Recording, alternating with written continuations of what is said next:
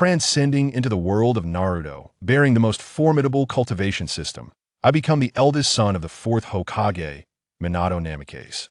At this juncture, the tumult of the Nine Tails incident has yet to unfold, and we shall witness how the protagonist ascends to become the strongest in a realm where human life is as fleeting as grass. Chapter 1. The Transmigration. As he meanders aimlessly through the streets, Xiao Xuanye finds himself lost, unaware of the path ahead or the purpose of his existence. His expression, devoid of any notable emotion, coupled with the weathered visage shaped by years of hardship, projects an aura of cold detachment. Since the dawn of his memories, Xuanye has been an orphan, raised in an orphanage, devoid of parental love. His remarkable memory allows him to retain a general recollection of everything he encounters while not quite photographic. It approaches that remarkable ability, marking him as a prodigy. During his elementary school years, Xuanye excelled academically, securing a place at a prestigious junior high school. This marked his departure from the orphanage. However, lacking proper guidance led to a gradual disinterest in academics, and before long, he found himself grappling with the harsh realities of life, becoming embroiled in petty delinquency. After a period of such antics, the weight of survival compelled him to seek employment. He took on various jobs, including that of server, dishwasher, and car washer. Through these experiences, he gained insights into life that set him apart from his peers, endowing him with a maturity beyond his years. During his time working, Xuanye developed a passion for anime, with Naruto standing out as his favorite. Each day, apart from sneaking glimpses of episodes during school hours, his evenings were consumed by work, ultimately leading to his decision to drop out of school in the second year of junior high. While wandering the streets, a thought struck him. Today was the day for the new episode of Naruto. His eyes brightened with anticipation as the familial bonds and friendships depicted in the anime resonated deeply within him. These themes of camaraderie and fervor had captivated him since the very first episode. Among the characters, Xuanye found a kindred spirit in Naruto Uzumaki, who shared a striking resemblance to his own life. Both were orphans, bereft of parental affection. Naruto, upon his birth, became the vessel for the Nine Tails, a situation that led to the loss of many shinobi during the ensuing conflict, culminating in the village's disdain for him as the host of the beast. Yet, Naruto's unwavering love for his village prevails.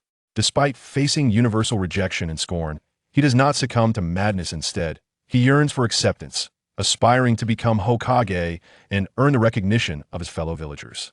With a heart brimming with kindness, albeit a tad naive, Naruto's sincerity earns him the first acknowledgement from his teacher, Irika, in the Ninja Academy. Shin had always felt a deep sympathy for Naruto, perhaps due to the parallels in their childhoods, or perhaps for other, more enigmatic reasons. Never mind, he thought, I shall hasten home to watch Naruto. Upon returning home, Shin hurriedly extracted the key from his pocket, aligned it with the lock, and opened the door to his modest abode.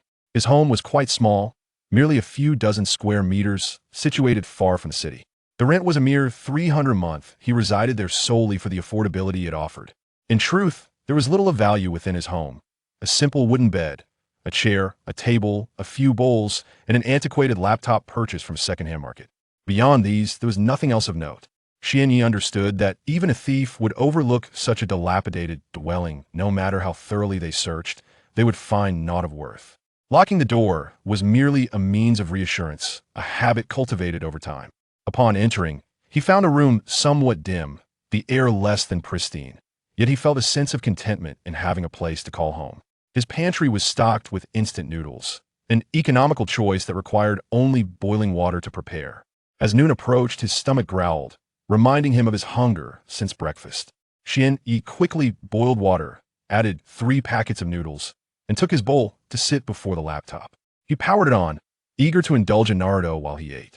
With each mouthful of noodles engrossed in the anime, Xianye's hand slipped, causing the steaming broth to spill onto the keyboard. His heart sank as he realized the impending disaster. Though the laptop was secondhand, it was his first, a purchase that had cost him 3,000 yuan after a month of diligent work, not an insignificant sum. Now, drenched in soup, it seemed doomed. In an instant, a month's worth of earnings appeared to vanish, leaving him wondering how misfortune could strike so harshly. As Xian-Yi succumbed to his spiraling thoughts, the laptop screen flickered ominously, and tendrils of blue electricity began to emerge from the soaked device. Before long, a multitude of electric arcs coalesced into a larger bolt of lightning, unseen by Xian-Yi. In a flash, this amalgamated surge shot toward him with incredible speed. Ultimately, Xianyi succumbed to unconsciousness, drifting into a hazy oblivion. When he finally regained awareness, it felt as though an eternity had passed, or perhaps just a fleeting moment. With great effort, he managed to pry his eyes open. Before him stood not the modest, cramped dwelling of mere dozens of square meters, nor did he behold his familiar second-hand laptop. It felt as though he were reclining, his vision askew, with a soft warmth enveloping his back. As he turned his head, he discovered what appeared to be a Japanese-style tatami mat, and the room's decor bore a resemblance to Japanese aesthetics rather than traditional Chinese style.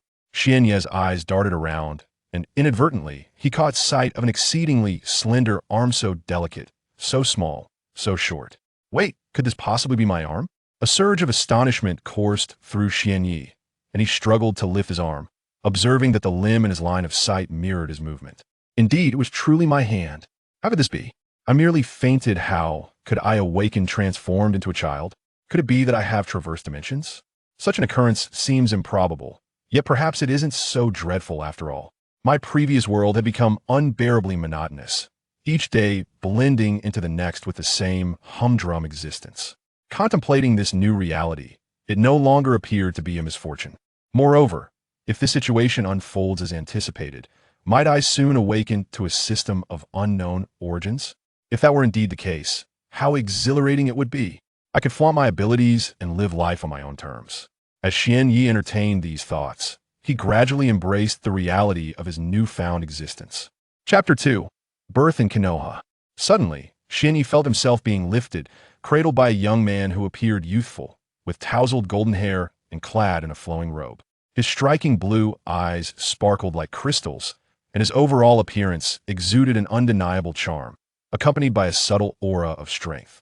This aura, though not fully manifested, was faintly perceptible, perhaps heightened by Xianye's infantile state, which intensified his senses. As he was held, the young man wore a gentle expression, a smile gracing his lips, suggesting that something wonderful had transpired to elicit such joy. Could it be that he is my father? It seemed likely. The notion of father felt distant, a concept foreign to the former Xianyi, who had grown up in an orphanage and never experienced the warmth of love. It appeared that fate had smiled upon me, granting me the opportunity to personally experience the essence of affection in this life. As Xianyi contemplated this, he subtly turned his head, eager to glimpse his mother, whom he imagined to be a vision of beauty and kindness. Upon seeing her, he found a remarkably beautiful young woman, her long red hair cascading disheveled around the bedside. She lay weakly upon the bed, her complexion pale, with beads of sweat upon her brow, a testament to her struggles.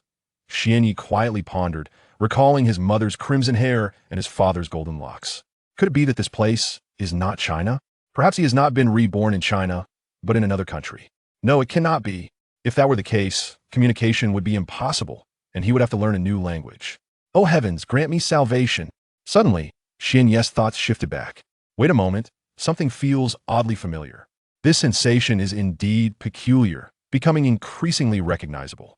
If it were merely his father giving him this feeling, Xianyi could dismiss it as coincidence. However, if it is his mother evoking the same sentiment, that simply cannot be explained away. Furrowing his brow slightly, Xianyi contemplated the source of this uncanny familiarity. At that moment, the gentle wave-wind Minato, cradling Xianyi, approached the swirling Kushina, a smile gracing his face. He tenderly remarked to Kushina, "Look at our child, how adorable. He didn't cry or fuss upon entering the world, so tranquil. He will surely grow into an extraordinary genius." Kushina, filled with pride, replied, "You should consider who gave birth to him. My son will undoubtedly be a genius. This is an undeniable fact. He will surpass you, his father, when he grows up." "All right, whatever you say is correct," Minato responded, cherishing the moment spent with Kushina. Although she could be a bit tempestuous at times, it was essential for him to embrace her little imperfections. After all, it was these very traits that had drawn him to her. By the way, shouldn't we give her child a name? He still doesn't have one, Minato suggested thoughtfully. "Ah, yes, we should bestow him a lovely name. Let me think carefully about what would suit him best," Kushina said, tilting her head in contemplation, a cute frown adorning her face. After a while, an idea struck Kushina. "How about Xianyi? Wave-wind Xianyi? I think it sounds beautiful," she exclaimed excitedly to Minato. This name was the result of much deliberation on her part. Wave Wind, Shien, Minato mused earnestly for a moment. Kushina watched him anxiously, fearing he might disapprove. After all, this was their shared child, and his opinion was of great significance. Very well, let us name him Wave Wind, Shien, Minato declared, a warm smile spreading across his face. In truth, he had no objections to the name, as it was Kushina's thoughtful creation. He had merely wished to gauge her reaction, feigning contemplation to tease her. Yay, this is wonderful. Our child shall be called Wave Wind Shinyi. I am so happy, Kushina exclaimed, suddenly sitting upright, her excitement rendering her unsure where to place her hands. Minato couldn't help but smile at her exuberance. Kushina remained as endearing as ever to he, and they are none other than Minato Namikaze and Kushina Uzumaki from the Naruto series I've been watching. How could I have traversed into the world of Naruto? This is truly astonishing. Suddenly, Swan dedicó la familiar sensation. The recognizable visage, combined with the headband that distinctly belonged to the Hidden Leaf Village, confirmed his realization. He had indeed reincarnated into this world. Indeed, it was the world of Naruto, a realm rife with conflict, where human life holds little value, a place where one could easily meet their demise. How could he have found himself in such a world? Could it be that the incident of spilling a bowl of noodles on his computer while watching Naruto was the catalyst for this extraordinary journey? This was rather disconcerting, for this world lacked the legal protections that safeguard lives on Earth. It was devoid of any law. Yet, Shinji could not help but smile faintly. Perhaps this was not so bad after all. He had grown weary of his previous world, which was unbearably monotonous, with each day mirroring the last endless cycles of drudgery, surviving on meager wages. In this new existence, he might lead a life far more exhilarating, becoming a figure of reverence, capable of protecting those he holds dear, pursuing his desires, and venturing to places of his choosing, living life on his own terms, free from the aimless existence he once endured. Xianyi felt a surge of excitement. He had transmigrated to the Hidden Leaf Village and was the son of Minato Namikaze, endowed with resources unavailable to others for his training. This is the life I have always yearned for. With such a transition, surely a system must be present, making the path to strength a rather uncomplicated endeavor. The thought of casually engaging in training to become a formidable force in the Naruto universe filled Xianyi with unparalleled enthusiasm, his heart racing with exhilaration. However, an unsettling realization struck Hyman, ominous one. According to the narrative, the Ninetales attack would occur in just a few years. If that were the case, his hard-won parents would soon meet their tragic fate. No, I cannot accept this. Is there no way to prevent this calamity? Can I protect my parents from this impending doom? Can I intervene in time? It seemed he could not, and according to the storyline, he would also have a younger brother Naruto, Uzumaki, would bear the burden of the Ninetales sealed within him. The grim beginnings of their tale would remain unchanged. Could it truly be that there was no possibility for even the slightest alteration? Chapter 3. 3 years later. No, I do not desire such an outcome.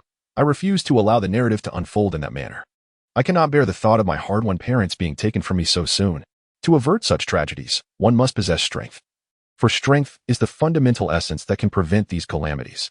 I yearn to safeguard my parents and to ensure that my unborn younger brother may live a joyful life.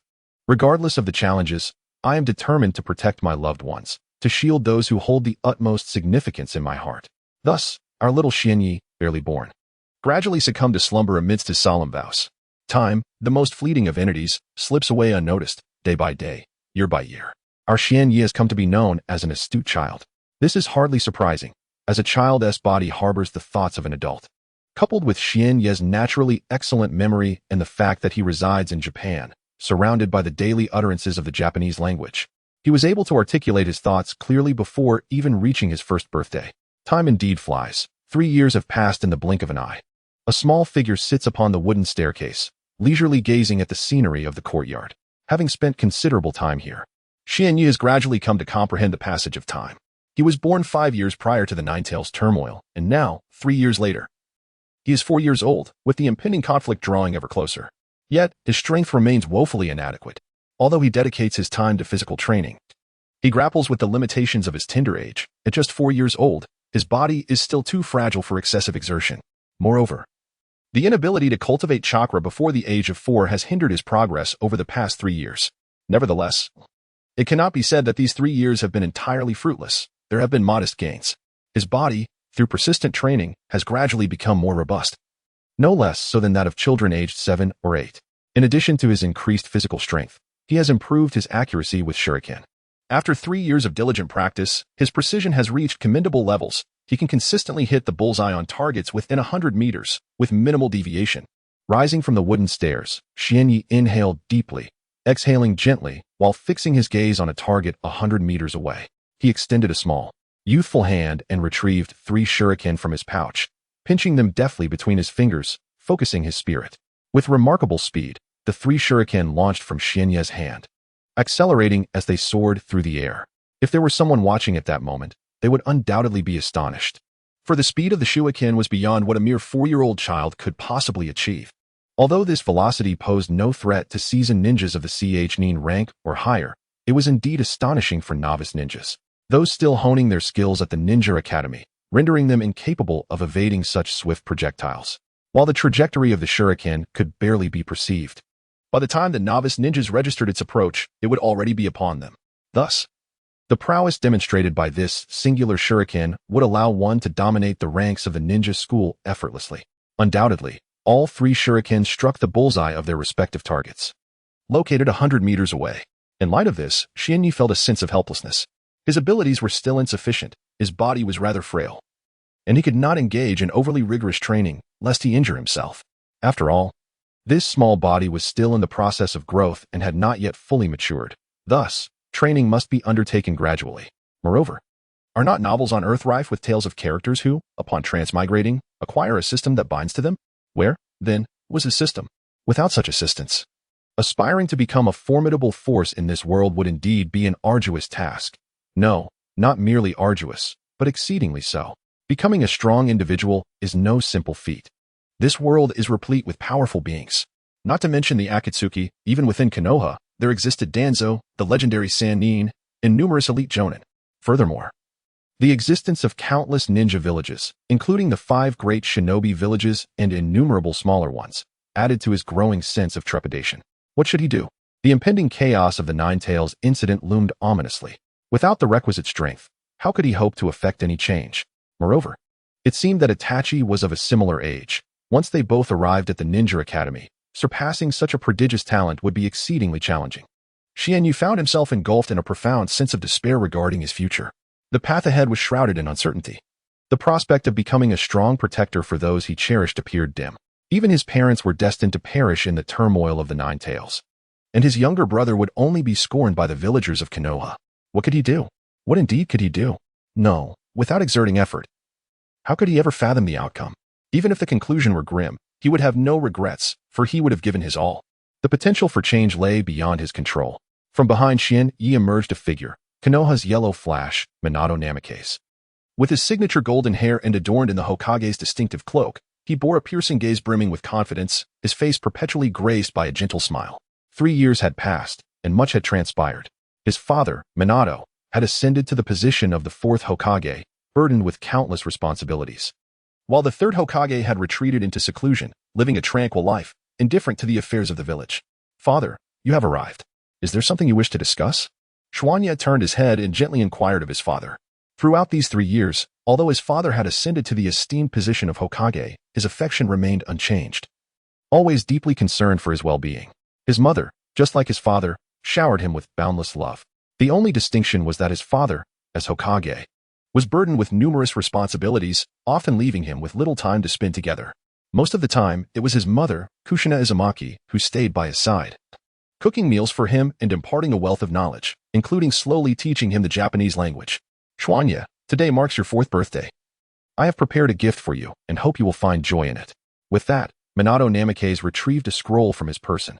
Perhaps noticing the look of curiosity on Xuanya's face, Minato began to explain. "This is a scroll containing the method for chakra extraction. From this day forth, you will be able to harness chakra. I wonder if you will appreciate this gift." Chapter 4. Chakra Extraction Technique. Bofeng Shuimin handed the scroll inscribed with the chakra extraction technique to Xuanya, his expression tinged with anxiety. He felt the weight of time pressing upon him, knowing he could not spend much of it with his son, and was acutely aware of his limited understanding of the child. This gift was a decision he had pondered for a considerable time, a token for Xuanya's 4th birthday.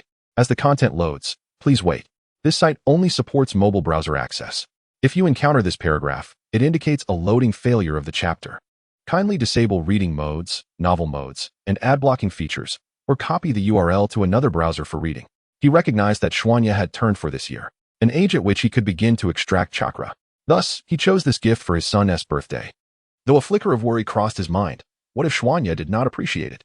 However, it seemed he had overthought the matter. Xuanya gazed at the chakra extraction technique in his hands, his excitement palpable, a jubilant expression illuminating his face. After 3 years in this world, he could finally embark on the journey to harness chakra, marking the first step towards becoming a formidable presence here. Wufeng Shuimin observed the joy radiating from Xuanya and felt a wave of relief wash over him. Thankfully, his son cherished the gift, validating his choice.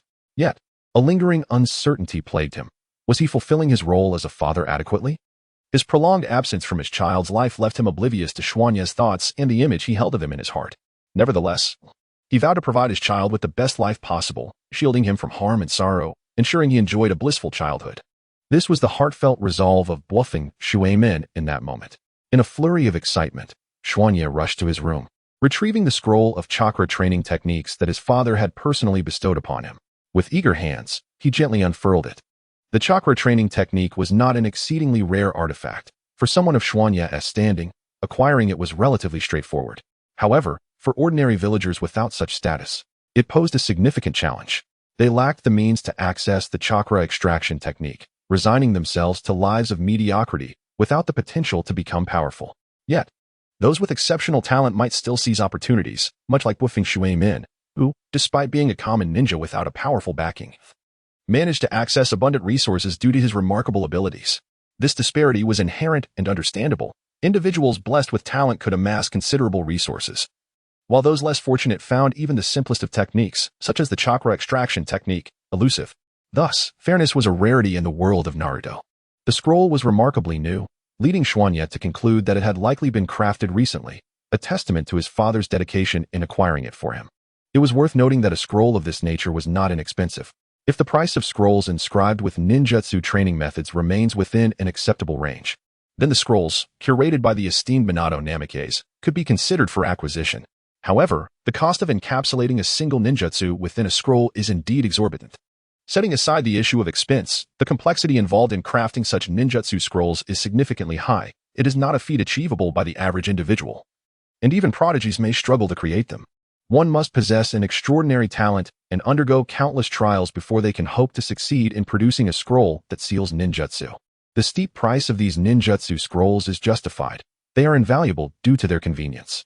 Activation requires merely tearing the scroll, with no further actions necessary. Even a common villager, devoid of any chakra, can utilize these scrolls, which explains their persistent demand. It is not uncommon for the powerful lords of various nations to carry multiple sealed ninjutsu scrolls, coupled with the challenges of their production. The selling price of these scrolls is notably high.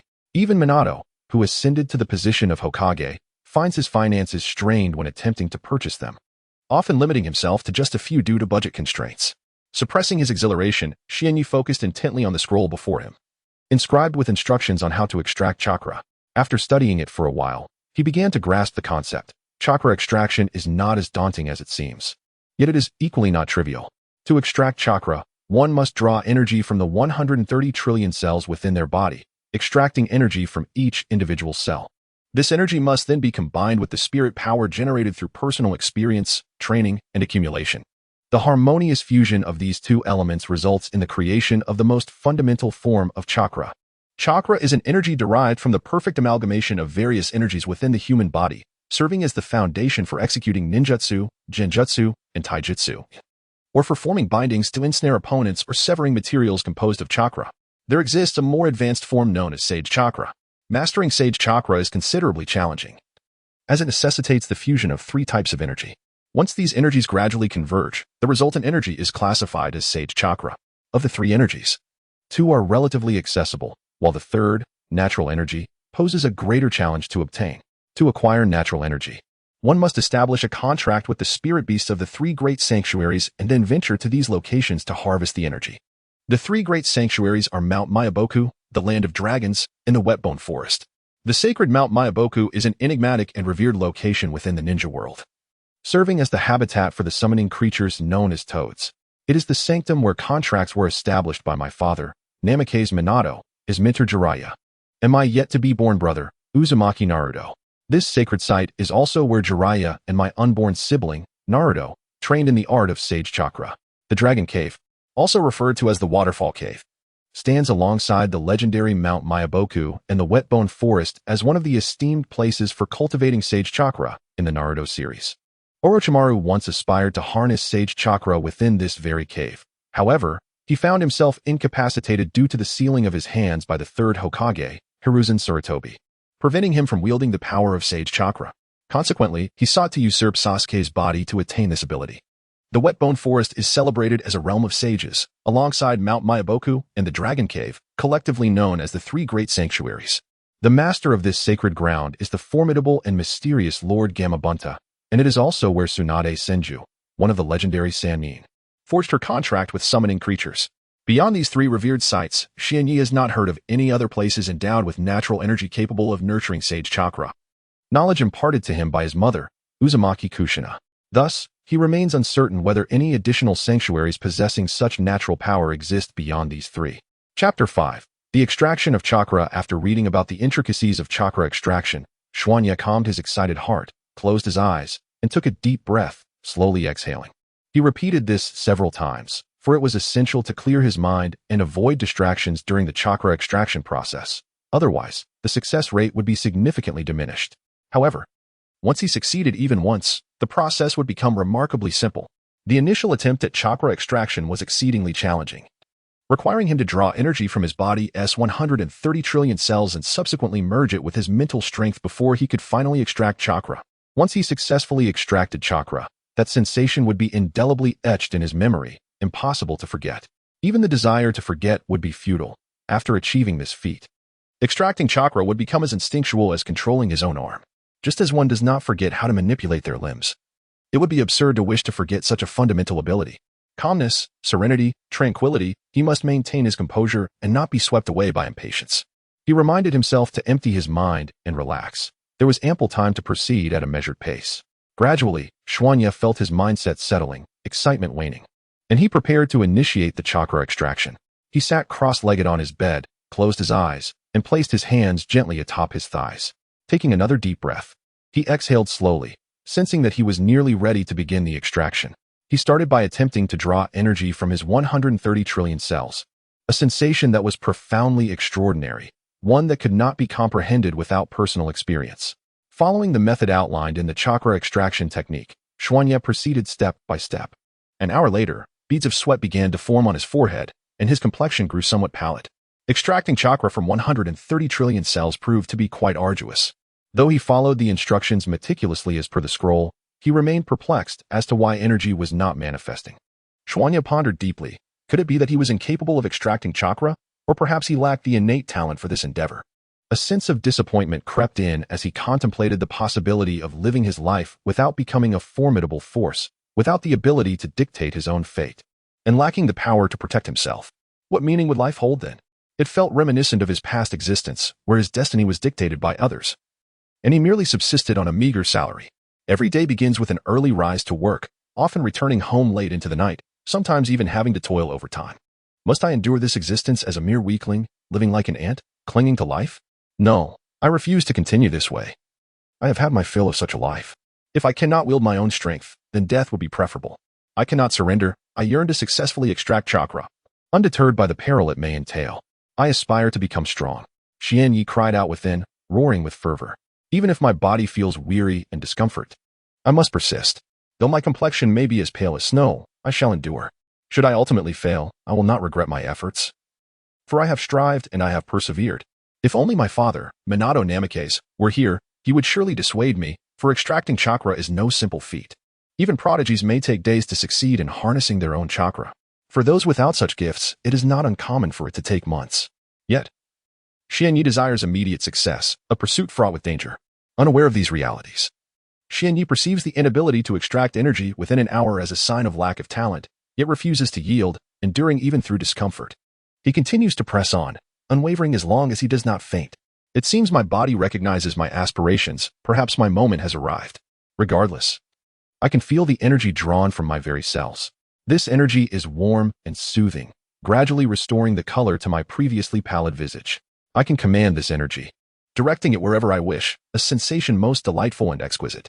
For the first time, Xianyi successfully extracted his own energy from 130 trillion cells. A feat akin to a dream. In the world of Naruto, no one has ever managed to extract energy from countless cells in a single day. It is indeed a miracle. So, this is the sensation of possessing energy? It is utterly enchanting, tempting one to lose oneself within it. However, Xianyi cannot afford the luxury of indulging in this energy, for a crucial task remains, to merge his mental strength with this wondrous energy.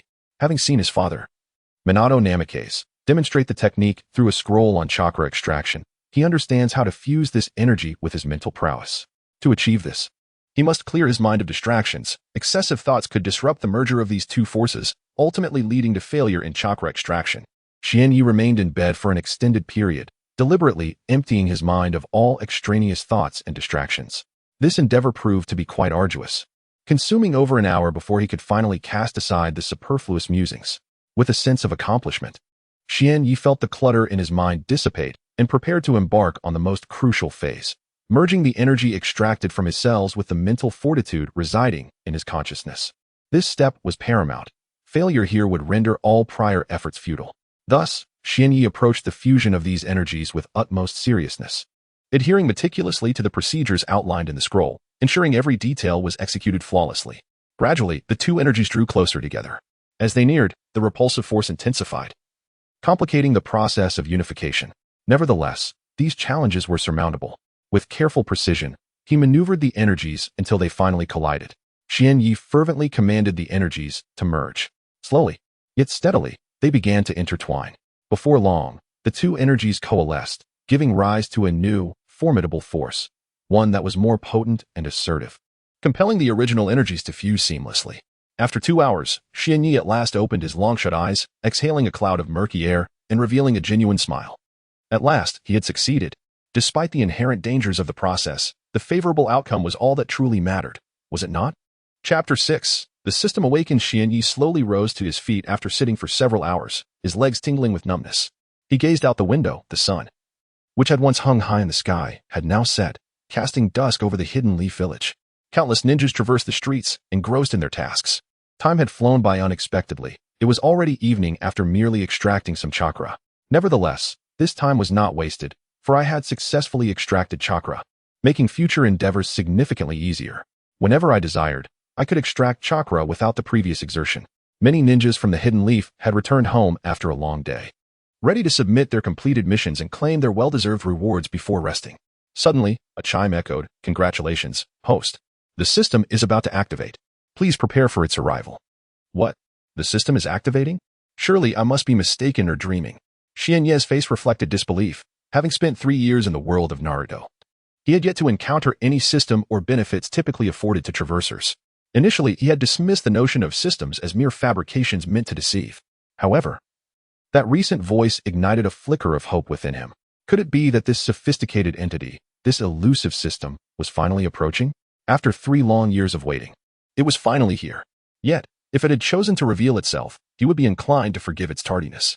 With a smile spread across his face, Xianyi realized that today was the happiest day of his 3 years in this world. He had acquired the chakra extraction technique, successfully generating energy within his body and forming chakra. And now, the system was on the verge of awakening. With the system's activation, extracting even a small amount of chakra would seem trivial. Once it was operational, leveling up would be effortless, and defeating formidable foes like the Nine-Tails would be but a mere trifle. The thought of such glorious possibilities thrilled him. After receiving the system's announcement, Xianyi promptly lay down on his bed, ready to embrace the impending arrival of the system. 1 minute passed, yet the system did not appear. 2 minutes went by.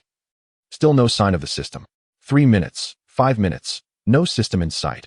Only a mosquito buzzing around him incessantly, driving him to distraction. Suddenly, the mosquito alighted upon Xianyi's face. This was intolerable. How dare this tiny creature attempt to draw blood from him, a child of destiny? His blood was of noble lineage. The audacity of such a diminutive insect was beyond comprehension. Loading more content. Please wait. This site only supports mobile browser access. If you see this paragraph, it means the chapter content failed to load. Please disable reading mode, novel mode, and ad blocking features. Or copy the URL into another browser to continue reading. I can no longer endure this. Behold, I shall execute a strike akin to the Buddha's palm upon you. Shinyi quietly raised his right hand, inching it closer until, with a resounding clap, it struck his own face. In an instant, a red imprint appeared upon his cheek, clearly indicating the considerable force of the blow. Surely, I must have perished from that, thought Shinyi as he lifted his right hand to inspect. However, something felt amiss. Where had the mosquito gone? It was no longer on his hand. Buzz, buzz, buzz. The sound of the mosquito's wings fluttering once more filled the air. Suddenly, Shinyi noticed the mosquito flying out of the room. Humph, it seems you possess some sense, fleeing promptly. Otherwise, I would have sent you straight to paradise. 10 minutes passed, yet the system had yet to manifest. Good heavens, could it be that I am truly hallucinating? Even in this wondrous transmigration, I find myself without a system? This is utterly unreasonable, truly absurd. I had believed in the existence of such a system. Perhaps I am overthinking it. Indeed. Given my circumstances, it is only natural to ponder. Xianye's spirits sank somewhat due to the absence of the system, which was understandable. However, could this truly be mere auditory hallucination? As he prepared to leave the room, the mysterious voice in his mind resurfaced. Ding dong. Congratulations, host. This system has been activated, and it shall commence scanning your personal information. Ding dong.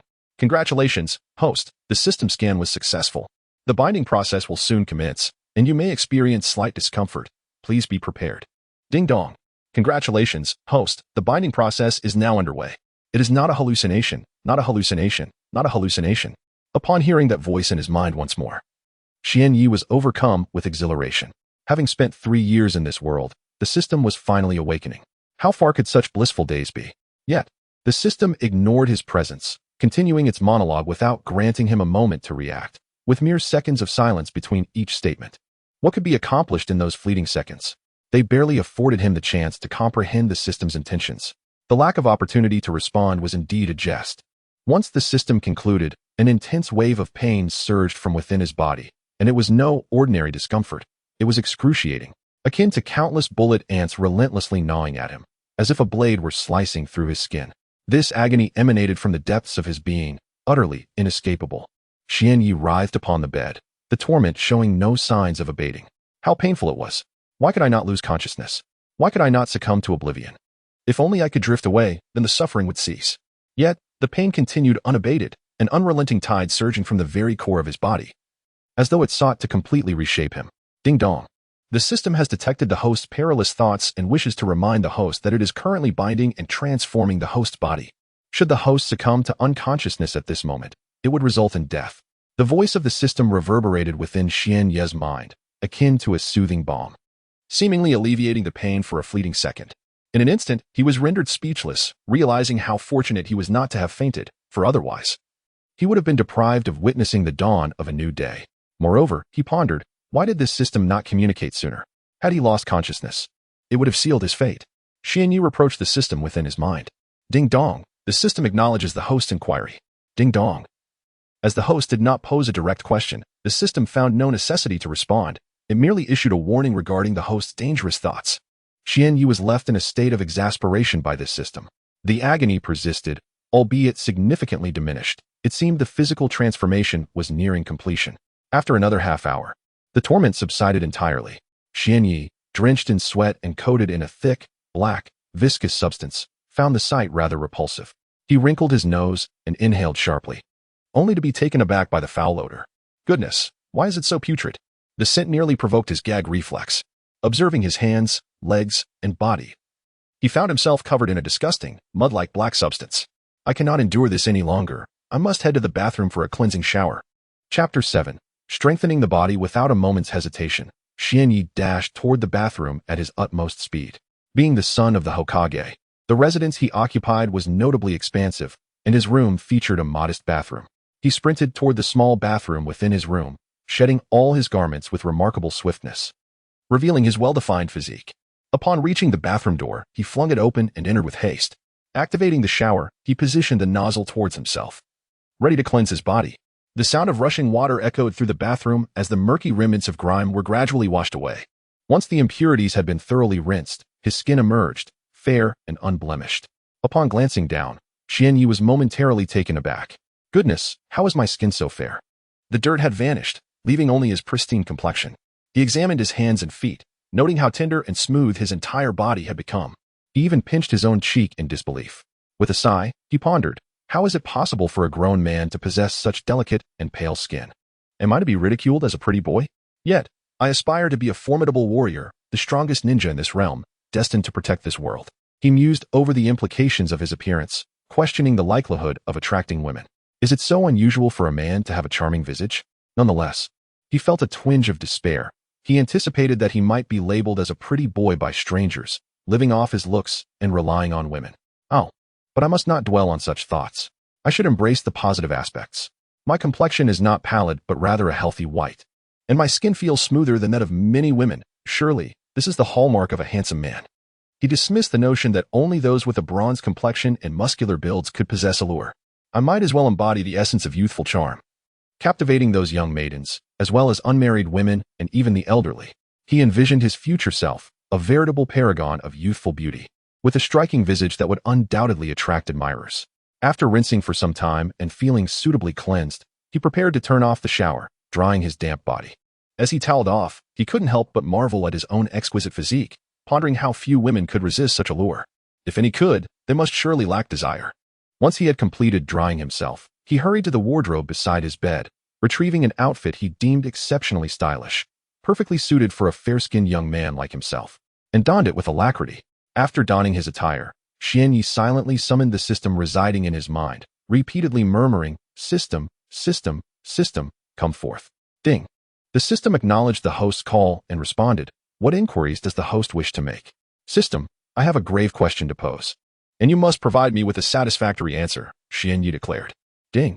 "Please, host, proceed with your question, and this system shall endeavor to respond adequately." Xianyi pressed on, "It has been 3 years since I arrived in the world of Naruto, yet you have only just appeared. I had nearly convinced myself of your non-existence. Explain, why did you not manifest sooner?" He bellowed within his mind. Ding.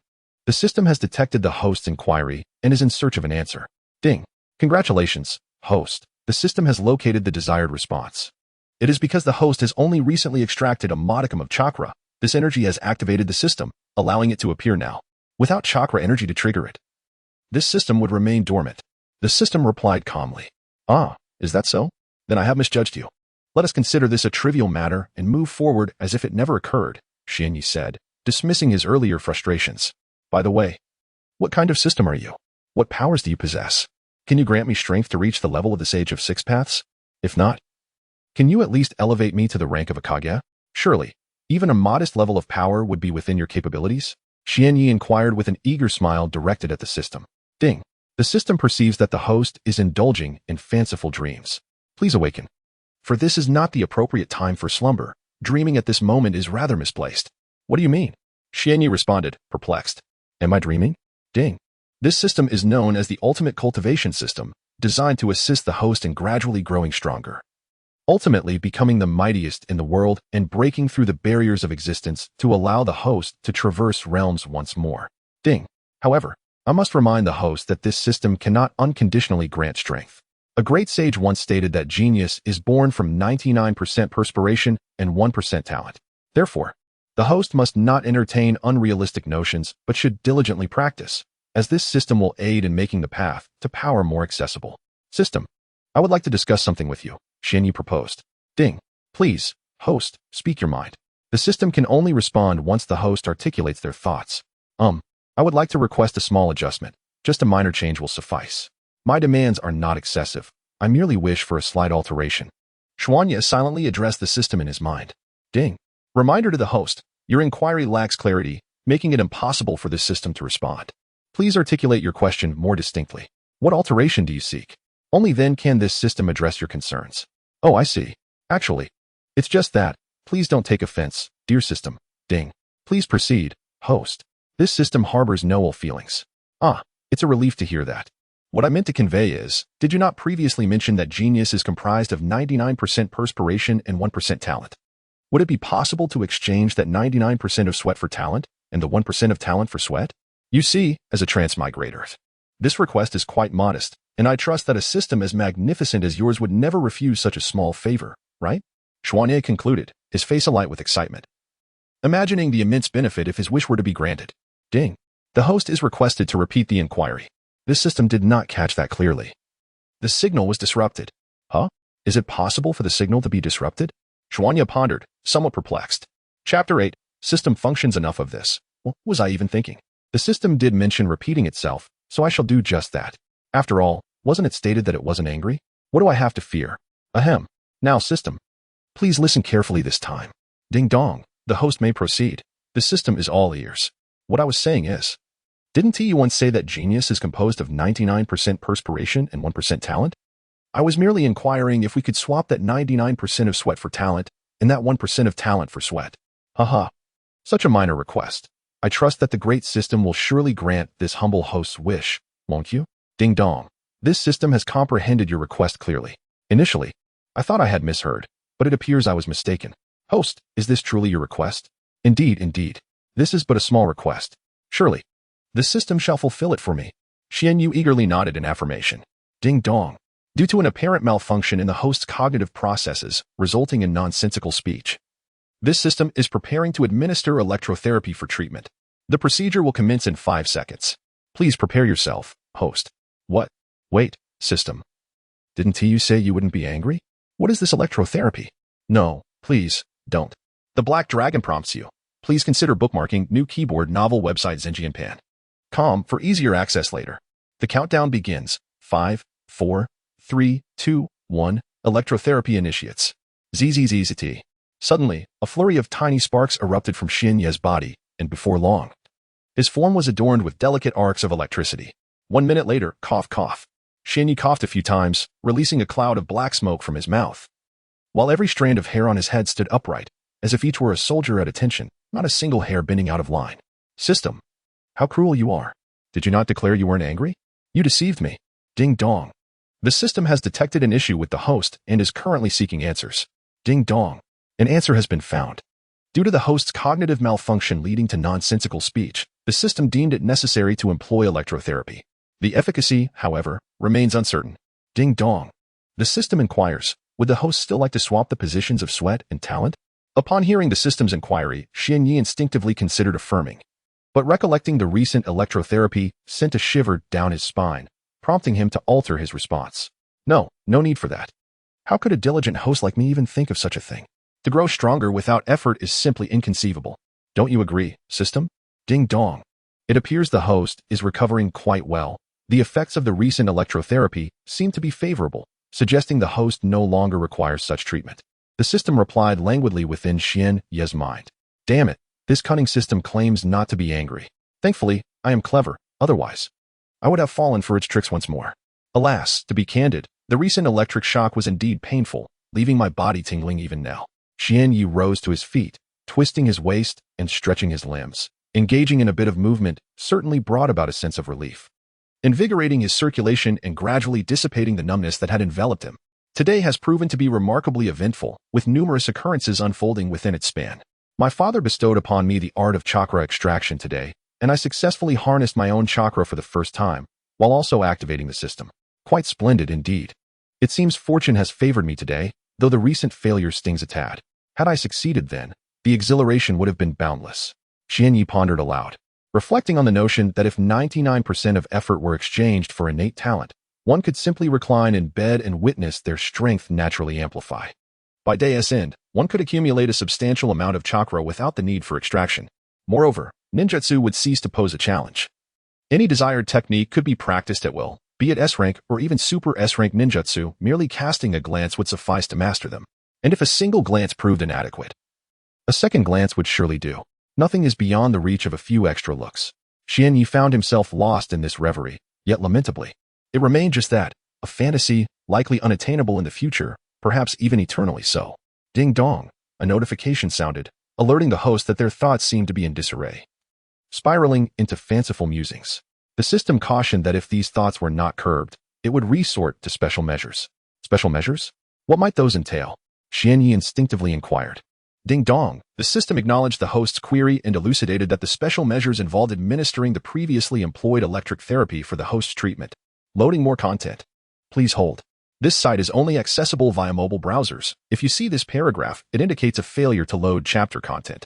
Please disable reading mode, browsing mode, and ad blocking features, or copy the URL to read in another browser. What? Are you joking? More electric therapy? Must you insist on this incessantly? Do you wish to deprive me of my thoughts entirely? How tyrannical. Ding dong. The system detected the host's dissatisfaction, warning that should this sentiment persist, it would be necessary to implement special measures. Enough. Fine. You are indeed the master system. I shall cease my complaints. As long as you refrain from delivering unexpected shocks, I am content. By the way, you have shared much yet revealed little about your functionalities.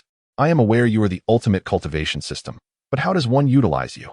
Xianyi re-evaluated his mindset and posed the question. Ding dong. In response to the host's inquiry, this system shall provide an answer. The name of this system is the Supreme Cultivation System. Before the system could finish, Xianyi interjected. Hey, I already know you are the Supreme Cultivation System. Can you please elaborate on your functions and their significance? Hurry up and enlighten me. Ding dong. Please refrain from interrupting, or this system will be compelled to employ special measures. Damn it. You think you can intimidate me with that? Special measures, huh? Fine, I concede. Please, continue. Ding dong. The name of this system is indeed the Supreme Cultivation System, and its purpose is to assist the host in cultivation, enabling the host's strength to reach its utmost potential, regardless of what the host engages in, as long as it pertains to cultivation. This system guarantees that the host will reap rewards. A system dedicated to aiding cultivation? That sounds rather promising. However, is it truly the case that my abilities will enhance no matter what I do, as long as it involves cultivation? Could it be that merely sketching on a scroll will elevate my prowess? That would be utterly delightful, Xianyu mused quietly. With eager anticipation, he addressed the system. Can I also seal ninjutsu into a scroll? Ding dong, this system possesses formidable capabilities. The questions posed by the host are trivial, as long as the host perseveres. Even tasks as simplistic as sealing ninjutsu into a scroll will pose no challenge. Chapter 9. A lavish dinner. Dear system. Today you have spoken the most beautiful and melodious words, bringing joy to my heart and filling me with delight. Suddenly, an embarrassing sound echoed, as if it were time to partake in a meal, for my stomach had begun to growl. Xianyi gently patted his flat belly, pondering whether his mother had prepared dinner.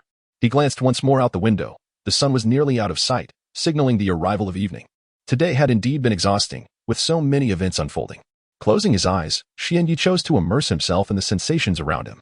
What is that delightful aroma wafting in? It seems to be emanating from outside the door. The fragrance of vegetables, perhaps stir-fried greens. But wait. There's a hint of meat as well. What could it be? I remember now. The scent unmistakably belongs to braised pork, my absolute favorite. How clever I am. Mother must have already prepared the meal, eagerly awaiting my descent to dine. Xianyi. Woofing Xianyi, have you heard? Hurry down for dinner. It was his mother calling, her voice as gentle and melodious as a babbling brook, soothing the remnants of his earlier melancholy. Mom, I heard you. I'm coming right down. Please wait a moment so we can eat together. He wondered, however, whether his father, woofing Minato, would be home. Ever since he assumed the role of Hokage, his father had been inundated with responsibilities, spending nearly all day at the Hokage office, leaving little time for home. With measured steps, Xianyi made his way towards the door, hastening his pace as hunger gnawed at him. Soon, he arrived at the dining table, which was adorned with a splendid array of colorful dishes, all favorites of his. His mother was busy serving rice into bowls. Taking a deep breath, he exhaled slowly. It smells divine, Mom.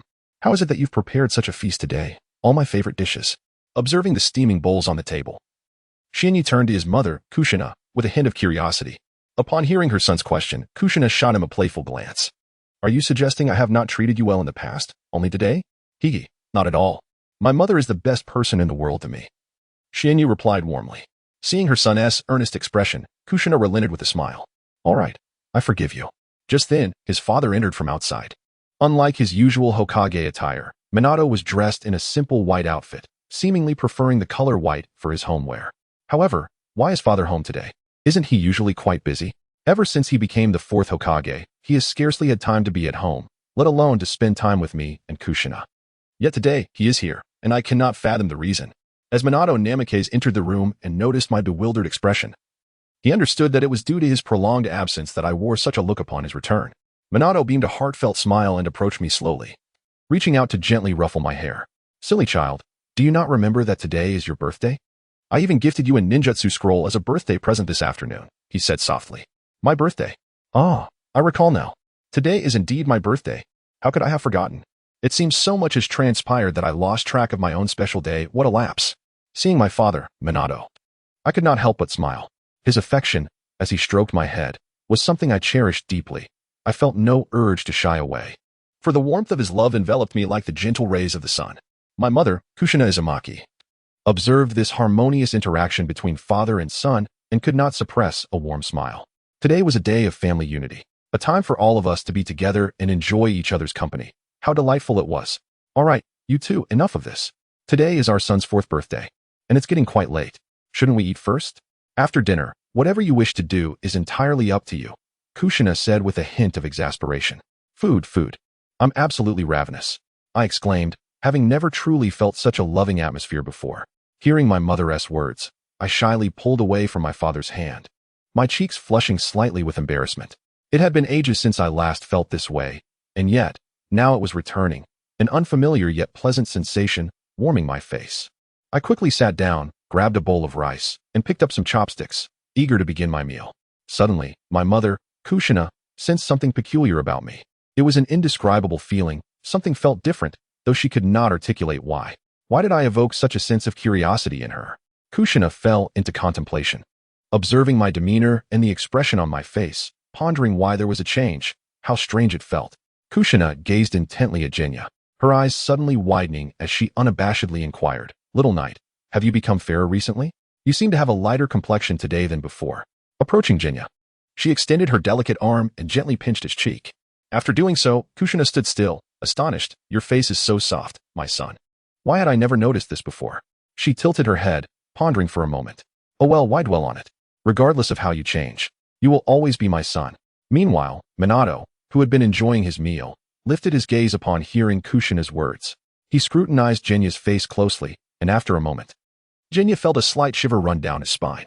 Minato remarked, "Had it not been for Kushina's observation, I might not have noticed. Jinya, you do seem a tad fairer than before. I wouldn't have picked up on it without a closer look." Jinya, who had been savoring his meal, found his appetite dwindling under the scrutiny of his parents. Sweat beading on his brow, he thought, "Goodness, they truly are my parents. They can notice such trivial changes. It's merely a slight increase in fairness. Must they make such a fuss over it?"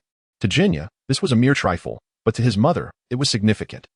Any matter concerning her child was of utmost importance. He responded to his mother, "Perhaps I have become a bit fairer because I haven't been exposed to the sun much lately." "Is that so? Really?"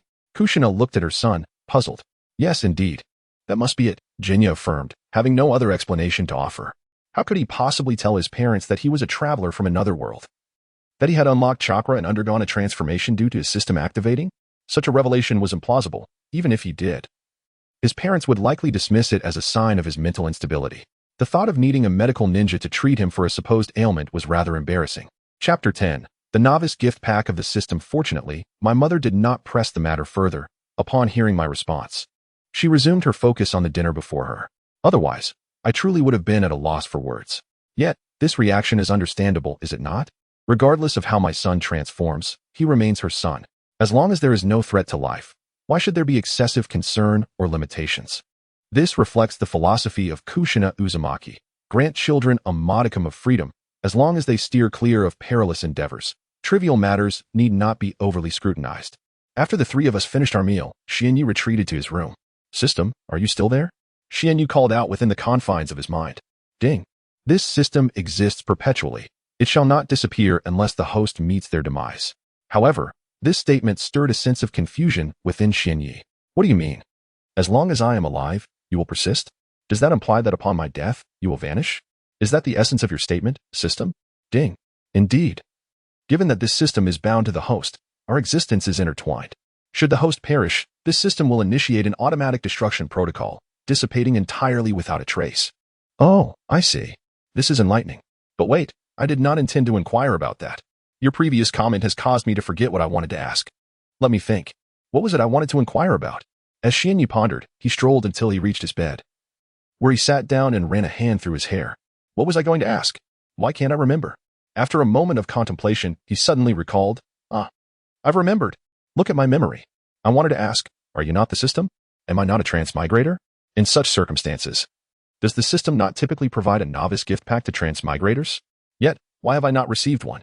Not to mention a grand gift pack. I have yet to even glimpse any of the system's offerings. Xianyi inquired. Ding. You are correct, host. This system indeed possesses a novice gift pack, intended to assist transmigrators in navigating the challenging initial phase. Precisely. That is how it should be. Where's the gift pack? System. Please present the novice gift pack swiftly. Do not conceal it. I know you have it. Bring it forth to aid me through this arduous beginning and ascend to the pinnacle of life. Xianyi exclaimed cheerfully to the system in his mind. Ding. The novice gift pack has already been dispatched to the host. Please refrain from requesting it again. The system responded in its usual calm manner. What? System. Have you truly bestowed upon me the grand gift? Are you certain you are not jesting? Why have I not laid eyes upon this grand gift? Where is it? Surely. It has not been appropriated by you, has it? Xianyi inquired once more. Ding dong. The system reminds the host that the grand gift is the enhancement of the body.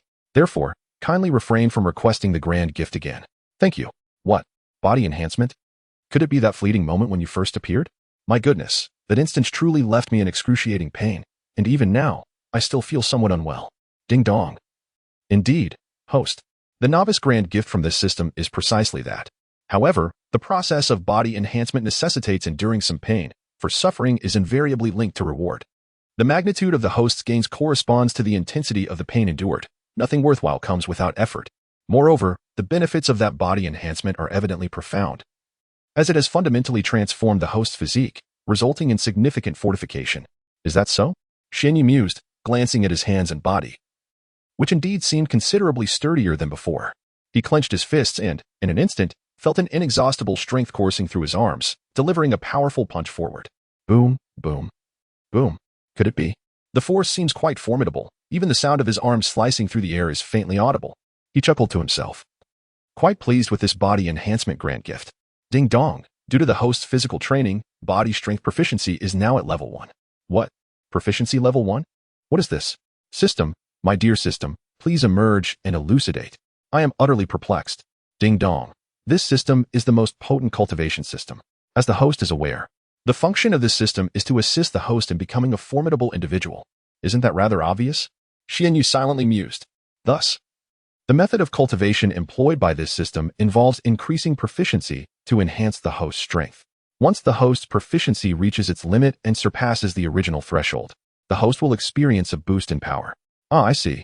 Upon hearing the system's explanation, Xianyi experienced a moment of enlightenment. It all made sense now.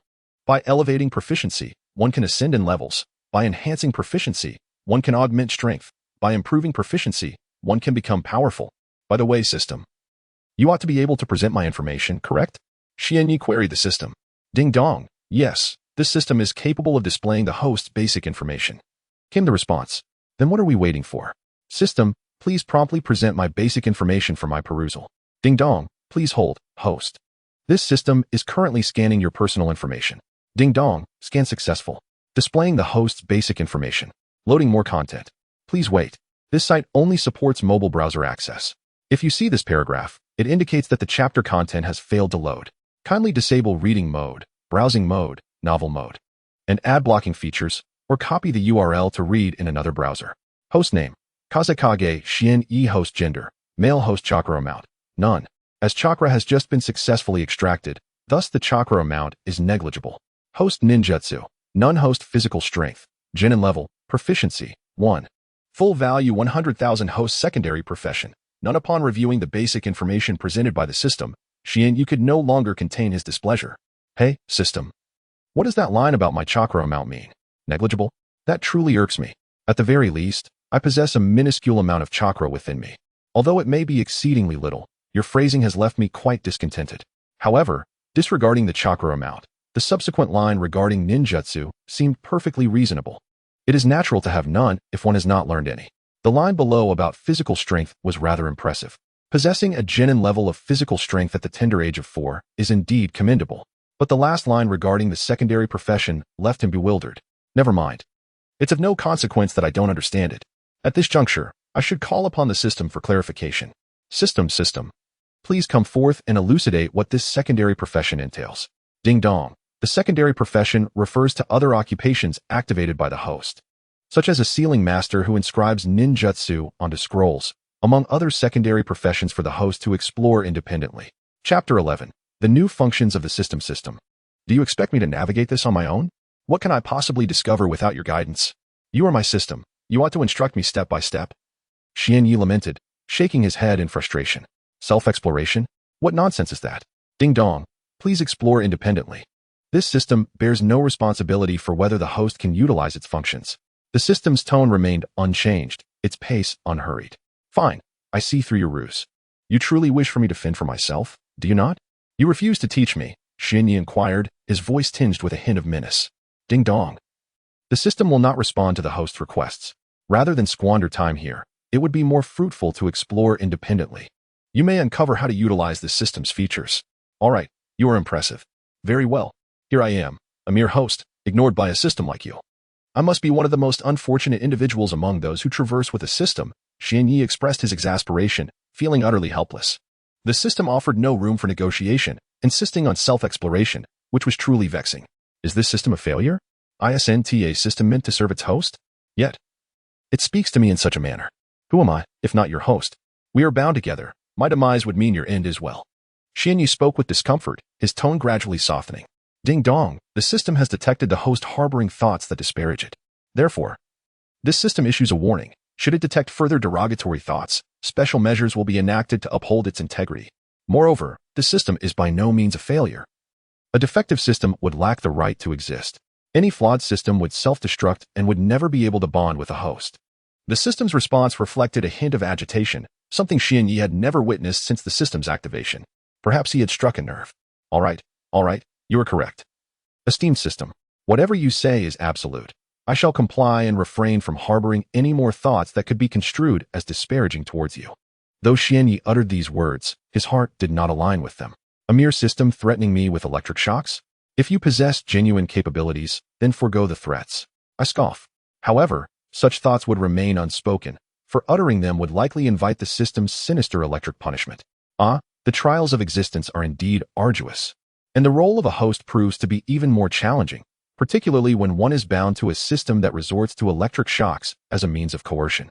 It is truly exhausting, utterly draining. Subsequently, Xianyi reclined upon his bed, closed his eyes, and gradually succumbed to slumber in the most comfortable position he could find. A night of silence ensued, and soon the dawn broke over the horizon. Xianyi awoke early, his eyes still heavy with sleep, struggling to discern the world before him. He shook his head and rubbed his eyes, slowly bringing the surroundings into focus. Rising from his bed, he made his way directly to the bathroom. The morning ritual of cleansing awaited him. Upon entering the bathroom, he retrieved a white cup, a toothbrush, and squeezed a bit of toothpaste, preparing to commence his dental hygiene. After brushing his teeth, he took a white towel, dampened it with water, and wiped his face, thereby concluding his morning ablutions. Having finished, Xianyi twisted his waist, embracing the promise of a new day. Today, he resolved to dedicate himself earnestly to physical training, starting from this very moment. Yes, today marks the beginning of my commitment to augmenting my strength in preparation for the impending turmoil of the Nine Tails in 2 years' time. Perhaps my abilities may still fall short, rendering me incapable of contending with the Nine Tails, but such concerns are not my immediate focus. I shall strive to perform to the best of my abilities. There exists a timeless adage in China, stating that when the cart reaches the mountain, a way will surely be found, and when the boat arrives at the bridge, it will naturally straighten. Even the sages of ancient China proclaimed this wisdom. Thus, why should I fret excessively? I need only to exert myself to the utmost, and that will suffice. There are still 2 years remaining, ample time to enhance my capabilities. As these thoughts coursed through his mind, determination gradually filled Xianyi's eyes. For now, there was no need for further contemplation. He simply needed to focus on his endeavors and strive for excellence. All right then, let me commence the extraction of chakra. Chakra is an immensely vital energy within the human body, essential for the execution of all ninjutsu. Without chakra, one cannot perform any ninjutsu effectively. Thus, I shall begin my journey of chakra extraction today. Xianyi once again seated himself on the bed, legs crossed, palms resting flat upon his thighs, ready to initiate the process of chakra extraction. However, upon closing his eyes, he was taken aback. What is this? Why does my body autonomously extract chakra? Why is it that I need not exert any effort for my body to draw forth chakra on its own? What could possibly be the reason for this? Upon witnessing this phenomenon, Xianyi could not help but exclaim in astonishment, as such an occurrence was utterly inconceivable. In the world of Naruto, chakra must traditionally be extracted by the ninja's own efforts for even a modicum of increase. Never has there been a case of chakra augmenting without conscious extraction. Yet, within Xianye's very being, this extraordinary event unfolded, leaving him utterly perplexed. Well, I suppose I should inquire with the system to unravel this mystery. System, please come forth swiftly. Why does my body automatically increase chakra? Is there something wrong with me? Xianyi silently pondered within his mind. Ding dong, please do not panic. Host. The automatic augmentation of chakra in your body is a feature of this system.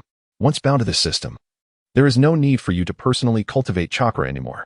Your body will gradually and autonomously increase chakra without any effort on your part. Is that so? After contemplating the system's explanation, Xianyi mused. Does this mean that cultivation is entirely unnecessary? I could simply lie in bed and increase my power while sleeping, without any action required to enhance my strength. Haha, this is truly wonderful. Does this imply that in 2 years I will possess an extraordinarily potent chakra? Does it mean I could even rival the Ninetales? Xianyi became increasingly engrossed in his fantasies, sinking deeper and deeper into his reverie. Chapter 12. The doubling of chakra proficiency. Indeed, where there is a will, a way will surely manifest, just as a vehicle finds its path upon reaching the mountain, and a boat finds its course upon nearing the bridge. I had thought it to be a formidable obstacle, yet now it seems solvable.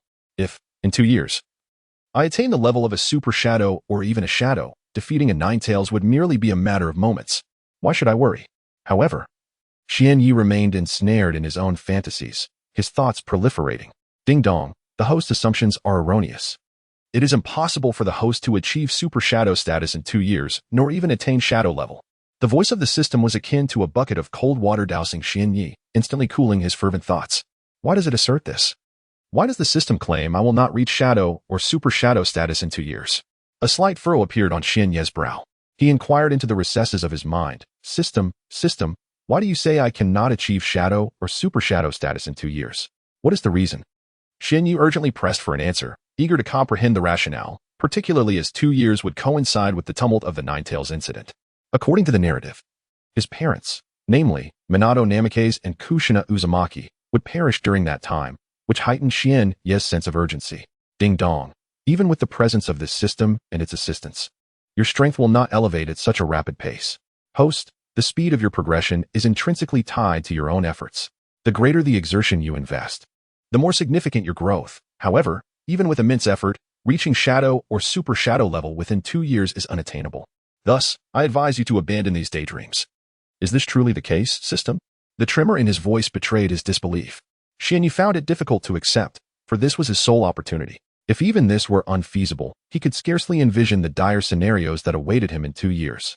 Ding dong, I assure you, this system does not err.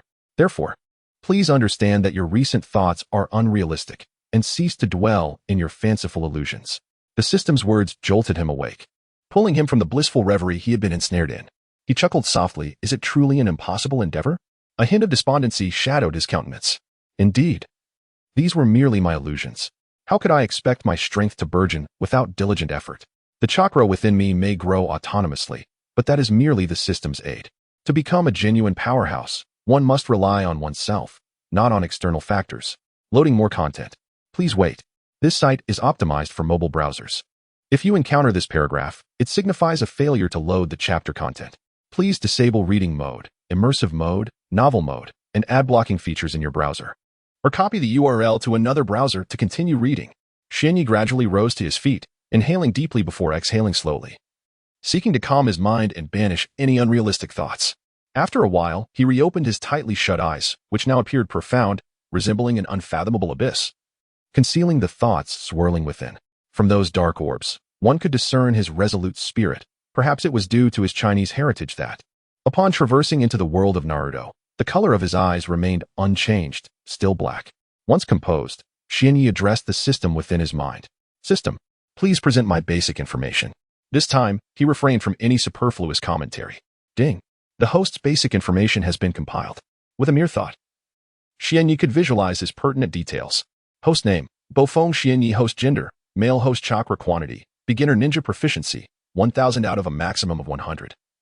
000 host ninjutsu, none. Host physical strength, genin level proficiency, 1 out of a maximum of 100. 000 host secondary profession, none. Ding. As the host's physical strength has reached the genin level, the proficiency of the host's chakra will double. Upon hearing this, Xianyi was momentarily taken aback. What? A doubling of proficiency? How is this possible?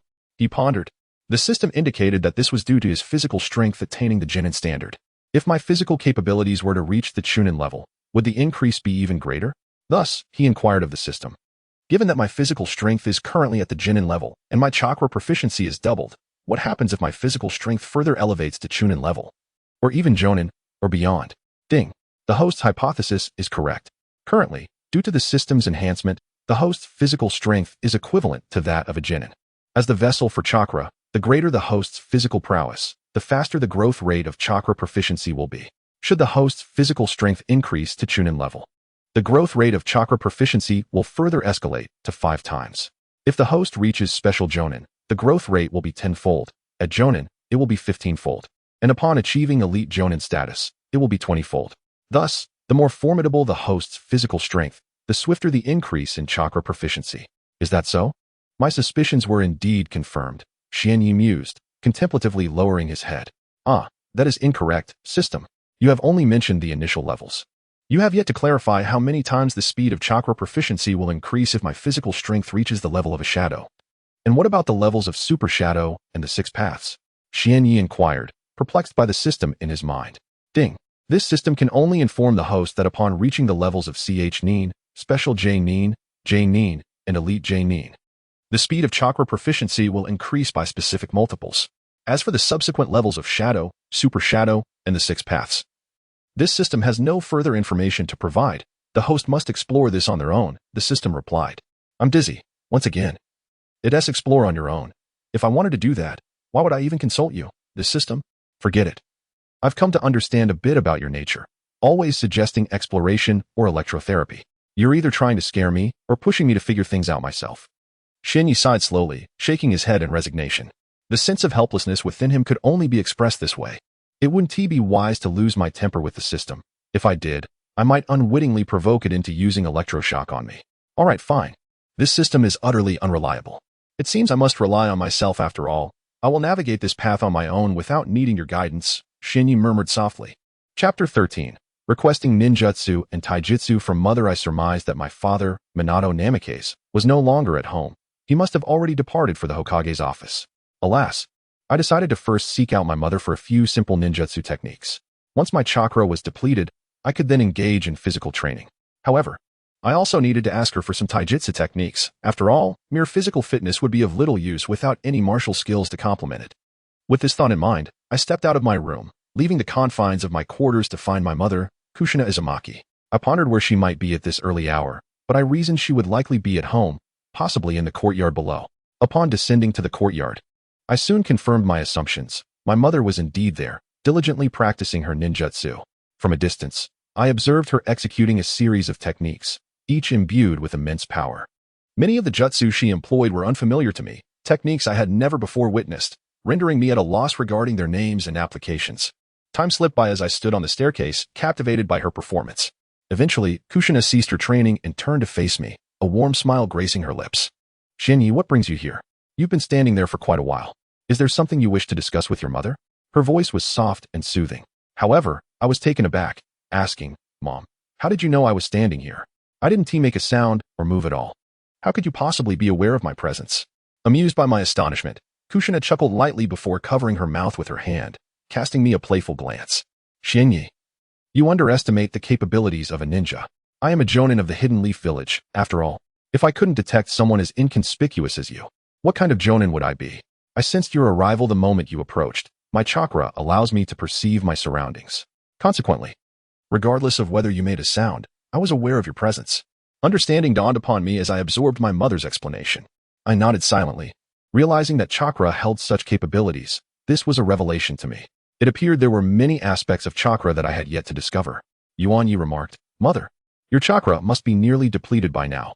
I've noticed you employing numerous jutsu, and such extensive usage must have consumed a significant amount of chakra, right? Little Yi. Do you think I've exhausted my chakra? Not at all. As a member of the Uzumaki clan, my chakra reserves far exceed those of ordinary shinobi. Moreover, I am the Jinchuriki of the 9 tails, which ensures my chakra will never run dry. Kyubi responded with a playful tone. By the way, do you know what a Jinchuriki of the 9 tails is? Kushina leaned her head to the side, pondering for a moment. At your age, you probably don't know what it is. So let me enlighten you. A Jinchuriki of the Nine Tails is someone who has a little fox sealed within their body, a very adorable little fox, in fact, with 9 tails and an inexhaustible supply of chakra. Do you understand now? An endlessly adorable little fox. Yuanyi gazed at his mother, Kushina, who wore a dreamy expression, beads of sweat forming on his brow. How could I not know about the Jinchuriki of the Nine Tails? I've watched Naruto. But you refer to it as an adorable little fox, while it's actually a fearsome, ancient creature. I'm not quite sure how to respond to that. Perhaps do you? That fierce, ancient fox is merely a cute little creature in your eyes. The narrative also suggests that love can tame the Nine Tails. Though I wonder if that affection truly holds any power. If it were up to me, I wouldn't even think of taming it with love. Merely refraining from attacking, it would be a victory. Though I am well aware that I cannot defeat the Nine Tails at this moment. I believe there will come a day when I can. As for the Nine Tails, I feel that conquering it through strength is more effective. Such beings typically bow to the powerful, do they not? Yuanyi pondered silently. Ah, by the way, little Yi, is there something you wish to discuss? You seem to have something on your mind. Kushina smiled at Yuanyi. Yes, mother, I do have something to ask of you.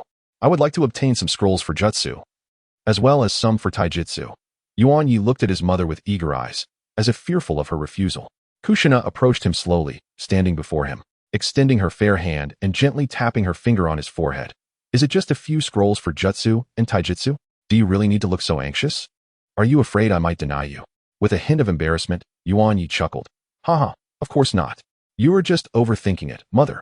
He felt compelled to mask his true feelings, knowing he could never voice his fears of being denied. Kushina discerned the awkwardness of her son and chose not to tease him further. Come with me, she instructed. And without a glance back, she began to walk away, confident that her son would be able to keep pace, even if he fell behind. The confines of their home were small enough for him to find her again. Observing his mother depart, Jinya hurriedly followed suit, and in the interim, Kushina slightly quickened her pace. Initially, she merely felt that their speed was too languid and sought to hasten their journey. However, she soon realized that her son had matched her increased speed, maintaining a consistent distance between them, which astonished her. Oh, this little rascal can truly keep up. Impressive, she mused, resolved to accelerate further and test his limits. Thus, with this thought in mind, Kushina continued to increase her speed relentlessly, reaching the level of a genin, employing chakra to enhance her swiftness. Yet, to her surprise, Jinya still managed to keep up, leaving Kushina bewildered. Chapter 14. The door to the study. When did Shei's speed become so remarkable? I hardly noticed, and now I find myself somewhat perplexed by him. Kanai thought quietly to herself. However, there was no time for her to ponder further, as they soon arrived at the study. Kanai stood before the door, with Xian Yi closely following her, maintaining a distance of 2 or 3 steps behind. Suddenly, Kanai extended her hand and gently pushed against the closed door. To Xianye's astonishment, the sturdy door swung open effortlessly, as if she had exerted no significant effort at all, merely a delicate nudge was sufficient. Xianye found himself at a loss for words, his mouth agape in sheer astonishment. It was not that he didn't want to speak, rather, he was utterly speechless at that moment when Kanai opened the study door. Had Xianye not ventured into the study himself, he would have felt no astonishment whatsoever. Yet, having exerted all his strength to no avail, he was left dumbfounded by the ease with which his mother had opened the door. Why was it that she could unlock this barrier with such ease, while he struggled fruitlessly? This question eluded him entirely. Xianye was already aware that the study contained numerous ninjutsu scrolls, as well as many precious items, including some sealed scrolls that could release ninjutsu merely by tearing them open. These were treasures indeed, for even someone devoid of chakra could unleash their power upon breaking the seal. Moreover, his father, Minato Namikaze, had ascended to the esteemed position of the 4th Hokage of Konohagakure, making him the most powerful figure in the village, whose commands were to be followed without question. Yet, within this influential man's study, there were only 3 sealed ninjutsu scrolls, underscoring their immense rarity. Had Xianye been able to open the door himself, he need not have sought out his mother, Kanai, to assist him in this endeavor. He could have simply entered the study, retrieved the scrolls he required, and begun his practice, thus avoiding the inconvenience of asking his mother to unlock the door. Therefore, Xianye could only raise his head and inquire of his mother, Mom, how is it that you can open this door so easily? When I attempted it, I used all my strength, yet it remained closed. Why is it that you can simply push it open? Kushina gazed at the somewhat aggrieved countenance of her son, Jinya. A smile threatened to escape her lips. Yet she stifled it, not wishing for Jinya to perceive her as a heartless mother. Observing her child's slight discontent, she felt compelled to offer him solace, further suppressing her amusement. Moreover, as a ninja, she possessed the unique ability to endure what others could not, if she failed to accomplish such a fundamental task. How could she ever excel as a ninja? Kushina reached out, gently stroking his head, and spoke to him with tenderness. Little knight, you have only witnessed me lightly pushing open the door, but you remain unaware of the considerable chakra I employed. You must understand that this study contains many precious items. Thus, the door in question was indeed special. It required a chakra level commensurate with that of a jonin to unlock it. Those who had not attained such a level would find it impossible to open this door, a precaution to safeguard the treasures within. After all, should a thief ever attempt to break in, they would not find it easy to pilfer from this study. Do you see? Furthermore, this study houses 3 scrolls sealed with ninjutsu, not the kind inscribed with training methods, but rather those that enclose techniques within the scrolls through special means. Few who possess the knowledge to create such scrolls remain in existence today. Hence, your father and I devised this door. Do you comprehend, little knight? Kushina's lengthy explanation left Jinya somewhat at a loss for words. The notion of fearing theft seemed rather flimsy, given the identity of his father, Minato Namikaze, the 4th Hokage of the Hidden Leaf Village, a figure of considerable authority. He surmised that numerous Umbu ninjas were covertly stationed nearby to ensure their safety. What thief could possibly infiltrate the residence of the 4th Hokage? Even a stranger deemed suspicious by an Umbu operative would likely find it impossible to approach the house. Yet, Kushina responded to him in this manner. Was she truly attempting to deceive him? He mused that this door had been constructed merely for amusement. Perhaps to deter him from casually practicing ninjutsu, as many techniques carried inherent dangers. With these thoughts swirling in his mind, Jinya lifted his gaze to Kushina, wearing an expression of disdain. It seemed his mother, Kushina, had sensed his thoughts, likely due to the profound bond they shared as mother and son. She often discerned his sentiments with remarkable accuracy. Mother Kushina regarded me with an expression of indifference, for she understood that the more she spoke, the more ammunition I would possess to counter her words. Therefore, remaining silent was, in her view, the most prudent course of action. However, an unexpected thought struck Kushina, compelling her to fixate on me, her gaze lingering on my face, which made me feel somewhat bashful. Xianyi sighed, casting a glance at his mother, and said, Mom, please feel free to express whatever it is you wish to say. There is no need to stare at me like that. I am aware that you have questions weighing on your mind. Just speak openly. After all, I am your son and I would never deceive you. Observing her son's forthrightness, Kushina responded, Very well, since you are aware that I have inquiries, I shall not hold back. I will ask you directly.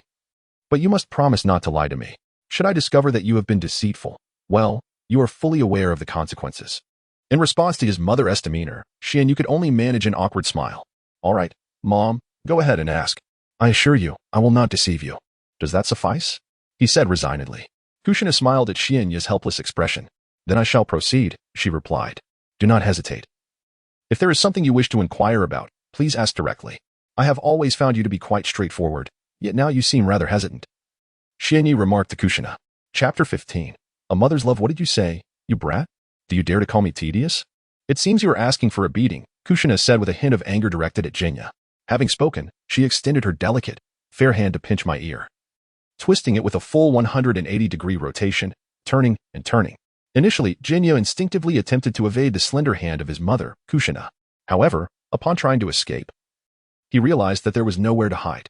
It felt as though her hand had fixed him in place, rendering any attempt at avoidance futile. A discomforting sensation arose within him, akin to the looming peril of a battlefield, where such a moment could spell his demise. Yet, this was not a battlefield. They were at home, facing his dearest mother, Kushina. There was no real danger, and thus, he felt no fear, only a slight pain in his ear.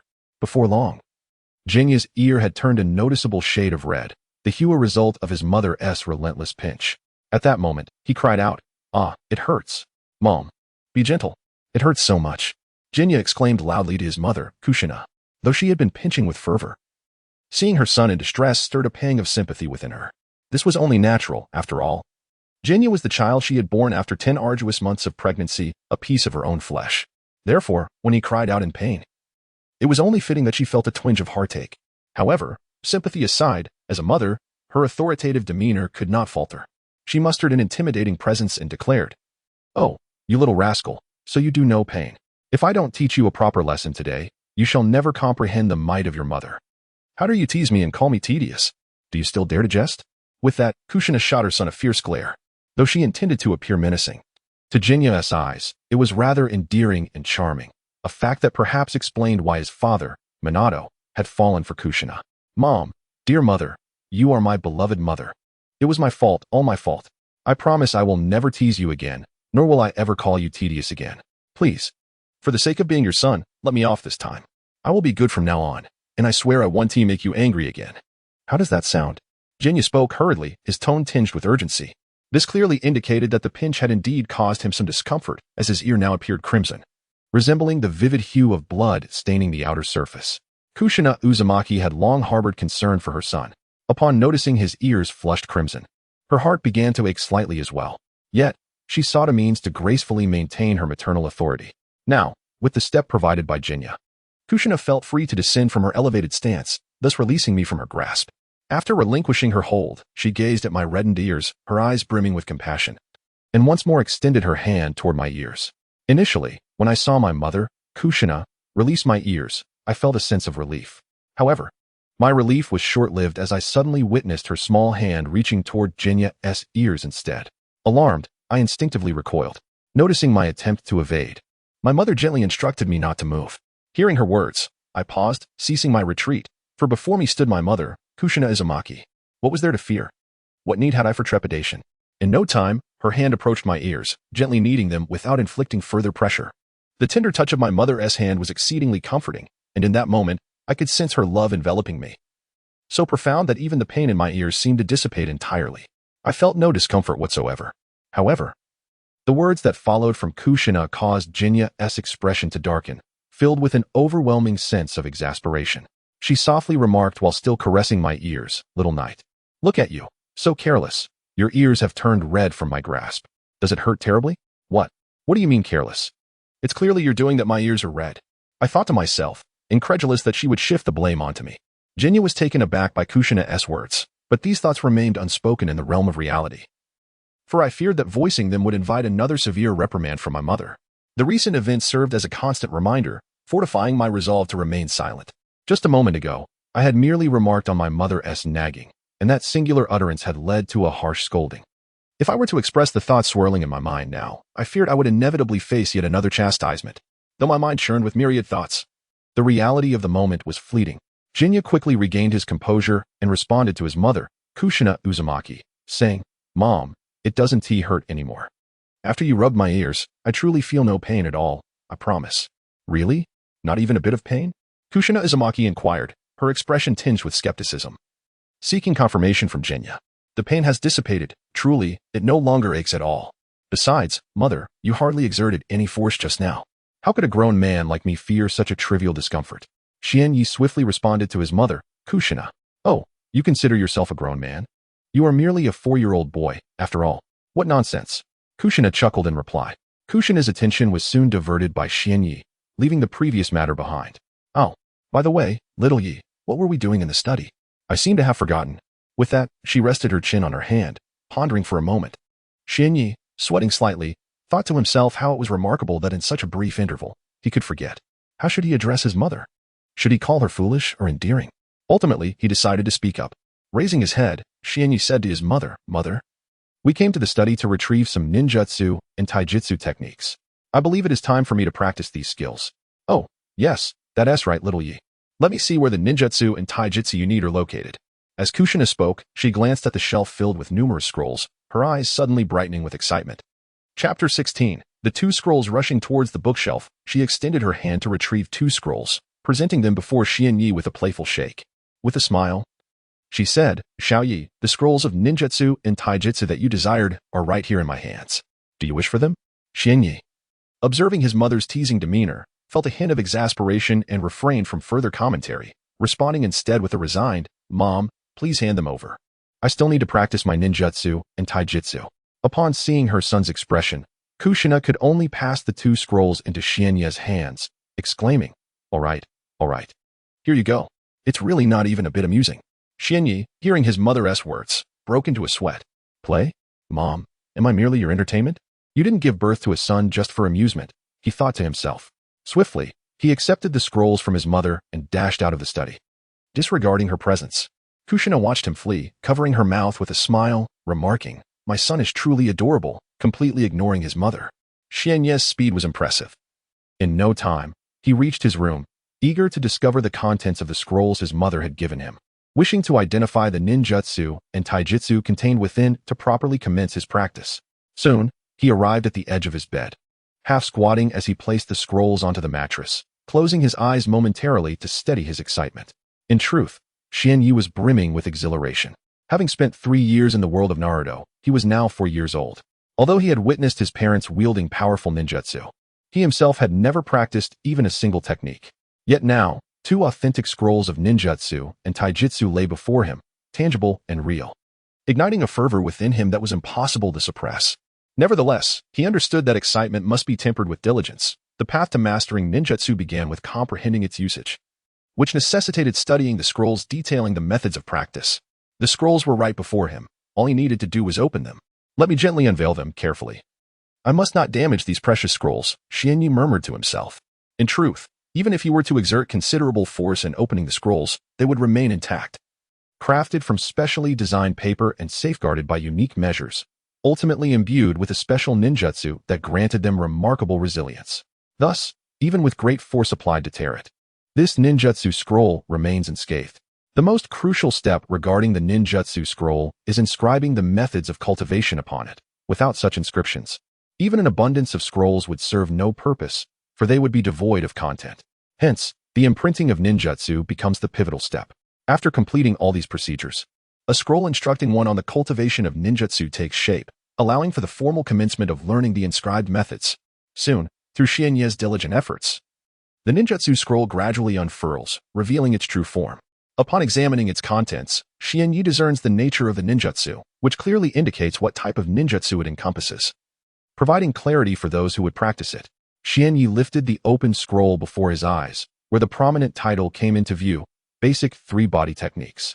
He mused that the basic 3-body techniques must pertain to the foundational transformations, substitutions, and clones within ninjutsu. Surely, these 3 techniques were the ones, he reasoned, as his mother, Kushina Uzumaki, would not impart advanced techniques to him, especially since he had yet to learn any ninjutsu and had only recently begun to harness chakra. As Xianyu contemplated this, he felt assured that these were indeed the 3 techniques, but upon further inspection, he furrowed his brow slightly and scratched his head. Muttering to himself, how can this be? This isn't right. It shouldn't be like this. Determined to verify his suspicions, he opened another scroll, this time without the previous caution, carelessly seizing it and forcefully tearing it open. This scroll bore similarities to the previous one, prominently displaying its technique at the top. It was a taijutsu scroll, inscribed with methods that would teach him how to utilize the taijutsu contained within. Within this taijutsu scroll were 2 techniques, the leaf whirlwind and the leaf gale. Xianyu merely glanced at the title before shifting his focus to the lower section of the scroll, where the methods of employing these techniques were inscribed. The details were astonishingly thorough, so detailed that it nearly drove him to madness. Initially, upon seeing the ninjutsu scroll, he had sensed that this taijutsu scroll would be similarly exhaustive. Yet a flicker of hope lingered in his mind, suggesting that perhaps this taijutsu scroll might differ from the ninjutsu scroll. However, the harsh reality shattered his fleeting optimism, revealing that it was not the case of the 2 instructional scrolls being insufficiently detailed. Rather, the processes described were overwhelmingly meticulous. The extent of detail is such that those who have never encountered these 2 scrolls would remain oblivious. Only those who have laid eyes upon them can truly comprehend their significance. It is utterly maddening that a mere technique, the basic 3-body technique of ninjutsu, is encapsulated within a scroll measuring 2 meters in length and half a meter in width. I shall refrain from elaborating on the 3-body technique itself, however. The scroll inscribed with the body techniques makes me wish to drag the engraver of this scroll out for a thorough reprimand. I genuinely wonder if you can fathom the level of intricacy contained within this singular body technique scroll. This scroll, which delineates 2 distinct body techniques, is 1.5 meters long and retains the standard width of half a meter, as is uniformly stipulated for all scrolls. Although 1.5 meters may not appear extensive, the minuscule figures etched within are remarkably tiny, approximately the size of half a palm, if not even smaller. To be candid, I find it perplexing that the techniques known as leaf whirlwind and leaf gale, which I have witnessed my father and mother demonstrate in the courtyard, comprise merely a handful of movements. Yet, inexplicably, this body technique scroll dissects leaf whirlwind and leaf gale into dozens of steps, presenting an astonishing level of detail that defies imagination. Furthermore, as I peruse the instructions for use, I find myself overwhelmed, as though my head might spin. I am truly at a loss for words. Chapter 17. The Methods of Learning Ninjutsu and Taijutsu. In truth, the Taijutsu scroll is relatively straightforward. Had you perused the ninjutsu scroll, you would likely share my feelings of dizziness, utterly devoid of the desire to practice. From my perspective as a traveler in this realm, the ninjutsu scroll scarcely deserves its title. It seems rather designed to perplex. One need only glance at the myriad diagrams of human chakra pathways, the hand signs required for the execution of ninjutsu, and the requisite amount of chakra to be harnessed in accordance with these intricate techniques. Alas, why do I find myself utterly bewildered? Surely, the inhabitants of the Naruto world must be prodigies. Otherwise, how could they comprehend such scrolls? Perhaps they have inherited superior genes, enabling them to decipher these complex texts. If that is the case, what am I to do?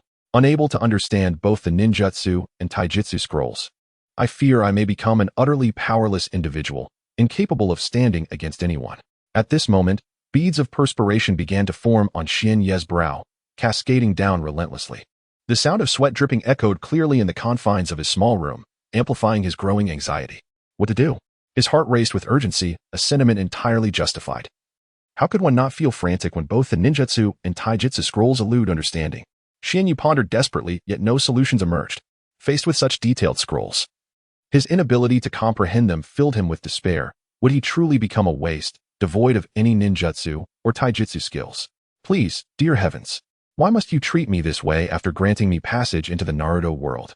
He lamented, fully aware that even an abundance of chakra would be futile without the knowledge of ninjutsu or taijutsu. He would be as helpless as a mere novice, easily defeated by even the lowest-ranked shinobi. It is akin to possessing immense wealth, yet lacking the knowledge to utilize it. Such riches would serve no purpose and would be rendered more useless than a simple bond. In the midst of his turmoil, a voice suddenly resonated. Ding. Please do not panic, esteemed host. This system is the most powerful cultivation system. How could it allow you to falter in mastering these minor ninjutsu and taijutsu? No matter how challenging the techniques, this system is equipped to facilitate your learning. Therefore, do not underestimate its capabilities. While it possesses formidable functions, many require your own exploration. This is the voice of the system, which seems to possess a unique function. The moment it resonates, it quells my panic. And it is this very utterance that brings Xian Yu back to his senses, gradually restoring his calm. Indeed, I still have the system with me. Why should I be afraid? However, it is not that I underestimate you, dear system, but rather that I had momentarily forgotten your existence. Your presence is so subtle, akin to an invisible entity, that I often overlook it. Nonetheless, thoughts aside, I must not neglect the matter at hand. The most pressing concern now is to inquire of the system how I might learn these ninjutsu and taijutsu techniques. Well, system, I ask you, what must I do to master these ninjutsu and taijutsu? Is it merely a matter of having you scan the two scrolls? After which you would etch the methods into my mind, so that with but a fleeting thought, I could effortlessly wield them? At this moment, Xian Yi could hardly maintain his composure, excitedly questioning the system residing in his mind. Ding dong. Yes, host. If you allow this system to scan the contents of those two scrolls containing the ninjutsu and taijutsu, it will enable you to utilize them with ease. Upon hearing the system's response, Xian Yi was engulfed by an overwhelming exhilaration. Could it be that as long as the system scans those scrolls, I could acquire the ninjutsu inscribed upon them? If so, how delightful it would be. My chakra is currently being extracted at an astonishing rate daily. It won't be long before my total chakra surpasses that of a genin. Furthermore, to learn ninjutsu or taijutsu, I merely need the system to scan those scrolls, imprinting the techniques into my mind. The prospect of such effortless enhancement of my abilities is truly exhilarating.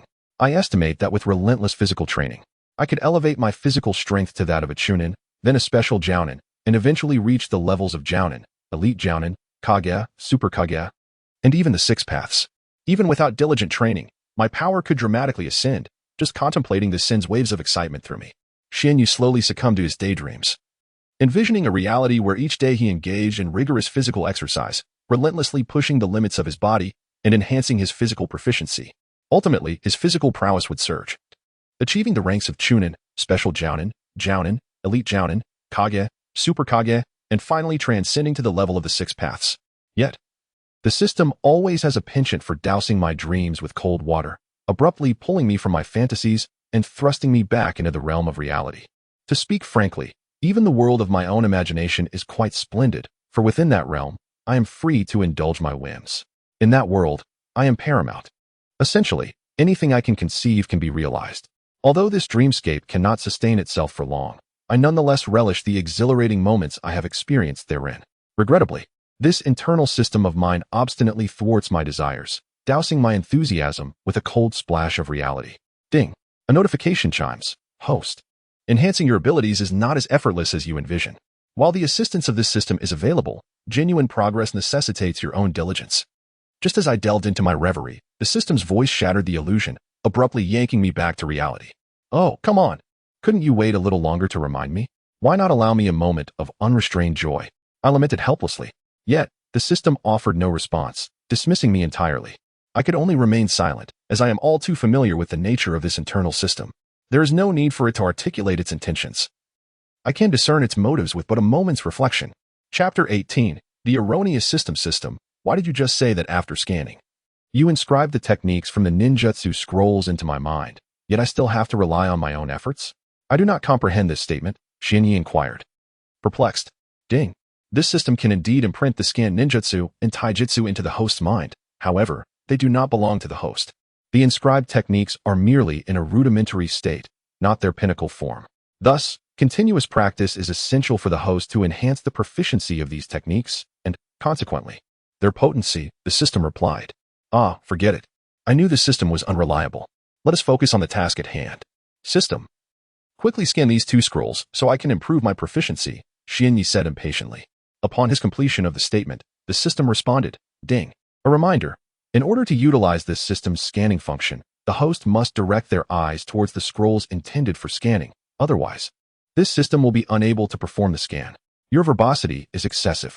With that, Shinyi arranged the 2 ninjutsu scrolls neatly before him, ensuring that his eyes could simultaneously perceive both scrolls. Ding. This system has commenced scanning and inscribing ninjutsu and taijutsu. Congratulations, host. You have successfully inscribed 3 ninjutsu and 2 taijutsu. Is that all? I feel nothing, he remarked, glancing at himself. At that moment, an overwhelming influx of data was forcibly injected into his mind, a sensation quite peculiar, like consuming an excessive amount of food, yet instead of a bloated stomach. It was his head that felt swollen. After a while, Shinyi felt considerably better. The pressure in his head subsided, returning to normal. With the only addition being the ninjutsu in his mind, the foundational 3-body technique, the leaf whirlwind, and the leaf gale. System, present my basic information, Shinyi commanded. Ding. Host's basic information has been compiled. Soon, a luminous white screen appeared before Shinyi, resembling a printed document. However, this information was visible solely to him. This was reminiscent of a previous occasion when he had requested the system to display his basic information. At that moment, his mother, Kushina, entered his room, startling him greatly. He had intended to explain the luminous screen to her, yet she appeared unfazed, seemingly oblivious to its presence. She simply handed him a few articles of clothing she had purchased and departed without uttering another word. It was only after that incident that I realized my mother, Kushina Uzumaki, was entirely unable to perceive the luminous interface emitted by the system. Moreover, she was not alone in this. Others were similarly oblivious.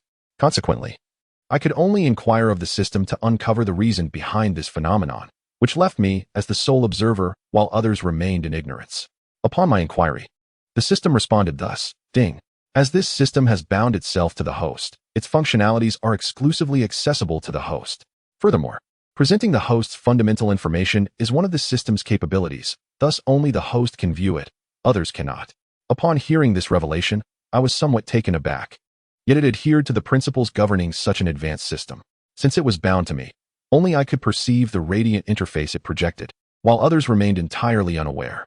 Since that moment, I no longer harbored fear, nor did I constantly worry about my mental system being discovered. I was liberated from this concern. As the system's recent clarification, coupled with my mother's first-hand experimentation, alleviated my apprehensions, I now felt secure enough to confidently utilize the system's features in crowded spaces, freely engaging with it without trepidation. The system promptly manifested my basic information before my eyes.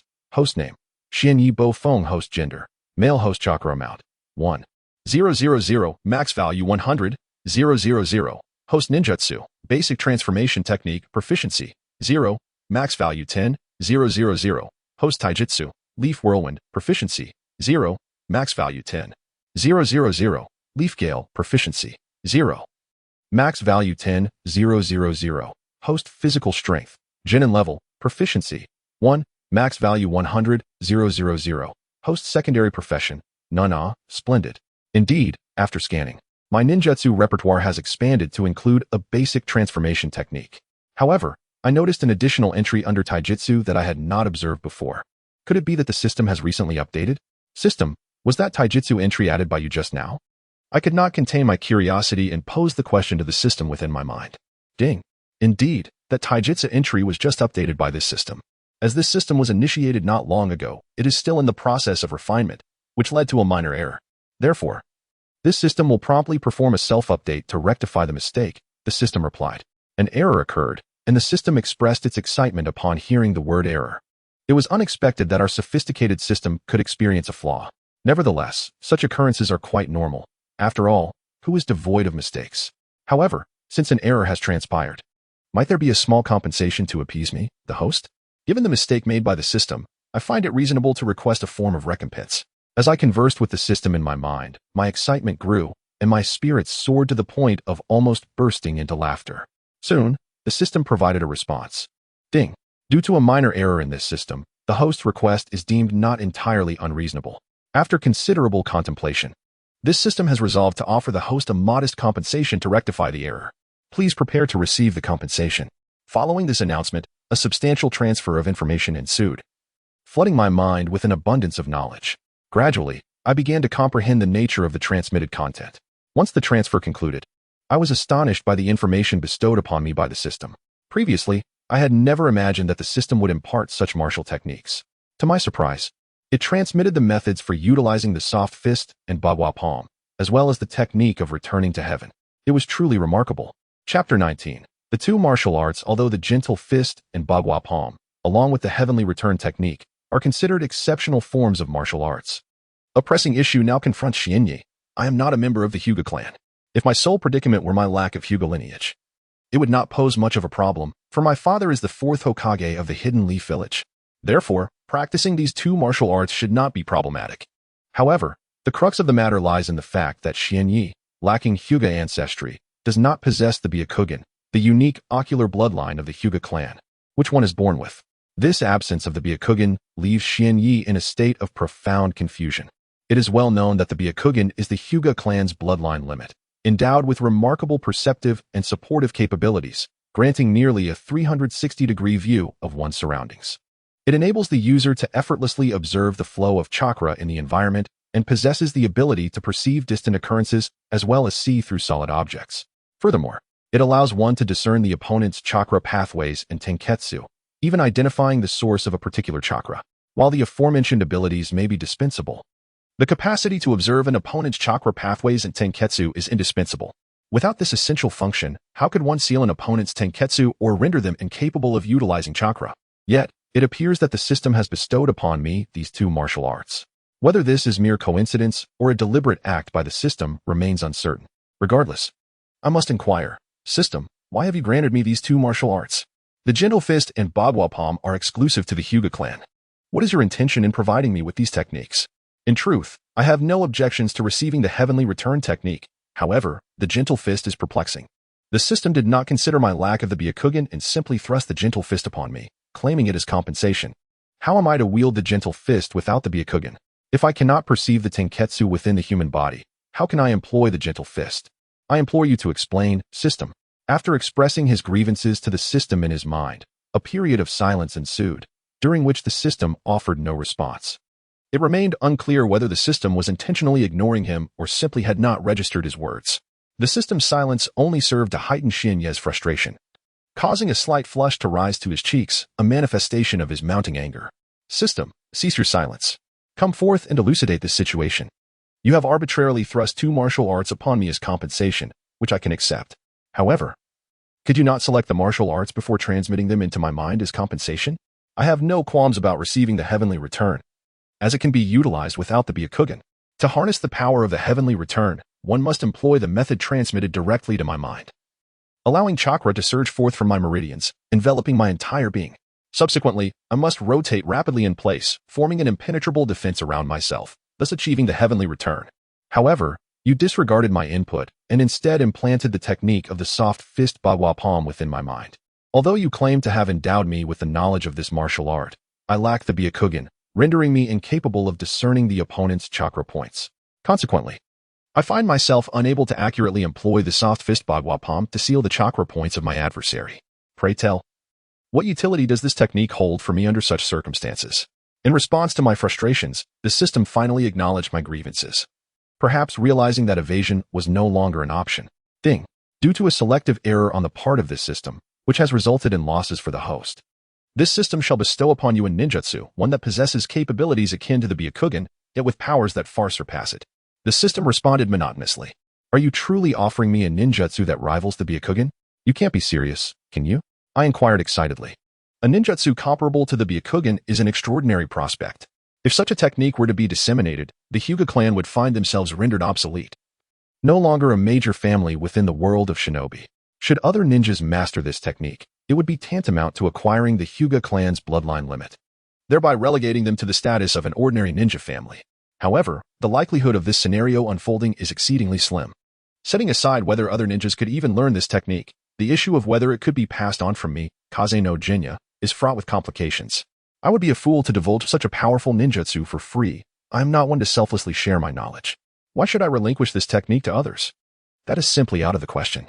Upon hearing the system's reply, a cunning smile crept upon my face as I murmured, rest assured, Hyuga clan, this ninjutsu, which can rival your Byakugan, shall remain a secret in my possession. You need not worry.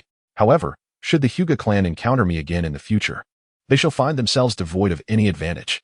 That which you possess, I too shall possess. Where you wield the Byakugan, I command techniques that rival its prowess. Furthermore, I am adept in the gentle fist and the 8 trigrams palm, as well as the heavenly return. I sincerely hope that you choose not to become my adversaries, for regret will surely follow. Ding. This system must once again remind the host that everything produced by this system is of exquisite quality. The ninjutsu emanating from this system is devoid of mediocrity. Hence, the host should not conflate the Hyuga clan's inferior Byakugan with the ninjutsu bestowed upon them by this system. The disparity between the two is monumental. The ninjutsu provided by this system, once cultivated to advanced stages, will undoubtedly surpass the Byakugan of the Hyuga clan by countless magnitudes. And even in the early stages, it will not fall short of their abilities. The system gradually responded to me, and I found myself incredulous. Wow, how remarkable and formidable. Are you certain, dear system, that you are not exaggerating or deceiving your humble host, Shinyi? Ding. Once more. The system reminds the host that all offerings from this system are of unparalleled excellence. The host should refrain from comparing the products of this system with the subpar Byakugan of the Hyuga clan, for the two are utterly incomparable. The gulf between them is simply too vast. Chapter 20. The Eye of God System. Your words seem rather audacious. Declaring that the Byakugan of the Hyuga clan is mere trash, unworthy of comparison with the ninjutsu you offer. Should I not express my admiration for such bold claims? Ding. Dear host, simply remember this phrase. Every creation of this system is of exquisite quality. There are no inferior products among them. All you need to do is commit these 2 statements to memory. Very well, since you assert this, let us be direct. Please transmit the method of utilizing that ninjutsu directly into my mind, Shinyi replied with excitement. Ding. Commencing transmission of the ninjutsu usage method. Ding. Transmission complete. Please verify. Host. Upon completion of the transmission, Shinyi felt a sudden influx of unfamiliar knowledge in his mind. This newfound information was undoubtedly the ninjutsu the system had just mentioned. Interestingly, during this transfer, Shinyi did not experience the usual pain in his head, perhaps due to his adaptation to the process. System, please present my basic information. Ding. Basic information of the host has been compiled. Host name, host gender, male host chakra amount, novice ninja proficiency, 1000, maximum value, 100. 000. Host ninjutsu, basic body replacement technique proficiency, 0, maximum value, 10, 000. Eye of God, unopened level, 1 proficiency, 0, maximum value, 10, 000. Reversal technique, proficiency, 0, maximum value, 10, 000. Host taijutsu, Konoha hurricane, proficiency, 0, maximum value, 10, 000. Konoha gale, proficiency, 0, maximum value, 10, 000. Gentle fist 8 trigrams, proficiency, 0, maximum value, 10, 000. Host physical strength, genin level proficiency, 1, maximum value, 100. 000. Host secondary profession, none. After meticulously reviewing his basic information, Shinyi realized that the ninjutsu bestowed upon him was named the Eye of God, a rather imposing title. Yet, he wondered about its functionality and practicality. However, since it was a gift from the system, it likely would not be subpar, especially given the system's lofty praises of it. Yet, what did it mean that the Eye of God remained unopened? Did it imply that he could not yet utilize it? This puzzled Xianyi, as the system had just transmitted the method of its use into his mind. Why then did it still bear the label unopened? Xianyi promptly inquired of the system, eager to understand its response. Ding. Although this system has transmitted the usage method of the Eye of God ninjutsu into your mind, you have yet to unlock it. To utilize this ninjutsu, you must first activate it, which is not a simple task. Not so simple indeed. Please, system, enlighten me on how I might unlock this ninjutsu. Xianyi urged, displaying a sense of urgency, eager to wield this newfound power. Ding. To unlock this ninjutsu, the host must activate the 9 major chakra points surrounding the eyes with chakra. Under normal circumstances, these chakra points remain closed. However, in order for the host to harness the power of the Eye of God, it is imperative to unlock the 9 essential acupoints.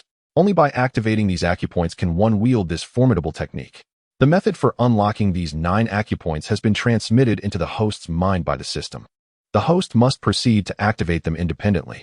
Very well, let me commence the unlocking of these 9 acupoints to ascertain the true prowess of the Eye of God. Upon uttering this, Xianyi immediately began to employ the Eye of God technique bestowed by the system, utilizing the method implanted in his consciousness. Awaken, Eye of God.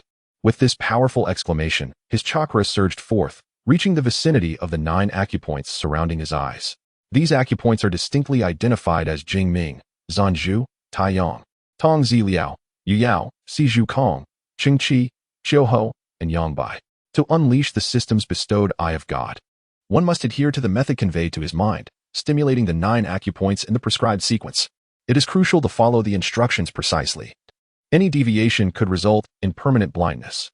Hence, Xianyi approached each step with utmost caution, knowing that he must not err. Now, let us proceed to the first step, channeling my chakra to the vicinity of the 9 acupoints around my eyes. This initial step has already been accomplished, allowing me to advance to the second phase, stimulating the Jingming acupoint. Jingming acupoint. Jing refers to the location of the acupoint, and Ming signifies illumination. This step is of paramount importance as it marks the unlocking of the first acupoint among the 9. A mistake here could lead to a significant deterioration in vision or, in the worst-case scenario, permanent blindness. Fortunately, the method transmitted by the system for stimulating this acupoint is remarkably straightforward, as if I have undergone this process countless times before, possessing an innate familiarity with it. Nevertheless, despite my adeptness, I remained breathlessly cautious when officially stimulating this acupoint, ensuring that every step was executed according to the mental blueprint. Finally, after half an hour of meticulous effort, I succeeded. I successfully unlocked the first acupoint, Jingming. At this moment, I was overwhelmed with excitement. After all, this was my inaugural experience in activating the 9 acupoints surrounding my eyes. Although I had the benefit of extensive experience, the tension was palpable. For failure could result in irreversible blindness. Thus, exercising caution was undoubtedly prudent. Upon successfully activating the first acupoint, I proceeded to the third phase, which involved unlocking the second acupoint, the Zanzhu, among the 9 pivotal points surrounding the eyes. This acupoint is indeed one of the significant points in the vicinity of the eyes, thus it holds considerable importance. The Zanzhu acupoint is situated on the face, within the depression at the brow ridge, specifically at the frontal notch. To activate this point, one must utilize their own chakra to stimulate it. Differentiating this method from that employed for the previous acupoint, the quantity of chakra required for this activation also varies. Employing the technique used for the prior acupoint would render success impossible, and I would not commit such a glaring error. Time continued to elapse, and the number of activated acupoints increased. Following the successful opening of the Zanzhu, the next point to activate was the Taiyang. In traditional Chinese medicine, the Taiyang is classified as an extraordinary acupoint, regarded as a vital point on the head. The ancients believed that frequent massage of this acupoint yields significant benefits, preserving the brain's vitality. The Taiyang is located on the side of the head, in the depression between the outer corner of the eye and the tip of the eyebrow. This acupoint is crucial, as any misstep could lead to dire consequences. The Taiyang acupoint is notably unique among the points surrounding the eyes, and any mistakes during its activation could potentially result in grave outcomes. Fortunately, I navigated the challenge of unlocking the Taiyang without incident. Subsequently, I turned my attention to activating the Tongzi Liao. This acupoint is located on the face, in the depression 0, 5 inches lateral to the inner and outer canthus of the eye. The term Tongzi refers to the dark portion within the eyeball. And to unlock this point, one must channel chakra to stimulate the area corresponding to this dark section. Before long, I successfully activated the Tongzi Liao. finding this point significantly easier to unlock than the previous 3. Perhaps the experience gained from activating the 3 prior acupoints, coupled with the system's transmission of the methods for unlocking the 9 acupoints into my mind, contributed to this perception of simplicity. The subsequent acupoints also proved to be relatively straightforward to activate. The Yu-Yao acupoint, located on the forehead, directly above the pupil and between the eyebrows, was not particularly challenging to unlock, though the method for activation was somewhat intricate and time-consuming. After about half an hour, I successfully activated the Yu-Yao, bringing the total number of unlocked acupoints to 5. However, this was not yet a moment for celebration. With 4 acupoints remaining, true joy would only come once all were successfully activated. Without further ado, Xianyi proceeded to activate the next acupoint, known as Sizhukong, located on the face and the depression at the brow's tip. The difficulty of activating this acupoint was not particularly high, although the process bore a resemblance to the complexities encountered with the previous 5 acupoints. After the passage of another half hour, I successfully opened the Sizhukong acupoint, leaving only 3 more to activate: Qingqi, Qiuhou, and the final one, Yangbai. Now, I set my sights on the activation of the Qingqi acupoint, positioned directly in front of the eyes, just beneath the pupil. When the eyeball meets the lower edge of the frame, that is where the Qingqi acupoint resides. The activation of this acupoint also demanded a myriad of intricate steps, and I meticulously followed the method etched in my mind. However, I soon realized that the activation process for this acupoint appeared to be slightly more challenging than those preceding it. Nevertheless, it was merely a slight increase in difficulty, one that I was confident I could surmount. Within less than half an hour, I successfully activated the Qingqi acupoint, although I felt a tinge of fatigue after remaining motionless for such an extended period. Yet, for the sake of the Eye of God technique, perseverance was essential, after all. The system had exalted this ninjutsu to lofty heights, and it would be regrettable not to experience it firsthand. Fortunately, I had successfully activated the Qingqi acupoint, leaving only 2 more, Qiuhou and Yangbai. Next, I aim to activate the Qiuhou acupoint, located at the junction of 1/4 and 1/3 of the lower frame's edge. Upon grasping the location of this acupoint, I endeavored to activate it, only to discover that the steps to do so surpassed those of the previous 7 acupoints in both number and complexity. However, having already activated the preceding 7, retreat was no longer an option. The challenge was merely a tad more formidable, nothing I could not overcome with determination. After more than half an hour, I succeeded in activating this acupoint and sighed in relief, for only 1 acupoint remained, Yabai. This acupoint is situated on the forehead, directly above the pupil, 1 inch above the brow. Yet, as I prepared to activate this acupoint, my expression suddenly darkened, not for any trivial reason, but due to a singular cause. The method and steps for activating Yangbai in my mind were significantly more arduous than those for the other 8 acupoints combined, perhaps even exceeding their sum by a considerable margin. The difficulty had escalated tremendously, nearing double that of the challenges posed by the activation of the previous 8 acupoints. Faced with such a daunting challenge, I found myself somewhat overwhelmed. From the moment I was born into the world of Naruto, I can confidently assert that the challenge of unlocking this particular chakra point has been the greatest trial of my existence. To be candid, I find myself grappling with a tinge of doubt regarding my ability to succeed. Nevertheless, despite my lack of confidence and my reservations, I, Kazekage Xianyi, am resolutely unwilling to abandon this endeavor. After all, I have already activated the 8 chakra points surrounding my eyes, and I am determined not to falter midway. Even in the face of uncertainty and self-doubt, I must exert every ounce of effort to attempt this feat. Should I try and ultimately fail, I can accept that outcome, as I would have at least made the attempt. However, to relinquish my efforts without trying is simply not in my nature. I cannot concede to defeat without first testing my limits. Thus, I boldly commenced the final activation of the last chakra point, disregarding all distractions. The procedure for unlocking this last chakra point is significantly more arduous than that of the previous 8. However, armed with the knowledge of the method and the steps required, I resolved to follow them meticulously, step by step. I firmly believe that success is reserved for those who are prepared. As time inexorably ticks away, I find myself halfway through the process of activating the final chakra point, Yangbai. At this juncture, an unforeseen event nearly led to my failure. Despite having progressed significantly, the sheer demand on my chakra and mental fortitude has left my complexion pallid and unsettling.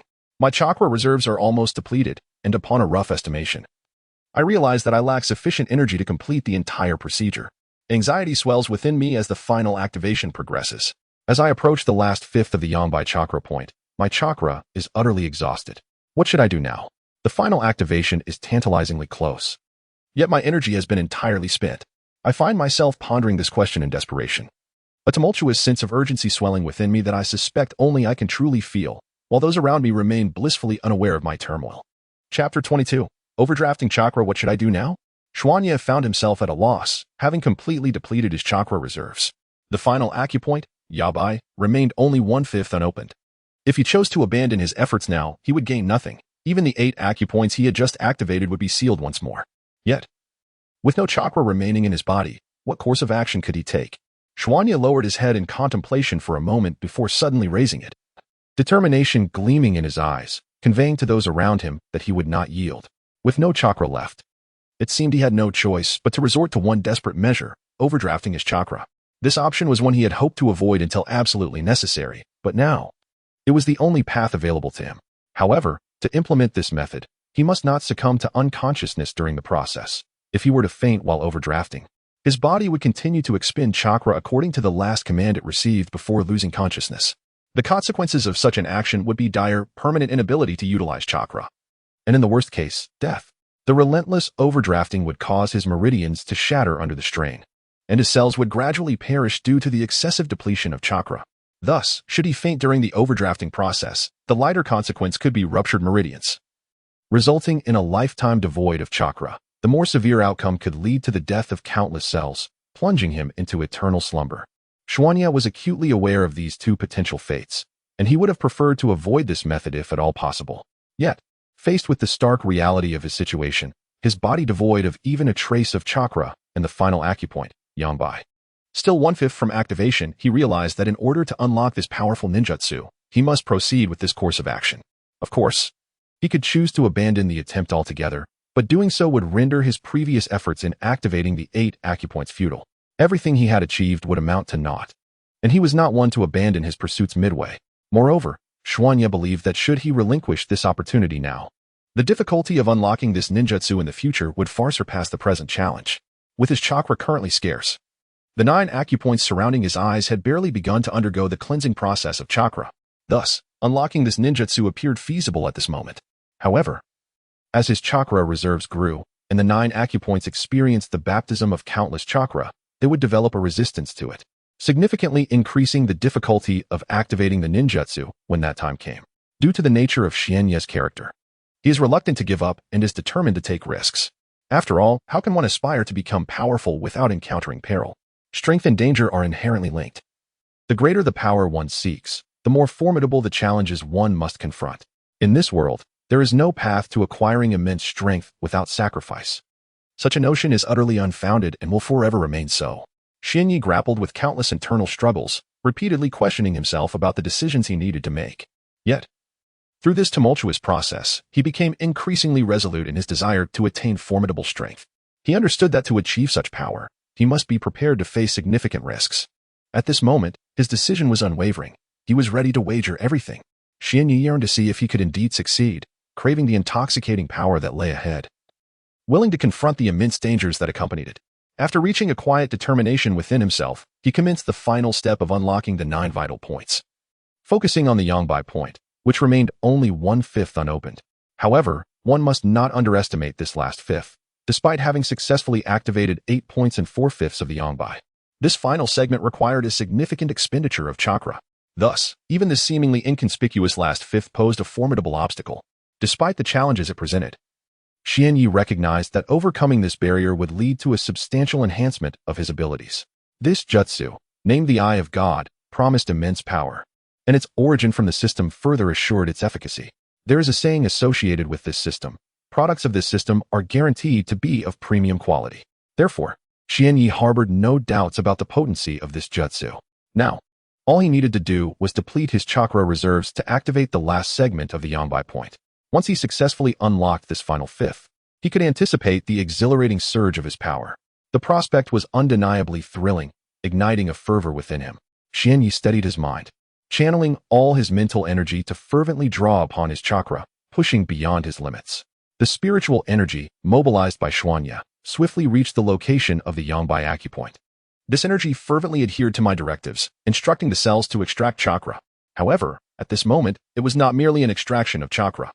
It was a matter of overextending it. Although those cells had already relinquished a significant amount of chakra, They were now being compelled by Xuanya's spiritual energy to draw forth the chakra concealed deep within them. Gradually, wisps of chakra were siphoned out.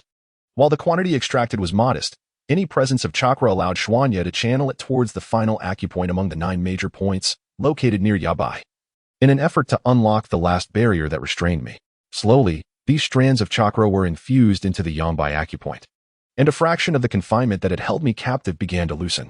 Consequently, Xuanya immediately accelerated the flow of chakra, fervently mobilizing it to activate the Yabai acupoint. Chapter 23. The impact on the last Yabai acupoint, the final acupoint, under the surge of my chakra, seemed on the verge of being unlocked at any moment. However, Xianyi was acutely aware that this was merely an illusion. The true Yabai acupoint could not be so easily accessed. It was implausible that such a minuscule expenditure of chakra could suffice for its activation. Nevertheless, Xianyi remained undeterred, continuing to summon every ounce of mental energy at his disposal, directing it fervently around the cells, relentlessly exhausting his very being. Yet, at that moment, an unfortunate occurrence transpired quite unexpectedly. Xianyi suddenly experienced a wave of dizziness, an unsettling sensation that made him yearn to collapse onto the bed and indulge in a restful slumber. However, succumbing to such temptation was out of the question, for he understood that this dizziness stemmed from the frenzied mobilization of his mental faculties, all aimed at depleting his chakra reserves. The relentless exertion of his mental energy was draining at an alarming rate, prompting his brain to signal a pressing need for respite. The genuine exhaustion of his mental strength culminated in the disorienting sensation engulfing him. Yet, Xianyi was acutely aware that he could not afford to lose consciousness at this juncture, for doing so would render all his previous efforts futile. The cells would continue to follow the directives set forth prior to his fainting, namely, the depletion of chakra. Should the chakra be excessively drained, 2 dire consequences loomed, both of which were exceedingly grave. The first consequence involved the potential rupture of his body's meridians, unable to withstand the immense strain of depleted chakra. If the meridians were to rupture, Xianyi would be irrevocably barred from ever utilizing chakra again. The second consequence was even more harrowing. Excessive chakra depletion could lead to widespread cellular death. Given that the human body comprises countless cells, a significant loss of these would inevitably result in death. In Xianyi's perspective, the latter consequence was relatively mild, for death would render all subsequent matters irrelevant. However, the former consequence was a far graver misfortune. One could remain alive, yet be forever incapable of harnessing chakra, thereby forfeiting the path of a ninja and the potential to become a formidable warrior. If cellular depletion were to cause meridian rupture, even physical enhancement would become unattainable, for the cultivation of the body necessitates intact meridians. Thus, should such a rupture occur, even with a system in place, the prospect of achieving greatness would remain exceedingly bleak. Moreover, it is needless to mention that this is the world of Naruto, a realm where countless lives are extinguished almost daily. The demise of these individuals is not due to natural causes. Rather, the majority fall victim to the relentless pursuit of their enemies, brutally slain in their battles. Conflicts between the various ninja villages invariably lead to war, and with war comes inevitable death. If Xianyi wishes to avoid becoming one of those who perish in such a manner, he must possess the ability to protect himself, which translates to acquiring formidable strength. Only with such power will others refrain from provoking him recklessly. Even if others are blinded by ignorance and disregard the disparity in their strength, should they choose to challenge him, the resolution is straightforward. Find a secluded place or directly confront and eliminate the assailant. With immense strength as his safeguard, he would be liberated to pursue his desires, unbound by any constraints. To attain this power, Xianyi must successfully activate the final of the 9 vital points, known as the Yabai point. However, before undertaking this, he must eliminate the disorienting sensations plaguing his mind, as such feelings complicate the activation of the Yabai point significantly. Taking a moment to calm his thoughts, Xianyi forcefully resisted the dizziness clouding his mind. He bit down gently on the tip of his tongue, provoking a sharp pain that flooded his mouth with the metallic taste of blood. This pain alleviated much of the dizziness, although it did not vanish entirely. It was considerably diminished, leaving only a slight ache at the tip of his tongue. Yet, Xianyi found this sensation invigorating, allowing him to further tap into the chakra hidden within his body. Given his current physical condition, he felt capable of persevering. He steadied his focus, previously disrupted by distractions, and summoned all of his mental energy to fervently draw out the chakra deep within him. Gradually, the amount of chakra he expended increased. Just as he felt on the brink of collapse, he realized a chakra surge was imperative. Without it, he would soon lose consciousness. Thus, he mobilized all the chakra he had just drawn upon, directing it towards the Yabai point near his eyes. The chakra surged swiftly, and it wasn't too long before it reached the Yangbai point. Xianyi concentrated the chakra, meticulously gathering it at the Yangbai point. To successfully activate this final vital point, it was essential to amass all available chakra into one concentrated force. Soon, under the orchestration of Xianyi, the chakra gathered as if it were a battalion of soldiers, with none lagging behind. Xianyi kept his eyes closed, for this heightened his sensitivity to the chakra within him, allowing for a more effective manipulation of this vital energy. Upon sensing that the chakra had been successfully consolidated, he resolved to issue a command, an order to attack. At this moment, the act of aggression aptly illustrated the current situation. The final acupuncture point, Yabai, stood as the last bastion of the enemy. Should Xianyi's chakra army successfully seize this stronghold, he would be rewarded handsomely. Conversely, should he fail to conquer Yabai, a dire fate awaited him, either a life of impotence or death itself. Thus, this moment was of utmost significance, and soon, the outcome would be revealed. Chapter 24. The imminent activation of the Yabai acupoint. The sensation of dizziness intensified with each passing moment. However, the Yabai acupoint remained unactivated. Xianyi was acutely aware that his time was dwindling, and he must accelerate his efforts to breach the Yabai acupoint. Otherwise, should he succumb to unconsciousness, the opportunity to strike would vanish forever. Xianyi commanded his mind to execute this directive. Thud, thud, thud. Xianyi could distinctly perceive these sounds, a manifestation of his mental command to initiate the assault. In response to his command, all of his chakra obediently adhered to his orders, converging in a singular force aimed squarely at the final Yabai acupoint. Although Xianyi had only a scant amount of chakra remaining, this minuscule reserve was sufficient to pose a threat to the Yabai acupoint, which had less than 1/5 yet to be activated. Thus, even with such limited chakra, Xianyi still had a chance to unlock the final acupoint. Once the Yabai acupoint was activated, combined with the 8 previously unlocked acupoints, the successful opening of these 9 points would grant access to a formidable forbidden technique, the Eye of God. However, now was not the time for celebration. For the last acupoint, Yabai, remained unactivated, and the 9 acupoints had yet to be harmonized, rendering the activation of the Eye of God unattainable. Boom, boom, boom. The chakra relentlessly battered against the obstinate Yabai acupoint as time slipped away. The acupoint swayed like a small boat amid the turbulent sea, perilously close to capsizing beneath the tempest's might. Gradually, Xianyi's remaining chakra dwindled, and while the Yabai acupoint grew increasingly vulnerable, there was no longer time for gradual efforts.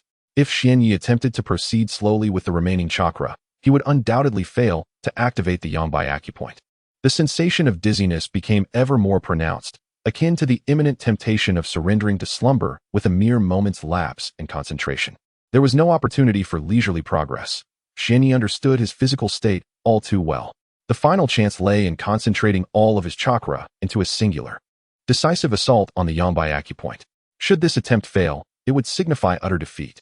The consequences of failure loomed ominously: death or the fate of becoming a mere shell, devoid of the ability to wield chakra. Driven by these 2 terrifying outcomes, Xianyi was compelled to exert every ounce of strength within him, leaving no room for hesitation. He would channel all of his concentrated chakra into one final strike against the Yabai acupoint. If he did not succeed, then he would meet his end. I believe this phrase aptly encapsulates the gravity of this moment. However, should this endeavor end in failure, I would harbor no regrets, nor would Xianyi express any complaints. I have exerted myself to the utmost, striving to achieve my best, and perhaps it is Xianyi's disposition that has led to such a resolution. If we were to fail despite our efforts, then it must be accepted. If Xianyi falters, it signifies a fate devoid of the destiny to become a formidable force. All that could have been done has been accomplished to the fullest extent, and the final outcome is left to the whims of fate. Around the Yabai acupoint, adjacent to Xianyi's eyes, wisps of chakra floated aimlessly. The task at hand was to consolidate these scattered energies, gathering them for one final assault on the Yabai acupoint. Under the influence of Xianyi's mental fortitude, the chakra gradually drew closer, converging until it amalgamated into a singular, sharp spear. This chakra-forged spear exuded boundless power, particularly with its finely pointed tip, seemingly capable of piercing through flesh with a single thrust. As Xianyi envisioned this spear in his mind, a sense of timing began to emerge. Now was the moment for a decisive strike to determine whether the Yabai acupoint could be unlocked. With a surge of will, Xianyi commanded the spear to attack. In an instant, the spear darted forth with astonishing speed, piercing the thin protective membrane of the Yabai acupoint and creating a breach. Yet, the chakra spear became ensnared. A second passed with no reaction, then a second turned to 2, and still, there was silence. Was I truly destined to fail? A wave of discontent surged within Xianyi. He was unwilling to succumb to failure, yearning instead for success. Seeing that the spear remained intact, he recognized a glimmer of hope. The possibility of unlocking the Yambai acupoint still lingered. As long as he could manipulate the spear that had yet to dissipate, there remained a chance. Thus, Xianyi fervently urged the spear to continue its assault, urging it to move, to act. His heart raced with anxiety as he focused his will, yet the chakra spear remained steadfast, not shifting even slightly. Such a result only deepened his desperation. With no alternative at hand, Xianyi persisted in commanding the spear forged from his chakra. A minute passed, then 2, but still, there was no sign of movement. After 3 minutes of exerting his will upon the chakra spear, it finally exhibited the slightest tremor, though it was but a minuscule shift. It ignited a flicker of hope within Xianyi. The prospect of successfully unlocking the final acupoint, the Yabai, now felt attainable. Upon glimpsing hope, Xuanya's manipulation of chakra intensified, his mental energy surging with fervor. This fervent energy sought to govern the chakra spear, allowing him to exert control over it. As time elapsed, beads of sweat cascaded down Xuanya's forehead like a relentless rain, each drop falling continuously onto the bed where I sat. At this moment, Xuanya's complexion grew increasingly pallid, and the sensation of dizziness in his mind intensified, as if all matters had converged upon a critical juncture. Within the confines of his consciousness, the chakra spear, having wavered slightly, was now under his command, teetering on the brink of piercing the Yabai acupoint, which was tantalizingly close to being activated. Xuanya paused his exertion to recuperate briefly, only to amplify his efforts once more to manipulate the chakra spear. He resolved to wager everything, channeling all his mental energy into this endeavor, even drawing upon the energy that resisted his dizziness. A sense of crisis loomed, for the time remaining to him was rapidly dwindling. Chapter 25. The Awakening of the Eye of God. As Xianyi had summoned all of his mental energy to manipulate the chakra spear, he found himself devoid of even a sliver of power to resist the encroaching dizziness, leaving him at the precipice of fainting. Thus, he was compelled to seize every fleeting moment, utilizing every fragment of time to successfully wield the chakra spear and to activate the Yabai acupoint within this brief interval. Xianyi's mental focus was entirely concentrated around the vicinity of the Yabai acupoint. The moment I withdrew the mental energy previously employed to combat the dizziness, an overwhelming wave of disorientation surged through him, rendering his thoughts muddled. Nevertheless, he had to maintain unwavering concentration on directing his mental power to control the chakra spear. Allowing no room for distraction, he disregarded the sensation of dizziness entirely. Although the feeling of vertigo intensified significantly in Xianyi's mind, the benefits were unmistakable. The mental energy that had been allocated to resist dizziness was now harnessed perfectly, thereby amplifying his mental strength by more than double, which in turn significantly elevated the likelihood of successfully manipulating the chakra spear. Move, move, Xianyi commanded frantically. Nearby the Yangbai acupoint, all of Xianyi's chakra fervently engaged with the chakra spear, soon eliciting a response. It was no longer still. The spear trembled vigorously under the influence of his concentrated mental energy, swaying back and forth, causing the minuscule fissure created by the spear's penetration into the Yabai acupoint to gradually widen. Xianyi's mental power relentlessly guided the chakra spear, and as it continued to shake violently, the fissure expanded further and further. Suddenly, a sound akin to shattering glass echoed in his mind, a sharp crack that resonated deeply. With his mental energy still entrenched within the Yabai acupoint, Xianyi understood the significance of this sound. The final acupoint, Yabai, had shattered. Before Xianyi could revel in this triumph, he was struck by an abrupt sensation as if time had ceased. An intense pain pierced his eyes, though this discomfort was fleeting and soon dissipated. Once the pain subsided, a refreshing coolness enveloped his eyes, bringing an exquisite sense of relief. At that moment, if anyone were to gaze into Xianyi's eyes, they would surely be taken aback, for his pupils had suddenly split into 4 black squares, rotating incessantly. It was as if Xianyi's eyes were undergoing a metamorphosis, inundated with an array of inexplicable sensations, those that could be felt yet defied articulation. This extraordinary feeling did not linger long. It soon dissipated, only to be replaced by a wave of dizziness that overwhelmed him, leaving him powerless to resist.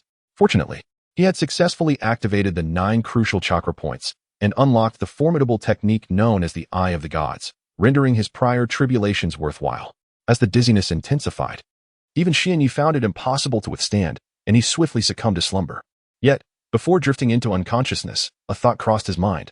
Thankfully, he had halted the depletion of chakra. Otherwise, fainting before that cessation would have been catastrophic. Time passed, and a beam of light streamed into Xianyi's chamber, rousing him from his slumber. He lifted his head to glance outside the window, realizing that it was early morning. Surely, I have only slept for less than a day. He mused inwardly, though uncertainty lingered. Rising, he made his way to the calendar hanging in his room and, upon a quick glance, confirmed that indeed a full day had elapsed, owing to the excessive exertion of mental energy and the depletion of chakra, both of which required merely a brief respite for recuperation. He would not remain in a state of unconsciousness for long. System, please display my basic information. Xianyu silently commanded. Beep. Host information has been compiled. Please review, came the response. Host name, Bofeng Xianyi. Host gender, male. Host chakra amount, novice ninja proficiency, 2100, 000. Host ninjutsu, basic body techniques proficiency, 010. 000. Eye of the Gods activated level, 1 proficiency, 010, 000. Reversal technique proficiency, 010, 000. Host taijutsu, Konoha whirlwind proficiency, 010. 000. Konoha gale proficiency, 010, 000. Gentle fist 8 trigrams palm proficiency, 010, 000. Host physical strength, genin level proficiency, 100. 000. Host secondary occupation. None. Upon reviewing his basic information, a smile graced Xianye's face.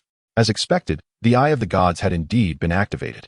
Besides the eye itself, his chakra proficiency had notably increased, indicating a slight enhancement in his overall chakra capacity.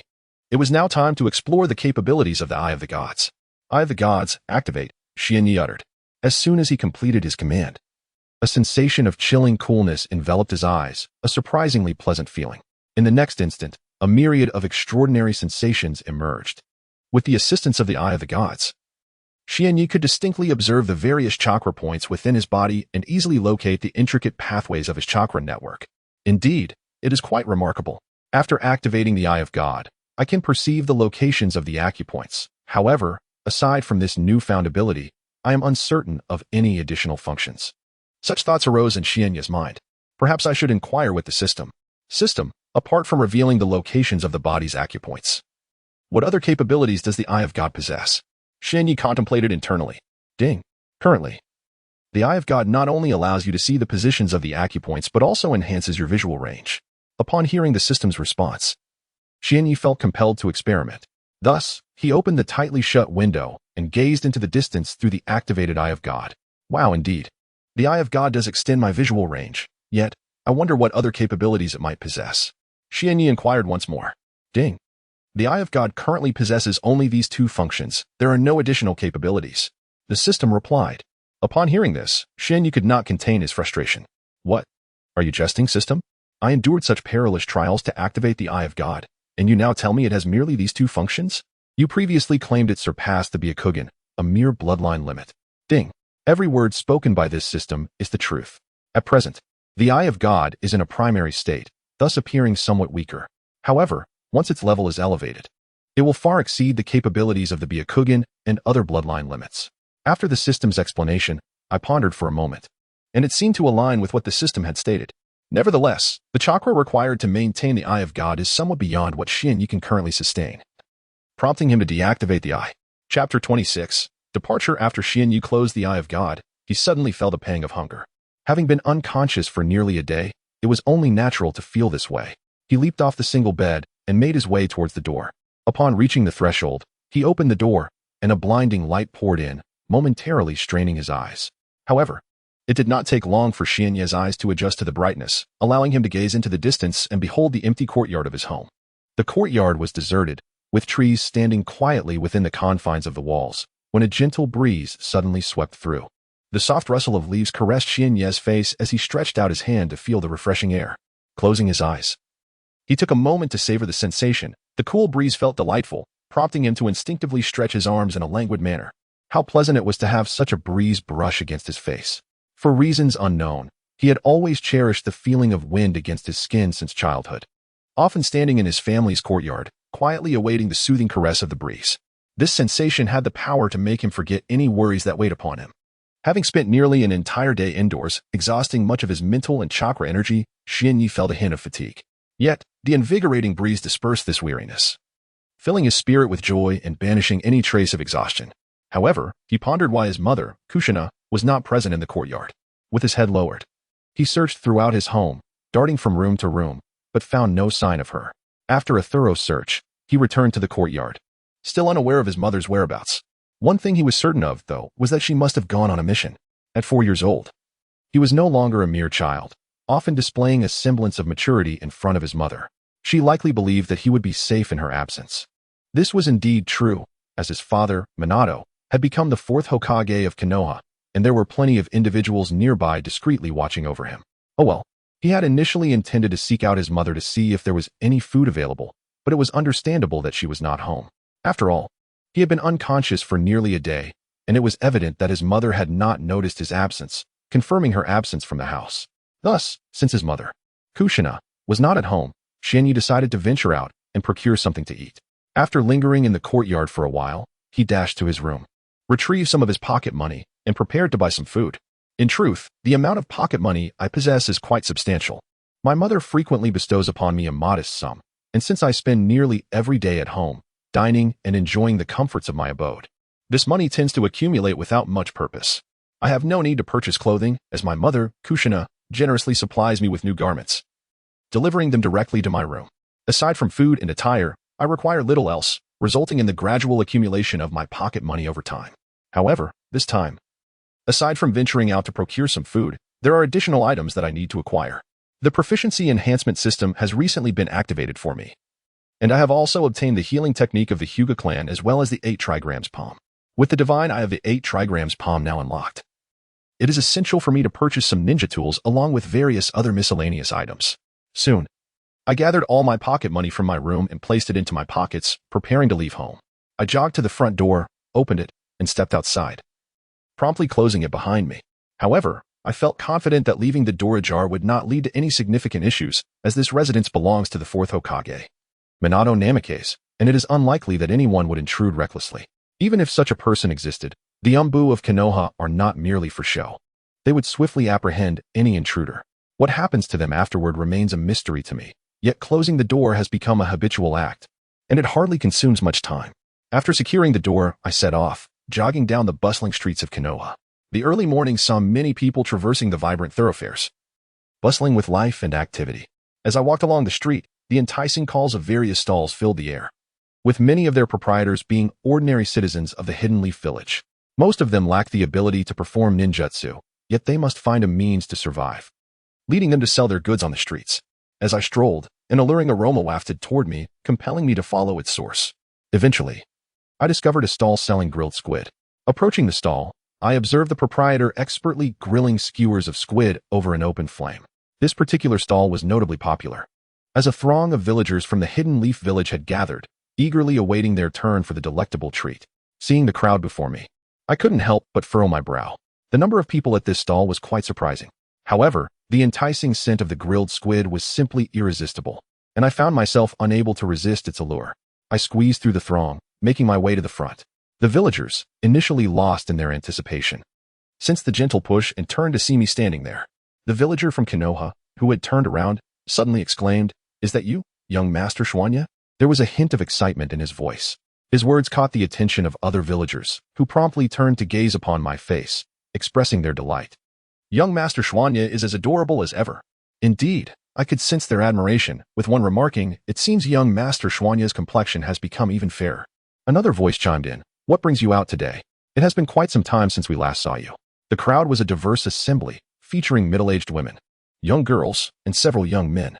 This familiarity arose largely because I was frequently brought out by my mother, Kushina Uzumaki, and over time, most villagers had come to recognize me. As I noticed the villagers' unwavering gazes upon my face, I felt a twinge of embarrassment.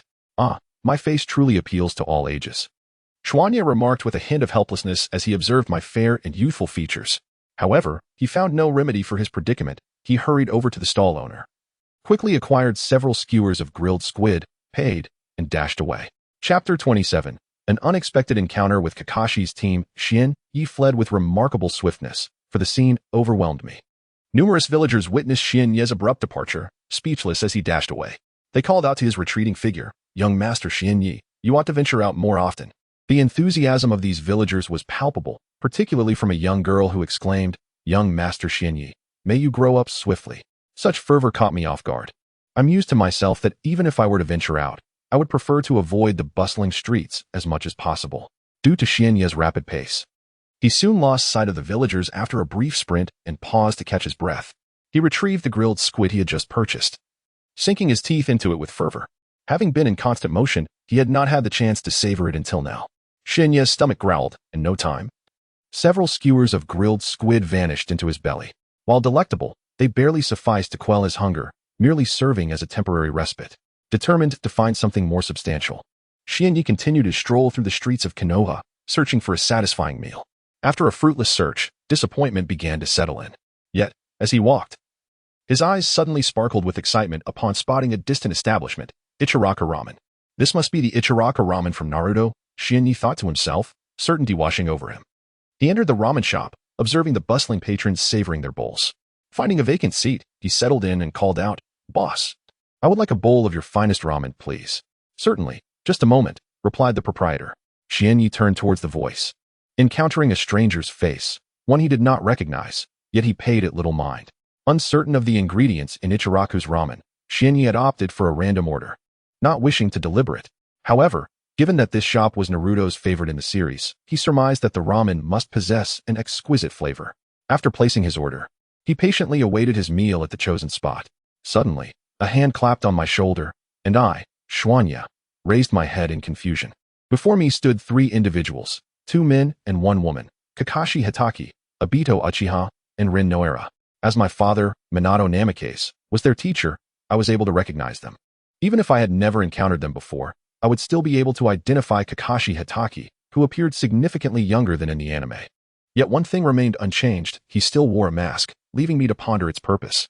With the end of the Third Great Ninja War approaching, the Hidden Leaf Village was on the brink of a new era of peace and prosperity.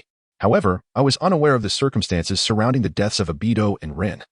As the anime had not depicted their demise, the trio settled beside me, casually taking seats at the remaining corners of the table, with Rin directly opposite me and Obito and Kakashi flanking either side. As soon as they were seated, they called out to the proprietor, demanding 3 bowls of Ichiraka ramen, all large portions, and a hurry. The owner responded promptly, assuring them that their order would be ready shortly. After placing the order, Obito initiated a conversation with me, exclaiming, "Xiaoya, it truly is you. I wasn't too sure when I entered, but I'm pleasantly surprised to see you. You've become even more adorable since we last met." I noticed the excitement on Obito's face, though I was perplexed as to why he was so thrilled to see me. After all, I was merely the son of his teacher. Rin, seated across from me, nodded vigorously in agreement with Obito's sentiments. She even reached out to pinch my cheek, holding on for a considerable moment before finally releasing me. I let out a sigh of relief once she withdrew her hand. Seeing Rin affirm Obito's words, he turned to Kakashi, grinning widely. However, when Kakashi remained indifferent, Obito resorted to making comical faces and sticking out his tongue in a display of mockery. Yet, Kakashi continued to ignore him, squinting slightly as he fixed his gaze on me, his stare making my scalp tingle uncomfortably.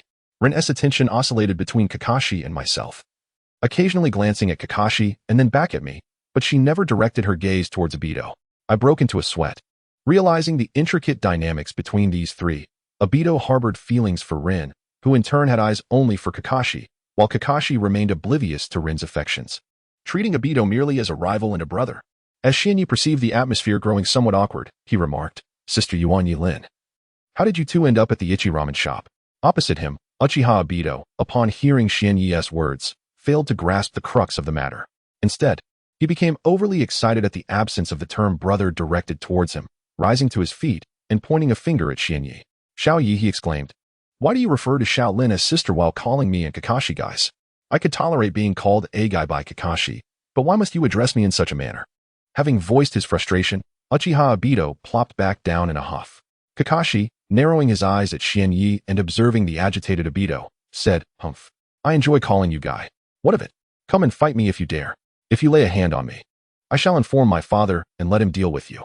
Sister Yuan Yilin will undoubtedly protect me. Do you have the audacity to strike?" With a slight smirk adorning his lips, Shinyi gazed at the furious Uchiha Obito seated beside him. However, upon hearing Shinyi's retort, Obito's anger dissipated, and he appeared utterly deflated. Following Shinyi's comments, Yuan Yilin fixed a piercing gaze upon Uchiha Obito, silently warning him. Obito, recalling his mentor Minato Namikaze, wilted under her stare and slumped back into his chair, rendered speechless. Before long, as the 4 of us engaged in conversation, 4 bowls of Ichi ramen were placed upon our table, each brimming with an array of ingredients. Meats, vegetables, and more were indispensable. 3 bowls were generously portioned for the 3 of them, while 1 bowl, modestly served, was designated for me. After a brief wait, Xianyu eagerly seized the chopsticks from the table and deftly placed several strands of noodles into my mouth. "Ah, it's so hot," he exclaimed, his words muffled. Without allowing the steaming noodles to cool, I hastily grabbed a few and placed them in my mouth. Despite the heat, the flavor was undeniably exquisite. Perhaps the finest ramen Xianyu had ever tasted. It was no wonder that so many people flocked to Ichi Ramen for a delightful meal. Chapter 28. The Ninja Tool Shop. Before Xianyu, the bowl of Ichiraku ramen was swiftly consumed, each mouthful vanishing in delightful haste. Once the noodles were gone, I proceeded to savor the remaining broth until not a single drop remained in the bowl. "I am full now, Sister Yuanyi. I shall take my leave," I announced after indulging in the ramen, gently patting my slightly distended belly, feeling quite satisfied after the meal of noodles and squid. "Xiaoyi, you may go. Soon. Sister and Kakashi Hitaki along with Obito Uchiha have missions to attend to, and there is little time for respite," Yuanyi remarked as she observed Xianyu rising, preparing to depart. "Ah, I am off then. Take care, Sister Yuanyi," Xianyu replied, and with those words, he exited the Ichiraku ramen shop. However, Yuanyi was left somewhat puzzled by his farewell. "Take care? What does he mean?" She pondered, her head lowered in contemplation. After a lengthy period of thought, she could arrive at no conclusion, for only Xianyu held the answers. Eventually, she decided to dismiss the notion, reasoning that perhaps the 4-year-old Xianyu simply struggled with words. Xianyu placed the payment for the ramen on the table and, after ensuring it was set, stepped out of the establishment. As he walked further away, he gradually slowed until Ichiraku ramen was no longer within sight. The phrase "take care" was not a slip of the tongue. Xianyu, as a time traveler, was aware of Yuan Ye's fate in the Naruto universe. She would meet her demise. However, the timing of her death remained a mystery to him. He also contemplated whether his presence in this world might alter events that were destined to unfold. Yet, these concerns were not his priority at the moment.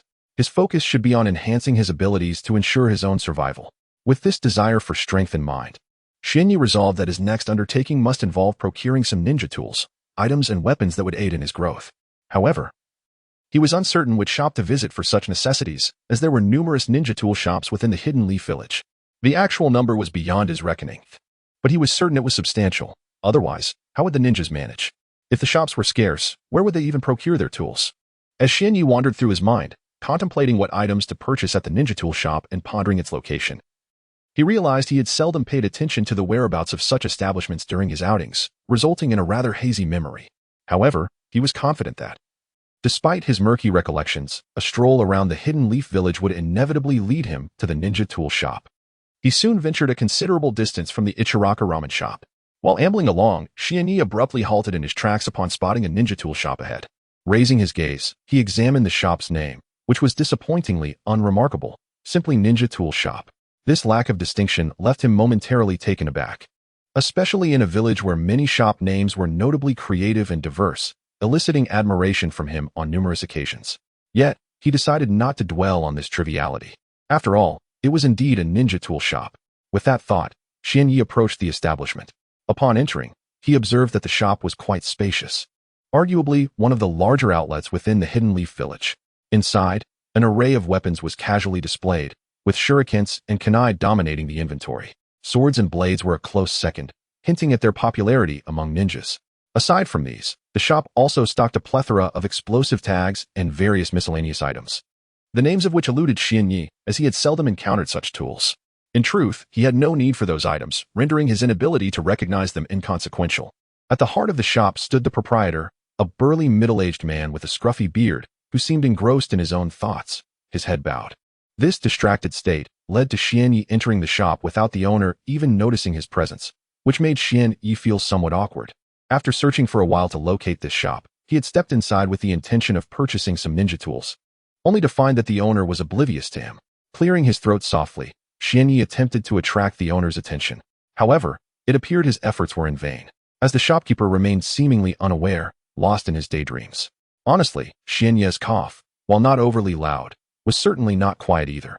Yet, the inattentive owner continued to ignore his presence, leaving Xianyu feeling rather embarrassed.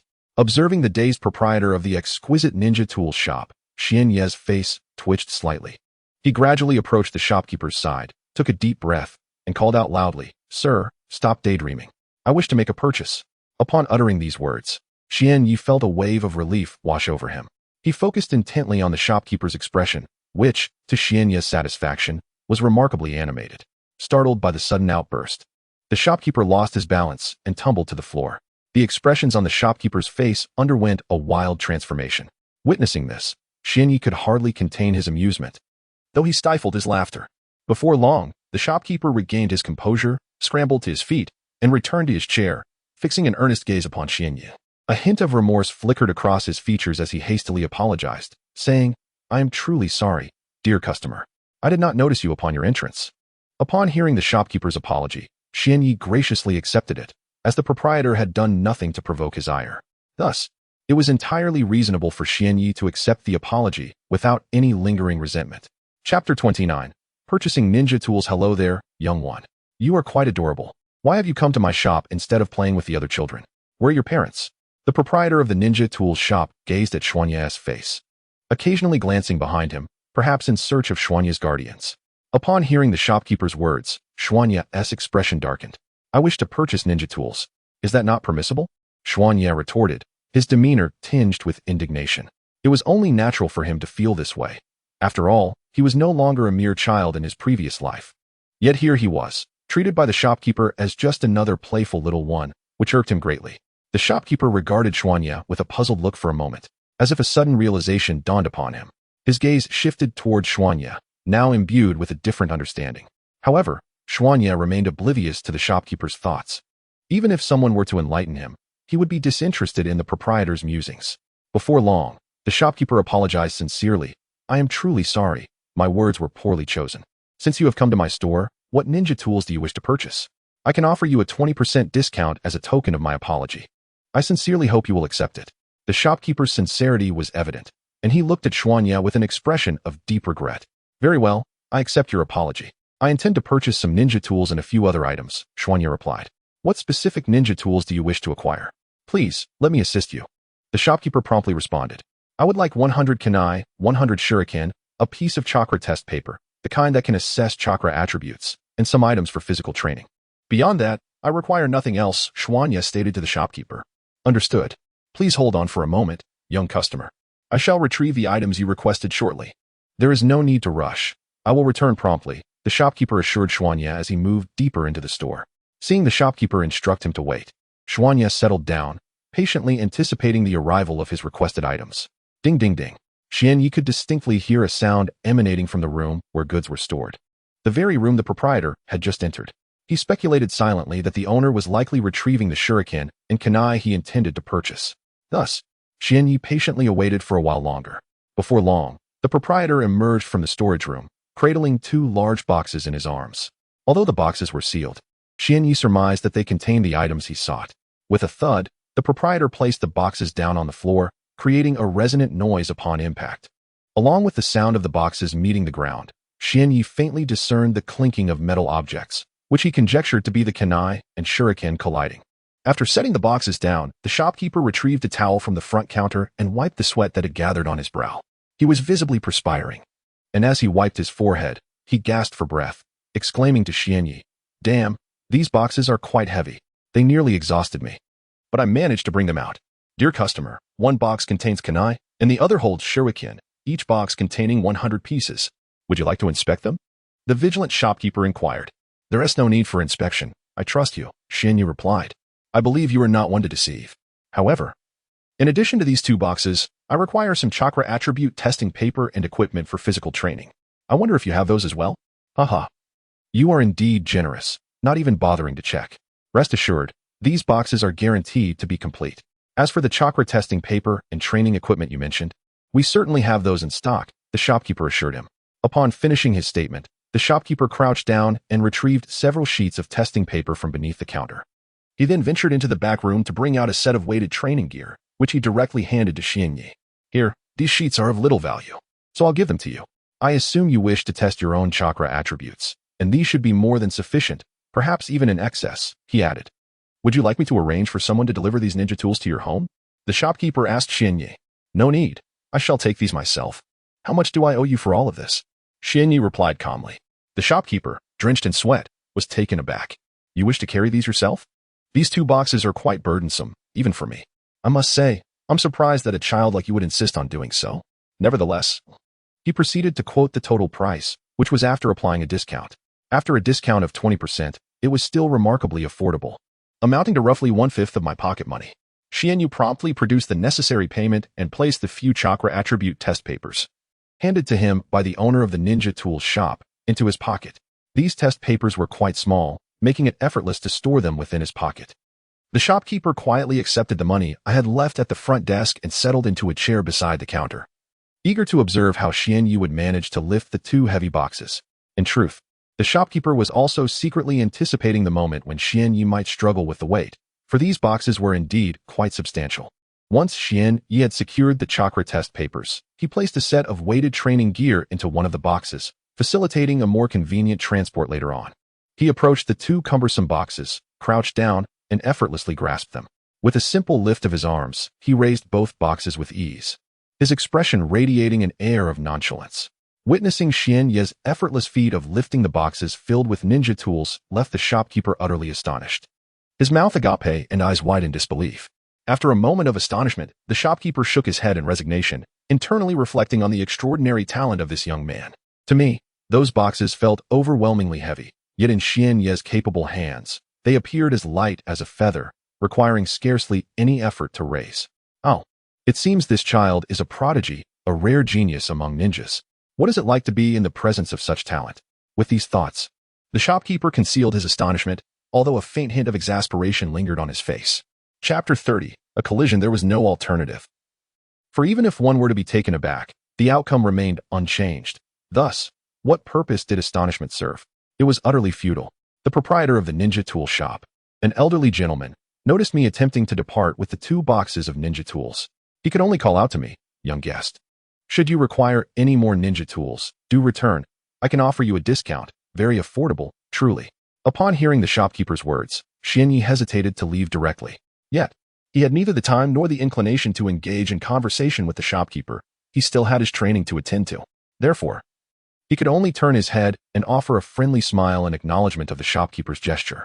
Having completed these pleasantries, Xianyu proceeded to carry the two boxes filled with ninja tools as he departed from the establishment. Once again on the bustling streets of the hidden leaf village, he endeavored to shield his face with the boxes, fearing recognition by the other villagers.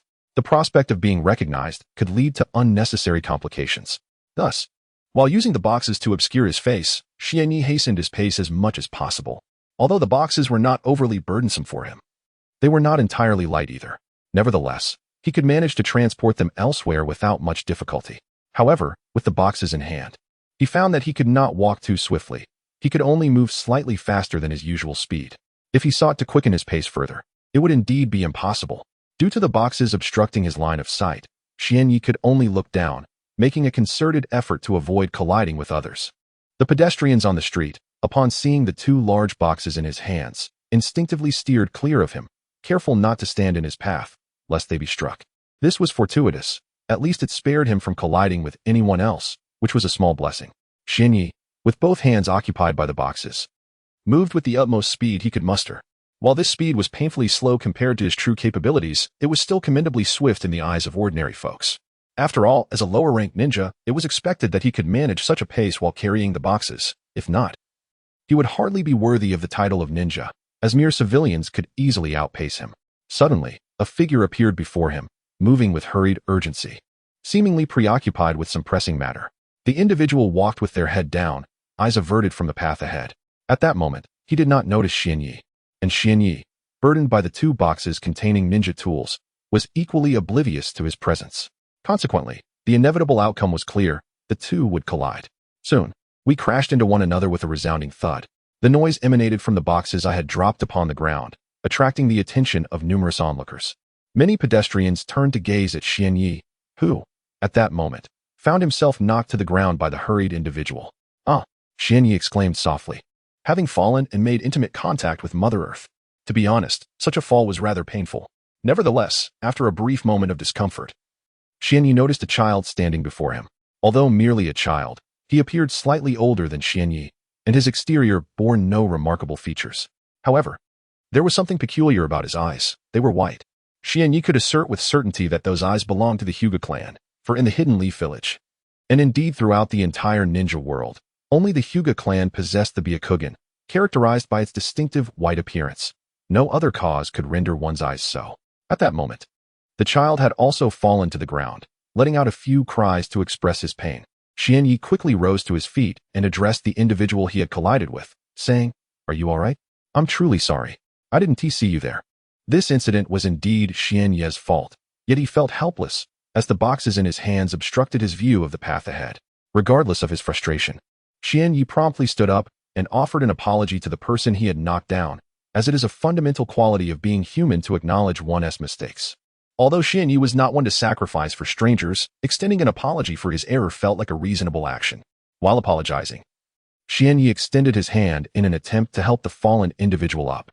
However, the boy brusquely swatted Xianyi's hand away, letting out a derisive snort as he stood up unaided.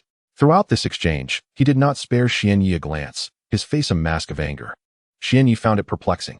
After all, it was merely a minor collision. Why such a display of ire?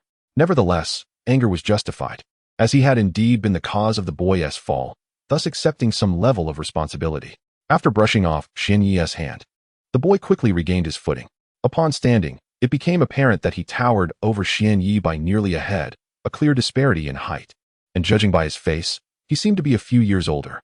Upon rising, the member of the Hyuga clan widened his eyes and glared fiercely at Xianyi. He exclaimed, "How dare you? Are you a bastard? Do you lack the ability to see? Why do you walk without looking ahead? Did your parents not teach you to observe your surroundings? Or is it that your eyes serve no purpose? If that is the case, I, Hyuga Kazahana, would be more than willing to assist you in removing your eyes, rendering you blind, so you would no longer need to concern yourself with the path ahead." Thus, Xianyi was inexplicably berated. After the tirade, he stood momentarily in a daze, but soon regained his composure. He retorted to the member of the Hyuga clan, "Is it merely because you fell that you blame me? Who told you to walk without paying attention? If you had avoided me, you wouldn't have collided with me. It's truly astonishing how low your standards are, and to accuse me of lacking parental guidance, I believe it is you who has not been properly raised." Xianyi, no longer inclined to be courteous, responded with equal fervor. Initially, he had intended to simply apologize and move on, but the arrogance of Hyuga Kazahana was simply intolerable. "What do you mean I lack civility? You are courting disaster." Upon hearing Xianyi's words, the face of the Hyuga clan member darkened swiftly. After all, no one remains unperturbed after being insulted. Yet, such a person deserved the reprimand. For respect is a mutual exchange. If one desires respect, one must first learn to extend it to others. Chapter 31. The accusations of the crowd. If you are incapable of respecting others, do not expect to be respected in return, for respect is reserved for those who understand the virtue of honoring their fellow beings. Such individuals, as you will inevitably find themselves devoid of the esteem of others. Xianyi stood resolutely in the streets of the Hidden Leaf Village, his expression composed as he quietly regarded Hinata and Kazekage before him, uttering not a single word, but simply observing in silence. The passers-by on the street gradually halted their movements. Some bolder souls approached and formed a circle around Xianyi, who occupied the very center of this gathering. Meanwhile, those of a more timid disposition, hesitant to invite trouble, initially intended to leave. Yet as the throng of onlookers increased, they found themselves lingering, drawn to the spectacle unfolding before them. As the spirit of gossip began to fervently ignite, those who had paused their journeys took caution, opting to maintain a safe distance while seeking a vantage point from which to observe the unfolding drama. With the crowd swelling, the atmosphere grew increasingly charged, and a few individuals unafraid of conflict began conversing alongside the circle, their voices rising to a volume akin to ordinary discourse. Xianyi was now surrounded by a considerable number of onlookers, many of whom were emboldened. As soon as a topic was broached, animated discussions erupted, and the words exchanged further darkened the countenance of the Hinata clan member. One curious observer peered around and, leaning towards a companion, whispered, "Do you know what is happening here?" Upon hearing this, the addressed individual turned, wearied by the situation, and replied, "I have no idea. I simply noticed the crowd gathering and came to see what was afoot, curious as to the reason for such a congregation." Just as this person finished speaking, another joined their conversation, exclaiming, "You don't know what is going on? I've been here the entire time and can enlighten you on the events that transpired. Please, do tell us what has occurred. Why are there so many people gathered here?" The first individual implored eagerly, longing to uncover the truth behind the commotion, while the second person mirrored his urgency, equally desperate to learn the details of the situation. After all, standing here and instinctively forming a circle, these individuals are undoubtedly inclined towards gossip. If they were not, they would have simply departed rather than linger to witness the spectacle. The one privy to the unfolding events smirked with satisfaction, gazing at the two eager listeners before him, and slowly began to recount. Come closer. Let me share how this incident transpired.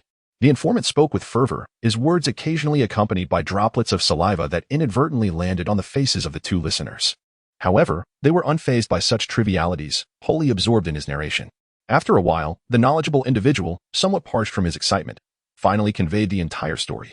Upon his conclusion, the two uninformed listeners were enlightened, realizing the truth of the matter.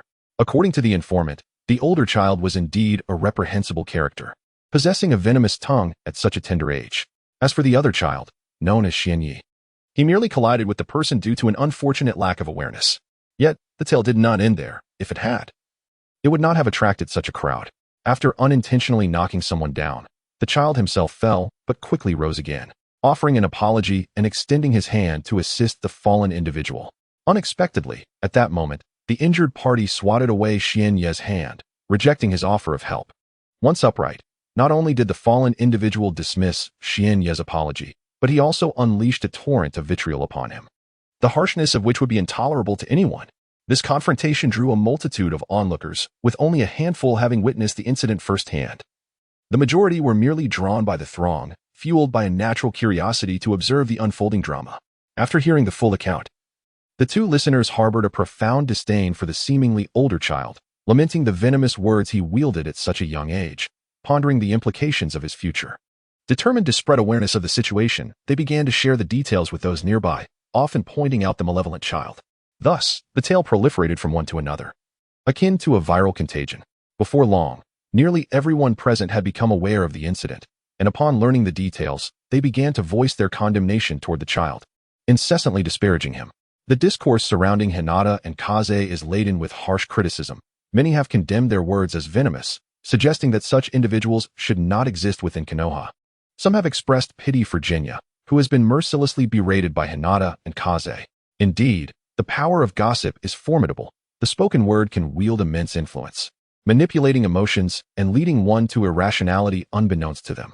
While an individual may choose to disregard the accusations leveled against them, the sheer volume of voices can render such indifference nearly impossible.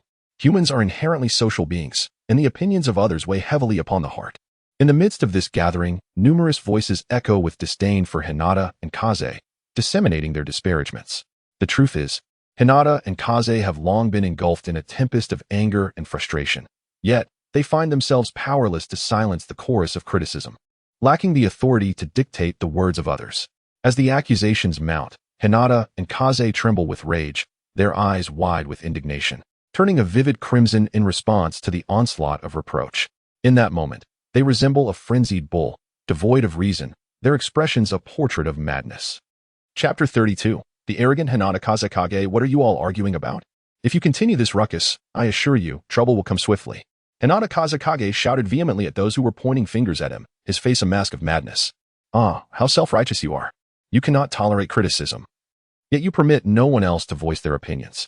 That young child has already apologized to you, yet you persist in your obstinacy and utter such harsh words. While forbidding our discourse, remarked a bystander, visibly displeased with Hinata Kazekage's demeanor. Humph. Do you see my eyes? They are white. I possess the Byakugan. Do you commoners of the Hidden Leaf Village comprehend what this signifies? It denotes my lineage to the esteemed Hyuga clan. Your accusations against me are, in essence, accusations against the Hyuga family. If you wish to live in peace, I suggest you silence yourselves, Hinata Kazekage retorted sharply, fixing his gaze upon the individual who had just spoken. The impact of Hinata Kazekage's words was unmistakable. The Hyuga clan is a powerful lineage within the Hidden Leaf Village, and should one provoke them, a peaceful existence in the village would be utterly compromised. The person who had dared to speak was merely an ordinary villager, possessing neither strength nor authority, just an inconsequential resident of the village. For a family as formidable as the Hyuga, extinguishing the life of such a commoner would be as effortless as crushing an ant, requiring minimal exertion. Moreover, even if the Hyuga clan were to eliminate an ordinary villager, the repercussions would be negligible. After all, the disparity in status between the two parties is substantial, especially in a world characterized by the survival of the fittest, such as that depicted in Naruto. The demise of the powerless would hardly stir any significant consequences. Any punitive measures would likely be mere verbal reprimands. For the Hyuga clan is a prestigious family, it would be utterly unworthy of them to engage in a conflict with the clan over the life of a mere commoner. Fortunately, the individual who had spoken out possessed a keen self-awareness, recognizing his status as an ordinary villager. He understood that confronting the colossal Hyuga clan would render his continued existence in the Hidden Leaf village exceedingly precarious. Thus, with a rational mind, he chose to remain silent and retreated into the crowd. The others who had been voicing their discontent also fell silent upon realizing Hinata Kazekage's affiliation with the illustrious Hyuga clan, all standing still in quietude. Hinata Kazekage felt immense satisfaction at the behavior of the ordinary villagers of the Hidden Leaf, knowing he belonged to the Hyuga clan. Their immediate silence upon this revelation affirmed his standing, as none dared to continue speaking ill of him. Before me stands Hinata Kazekage, who gazes disdainfully at the ordinary citizens of Konohagakure. He taunts the villagers, who have fallen silent, saying, "Oh, why have you ceased your chatter? Just moments ago, you appeared so jovial." The nearby commoners of Konoha can only lower their heads, too fearful to utter a word or even glance at Hinata Kazekage, as if they dread that he might remember their faces. Why is it that upon learning of my lineage as a member of the Hyuga clan, you all suddenly fall mute? Do not bow your heads. Continue speaking. Were you not just filled with mirth a moment ago? Have you all become mute? Hinata Kazekage bellows at the assembly of Konoha's common folk. In this moment, he feels a profound sense of gratitude for being born into the esteemed Hyuga clan, a prominent lineage within Konoha. Though his strength may not be formidable, this group of ordinary villagers dares not utter a word, nor even meet his gaze. This sensation is undeniably gratifying, almost exquisite. However, it is indeed the might of the Hyuga clan that stands behind him. A powerful faction not to be trifled with, certainly not by these villagers. Hinata Kazekage unleashes a torrent of reprimands upon those who had previously pointed fingers at him. Continuing until he is thoroughly satisfied, he surveys the villagers, who remain with heads bowed, unwilling to make eye contact, with a sense of disdain. Opposite him, Jinya stands quietly, observing as Hinata Kazekage berates the villagers, who remain frozen in place, too intimidated to respond. It seems they fear incurring his displeasure. For Jinya, the villagers' plight elicits no emotional response. After all, they are strangers to him, with no ties whatsoever. However, witnessing this scenario sparks a realization within him. This world is governed by strength. If one possesses power, one can accomplish what others cannot and pursue one's desires freely. Yet, for those lacking strength, they are akin to these ordinary villagers, heads bowed, unable to retaliate or speak back, living in constant fear of displeasing those who belittle them. This is a life I, Kazekage Jinya, refuse to accept. I aspire to live as a powerful individual, able to act freely, to pursue my ambitions, and to wield strength to protect those I hold dear in times of peril. Such a life is not merely a dream, it is achievable. For I possess a system within me that can aid in my ascent to becoming a formidable force, one that commands respect and deters others from daring to offend. Yet, Xuanya firmly believes that such a life can undoubtedly be realized one day in the future, maintaining confidence in himself. The reason Xuanya remains here now is to observe how Hinata Kagetsu of the Hinata clan intends to play this out, to see what intentions Hinata Kagetsu harbors towards him. However, there is no need for concern. Even if Xuanya's strength does not match that of Hinata Kagetsu ahead of him, there is no reason to fear.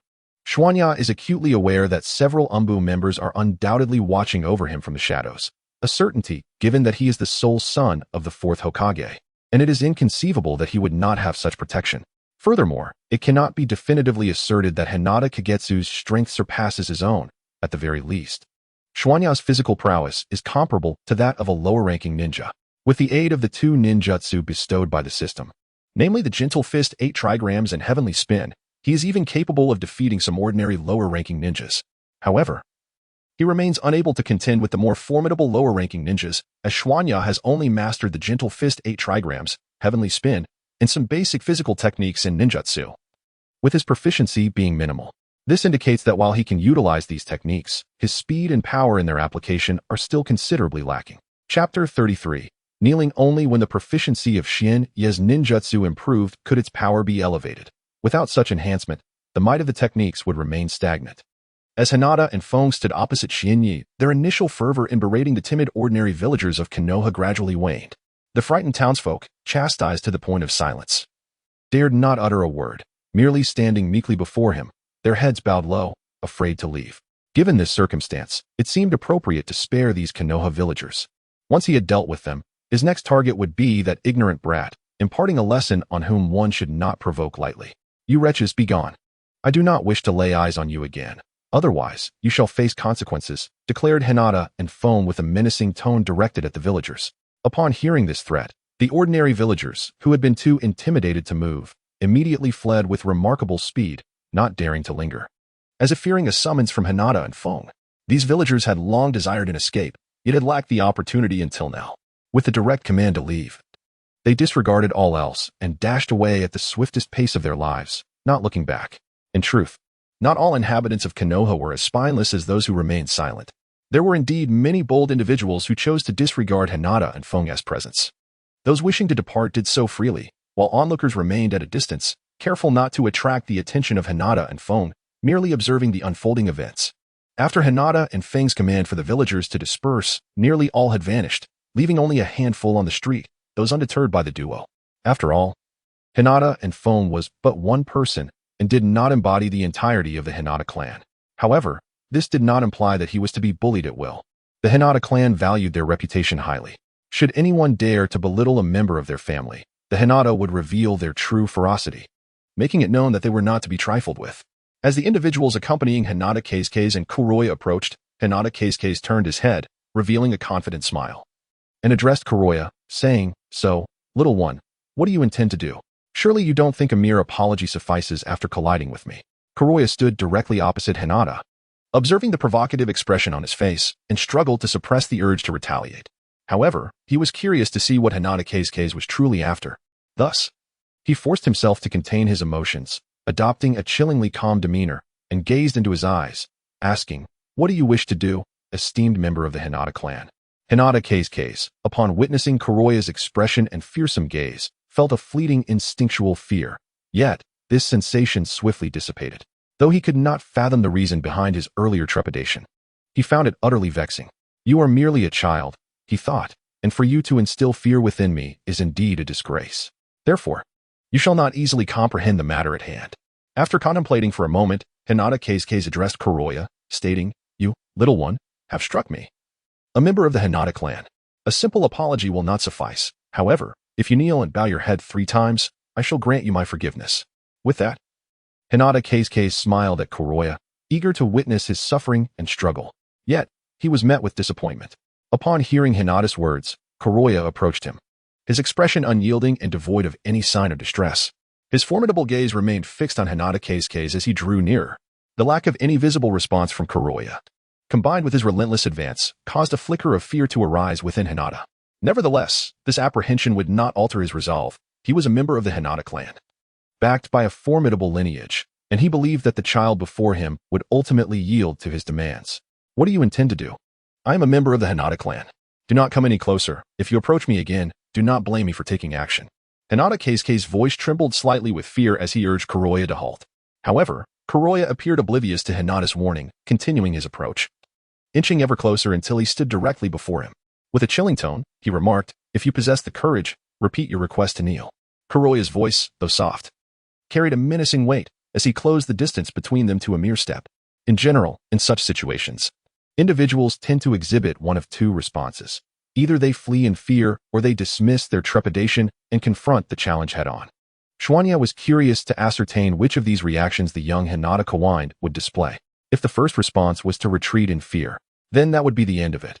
However, should the second response be to take action against him, Xuanya was determined to ensure that the young man would face the consequences. As Hinata Kawaii observed Xuanya advancing towards him, it seemed that the esteemed reputation of the Hinata clan held little sway in this instance. The audacious boy before him appeared either oblivious to the notoriety of the Hinata family or simply unperturbed by it. The notion that he might not have heard of such a prominent clan was plausible for a child of his age. Yet the likelihood that he was genuinely unafraid of the Hinata family was rather slim. After all, within the confines of the Hidden Leaf Village, few dared to disregard the Hinata clan's formidable standing. The Uchiha clan might be an exception, as could those from the lineage of the Hokage, and indeed, any formidable warrior could afford to show indifference to the Hinata's authority. Beyond these 3 groups, most individuals would afford the Hinata family a modicum of respect. This boy, however, could not possibly belong to any strong lineage. A mere glance into his eyes revealed that he was unlikely to be a member of the Uchiha clan. Aside from these 2 clans, the only remaining possibility would be a descendant of the Hokage, yet such individuals were few and far between. Hinata Kawaii found it hard to believe that this boy belonged to the Hokage lineage, leaving him to ponder what he had to fear. Chapter 34. A lesson for Hinata Keisuke. Startled by Kuroya, Hinata Kazekage underwent a tumultuous internal struggle. However, his expression soon transformed. The initial fear dissipated, giving way to a fierce countenance and resolute gaze. He fixed his eyes upon Kuroya, who stood merely a step away, and declared, "You seem unaware of the formidable strength of the Hinata clan. Yet, I am willing to overlook your ignorance in the foolishness of your previous actions. Allow me to enlighten you. If you provoke the Hinata family in Konoha, your days will surely be far from pleasant. It won't just be you facing hardship. Your parents will find no respite either, for such a notion is utterly impossible. I do not require you to kneel and beg for forgiveness," he continued. "Simply crawl beneath me like a dog, and I shall treat this incident as if it never occurred. Am I not remarkably generous? Perhaps I am too kind-hearted." With a smile plastered on his face, Hinata Kazekage regarded Kuroya. In response, Kuroya offered a cold smirk and retorted, "You are gravely mistaken if you believe I would endure a life devoid of comfort. Do you assume you can represent the Hinata clan and make decisions on their behalf? What do you mean? Do not speak recklessly, child. While I may not embody the Hinata family or make decisions for them, dealing with a mere child like you is quite effortless," Hinata Kazekage replied, visibly shaken by Kuroya's words. The implications of representing the Hinata clan were not to be taken lightly, should the higher-ups of the clan entertain such thoughts. It would be Kazekage himself who would face dire consequences. You cannot stand in for the Hinata clan, so what ground do you have to feel superior? How do you intend to confront me? If you possess the courage, then act upon it," Kuroya shouted, challenging him. You little brat, if you get hurt. "Do not blame anyone else," Kazekage retorted, his face contorted with rage as he raised his hand, ready to strike Kuroya. Meanwhile, hidden in a shadowy corner, two ninjas adorned with animal masks observed the scene intently. It was evident that they belonged to Konoha's Umbu, dispatched by the fourth Hokage, Minato Namikaze, specifically to protect Kuroya. The two Umbu ninjas could clearly see the unfolding confrontation. Just as Hinata Kazekage prepared to strike Kuroya, one of the Umbu, designated as Ninja A, instinctively moved to intervene, but was stopped by Ninja B. The Umbu Ninja A, who was obstructed by Umbu Ninja B, looked at him in confusion. Umbu Ninja B, having blocked the path, remarked to Umbu Ninja A, "Have you noticed that young Master Schwanya has remained unperturbed since encountering Hinata Kazekage? If that is the case, young Master Schwanya must possess confidence in dealing with Hinata Kazekage, and it would be prudent for us to refrain from intervening." Upon hearing Umbu Ninja B's explanation, Umbu Ninja A found it to be quite reasonable. The fourth Hokage was not only a formidable warrior, but also a genius. Thus, his son could not possibly be lacking in intelligence. The absence of fear on his face when facing Hinata Kazekage surely indicated a strategy to handle the situation. Hence the decision not to engage. Just as Hinata Kazekage prepared to strike, Schwanya inquired within his mind, asking the system if it could provide information on Hinata Kazekage. The system responded, "Ding. Affirmative. Ding. Information has been compiled. Please review." The details presented were as follows. Name, Hinata Kazekage. Gender, male. Chakra level, Genin proficiency, 1000, maximum value 100, 000. Ninjutsu, basic transformation technique proficiency, 0. Maximum value 10, 000. Taijutsu, non-physical strength, Genin level proficiency, 15, 300, maximum value 100, 000. Secondary occupation. None. Schwanya was elated for a while, astonished that the system could enumerate others' information. If this was the case, he could assess his adversaries each time before engaging in battle, markedly increasing his chances of victory. However, after reviewing the details regarding Hinata Kazekage, Schwanya felt speechless. How could someone of slightly older age possess only half his chakra? The individual knew merely the basic transformation technique, had no taijutsu skills, and his physical prowess was merely at the level of a novice ninja. Schwanya mused that he could easily take on 5 of Hinata Kazekage, or even 10 without issue. This individual likely spent his days idly, relying on the reputation of the Hinata clan to intimidate the villagers of Konoha. Consequently, Schwanya's desire to teach him a lesson diminished significantly. Their strengths were simply worlds apart. The speed of Hinata Kazekage's punches appeared agonizingly slow to Schwanya, making it impossible for him to land a hit. Conversely, from Hinata Kazekage's perspective, the boy before him stood motionless after he threw a punch, utterly unresponsive, let alone attempting to fight back. Humph, it is only fitting, he thought, that such a small child would be frightened into inaction by my strike. In that case, I shall go easy on him when I teach him a lesson. Considering his tender age, as Hinata Kazekage's fist approached Schwanya's face, drawing ever closer, a victorious smile crept across his features. However, in the next moment, just as Hinata Kazekage's fist was about to connect, an unexpected occurrence transpired. Schwanya slowly extended a hand, gently clasping Hinata Kazekage's fist. Indeed, the pace was languid. Yet this very slowness adeptly intercepted Hinata Kazekage's fist, enveloping it with ease and, after securing it, slightly augmenting the force of the arm. Ah, it hurts, it hurts. Let go, you brat. Release me quickly. Though Xuanya had merely intensified his grip with a fraction of his total strength, approximately 1/10. Hinata Kazekage found the discomfort to be nearly unbearable. His expression twisted into a frenzy, desperately attempting to retract the ensnared hand. However, Xuanya granted him no such reprieve, resolutely denying the opportunity to withdraw his arm without permission. With a cold gaze fixed upon the wailing Hinata Kazekage, Xuanya felt no flicker of discomfort. Rather, he found this treatment to be entirely warranted.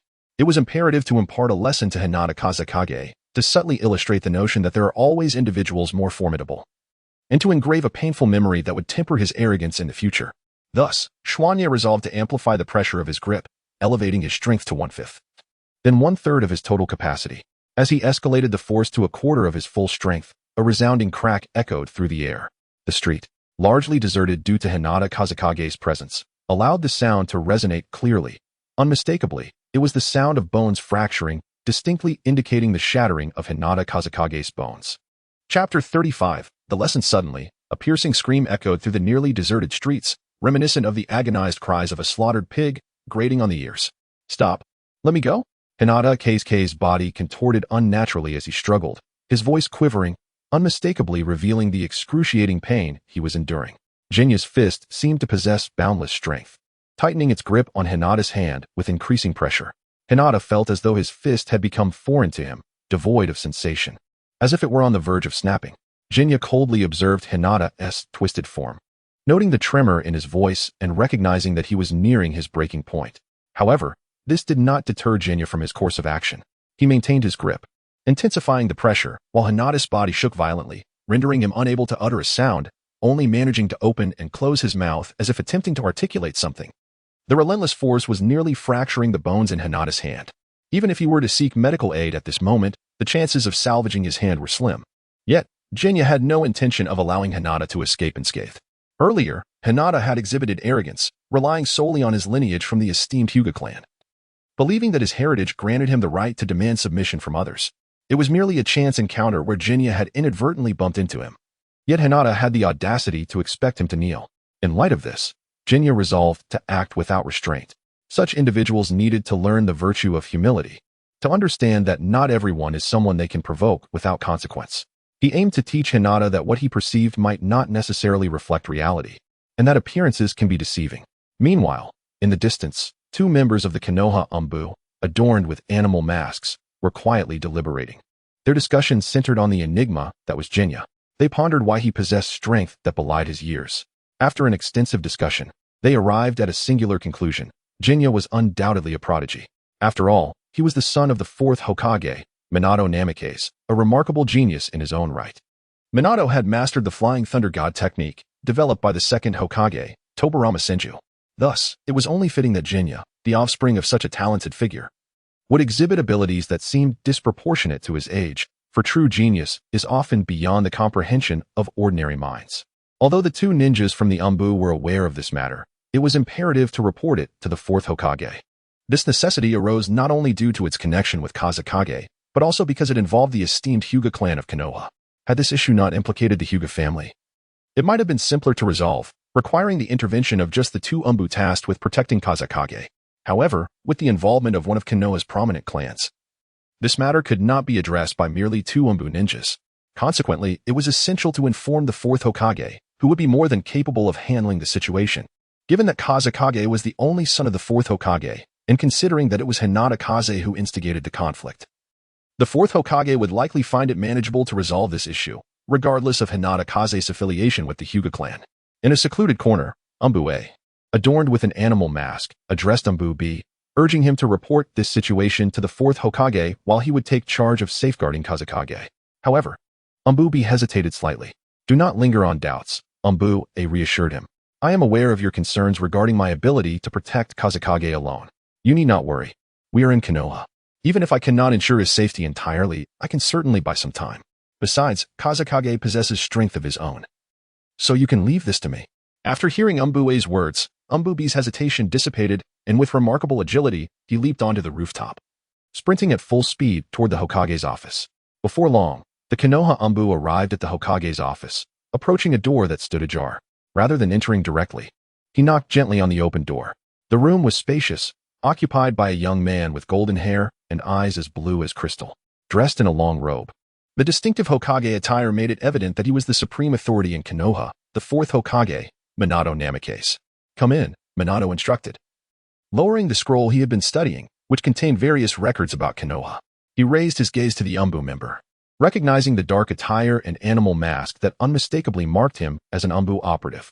However, a frown crossed Minato's face upon identifying this particular Umbu, for he was one of the two sent to discreetly protect his son. "Why are you here? Is there something you need to report?" Minato inquired, his voice low and serious as he regarded the Umbu. The Umbu, who had been interrogated by Namikaze Minato, knelt before him and reported, "Lord Fourth Hokage, young Master Shin Yi went out to purchase some ninja tools and encountered a member of the Hyuga clan on a street in Konoha, resulting in an unfortunate conflict. Moreover, that individual from the Hyuga clan even attacked young Master Shin Yi." The Umbu spoke swiftly yet clearly. Minato, who had been seated, abruptly stood up, his eyes widening as he gazed at the kneeling Umbu. "Who was that member of the Hyuga clan? Why did they resort to violence against my son? Show you. Answer me." Minato's voice was ominously low, his countenance darkened by a flicker of malice, a remnant of the countless shinobi he had slain during the Third Shinobi World War. The news of a conflict involving Shin Yi and a member of the Hyuga clan, coupled with the fact that this individual had attacked his only son, rendered Minato increasingly restless. The Konoha Umbu had never witnessed such an expression on the fourth Hokage's face. They had only heard tales of his remarkable achievements during the Third Shinobi World War.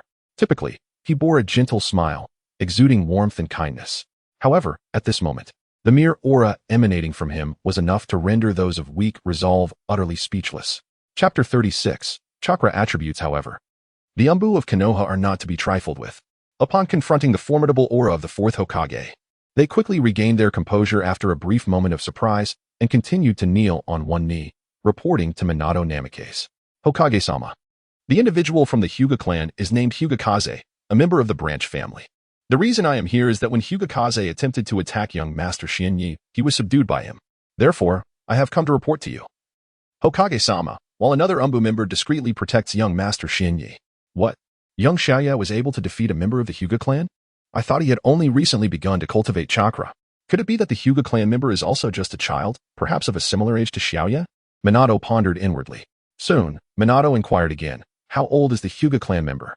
"Hokage-sama, the Hyuga clan member is indeed not very old, but he is still 4 to 5 years older than young Master Shin Yi," the Umbu replied respectfully. 4 to 5 years older than Xiaoya? I never expected him to defeat someone older than himself, especially a member of the Hyuga clan. It seems Xiaoya is truly a prodigy. Perhaps even more remarkable than I am, Minato thought, excitement swelling within him as a father hearing good news about his son. "Understood. I will handle this matter. Return and continue to protect Xiaoya, but do so discreetly. Do not let him notice," Minato instructed the Umbu. "Yes, Hokage-sama." The Umbu, who had been kneeling, swiftly vanished from the room. Minato then stood, casting his gaze towards the Hyuga clan's territory, his eyes radiating an icy coldness. He hoped the Hyuga clan would not make any rash moves. Should they choose to act, he would ensure they were made to realize that Konoha is not merely the product of the Hyuga clan. Meanwhile, on the street where Shin Yi was located, a member of the Hyuga clan lay on the ground, Hugakaze, his eyes nearly glazed over, continuously wailing in agony. His limp hand was crimson, revealing the 5 distinct imprints of fingers. Shin Yi approached Hugakaze, kicking him a few times. "What is the matter? Are you only capable of lying on the ground and screaming now? Weren't you quite arrogant just moments ago? Why not continue? Stop playing the victim. Didn't you want me to kneel and crawl beneath you? Come on."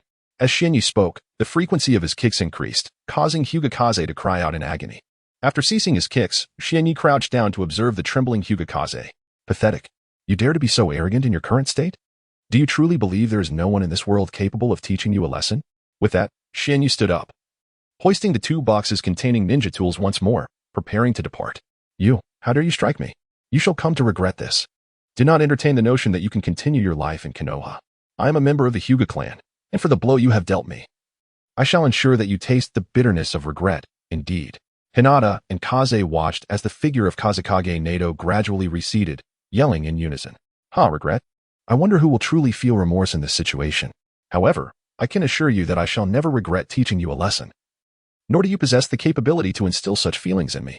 Soon, Nato returned home, opened the tightly shut door, and carried the 2 boxes of ninja tools inside. He placed these boxes in his room and opened them. Before his eyes lay an assortment of shurikens and kunai. In addition to these items, the boxes contained a set of weighted training gear recently acquired from the ninja tool shop, which, when worn, would be highly effective for physical training. However, Nato had no intention of physical training at the moment. He wished to discover the nature of his chakra. To test the attribute of his chakra, he required chakra paper. And fortuitously, the owner of the ninja tool shop had just provided him with several sheets. He retrieved a piece of chakra paper from his pocket, placed it in the palm of his hand, and closed his eyes, silently channeling chakra onto the paper. The chakra paper would respond to the chakra it absorbed. And by observing the changes in the paper, he could discern the nature of his chakra. Gradually, chakra flowed from his body to the paper, and in an instant, the paper shattered into countless tiny fragments. Watching the swirling debris, he realized that his chakra was of the wind attribute. Yet, the revelations did not end there. The fragments of chakra paper underwent further transformations. Some were incinerated, others became wrinkled, while a few were utterly crushed, and a final portion became damp. These changes were entirely unexpected for Nato. If one were to judge by the transformations exhibited by the chakra paper, it appeared that he possessed 5 chakra attributes: fire, water, wind, earth, and lightning. Nato could hardly believe it and took out another sheet of chakra paper, channeling chakra onto it once more, only to receive the same results, a manifestation of 5 distinct chakra attributes. Astonished, he pondered whether his status as a traveler in this realm granted him such a remarkable endowment. It seemed beyond doubt that this was indeed the case. Initially, my spirits were dampened by the demeanor of the Hyuga family, particularly that of Hinata and her gentle nature. However, with the emergence of this unexpected event, my mood has inevitably brightened. The possession of 5 distinct chakra attributes is indeed a rarity not bestowed upon the ordinary. At that moment, a sound echoed that was rather out of place. Ding dong. Alerting the host, your possession of 5 chakra types is a result of the modifications made to your body by the system. This is the system's merit, not a consequence of you being a transcendent traveler. Please do not mistake the two.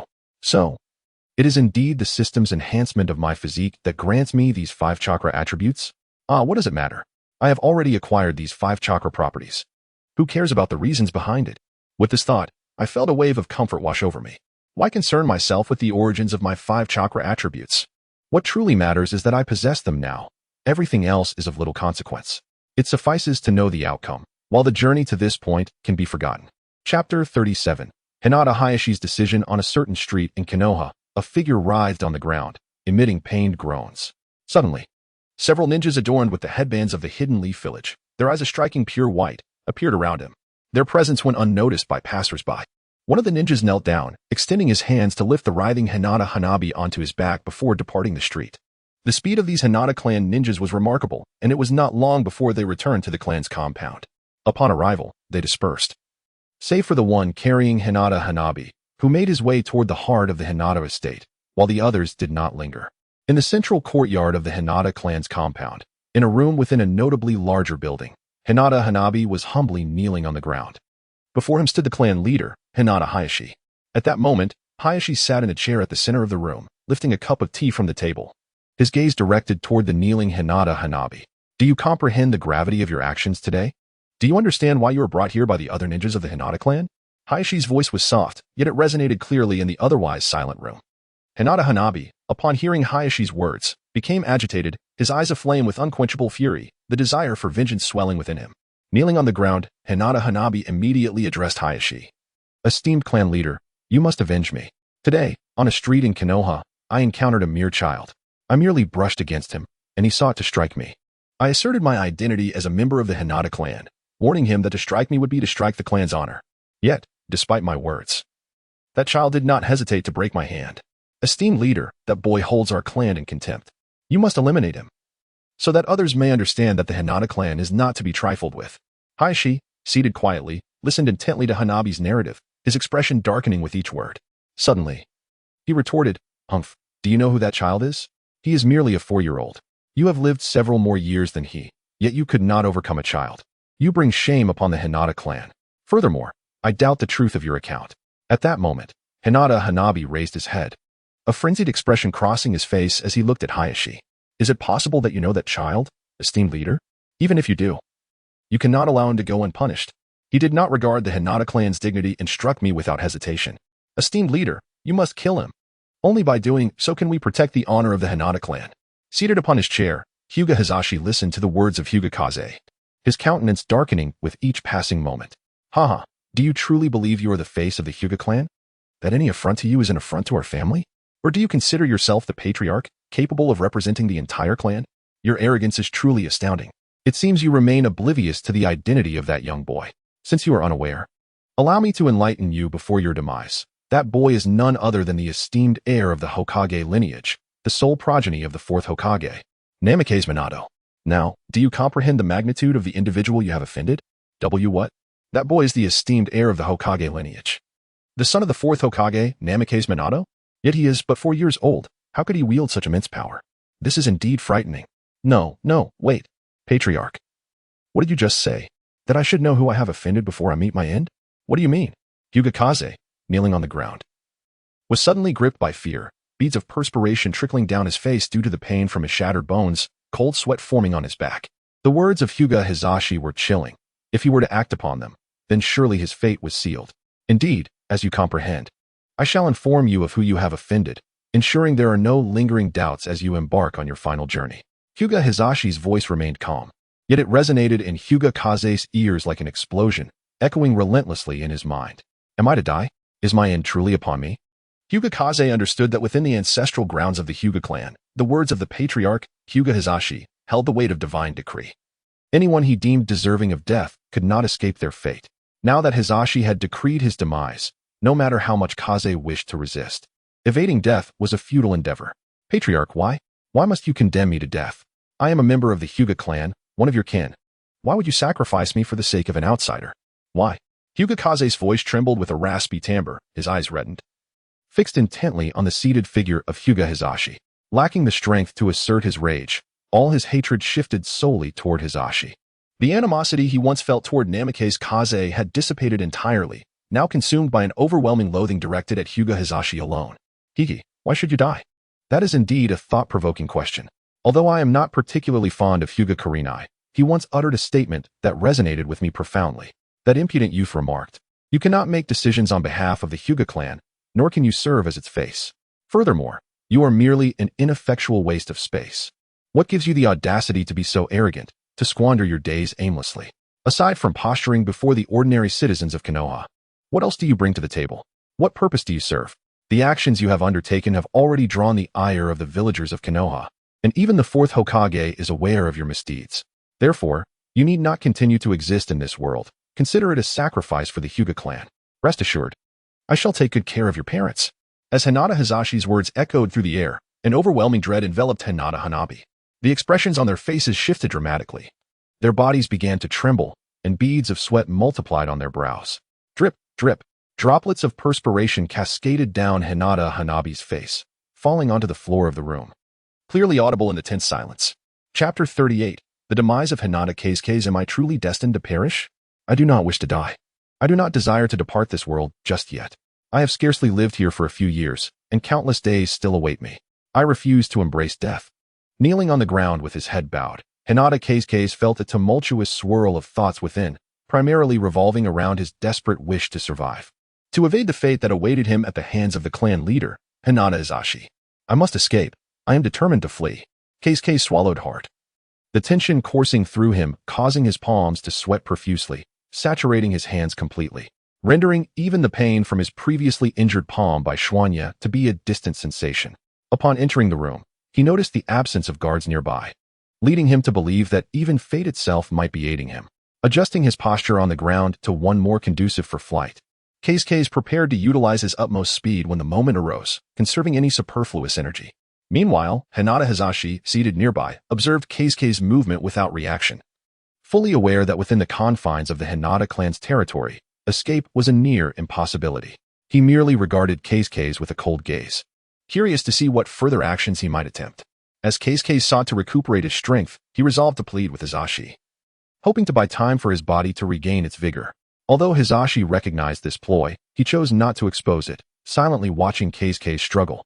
Time passed, and soon Kaze's fear of an unexpected attack from Hizashi propelled him into action. In an instant, He rose from his kneeling position and sprinted towards the exit with all the speed he could muster. Remarkably, Hisashi made no move to impede his flight. Witnessing this, Keisuke's heart soared with elation, mistakenly believing that Hisashi had not comprehended the urgency of the moment and thus failed to thwart his escape. Excellent. With Hisashi the old cur not pursuing me, this is my chance to flee. Once I am beyond the confines of the Hinata clan, I will find a hidden refuge, obscuring my identity from my kin, thereby eluding death itself.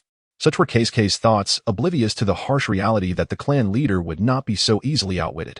If Hisashi were truly incapable of reacting to such a situation, then the mantle of leadership would not rest upon him. Keisuke's speed intensified as he propelled himself forward. The exit now within sight. Just a step beyond that door, and he would escape the clutches of the Hinata clan. Even if Hisashi sought his demise, it would not come so easily. Before long, in the blink of an eye, Hinata and Kaze found themselves before the door. Just as they were on the verge of ecstasy, an unexpected event transpired. From an unknown corner, a ninja from the Hyuga clan emerged. Moving with a speed that far surpassed that of Hinata and Kaze, who were not even low-ranking ninja. This Hyuga ninja brandished a kunai and swiftly approached them. With a mere flick, a mark appeared on Hinata and Kaze's necks. Suddenly, bright red blood gushed from their throats. They felt an intense pain but, without uttering a sound, collapsed to the ground, never to rise again. Even in death, a smile adorned Hinata and Kaze's face, for they remained blissfully unaware of the calamity that had befallen them, leaving this world in a state of confusion.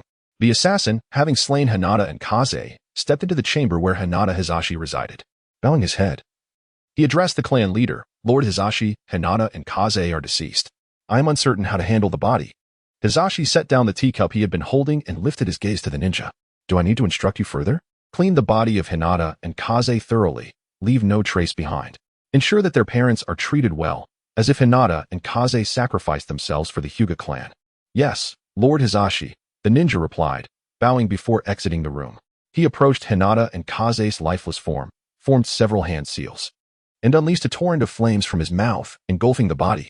The intense heat reduced it to ashes in an instant. With a swift motion, he clapped his hands together, creating a powerful gust that carried the ashes away, leaving nothing behind. Meanwhile, in his own room, Xian Yi retrieved several kunai and shuriken from 2 boxes filled with ninja tools. He then took some of the weights from the boxes and strapped them to himself. Feeling the burden of approximately 20 pounds, the sensation was entirely different. His body, once light and agile, now felt heavy and unsteady, as if he were struggling to maintain his balance. The house was silent. His father, Minato Namikaze, was likely at the Hokage's office attending to his duties, while his mother, Kushina Uzumaki, was probably on a mission. Moreover, I believed that engaging in outdoor exercise would yield more fruitful results. Thus, I adorned myself with weights, tucked a few shurikens and kunai into my pockets, and prepared to venture outside. Upon returning to the bustling streets of Konoha, I resolved not to stroll leisurely this time. Instead, I aimed to sprint to a location conducive to enhancing both my physical prowess and proficiency in ninjutsu. The outskirts of the village should provide an ideal setting for rigorous training. However, prior to embarking on my workout, I needed to shed the 2 persistent followers trailing behind me. The thought of being spied upon during my training was rather unsettling. Encumbered by the weights, my running speed had diminished significantly compared to before. Nevertheless, this pace sufficed. Before long, I found myself on a crowded street in Konoha. To evade the 2 ninjas shadowing me, I needed to reach a densely populated area, as it was only in such a place that I might successfully elude them. I pushed my way into the throng, and soon enough, I was amidst the bustling crowd. In a matter of moments, the 2 members of the Konoha Umbu could no longer discern the whereabouts of Kazekage Hashinoya. Chapter 39. The Cultivation of the Fundamental 3 Bodies Technique. 2 Umbu ninjas exchanged glances, their eyes betraying a sense of anxiety. This was dire. Master Schwanya had mysteriously vanished, and they were at a loss for what to do. Umbu B glanced at Umbu A and shook his head, asserting that given Master Schwanya's recently displayed prowess, he was unlikely to encounter any peril. Even if he did face danger, with Master Schwanya's abilities, he would not be without means to navigate it. Moreover, they were within the confines of Konohagakure, where numerous Umbu operatives patrolled every corner. Even if Master Schwanya were to encounter a threat, it was improbable that it would escalate into anything grave. Since they had lost track of him, their best course of action was to report back to the 4th Hokage. The 2 Umbu, exchanging resigned glances, understood that lingering here was futile. They would have to return and inform the 4th Hokage, Minato Namikaze, of the situation. In the heart of Konohagakure, a tall edifice stood, the Hokage's office building. Within one of its chambers, the 2 Umbu, originally tasked with protecting Xuanya, arrived at the Hokage's office. Paying their respects to the fourth Hokage, Minato Namikaze, who occupied the chair at the front, he sensed that something must have gone awry. Otherwise, these two loyal Umbu would not have defied his orders. What has transpired? Minato inquired, looking at the two Konoha Umbu. Fourth Hokage-sama, we have lost track of Master Xuanya. They admitted, their words somewhat difficult to articulate. After all, Xuanya was merely a child, and it was hardly believable that two seasoned Umbu could lose sight of him. Upon hearing their report, Minato nodded and replied, I understand. You may leave. The two Umbu, having received the fourth Hokage's directive to depart, left without looking back. The Umbu had many duties to attend to, and the affairs of Konoha required their attention. Xiaoya, you must have intentionally evaded those two Umbu. I did not expect you to accomplish such a feat since you have managed to shake off my protectors. You should be capable of safeguarding your own safety. I shall refrain from sending anyone else to accompany you, Minato reflected, bowing his head as he contemplated this decision. On a certain street in Konoha, Xuanya squeezed through the crowd, surveying his surroundings to ascertain his precise location within the village. He found himself on the central thoroughfare of Konoha. Realizing that reaching the outskirts would take some time, with this thought in mind, Xuanya began to run, though he could not run too swiftly. It was certainly quicker than walking. As he ran, he lifted his head to glance around. It was nearly noon, and the sun blazed directly overhead, warming his skin with its intensity. After a while, Xianyi lifted his head once more to observe his surroundings. Towering trees surrounded him, their immense trunks so broad that it would take 5 people holding hands to encircle a single one. This area was nearly the outskirts of Konoha, devoid of human presence. Aside from the majestic trees, he also discovered a crystal-clear stream, teeming with fish and shrimp that swam gracefully, their forms visible even to the naked eye. It was unlike any stream on Earth, which had likely vanished from existence. The pristine clarity of the water suggested that it was safe to drink. This was the place where he could commence his training. Xianyi paused momentarily, preparing to begin his mastery of ninjutsu. However, his repertoire was limited to the basic body clone technique and the heavenly return, with the majority of his skills rooted in taijutsu. He also possessed the Eye of God, which could be considered a form of ninjutsu. Regardless, with his current chakra reserves being scant, he decided to focus on the basics for now, planning to expand his ninjutsu knowledge once his chakra increased. With this resolve, Xianyi initiated his training in the basic body clone technique. Huh? Body clone technique?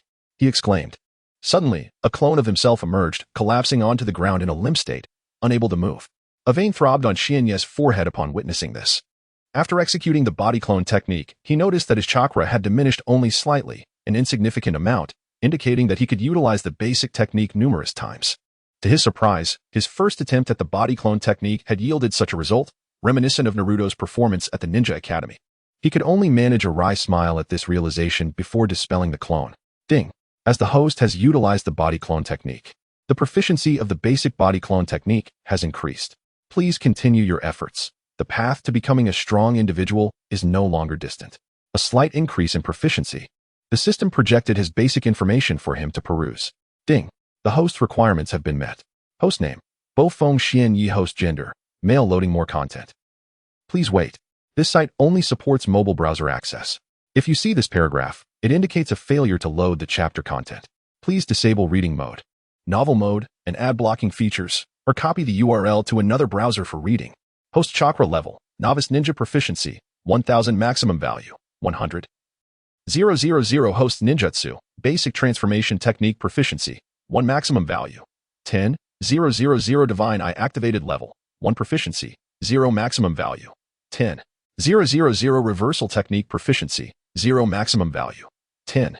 000 host taijutsu leaf whirlwind proficiency 0, maximum value 10. 000 leaf gale proficiency 0, maximum value 10. 000 gentle fist 8 trigrams palm proficiency 0, maximum value 10.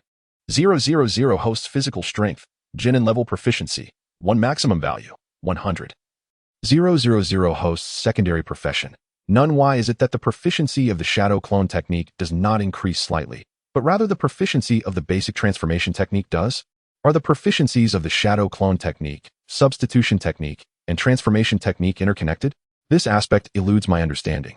However, since the system has presented it in this manner, it must be interlinked. I shall refrain from pondering this further and focus on honing my basic transformation technique instead. Shadow clone technique. Once again, a feeble clone emerges from Xuanya's body. It appears that this slight increase in proficiency yields no discernible change. The clone seems quite similar to the previous one. Ding. Basic proficiency has increased slightly. Please continue your efforts, host. A small portion of chakra within Xuanye dissipates, though I pay it no mind. Again, I perform the shadow clone technique, transformation technique, and substitution technique. As time passes, the chakra within my body gradually diminishes. Although the shadow clone technique does not consume much chakra, this does not imply that utilizing it frequently will not lead to significant depletion. Chapter 40. Kai in the training grounds. As Xianyi struggled to recall the number of times he had employed the shadow clone technique, he found his chakra nearly depleted. The exhaustion that followed was not merely physical, it was a profound mental fatigue. Nevertheless, Xianyi was not inclined to retreat and rest just yet. He believed there was still ample opportunity for physical training. He resolved to push through until his body was utterly spent, anticipating that by then it would be evening. At that hour, he could return home and check if his mother, Kushina Uzumaki, had returned. Should she be home, they could share a meal together. If not, he would grab a bite outside and then collapse into bed, rising at dawn to resume his rigorous training. With his chakra nearly exhausted, Xianye's mind instinctively filtered out the system notifications. Had it not been for this automatic suppression, each utilization of the shadow clone technique would have triggered a prompt, indicating a proficiency level of 1. When it comes to physical training, he believed that employing taijutsu was far more advantageous, as many techniques demanded a formidable physique for their execution. Engaging in taijutsu would not only enhance his physical capabilities but also elevate his proficiency in these techniques, achieving 2 objectives with a single endeavor. Currently, Xianyi had mastered only 3 taijutsu techniques, Konoha Hurricane, Konoha Gale, and the Gentle Fist 8 trigrams palm. While he had not yet learned any others, these 3 were sufficient for his purposes. He could utilize them to train his body while simultaneously improving his proficiency in each technique. Hence, with this dual purpose in mind, Xianyi commenced his physical training. Konoha Gale. Konoha Gale involved a swift, low squatting position, attacking the opponent's lower body with rapid kicks. However, with no adversary present, he could only squat and perform a swift sweep. Upon completing the Konoha Gale, the system's notification echoed in his mind once more. Ding. Host's proficiency in Konoha Gale has increased by 1. Host's physical strength proficiency has also increased by 1. Yet, this notification had long been filtered out by his brain, and thus, he remained oblivious to its sound. Konoha Hurricane, Konoha Gale, Gentle Fist 8 trigrams palm. With each application of these 3 techniques, their proficiency gradually rose due to his efforts. As the sun began to set, Xianyi felt the power of his body significantly waning, continuously pushing past his previous limits. Suddenly, he collapsed to the ground, sweat cascading down his forehead in droplets, each as large as peas. His entire body was drenched in perspiration, and he gasped for breath, utterly exhausted. At this moment, Xianyi lacked even the strength to move, finding himself sprawled on the ground, seeking respite. At long last, after a considerable time, Xianyi felt a flicker of strength returning to his body. Eagerly, he rushed to a nearby brook he had recently discovered, shedding his garments and plunging into the crystalline waters where the bottom was clearly visible. The fish and shrimp that had been swimming about were startled away by his sudden entrance. What a delightful sensation! His once scalding body was instantly cooled by the icy brook, a refreshing feeling enveloping him. Xianyi squinted his deep black eyes, choosing to rest in the soothing waters for a while. Once refreshed, he emerged from the brook and summoned the chakra that had just begun to return. With a wave of his energy, he swiftly dried his body, donned his clothes, and prepared to return home. As Xianyi ambled along, his mind wandered, and gradually, he noticed the presence of several individuals around him. He had already exited the outskirts of Konoha and re-entered the village. Upon reaching the streets of Konoha, he observed that the thoroughfare, usually bustling with activity, had begun to thin out, lacking the midday crowds. Suddenly, a series of sharp sounds echoed from a distance, drawing his attention. Unbeknownst to him, Xianyi found himself moving toward the source of the noise. As he approached, the sounds grew louder, prompting him to activate his divine eye to discern the origin. He soon realized that the captivating noise was emanating from a training ground. Given the chakra-intensive nature of the divine eye, he deactivated it once he pinpointed the source. It was already evening, and Xianyi pondered who could still be training at this hour. Driven by curiosity, he made his way to the training ground, quickly arriving at its periphery, where he beheld an individual within. The training area was dotted with large trees, specifically designed for ninjas to practice climbing and enhancing their chakra control. These trees also served as formidable opponents for vigorous combat practice. In the center of the training ground, beneath one such towering tree, stood a figure clad in a green bodysuit, sweat glistening on his brow as he labored to deliver powerful strikes against the trunk. Each blow resonated with a dull thud, and leaves cascaded down in response to the forceful impacts. Xian Yi could discern the intensity of the individual's training through the labored breaths that escaped his lips. The man, while relentlessly pounding the tree, muttered to himself, "If I can land 10,000 punches today, then I shall challenge Kakashi tomorrow.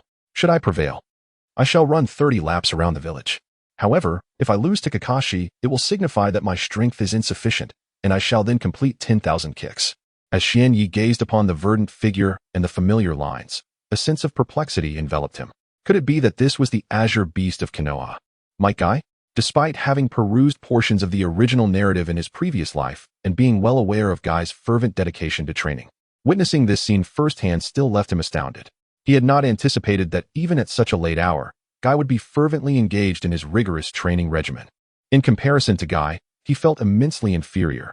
The sheer intensity of Guy's commitment was unmatched. It was no wonder that in the original tale, Guy's physical prowess alone rendered him exceptionally formidable. If he were to unlock the 8 gates, vanquishing even a Kage-level opponent would not be beyond his reach. Furthermore, Xian Yi was cognizant of Guy's tendency to impose peculiar rules upon himself. For instance, today he had set a goal of executing 10,000 kicks. Should he fall short, he would then resort to delivering 10,000 punches. If he failed at that as well, he would subject himself to 2,000 push-ups. Upon the successful completion of these arduous tasks, he would be entitled to challenge his rival, Kakashi. Should he falter in this challenge, Guy would persist in his relentless training, seizing every opportunity to grow stronger. Chapter 41. Insights into Taijutsu. If Guy continues his intense training regime, even an ordinary person devoid of exceptional talent would witness a significant enhancement in their abilities. After all, this is the world of Naruto, where effort and reward are intrinsically linked. Xian Yi observed this scene firsthand, witnessing Guy's fervor during training. It became evident to him that Guy's ability to surpass Kakashi Hatake multiple times in the later stages of the anime was not without merit. The sheer intensity of Guy's training alone placed him ahead of Kakashi. Kakashi Hatake was a prodigious talent from a young age, renowned throughout the village for his extraordinary gifts. In stark contrast, Guy was once devoid of any remarkable ninjutsu aptitude, languishing at the bottom of his class in the Ninja Academy. Kakashi graduated from the academy at the tender age of 5, a feat that remains unmatched to this day. By the age of 12, he had achieved the rank of Jonin and independently developed a formidable S-rank jutsu, Raikiri. At that time, Guy's prowess was such that he could scarcely hope to match Kakashi's heels. Nevertheless, Guy never wavered in his resolve to challenge Kakashi, relentlessly striving to enhance his own strength. After each setback, he would rise again, undeterred by failure. Xian Yi held a profound admiration for Guy's tenacity. Kakashi, on the other hand, lacked the same resilience. Guy, despite his initial shortcomings, possessed the remarkable ability to rebound swiftly from failures and address his weaknesses.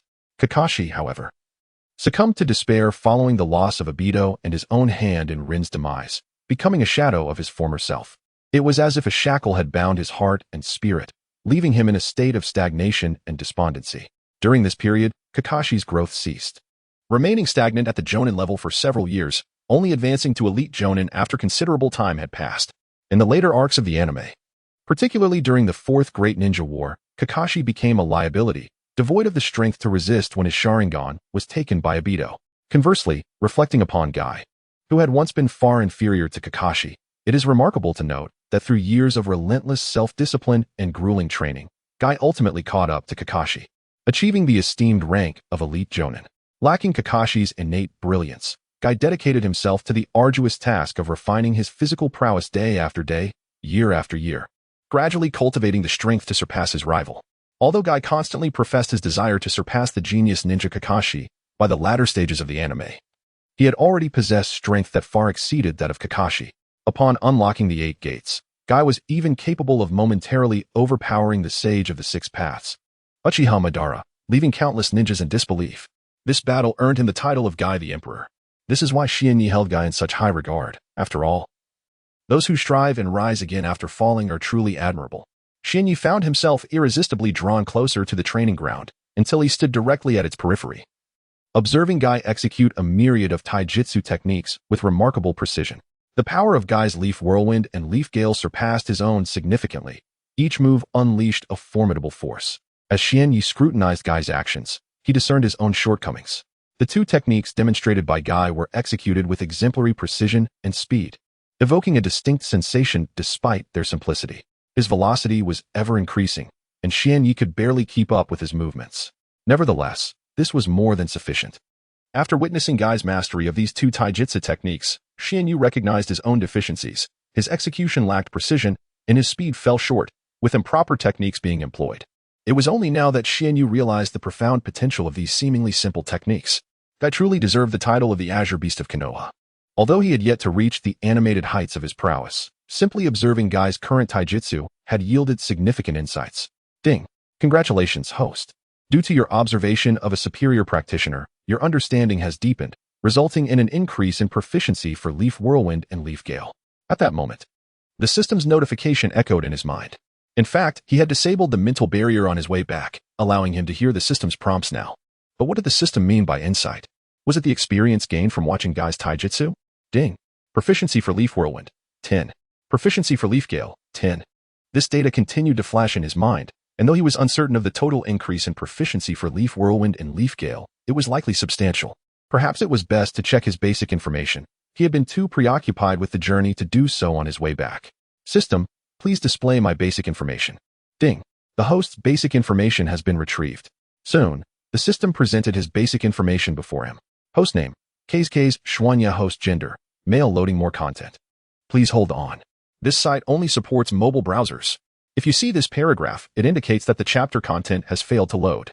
Please disable reading mode, browsing mode, and ad blocking features, or copy the URL to another browser for reading. Host chakra amount, novice ninja proficiency, 2000, maximum value, 100, 000. Host ninjutsu, basic body techniques proficiency, 500, maximum value, 10, 000. God's Eye activated, level 1 proficiency, 0, maximum value, 10, 000. Reversal technique proficiency, 0, maximum value, 10, 000. Host taijutsu, Leaf Whirlwind proficiency, 400, maximum value, 10, 000. Leaf Gale proficiency, 400, maximum value, 10, 000. Gentle Fist 8 trigrams proficiency, 150, maximum value, 10, 000. Host physical strength, Genin level proficiency, 850, maximum value, 100, 000. Host secondary profession, none. This data surprised Xuanya. He had not anticipated that the proficiency of Leaf Whirlwind and Leaf Gale would increase so rapidly, reaching 400 points in proficiency in such a short time. At this rate, it would only take 25 days to reach maximum proficiency. One wonders how these two techniques will transform upon reaching full mastery. Regardless of the outcome, the enhancement in their power is undeniably certain. Perhaps it is best to wait until then. There may be unexpected delights in store. Chapter 42. The battle with Kai. In comparison to the Leaf Whirlwind and Leaf Gale, the Gentle Fist 8 trigrams palm undoubtedly presents a greater challenge. Throughout the course of the day, proficiency in the Leaf Whirlwind and Leaf Gale increased by 400 points, whereas proficiency in the Gentle Fist 8 trigrams palm merely rose by 150 points, clearly indicating its heightened difficulty. Aside from martial arts, the proficiency in the basic transformation technique also witnessed a remarkable surge today, reaching 500 points, surpassing the proficiency of the 3 martial arts techniques. However, had Xian Yi practiced the martial arts in a more methodical manner, alternating between the 3 techniques, the proficiency of any single technique would not fall short of that of the basic transformation technique, and it would be effortless to exceed it. As darkness fell, the illumination around the training ground diminished, rendering it nearly impossible to see Kai's training from a distance. Consequently, I found it necessary to enter the training ground, where numerous electric lights ensured adequate visibility. Upon stepping into the training area, I began to observe Kai's practice up close. The experience was markedly different from watching from afar. Observing closely, I could discern even the subtle nuances of his martial techniques. Casting aside all other thoughts, Xian Yi earnestly focused on recording the small techniques Kai employed in his practice. These nuances were not easily noticeable without careful observation. Aware that his martial skills were currently inferior to Kai's, Xian Yi endeavored to absorb as much knowledge as possible from Kai's demonstrations, integrating his experience into his own practice. Although Xian Yi recognized his current inadequacies in both martial arts and ninjutsu compared to Kai, he held an unwavering belief that his future strength would surpass Kai's. He possessed a system. If he lacked the confidence to exceed Kai, what right did he have to consider himself a transcendent being, deserving of the system's privileges?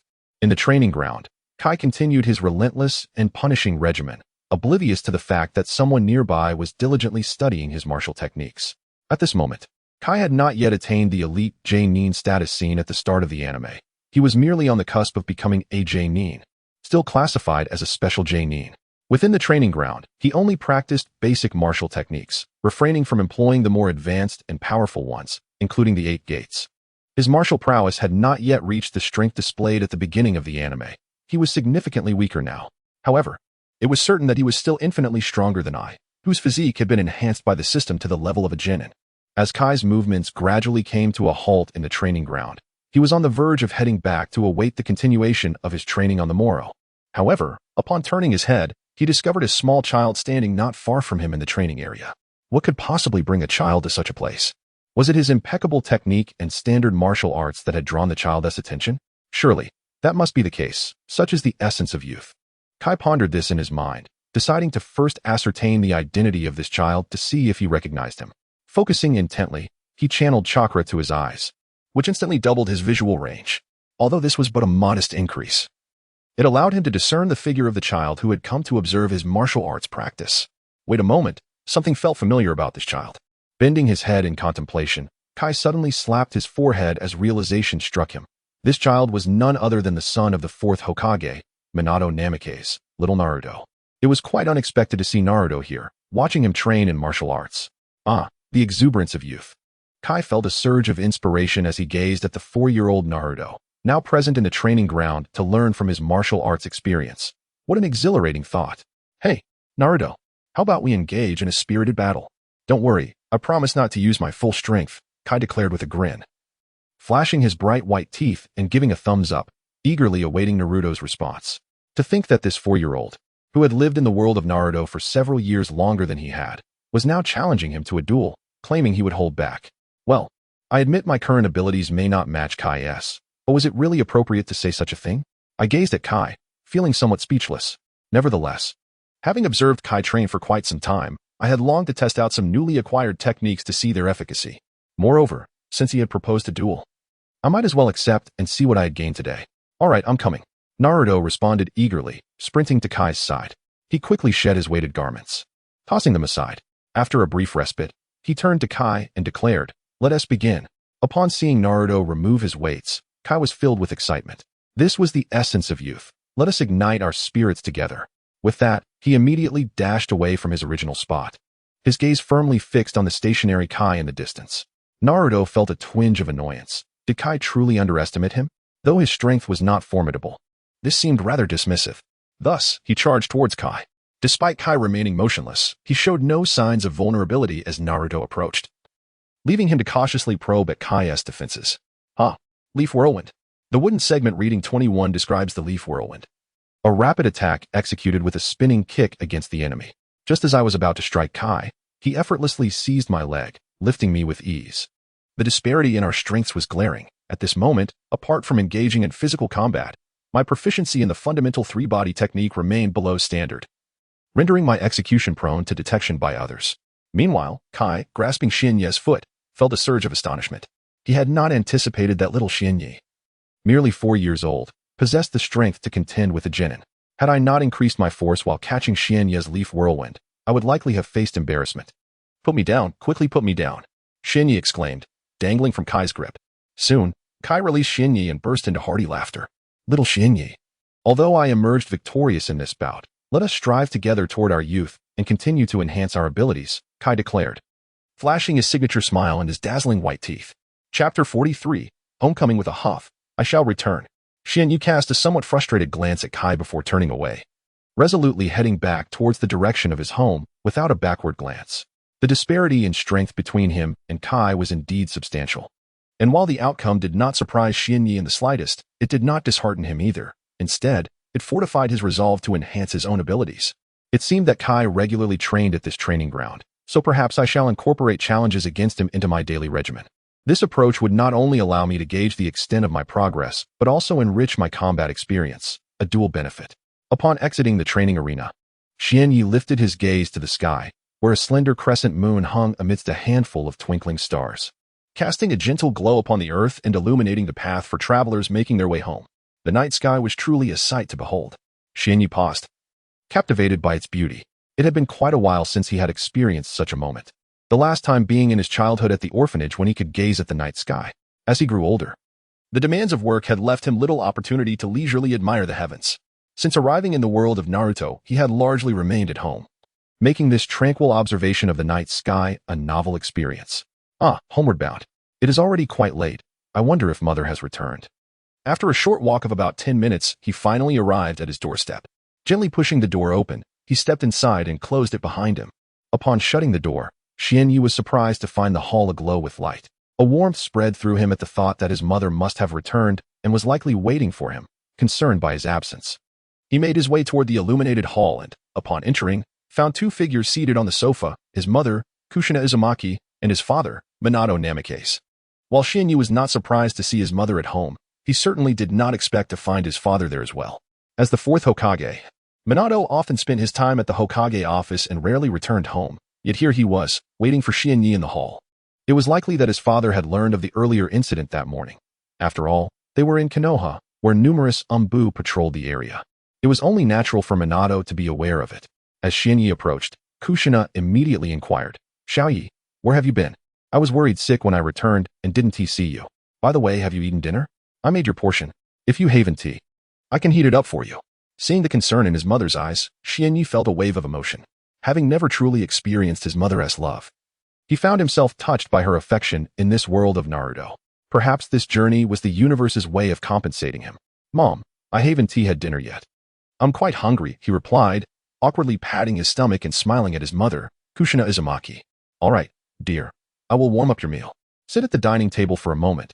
You will be able to eat soon." Upon hearing her son's hunger, Kushina Uzumaki immediately went to reheat the food. In the hall of their home, there was a table accompanied by several chairs, where Kushina typically served the meals. I settled into one of the chairs, seeking to rest. The stamina I had exerted during my earlier training had not yet fully recovered, leaving me with scarcely 1/10 of my energy, and thus I returned home utterly fatigued. After my mother departed with the food, my father, seated on the sofa, spoke up. "I am aware of what transpired this morning, and your mother knows as well. When I was your age, my strength was even less than yours." I remained silent, and an awkward atmosphere enveloped the hall. Minato Namikaze continued. "What I want to convey is that regardless of your actions, I will always protect you, ensuring you suffer no harm. However, it would be most advantageous if you could strengthen yourself to the point of not requiring my protection." The determination in Minato's eyes as he spoke made it clear that he was not jesting. "Understood," I replied. Silence fell once more in the hall. I was at a loss for words, so I chose to remain quiet. Minato had expressed all he needed to say. After all, no matter what occurred, I was still his son, and he would shield me from any harm. With that, he exited the hall, soon disappearing from sight, leaving me uncertain if he had returned to the Hokage office. Before long, Kushina returned with the reheated meal, placing it on the table and offering me a pair of chopsticks. Having not eaten all day, I quickly devoured the warm food. Once I finished, my mother took the empty bowl away, presumably to wash it. I retreated to my room, my weary body collapsing onto the bed as I stared at the ceiling, my mind replaying all that had transpired that day. After purchasing ninja tools in the morning, I had a conflict with Hinata's Kaze and, burdened with my gear, ran to the outskirts of Konoha to practice ninjutsu and taijutsu. Later, on my way home, I was drawn in by the sounds of training from Guy, resulting in a sparring match with him. Although that encounter had ended with me being thoroughly bested, I still learned much from Guy, enhancing my skills and techniques in the art of taijutsu. It seems that in the future, I shall seek an opportunity to engage in a bout with Kai. For such a confrontation would allow me to gauge my progress, uncover my shortcomings, and enhance my practical experience in combat, regardless of the outcome. Each aspect would prove immensely beneficial for me at this juncture, although I possess a system that facilitates rapid enhancement of my abilities. Engaging in real combat with Kai would likely accelerate my growth even further. Thus, lost in such contemplations, Xianyu gradually drifted into the realm of dreams. A night passed in the blink of an eye. On the following morning, as the first rays of sunlight streamed through the window, illuminating Xianyu's face, he awakened. Having enjoyed a night of deep slumber after the intense training of the previous day and a match with Kai, his entire body had succumbed to exhaustion, and he had swiftly fallen into sleep upon lying down. Upon waking today, Xianyu felt as though his nearly depleted energy had been fully restored. He clenched his fists, sensing a surge of strength coursing through him, seemingly greater than the previous day. In addition to the restoration of his physical strength, the chakra within him had also completely replenished. Not only had it returned to its full capacity, but it had also been steadily increasing throughout the night. Closing his eyes, Shinyi attuned himself to the chakra coursing through his body. It had nearly doubled compared to the previous day, indicating a remarkably rapid growth rate. Chapter 44. New Cultivation. Moreover, my physique belongs to the Uzumaki clan, which inherently possesses a significantly greater amount of chakra compared to ordinary ninjas. Consequently, the elevation of my chakra level is not an effortless endeavor. However, with the advent of the system, I now have the ability to augment my chakra automatically. Once my chakra reaches its maximum capacity, I can directly enhance my ninja rank, thus rendering the shortcomings of the Uzumaki clan irrelevant in my case. After rising and completing my morning routine, Shinyi gazed into the mirror, admiring his exquisitely handsome face and his pair of deep, ebony eyes, complemented by a glossy mane of short black hair. In the realm of Naruto, he was considered quite charming, likely perceived by others as a delightful young boy. In truth, Shinyi yearned for longer hair, as it would bestow upon him a strikingly elegant appearance, exuding a sense of ethereal grace. Yet, due to his tender age, he currently sported a short hairstyle. Once he finished admiring his reflection, Shinyi retrieved a set of white attire from his wardrobe. He held a particular fondness for white, as it conveyed an air of aloofness that he found suited him perfectly. Thus, he opted for this white ensemble. Dressed in this attire, his entire demeanor transformed, radiating an aura of meticulous perfection. It was likely that striding through the streets of Konoha in such garments would attract countless gazes and even elicit the excited shrieks of young maidens. During his time on Earth, Shinyi had found it difficult to comprehend the aesthetic preferences of the protagonists in the Naruto universe, particularly Naruto's rather perplexing sense of style. The choice of green spandex worn by Guy and Lee was especially bewildering, leaving him speechless at the mere thought.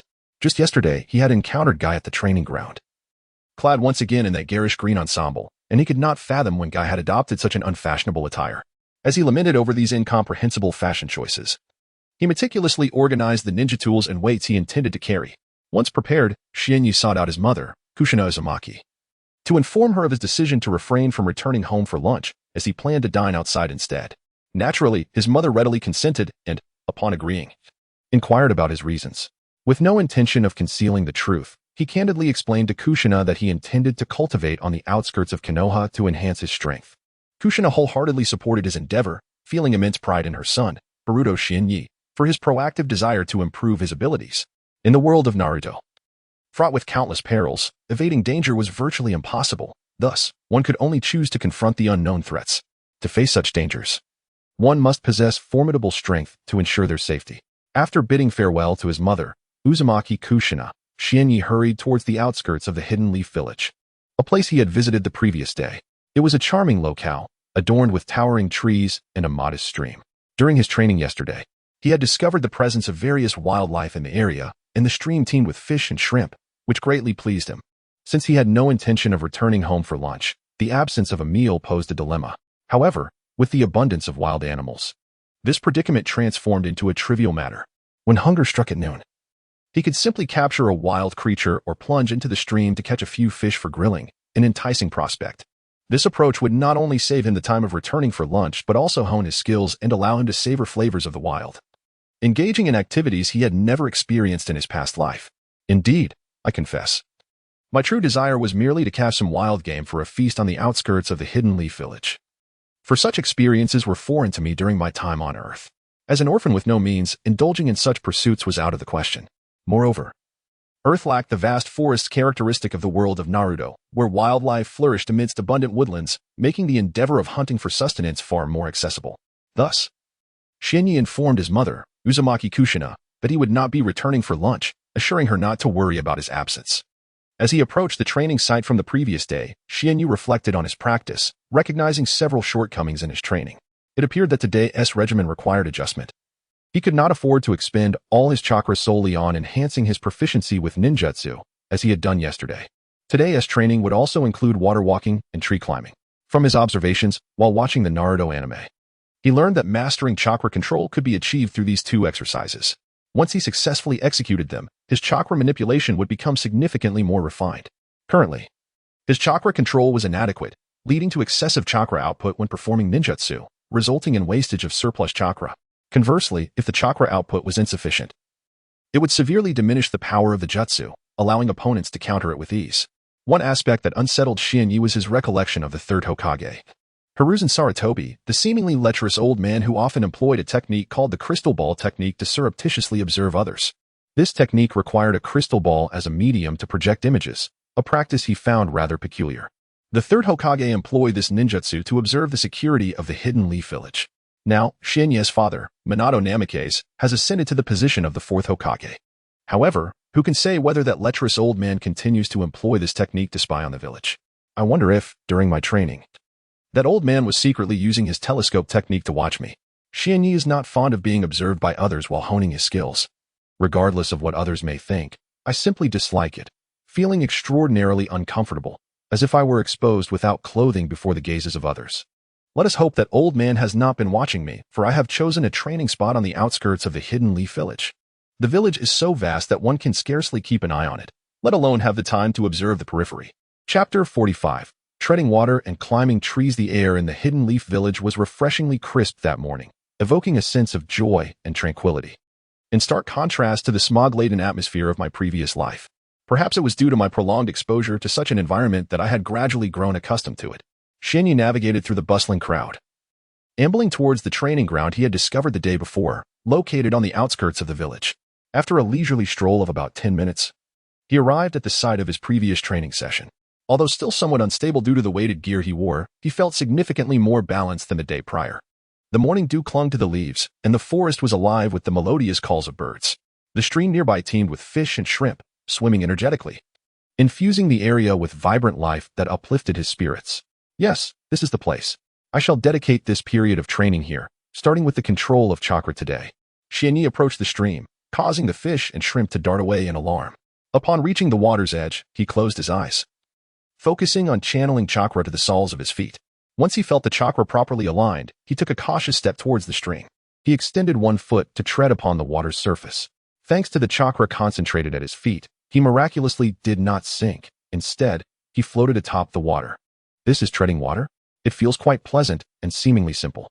Could it be that I am a prodigy, possessing a remarkable talent for chakra control?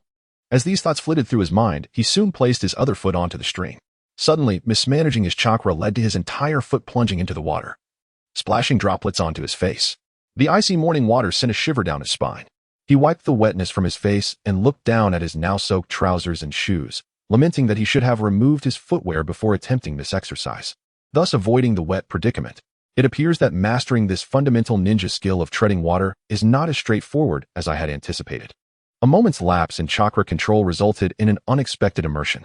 Yet, recalling how in the anime Naruto, Sasuke and Naruto had spent several days to successfully master this technique, I reassured myself that if these protagonists took such time, my talent may not be so lacking after all. Ding dong, the host has failed to walk on water, with chakra control reaching a maximum value of 10,000. To my astonishment, the water walking system not only quantifies the process but also increases proficiency even upon failure. If merely failing grants 5 points of proficiency, then success must yield even greater rewards. I surmised that it wouldn't be long before my chakra control would reach its zenith. With this thought, I encouraged myself and patiently endeavored to try dozens of times. As time passed in this arduous practice, the sun gradually ascended to its zenith, bathing the surroundings in warmth. Despite the towering trees that stood around, they could not completely shield me from the sun's rays, which filtered through the gaps and touched my skin. Before long, beads of sweat began to form on my forehead, and I could feel the moisture accumulating on my body. At long last, after countless failures, I succeeded in mastering my chakra control, enabling my legs to stand steadily upon the surface of the creek. The sensation was unlike that of solid ground. It felt as though I was treading upon a soft surface. Although maintaining this control required considerable effort, the exhilarating reality of standing on water filled me with excitement. According to the system, my chakra control proficiency had surpassed 3,000. I estimated that once my chakra control reached its full potential, there would be no unnecessary expenditure of energy. In the original anime, the formidable Sakura also dedicated significant time to mastering this skill, so I was pleasantly surprised by my swift accomplishment, balancing my legs steadily on the water's surface with chakra. After successfully standing on the water, I attempted to walk across its surface. However, due to my newfound mastery and still limited proficiency, I nearly stumbled into the creek several times. Yet, as I honed my chakra control, my proficiency increased, allowing me to walk more steadily on the water, appearing from a distance as if I were traversing solid ground. Having familiarized myself with the foundational practice of water walking, I returned to the shore and utilized chakra to dry my soaked trousers and shoes. Once they were dry, I prepared to attempt tree climbing. Another practice aimed at enhancing chakra control. With my proficiency in water walking, I felt little trepidation regarding the similar challenge of scaling a tree. Climbing a tree, much like walking on water, involved channeling chakra to the soles of my feet. The goal was to adhere to the bark, ensuring that I did not fall. I approached a tree approximately 5 to 6 meters high, ready to apply the same principles of chakra release to ascend its sturdy trunk, resembling a suction cup adhering to the surface. Soon, the first tree climbing began. Xianyu effortlessly ascended from the base of the tree to its highest point, displaying no surprise at his swift success. The rapid mastery of chakra manipulation for both water walking and tree climbing was largely attributed to the system. Regardless of failure or success, the system consistently enhanced his chakra control proficiency, albeit with diminished increments during failures, while triumphs accelerated the proficiency gained significantly. A small portion of this achievement was also due to his own diligence. The system merely facilitated his journey towards becoming a formidable force. Without dedicated training, no system, no matter how extraordinary, could transform him into a powerful being. After successfully reaching the treetop, Xianyu climbed several times more, each ascent contributing notably to his chakra control proficiency. He pondered how much proficiency he had attained thus far. Ding! Your chakra control proficiency has now reached 5,100 points. 5,100 points already? It seems I can fill this proficiency to the brim today. I wonder if the system will grant a reward upon reaching maximum capacity. Such thoughts crossed Xianyu's mind, for in his previous life, he had played many games and was aware that achieving maximum proficiency often yielded rewards. He simply remained uncertain if this system would offer any benefits. Chapter 46, Mastery of Chakra Control reaches its pinnacle having resolutely decided to achieve complete mastery of chakra control. I devoted myself solely to the practice of tree climbing and walking upon water. Since my initial success in traversing the water's surface with chakra, I have encountered no failures in my training. Although I faced several close calls during my early attempts due to my lack of proficiency, my subsequent endeavors bore fruit, and I steadily improved. As time progressed, my mastery of chakra control grew increasingly refined. Each successful venture upon the water or tree significantly enhanced my skill level, bolstered by the persistent reminders in my mind. Ding! The system notification chimed, indicating that my chakra control proficiency had reached 509,350 out of 10,000. This signified yet another successful endeavor by Xianyu in mastering chakra on the tree or water surface. My proficiency had surged to 9,350, nearing the coveted maximum of 10,000. I was eager to discover what awaited me upon attaining full mastery. Xianyu continued to alternate between walking on trees and gliding across the water, immersing himself in this dual practice. Ding! My proficiency increment to 509,400 out of 10,000. Ding! It then rose to 509,600 out of 10,000. Ding! Next, it reached 509,800 out of 10,000. Ding! Finally, it surged to 509,950 out of 10,000. At last, through diligent effort, my chakra control proficiency ascended to 9,950, leaving me merely 50 points shy of the maximum threshold. This final increment could be achieved with just one more practice session of either tree climbing or water walking. At this juncture, excitement surged within me. For my concluding practice, I opted to walk on water, having undertaken numerous tree climbing sessions. This decision held special significance, as it was the very technique I had first successfully mastered. Approaching the crystal-clear stream, my heart raced with anticipation as I stepped forward. My first foot effortlessly met the water's surface without sinking. The success of my second step was crucial. Should my second foot also land successfully upon the water, it would signify my triumph. Should the second foot sink into the water, it would signify failure. However, failure bears little consequence, for even in defeat, one's proficiency in chakra control would still increase, albeit by a mere 10 points. This is significantly less than the 40 points gained from successfully treading water. Nevertheless, my chakra control proficiency has already reached a remarkable 9,950, ensuring that success is inevitable, even for one as clumsy as myself. Gradually, the second foot ventured forth from the shore, firmly resting upon the water's surface without incident, an outcome anticipated by Xianyu. A failure in this endeavor would have been truly unexpected. Ding! Host chakra control proficiency, 5010000100000. Ding! Congratulations, the host chakra control proficiency has attained perfection, thus granting the host a reward for complete mastery of chakra control.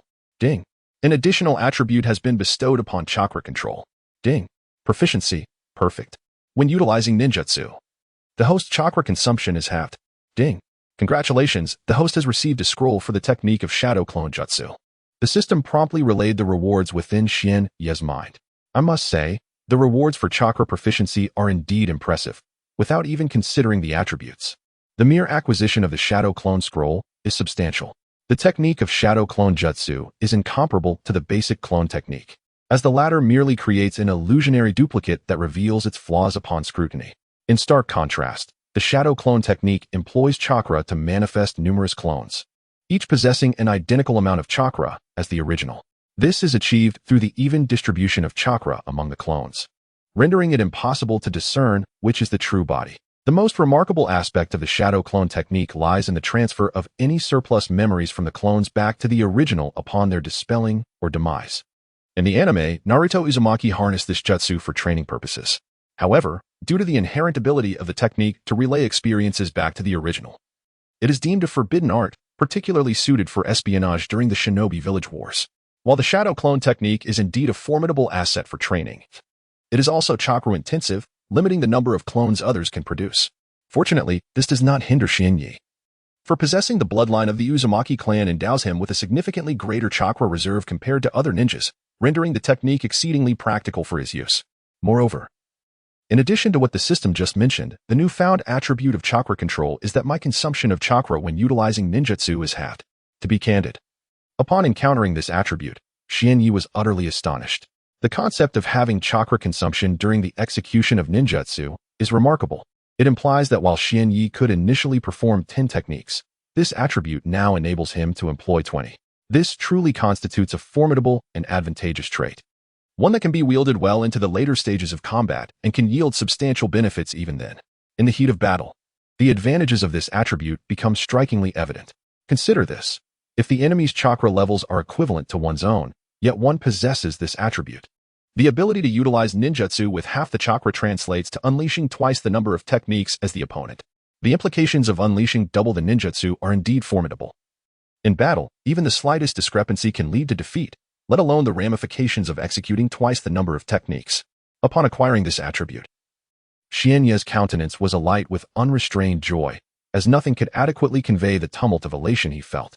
However, excitement aside, a trial was essential to ascertain the sensation of halved chakra consumption during ninjutsu application. Having refrained from using the technique Huitian during his training yesterday, he now resolved to experience its execution firsthand. With both hands and feet positioned for the initiation of Huitian, he exclaimed, Huitian. Chapter 47. The Power of Return to Heaven. With a resounding shout, Xianyi harnessed his chakra to execute the technique known as Return to Heaven. In an instant, a multitude of chakra erupted from the myriad points within his body. At that moment, Xianyi experienced an inexplicable intuition, a sensation blossoming in his mind suggesting that this method could conserve a significant amount of chakra. Without overthinking, he chose to trust this instinct. After all, if one cannot believe in oneself, whom can one trust? The chakra, surging forth from his energy points, combined with the rotation of his body, allowed him to manifest the technique. An immense semicircular dome of chakra formed around him, spinning with remarkable velocity. However, Xianyi sensed that the chakra consumption was not merely halved. It seemed to be reduced to a mere quarter of the previous amount. This raised questions, as the system indicated that chakra expenditure would be halved, which should not have been erroneous. After pondering for a moment, a plausible explanation emerged in his mind. This phenomenon was likely attributed to his mastery over chakra control, a skill inherently designed to prevent ninjas from wasting excess chakra during technique execution. Now, beyond its original function, he had discovered an additional benefit, the ability to utilize techniques with half the chakra cost. It appeared that while executing Return to Heaven, his chakra control had ensured that not a single unit of excess chakra was squandered. Moreover, with his chakra control reaching its maximum potential, the innate attribute of having chakra consumption during technique use compounded with his existing capabilities, creating a formidable effect. Techniques that previously required substantial chakra could now be performed with minimal expenditure. Consequently, the proficiency of chakra-dependent techniques would escalate at an astonishing rate, significantly surpassing the pace of the previous day. Though employing Return to Heaven continuously depleted his chakra, even with an ample reserve and the benefits of chakra control to mitigate consumption, prolonged activation would inevitably lead to depletion. Thus, he promptly deactivated the technique and noticed a notification from the system indicating an increase in proficiency. Ding. Return to Heaven proficiency, 551-00000 ding. Return to Heaven proficiency, 510-10000 ding. Return to Heaven Proficiency, 515100000 ding. Return to Heaven Proficiency, 520100000. The notifications echoed in his mind, the proficiency of Return to Heaven steadily rising. The system provided a plethora of updates, compelling Xianyi to focus solely on the final messages, as the earlier ones overwhelmed him. Ding dong. The proficiency of the reversal technique has reached 501,000. This is the final prompt from the system. Upon reading this notification, a sense of satisfaction washes over me. The activation of the reversal technique took an unusually long time, nearly half a minute, consuming 1/3 of my total chakra reserves. Were it not for my adeptness in chakra control, which significantly mitigated the expenditure, I would likely have been left with scarcely any chakra at all. Perhaps even needing to draw on some of my reserve to sustain the technique for that duration. For me, at this moment, being able to maintain the reversal technique for half a minute is quite commendable. After all, my current rank as a ninja is merely that of a novice, having yet to attain the status of a lower-ranked ninja. Yet, despite my humble standing, I have successfully activated the reversal technique for such a considerable length of time, which is no small feat. Typically, during combat, one does not continuously maintain the reversal technique. It is generally employed in response to an approaching adversary, utilizing the rapid rotation of chakra to form a semicircular shield that can either inflict damage or serve as a defense against enemy attacks. Once the technique has either harmed an opponent or defended against an assault, it is prudent to deactivate it, as the prolonged use of such a technique demands a significant amount of chakra. Should the reversal technique deplete my chakra reserves excessively during battle, it would be more prudent to refrain from employing it. Nonetheless, as long as the reversal technique is not recklessly utilized, it remains an extraordinarily powerful skill. From the system's notification, I discern that my half-minute of using the technique has increased my proficiency by 50 points. This increase, while modest, is noteworthy. Despite the greater gains I experienced with the body replacement technique yesterday, which is merely a fundamental ninjutsu, the reversal technique is a formidable art in its own right. In the Hyuga clan, the reversal technique is regarded as a secret art, unleashing a torrent of chakra from various chakra points upon being attacked, causing the user to spin like a top. This rotation generates a semicircular chakra shield that can be employed for both protection and defense. The defensive capabilities of the reversal technique are undeniably robust, and its offensive potential is equally formidable, which is why it is revered as a secret technique within the Hyuga clan. Lost in contemplation, my head had gradually lowered, and upon connecting all these thoughts, I beheld the destruction wrought by my recent use of the reversal technique. With my gaze cast downward, I observed a crater approximately 2 meters in diameter at my feet, a testament to the sheer destructive power I had unleashed. Such devastation requires an immense force to manifest. It seems that the power of the heavenly technique has exceeded my expectations. I had initially believed that, as a mere apprentice ninja, my chakra could not inflict such extensive destruction. However, the devastation wrought by this technique lies starkly before me, compelling me to accept its might. It appears that the potency of this heavenly technique is indeed formidable. If my current chakra can achieve such an effect, then the power will undoubtedly escalate when my chakra level advances. Nevertheless, I shall set aside these thoughts and prioritize the enhancement of my abilities. By the way, system, did you not mention rewarding me with the technique of multiple shadow clone? Where is this technique? I inquired of the system. It seemed to hesitate for a moment before responding. Ding. The method for utilizing the multiple shadow clone technique is about to be transmitted to the host's mind. Please prepare yourself. Yet, this was merely a courteous formality from the system, as it offered me no time to prepare. Immediately after delivering this statement, the system proceeded to transmit the method directly into my mind. Drawing from previous experiences, I had gained some understanding of the transmission of ninjutsu, but suddenly, a sharp pain pierced my head, and the system's transmission commenced. Chapter 48. The Art of Multiple Shadow Clones. The excruciating pain that accompanied the system's transmission into Xianye's mind was ever present, despite having experienced it before. The intensity of the agony remained unavoidable. Xianye could only endure it, for there was no alternative. Even if he chose not to bear it, the pain would persist. Thus, it was more prudent to withstand it, allowing for a gradual acclimatization. Before long, the throbbing sensation in his head began to wane, diminishing in intensity until it ultimately vanished. This process mirrored his previous experience, commencing with sharp pain that gradually subsided until it was no more. However, unlike the last occasion, the content of this transmission was different. This time, the system imparted the knowledge of the A-rank ninjutsu known as the art of multiple shadow clones, a technique of considerable utility, starkly contrasting with the prior transmission. Equipped with this newfound knowledge, Xianyi gradually grasped the method of employing the art of multiple shadow clones, the seals required, and the anticipated results of its application. With the system's assistance, he perceived the technique as not overly challenging, as long as he understood its usage, the sealing methods, and how to manipulate chakra. Mastering the art of multiple shadow clones would not pose significant difficulty. Yet, this was merely his current perception, having undergone the system's transmission. He comprehended the complete methodology, sealing techniques, and chakra manipulation associated with the art of multiple shadow clones. Thus, no matter how complex a ninjutsu might be, once transmitted through the system, it became remarkably simple to execute. However, had he been presented with a scroll detailing the art of multiple shadow clones to learn independently, he would likely have been utterly bewildered. Xianyi had previously perused ninjutsu scrolls at home, which contained only the most rudimentary techniques in taijutsu, such as the basic three-body technique, the leaf whirlwind, and the leaf gale. If he struggled to comprehend even these foundational techniques, it was inconceivable to think he could grasp the A-rank ninjutsu of multiple shadow clones, which undoubtedly surpassed the complexity of those elementary skills by countless degrees. In reflection, Xianyi synthesized the knowledge that had emerged in his mind, summarizing the methods of employing the art of multiple shadow clones, the requisite seals, and the chakra manipulation techniques essential for its execution. After all, the knowledge acquired is transmitted systematically into one's mind and cannot truly be considered one's own. The multitude of experiences related to the shadow clone technique resides within my consciousness, and without mentally revisiting them, I would likely remain oblivious to such insights. Thus, it is imperative to summarize them. Otherwise, I may falter when employing this ninjutsu, with failure stemming solely from unfamiliarity with its execution. In the recesses of his mind, Xianyu silently reflected for a moment. Once he completed his mental consolidation, he began to form the seals according to the methods of the shadow clone technique conveyed by the system. As he prepared to practice this technique, he closed his eyes. For doing so diminishes distracting thoughts, a principle echoed in the Chinese adage, out of sight, out of mind. With his eyes shut, his heart would not be troubled, naturally alleviating his mental clutter. With his eyes tightly sealed, Xianyi initiated the seal formation from the memory of the shadow clone technique. While the chakra within him flowed in accordance with the operational methods of the technique, the seals were successfully completed, and simultaneously, the chakra within his body was activated.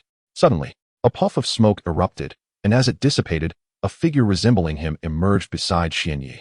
However, this clone did not stand upright. Instead, it lay languidly on the ground, motionless and devoid of vitality. Ding dong. A notification from the system promptly chimed as I produced a clone, indicating a proficiency of 110,000 in the shadow clone technique. Yet, I remained uncertain of the success of this clone. Although I had indeed created a shadow clone, I found myself pondering its efficacy. Xianyi glanced at the newly manifested clone, which still lay there in a listless state, and noticed slight differences in its features compared to his own. Feeling a twinge of embarrassment, he couldn't believe he had conjured such a lackluster clone that bore only minor resemblance to himself and exhibited no energy whatsoever. Nevertheless, it should be deemed a success, for regardless of the discrepancies and the absence of vigor, the shadow clone had indeed been brought into existence. Surely, this must count as an accomplishment. Yes, it must be a success, without a doubt. Xianyi reassured himself in his heart, urging himself to disregard the clone's appearance. To create a shadow clone on his first attempt signifies a rare talent, perhaps a genius that emerges once in a century, or even a millennium. Xianyi swiftly dismissed the rather comical appearance of the shadow clone he had just conjured, as well as the method of employing the multi-shadow clone technique, which had been imparted to him by the system. Thus, he indulged in his fantasies. All right, let's dispel that shadow clone. In an instant, the limb shadow clone vanished, and the chakra that had been allocated to it returned to his body. However, this did not imply that his chakra remained unspent. Due to it being Xianyi's inaugural attempt at the multi-shadow clone technique, his proficiency was still rather rudimentary, resulting in a considerable amount of chakra being squandered during the creation of the clones, dissipating into the ether. Originally, Xianyi possessed 9/10 of his chakra. Now, only 8/10 remained. The remaining 10th had been depleted during his earlier training in water treading and tree climbing. Had he been more adept at employing the multi-shadow clone technique, such wastage of chakra could have been avoided. Nonetheless, the existence of the created shadow clones still necessitated chakra expenditure, albeit in minimal amounts. Utilizing ninjutsu, on the other hand, would still incur the requisite chakra costs. All right, let's try again. After retracting the somewhat unsuccessful shadow clone, Xianyi positioned his hands once more to perform the necessary hand seals for the multi-shadow clone technique, channeling his chakra anew. With a puff, another figure emerged from the haze. Yet this shadow clone was significantly improved compared to the previous one. Its visage gradually began to resemble that of Xianyi, and it did not merely collapse upon the ground, though it appeared somewhat malnourished. Chapter 49. The task of shadow clones. This form of shadow clone is utterly ineffective. I must try again. Ding. Proficiency in the multiple shadow clone technique has reached 1,210,000. Ding. Proficiency in the multiple shadow clone technique has reached 1,310,000. Ding. Proficiency in the multiple shadow clone technique has reached 1,410,000. Ding. Proficiency in the multiple shadow clone technique has reached 1,510,000. Time swiftly passed, and noon arrived. After 5 attempts with the multiple shadow clone technique, at last, a shadow clone identical in appearance to Xianyi stood beside him, and this time, it no longer bore the malnourished look. At long last, he successfully created a shadow clone that mirrored his own likeness. Xianyi then noticed a few beads of sweat forming on his forehead, prompting him to raise his hand and wipe them away. With 5 uses of the multiple shadow clone technique, its proficiency had now reached 5 points. Truth be told, the increase in proficiency was painstakingly slow. A mere point was gained with each attempt. If he were to fully master the technique, he pondered how long it would truly take. Xianyi was disinclined to contemplate the duration required. Even now, the use of the technique 5 times had consumed half of his chakra. Compounded by the chakra expended earlier in water training, tree climbing, and other practices, leaving him with only 40 of his chakra. This was, however, a result of some automatic recovery. Had his chakra not replenished itself, he would be nearly depleted by now. The remaining 40 of his chakra could not be devoted to the multiple shadow clone technique. Instead, this chakra would be reserved for the cultivation of other ninjutsu. He had yet to practice the fundamental transformation technique today, so this remaining chakra would be allocated towards mastering that. The foundational techniques were indeed crucial, for instance. The substitution technique within the fundamental skill set was still employed even by elite ninjas. This was especially relevant for Xianyi, a mere novice who had yet to attain the rank of a genin. Aside from the transformation technique, there was some merit to the basic ninjutsu of the transformation technique, allowing one to transform into various forms, which warranted an enhancement of its proficiency. However, the last technique within the foundational trio seemed rather superfluous. In addition to the transformation and substitution techniques, the final technique was the clone technique. Yet this technique was somewhat redundant. The clones produced were mere illusions, lacking substance. Any perceptive ninja, particularly those of greater strength, could easily discern their falsity. With the acquisition of the formidable multiple shadow clone technique, the necessity for the basic clone technique diminished even further. Never mind, I shall practice the art of shadow clones in the meantime. The system has combined the fundamental techniques of substitution, transformation, and shadow clones, compelling me to cultivate the shadow clone technique as well. Gurgle. That sound emanates from my stomach. A protest of hunger. Xianyi lifted his gaze to the sun in the sky, which at this moment was glaringly bright. He squinted, shielding his forehead with his hand to better see. Indeed, the sun had reached its zenith, indicating it was well into midday. Having consumed only a modest breakfast at home, he realized he had not eaten anything since, and it was prudent to procure some sustenance. However, at this juncture, he could not dissolve his shadow clone. If he were to do so, recreating another would deplete 1/10 of his total chakra. Moreover, today's training tasks were somewhat numerous. Completing them alone might prove challenging. Given that he had acquired the technique of multiple shadow clones and had created a usable shadow clone, he resolved to have the shadow clone practice ninjutsu while he focused on physical training. It is worth clarifying that it was not a matter of preventing the shadow clone from engaging in physical training.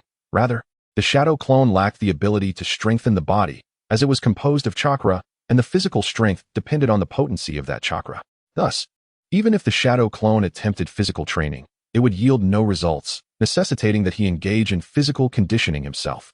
Nevertheless, before embarking on such training, 2 tasks required his attention. The first task was to transfer all remaining chakra within him to the shadow clone. The second task was to address his acute hunger, which demanded tangible nourishment. Transferring chakra was quite convenient. Standing beside the shadow clone allowed him to channel the remaining chakra into its form. Satisfying his hunger was not particularly arduous either, as he had chosen this location for its abundance of wildlife, and the nearby stream teemed with fish and shrimp, a prime reason for his selection of this training ground. There was no need to fret over the lack of chakra hindering his ability to catch food, for his body was robust, possessing the strength of a genin, which implied he had the capability to engage in combat with lower-ranked ninjas. After a moment of contemplation beside the shadow clone, he decided his midday meal would consist of fish, and so he ambled toward the stream. Upon reaching the bank, the fish and shrimp darted away at the sight of him. However, he was not yet prepared to leap into the water to catch fish. He first needed to remove his shoes and clothing. He opted to retain his weighted attire, as moving in the water while burdened would enhance his physical training. With a splash, he entered the stream. Xianyi leaped into the water, causing splashes that danced in the sunlight, creating a captivating beauty. However, at that moment, Xianyi had no time to admire the enchanting water droplets. His priority was to catch some fish to satiate his hunger. With unwavering determination, he set his sights on the fish in the stream, utilizing all his strength and racing towards them with remarkable speed. The stream was shallow, just reaching the height of his abdomen. Startled by his sudden movement, the fish darted away with great haste, but Xianyi's speed, enhanced by the system's fortification, surpassed theirs. It would have been a jest if he couldn't outpace the fish, given that his physical prowess had attained the level of a lower ninja. Swift as the wind, Xianyi accurately targeted the fish's location and, without hesitation, reached out to grasp them. As expected, he caught 2 fish, holding one firmly in his hand. He discarded the 2 fish onto the bank of the stream, barely glancing at them before turning his attention to the others. After successfully capturing a total of 6 fish, he finally ceased his efforts, knowing that this bounty would suffice for his midday meal. Chapter 50. Grilled fish after catching the fish. I brought them beneath the shade of a large tree. At this moment, it was midday, and the sun's rays were rather intense. With the fish prepared, the next step was to gather some wood to roast the 6 fish. In this area, finding wood was not particularly challenging, as it was on the outskirts of the hidden leaf village, teeming with numerous large trees. If wood was needed, one could simply pick up a few fallen branches from the ground. If none were available, climbing the trees to break off some branches would suffice. Gazing into the distance, I realized that there was no need to climb the trees, for the ground was littered with small twigs. I collected these fallen branches and returned to the base of the large tree, which towered significantly taller than the others, estimated to be at least 20 meters high. Such a tree provided ample shade, making it exceptionally cool beneath its canopy. Occasionally, a gentle breeze would sweep through, making it a delightful spot to rest, and perhaps even nap. I set up a makeshift rack in front of me and skewered the fish with the branches. The 6 fish were now arranged on the rack. Most of the preparations were nearly complete. All that remained was to ignite a fire. As I had yet to learn any fire-style ninjutsu, I could only channel my own fire chakra to the freshly gathered branches. With a soft hiss, the pile of branches on the rack soon caught fire. Although I had not mastered any fire-style ninjutsu, my fire chakra was sufficient for igniting the branches. Gradually, I increased the flow of fire chakra, and as it intensified, the flames began to roar more vigorously, raising the temperature steadily. After some time, a gentle breeze wafted past me, carrying an enticing aroma. Ah, how delightful! The fish on the rack had turned a golden hue, and the savory scent wafted through the air. As I inhaled this delightful fragrance, my stomach began to growl, and my mouth watered. However, it seemed that they needed a bit more time to cook thoroughly. 10 minutes later, I deemed the 6 fish to be adequately cooked. Even if they weren't entirely done, I was unwilling to continue roasting them. The irresistible aroma was simply too enticing, making my cravings unbearable. Before indulging in his meal, Xianyi first extinguished the fire, otherwise he would find the remaining fish charred while savoring one. With a few swift kicks, he snuffed out the flames and eagerly seized the 2 skewered fish before him, biting into one without hesitation. Ah, it was hot. These fish had just been grilled, retaining a bit of warmth. Nonetheless, they were quite fragrant. It seemed his grilling skills were commendable. Perhaps in the future, he could prepare his own meals while out and about. In the original anime, Naruto learned the shadow clone technique in merely one night after stealthily acquiring the sealing scroll. To his surprise, mastering this technique proved quite challenging for him. Creating a single clone barely increased his proficiency. Sitting beneath the expansive shade of a colossal tree, Xianyi munched on his freshly grilled fish, reflecting on his progress. Strictly speaking, the shadow clone technique is not particularly difficult. Most ninja who reach the Jonin level can learn it. Even Naruto, who struggled with the basic clone technique, was able to master the shadow clone technique in one night. Xianyi, on the other hand, had spent nearly an hour successfully creating a single usable clone, which he considered a satisfactory pace. At the very least, he could now produce one clone. The inability to create multiple clones likely stemmed from his lack of familiarity with the technique and insufficient chakra reserves. Oh, he was finally full. After devouring 6 fish, Xianyi rubbed his slightly protruding belly. Having just eaten, he decided against vigorous exercise, opting instead for light physical training in the shade, a suitable post-meal activity. After tidying up the remnants of his meal, he prepared to commence his workout. He began with push-ups beneath the tree's canopy. 1, 2, 3. Since arriving in this world, Xianyi had felt an overwhelming sense of pressure. Perhaps it was due to his comparatively low power level, or perhaps it was the looming threat of the Ninetales incident 2 years hence. Regardless of the cause, the feeling of oppression was ever present. He also realized that many aspects of this world differed significantly from the anime he had previously watched. The anime often depicted only the bright side of the sun, amplifying its radiance. However, living in this realm revealed that it was not the sunlit world of the anime. Numerous shadows lingered here, concealing myriad dangers. If he did not hasten to enhance his strength, survival in this harsh world would soon become a daunting challenge. Much like the impending Ninetales chaos 2 years hence, at that time, Xianyi would merely be 6 years old, having spent but 5 years in this world, a mere child. Utterly devoid of the strength to thwart the coming tempest or save his parents. What recourse would Xianyu have in that dire moment? When the Ninetales chaos culminates in the tragic demise of his parents? Moreover, at that juncture, his only brother, Naruto Uzumaki, would be born. Destined to become the host of the Ninetales. How would the orphan Naruto navigate life, reliant on the care of the third Hokage? It is all too vivid for Xianyi to envision the scenes that will unfold.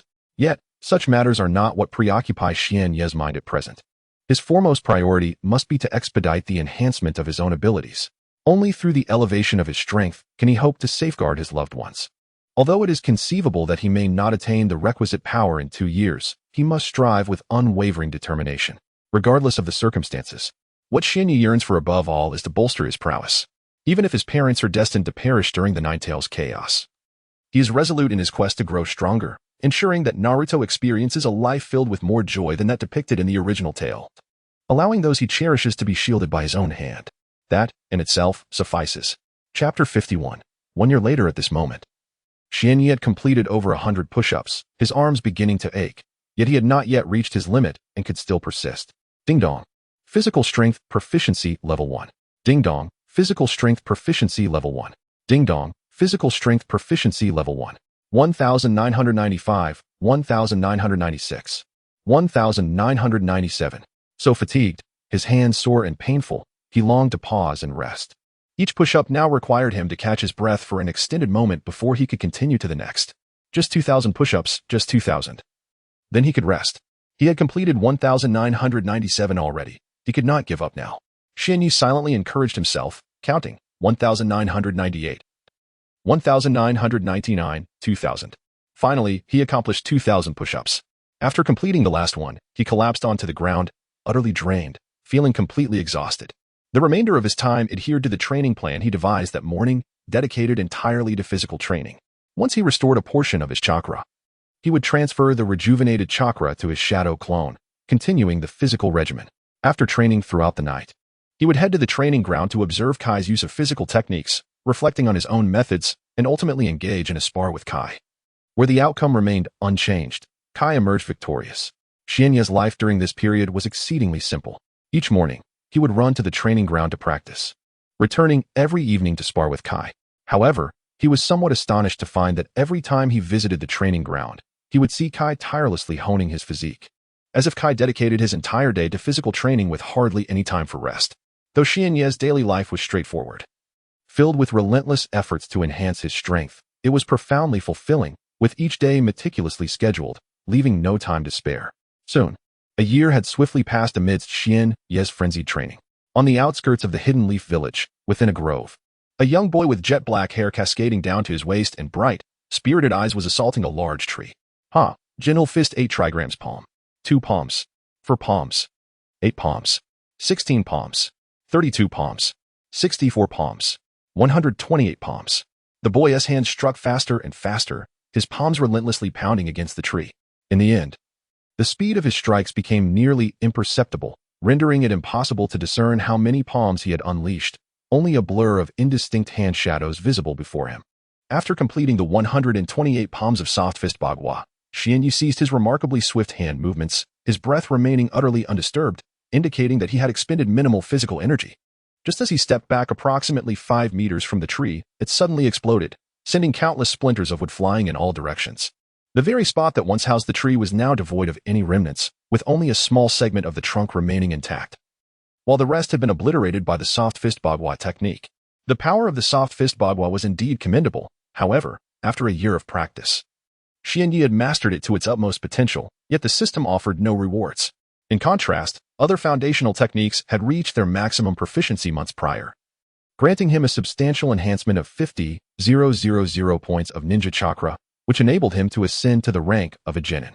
Furthermore, The techniques Leaf Whirlwind and Leaf Gale had also achieved full mastery several months ago, yet they did not bestow any chakra proficiency. Unlike the proficiency in chakra control, these techniques merged to form a new, more formidable martial art known as Divine Combat Technique.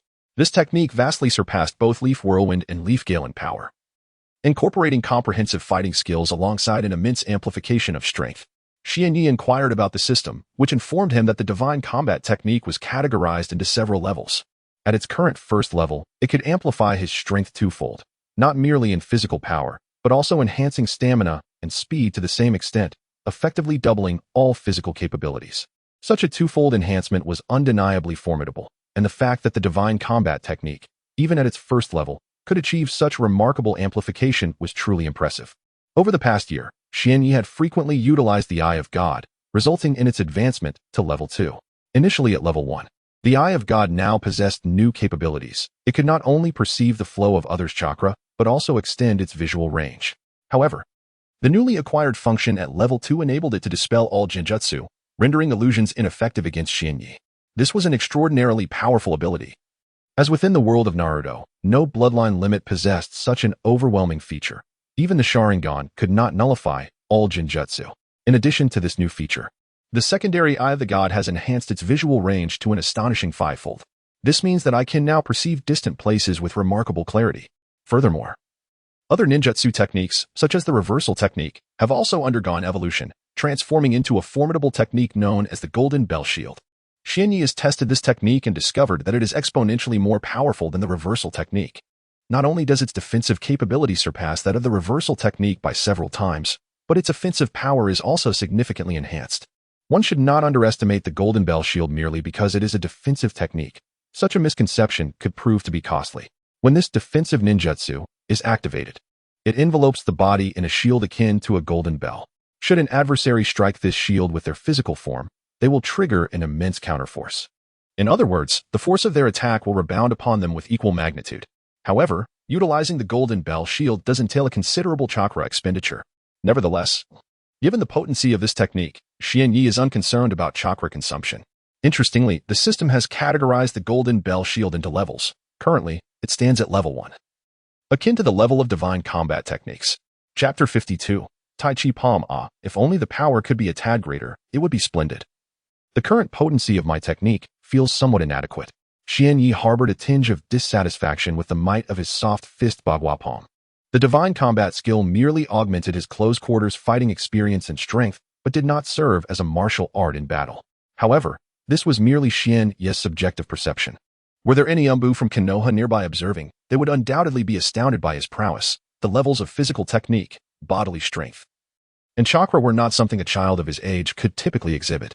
Yet, Xianyi managed to attain such a feat, demonstrating physical techniques, bodily strength, and chakra levels that astonishingly manifested in a mere 6-year-old. This truly bordered on the miraculous. Yet, only Xianyi understood the trials he had endured over the past year, the nature of his existence, and the hardships he had faced. Moreover, mere effort alone was insufficient, without the system affixed to him. Achieving such a level within a year would have been inconceivable. Although a year had passed, Xianyi had only grown slightly taller compared to a year prior. Nonetheless, his strength could be aptly described as advancing by leaps and bounds, experiencing rapid enhancement. Throughout this year, through relentless training and the system's aid, his capabilities had ascended to new heights. System, check my basic information. Ding. Host information has been accessed. Host name, Bofeng Xianyi. Host gender, male. Host chakra amount, genin level proficiency, 83,000, maximum value, 300,000.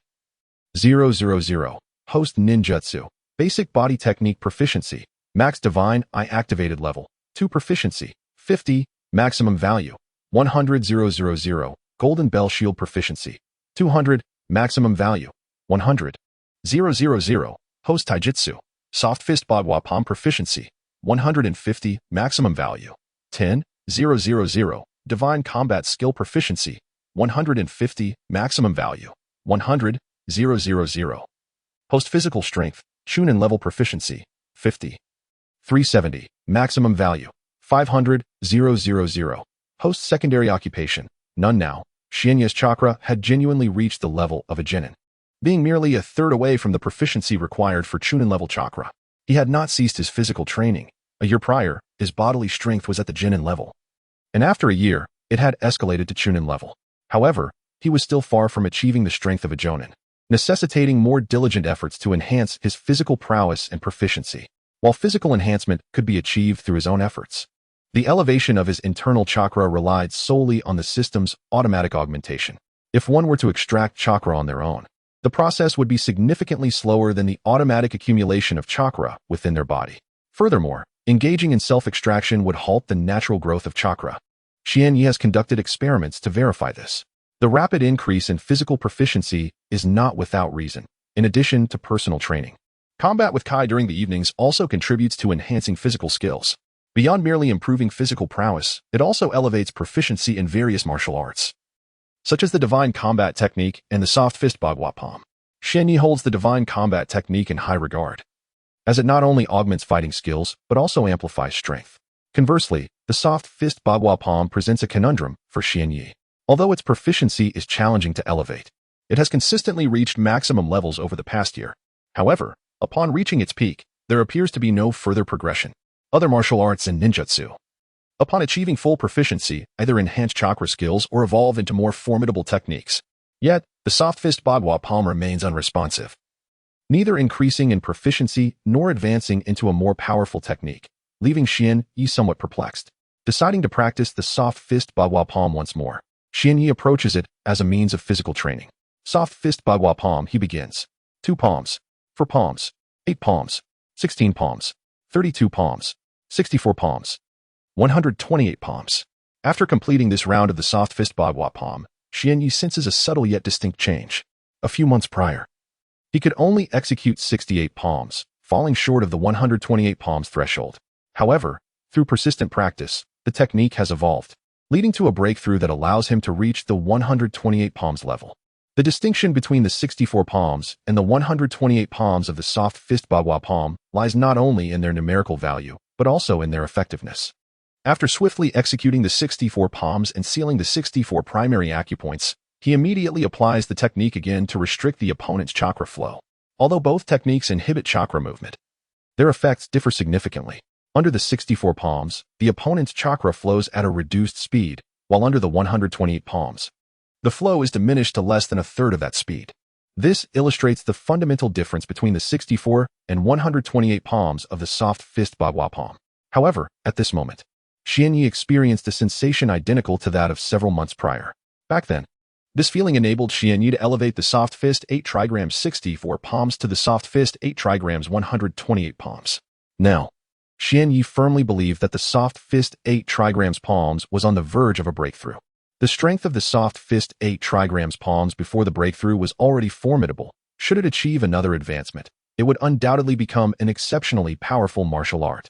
After sensing this transformation, Xian Yi did not pause, continuously practicing the Soft Fist 8 trigrams palms to facilitate its impending breakthrough.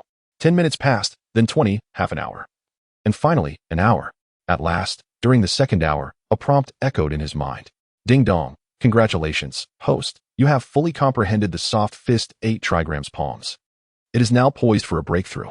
Ding dong, congratulations, host. The breakthrough of the Soft Fist 8 trigrams palms is complete. It has now upgraded to the Tai Chi palms. The Tai Chi palms. The Soft Fist 8 trigrams palms had astonishingly evolved into Tai Chi palms. Tai Chi was renowned in the last life. However, it remained uncertain how formidable this Tai Chi palms would be. Logically, this martial art should not be weak, given that its predecessor, the Soft Fist 8 trigrams palms, was already exceptionally powerful. Now that it had upgraded, it would hardly be inferior to the Soft Fist 8 trigrams palms. Chapter 53, Experimenting with the Tai Chi palm. Furthermore, the other ninjutsu and taijutsu upgraded by the system are undeniably powerful. Techniques such as the Divine Combat Skill and the Golden Bell Shield are formidable in their own right. Thus, Xian Yi maintains his belief that the Tai Chi palm will not be lacking in strength. After the Soft Fist Bagua Palm evolved into the Tai Chi palm, a surge of knowledge foreign to Xian Yi flooded his mind. The Tai Chi palm possesses a method of application that bears some resemblance to the Soft Fist Bagua Palm, yet it is distinct in its own essence. One similarity between the Tai Chi palm and the Soft Fist Bagua Palm is the ability to seal an opponent's meridians, effectively obstructing their chakra flow. The longer the Tai Chi palm is employed against an adversary, the greater the accumulation of Tai Chi energy within them, resulting in a progressively slower chakra flow, ultimately leading to its cessation. Another remarkable capacity of the Tai Chi palm is its principle of using 4 ounces to deflect 1,000 pounds, allowing one to engage in combat against a mightier foe without succumbing to disadvantage. It can also harness the force exerted by the opponent, redirecting it back at them, a concept succinctly encapsulated by the aforementioned principle. Xianyi decided to experiment with the newly acquired Tai Chi palm. Standing before a large stone, he unleashed the upgraded technique. The Tai Chi palm manifested an array of spectral handprints in the air. This was the swift mode of the technique. The Tai Chi palm can be executed with both speed and deliberation. In its rapid form, it employs a vigorous force, delivering tremendous impact capable of wreaking substantial devastation. When confronted by an adversary of superior strength, the Tai Chi palm can transition into a slower mode, whereupon its speed becomes markedly reduced, not in a literal sense, but rather appearing so to the enemy. The slow mode embodies the concept of responding to change with constancy. It allows the opponent to strike first while the user counters with a serene precision, embodying the essence of using 4 ounces to deflect 1,000 pounds. This slower application of the Tai Chi palm can induce frustration in the opponent, effortlessly countering any technique they employ. In this mode, the palm harnesses a concealed force, known as dark energy. When striking the opponent with the Tai Chi palm in this slower mode, the dark energy is infused into their body, which the user can later detonate, inflicting immense damage at the opportune moment. In the swift mode of the Tai Chi palm, the immense stone before Xianyi bore witness to a flurry of handprints, each one deeply imprinted into its surface by the rapid and powerful strikes. Switching to the slow mode, Xianyi sought out another large stone, delivering measured blows with the Tai Chi palm. Each strike penetrated the stone, embedding dark energy within it. After a series of strikes, Xianyi felt it was time to detonate the accumulated energy. With a resounding explosion, a massive stone shattered behind Xianyi, who was now 10 meters away from it. Turning around, he saw the boulder reduced to countless fragments scattered across the ground. However, the true power of the Tai Chi palm remained a mystery, as there was no one nearby to test its effectiveness against a person. Perhaps he should seek out Kai, heading to the training ground where Kai frequently trained, to engage in a sparring match and ascertain the capabilities of this new technique. Departing from the exclusive training area, Xianyi made his way to the training grounds of Konoha, a place that was perpetually occupied by a dedicated practitioner. Throughout the year, there was scarcely a day when it was deserted. This instance proved no exception, as Xianyi entered the expansive training ground, replete with numerous training materials. Yet, he found himself disinclined to train there, not only due to the prying eyes of the third Hokage but also because he preferred the tranquility of his usual training spot, where he could practice undisturbed and even procure wild game when hunger struck. At the center of the training ground stood a man clad in a tight green outfit, tirelessly honing his physique, none other than Kai. The Kai of today had undergone noticeable changes compared to a year prior. His strength had significantly increased through relentless training, and he had even grown taller. With powerful kicks against a large tree, the sound echoed through the area, each strike generating a fierce gust of wind and causing a cascade of leaves to fall. He murmured to himself, and while Xianyi could not discern the exact words, he surmised they pertained to the trials of training, questions of success and failure. This scene was strikingly familiar, reminiscent of the first time he encountered Kai a year ago. Nothing had changed. "Hey, Kai, would you care for a sparring match?" Xianyi called out to him. Upon hearing Xianyi's voice, Kai turned, a smile breaking across his face. "Is that you, Xianyi? What brings you here so early? I thought you only came by at night." "I've grasped a new technique and wish to test its efficacy," Xianyi replied slowly. "A new technique? Ah, that's the spirit of youth. Very well, Xianyi. Let us engage in a spirited battle," Kai exclaimed, his enthusiasm ignited by the prospect of a challenge. "All right, let's begin," Xianyi declared. And as the word left his lips, the two launched into close combat.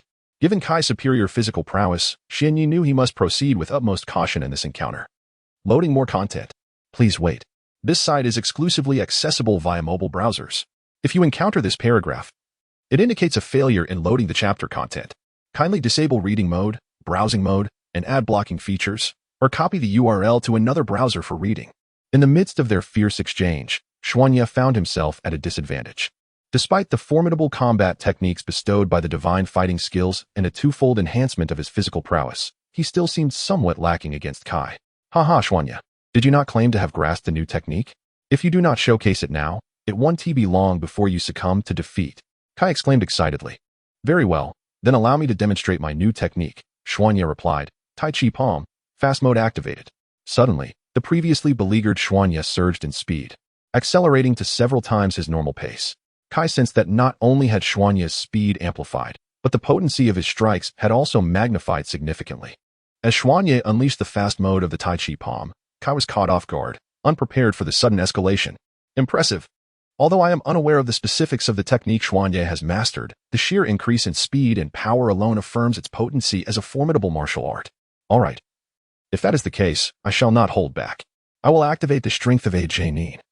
For it would be quite embarrassing for an adult to be defeated by a child. Chapter 54. The Frustration of Kai Xiaoya. Be cautious. I am about to unleash the strength of a Jonin. If you cannot withstand it, do let me know, Kai said earnestly to Xuanye.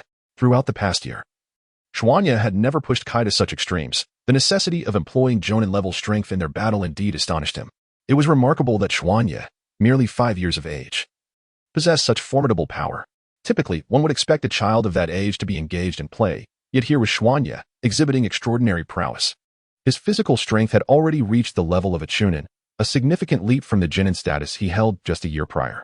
The fact that Xuanye had elevated his physical capabilities to that of a Chunin within a single year was an arduous feat, revealing the trials he must have endured.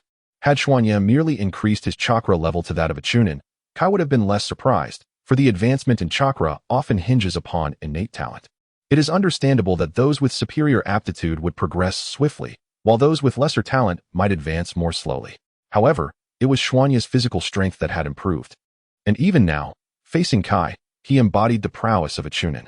Beyond his physical capabilities, Kai could sense a substantial flow of chakra within Xuanye, indicative of a chakra level consistent with a Jinin.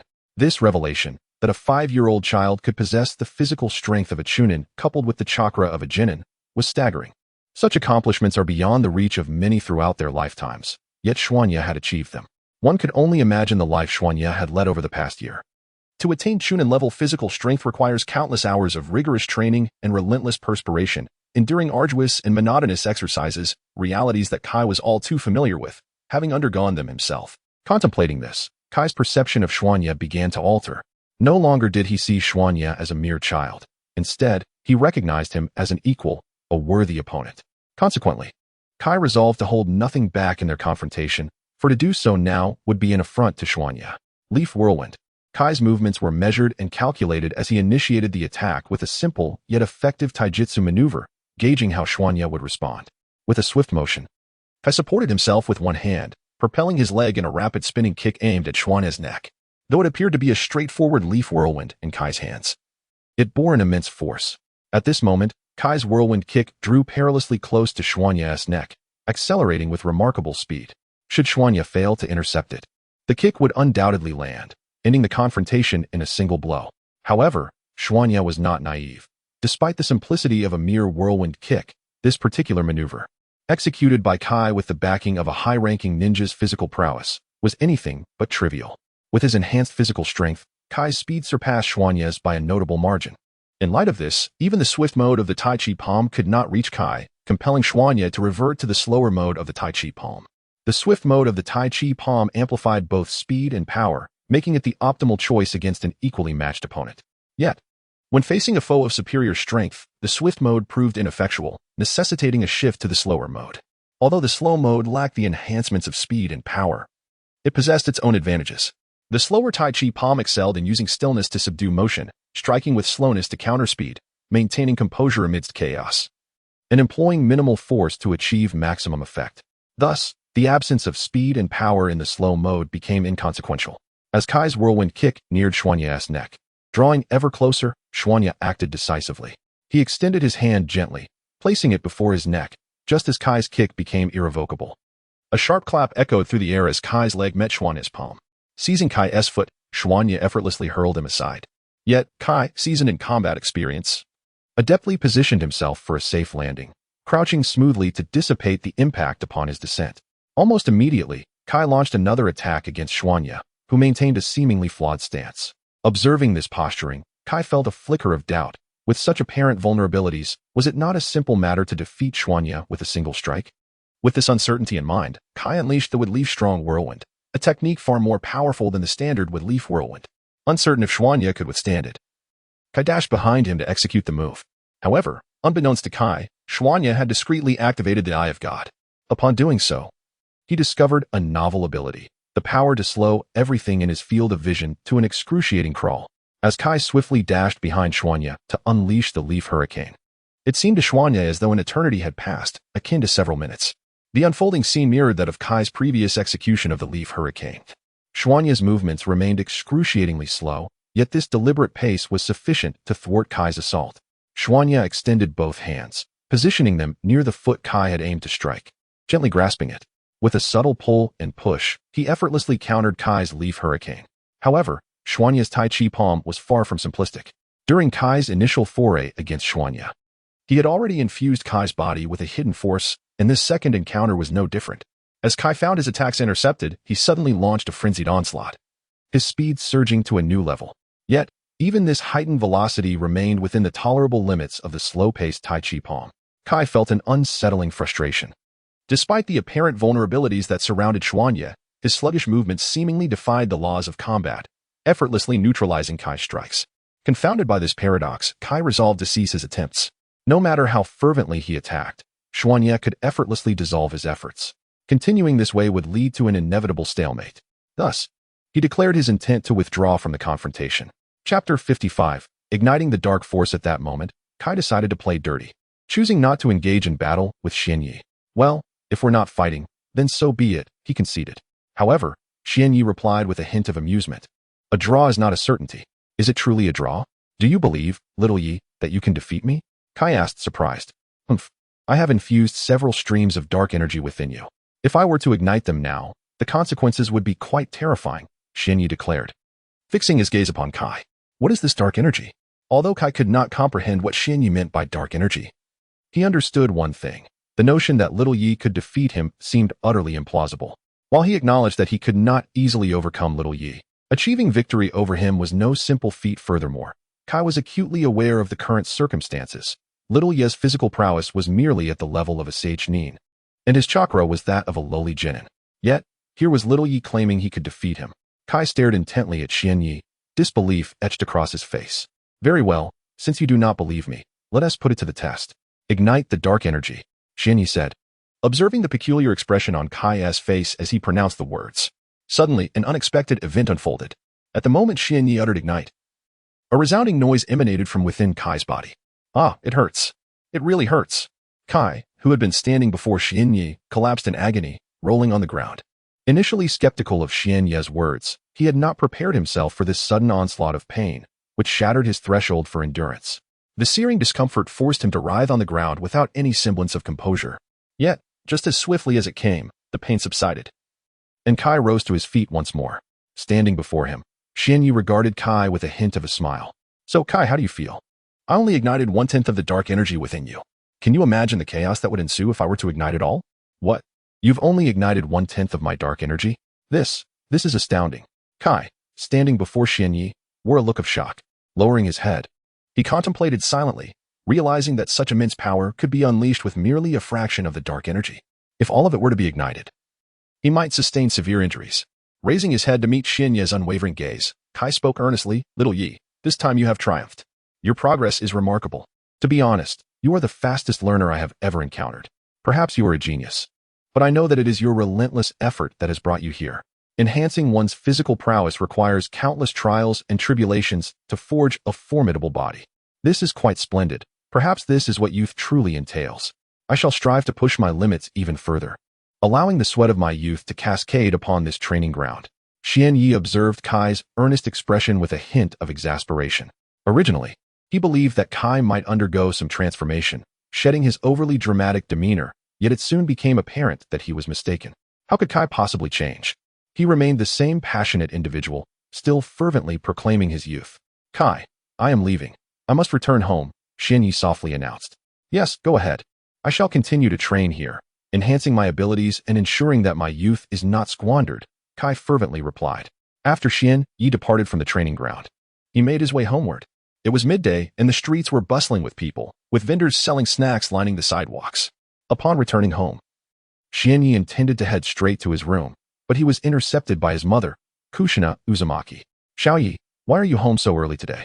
Normally, you don't return until evening, Kushina inquired. Ah, so you're home, Mom. I wanted to take a break today, so I came back earlier, Xianyi responded. Well, a break sounds good. Tomorrow, you must stay home. I will take you to the Ninja Academy for some lessons, Kushina cheerfully stated. Lessons? Upon hearing that word, Xianye's lips twitched. What more could he possibly learn at the Ninja Academy? The basic techniques, the methods of performing ninjutsu, or perhaps the skills for using shurikens. He felt a profound sense of resignation regarding his mother's decision. He had already mastered all these skills within the past year. But how could he express this to Kushina? Lowering his head, he pondered for a moment. All right, I'll just say this. Mom, do you think I could skip the Ninja Academy? Look at your son. I'm quite talented, a prodigy. Do I really need to go to the academy to learn ninjutsu? He said, giving Kushina an innocent look. What? You think you can skip the Ninja Academy? I see you're feeling a bit rebellious, ignoring your mother's words. If I say you must attend the academy, then you will attend. There's no room for negotiation, Kushina declared resolutely. Seeing his mother's expression, Xianyi realized that this was a serious matter. When she displayed such a demeanor, her decisions were final and not to be contested. Understanding his lack of options, he could only pout and respond. All right, dear mother, I shall go. Haha, that is my good son. Tomorrow, your mother will take you to the Ninja Academy so you can make some friends. You shouldn't always be alone without any companions. Could it be that my mother truly means this, desiring me to forge a few friendships? In truth, such a notion is unnecessary. At present, the paramount concern for Xuanye lies in enhancing his strength. Friendships can be relegated to a secondary priority. Companions will undoubtedly come. Yet the pursuit of power must not be delayed. As Xuanye ascended the staircase, he pondered deeply, his head bowed in contemplation. Loading more content. Please hold on. This site only supports mobile browser access. If you encounter this paragraph, it signifies a failure in loading the chapter content. Kindly disable reading mode, immersion mode, and ad blocking features, or copy the URL to another browser for reading. However, this is what my mother wishes to see. If that is the case, then I shall visit the Ninja Academy to discern what it is truly like. As Xuanye approached his room, a faint smile graced his lips. For if memory serves me right, Itachi should be among this year's cohort at the academy. It would be intriguing to observe Itachi, the character from the anime, and witness how the one who extinguished the Uchiha clan appeared in his youth. Upon reaching his room, Xuanye reclined on his bed, yearning for a long overdue afternoon slumber. Throughout the year, his dedication to enhancing his abilities consumed all his time, leaving no opportunity for a midday rest. Chapter 56. A warm family. However, this past year was not without its rewards. The enhancement of strength was particularly evident.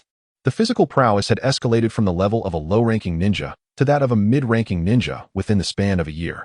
Furthermore, the chakra reserves had shown remarkable improvement, rising from the total chakra of a mere apprentice ninja to that of a low-ranking ninja. It is important to note that this chakra total is not compared to ordinary low-ranking ninjas, but rather to those of the Uzumaki clan, whose chakra reserves are significantly greater than those of typical ninjas. Currently, Xianye's chakra capacity is also several times that of an ordinary ninja. In addition to these two accomplishments, the advancements in ninjutsu and taijutsu were equally significant. Upon reaching mastery in the foundational three-body techniques, the system rewarded him with a staggering 50,000 points in chakra proficiency. After achieving full mastery in both the leaf whirlwind and leaf gale techniques, the system merged the two, upgrading them into a single technique known as the divine combat skill. Although the proficiency in the gentle fist 8 trigrams palm had long since reached its peak, it was only today that the system elevated it to the Tai Chi palm. This upgrade was indeed worthwhile, as the gentle fist 8 trigrams palm is inherently a formidable technique, and its transformation into the Tai Chi palm has rendered it even more powerful, as evidenced by the recent spar with Kai in the training ground. Additionally, the fully mastered return to heaven technique was upgraded to a more potent defensive ninjutsu, the golden bell shield. The divine eye also ascended by 2 levels. It can be said that, when compared to others, Xianye's achievements within this year far surpassed the lifetime accomplishments of many. As Xianye reflected on his gains over the past year, he gradually succumbed to drowsiness while lying on his soft bed. Initially, after returning and engaging in a match with Kai, his breathing had been somewhat erratic. However, upon closing his eyes and resting for a while, his breath began to stabilize. The arduous training and relentless efforts of the past year had indeed borne fruit. Throughout this year, Xianye had maintained an unwavering focus and concentration, rising early in the morning and returning late at night, leaving little time for sleep. Thus, as soon as he relaxed his mental faculties, the urge to sleep overwhelmed him, and he swiftly drifted into slumber. Time always seems to pass quickly during sleep. In the blink of an eye, the sky gradually dimmed. Xiao Yi, come down. Dinner is ready. Hurry down to eat. In the dining hall, Uzumaki Kushina called up the stairs, but after some time, there was no response from above. This boy. ignoring me. Let us see how I deal with him. With that, Uzumaki Kushina made her way to Shinye's room, climbed the stairs, and stood outside his door. Upon opening it, she found Shinye lying in bed, deeply asleep, his face adorned with a look of contentment. Oh, this boy. Observing the serene figure of Jinya, comfortably slumbering in bed, Kushina Uzumaki shook her head with a hint of exasperation, her heart reluctant to rouse him at this moment. Perhaps the arduous training over the past year had taken its toll. Very well, let this young man rest undisturbed. It seems I shall dine alone tonight. With a smile, Kushina exited Jinya's room, gently closing the door behind her.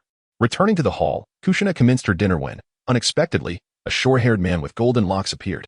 Recognizing his presence, Kushina lifted her gaze to meet the man standing before her.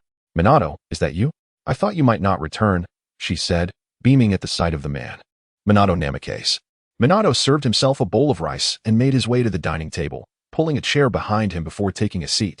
Kushina, where's Shiya? Why hasn't he joined us for dinner? He inquired, looking across at her. Oh, that boy? He's still fast asleep in his room. Likely won't awaken until morning, Kushina replied, continuing to eat as she spoke. It seems Shiya has truly been working hard to enhance his abilities this past year. This is for the best, in this world.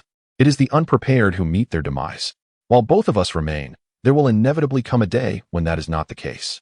If Shiya lacks the strength to face challenges by then, it could spell danger for him.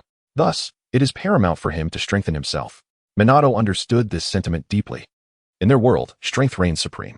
Only those endowed with power could lead the lives they desired, while the weak remained mere puppets, subject to the whims of others. Perhaps Minato's concern stemmed from a fear of mortality for himself and Kushina, though much of his discourse was laced with jest. Unbeknownst to him, however, was the fact that a year hence, both he and Kushina would meet their fates, but that was a mere year away. After finishing their meal, Minato wrapped his arms around Kushina as they strolled toward his room. At that moment, Kushina's cheeks flushed crimson, fully aware of what was to come. The night passed in silence, and as dawn broke, the first rays of sunlight filtered through Jinya's window, illuminating his face. How bright, he murmured, slowly opening his eyes. After a restful afternoon and evening, Jinya felt rejuvenated, his eyes sparkling with vitality. Rising from his bed, he retrieved his favorite white attire from the wardrobe. Donning both a white shirt and pants with ease, dressed in his clothes, Xuanya made his way to the bathroom.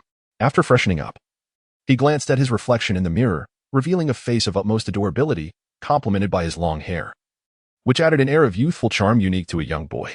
Shiya, come down for breakfast. It was the voice of his mother, Kushina Uzumaki, who, to his surprise, had risen early and prepared breakfast. All right, I'll be right down, Xuanya called back to his mother as he descended the stairs leisurely. Upon reaching the hall, he found the breakfast neatly arranged on the table. It consisted of sandwiches and a glass of milk. Xuanya closed his eyes, inhaling the delightful aroma. The sandwiches were filled with sausage and eggs, and the rich scent of the milk promised a delicious meal. Without hesitation, he reached out with both hands, one grasping a sandwich and the other holding the glass of milk. Whenever his mouth grew dry from the sandwich, he took a sip of milk, savoring the delectable flavors that filled him up. After finishing his meal, Xuanya patted his belly in contentment, reflecting on the satisfying feast. Chapter 57. Preparing to attend the Ninja Academy. The best breakfast is undoubtedly that prepared by my dear mother. Dining out has never provided the same satisfaction as enjoying a meal at home, thought Xuanya, as he continued. It seems you possess a keen sense of appreciation. Knowing how to flatter your mother, Uzumaki Kushina replied with a hint of pride in her gaze. Well, now that I've eaten and drunk my fill this morning, perhaps I should take a stroll, Xuanya cautiously suggested to his mother, Uzumaki Kushina. With that, he rose onto his tiptoes, hoping to sneak away under her watchful eye, all the while wishing that she would forget her promise made yesterday to take him to the Ninja Academy. His steps were light and nimble, and before long, he found himself at the threshold of the door. Wait a moment, Xuanya, have you forgotten something? Just yesterday, you promised your mother that you would attend the Ninja Academy. Why do you wish to slip away now? Uzumaki Kushina observed her son's cautious attempt to leave the room, a knowing smile gracing her lips. Oh, did you really mention that, mother? I seem to have forgotten, he feigned innocence. Oh dear, as one ages, memory tends to fade, doesn't it? Xuanya had hoped his mother would have forgotten the matter entirely, and as he stood at the door, he felt that freedom was within reach, just a few more steps, and he would be free to decide his own path. However, to his surprise, Uzumaki Kushina called him back just as he was about to cross the threshold. Forgetful? Xuanya, you are merely 4 years old. Oh no, wait, I seem to have miscalculated. You must be 5 now? Or perhaps still 4. Oh dear, my memory fails me, she mused. a look of confusion crossing her face as she pondered. Indeed, it is 5 years. This year, your son, Boruto Schwanya, has turned 5. It is rather disheartening that you cannot even remember how old your own child is, Schwanya remarked, turning to his mother, who was lost in thought. Yes, 5 years old. And remember, I am your mother. Do you dare to lecture me? Uzumaki Kushina replied, a slight frown forming. I would never, mother. Even with tenfold courage. I would not dare to oppose you, Schwanya responded earnestly. Humph. Seeing your sincerity, I shall let you off this time, Uzumaki Kushina concluded. Resigned. Schwanya found himself unable to continue his escape, as he was called back by his mother. He returned to the dining table, selecting a chair at random and sitting down, his face betraying his reluctance. Mother, is it truly necessary for me to attend the Ninja Academy? I feel as though I am gaining nothing from it. Can we not forego the Ninja Academy? Upon speaking, Xianyi widened his eyes, gazing earnestly at his mother, Uzumaki Kushina. Absolutely not, Xianyi. You must attend the Ninja Academy. There is no room for negotiation. Even if you learn nothing, you are still required to go. Do you intend to defy your mother's command? Uzumaki Kushina responded resolutely, deliberately avoiding Xianyi's pitiful expression. All right, fine, I shall go. But when do we leave? Morning, noon, or evening? Xianyi inquired of Uzumaki Kushina. Well, we shall wait a moment longer. We will depart once your father, Namikaze Minato, arrives, Uzumaki Kushina replied. My father? Is he not at the Hokage office? Xianyi asked, a hint of surprise in his voice. You little rascal, of course. Your father will be here for such an important occasion. Even if Namikaze Minato wishes to avoid it, he wouldn't dare. Should he choose not to come, I assure you, I would be the first to hold him accountable, Uzumaki Kushina reassured, patting her chest.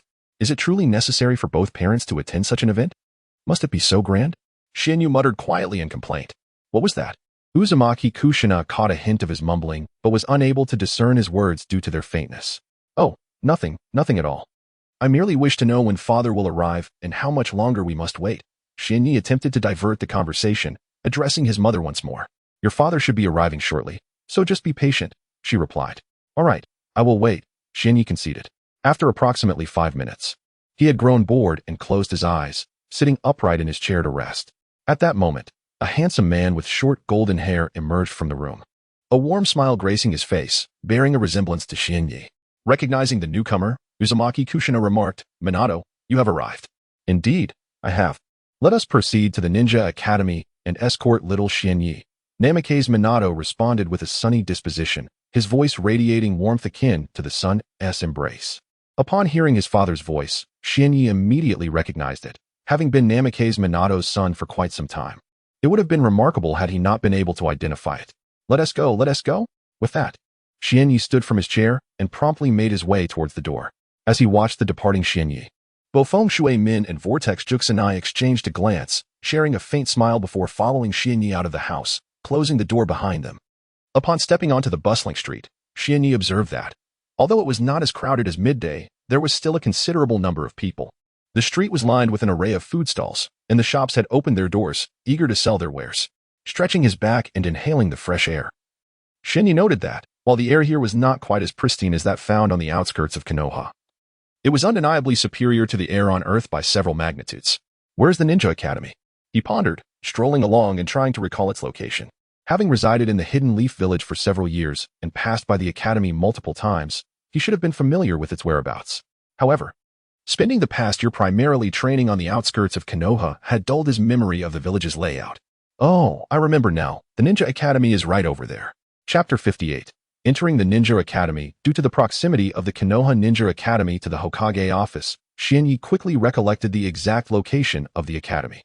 His residence was not far from the Hokage office, thus the distance to the Ninja Academy was equally short, taking approximately 10 minutes of leisurely walking to reach the grand entrance. The Ninja Academy was established by the second Hokage, Senju Tobirama, during a tumultuous era of warfare in the world of Naruto. In an effort to ensure combat readiness and to stabilize education, Tobirama founded the academy to provide foundational training for all aspiring ninjas. Through this basic education, students typically succeeded in advancing to the rank of Genin, subsequently being assigned to various teams under the guidance of their respective ninja instructors. Graduated Genin would then undertake suitable missions, and before long, many would blossom into exceptional ninjas, thereby contributing an abundance of talent to the village and enabling a greater deployment of shinobi in combat. From Xianye's understanding, The curriculum of the Ninja Academy was primarily divided into several stages: foundational learning, ninjutsu training, practical combat exercises, and ultimately graduation. Upon successfully navigating these stages, a student could attain the status of Genin. They would then be grouped with other ninjas and await assignment to various teachers, ready to embark on diverse missions. As Shinyi arrived at the entrance of the Ninja Academy, he noticed a throng of people gathered nearby, primarily parents escorting their children to learn the art of ninjutsu. Suddenly, a man and a woman approached from a distance, accompanied by a small boy. The woman greeted Shinyi, then made her way towards him. "Kushina, it truly is you. It has been so long. I have missed you dearly," the woman exclaimed, addressing Shinyi's mother, Uzumaki Kushina. Kushina, noticing someone calling her name, looked up and a smile brightened her face upon recognizing the speaker. "Makoto, you are here today as well. That little boy behind you must be your son, Uchiha Itachi. Correct?" So, the woman's name was Makoto, and Shinya's mother referred to the small boy as Uchiha Itachi. It seemed likely that the man accompanying them was Uchiha Fugaku, the clan leader of the Uchiha. Shinyi observed the small boy timidly hiding behind his parents, evoking a sense of nostalgia within him. Itachi, in his childhood, was indeed an endearing little boy, exhibiting a hint of shyness. He could hardly have imagined that Itachi would later evolve into the person he became.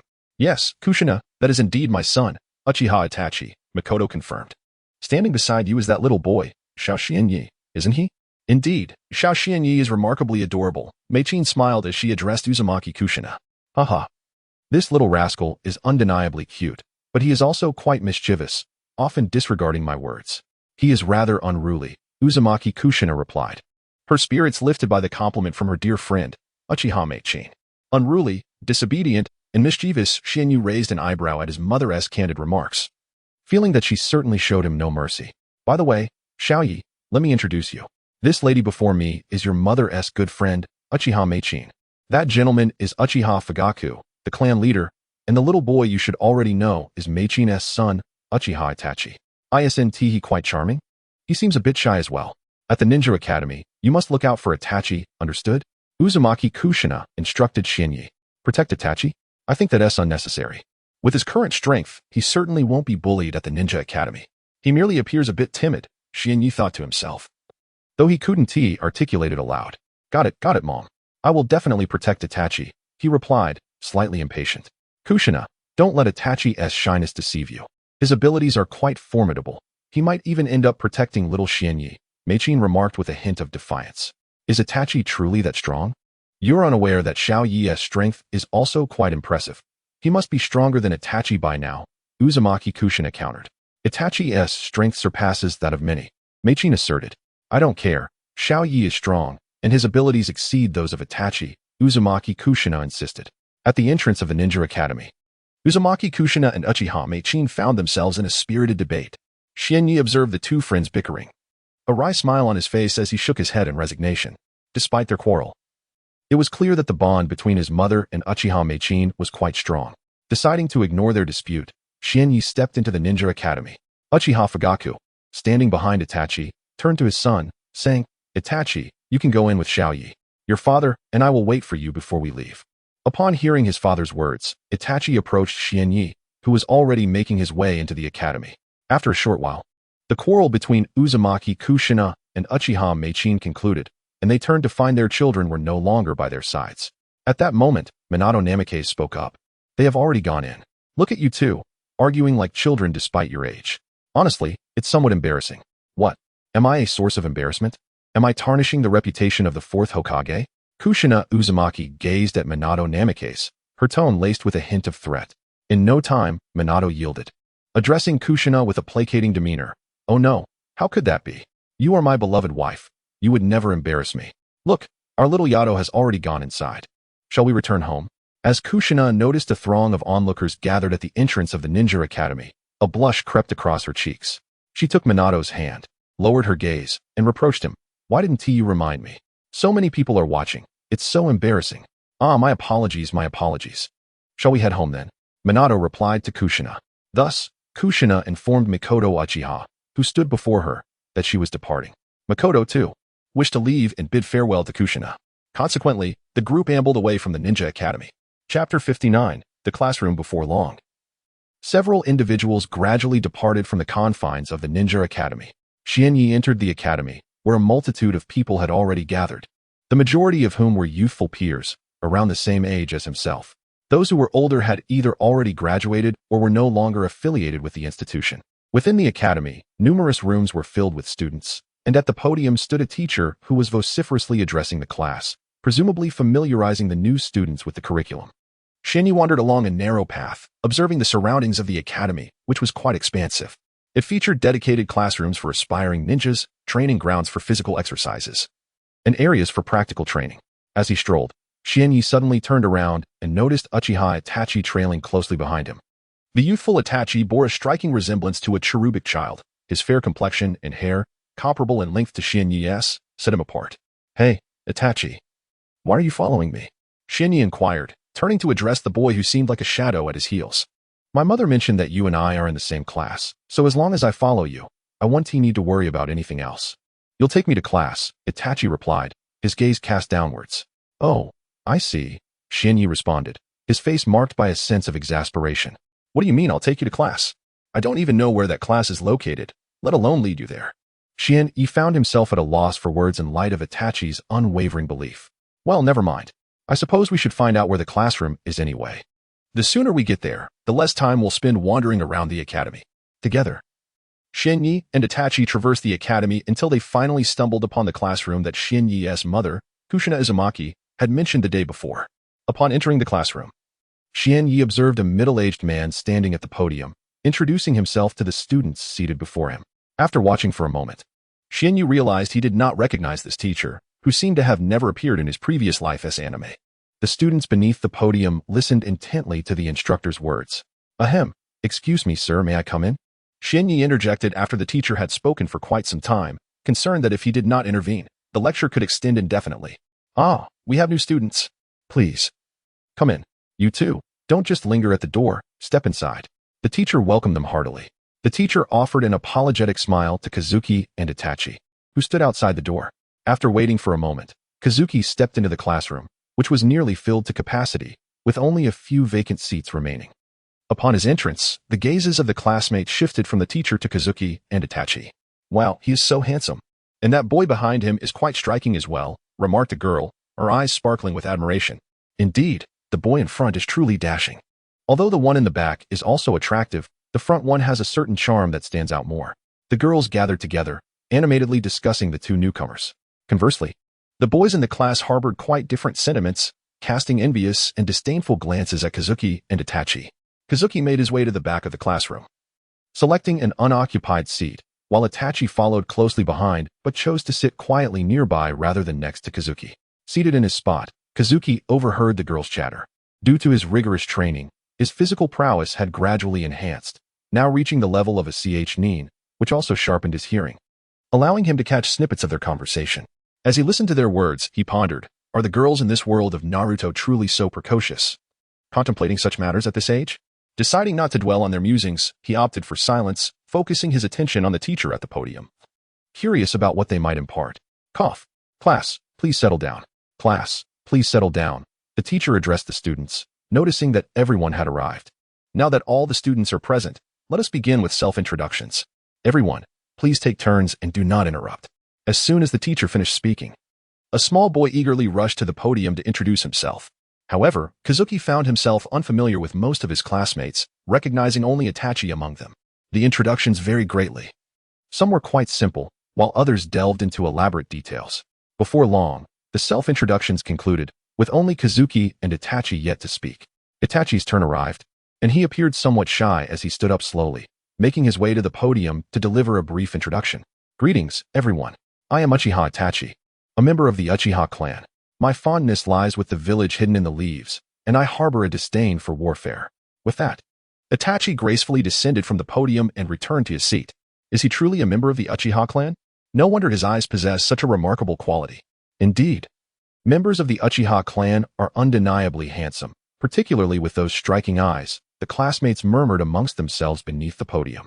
Now, the attention of the entire class shifted to Kaze no Gyurin, who understood that it was his turn to introduce himself. With purposeful strides, he approached the podium. Glancing at the audience below, he commenced, "I am Kazekage Gyurin. I cherish the sensation of enhancing my strength, and I loathe the thought of losing those I care about. That is all. Giran's self-introduction was succinct, merely stating his name, his passions, and his aversions. Upon concluding, he returned to his previous seat. So, it turns out the identities of these two individuals are thus. One is the heir of the Uchiha clan, and the other is the son of the fourth Hokage. It seems I shall need to offer them both guidance in their training in the future, contemplated the instructor standing at the podium in the ninja classroom. Chapter 60. The dull lesson. The moment Xian Yi finished speaking, the classroom erupted once more. The female students were captivated, thinking he was incredibly handsome and cool. In stark contrast, the male students regarded him with disdain, their thoughts echoing a collective sentiment of, humph, what's with the act? He's just sporting a pretty face. Is such pretense necessary? The ninja teacher at the podium observed the mounting commotion in the classroom, nearly losing control of the situation. Clearing his throat, he called out, "Class, may I have your attention, please? Let us settle down."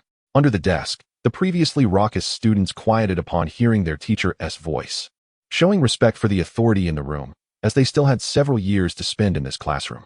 Surveying the now tranquil classroom, the ninja teacher smiled with satisfaction. "All right, since everyone is present, let me reintroduce myself. I am your teacher for this class, and for the coming years, I will guide you in acquiring knowledge, including ninjutsu and practical training."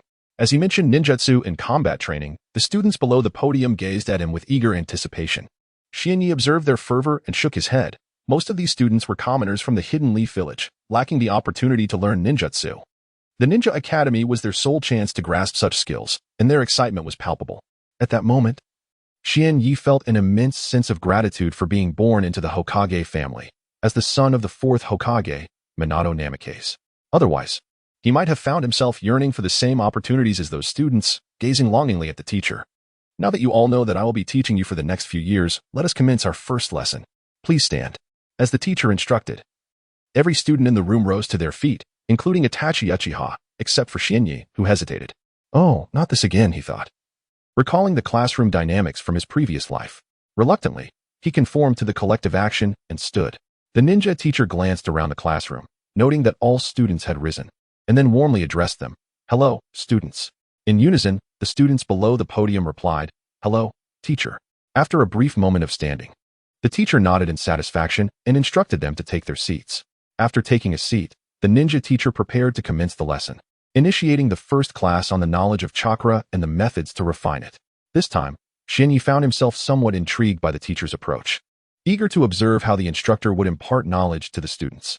In his previous life, Xian Yi held no interest in such lessons, as they were merely theoretical musings of little practical value, leaving him indifferent to the knowledge being presented. However, in this life, the classroom discussions focused on enhancing one's abilities, a subject that piqued Xian Yi's genuine interest. Chakra, a rather unique form of energy, is extracted from 13 trillion cells involved in ninjutsu and, when combined with mental energy, gives rise to what is known as chakra. Yet, what exactly is chakra? This necessitates a thorough explanation. As the teacher at the podium continued to speak, the lecture grew increasingly tedious, filled with theoretical knowledge directed towards ordinary ninjas, rendering it largely useless to Xian Yi.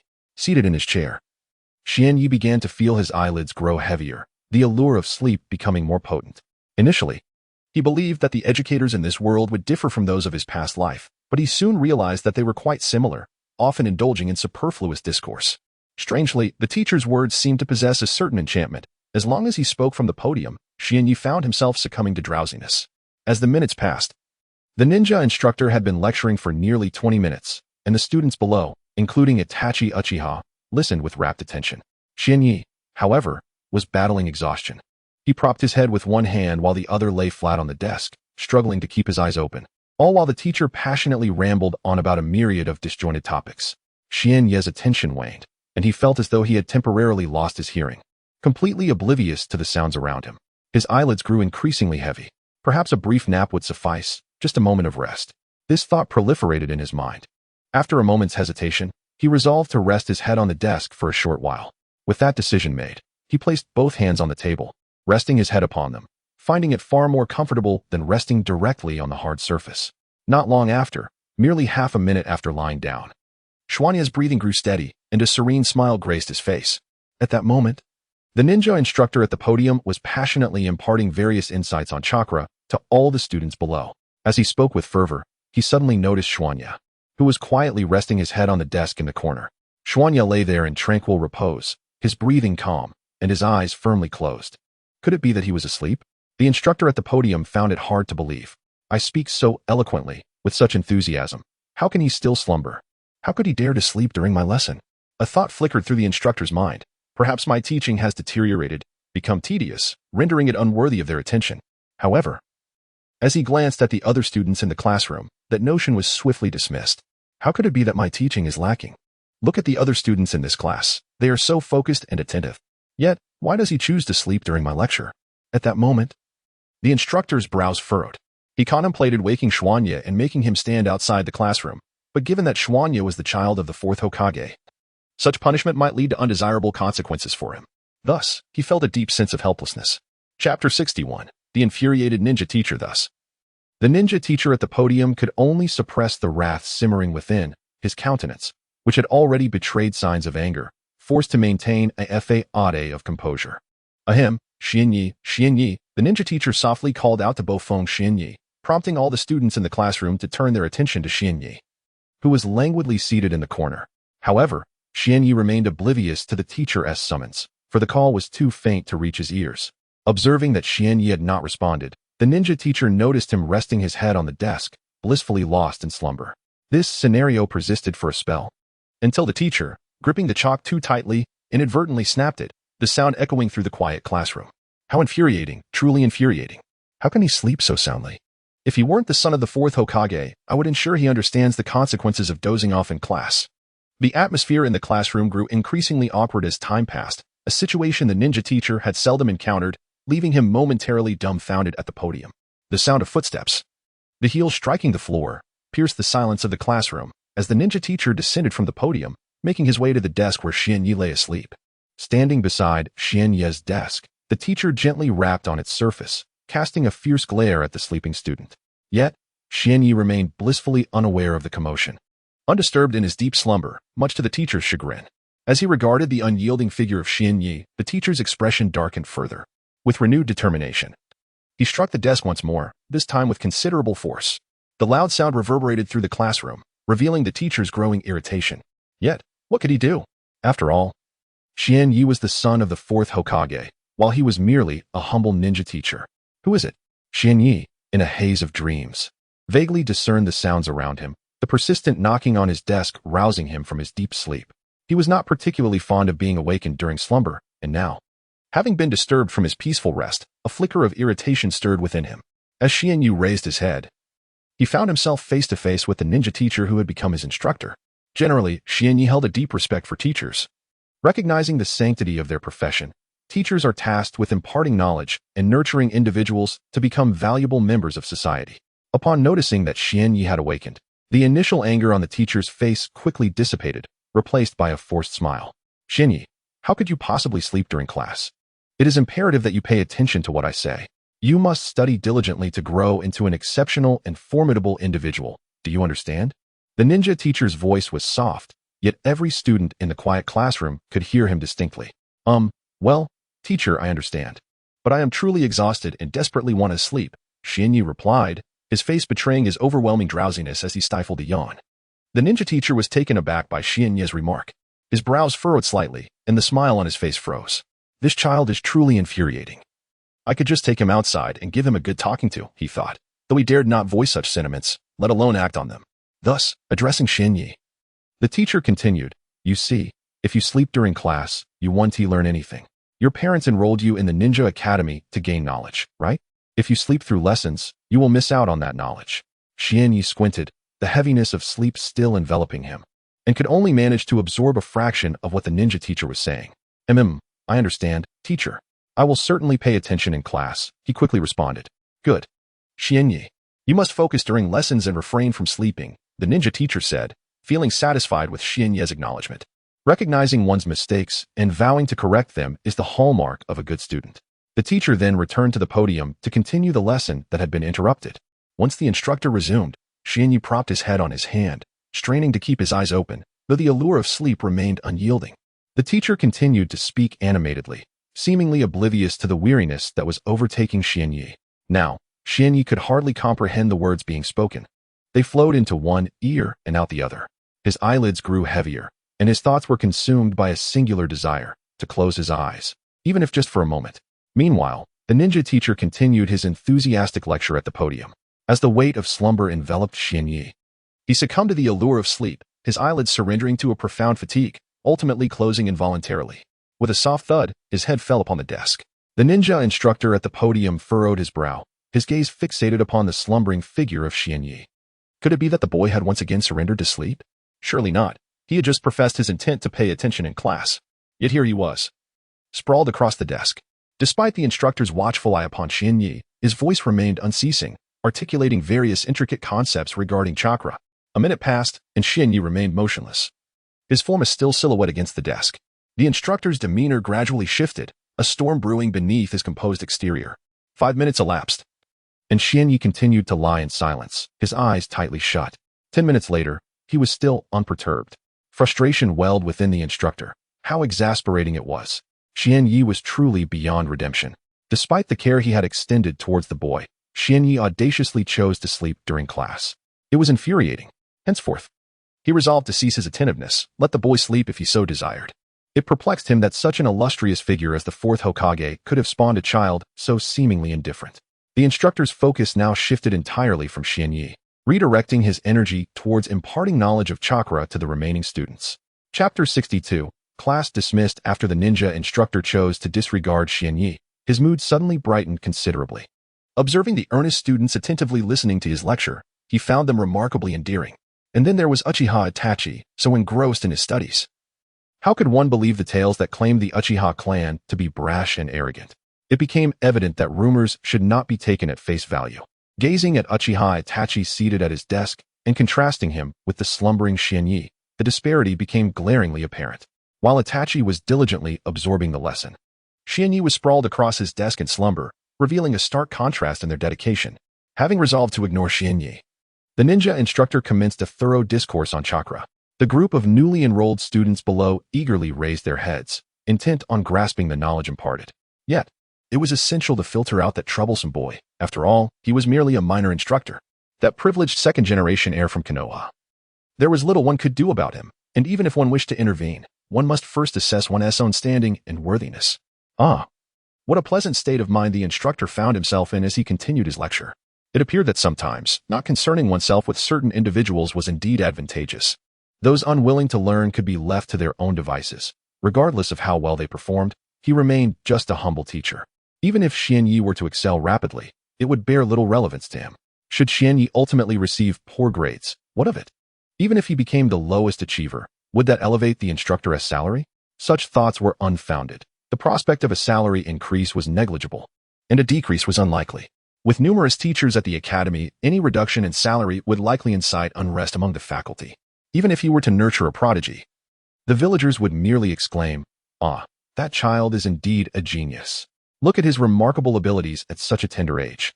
Yes, indeed a genius. The ordinary villagers of Konoha might express such sentiments, and even the prominent clans would likely share similar thoughts.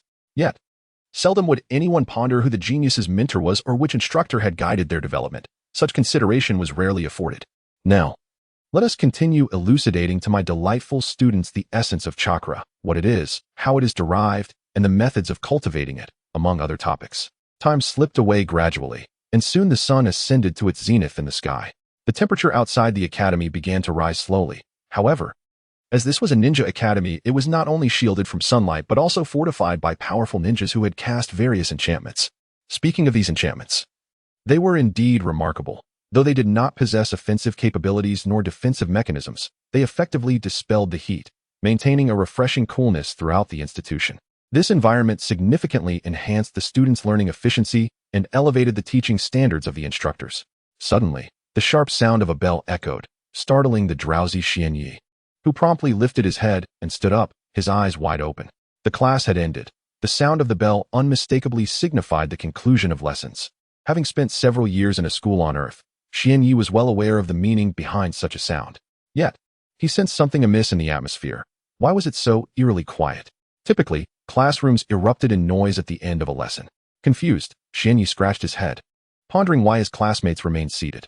Then, he raised his gaze and beheld the imposing figure of the ninja teacher standing at the podium, and everything became clear.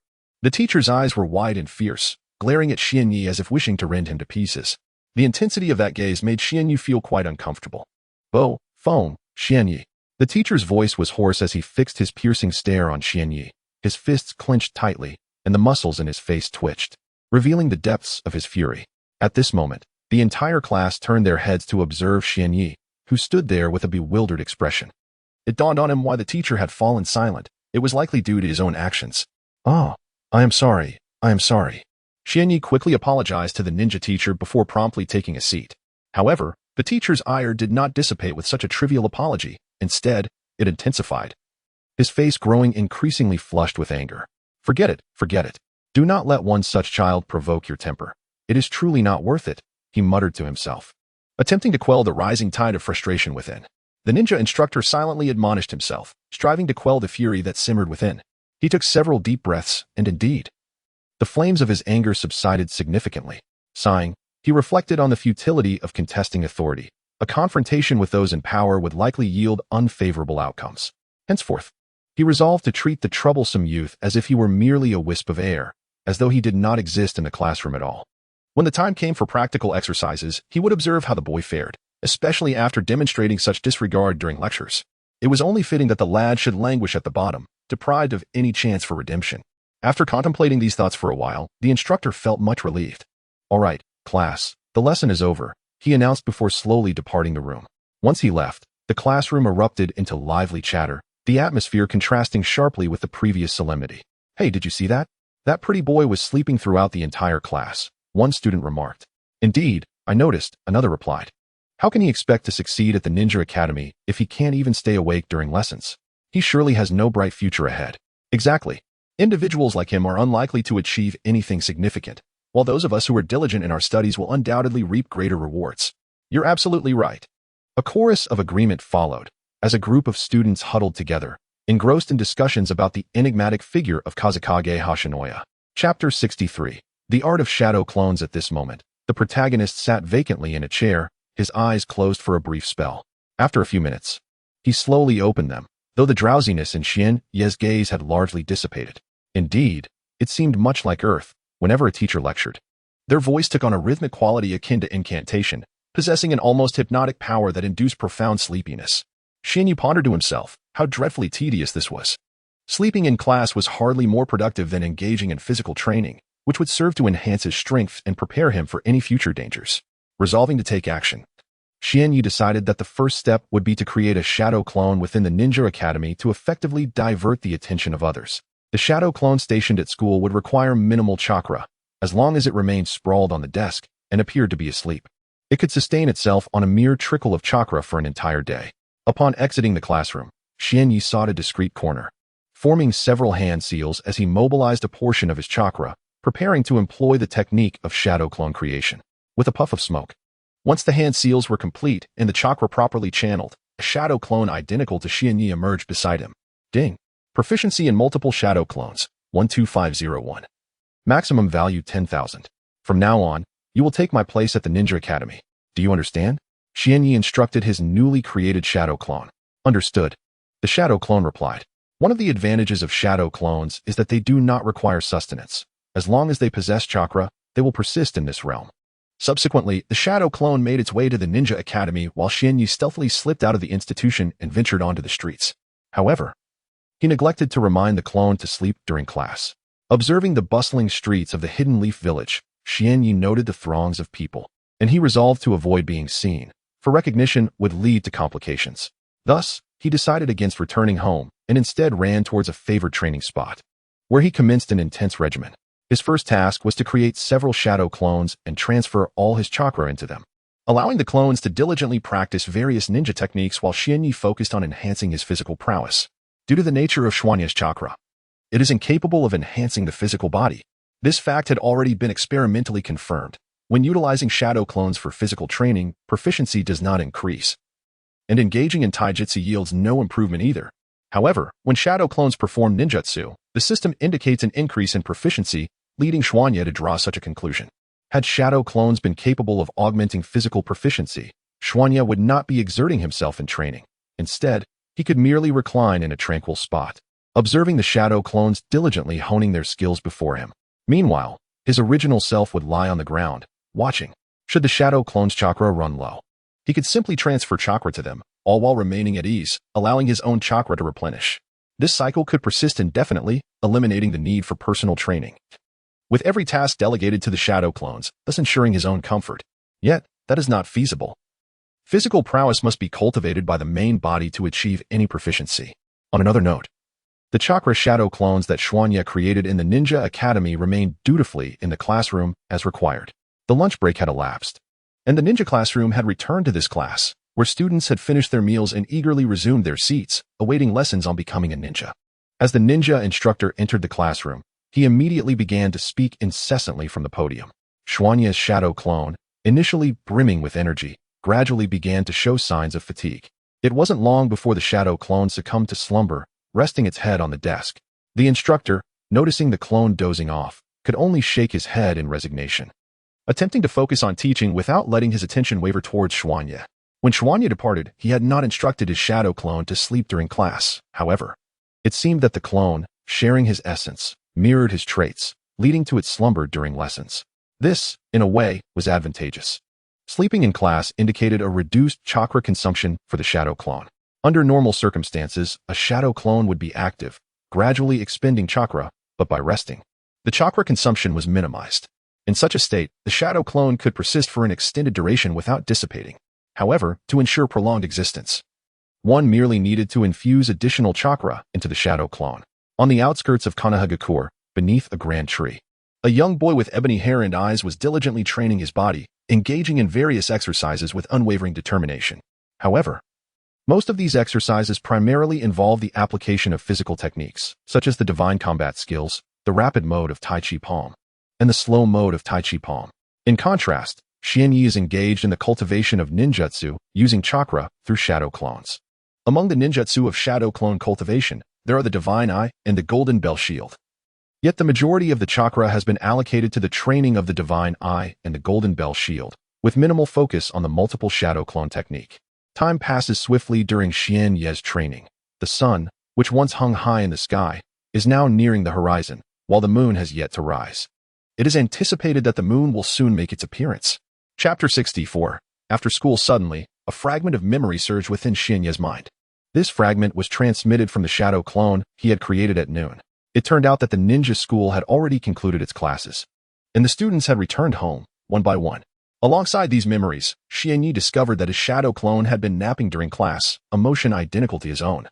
As though it were cast from the same mold, it appeared that in the future, he could replicate today's strategy, creating a shadow clone to attend the Ninja Academy while his true self engaged in training at this location, thereby expediting the enhancement of his abilities.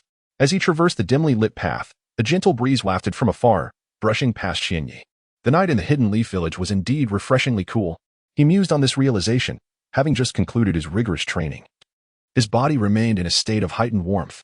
The cool breeze that enveloped him was exhilarating, sending a delightful shiver from his toes to the crown of his head.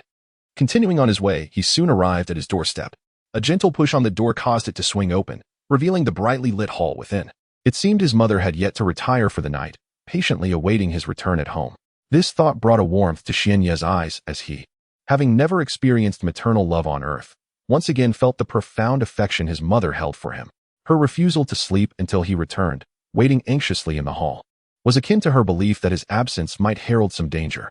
Yet, this sentiment was genuinely heartwarming. To be cared for in such a manner felt truly wonderful. Xianyi slowly made his way towards the hall. Upon entering, he indeed found his mother, a sight he had anticipated. However, he was taken aback to see his father, Minato Namikaze, also waiting for him in the hall. As the fourth Hokage of the Hidden Leaf Village, his father was perpetually burdened with numerous responsibilities, leaving little time for rest. The fact that he was here, waiting for Xianyi's return, was astonishing. Entering the hall, Xianyi feigned an expression of utter exhaustion, though it required little effort, as the strenuous physical training he had endured that afternoon had already left him drained, depleting nearly all his energy. "Father, mother, I'm home," Xianyi announced as he approached his parents, joining them on the sofa. Seeing their son return, Minato exchanged glances with Kushina, who smiled knowingly. She then turned to Xianyi, concern evident in her voice. "Xiaoyi, how was your day at the Ninja Academy? Were your classmates nice to you? Did you feel tired? Have you made any friends?" A barrage of questions bombarded Xianyi, leaving him momentarily at a loss for how to respond. After pondering for a moment, Xianyi gazed at his mother, Uzumaki Kushina, and with a wry smile remarked, "Mother, with so many questions posed at once, I find myself at a loss for words." Kushina chuckled softly and gently tapped Xianyi's forehead with her finger, saying, "Then just share how your studies at the Ninja Academy are progressing, and how you are getting along with your classmates. Answer these 2 questions, and there is no need to elaborate further." Xianyi did not feel discomfort from his mother's affectionate gesture. Rather, he found it rather intriguing, as such warmth was absent in his previous life, hence he experienced this unfamiliar sensation. How should I put it? I am quite diligent in my studies, having grasped all the knowledge imparted by the instructors.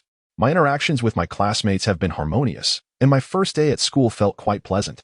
However, as he spoke, Xianyi realized that most of his words were mere fabrications intended to placate his parents, and he uttered them without a flicker of hesitation in his eyes, for he knew they would persistently inquire otherwise. Claims of attentiveness in class and amiable relationships with peers were entirely false. During lessons, he paid no heed to the ninja instructor, instead choosing to rest his head on the desk and doze off. The notion of fostering friendships while perpetually asleep was inherently contradictory. Nonetheless, such matters were trivial. Given his own capabilities, the ninja instructor could impart no further knowledge to him. Thus, even if he attended class with utmost seriousness, it would bear no fruit. Sleeping during lessons seemed a far more beneficial pursuit, allowing him a moment of respite. It appears that Xiao Ye's first day at the Ninja Academy has gone rather well, and the outcome should not be too disappointing. However, Xiao Ye, you must strive to maintain this diligence in your studies, nurture good relationships with your classmates, and cultivate more friendships. Understood? Kushina earnestly addressed Xianyi. Yes, I understand. I will certainly uphold today's standard. Mother, please do not fret. I am no longer a child. I have matured, Xianyi replied, observing his mother's earnest expression. The seriousness in her eyes instilled a slight unease within him, causing him to avert his gaze. With that, Xianyi hurriedly departed, making his way towards his room. In the hall, Minato, the 4th Hokage, glanced at Kushina and said, "Kushina, from now on, the care of Xiaoyu will rest upon you. As the Hokage, my duties are numerous, and I have little time to attend to him." Upon hearing the words of Minato Namikaze, Kushina Uzumaki sensed a hint of melancholy in his tone. With a gentle smile, she responded, "Minato, do you hear what you are saying? Not only is little Naruto your son, but he is also mine.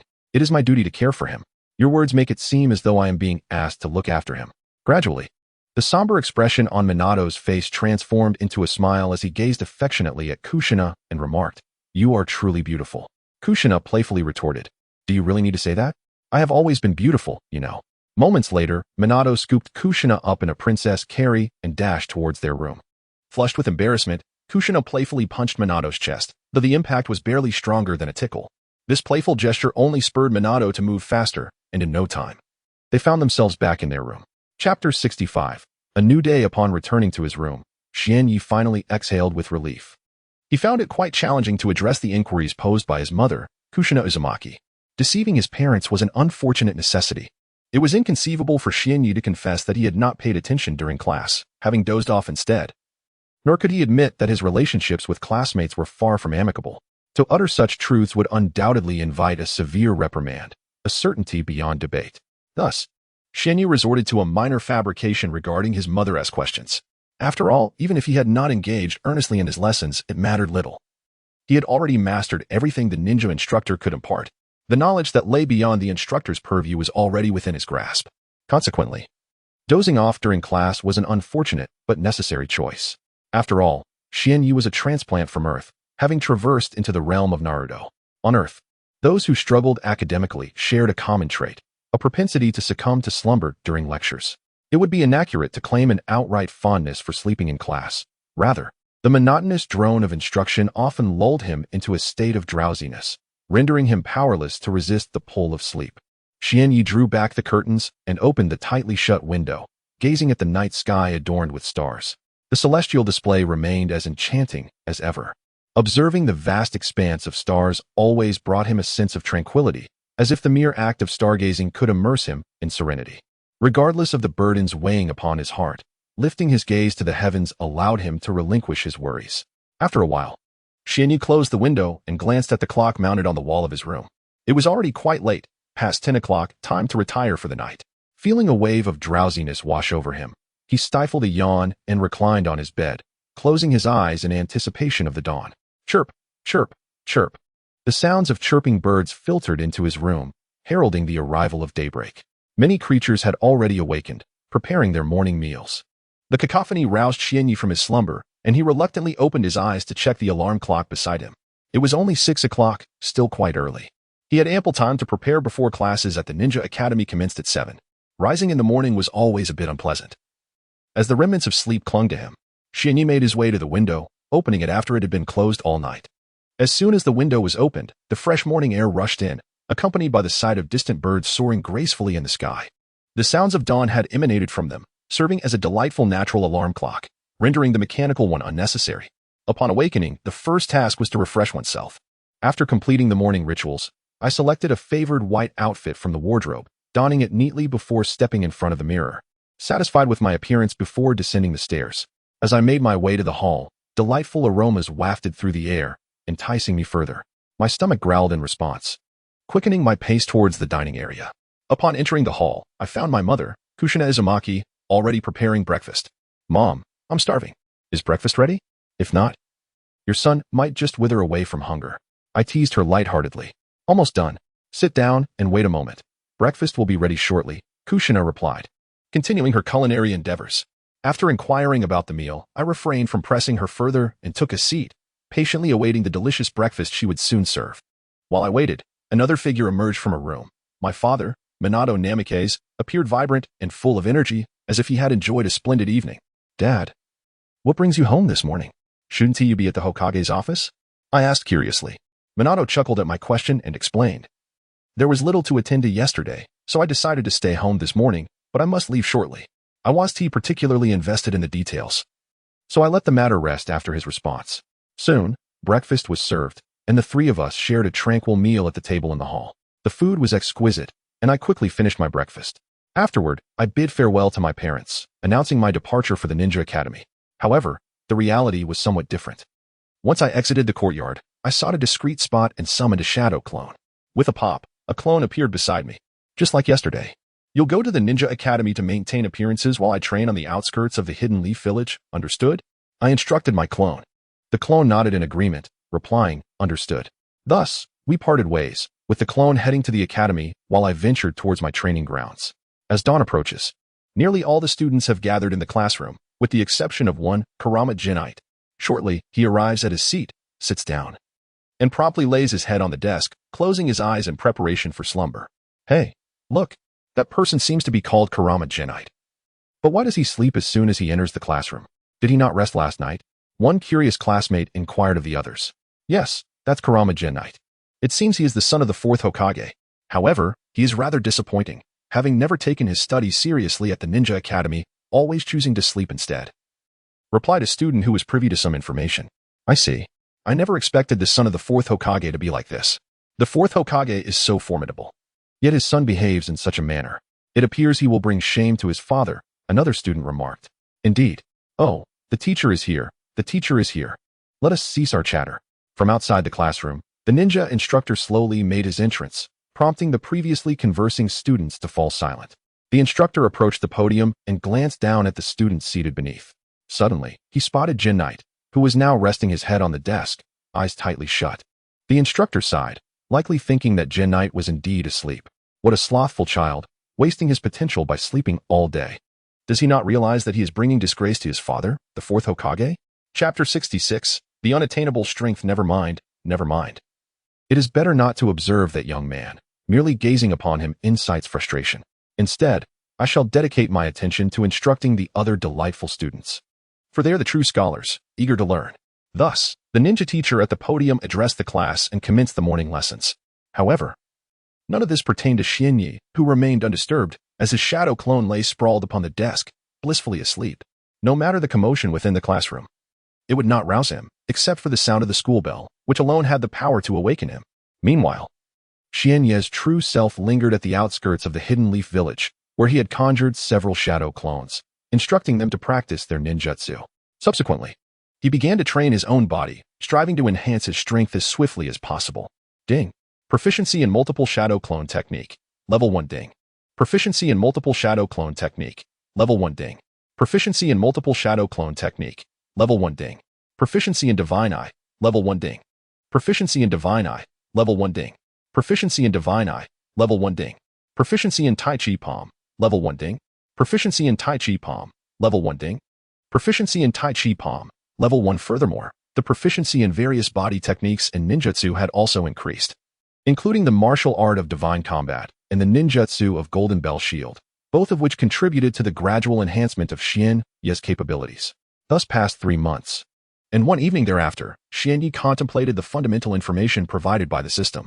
Host name, Bofeng Xian Yi. Host gender, male. Host chakra amount, Jin and level proficiency, 150. 000, maximum value, 300. 000, host ninjutsu, basic transformation technique proficiency, full value divine eye, activated level, 2 proficiency, 16. 000, maximum value, 100. 000, golden bell shield proficiency, 16.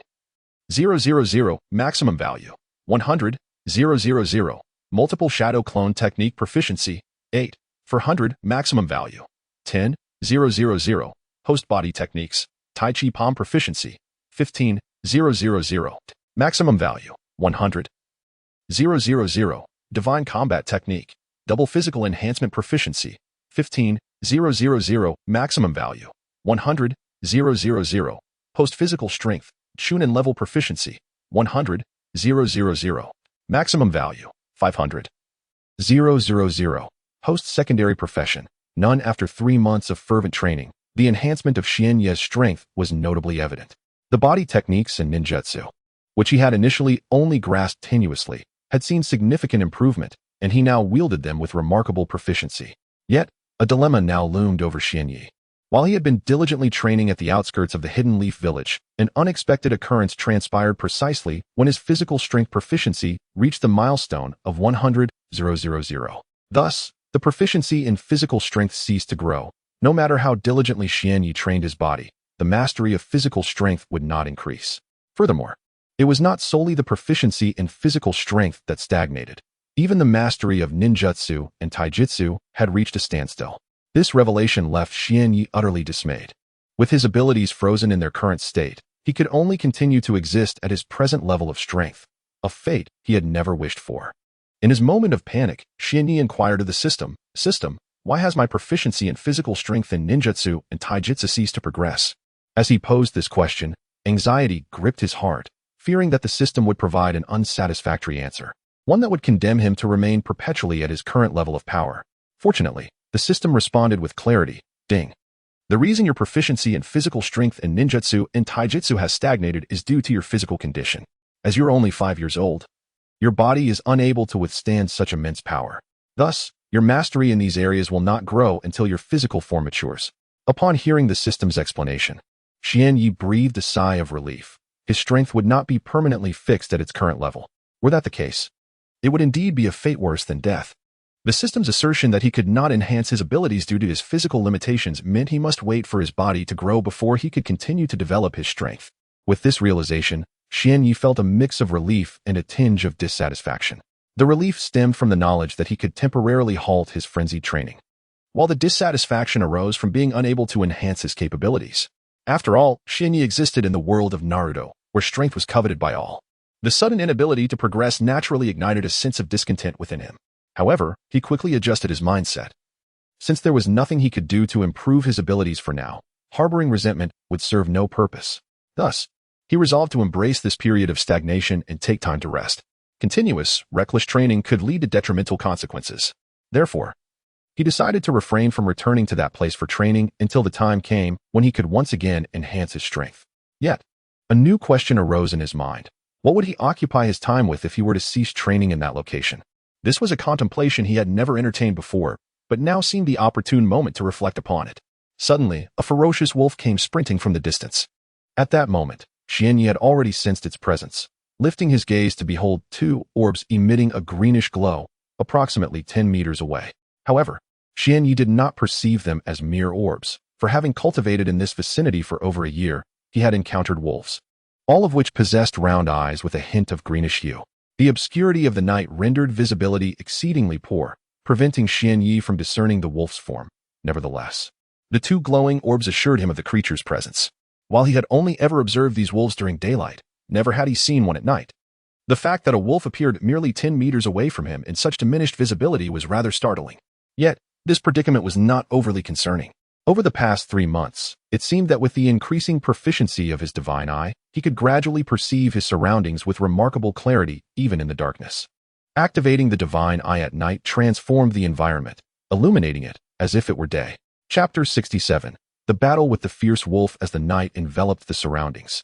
The utilization of the Eye of God, a particular ninjutsu, illuminated all that it beheld. Therefore, Xianyi harbored no concerns regarding a potential decrease in his combat prowess due to diminished visibility in the darkness. Upon activating the Eye of God, Xianyi's pupils underwent a remarkable transformation. What once appeared as a singular, round black pupil abruptly split into 4 square segments that revolved around his gaze. The moment the Eye of God was unleashed, an invigorating chill coursed through his eyes, and the previously shadowy environment was rendered brilliantly bright, as if it were broad daylight. With the Eye of God now active, Xianyi discerned, clearly within a distance of 7 to 8 meters, a colossal wolf, its piercing green eyes fixated upon him. The sheer size of this beast was astonishing, nearly double that of an ordinary wolf, and its robust legs and razor-sharp claws suggested it had undergone some form of mutation. Xianyi, having trained in this locale for over a year, was well acquainted with the local fauna and understood the species present and their characteristics. While this area did host a few wolves, their numbers were sparse, and none possessed such formidable size. The sudden emergence of this massive wolf left him bewildered regarding its origins, regardless of where this creature hailed from. One pressing issue demanded attention. Xianyi detected a glimmer of desire in the wolf's gaze, an insatiable hunger to devour the figure before it. He could not fathom the cause of such an urge. Perhaps the wolf was famished, or there might be other reasons at play. However, the crux of the matter lay in the undeniable hostility radiating from the beast, which seemed intent on making a meal of him. This posed the greatest challenge, as the wolf's size alone indicated that it was no ordinary creature. Nevertheless, Xianyi remained unfazed. The wolf, initially a mere 7 or 8 meters away, now advanced a few paces, and due to its imposing stature, the distance had rapidly dwindled to a mere 2 or 3 meters. It was as if the wolf would pounce at any moment. In response to the creature's movements, Xianyi had already prepared himself, adopting the stance of Tai Chi. Should the wolf dare to leap, he would deliver a blow infused with the essence of Tai Chi to teach it a lesson. Strangely, the wolf circled around Xianyi, neither attacking nor retreating, as if it sensed something extraordinary about him and wished to observe more closely. While the wolf scrutinized him, Xianyi thought it prudent to assess the wolf's strength as well. With this intention, he inquired of the system within his mind. System, reveal the strength of that wolf. The information displayed was succinct. Animal species, wolf physical strength, mid-gen and chakra strength. None. This revelation was indeed straightforward, yet it highlighted 2 significant aspects.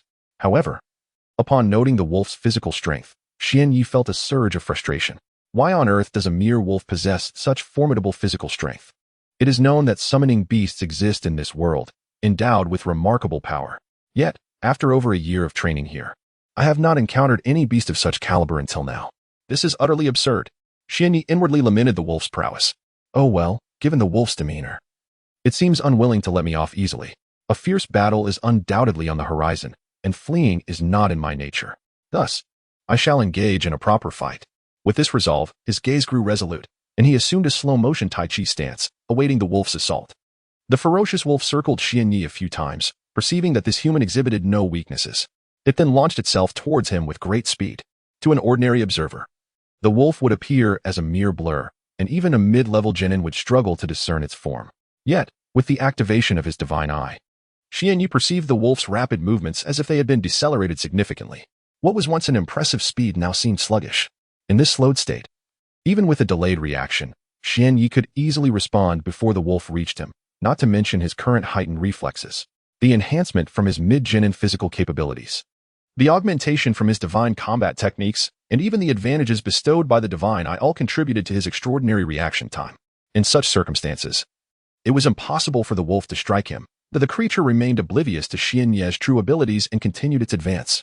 In the fleeting moment following the ferocious wolf's assault, it lunged toward Xianyi, intent on raking its sharp claws with devastating force. In the eyes of the malevolent creature, a mere scratch upon the human's flesh would suffice to inflict grievous injury, rendering the fate of the human entirely at its whim. The wolf extended its lethal claws, raising its foreleg menacingly to strike down upon Xianyi. To Xianyi, time seemed to stretch interminably. The wolf's claws appeared to descend in slow motion, an almost languid approach toward him. Ah, such a sluggish assault could scarcely find its mark. If I were to be struck by such a ponderous attack, how could I ever face anyone again? Xuanya mused silently. At last, after what felt like several prolonged seconds, the wolf's claw neared its target. In that instant, Xuanya deftly sidestepped, seizing the wolf's leg with one hand while the other gently pressed against the beast's body.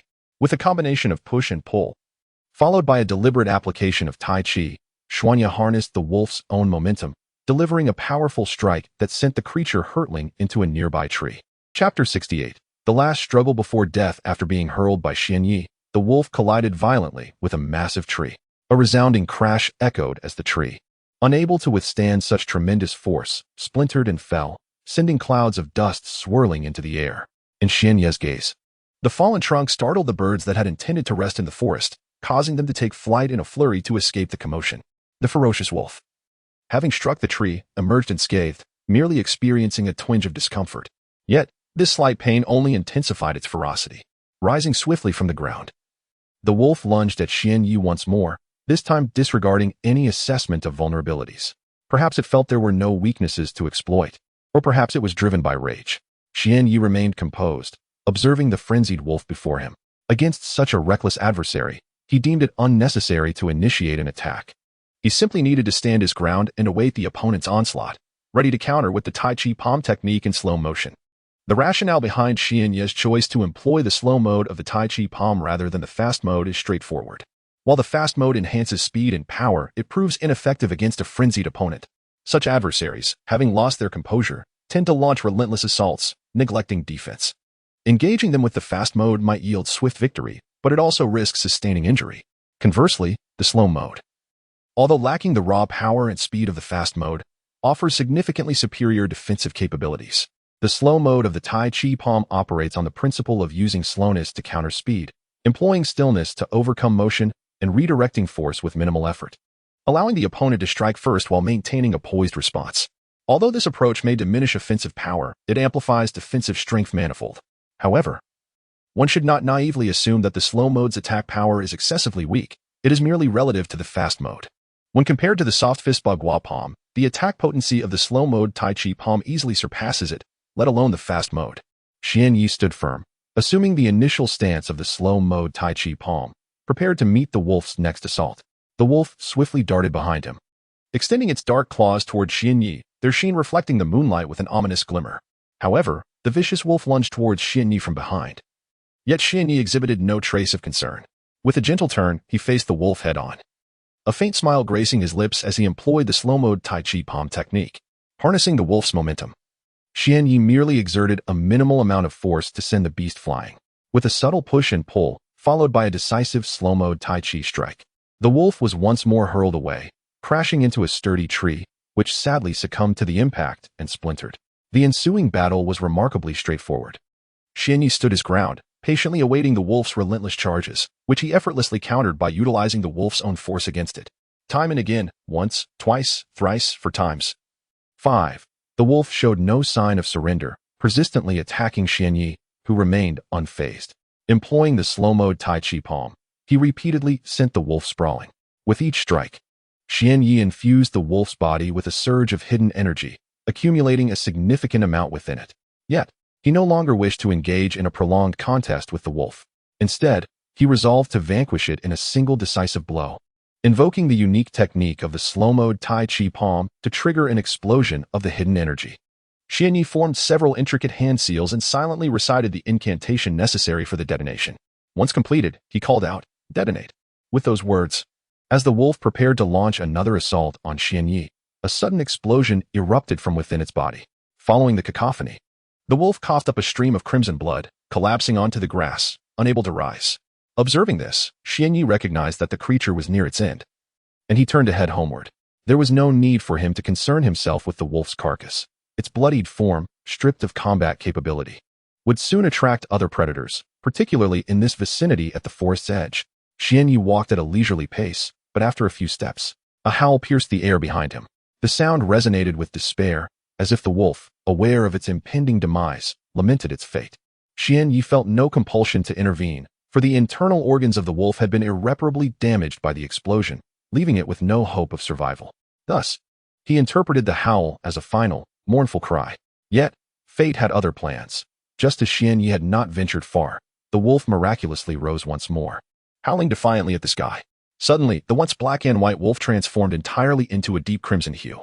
Not only did its fur acquire this sanguine color, but the creature's size also expanded significantly, with its claws lengthening by several centimeters. In that moment, the wolf's gaze was fixated solely on the slowly advancing Xianyi. Filled with a profound hatred, it yearned for vengeance against the human, desiring to drag him down into the abyss, wishing to impart the lesson of the consequences of underestimating its power. The altered wolf surged towards Xianyi, yet it was markedly different from the previous incarnation. Now, as it sprinted, it emitted not a whisper of sound, its speed multiplied several times over. In a brief span, the wolf reached the rear of Xianyi, extending its claws in a swift strike aimed at his back, reminiscent of previous attempts to attack him. However, this time was distinct, the speed was immensely accelerated, and the assault was executed in complete silence, leaving even Xianyi oblivious to the wolf's presence behind him. Chapter 69. The Oncoming Crisis. Xianyi ambled slowly towards his home, his pace languid, as if he were merely resting after an arduous battle. As he progressed, an inexplicable sense of dread suddenly enveloped his heart, an unsettling fear that seemed to proliferate within him. A chill crept along his spine, as if some imminent danger were drawing near. This sensation was profoundly discomforting. Why did such feelings arise? What peril could there possibly be? The ferocious wolf he had just vanquished should have been the greatest threat. He had slain it. Yet, why now did he find himself beset by this foreboding sense? As Xianyi pondered these questions, the very wolf he had defeated stealthily approached from behind, its claws slicing through the air with alarming speed, aiming for his back. Closer and closer it drew, the wolf's talons nearing him with each passing moment, disrupting the once tranquil flow of the atmosphere. Xianyi, making his way home, sensed this disturbance, and the discomfort in his heart intensified. God's Eye, activate. He summoned the divine sight to discern the source of his unease, to understand why the air's rhythm had been shattered, and to uncover the chill that lingered behind him. With the God's Eye unfurled, he did not even need to turn around. He could see the wolf clearly behind him. Its fur, once a blend of black and white, now glistened a vivid crimson, and its form appeared larger and more robust than before, its claws poised to strike. Damn it! Xianyi cursed under his breath. Where did this wolf come from? I just dealt with one, and now another appears. However, this query faded upon activating the God's Eye, for he discerned that the organs within this wolf were utterly shattered. This creature was indeed the one he had just defeated. The internal damage was unmistakably the result of his explosive dark energy. Yet, what had caused its transformation? Once adorned with a coat of intermingled hues, it now bore the hue of blood.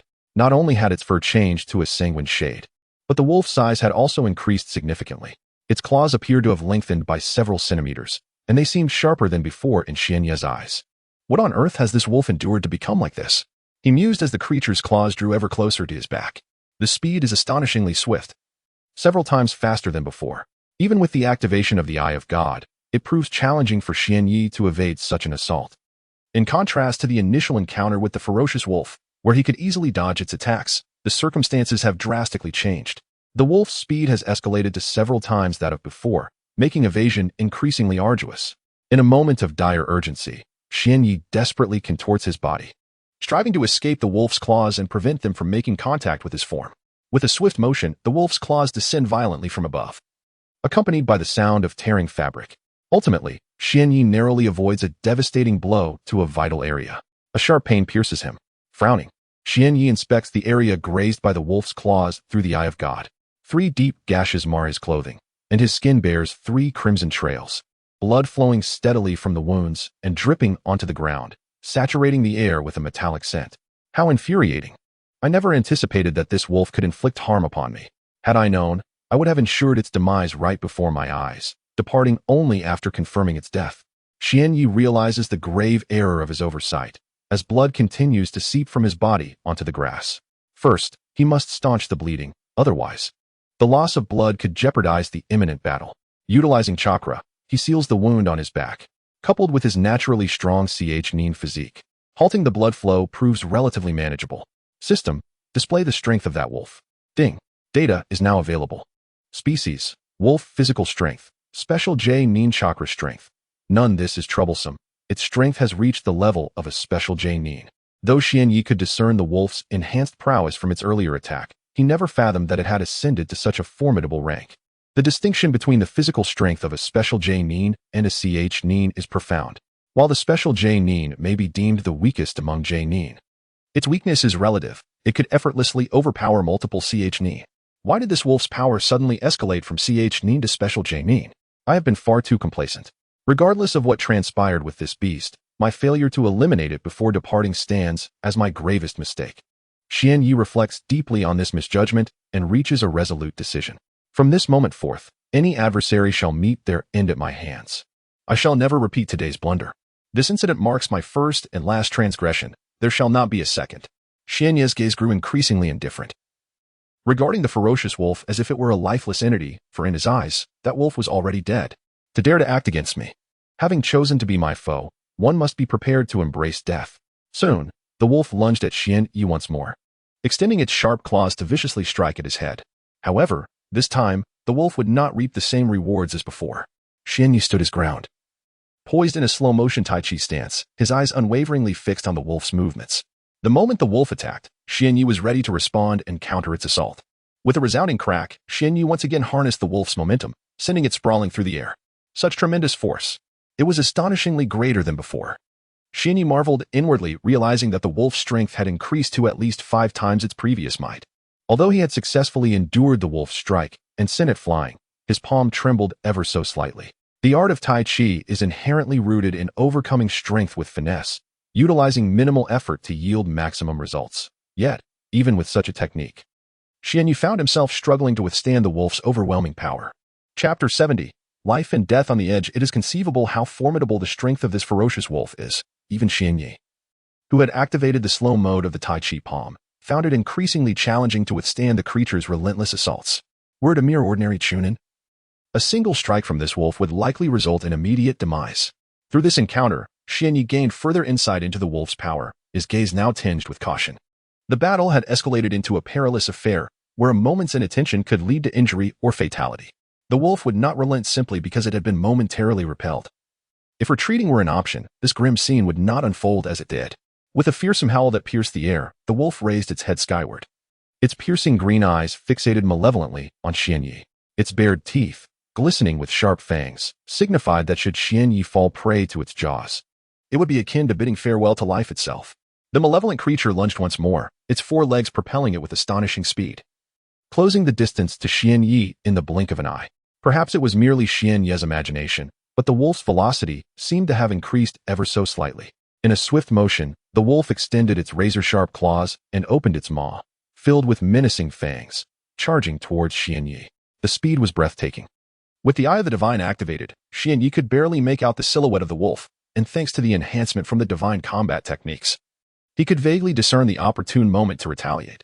The wolf drew ever closer, and Xian Yi could even catch a whiff of the foul stench emanating from its mouth, a nauseating odor that almost compelled him to retch.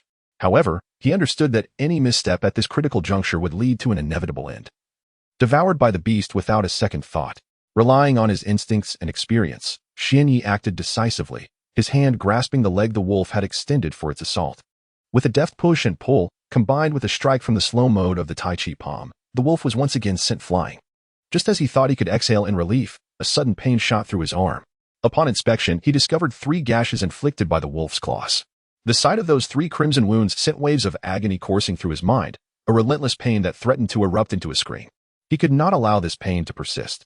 He needed to numb the sensation first and staunch the flow of blood, for too much loss could lead to a foggy head. Swiftly, Xian Yi harnessed his chakra to seal off the pain and stem the bleeding from the 3 deep lacerations. This encounter marks the most perilous battle I have faced since my arrival in the world of Naruto. To survive, I must first vanquish that malevolent wolf, otherwise, only the path of death awaits me. At this moment, Xuanye's mind grew increasingly composed, his gaze sharpening like that of a venomous serpent poised to deliver a fatal strike at the slightest lapse of the enemy's vigilance. The wolf, propelled by Xuanye's slow-motion Tai Chi palm, regained its footing, its green eyes transitioning to a menacing red, radiating a sense of madness that intensified as it faced Xuanye. Perhaps the scent of Xuanye's blood roused the beast, or perhaps it was Xuanye's counterattack that ignited its fury. Regardless, the wolf had completely abandoned its composure, launching itself at Xuanye with frenzied aggression. With its limbs on the ground, the wolf charged at Xuanye once more. Infuriatingly, the beast's speed had escalated yet again. If this continued, victory would be utterly unattainable. A swift resolution was imperative if I allowed this confrontation to prolong, and the wolf's speed continued to increase.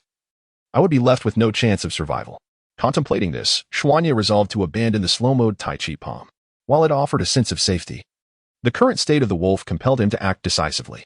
Should the wolf's speed increase further, Xuanya would have no choice but to stand idly by and await his demise. With a shift in mentality, Xuanya altered his stance, his aura transforming from steady to sharply offensive. Although the wolf's speed surged once more, Xuanya's transition from the slow to the fast mode Tai Chi palm significantly enhanced his own speed and attack power. However, there was a drawback. The fast mode Tai Chi palm lacked the hidden strength feature exclusive to its slow mode counterpart. Yet, the fast mode held a unique ability to seal the chakra points of his adversary, rendering their chakra dormant within those channels. There are 64 primary chakra points within the human body. Sealing all of them would incapacitate an individual, rendering them as powerless as an ordinary person. However, the wolf before Xuanya possessed no trace of chakra. Even if he were to seal the primary 64 points within the creature, it would yield no effect. In the current circumstances, Xuanya had no choice but to utilize the fast mode Tai Chi palm to enhance his speed and offensive power. As the slow mode was no longer an option, with a fierce howl, the malevolent wolf closed the distance, racing toward Xuanya with alarming speed.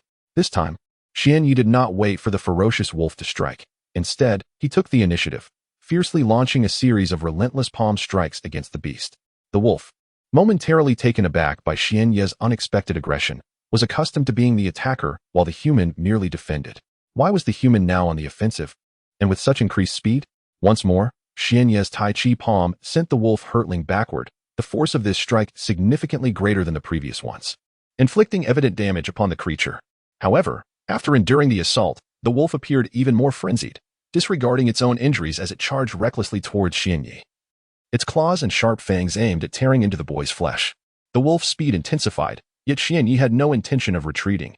He faced the creature head-on, executing another Tai Chi palm strike.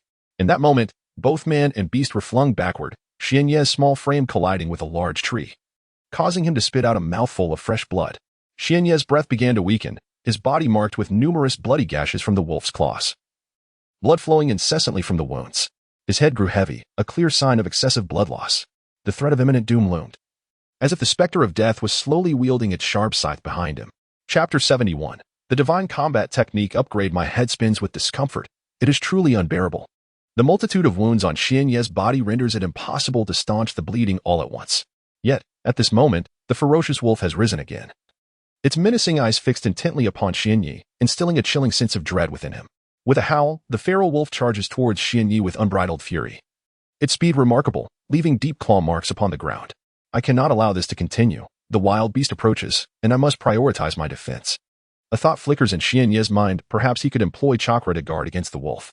Although the disparity between chakra levels and the wolf's physical strength is substantial, it is worth attempting. To utilize chakra for defense against the wolf, one must invoke a defensive ninjutsu. Xianyi possesses but one, the Golden Bell Shield, a technique evolved from the Heavenly Return. Activate the Golden Bell Shield. Xianyi formed several hand seals, silently channeling chakra throughout his body, directing it to flow in accordance with the Golden Bell Shield technique. As the chakra began to circulate, a radiant golden dome materialized around him, illuminating the dark night with its brilliance. The wolf, now mere feet from Xianyi, beheld the sudden appearance of this golden barrier, bewildered as to its nature and the reason for its manifestation. However, this was not the time for contemplation. The confrontation with the human had reached a critical juncture. Observing Xianyi pressed against a large tree, the wolf noted the myriad of claw marks marring his flesh, blood trickling down his body. In the wolf's eyes, the human's vitality waned, and with a few more strikes, he would surely perish, allowing the wolf to drag him down into death's embrace. With a thunderous crash, the wolf's claws met the golden dome Xianyi had conjured, producing a resounding echo that reverberated throughout the forest's outskirts, awakening the slumbering creatures that scattered in disarray. It seems the Golden Bell Shield cannot withstand the wolf's onslaught. In the instant following the wolf's attack, the protective dome surrounding Xianyi appeared riddled with cracks, as if it were on the verge of shattering. Xianyi gazed coldly at the impending rupture of the barrier, a sense of disappointment creeping into his heart. Alas, it appears that my aspirations were perhaps overly ambitious. My chakra level is merely that of a genin, while the physical prowess of that ferocious wolf has ascended to the rank of a special jonin. Given such a monumental disparity, it is indeed remarkable that my defense technique managed to withstand a single assault from the beast. This time, The wolf did not get sent crashing into a tree. Instead, it merely retreated a few steps before launching another attack towards me. It seems that the defensive technique of a genin is woefully inadequate against such an adversary, providing little more than a fleeting respite, and its rebound effect has proven to be less than effective, inflicting minimal damage upon the wolf. I quietly assessed the chakra within me, forcing a smile despite my grim expression. After fending off that last attack, my chakra reserves were nearly depleted, leaving me devoid of further power to utilize. As I beheld the ferocious wolf charging at me once more, I furrowed my brow, my gaze hardening with resolve as a decision took shape in my mind. It appears that I must resort to that technique. Though the repercussions of employing it are indeed severe, once unleashed, I would be left utterly drained, unable even to stand. Should I fail to vanquish the wolf in that moment, my demise would be inevitable. Calmly, I observed the oncoming wolf, employing my divine sight to meticulously track its every movement, no subtle twitch escaping my notice. During the past 3 months of relentless training, my increased proficiency in the Tai Chi palm had birthed a new technique in my mind, as if it had been ingrained within me from birth. While utilizing this technique under my current circumstances would be somewhat taxing, it does not preclude its execution. To wield it, however, would demand every ounce of physical strength I possess. Despite the formidable cost of employing such a technique, the power it unleashes is extraordinary, a culmination of my entire being poised to strike with unyielding force. Yet, the opportunity is singular, compelling me to remain acutely vigilant, observing the wolf's movements. Waiting for the precise moment to unveil my trump card. Thump, thump, thump. My heart beats powerfully, and at this juncture, nothing seems capable of swaying my focus. My vision is consumed solely by the wolf, my hearing sharpened, my body brimming with vitality, even the rhythm of my heartbeat resonating clearly in my ears.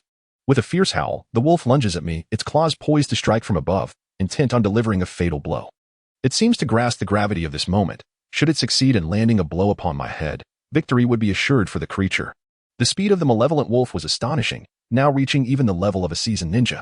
Yet, in that moment, all that occupied Xuanye's vision was the formidable beast itself. Strangely, what was once merely a vague silhouette had now transformed into a vividly clear image, revealing the deep gashes left by the wolf's claws. This sensation was peculiar, as if he were entirely immersed in the battle, impervious to any external distractions. A lightness enveloped him, instilling the belief that he could vanquish the wolf and emerge victorious. In Xuanye's perception, the wolf's claws descended slowly towards his head. Indeed, it was a deliberate descent. He could not fathom the reason for this sudden change, however, at that moment. He paid little heed to the system notifications that began to flood his awareness. Ding. Godly combat skill proficiency, 1000 ding. Godly combat skill proficiency, 1000 ding. Godly combat skill proficiency, 1000. The system bombarded him with numerous notifications regarding the augmentation of his godly combat skill proficiency, culminating in the announcement of an upgrade. Ding. Godly combat skill upgraded to level 2. Quadruple physical enhancement. This enhancement was immensely significant, substantially augmenting Xuanye's various abilities, including a remarkable improvement in his vision, which was why the wolf's movements appeared to slow in his sight. Chapter 72. The Death of the Evil Wolf. In the next moment, the claws of the ferocious wolf hovered just above Xuanye's head, a mere few centimeters away. Yet, within that scant distance, Xuanye possessed the reflexes to react. What was happening? Why had the wolf's speed diminished? Was it due to its injuries that it had slowed down? This left Xuanye in a state of confusion. He shifted slightly, extending both hands. One hand intercepted the wolf's claw, effortlessly pushing and pulling, thereby disrupting the creature's balance. This time, Xuanye chose not to unleash a forceful strike to send the wolf flying, but instead opted to reveal his trump card, a decision made earlier. In Xuanye's perception, the world transformed in slow motion. The wolf appeared to float in midair. He then assumed a remarkably intricate stance, retracting his hands to gather strength. Channeling all his energy into them, his hands morphed into powerful palms, aimed directly at the suspended wolf before him. The technique was known as the Tai Chi shockwave. A tremendous force surged through his hands, one that could send shivers through the very soul, a power so formidable that even Xuanye could sense its overwhelming might. He estimated that even a seasoned ninja would not emerge unscathed from such an assault. A resounding blast echoed as a mysterious energy erupted from Xuanye's palms, hurtling towards the wolf. The creature, sensing the approach of this potent and domineering energy, exhibited a glimmer of fear in its eyes. With a howl of distress, the wolf roared at the sky, desperately attempting to maneuver its body. However, despite its efforts, it remained utterly immobilized, as if the energy had ensnared it, rendering it incapable of movement. A thunderous explosion resonated as the wolf's flesh ruptured, a rain of blood cascading down, the air thickening with a pungent scent of iron. At this moment, Xian Yi's complexion turned pale, and he collapsed onto the grass, gasping for breath, his hands trembling uncontrollably. After some time, his breathing gradually steadied, and he struggled to rise from the ground, surveying his surroundings. The area was now drenched in the wolf's blood and remains, the air saturated with a heavy metallic odor, while distant roars of wild beasts echoed through the dark forest. This was dire. He needed to leave at once. Otherwise, he might not find another chance to escape. Xian Ye's face contorted with concern as he realized the stench of blood was spreading further, and being in the forest, there were still numerous beasts lurking nearby. Under normal circumstances, Xian Yi would have no reason to fear the wild beasts. However, the situation was different now. Exhausted from his recent battle with a ferocious wolf, he had depleted all his strength, leaving him barely able to walk without stumbling. At that moment, should a beast appear, he would stand no chance of escape or defense, truly rendering him helpless. Thus, Xian Yi could only muster the energy to stand and slowly make his way toward the hidden leaf village, towards the comfort of home. As he walked, a familiar warmth surged in his throat, and he abruptly expelled a mouthful of blood. Suddenly, a system notification chimed in his mind. Ding. Congratulations to the host for achieving the first kill of a summoning beast. This system shall grant you a reward. Another chime followed. Ding. Congratulations to the host for obtaining the secondary profession of physician, along with the physician's manual. Yet another notification echoed. Ding. The physician's manual has been inscribed in the host's mind. It can be accessed with a mere thought. What is a physician? Is it akin to a medical ninja capable of healing ailments? It seemed so, given the nature of its title. This secondary profession arrived at a fortuitous moment, as he was injured and could now explore the abilities it offered. As Xian Yi focused his thoughts, a comprehensive understanding of the physician's manual unfolded in his mind. Upon reviewing the manual, he realized the dire state of his own body. Blood continued to flow from his wounds, which had yet to be treated, and several bones were broken from the wolf's attack. He must first staunch the bleeding, or he would be in grave danger. As he proceeded toward home, he employed the bleeding control techniques from the manual, and soon, the wounds ceased to bleed. How extraordinary! This physician profession appears truly remarkable. Despite my numerous injuries, I can halt the blood flow almost instantaneously. Noticing the bloodstains on his body, Xian Yi furrowed his brow and made his way to a nearby stream. Upon reaching the stream, he leapt into its cool waters, splashing as he landed. After cleansing himself and ensuring that he was free of blood and its scent, he emerged from the stream and sought a secluded spot near the hidden leaf village to conceal himself. Now was not the time to return home. The numerous wounds on his body would surely raise questions from his parents. Thus, he resolved to rest in a discreet location, regain his strength and chakra, and thereafter utilize his physician skills to tend to his injuries. As more content is being loaded, please be patient. This site only supports mobile browser access. If you see this paragraph, it indicates that the chapter content has failed to load. Kindly disable reading mode, immersive mode, and novel mode in your browser, as well as turn off any ad blocking features or copy the URL to another browser for reading. As Xian Yi wandered, he discovered a spot that seemed quite suitable for rest, and he made his way toward it. Upon sitting down, he closed his eyes, steadied his breathing, and endeavored to restore his physical strength. After an hour, Xian Yi opened his eyes and exhaled a breath of murky air. Observing his body and clenching his fists, he felt a significant enhancement in his strength, seemingly doubled compared to when he had battled the ferocious wolf. If he were to encounter that wolf again now, the confrontation would not be so arduous, and he would not suffer such grievous injuries. He pondered the true efficacy of his medical profession and whether it could heal the wounds inflicted by that wolf. With this in mind, he summoned the knowledge from the medical texts in his mind, channeling his chakra to transform it into healing chakra. Soon, a trace of healing chakra manifested within him, and as he released it, Xian Yi observed it with keen attention. Taking a deep breath, he marveled at the potency of this healing chakra. It radiated with boundless vitality, and many of his wounds began to show signs of recovery due to the emergence of this small yet powerful healing energy. Chapter 73. The potent healing chakra. The healing chakra is truly remarkable. This seemingly unassuming green energy has begun to show signs of recovery on my wounds. With that in mind, I resolved to channel my full strength into generating healing chakra, hastening the healing process. As I contemplated this, I summoned more chakra, nearly exhausting all that I could muster. Gradually, the healing chakra within me began to swell. Once I had transformed all my chakra into healing energy, I prepared to utilize this newly generated healing chakra for my own recuperation. A surge of intention coursed through me, and the healing chakra flowed into my hands, radiating a vibrant green glow imbued with boundless vitality, an embodiment of the healing techniques I had mastered as a physician. Carefully, I guided my glowing hands to the most grievously wounded areas of my body, prioritizing the severe injuries before addressing the less critical ones. The healing chakra hummed softly as my hands rested upon the wounds, radiating warmth and comfort. A peculiar sensation of itchiness arose, a compelling urge to scratch.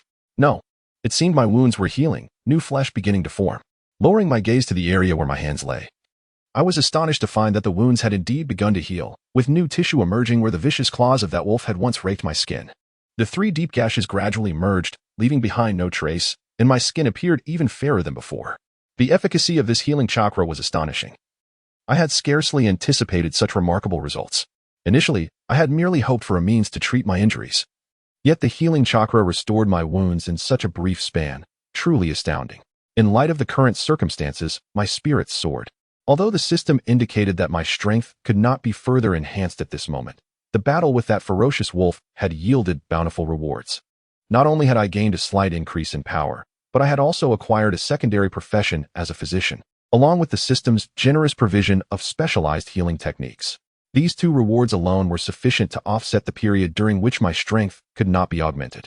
Furthermore, I could seize this time to rest and indulge in leisure, for I had yet to fully explore the world of Naruto during my years here. While my mind raced with thoughts, my hands remained diligent, moving to treat another injured area as soon as one part of my body showed signs of recovery.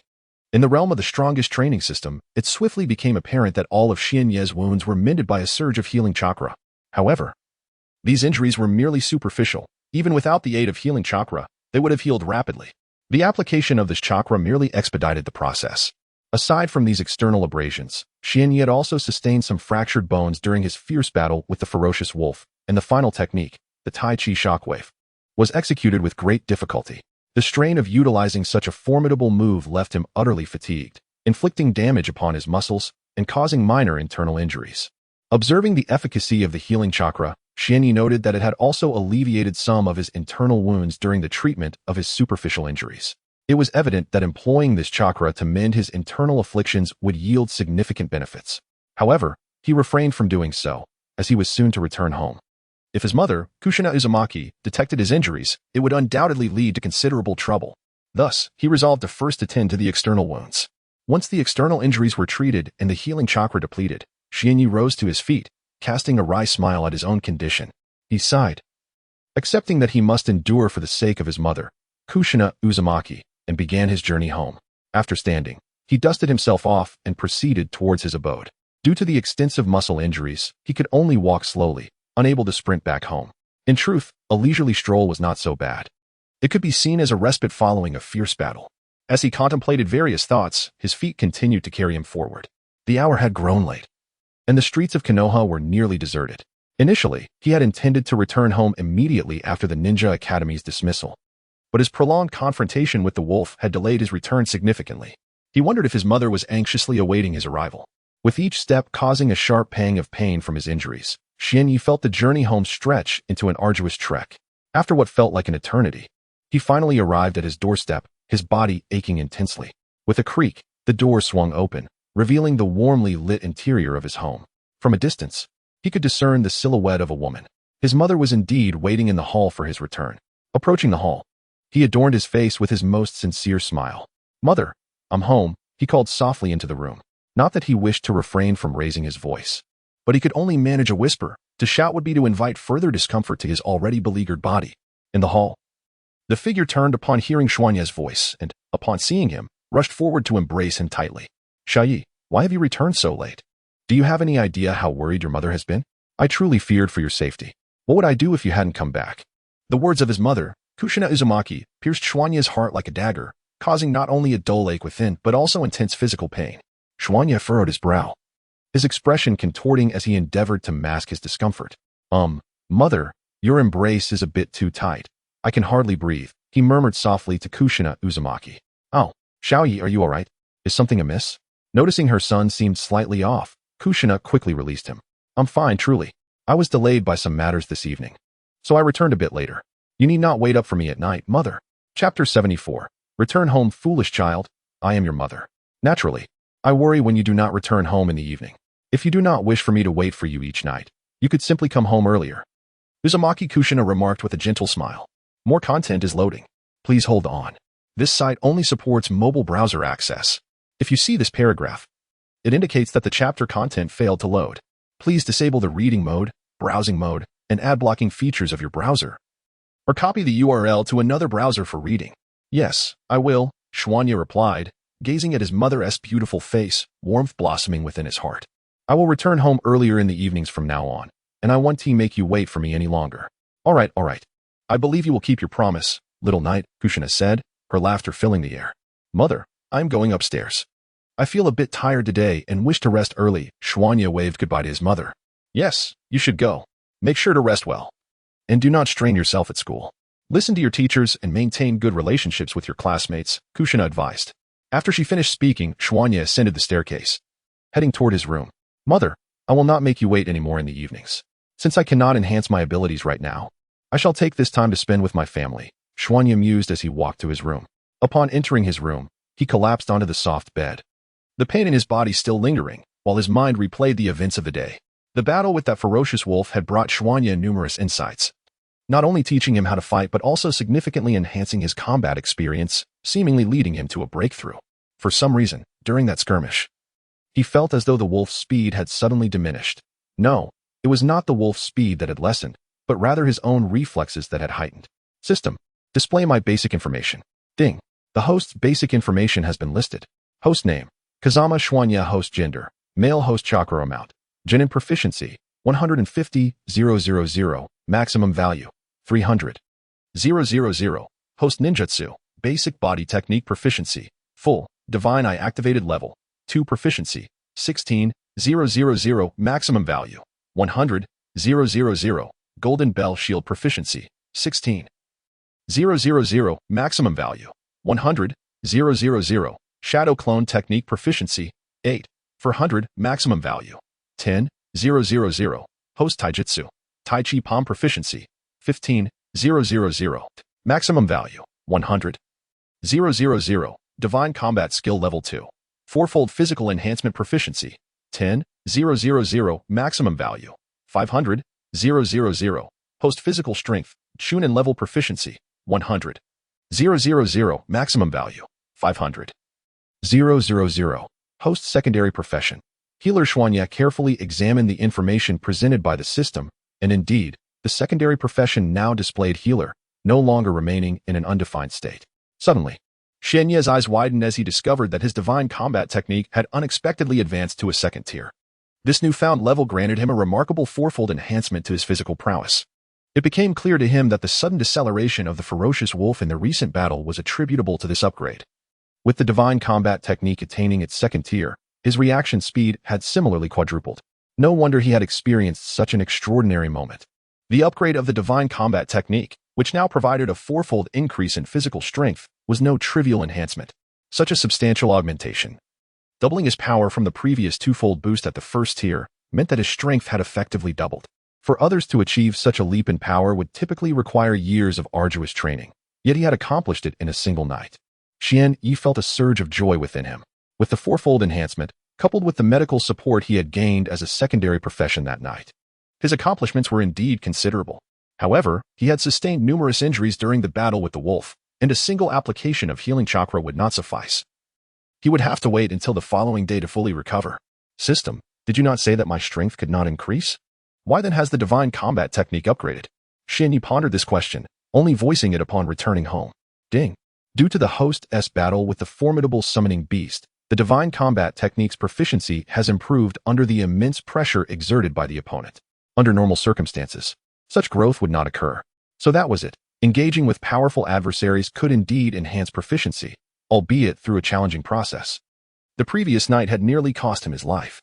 Never mind, he thought. I shall refrain from obsessing over further enhancements and instead relish this period of leisure. I will enjoy life as a game, attend the Ninja Academy, and perhaps even take a few naps during classes.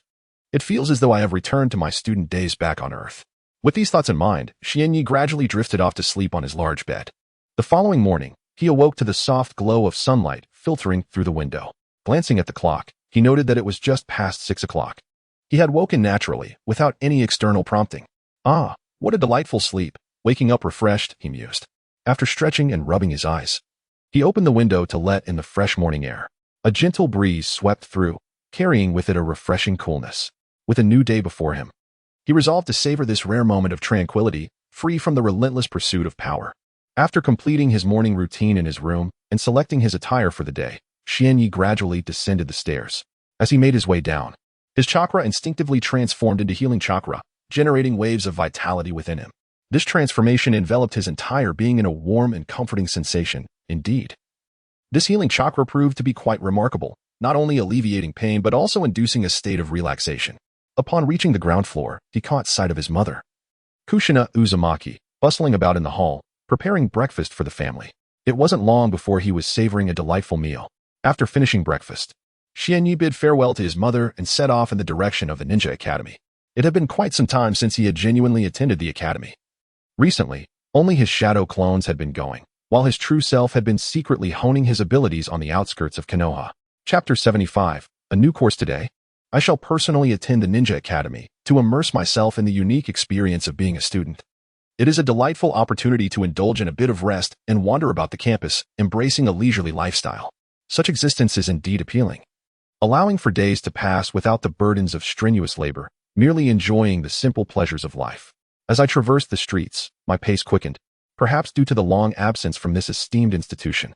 I yearned to arrive at the Ninja Academy and reacquaint myself with its ambience.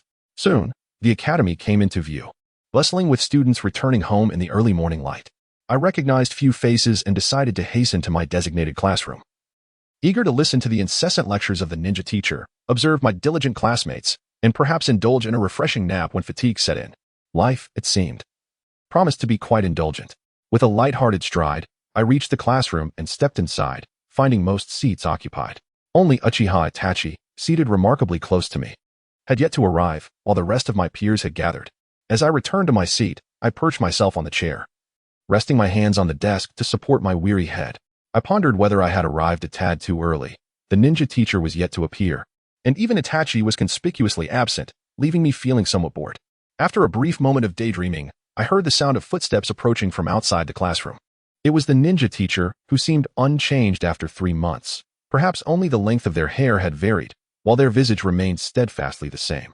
Shortly thereafter, Itachi hurriedly entered the classroom, having finally made his appearance. Looking slightly embarrassed for his tardiness, Itachi stood at the doorway with a flushed face, avoiding eye contact with the teacher. "Ah, Uchiha Itachi has arrived. Come in, don't linger at the entrance," the teacher exclaimed with an unexpected warmth, as if welcoming a treasured guest. It is well known that teachers tend to be lenient towards diligent students, whether on Earth or in the world of Naruto. Had I been a careless student, I would surely have faced a stern reprimand from the teacher. I shook my head and sighed softly. Wait, that is not correct. In this life, I am the son of the 4th Hokage. Perhaps the teacher would hesitate to scold me. I mused with a chuckle. Regardless of the circumstances, the outcome was clear. Uchiha Itachi faced no repercussions and was graciously invited inside. As Itachi entered the classroom, a wave of excitement rippled through the group of girls present. For such is the allure of a handsome figure. I, too, shared in this magnetic charm, and my own presence perhaps cast an even greater impact than that of Itachi. Upon returning to his desk, Uchiha Itachi noticed Xianyi offering a faint smile before directing his full attention towards the ninja instructor at the podium. The instructor, having observed that all the students had gathered, cleared his throat a few times, signaling the commencement of the morning class. After 3 months of not truly engaging with the teacher's lessons, Xianyi was initially brimming with enthusiasm. However, just 10 minutes into the lecture, his eyelids felt as if they were burdened by an immense weight, and he found himself on the verge of slumber with the slightest lapse in focus. At the podium, the instructor remained earnest in his teaching, occasionally pacing the room. When he reached Xianyi's side and noticed the drowsy expression on his face, the instructor paused momentarily, his countenance unchanged. He merely shook his head gently before resuming his discourse. As more content was being loaded, the message appeared, indicating that access was limited to mobile browsers. Those encountering this message were advised to disable reading modes or ad blockers, or to switch to another browser for uninterrupted reading. Over the past 3 months, the instructor had grown accustomed to Xianyi relying on his shadow clone for attendance. Unsurprisingly, the clone had not disappointed. It had succumbed to sleep within 10 minutes of class. Aside from Xianyi's peculiar behavior, the other students exhibited remarkable diligence, attentively watching the instructor and keeping their ears perked, fully aware that this was their sole opportunity to become ninjas. Failing to engage in the lessons would equate to relinquishing their aspirations of ninjahood. Under the hypnotic influence of the instructor's voice, Shinyi soon fell into a deep and peaceful slumber, nearly drooling onto his desk. Thus, 2 months passed. And once again it was a bright morning with clear skies and refreshing air, a splendid day indeed. At this moment, Shinyi lay on a patch of grass, one hand shielding his eyes while the other rested on his abdomen. A gentle breeze wafted by, providing a delightful coolness. He was not skipping class. Such an act was out of the question, especially considering his father was the 4th Hokage. If his father were to discover this and inform his mother, he would undoubtedly face severe consequences. He was well aware of his mother, Kushina Uzumaki's fiery temper. The entire class had followed the instructor to this grassy area, which also served as a training ground within the ninja academy. This space was equipped with numerous training apparatuses, including sandbags, weights, and formidable trees designed for practicing combat skills, among countless other resources. So why was Shinyi so leisurely resting beneath a tree? As the time approached for him to join his classmates in training, Shuanya addressed his ninja instructor, saying, "Excuse me, teacher, I have an upset stomach today, and I'm feeling quite unwell. May I rest for a while?" Despite any reservations he may have harbored about Shuanya, a scion of privilege, the instructor had no choice but to permit him to find a shaded spot to recuperate. Should anything unfortunate occur due to Shuanya's ailment, the responsibility would rest squarely on the instructor's shoulders. Thus, the outcome unfolded as it did. Shuanya chose a location not far from the main group. The other students were practicing on a vast expanse of grass, while he opted to rest beneath a large tree, a mere 10 meters away from them. Although he could have participated in their training, doing so would have offered him no tangible benefits, as his physical prowess would not have been enhanced. Given this, he deemed it preferable to recline in the shade and enjoy a peaceful slumber. Approximately 10 meters from Shuanya, another ninja instructor stood with his hands clasped behind his back, imparting knowledge to the students about matters unknown to them. Students, it is essential to understand that the body is the foundation of our endeavors. It is of utmost importance. We must first strengthen our physical forms so that chakra can reside harmoniously within us. Henceforth, we will no longer conduct lessons within the classroom. Instead, we will engage in physical training and practical exercises right here. Gatherings will also take place at this location. Do you understand? The instructor bellowed before the group of students. In response, the students echoed their understanding. Yes, teacher. Among them was Uchiha Itachi, also present in the throng. Chapter 76. A new curriculum too. Upon their inaugural venture outside the classroom, the throng of students brimmed with excitement. Their cheeks flushed as they eagerly sought to showcase their abilities in hopes of garnering the attention of their ninja instructor. Oh, witnessing your fervor elicits a sense of understanding within me. I too was once in your position, standing here as a member of this very ninja academy. Thus, I can empathize with your exhilaration. However, amidst your enthusiasm, do not forget the importance of rigorous physical training, accumulating practical experience, and diligently practicing the art of shuriken throwing on the nearby targets. Is that clear? The ninja instructor bellowed towards the multitude of students below. Yes, understood, teacher. We shall adhere to your guidance, and we will not slack off. We will diligently train our bodies and engage in practical exercises, they chorused in response. Excellent, excellent. The instructor replied, feeling a swell of satisfaction at their enthusiastic compliance. Yet, as he turned his gaze, he caught sight of Kazuki, idly reclining beneath a tree, basking in the grass. The instructor could not suppress a twitch of his facial muscles. Calm, he murmured to himself. He is but a wisp of air, a mere shadow. Ignore him, pay him no mind. When the time for real combat assessments arrives, Kazuki will surely comprehend the meaning of regret. At that juncture, his lack of preparedness will undoubtedly bring him embarrassment, and he shall lament, had I only applied myself during class, refrained from slumber, and exerted effort in training. But by then, it shall be too late. With this thought, a smile crept across the instructor's face. Though he refrained from vocalizing his mirth, his heart was alight with glee. Ahem. Very well then, you may proceed with your training. Rest when you reach your limits. I shall be observing from the sidelines. Should any issues arise, do not hesitate to seek me out. Understood? Yes, understood, teacher. Once the instructor departed, the group of students dispersed. Those with closer friendships clustered together, while others remained solitary. Itachi Uchiha found himself alone in the training ground. Small clusters of students gathered, seemingly engaged in discussions, yet Kazuki had little interest in eavesdropping on their conversations, remaining oblivious to their exchanges. After their discussions concluded, the students hurried to a nearby room to retrieve various training equipment. Upon emerging, nearly all of them carried the same item, weighted gear. However, Kazuki found himself at a loss for words upon observing their selections. What are they carrying? Is that truly considered weight? Each of them is burdened with a mere 5 or 10 pounds, with 10 being the heaviest. Suddenly, Kazuki's eyes fell upon the weighted gear that Itachi was carrying, and he felt an immediate shift in perception. Indeed, it is quite impressive. Uchiha Itachi truly lives up to his reputation as a prodigy. At such a tender age, he has already shouldered a weight of 30 pounds. While I may still surpass him, it is remarkable for someone of his years to manage such a burden. The group of classmates, each adorned with their own weights, busily engaged in various physical exercises within the training grounds, some indulging in slow jogs, others performing push-ups, and yet others executing sit-ups, showcasing a diversity of activities. Uchiha Itachi, for his part, is also jogging. One might assume that such an endeavor is fitting for him. Typically, members of the Uchiha clan do not possess extraordinary physical strength. As I reclined on the grass, leisurely observing my peers, I couldn't help but notice that their physical condition seemed rather lacking. However, even if their physical capabilities were subpar, the greater flaw lay in their willpower. A glance around revealed that 3/4 of them were utterly exhausted, their foreheads devoid of even a single bead of sweat, while the remaining quarter fared little better, each of them taking the path of least resistance. Alas, I cannot compel others to exhibit my level of excellence. If everyone were to aspire to my standards, the world would be populated solely by the strong, leaving few to be deemed weak. Nonetheless, not all are so feeble. There are still those with resilient spirits capable of enduring the mental bombardment of signals.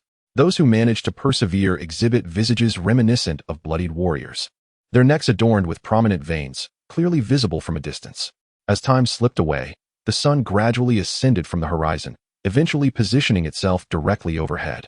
Upon awakening from a refreshing slumber, I rubbed my eyes, still adjusting to the light, and stretched with a profound sense of comfort. How delightful it is to lie beneath the shade of trees, occasionally graced by a gentle breeze. Such bliss is unparalleled. Yawning, I lifted my gaze towards my classmates. Now flushed and panting, their faces a portrait of exertion. The intensity of their training seemed woefully insufficient, barely reaching even 1/10 of my own exertion. This assertion is not unfounded. Despite my repose, I occasionally opened my eyes to observe them. Shifting my focus, I directed my attention to Uchiha Itachi, who was visibly drenched in sweat, relentlessly pushing himself to run. It was evident that he was nearing his limits, yet he continued to forge ahead with unsteady strides. It appears that in this class, only I and Itachi Uchiha possess any considerable prowess, while the others are unlikely to amount to much in the future. Currently, Itachi's training regimen is approximately 1/5 of what Jinya initially undertook. Although one can observe the arduous efforts of Itachi, it is important to note that training never reaches a pinnacle of difficulty. There is always a greater challenge that lies ahead. And no one can claim to have endured the most strenuous training. All right, everyone, gather around. Suddenly, the ninja instructor, who had been standing aside observing, shouted. Upon hearing the instructor's call, the students, who had been diligently training, halted their exercises and rushed towards the instructor with a speed that far exceeded their earlier training pace, leaving Jinya astounded. It seems that these two worlds are not vastly different. They are essentially quite similar, despite their apparent seriousness during lessons. My classmates quickly succumb to lethargy when it comes to training, each seeking the path of least resistance, with only a handful truly committing to rigorous practice. Chapter 77. A new course. All right, gather around. It's time to assemble. Xianyi rose from his seat, brushing off the dust that clung to him. He ambled over to the front where the ninja teacher stood, and by the time he arrived, all his classmates had already lined up.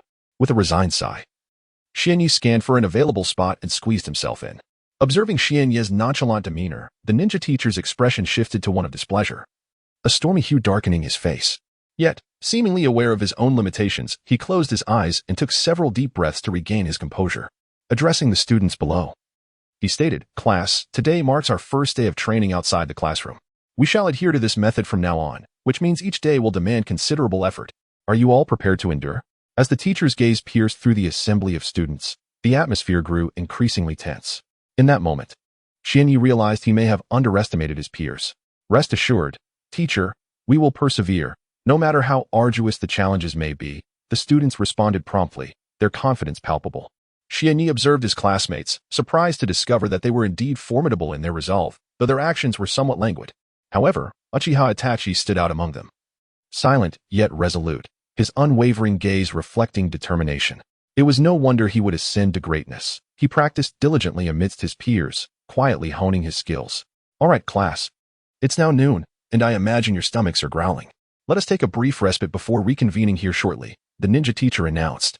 Instantly, the group dispersed. each student producing their packed lunches to enjoy a well-deserved meal.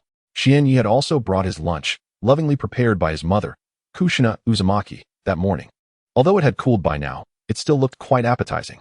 Spotting Uchiha Itachi in the distance, he made his way over and took a seat beside him, beginning to eat while engaging in light conversation.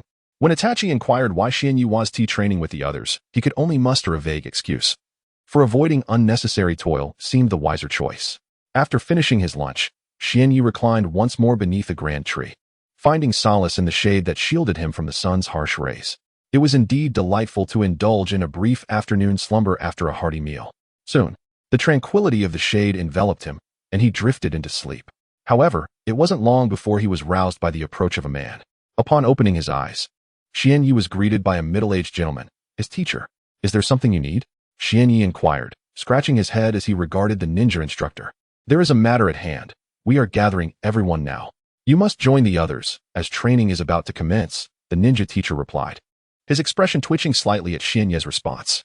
After a brief pause, he added, "Well, you see, I just had lunch, and I feel a bit of discomfort in my stomach. Do you think I could skip it? If I go, it might lead to unforeseen consequences," Xianyi said, a hint of menace lacing his words. The ninja teacher found himself at a loss. He couldn't very well resort to punishment.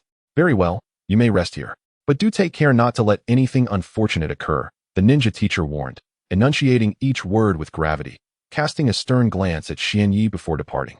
"Take care, teacher.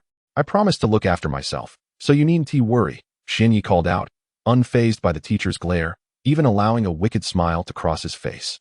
Reveling in his cunning. "Gather round, everyone." The ninja teacher's temper flared, frustrated that he could not vent his irritation on Xianyi. So he turned it upon the group of ordinary students without connections.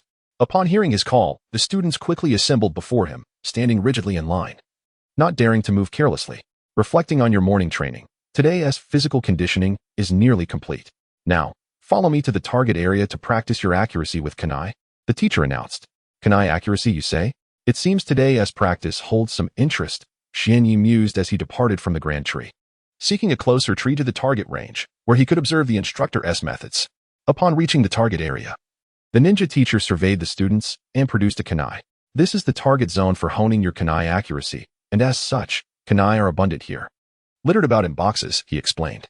"Watch closely as I demonstrate how to wield the kunai."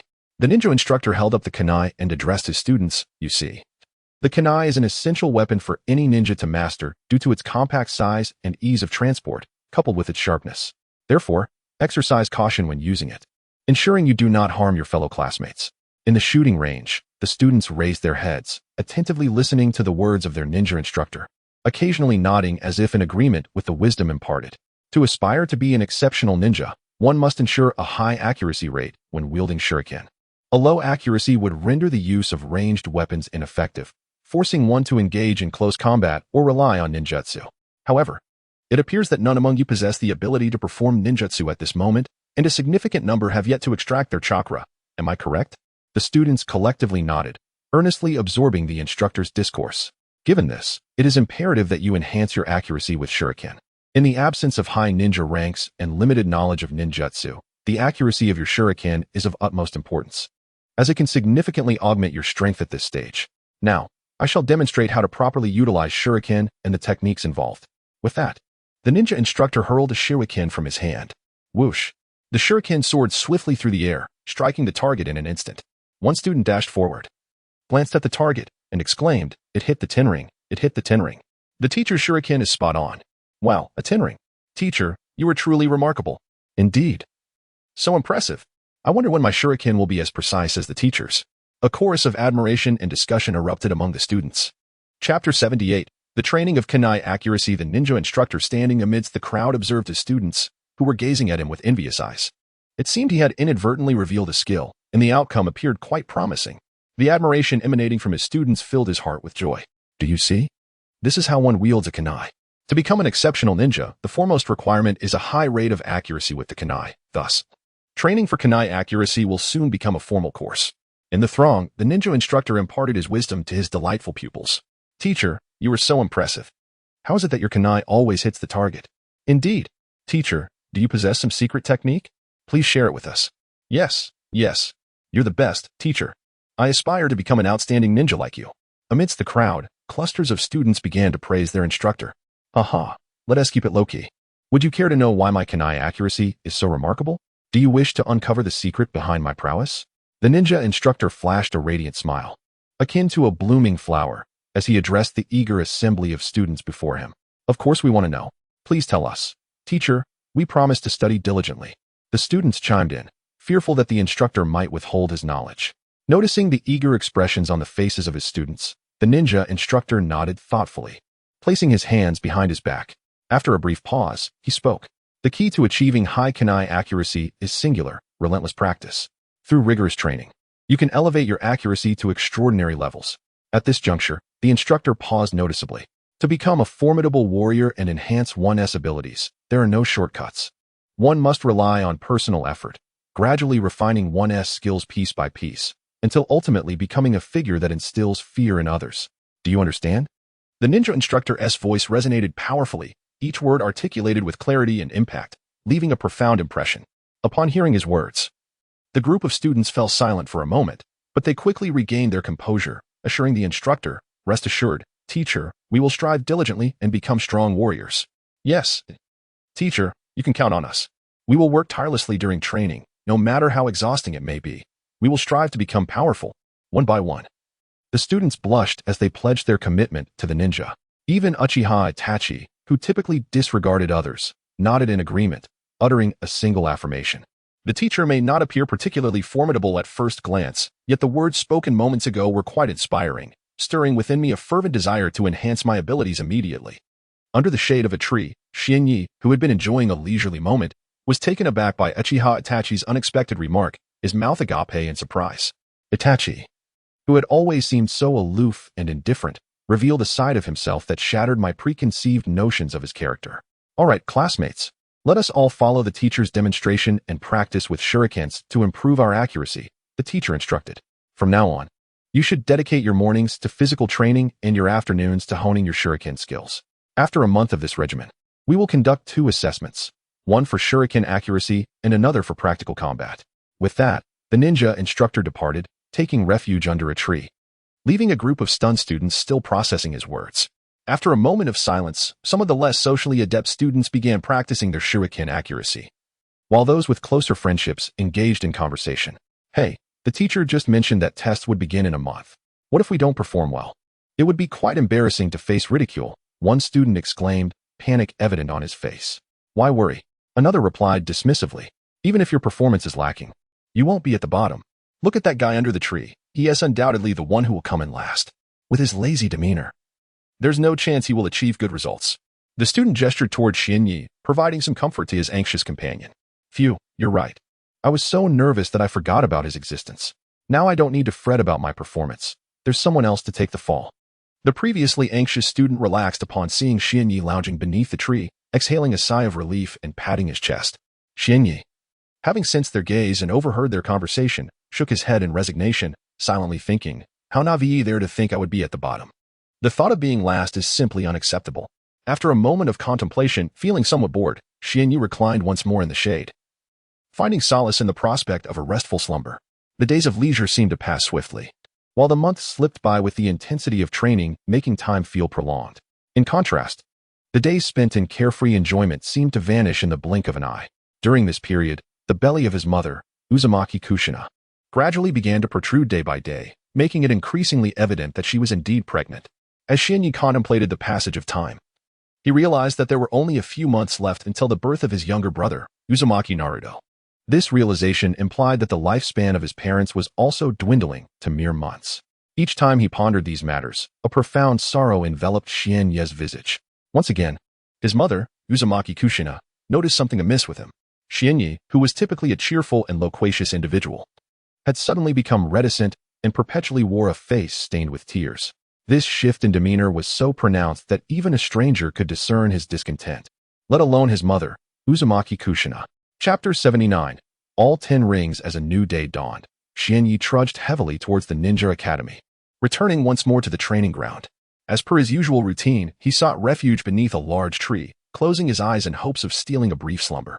However, before he could drift off, the voice of the ninja instructor pierced the tranquility, compelling him to open his eyes and discern the instructor's intentions. I wonder if everyone recalls that a month ago, I mentioned there would be a test today. The test is imminent. Are you prepared? I certainly am not. The thought of the test arriving so swiftly filled me with anxiety. Coughing to capture the student's attention, the instructor observed the murmurs below and attempted to silence them. Following his cough, a profound silence enveloped the group, with not a single voice daring to disrupt the stillness. It appeared his authoritative presence had yielded the desired effect. The instructor smirked before continuing, "The test will commence shortly. Regardless of whether you feel prepared, it is imperative that we proceed. Now follow me." Once he concluded his statement, the instructor led a throng of students to the target range, pointing to it as he addressed them. The first test will evaluate your accuracy with kunai. This task is relatively straightforward. You are to utilize 10 kunai and achieve a cumulative score of 60 rings to pass. Should you fail to reach this threshold, a penalty will be imposed. What? There is a penalty? This is disastrous. My accuracy with kunai is not particularly high. What if I do not achieve 60 rings? At this moment, half the students shared similar trepidations, while the other half maintained a facade of calm, likely confident in their abilities or perhaps indifferent to the impending consequences. Yet, Xianyi regarded this trivial test with disdain. If he could not attain a perfect score on such a simple accuracy assessment, all his previous training would have been in vain. He turned to glance at Uchiha Itachi, who bore an impassive expression, exuding an air of confidence. A mere test could hardly pose a challenge for him.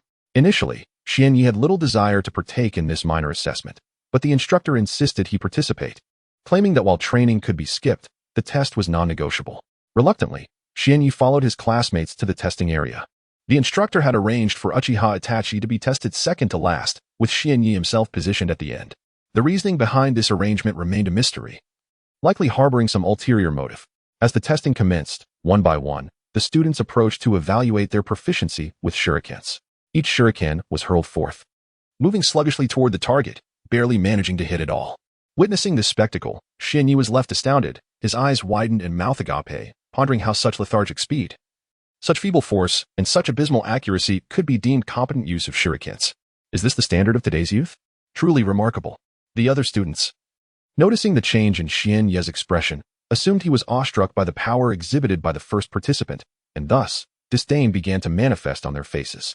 Ultimately, the first individual managed to hit a score of 63 rings with 10 shurikens. While this was insignificant to Xianyi, it was quite impressive for that participant, who jubilantly leaped and shouted in celebration. The subsequent participants fared similarly, achieving scores of 61, 67, 58, 53, and 71 rings, indicating that luck played a substantial role in their performance. As the number of tested individuals increased, only Xianyi and Uchiha Itachi remained.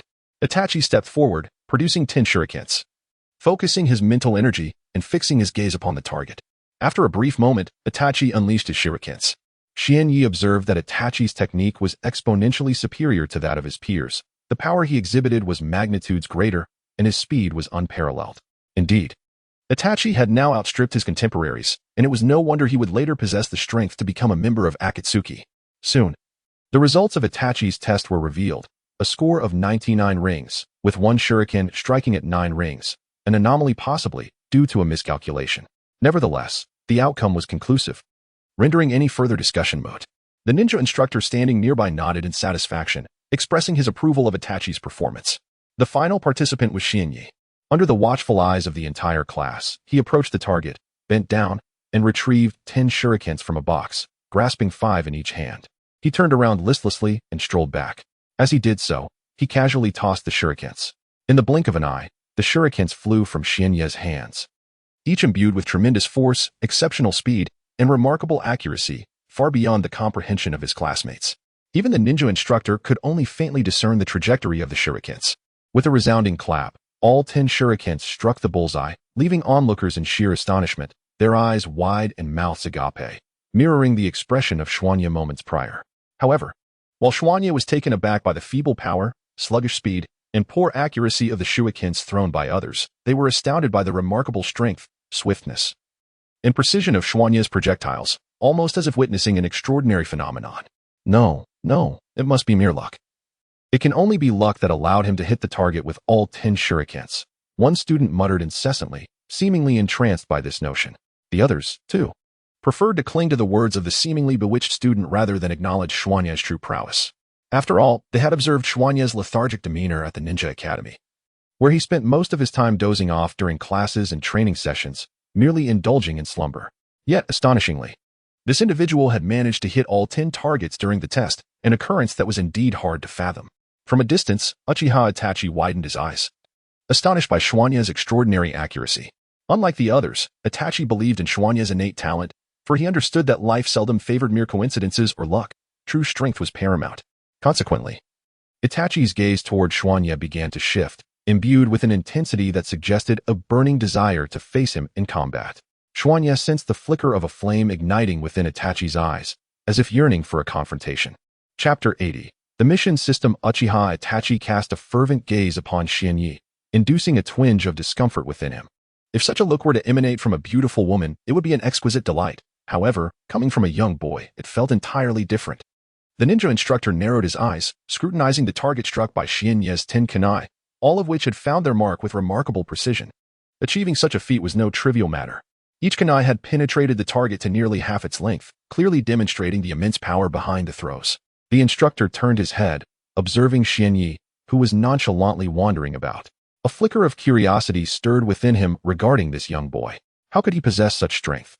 The fact that all 10 kunai had hit the bullseye suggested countless hours of practice. Such proficiency could not be achieved without rigorous training. Moreover, without significant strength, the depth of the kunai's penetration could not have reached half the length of the weapons themselves. What could be the reason behind this? Was the Xuanye I previously saw not the true version of himself? Had he been concealing his true capabilities? Or perhaps the current Xuanye was indeed his authentic self, exhibiting strength that he had always possessed. As these thoughts swirled in his mind, the instructor's gaze shifted from disdain to one of gravity and newfound respect. Soon, they would engage in practical combat training. The instructor was eager to discern the extent of Xuanye's abilities. It was astonishing how deeply he had hidden his prowess, even from someone who had spent considerable time with him. Now that everyone has tested their kunai accuracy, we shall commence the practical examination. Students, take a brief respite. We will reconvene for the practical test in 10 minutes, the instructor announced, casting a glance in Xuanye's direction, seemingly lost in contemplation. 10 minutes later, a throng of students gathered on the grassy field where they had trained earlier. A ninja instructor stood before them, outlining the essential rules for the upcoming practical training. Listen closely, everyone. We are about to engage in practical testing. During the exercise, refrain from excessive force.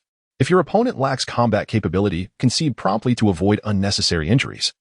The instructor instructed, surveying the attentive faces of his students. Once he concluded, the students responded in unison. All right, it seems you have all sufficiently rested.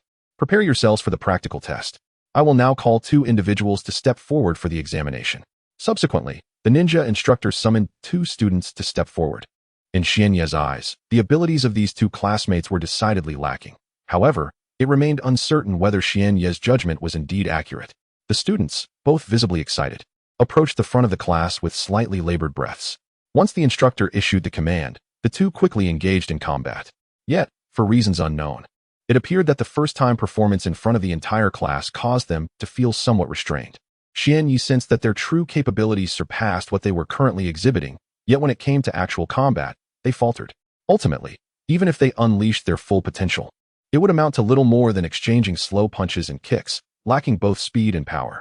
Had Xuanye taken the stage, he could have easily endured a day of their attacks without sustaining any injury.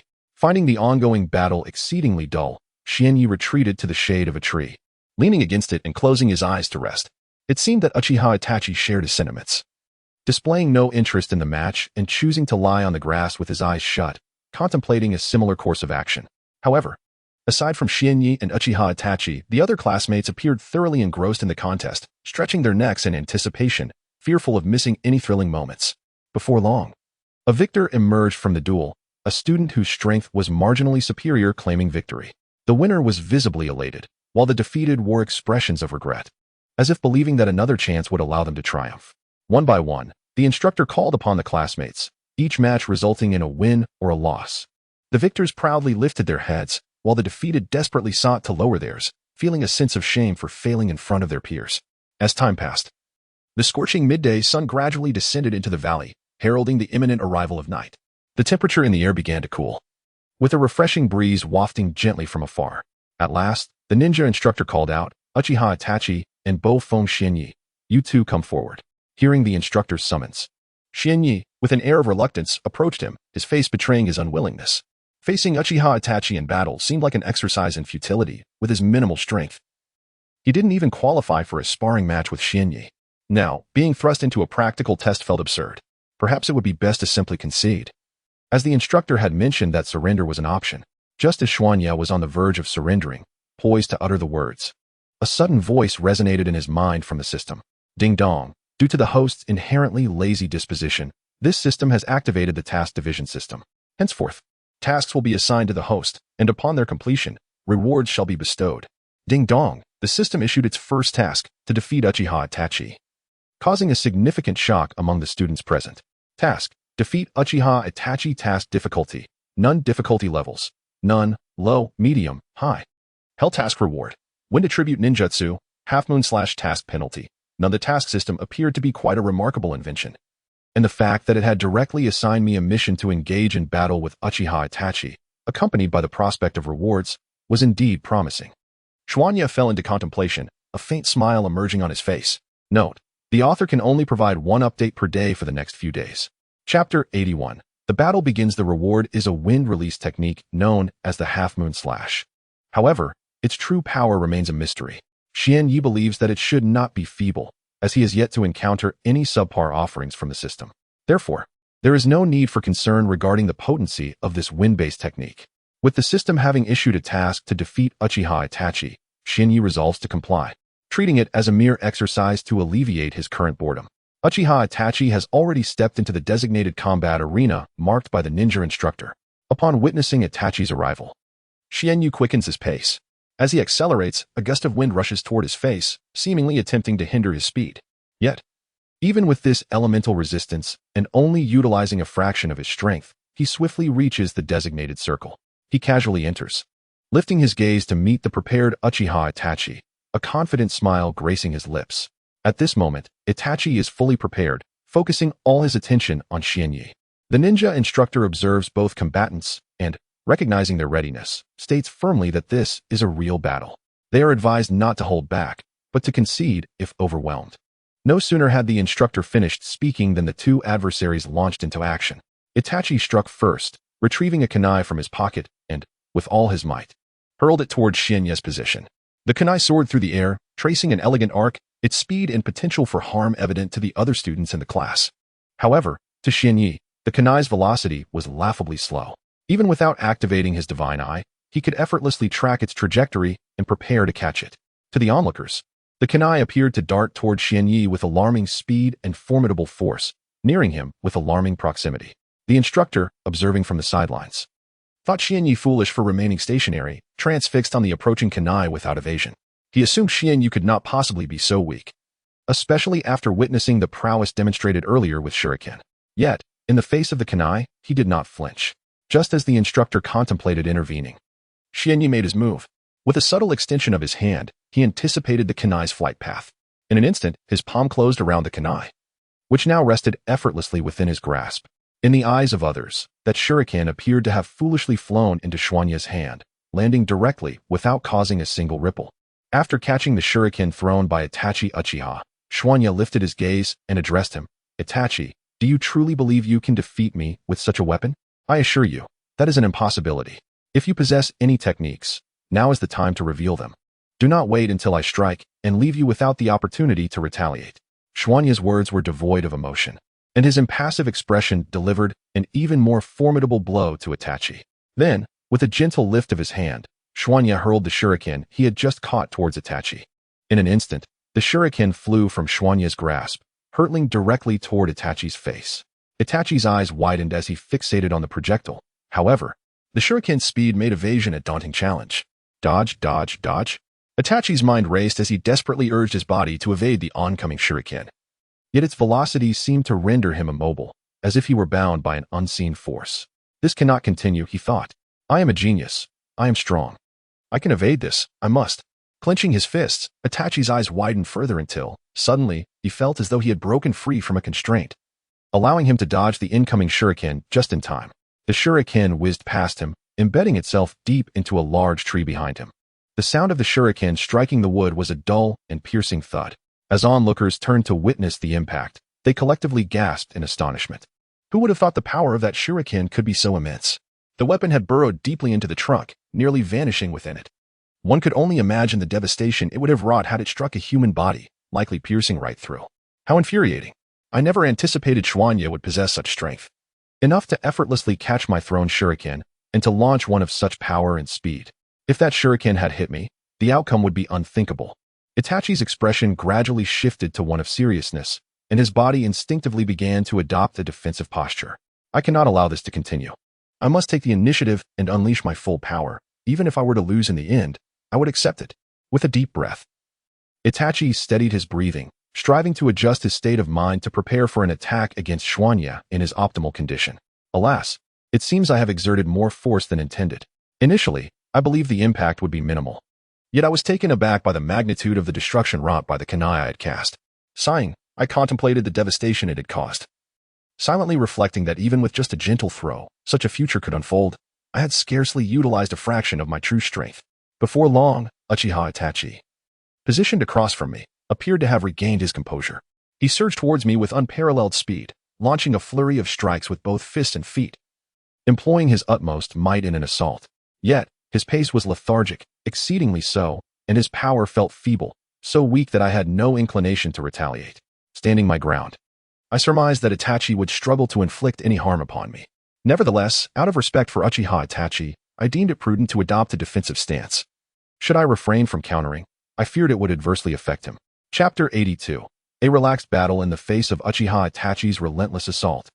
Xianyi effortlessly countered the attacks using only the combat techniques from the divine martial arts, merely employing a single hand to withstand Itachi's frenzied onslaught. This is impossible. How could Xianyi possess such strength? Despite unleashing my utmost speed and power, he still managed to parry my attacks with just one hand. A sense of gravity began to dawn on Uchiha Itachi's face, as his astonishment grew exponentially. Initially, he had believed that Bofeng Xianyi was merely adept at throwing kunai with precision, never considering that he might possess such formidable power. Itachi had thought that Xianyi's ability to engage him in combat was already commendable, yet it became evident that he was mistaken. Xianyi could effortlessly deflect all of his attacks with a single hand. Could it be that the chasm between Xianyi and myself is truly this vast? A feeling of helplessness washed over Itachi, causing him to gradually diminish the speed and intensity of his own attacks. Wow, Bofeng Xianyi's strength is astonishing. Even the genius of the Uchiha clan, Uchiha Itachi, can be effortlessly countered with one hand, a student standing at the perimeter of the arena exclaimed. As the student spoke, expressions of agreement and envy spread across the faces of others, their eyes reflecting admiration for Bofeng Xianyi's extraordinary prowess. The ninja instructor scanned the surrounding students, noting their unusual reactions and the envy shimmering in their gazes. Ahem, do you all comprehend why young Master Xianyi possesses such formidable strength? Do you genuinely believe that he simply sleeps in class every day? The instructor paused momentarily, observing the eager expressions on the students' faces, each one yearning to understand the source of Bofeng Xianyi's immense power and how they might attain similar strength. Since you all wish to know, allow me to elucidate. Young Master Xianyi's extraordinary prowess at such a young age is inseparable from his relentless dedication. I am certain that he has undergone rigorous training since he was very young. It is through such effort that he has acquired his remarkable strength. As for his apparent slumber in class, it is undoubtedly the result of intense training. Moreover, he must be exceedingly familiar with the material taught in class, which is why he opts to rest during lectures. As the instructor articulated his insights into Xianyi's abilities, he appeared quite persuasive, unabashedly referring to him as young Master Xianyi. After all, just months prior, he had held a strong aversion to Bofeng Xianyi for dozing in his class. Yet, who could have foreseen that Bofeng Xianyi would possess such formidable strength, gaining an advantage even against the genius of the esteemed Uchiha clan, Uchiha Itachi? It turns out this way. The teacher's words are indeed quite reasonable. No wonder Master Xuanya possesses such formidable strength, and no wonder he dozes off during class. It is all due to the exhausting training he endures, which leads to his drowsiness in lectures. A classmate murmured, and the other students gathered around him nodded in agreement. How amusing it is. The ninja instructor, who previously harbored a strong dislike for me, and those classmates who regarded me as the bottom of the barrel, now exhibit such a drastic change in attitude merely because I have revealed a fraction of my strength. If I were to unveil my full capabilities, it would surely terrify them all. The pressure from Itachi Uchiha is virtually non-existent. No, it would be more accurate to say that it is entirely absent. This allows Xuanya to devote his attention to listening to their conversations. Itachi, Your speed of attack has diminished, and your power has evidently waned. With your prowess, you should not be in such a state. Could it be that you no longer believe you can defeat me, thus opting not to resist? Shuanya remarked with a playful smile, gazing at Itachi Uchiha. Upon hearing Shuanya's words, Itachi's anger surged, prompting an immediate increase in his attack speed and a natural amplification of his power. Countless techniques emanated from his being. However, even with this enhancement in speed and strength, to Shuanya, Itachi was merely a slightly more formidable and easily subdued with just a flick of his pinky finger. The battle between Shuanya and Itachi unfolded with palpable intensity. Yet it was always Itachi who found himself at a disadvantage. After 10 minutes of combat, Itachi had exhausted a significant amount of energy, barely managing to stand 3 to 4 meters away from Shuanya, gasping for breath. Beads of sweat cascaded down his forehead, and his hands trembled from the immense pressure exerted by Shuanya. Shuanya squinted at Itachi's current state, a smile gradually emerging on his face, a self-assured grin that assured him of victory. Had the system not issued this particular task, Shuanya would have chosen to avoid combat with Itachi. Yet, since the system has mandated the defeat of Itachi Uchiha, along with the reward of a wind-based ninjutsu, Shuanya felt compelled to overcome him. Heavy breaths echoed throughout the arena as Itachi stared wide-eyed at Shuanya, wary of a sudden assault. No, I absolutely cannot continue like this. If this persists, I will surely be the one to lose. If I cannot prevail through physical prowess, I must defeat him with ninjutsu. I recently mastered the fire release, great fireball technique. Perhaps its formidable power will grant me victory. Itachi contemplated. Uchiha Itachi stood in the center of the arena, closing his eyes as he endeavored to stabilize the chaotic energy within him. After taking a deep breath, he reopened his eyes, which now glimmered with unwavering determination. Never before had Itachi desired victory so intensely. This time, he was resolute in his quest to triumph. From a distance, Xian Yi did not disturb Itachi as he focused on calming his breath. Had Xian Yi chosen to strike at that moment, victory would have been effortlessly within reach. Yet, he refrained, fully aware of his own formidable strength, which rendered defeat an impossibility. Suddenly, Itachi's eyes snapped open as he sprinted towards Xian Yi, circling around him with relentless speed. In an instant, a spark of brilliance ignited in Itachi's gaze, and he formed a series of intricate hand seals. While dashing, he called out to Xian Yi, "Fire style, great fireball technique." Chapter 83, The Art of Fire Release. Great fireball technique. A brilliant sphere of searing flames erupted from Uchiha Itachi's mouth, hurtling towards Xian Yi at an astonishing velocity. Xian Yi stood his ground, not flinching as he beheld the fiery orb racing towards him. The temperature in the vicinity escalated, prompting beads of sweat to form on the foreheads of the onlooking students, who were observing the combat test from a distance. How intense! Is this the great fireball technique? Indeed, it is remarkably powerful, far superior to other C-rank jutsu, boasting a force several times greater than that of its counterparts, remarked one student, captivated by the spectacle. His peers nodded in agreement, sharing his sentiment. At that moment, Xian Yi remained directly opposite Uchiha Itachi, narrowing his eyes as he watched the massive fireball approach with breathtaking speed. He chose not to evade, instead standing resolutely, fixated on the fiery projectile. The velocity of the great fireball technique was astounding, in the blink of an eye. The blazing orb shot forth from Itachi's mouth, and was now mere moments away from Xian Yi. Ah, so this is the great fireball technique. Truly impressive. Its might is extraordinary. I doubt any of my classmates could evade or defend against such a jutsu. However, regrettably for this technique, its target is me. Despite its remarkable power, I possess the confidence to withstand it, not to mention the relatively modest nature of the great fireball technique itself. A self-assured smile graced Xian Yi's face, for he felt entirely in control of the battle, and with his Chunin-level physical prowess and Jinin-level chakra, defeat was simply out of the question. After executing the great fireball technique, Uchiha Itachi remained rooted in place, his complexion pale, panting heavily as tremors coursed through his body. This jutsu was one he had only recently mastered, yet his chakra reserves were insufficient to fully realize its potential. It appeared that he had depleted all his chakra, even pushing himself beyond his limits. Itachi stood vigilant, his gaze fixed on Xian Yi, convinced that the formidable power of the great fireball technique would not be easily endured by his opponent. He held on to his pride. In the dark of night, you are the first to truly experience the formidable power of this technique since I mastered it. I have depleted all my chakra, and if you can withstand what is to come, I shall concede defeat. However, should you falter, victory will be mine. Uchiha Itachi has staked everything on the singular strike. If the great fireball technique can vanquish Kazekage Jinya, then the victor shall be Uchiha Itachi. Conversely, if Jinya manages to endure the onslaught, he will claim triumph. The blazing fireball, moving with astonishing speed, draws ever closer to Jinya, and as it approaches, the temperature of the surrounding air rises dramatically. Yet Jinya remains unperturbed. His expression unwavering, his gaze solely fixated upon the great fireball technique. Suddenly, a smile graces Jinya's lips. It is no surprise that the Uchiha clan has established themselves as a dominant force within Konoha. The sheer might of their fire techniques is formidable. However, it is not merely the fire techniques that ensure the Uchiha's survival. It is the Sharingan, their bloodline limit, that is paramount to their strength.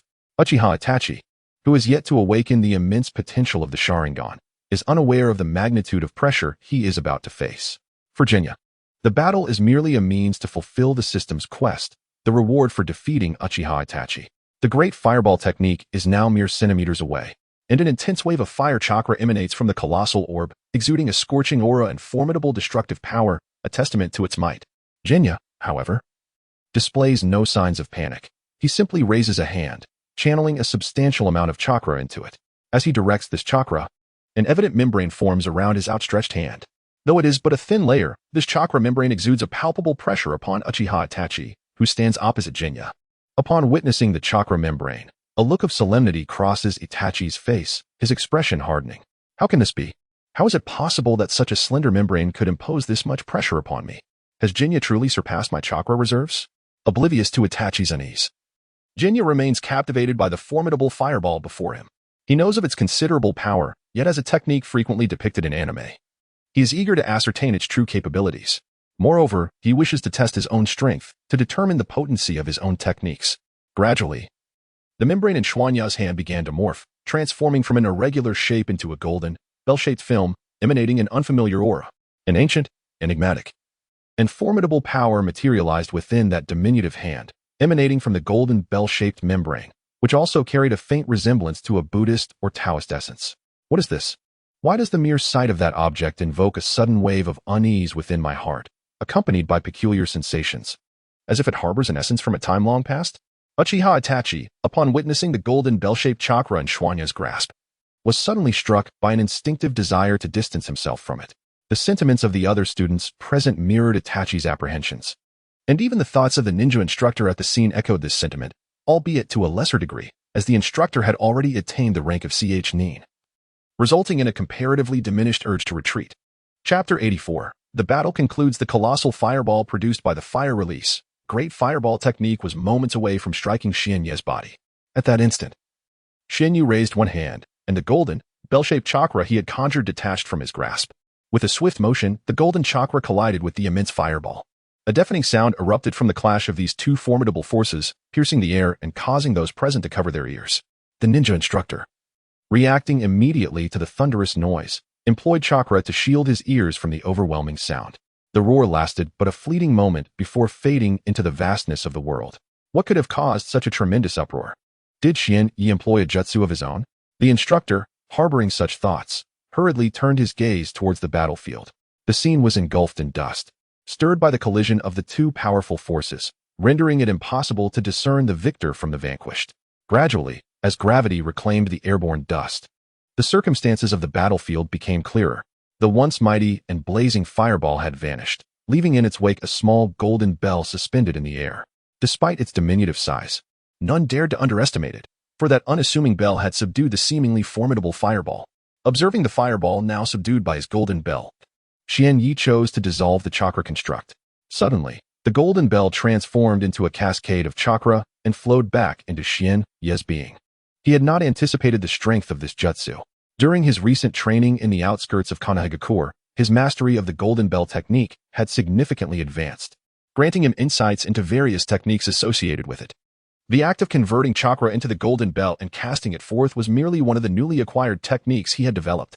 Standing opposite Xianye, Uchiha Itachi wore a bittersweet expression, a profound discomfort gnawing at his heart. Since his birth, he had always been regarded as a prodigy of his generation, with few capable of surpassing him.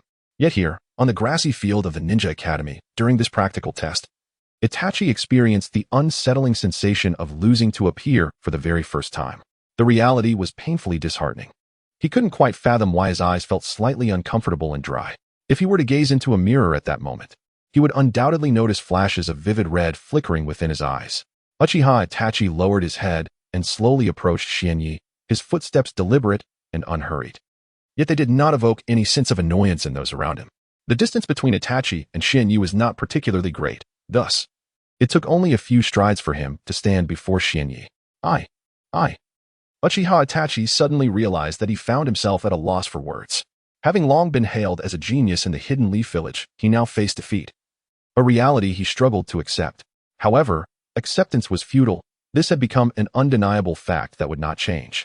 Taking a deep breath, Uchiha Itachi stood before Xianyu with his eyes closed, striving to stabilize his breathing. You have won, Xianyu. In this combat, I have lost. His voice was notably somber, as the outcome of this battle weighed heavily upon him. Yet, Xianyu's focus was momentarily elsewhere, until Itachi's words drew his attention back. My apologies. I was lost in thought and did not notice your approach. Xianyu replied with a hint of regret etched on his face. It's quite all right. Xianyu, you are truly formidable. Your strength surpasses mine by a considerable margin. Nevertheless, even though you currently outmatch me, I will not be disheartened. I will strive harder to elevate my abilities and ultimately surpass you, Itachi declared, a newfound determination glinting in his eyes. I understand. You must exert yourself to enhance your strength. I have faith in you. However, I believe you will find it difficult to surpass me in power, Xianyu responded, confidence radiating from his expression. After all, he possessed a system designed to amplify his strength, the most potent training mechanism, ensuring that even if his current abilities did not advance, Itachi would not be able to outpace him, even with a year or two of training. Xianyu harbored unwavering confidence in this, bolstered by the support of his system. The future remains uncertain, Itachi retorted, a defiant expression gracing his features. Although Xianyu had triumphed in this encounter, both he and Uchiha Itachi found themselves with only each other as friends in this academy. Xianyu's slumber during class had isolated him, while Itachi's reserved nature had hindered his social connections. In the end, the two exchanged a handshake, a gesture of camaraderie, before stepping out of the circle formed by their classmates. It was now dusk, the hour was late, and the sun was nearing the horizon. The ninja instructor, observing the time, gathered all the students and imparted a few words before dismissing them to return home, instructing them to reconvene at the training grounds the following day. Once dispersed, Xianyu retrieved the system notifications he had overlooked earlier due to the various distractions. Ding. Congratulations to the host for successfully completing the task of defeating Uchiha Itachi. Ding. Congratulations to the host for receiving the task reward. The wind release technique, half moon slash. I have acquired the wind release technique, half moon slash. Completing this system-assigned task was indeed quite a challenge. However, while Xianyu thought this way, the actual process was exceedingly simple. It merely required channeling some chakra along the operational path of the technique known as the Golden Bell. Ultimately using this technique to vanquish Uchiha Itachi, Xianyu then accessed the fundamental information regarding the wind release technique, half moon slash. Ninjutsu, half moon slash attribute, wind rank, a power. Strong. This is an unmarked ninjutsu that utilizes chakra according to the operational path of the half moon slash, producing a wind-based chakra strike resembling a crescent moon, possessing formidable cutting capabilities, though it also demands a considerable amount of chakra. Within the basic information of the half moon slash, Xianyu noted that the technique's rank is A, a classification that is relatively rare. Furthermore, this technique is classified as an unmarked ninjutsu. A-grade unmarked ninjutsu is indeed uncommon. Aside from knowing that the Rasengan is also an A-grade unmarked technique, Xianyu is unaware of any other A-grade unmarked ninjutsu. Chapter 85. Wind Release, Half Moon Slash. At this moment, I have truly struck gold. I merely accomplished a trivial task, defeating Uchiha Itachi, and the system generously rewarded me with an A-rank, non-hand seal ninjutsu. Although Xianyu's expression remained unchanged, a sense of joy bubbled within him. It was already after school, and the ninja instructor had dismissed the students, allowing them to return home one by one. Xianyu, however, had no intention of heading home just yet. Instead, he sprinted towards a secluded training ground, a place seldom frequented by anyone. Eager to test the potency of the newly acquired wind technique, half moon slash. Situated on the outskirts of the Hidden Leaf Village, this training ground was largely abandoned, making it the perfect location for Xianyu to experiment without revealing his true abilities to others. Upon entering the expansive training area, he found it eerily empty, yet remarkably well-maintained. The ground was free of overgrown weeds, thanks to regular maintenance tasks assigned to ensure cleanliness, allowing it to remain as pristine as other frequently visited training sites, with fresh air permeating the space. Indeed, the absence of onlookers provided an ideal opportunity for Xianyu to practice his newly acquired Winjutsu, Half Moon Slash. The mere thought of this technique brought an uncontrollable smile to his face. Arriving at the center of the training ground, He scanned his surroundings and spotted a towering tree, approximately 5 to 6 meters high. The presence of numerous trees in the vicinity made it easy for him to locate one. Approaching the tree, Xianyi closed his eyes to steady his excited breath, mentally revisiting the details of the wind technique, half-moon slash, as imparted by the system. After a minute, he reopened his eyes, which shimmered with a faint light. Now half-moon slash.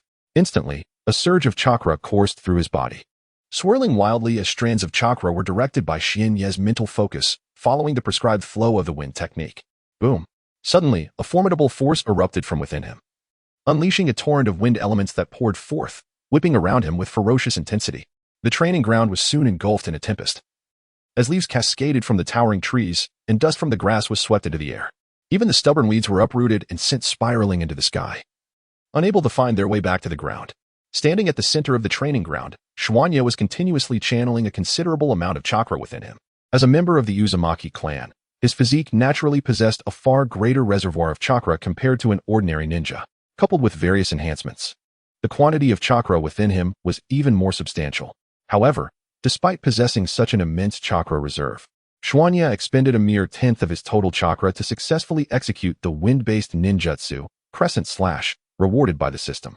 A blue, crescent-shaped wave of energy materialized before him, exuding an overwhelming momentum that conveyed tremendous destructive power and formidable cutting capability. With a subtle shift in his consciousness, the blue crescent surged forward at an astonishing speed toward a large tree situated several meters away. Squinting his eyes, he meticulously observed the trajectory of the recently launched attack.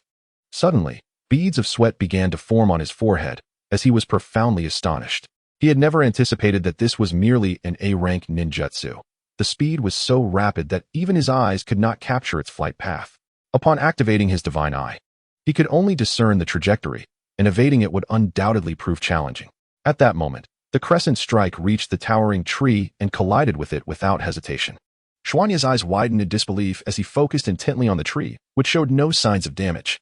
Strangely, the blue crescent had pierced through the tree, yet it appeared untouched, standing resolutely without any indication of harm. Xuanya lowered his head in contemplation. After all, the rewards from the system were typically of exceptional quality, and such an unexpected outcome warranted deep reflection. Just as Xuanya was lost in thought, a sudden deafening crash echoed through the training ground. He quickly lifted his head to ascertain the source of the commotion, only to find that the tree, which had been struck by the wind-based ninjutsu, had collapsed to the ground. Furthermore, not only did that particular tree fall, but several larger trees behind it also succumbed to the same fate. Curious, Xuanya approached the fallen trees and was struck by the pristine nature of the cut. Upon touching it, he was astonished to find it remarkably smooth. This revelation left him once again in awe, and after standing there in stunned silence for a few minutes, he took a deep breath to steady his racing heart. I knew the rewards from the system were never subpar, he exclaimed with a laugh. Just look at the neatness and smoothness of that cut. It clearly demonstrates the terrifying power and cutting ability of the crescent slash. The heart of Xianyi ignited once more, as the flickers of disappointment and confusion dissipated entirely, leaving only astonishment and ecstasy in its wake. For it is only through the mightiest of ninjutsu that such an effect could be wrought upon that colossal tree. Not only must it possess immense power, but it must also wield extraordinary cutting ability to achieve such results. After the initial euphoria, Xianyi regained his composure and departed from the training grounds, making his way home. While the wind-based ninjutsu he had mastered boasted great power and cutting prowess, it also demanded a substantial amount of chakra. Each usage consumed 1/10 of his total chakra, and after 10 applications, he would be entirely depleted. Thus, in the throes of battle, he must exercise prudence, refraining from using it indiscriminately. Otherwise, should he recklessly employ the wind technique, the chakra would soon be exhausted, leaving him with no choice but to rely solely on his physical strength to continue the fight. Chapter 86. The inner turmoil. As Xianyi hurried along the path toward his home, a sudden realization struck him, leaving him with a pang of apprehension.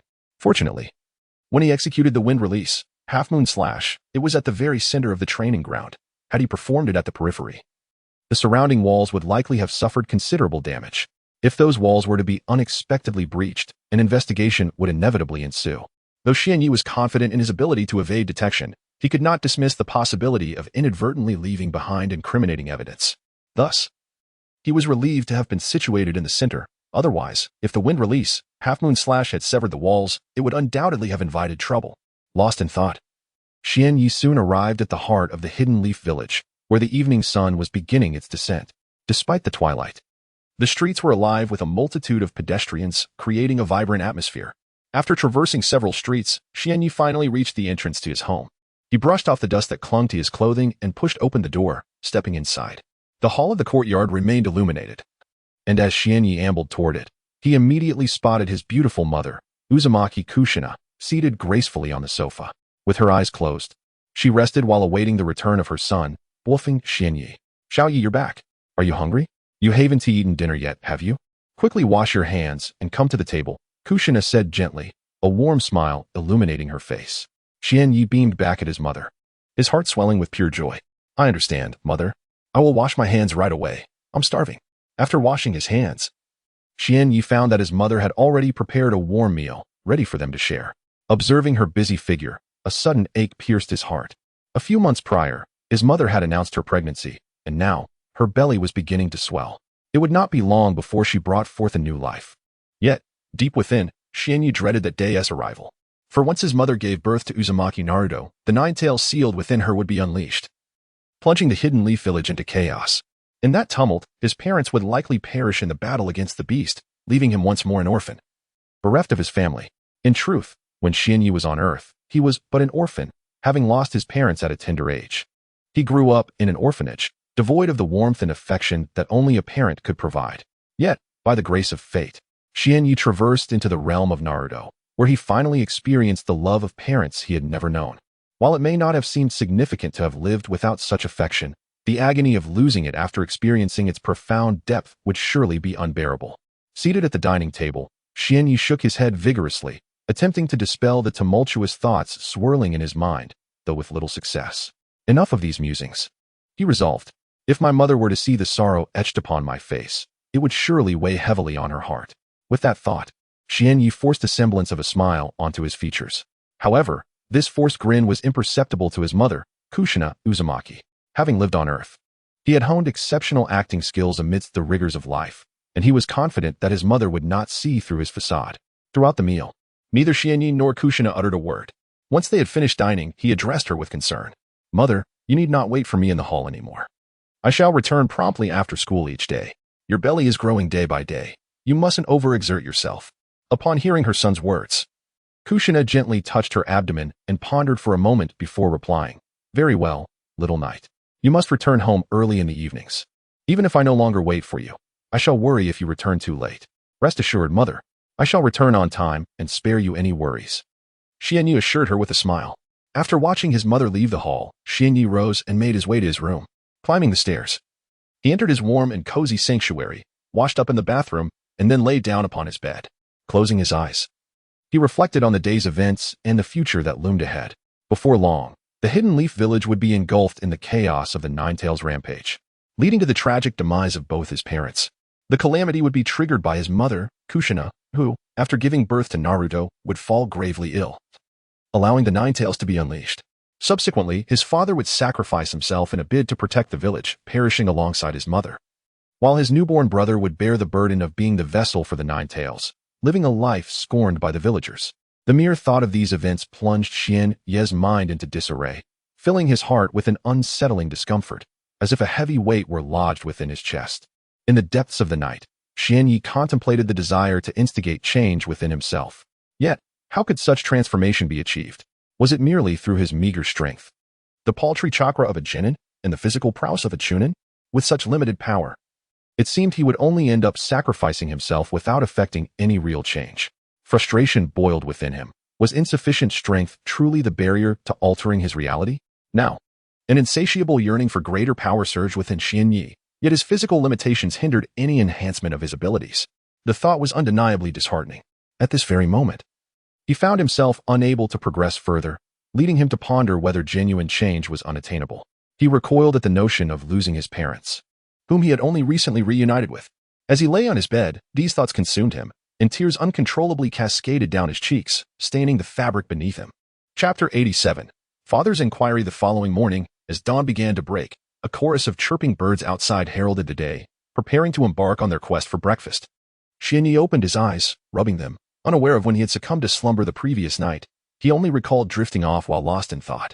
After completing his morning routine, Xianyi descended the stairs to find his father, Minato Namikaze, waiting below, alongside his mother, Kushina Uzumaki. However, this time, his mother was not preparing breakfast. Instead, his father had engaged a female ninja to assist in caring for her. With his mother several months pregnant and her belly noticeably rounder, Minato was understandably concerned for her well-being, fearing that her busy activities might endanger both her and the child. Thus, he had summoned a female ninja to ensure Kushina's comfort. At that moment, his parents were seated together on the sofa in the living room, with Kushina resting her head against Minato's chest, her lips moving as if engaged in conversation. Xianyi greeted them and joined them on the sofa, waiting for the summoned ninja to prepare breakfast. Kushina, believing that home-cooked meals surpassed any breakfast available outside, insisted that they eat at home. Though Xianyi had a yearning to dine out, he acquiesced to his mother's wishes and remained indoors. Xianyi, I heard you bested Itachi Uchiha in the practical test at the Ninja Academy yesterday, Minato stated, locking eyes with Xianyi, who felt a surge of surprise at his father's swift awareness of the event. Although Xianyi was cognizant of the presence of many Umbu observing discreetly within the academy, he had not anticipated his father would inquire about it the very next day. What if father asked me about the jutsu I used in the confrontation? Where did it come from? A pang of anxiety washed over Xianyi as he realized he had been somewhat careless. He should have relied solely on his physical prowess to defeat Itachi rather than resorting to jutsu for show. Yes, father, I did defeat Itachi during the practical test, Xianyi replied, despite the flutter of nerves within him. Haha, I knew my son was exceptional. Defeating the son of Makoto brings honor to your mother and me. I wonder what expression Makoto will wear upon learning this news. I truly look forward to it, Minato exclaimed, his pride evident. Nei exhibited an expression brimming with anticipation. Xianyi, drenched in sweat, was oblivious to the thoughts of his father, the renowned Minato Namikaze. To his astonishment, his mother, Kushina Uzumaki, held such sentiments regarding his recent victory over Itachi Uchiha. Rather than inquiring about the intricacies of the battle, her concern lay elsewhere. Shaking his head, Xianyi managed a wry smile. In the Uchiha clan's territory, despite the dawn's early light, 3 individuals had already roused from slumber. Within the heart of the Uchiha compound, a middle-aged man reclined on a sofa. Beside him sat a youthful woman, her beauty radiant yet marred by an unhappy countenance. She appeared to be merely in her 20s. Opposite the middle-aged man stood a young boy, Itachi Uchiha. Itachi, I heard that during your practical training at the Ninja Academy yesterday, you lost to Xianyi. Is that true? Itachi's father, Fugaku Uchiha, scrutinized his son with piercing eyes, enunciating each word with gravity. Father, it was due to my lack of strength that I lost to Xianyi. However, I refuse to remain in obscurity. I shall diligently enhance my abilities, striving to surpass Xianyi and bring honor to our family, Itachi declared, determination etched across his features, as if eager to challenge Xianyi once more. Well said, Itachi. If you can maintain such resolve, I can rest easy. You must endeavor to strengthen yourself. The honor of the Uchiha clan cannot be easily forsaken, Fugaku responded, visibly pleased with his son's words, a satisfied smile gracing his face. Yet, standing beside Fugaku, Makoto was far from content, her eyes occasionally flashing with indignation. Humph. Kushina must be reveling in this moment. Little Xianyi bested Itachi. Surely, she will find time to gloat about it, she thought bitterly. In the heart of Konohagakure, within a courtyard, Minato Namikaze sat comfortably on a sofa. I cannot believe how swiftly time has flown. It feels as though mere moments have passed. Yet you have grown so much. I still recall you as a mere child, he remarked, gesturing to indicate Xianyi's size in his younger days. A warm smile perpetually gracing his features, exuding an aura of comfort and ease. Indeed, time has whisked by, and I have begun to mature. Mother is expecting again, soon. I may have a little brother or sister, Xianyi murmured softly, his voice dwindling to a whisper towards the end, barely audible unless one listened intently. Breakfast was soon prepared, brought forth by a female ninja to the dining table in the hall. The meal was lavishly arranged, far more sumptuous than any prepared by his mother, Kushina Uzumaki. It is likely due to the gradual expansion of his mother's belly, necessitating an increase in nutritional intake to nourish the child within.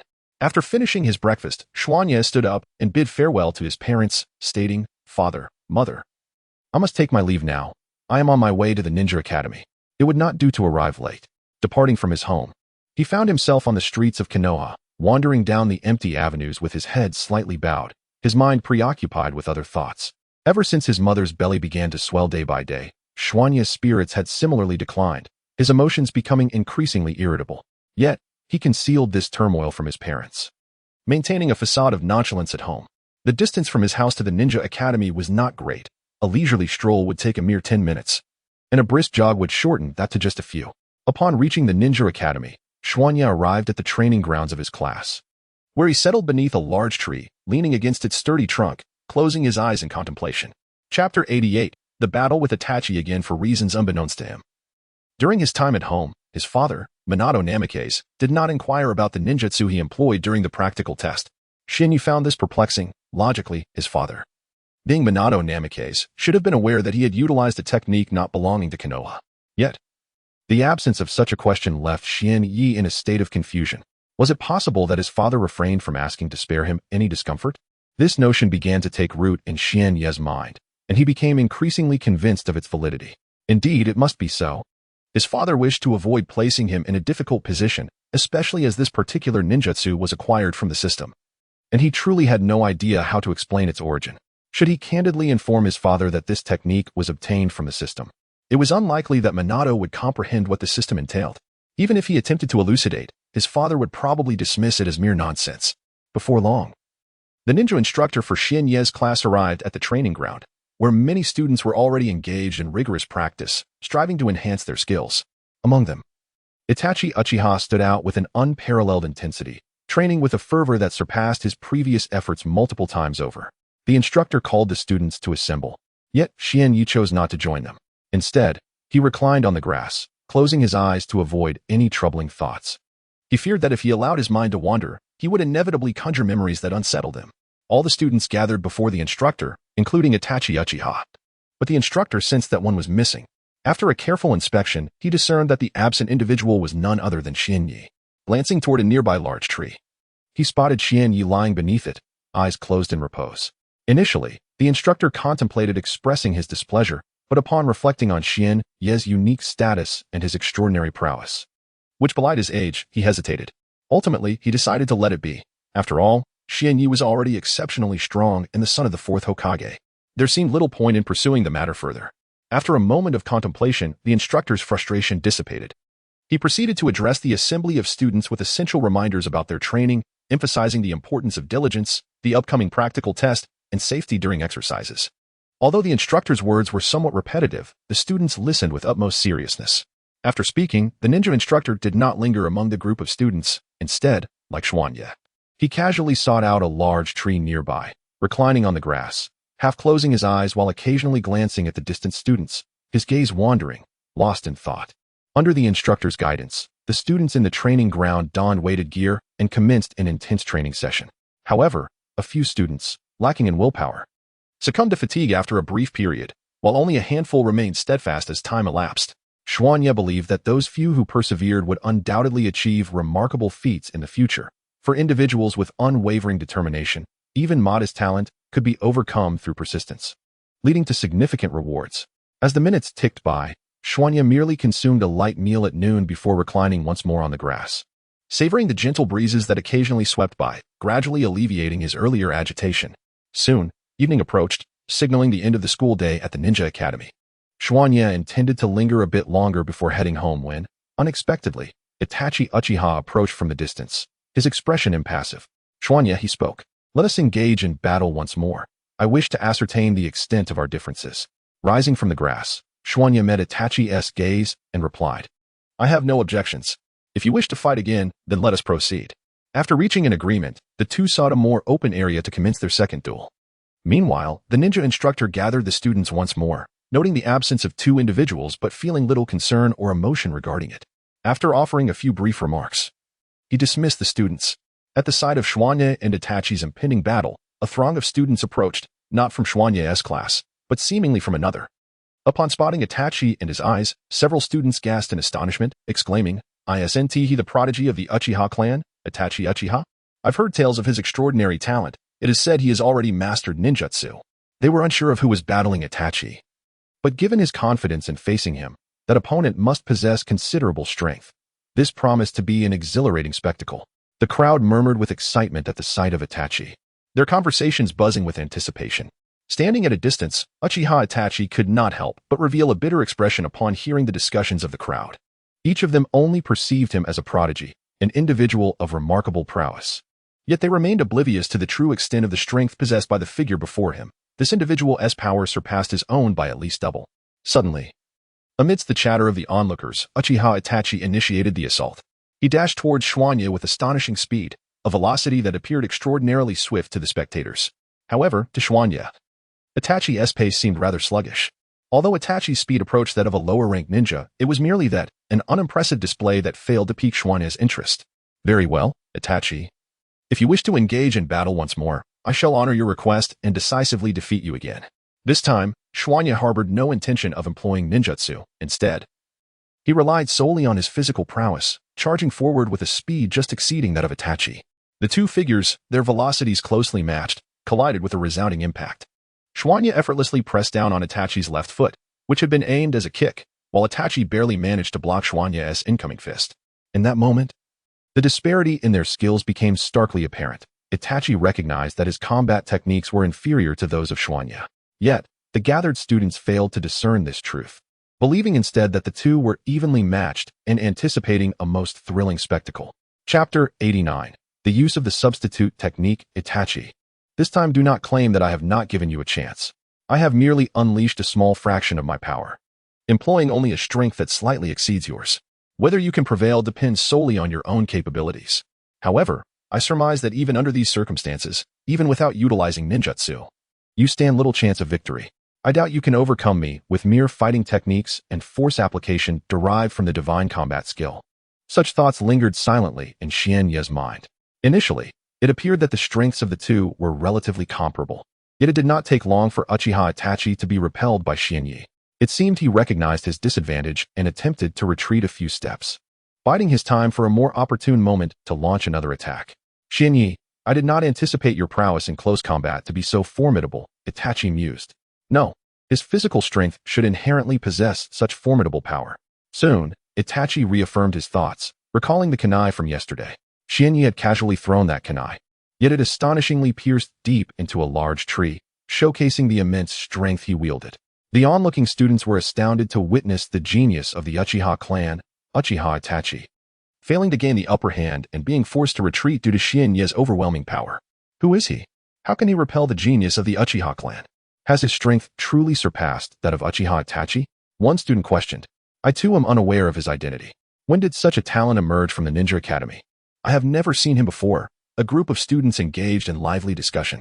Ah, I know. I recognize him. Suddenly, one student exclaimed, drawing the attention of his peers. It is Bufing Xianye. He is the son of the fourth Hokage, Bufing Mizuno. I have seen him before. Indeed, he is Bufing Xianye. The student elaborated. What? He is the son of the illustrious fourth Hokage? No wonder he possesses such strength at his age.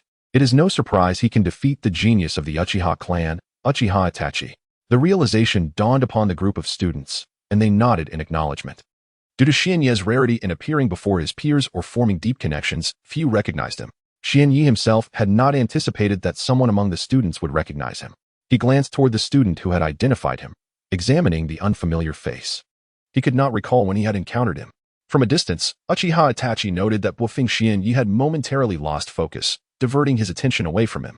A fierce flame ignited within him, a surge of anger building up, yearning to erupt. The eyes suddenly flickered, revealing a glimmer of red light.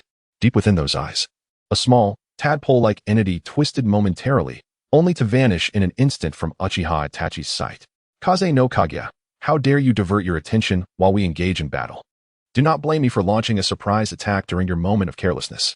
Uchiha Itachi firmly grasped 3 shuriken in his hand, his gaze intensely fixed on the position of Kaze no Kage, fully alert and ready for action.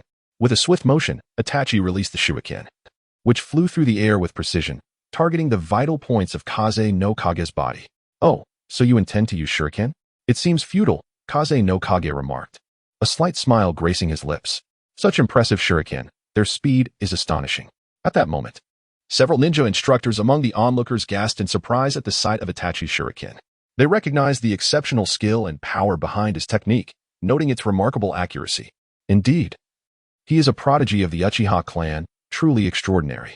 However, the son of the fourth Hokage should not be underestimated. His composed demeanor in the face of the swiftly approaching shuriken indicates he possesses confidence in his ability to evade them effortlessly. Kaze no Kage mirrored the instructor's thoughts, as he simply twisted his body in an unusual manner, effortlessly dodging the incoming shuriken. The clang of shuriken striking the ground echoed, and Itachi, Initially believing his shuriken would strike true, was taken aback by Kaze no Kage's ease in evading them, despite having been defeated by Kaze no Kage the previous day. Itachi quickly regained his composure and prepared to attack once more. Standing his ground, Kaze no Kage assumed a defensive stance as Itachi charged towards him. As Itachi reached Kaze no Kage, he shouted, "Konoha Hurricane." He suddenly lowered his upper body, pressing his hands against the ground. While his legs spun like a windmill, one foot aimed at Kaze no Kage's waist, the other at his face. "Huh. It seems you have some skill," Kaze no Kage observed, noting Itachi's swift and powerful movements. However, he did not attempt to evade the incoming kicks. Instead, he stood smiling, watching Itachi's assault. Suddenly, Itachi's eyes widened as Kaze no Kage, struck and soaring into the air, transformed into a piece of wood. It is indeed a technique of substitution, without a doubt. Xuanya has mastered the art of substitution during combat, proving himself worthy of defeating me. The substitution technique is a fundamental aspect of the three body techniques. However, Uchiha Itachi has devoted his entire attention to Xuanya, yet he remains oblivious to the moment Xuanya employed the substitution technique. This very technique is one that even Uchiha Itachi has yet to fully comprehend. After harnessing his chakra, Itachi dedicated all his efforts to mastering the Great Fireball technique, striving diligently to enhance his proficiency in it. Consequently, he has yet to grasp even the basic three-body techniques, as he has only recently begun to refine his chakra. Achieving a competent command of the Great Fireball technique is, in itself, a significant accomplishment. Although Itachi possesses remarkable talent, having learned the method of the Great Fireball technique from observing his father's initial execution, understanding how to use it and executing it proficiently in the heat of battle are two entirely different matters. Chapter 90. Eternal Aspirations. The moment Uchiha Itachi realized his attempt had failed, he swiftly retreated several steps until he felt a semblance of safety and ceased his backward motion. Conceding that close combat would not prevail against Shinyi, he resolved to employ ninjutsu for battle. Fortuitously, he had made some progress in his ninjutsu practice just the day prior. He now sought to determine whether it could vanquish Shinyi. Members of the Uchiha clan, even when acutely aware of potential failure, are known for their steadfast determination. Shinyi braced himself as Uchiha Itachi unleashed the fire release, Great Fireball technique. A torrent of flames erupted from Itachi's mouth, coalescing into a searing sphere of fire suspended in the air. The temperature in the vicinity escalated dramatically due to the presence of this colossal fireball, causing beads of sweat to form on the foreheads of the observing students. The expressions of several distant ninja instructors morphed into astonishment. The power of the fire release, Great Fireball technique was astonishing, reaching the level of a lower-ranking ninja. Even some of the less capable ordinary genin could not wield such formidable ninjutsu. The prodigious Uchiha Itachi, however, was capable of conjuring a technique of such magnitude. Shinyi could feel the intense heat radiating from the Great Fireball before him. Even standing at a distance, he sensed its scorching presence, albeit faintly. Yet, for someone of Shinyi's physical prowess, the mere sensation of warmth signified the considerable might of the fireball. In an instant, the Great Fireball launched towards Shinyi with breathtaking speed, rendering its trajectory nearly invisible to the other students. Nearby, the ninja instructors gasped in alarm, their faces betraying their dismay. Troubling indeed. I never anticipated that the Uchiha genius Itachi could execute such a potent ninjutsu, they lamented. Fire release was already recognized for its formidable strength, and now Itachi's fireball exceeded the power of a standard Great Fireball by a factor of 2. The instructors surrounding the scene contemplated intervening, aware that they could easily counter the fire release, Great Fireball technique. However, time was of the essence. There was no opportunity left to rescue Shinyi. They could only hope he would evade the impending inferno. For a direct hit from the colossal fireball would undoubtedly inflict significant harm. Should the fourth Hokage learn of it, repercussions would surely follow. With heavy hearts, the instructors fixed their gazes intently on Shinyi's position. In a heartbeat, the massive fireball descended from the sky, crashing down upon Shinyi's previous location. An explosion of flames erupted instantaneously, and the temperature surged wildly in that fleeting moment. Standing at a distance, Uchiha Itachi observed the explosion of the fireball. A subtle sense of unease creeping into his heart, as if an imminent danger were approaching.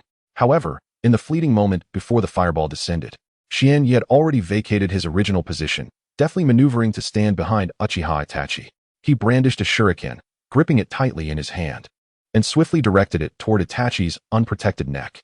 The shuriken sliced through the air with elegant precision, cleaving the atmosphere in two, and in an instant, it found itself poised against Itachi's throat. In that moment, Itachi felt a sudden chill against his neck. Turning his head, he beheld Shinyi. A shuriken resting ominously against his skin, A mere flick of the sharp blade would undoubtedly leave a crimson mark upon his flesh, accompanied by a torrent of blood. Itachi, you have lost again. This time, victory is once more mine, Xianyi declared, his visage betraying no emotion, as if his triumph were a matter of course. With his hands at his sides, Itachi's gaze revealed a flicker of resignation, though it swiftly dissipated. Alas, I have lost again. Is the chasm between Xianyi and me truly so vast? No, I shall surpass him. One day, I will triumph over Xianyi. The surrounding ninja instructors stood in stunned silence, bewildered by Xianyi's astonishing speed. Even they could not discern when he had maneuvered behind Uchiha Itachi. They only realized his presence when he had already positioned the shuriken against Itachi's throat. Indeed, he is the son of the fourth Hokage, one instructor mused. At such a young age, Xianyi has already demonstrated remarkable strength. In time, he may very well surpass his father, the fourth Hokage Minato Namikaze, and lead our Hidden Leaf village to become the foremost ninja village in the world. Anticipation and admiration sparkled in the eyes of the instructors as they regarded Xianyi. Meanwhile, the surrounding students erupted into animated chatter, their voices escalating in excitement. What just happened? How did Master Xianyi manage to get behind Uchiha Itachi? Is there something wrong with my eyesight? This is what a ninja battle should be like. Such a clash ignites passion and exhilaration. Are they truly just students like us? They seem more like seasoned ninjas. A cacophony of discussions erupted among the students, each one fervently captivated by the duel between Xianyi and Uchiha Itachi, their blood surging with the thrill of battle, as if they themselves were on the verge of engaging in a grand confrontation. In the arena, many were astonished by Xuanya's prowess, marveling at his extraordinary speed. Before their eyes could fully comprehend the scene, Xuanya had already dashed behind Uchiha Itachi and unsheathed his kunai for a final strike. Observing that Uchiha Itachi had come to terms with his fate, Xuanya retracted his hand holding the kunai, stowed it back into his pocket, and waved farewell to Itachi before departing. As Uchiha Itachi watched Xuanya's diminishing figure in the distance, a resolute decision took shape in his heart. He resolved to regard Xuanya as his rival, a lifelong opponent, with the aspiration of surpassing him as his eternal goal. After Xuanya's departure, Itachi, who had remained in place for a considerable time, finally revealed a genuine smile. Xuanya, although my strength pales in comparison to yours at present, and your abilities may far exceed mine, I shall never relinquish my desire to surpass you. I am determined to enhance myself until the day I achieve that. Though uncertain if that day would ever arrive, he acknowledged Xuanya as his greatest adversary and the ultimate target of his ambition, vowing to frequently challenge him. Unbeknownst to Xuanya, as he gradually made his way home, he had inadvertently invited considerable trouble upon himself, for due to Uchiha Itachi, he would find himself embroiled in a battle with him nearly every day. Chapter 91. The imminent birth of Naruto Uzumaki time flowed serenely, unperturbed by significant events. Even minor occurrences seemed scarce. Yet, Xianyi harbored a lingering sense of unease, as if the tranquility was merely the calm before a tempest. On this particular day, after the conclusion of classes at the Ninja Academy, Xianyi ambled through the corridors, his body weary from the relentless challenges posed by Uchiha Itachi. Itachi, demonstrating remarkable tenacity, seemed determined to engage Xianyi in combat every single day without fail. Though Itachi's prowess was not particularly formidable, likely not even reaching the level of a low-ranking ninja, the daily skirmishes were undeniably exhausting, both physically and mentally. As Xianyi exited the academy and strolled along the path home, he gazed up at the night sky, where a pristine crescent moon hung, now seemingly touched by a vivid crimson hue. This sight stirred an unsettling feeling within him. His emotions felt unstable, as if an unseen weight pressed heavily upon his chest. Yearning for release. During their frequent encounters, the bond between Xianyi and Uchiha Itachi had deepened. As they walked through the streets of the Hidden Leaf village, Itachi noticed an unusual expression on Xianyi's face and inquired, "Xianyi, what troubles you?" Sensing Xianyi's apparent disquiet, Itachi voiced his concern. "I'm fine. Just feeling a bit unwell, likely due to fatigue. A little rest will remedy it," Xianyi replied, forcing a smile to reassure his friend. After accompanying Xianyi for a short distance and perceiving no further distress, the two parted ways, each heading homeward. What was that sensation I just experienced? Why did I feel so unwell? Could it truly be mere exhaustion, or perhaps an omen of impending misfortune? I must be overthinking things.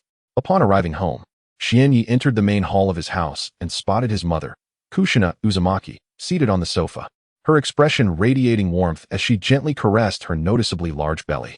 Several months had elapsed since his first encounter with Uchiha Itachi, and his mother's pregnancy had now reached nearly 10 months, indicating that the child would soon make its entrance into the world. This thought unsettled Xianyi further. "Mother, I'm back, he called out from a distance, approaching her in the hall. Ah, little Yi, you're back. Come, sit with me. Kushina warmly beckoned upon seeing her son. Shinyi trotted over and quickly settled beside his mother, seeking solace in her presence. Gazing at his mother's pregnant belly, Xuanya's expression was a tapestry of emotions, woven with threads of joy and trepidation. He felt elated at the impending arrival of his younger brother, Naruto Uzumaki, finally granting him the cherished bond of siblinghood. Yet, a shadow of fear loomed over him, as he realized that the birth of his brother would also herald the release of the nine tails from within his mother, Kushina Uzumaki. In that harrowing moment, his parents would undoubtedly sacrifice their lives to protect Naruto. Xuanya sincerely wished that Uchiha Obito would refrain from appearing during this critical time.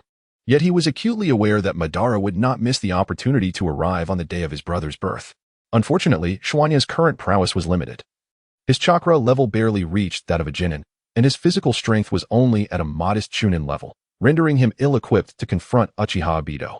Panic surged within Xuanya, his countenance shifting through various expressions, reflecting the turmoil of his thoughts. Xiaoyi, come feel your brother, his mother, Kushina, suddenly spoke, jolting him from his reverie. Startled, he quickly extended his right hand to caress her rounded belly, feeling an immediate warmth, as if he could sense the nascent form of a child within. Oh, he kicked me. He kicked my hand. Xuanya's face lit up with astonishment and curiosity for the tiny life. Yes, indeed. Your brother, Naruto Uzumaki, is soon to be born. You must promise to protect him well. Kushina said tenderly, her gaze imbued with affection. I understand, mother. I will safeguard my brother, Naruto Uzumaki, he affirmed. The name Naruto was bestowed by his father's teacher, Jiraiya, one of the legendary Sannin of Konoha, and his parents were thoroughly pleased with it.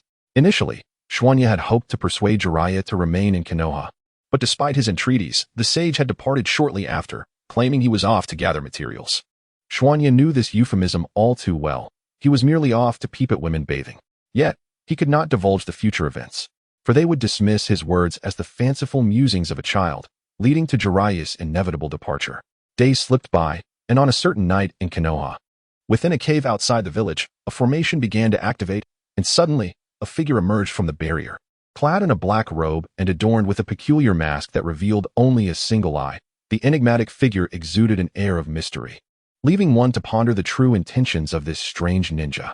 Humph, Nine Tails, soon I shall unleash you, capture you, and ultimately obliterate Konoha, erasing this detestable place from existence. He declared with a sinister chuckle, casting his gaze towards a distant point as he spoke to himself. Meanwhile, in the heart of Konoha, within the confines of a grand hospital, a young woman lay in agony upon a bed, emitting soft groans of distress.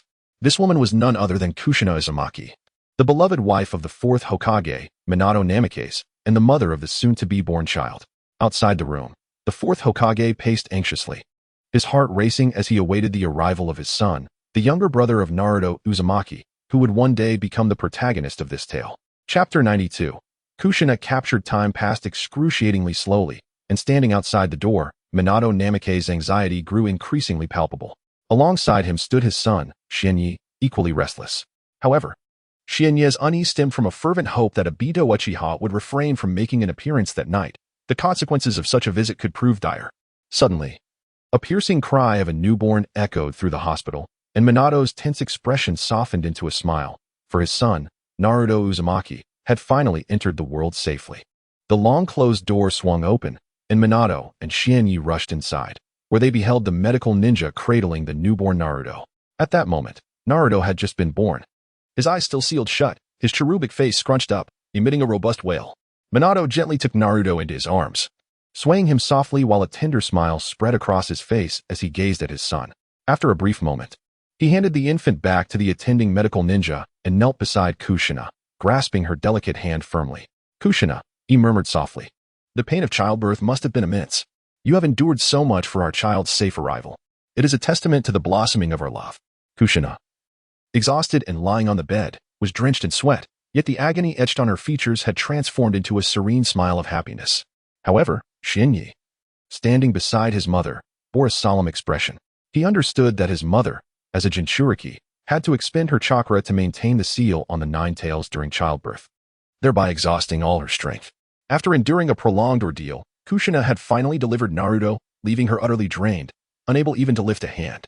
In stark contrast to the joyous expressions on his parents' faces, Shinya's countenance was grave, his eyes filled with vigilance, wary of the potential for danger that lurked nearby. Indeed, his instincts proved correct.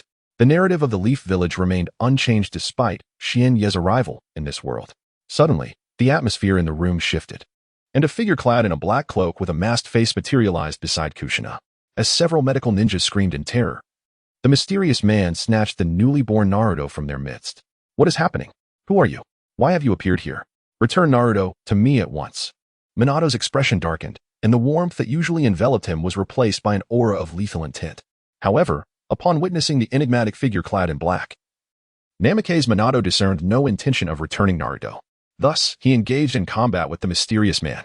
After a brief skirmish, the black-robed figure brandished the newborn Naruto as a threat, compelling Minato to restrain his full strength for fear of harming his son.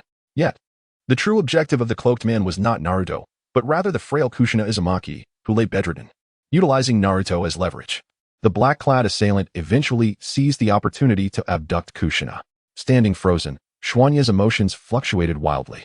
During the confrontation between his father and the mysterious figure, he found himself unable to follow their swift movements, rendered helpless to intervene. Anger surged within him, his fists clenching tightly, with nails digging into his soft flesh, drawing blood that dripped from his bruised hands. The realization that his mother, Kushina Uzumaki, had been taken so easily, without a chance to resist, struck him with despair. Was his strength truly so insubstantial that he could not even muster the power to stop an abduction? This moment brought a profound awareness of his own limitations. He could not even protect his mother from the mysterious man in black. Minato, in pursuit of the cloaked figure, moved with such speed that Xuanye stood in stunned silence for a moment before comprehending the scene. How pitiful it was that his body, as a Chunin, was so feeble. He had once believed that achieving Chunin-level physical prowess was commendable, only to realize how naive he had been. In a world teeming with formidable warriors like that of Naruto, he was but a mere insignificant figure. A bitter smile crept across Xuanye's face, laden with an overwhelming sense of sorrow that he could not shake off. Would his parents meet the same fate as in the original tale? Was there truly no possibility of altering their destined demise? His eyes reflected a profound emptiness, akin to one who had endured excessive grief. No, I must follow them, he resolved. Though my current strength is woefully inadequate, I must venture forth, striving to witness if any unforeseen events from the original story might transpire. Even if nothing changes, taking action will prevent regret. Gradually, determination ignited within Xuanye's gaze as he fixed his sights on the distant direction the black-clad figure had departed. With all his might, he raced after them. The night in Konoha remained vibrant, with numerous villagers and ninjas traversing the bustling streets. On a certain street in Konoha, the very fabric of space began to exhibit instability, giving rise to a swirling distortion. From this upheaval emerged a mysterious figure clad in a black cloak, his visage obscured by a mask. As the enigmatic man found himself pursued by Minato Namikaze, he momentarily evaded his relentless chaser and employed an arcane spatial ninjutsu to transport himself to the heart of Konoha. At long last, the day I have awaited has finally arrived, he exclaimed, a maniacal grin spreading across his masked face. Lowering his gaze, he beheld the frail form of Kushina Uzumaki, ensnared within his grasp, and his deranged laughter intensified. Chapter 93. The formidable tailed beast Konoha, a place I loathe, shall be obliterated. The mysterious man in the black robe proclaimed loudly from the heart of Konoha, his voice tinged with a faint undertone of rage, his expression a tumult of struggle before he swiftly solidified his resolve. Abruptly, he pressed his hand forcefully against the ground, and the chakra within him surged wildly, causing the summoning seals on the earth to unfurl instantaneously. With a thunderous boom, a great cloud of smoke erupted from the site where the summoning seal had expanded, accompanied by a piercing roar that sliced through the air. As the smoke gradually dissipated, one would have been able to witness the colossal figure of the Nine-Tails Fox, who had appeared unexpectedly, stealthily descending upon the village of Konoha. Upon its arrival, the Nine-Tails emanated an aura of cataclysmic destruction, a presence so terrifying that an ordinary, powerless individual, enveloped by such an overwhelming force, would likely succumb to cardiac arrest.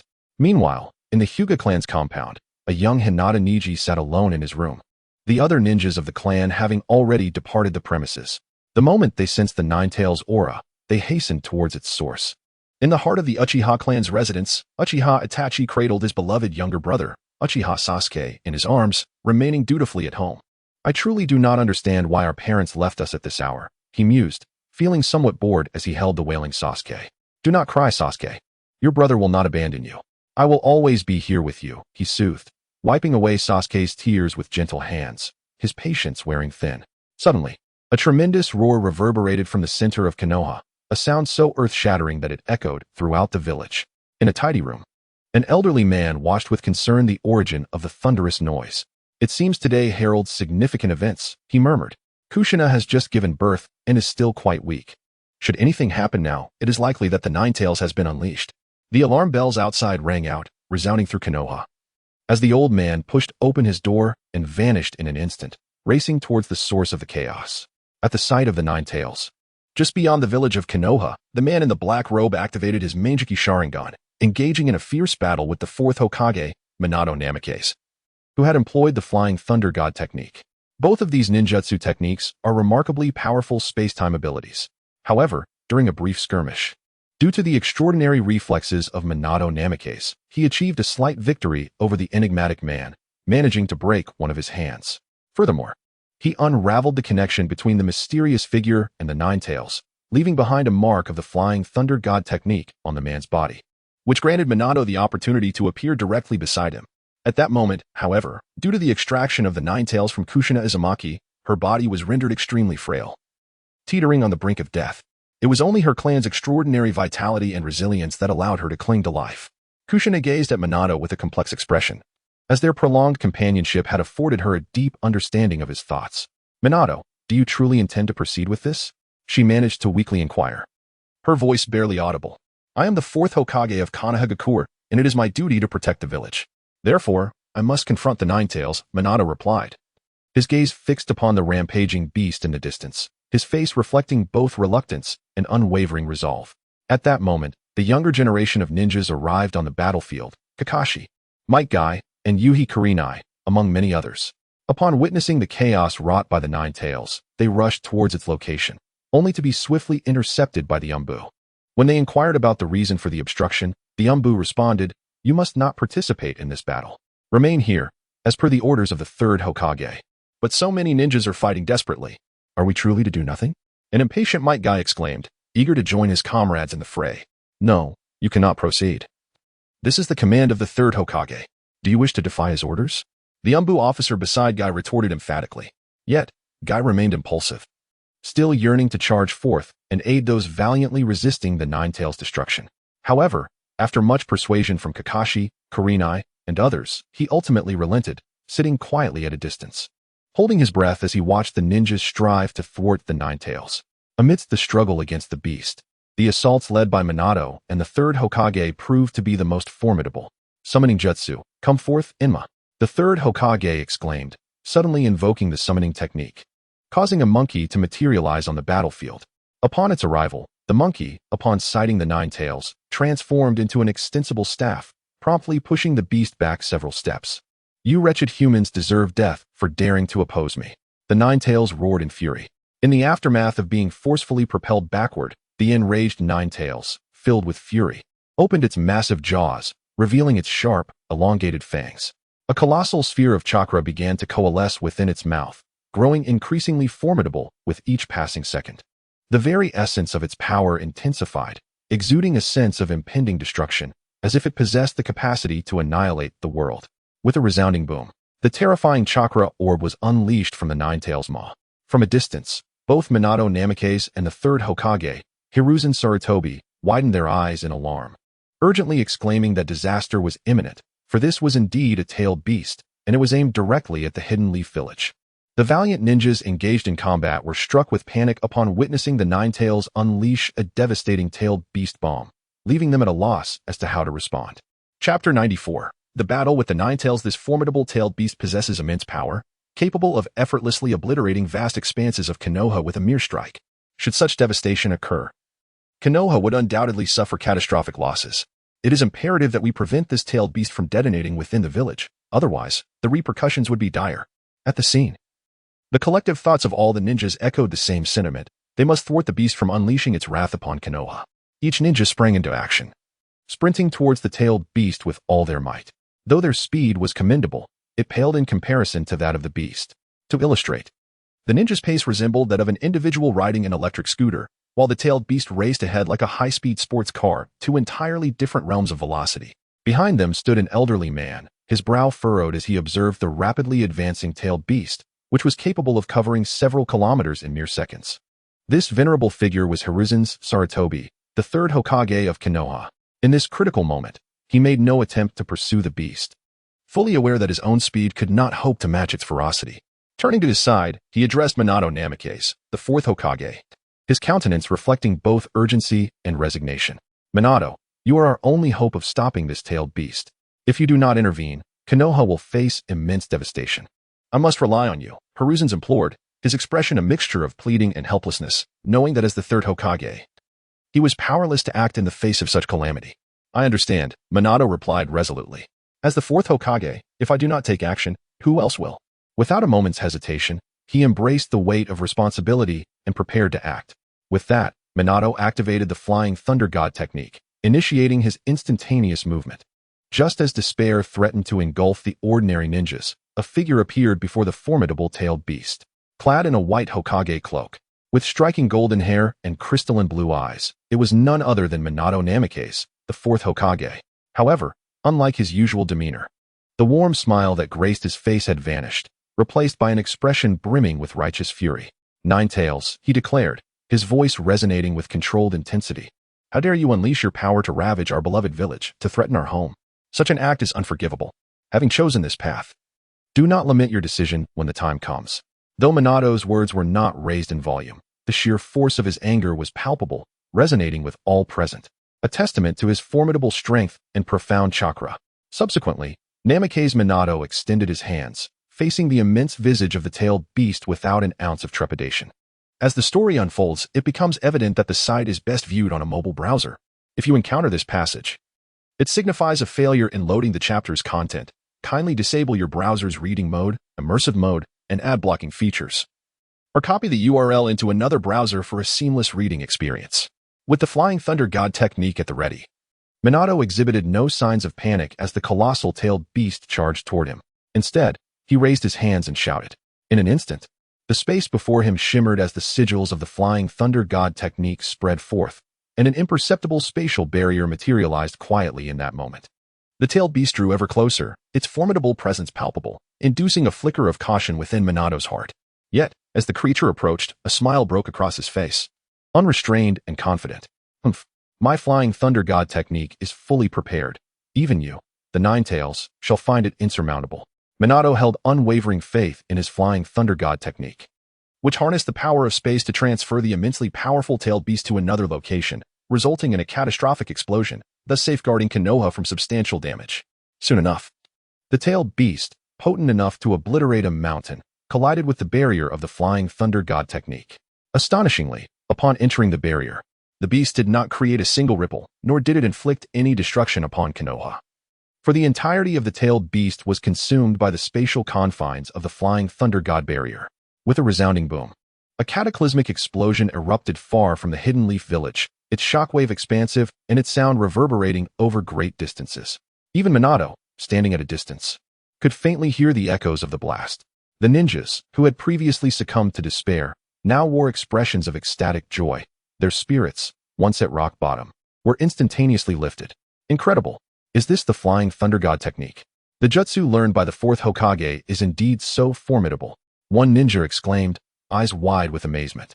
Indeed, I had thought the Hidden Leaf village was destined for annihilation at the hands of that colossal tailed beast, yet the fourth Hokage managed to thwart its overwhelming power. Truly, the fourth Hokage is remarkable. In that moment, at the very heart of Konoha, the fourth Hokage, Namikaze Minato, radiated a golden aura, leaving an indelible impression on the hearts of all present. Subsequently, a fierce battle unfolded between Minato Namikaze and the third Hokage, accompanied by numerous ordinary ninjas and the formidable Nine Tails. Countless jutsu erupted from the ranks of the ninjas, each striking the Nine Tails. However, these techniques failed to inflict significant damage, merely causing the beast to momentarily pause its onslaught. Among the myriad of ninjas, only the third Hokage, Hiruzen Sarutobi, and the fourth Hokage, Minato Namikaze, wielded the most potent attacks. Together, they, supported by many elite shinobi, maintained a competitive edge in the confrontation. Yet, as time progressed, the chakra within the ninjas gradually waned until it was entirely depleted. Ultimately, only the third Hokage, Hiruzen Sarutobi, and the fourth Hokage, Minato Namikaze, remained in combat. As the other elite and intermediate shinobi had nearly exhausted their fighting capabilities, having run out of chakra to draw upon. Chapter 95. The Ninetales under control. The battle persisted for another hour, during which the third Hokage, Hiruzen Sarutobi, and the fourth Hokage, Minato Namikaze, found their chakra reserves dwindling. Continuing the fight would likely lead to an inevitable defeat, with no alternative outcomes in sight. Damn it, must I truly resort to that? Minato's eyes flickered with uncertainty. However, as his gaze returned to the Ninetales, that flicker of doubt vanished, replaced by a resolute determination. Although the Ninetales appeared somewhat disheveled, both Minato and Hiruzen understood that its chakra reserves were virtually untouched. As a part of this world's source of chakra, the Ninetales possessed an inexhaustible supply, meaning that a prolonged battle would spell certain defeat for the Hidden Leaf Village. I cannot allow this to continue. If this persists, even using that technique may not guarantee success, Minato thought, his fist clenched tightly as he fixed his gaze on the Ninetales. Third Hokage. I am going to employ that technique, and I intend to reseal the Ninetales, Minato stated, turning to Hiruzen, who stood beside him. Hiruzen was taken aback by Minato's words. Minato, are you truly considering the Reaper Death Seal? Do you understand the consequences of using it? I am aware. The consequence of using the Reaper Death Seal is my life. Yet, if we allow this to continue, the Ninetales will be beyond anyone's control, leading to catastrophic devastation for the Hidden Leaf. Moreover, it was I who inadvertently released the Ninetales, so it falls upon me to rectify this situation. I will ensure the Ninetales is sealed once again. A bittersweet smile graced Minato's face, yet the determination in his eyes remained unwavering. Hiruzen contemplated Minato's words in silence for a moment, but time was of the essence. The Ninetales was being restrained by several J-Nin and Ch-Nin who had regained some chakra, but their endurance was waning. Since you were resolute in your decision, then let it be so. I doubt my words would sway you otherwise, Hiruzen replied, shaking his head in resignation. Thank you for acquiescing to my request. And third Hokage, once I am gone, the village will be in your capable hands, Minato said, relieved by Hiruzen's agreement, and began to discuss other matters. With that, Minato dashed toward the Ninetales, moving with remarkable speed until he stood before the beast, focusing intently on it before glancing back at Kushina Uzumaki, his beloved. After a period of deliberation with Kushina, the sealing technique known as the Reaper Death Seal was employed. From a distance, Minato Namikaze heard his father call out the technique, causing a surge of alarm to wash over him, his eyes instantly turning crimson as he desperately sprinted toward his father, Minato. Along the way, he stumbled several times, yet quickly regained his footing, continuing his frantic dash towards Minato's position. At that moment, all that occupied his mind were his father, his mother, and the child held in her arms, namely Naruto Uzumaki. Once Minato performed the Reaper Death Seal, a terrifying specter of death materialized behind him, a ghastly figure with a greenish visage and sharp fangs, clasping a string of beads and holding a razor-sharp knife in its mouth. This specter was merely an illusion, yet none dared to underestimate it. Although it was but a phantom, it wielded formidable power, albeit at a great cost. Were the price not so steep, this sealing technique would be overwhelmingly potent. Upon sighting the Ninetales, the Phantom of Death extended its hand, gripping the beast's form tightly, as if intent on harvesting its very soul with the knife it held. However, it seemed that due to Minato's dwindling chakra reserves, the Phantom's might was limited, barely managing to hold the Ninetales in check. The fox fought valiantly against the specter, sensing the profound threat it posed, one that eclipsed all present.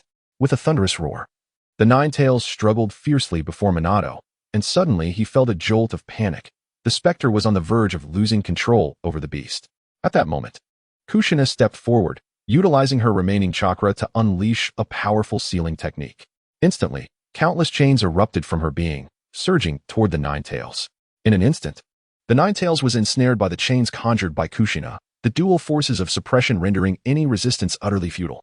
The Ninetales howled in rage before Minato, desperately trying to vent its frustration and break free from its bonds, but to no avail.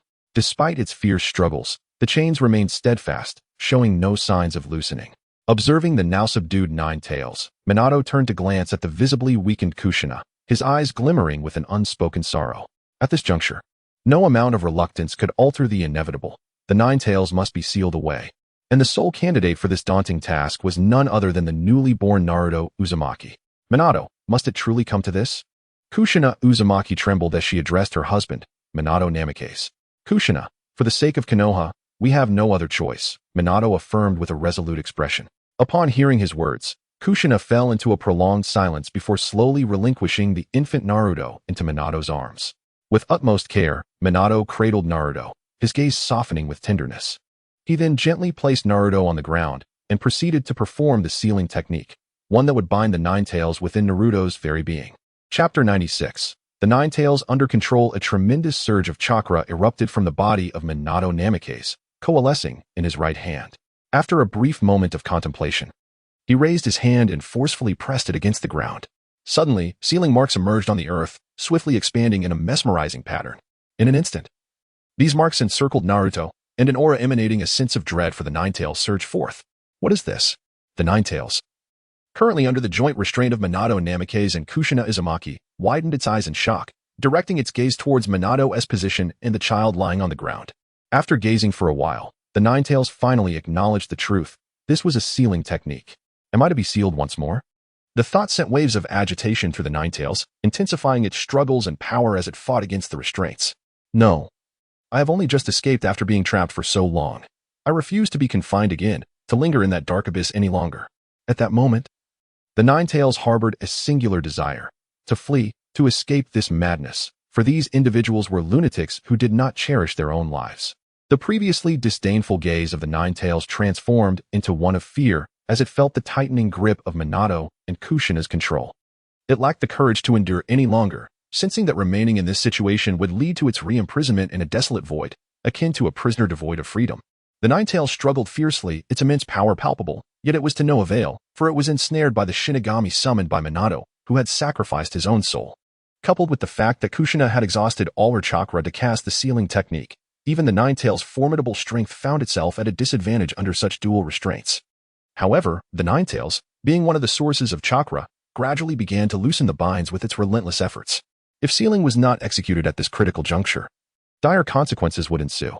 Minato's eyes reflected profound sorrow as he glanced at Kushina behind him and the approaching figure of Kaguya in the distance. A final smile gracing his face. He understood that if he delayed the sealing any longer, it would be too late. The power of the Nine Tails was overwhelmingly potent, and its chakra seemed inexhaustible. Over time, no matter how strong the sealing technique, it would ultimately be broken by the Nine Tails. Kushina, Kaguya, and little Naruto. I am so sorry. I can no longer remain by your side. With a heavy heart, Minato cast one last, lingering look at the three, as if etching their images into his memory, unwilling to forget. Sealing technique. Standing before the Nine Tails, Minato Namikaze shouted, unleashing a torrent of chakra from his being. Though the total amount of chakra was not substantial, the controlled Nine Tails was easily subdued. As Minato invoked the sealing technique, an aura of dread emanated from him, instilling fear in the Nine Tails. The target of the sealing technique being the Nine Tails, the energy surged towards it at an astonishing speed. The restrained Nine Tails, sensing this terrifying energy drawing near, intensified its resistance, desperately striving to break free from its confines. However, this proved futile. The ethereal visage of the Shinigami, combined with the formidable sealing arts of the Uzumaki clan, rendered the Nine Tails struggle ineffective, leaving it immobilized, awaiting the swift approach of the energy. What followed was the process of sealing the Nine Tails within Naruto Uzumaki's body, a seemingly straightforward endeavor, albeit one that gradually led to the diminishing of Minato's own spirit. At that moment, Jiraiya finally arrived beside his father, Minato, his eyes ablaze with crimson. Witnessing his father's frail state inflicted a piercing agony in Jiraiya's heart, as if it were being cleaved by a blade. Minato Namikaze, his father, though often preoccupied and unable to spend time with him, managing the myriad affairs of the Hidden Leaf Village from the ninja office, had always instilled in Jiraiya a profound sense of paternal love and its magnificence.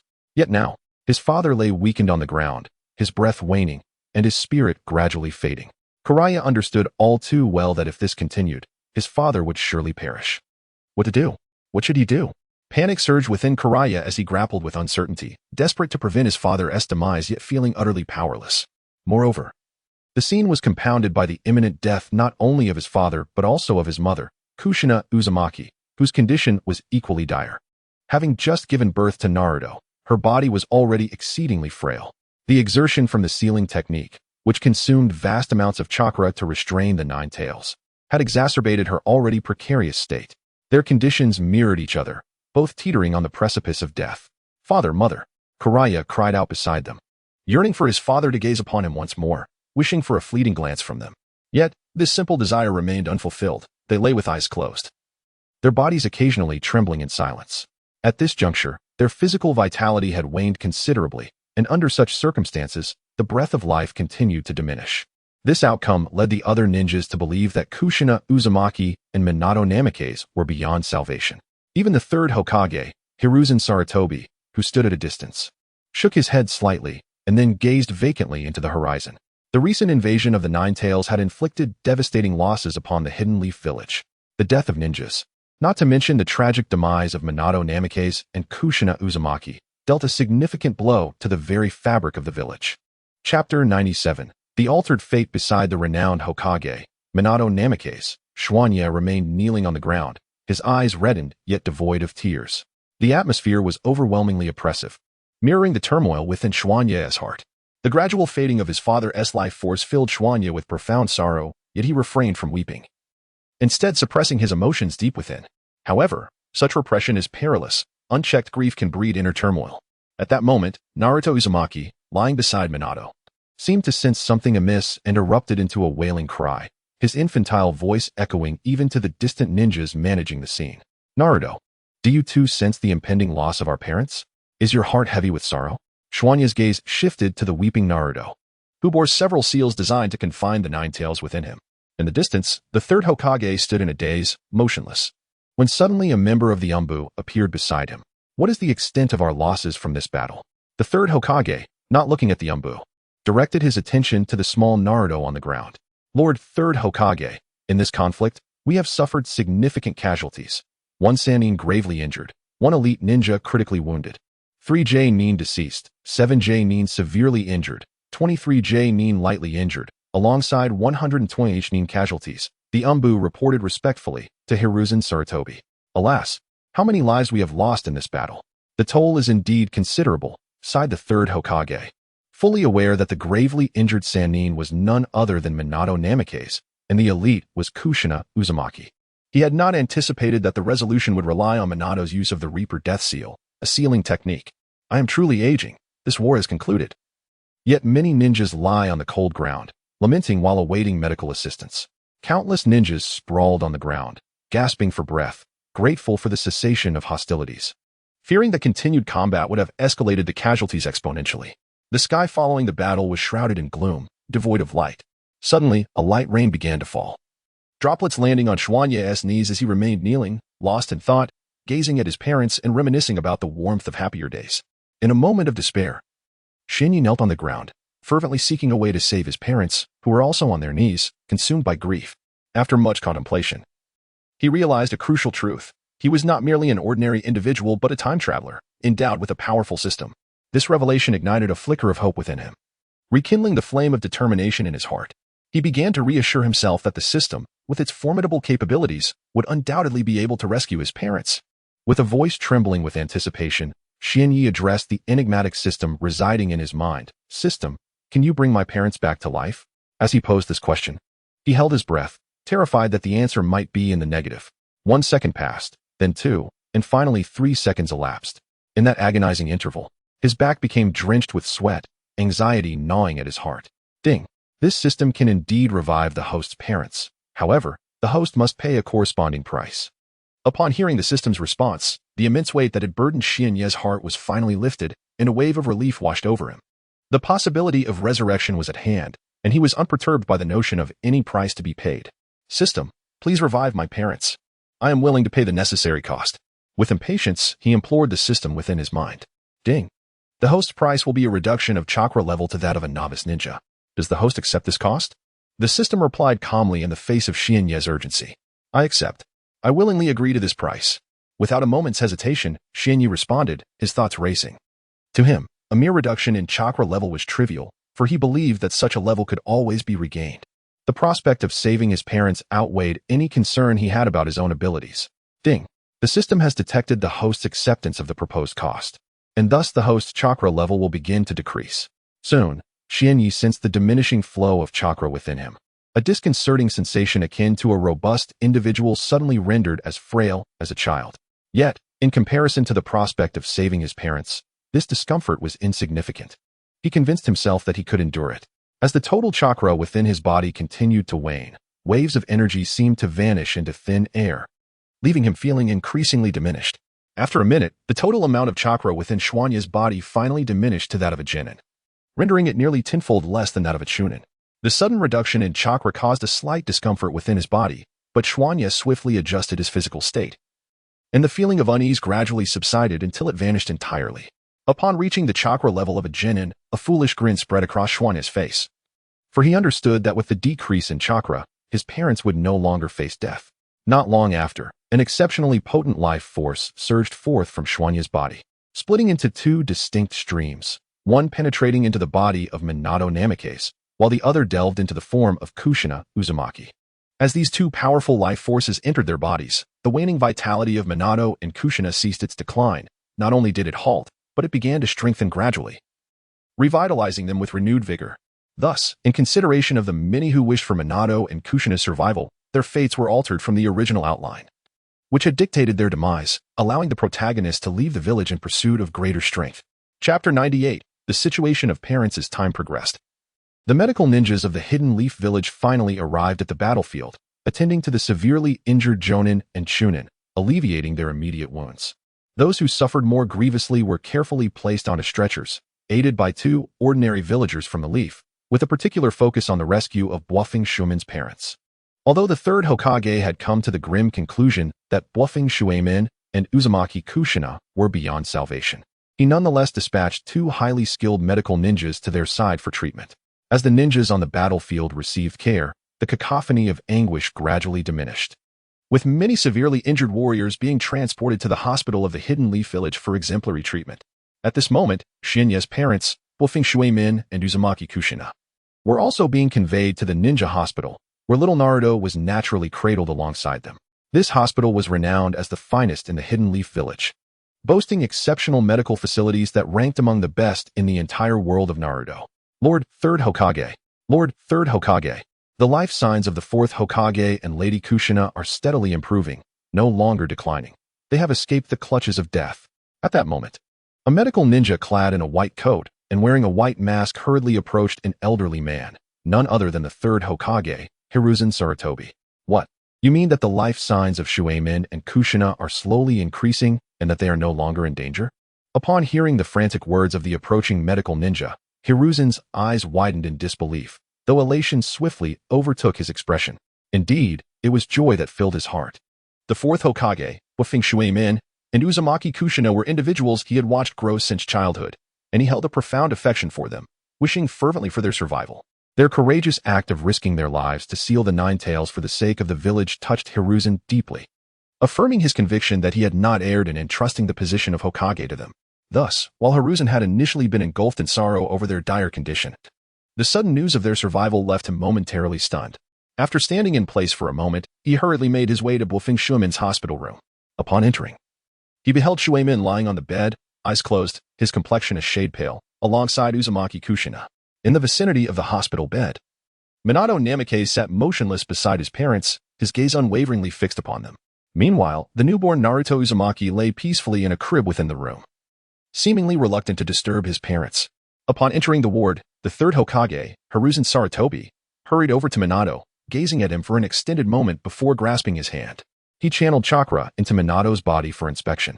The outcome of this examination left the third Hokage astounded. Minato, who lay on the bed, appeared entirely unharmed, as if he had miraculously healed from his injuries. Not only had Minato's physical wounds vanished, but even the soul that should have been taken by the Shinigami after the use of the dead demon consuming seal remained safely within him, showing no signs of departure, albeit slightly weakened from the recent battle. Similarly, Hiruzen approached Kushina Uzumaki and extended his hand for examination. This time, however, he was not as taken aback as before. After assessing Kushina's condition, he noted that she bore no significant injuries, only a slight weakness. This degree of frailty would require merely a few days of rest in bed for her to recover, and there was no cause for concern. Once he had evaluated the conditions of both Minato and Kushina, Hiruzen stepped aside, deeply puzzled. It was indeed strange. After Minato had enacted the dead demon-consuming seal, his soul should have been claimed by the Shinigami, yet it remained intact within his body. Furthermore, Kushina had just given birth, and having utilized a powerful sealing technique to restrain the Nine Tails, one would expect her condition to be considerably worse. Yet, her state was merely one of slight weakness. with no other adverse effects. Ultimately, Hiruzen decided that these ponderings were inconsequential compared to the crucial fact that both Minato and Kushina were alive and well. Resolving his thoughts, he called over the medical ninja stationed outside, inquiring about when Minato and Kushina might awaken. The medical ninja appeared somewhat flustered at the third Hokage's question, but quickly composed himself, for he was the true expert in this matter. Even the esteemed Hokage sought his counsel at this moment. Ahem, esteemed third Hokage, it is anticipated that both the fourth Hokage and his wife will awaken within the week. Please do not worry excessively. The medical ninja coughed a few times and cleared his throat before speaking slowly. Upon hearing the response from the medical ninja before him, Yuan Fei Risen stood in place, momentarily stunned. Was it truly necessary for approximately a week before Minato and Kushina would awaken? If that were the case, he instructed the medical ninja to take good care of Minato and decided to take his leave. After bidding farewell to bluffing Xuanya, he departed. Xuanya quietly gazed at the somewhat pale faces of his parents, gradually alleviating his worries. Through Xuanya's efforts, bluffing Minato and Uzumaki Kushina were not adhering to the narrative of the anime. Instead, their fate was diverging from the original storyline. Although Xuanya had just heard the medical ninja's assurance that his parents would awaken within the week, he still desired a more precise timeline. To acquire such information, he could only consult the system residing in his mind. With the system's extraordinary capabilities, discerning the exact moment of his parents' awakening should be a trivial matter. After calming his thoughts, Xuanya posed his inquiry to the system, when will my parents awaken? Following his question, he wore an expression of anticipation, eagerly awaiting an accurate time frame for his parents' revival. A couple of seconds passed before the system responded, ding. The answer to the host's question is being retrieved. Ding. The host's parents are currently unable to awaken and require the host's assistance to do so. Xuanya was taken aback by the response, his demeanor shifting to one of impatience. System, what do you mean by my parents are temporarily unable to awaken? What kind of assistance do they require? Ding. Although the host's parents are sustained by the system's life energy, the minimal amount of life energy alone is insufficient for their awakening. They require a significantly greater life force, which the host must procure independently. The system's explanation was straightforward, but Xuanya still lacked understanding. Are you suggesting that my parents' awakening hinges on a powerful life force that I must acquire? But how am I to obtain such formidable life energy? Where can I find it? Xuanya urgently inquired, as this matter directly impacted the timing of his parents' revival, leaving him no choice but to be concerned. Ding. The host can harness powerful life energy through the medical profession as a secondary vocation. However, to acquire the substantial life energy necessary for the awakening of the host's parents, the host's chakra level must reach that of a Kage. After absorbing the system's explanation, Xuanya remained in a state of shock for a considerable time, eventually revealing a look of dejection. Originally, the formidable vitality could be harnessed within me, provided I attained the rank of a shadow-level ninja. By leveraging the medical profession, I could transmute the vast chakra within my body into potent life force, ultimately utilizing that healing chakra to treat my parents. Content is still loading. Please wait. This site only supports access through mobile browsers. If you see this paragraph, it means the chapter content has failed to load. Please disable reading mode, browsing mode, novel mode, and ad blocking features, or copy the URL to another browser for reading. The shadow level is truly formidable. Aside from the 6 paths, it is the most powerful rank. Currently, my chakra has regressed from a lower ninja to a genin level. How long would it take to reach the shadow level? The mere thought of the chakra level needed made my eyes glimmer with uncertainty, as the shadow level feels exceedingly distant from me at this moment. Nevertheless, there remains a glimmer of hope. Even if it requires a protracted period to enhance my strength, I am determined to pursue it. For it directly correlates with when my parents will awaken. In truth, I believe it should not take an excessively long time, as I possess the most potent cultivation system. Elevating my strength should be relatively straightforward. I estimate that it could take merely 20 years to elevate my chakra level to that of a shadow ninja. Yes, only 20 years. As I pondered this, a newfound resolve emerged in my gaze. I had firmly resolved to expedite my strength enhancement. And the swiftest method to achieve this was to venture beyond the village for training. Only through enduring countless storms and battles could my abilities advance with utmost rapidity, enabling me to awaken my parents. Just as I reached this determination, the system in my mind became restless and issued a task. Ding. The system has issued a task. The content of the task is, the host must graduate from the Ninja Academy in the Hidden Leaf Village and then venture out of the village for training. How could such a task be issued at this moment? Is this not a waste of my time? How frustrating. I had originally resolved to remain in the Hidden Leaf Village for 2 or 3 more days, consult with the third Hokage, and then embark on my training journey to enhance my strength. However, the system's task now requires me to stay in the Hidden Leaf Village until I graduate from the Ninja Academy before I can proceed with my training. Yet, the reward for completing the task left me momentarily speechless. My earlier dissatisfaction evaporated, replaced by a surge of excitement. Ding! The system task reward is a string of blue crystal necklaces. Item: blue crystal necklace. Item value: low, medium, high. Exceptional effect: the exceptional blue crystal necklace, resplendent and translucent, reflects a beautiful radiance under light. When extracting chakra, the effect will double. The blue crystal necklace is indeed something to look forward to. The fact that it can double the efficiency of chakra extraction is astonishing, and I did not expect the system to bestow such a remarkable item. Contemplating this, I feel a profound sense of anticipation. Previously, Xianyi was troubled by the challenges of reaching the shadow-level chakra. Even with the most formidable cultivation system within his body, it would still require considerable time. However, the task released by the system includes such a reward: the blue crystal necklace, which allows ninjas to double their chakra extraction efficiency. Consequently, the time required to achieve shadow-level chakra is effectively halved. It is as if a pillow has arrived just when one is in need of rest. This system is indeed quite considerate. Since the system has issued such a task, I shall remain in the Hidden Leaf Village for a while longer. After all, staying here incurs no loss. As these thoughts crossed his mind, Xianyi gradually revealed a smile. Due to the turmoil caused by the Nine Tails, it had been a long time since he had shown his true smile. Now, with the system's reward of the blue crystal necklace, the time needed to rescue his parents has been halved, prompting Xianyi to display his most sincere smile.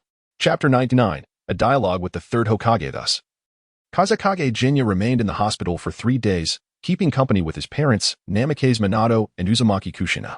During these 3 days, the chaos that had engulfed Konoha due to the QB incident gradually subsided, restoring the once vibrant and bustling atmosphere of the Hidden Leaf Village to its former state prior to the calamity. After 3 days, Jinya returned to the Ninja Academy to resume his studies. The academy had suspended classes for a day due to the QB turmoil, but normalcy was reinstated the following day, causing only a brief disruption. Meanwhile, Namikaze Minato and Uzumaki Kushina remained in a deep slumber throughout this period, and Jinya's younger brother, Naruto, was also receiving care in the village's central ninja hospital. After all, to others, Jinya was merely a 6-year-old boy, and managing his own affairs was already a challenge. The responsibility of caring for the newborn Naruto only compounded the difficulty. However, due to Jinya's inexplicable crossing into this world, certain events unfolded differently. Minato and Kushina, who were fated to perish during the QB incident, had miraculously survived. Furthermore, Naruto, who was meant to be vilified by the higher-ups of Konoha, particularly Danzo, had not faced any adverse repercussions as of 3 days later. Perhaps their survival instilled a sense of caution in Danzo, who feared retaliation should Minato and Kushina awaken. Regardless, Konoha returned to its stable, prosperous days. The streets once again thrived with life, and the flow of people gradually resembled the bustling scenes of yore, perhaps with even an increase in numbers.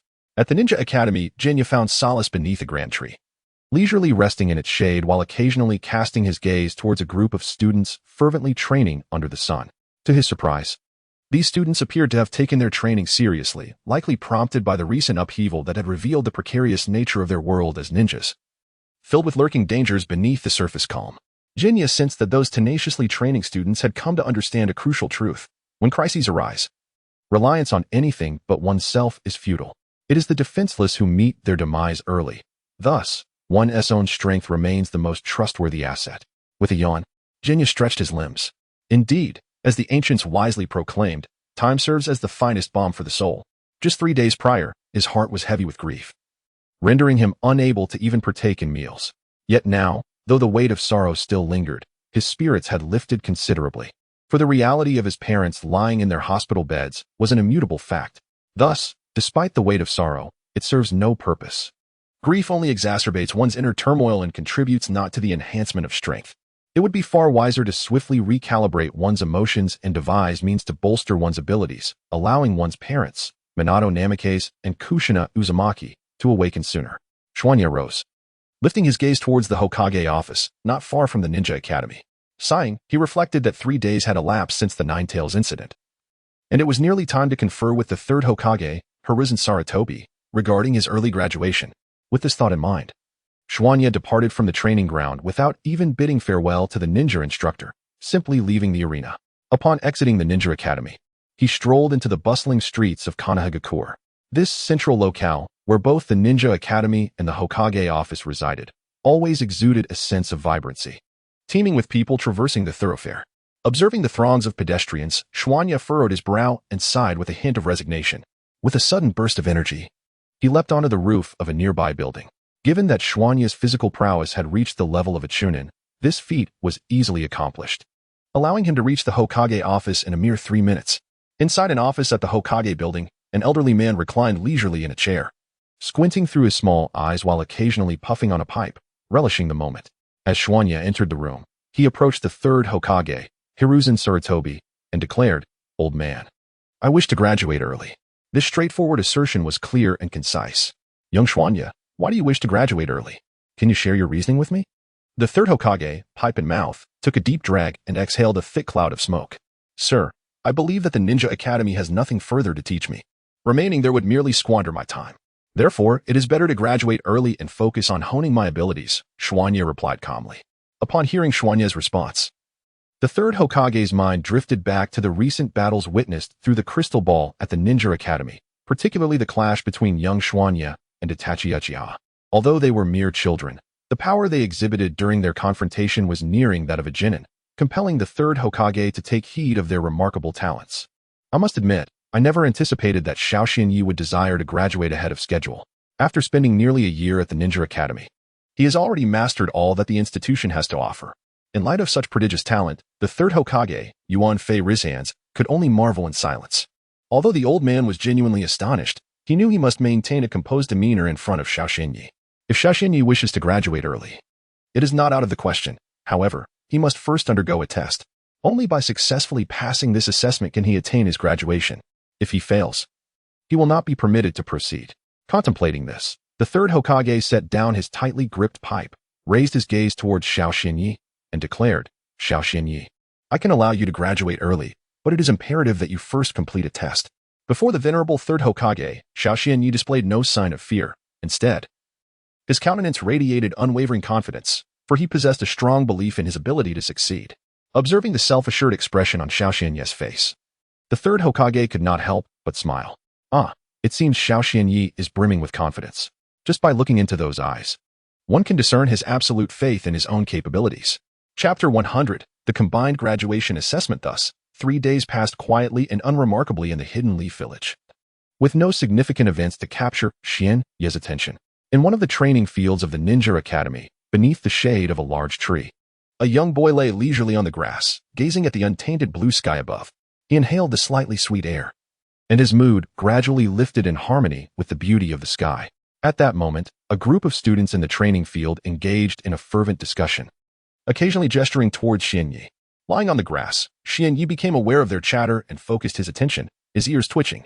His enhanced physique granted him acute hearing, allowing him to discern even the faintest sounds. "Hey, did you hear? The fourth Hokage's son, Master Bofeng Xianyi, is applying for early graduation." One student animatedly relayed to his companions, occasionally pointing in Xianye's direction as if recounting a tale he had witnessed firsthand. "Oh, you're talking about that? I've known about it for ages. Anyone from the Hidden Leaf Village is aware of it by now," another student interjected. "So, do you all know when his graduation assessment takes place?" One student asked with a smile, turning to the group beside him. Upon hearing this question, the group fell silent, exchanging glances, each unsure of the answer regarding Bofeng Xianye's assessment schedule. Suddenly, another student squeezed into the circle, shouting, "I know. I know when Master Bofeng Minato's assessment is." Upon hearing this proclamation, the eager onlookers turned their attention to the newcomer, their faces alight with anticipation, akin to a feeling of discomfort waiting to be relieved. Once the student who claimed to know the truth had entered the circle, he surveyed the eager faces around him, took a moment to catch his breath, and then began to speak slowly under the scrutiny of his classmates' expectant gazes. "Well, let me tell you. Master Xianye's graduation assessment is scheduled for today, precisely at noon." As soon as he finished speaking, one student jumped up, questioning the validity of his claim. "Hey, is that true? Don't deceive us." Nearby students nodded in agreement, expressing their skepticism about the information presented by the student. Upon hearing the doubt cast upon him, the informant's face flushed crimson, veins standing out on his neck as he trembled with indignation. However, he quickly composed himself and prepared to clarify his statement. "I assure you, every word I speak is the absolute truth. My father is currently engaged in matters at the Hokage office, and this information comes directly from him. Thus, There is no need for you to question the veracity of this news, for it is indeed genuine. As this person finished speaking, Xianyi, who lay in the shade of a distant tree, listened intently. How is it that I, an applicant for graduation, remain oblivious to the exact timing of the graduation assessment? While this individual seems to possess such knowledge, I have already waited 3 days and was beginning to grow impatient. It turns out the graduation assessment is scheduled for today. Well, I shall indulge in a bit more rest, for time passes swiftly. One moment I close my eyes, the next it is nearly noon. With such thoughts occupying his mind, Xianyi closed his eyes and soon drifted into slumber, his breathing gradually becoming steady. The clouds in the sky moved incessantly while the sun, which had been perched upon the mountain, slowly ascended to its zenith. Noon crept in quietly during Xianyi's sleep. As the harsh sunlight bore down upon the training ground where numerous students exerted themselves under the sweltering heat. Among them, only Bofeng Xianyi reclined in the shade, blissfully resting on the grass with his eyes closed. Shielded by the tree's canopy and occasionally graced by a gentle breeze, he felt not the heat, but rather a refreshing coolness. Suddenly, the number of individuals at the training ground began to swell, with more and more ninjas from the Hidden Leaf Village encroaching upon the area.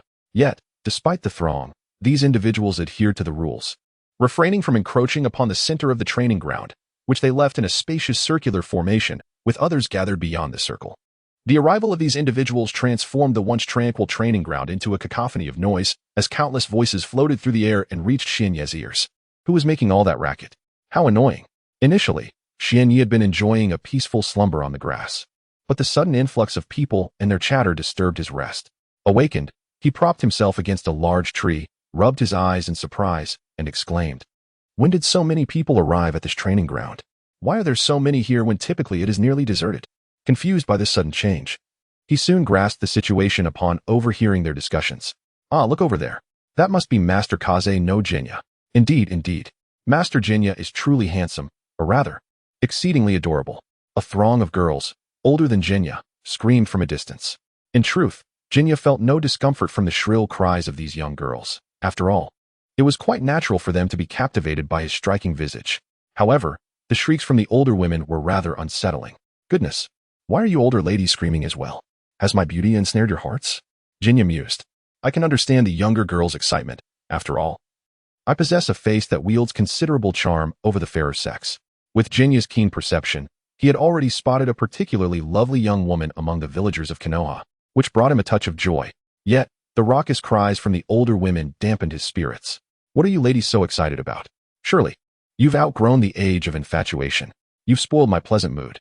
As Jinya wallowed in his thoughts, the ninjas and villagers of Konoha instinctively parted to create a pathway. Suddenly, an elderly man accompanied by several ninjas advanced toward him.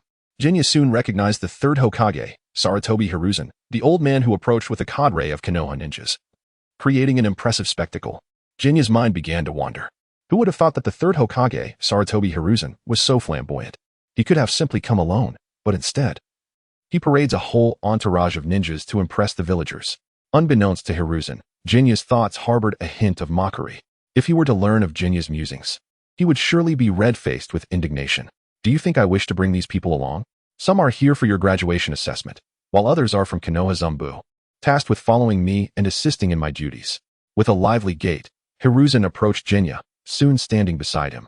He displayed what he believed to be his most benevolent smile, yet to Jinya, it appeared as if all the features on his face had crammed together, resulting in a rather unappealing expression, heavily lined with wrinkles.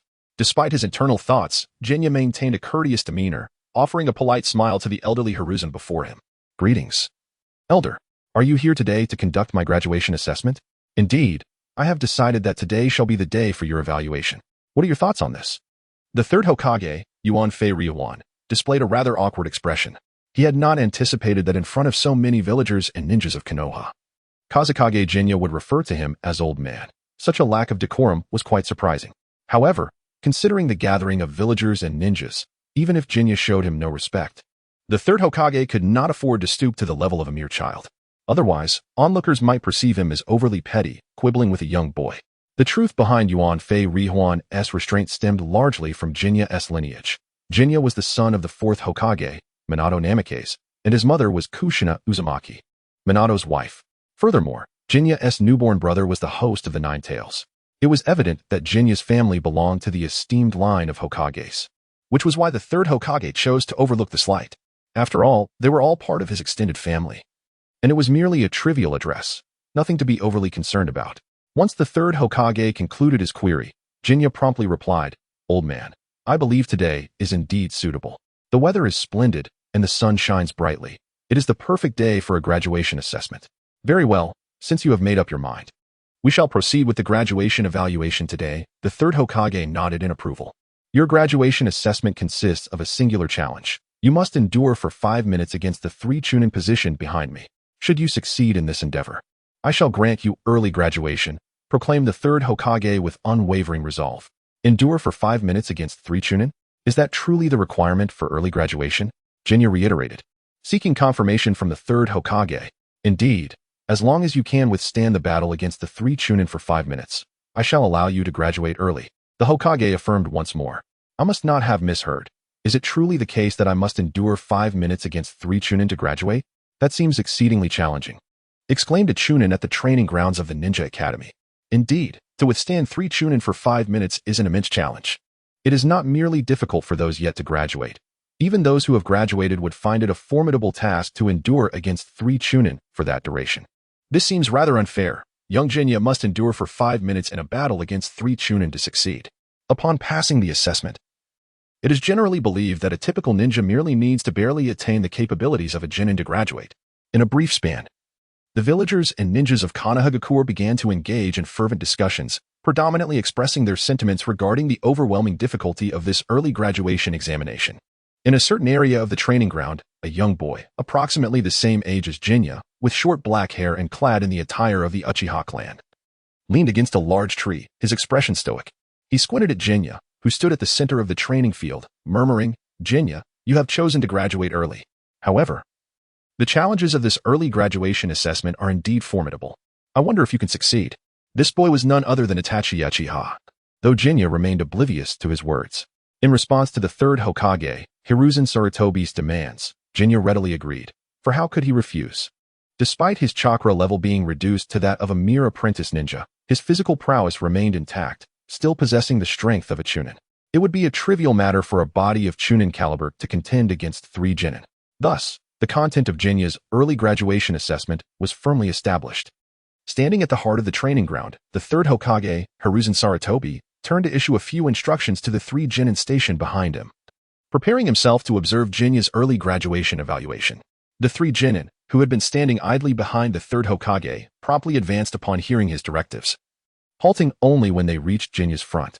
The battle was poised to commence. Chapter 101. The examination commences. A middle-aged ninja instructor, appearing to be in his 30s, approached under the directive of the third Hokage of Konohagakure. He stood before Xianyi and the 3 Genin, addressing them directly. "Xianyi, these 3 Genin before you are the candidates for your graduation examination. Should you manage to withstand their attempts for 5 minutes, your graduation will be deemed successful. However, failing to endure this duration will result in your failure of the examination." In front of the 4 individuals, the ninja instructor, as instructed by the third Hokage, Sarutobi Hiruzen, began to elucidate the rules of the examination. It was perhaps by design that this instructor happened to be the teacher of Xianye's class. Once the instructor, standing at the center of the training ground, observed that the 4 were prepared, he proclaimed loudly, "The graduation examination officially begins." With those words, he stepped aside, and the atmosphere of the venue grew increasingly tense as the examination commenced.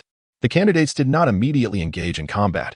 Instead, they began to converse casually with Xianyi. "Young Master Xianyi, it is truly remarkable that you are already applying for your graduation examination at such a young age. Indeed, when I was as young as young Master Xianyi, I was still playing in the mud." The 2 Genin from Konohagakure exchanged compliments, showering Xianyi with flattery. As the saying goes, one may traverse thousands of paths, but flattery remains the constant. Upon hearing their words of praise, Xianyi could not suppress a satisfied smile, as if to convey, "You two are quite charming with your words. Well done. Young Master Xianyi, are you certain you wish to proceed with the graduation examination? Although we are merely lowly genin, we have endured countless battles and completed numerous missions, endowing us with extensive combat experience. Are you sure you wish to face us?" In contrast to the previous 2, the one standing at the forefront appeared to be the most formidable among them. He did not indulge in flattery, but instead spoke to Xianyi with an expressionless countenance, unabashedly voicing his thoughts. Once the individual finished speaking, Xianyi slowly replied, "Do you underestimate my abilities? I assure you, my strength will astound you.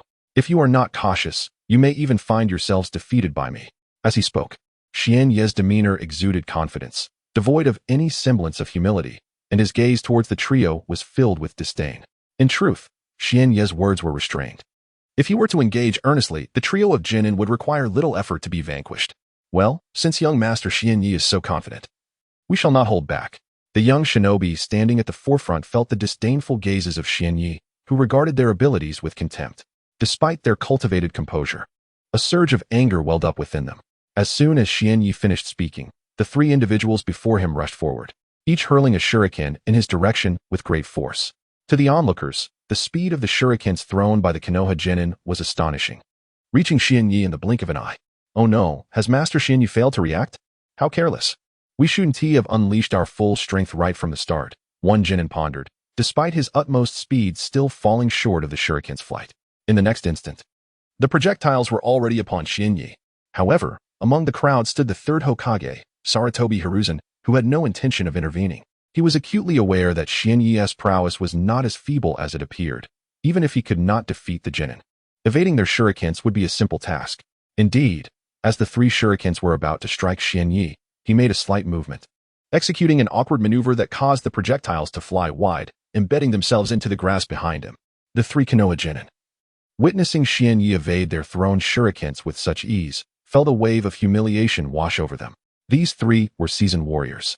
Having accomplished countless missions and faced numerous life or death battles, their skills with shurikens were honed to perfection, and their speed was remarkable.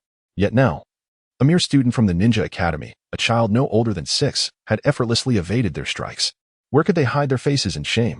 Immediately, the three genin intensified their assaults on Xian Yi, as if unleashing their full power. Nevertheless, Xian Yi remained unfazed, effortlessly countering all their attacks, which only deepened their embarrassment. We are genin, considered elite among Konoha's ranks. Yet here we are, unable to best a mere child from the Ninja Academy. What does this say about us? Have we truly fallen so low in our decades of existence? During this tumultuous exchange, the three genin, meticulously selected by the third Hokage, fought with all their might, utilizing both hands and feet, but to no avail. The three genin pondered that since they could not prevail in close combat, they could resort to utilizing chakra to perform ninjutsu instead. With this thought, their eyes sparkled, and they immediately distanced themselves from Xian Yi. In the center of the Ninja Academy's training ground, Xian Yi observed the three genin retreating and chose not to pursue them. Curious to see what their next move would be. Having failed in close-quarters combat, did they truly believe they could defeat him with ninjutsu? A smirk crossed Xian Yi's mind as he silently mocked the trio, unable to match his prowess in hand-to-hand combat. They now sought to engage him from a distance with their techniques, even if he could not withstand their ninjutsu. His strength as a chunin would allow him to evade their attacks. Chapter 102. The assessment commences with such a mindset. Xian Yi stood motionless at the center of the training ground, awaiting the three-leaf village genin in the distance to unleash their ninjutsu, curious to observe the techniques they would employ. Among the trio, 2 genin positioned themselves at the forefront while 1 lingered behind. The former duo was vigilant, wary of any sudden offensive from Xian Yi. Meanwhile, the genin stationed at the rear quietly began to channel his chakra, causing the surrounding pressure to gradually intensify, a formidable sense of oppression stemming from the power of chakra. Though this particular ninja was merely a lowly genin, he was seasoned from countless battles, distinguishing himself as an elite among his peers. Given that the majority of those nearby were ordinary villagers devoid of chakra, it was entirely natural for them to feel this pressure. As time elapsed, the leaf genin swiftly gathered his chakra, fully aware that the strength of his opponent, Bofeng Xian Yi, was formidable, indeed, surpassing that of the 3 elite genin combined. Thus, they understood that a prolonged engagement was unwise. They must resolve the conflict swiftly. This was a lesson learned from their extensive combat experience. When facing a stronger adversary, one must strive for a quick resolution, delivering the strongest blow. Either he perishes or I do. In other circumstances, these 3-leaf genin would hesitate to engage in such a manner. However, given that this was Bofeng Xian Yi's graduation assessment, and with the 3rd Hokage present, they felt emboldened to unleash their full potential without restraint. Young Master Xian Yi, I am about to employ a C-rank ninjutsu known as Wind Release, Great Breakthrough. It is my most powerful technique, and I have mastered it through countless battles. If my strike, combined with the assaults from my 2 comrades, fails to defeat you, then we shall be the ones to lose this encounter. So please, prepare yourself to receive my attack, declared the genin, guarded by his 2 companions. As he fervently gathered his chakra and formed the hand seals for the Wind Release, Great Breakthrough, reciting the accompanying incantation. The genin completed his preparations in less than 2 seconds, a feat that, to the ordinary leaf villagers, seemed impressively swift. Yet, to Xianyi, it appeared rather sluggish. Is this the extent of the leaf village's elite genin? Does it truly take nearly 2 seconds to execute a mere C-rank ninjutsu? Are they simply too weak? Lacking mastery over their techniques, or am I perhaps too powerful, possessing an excessively high proficiency in ninjutsu? Xianyu mused internally. Wind release, great breakthrough. As the leaf genin unleashed his technique, the atmosphere became charged with wind attribute chakra, visibly swirling around him. Several gusts of wind erupted from his mouth, hurtling towards Xianyi at an astonishing speed. After completing all of this, the lower ninja who had executed the wind release, great breakthrough technique became motionless. However, the 2 lower ninjas beside him, seeing that the wind release, great breakthrough had been unleashed, followed its trajectory to launch an attack toward the location of Xianyi.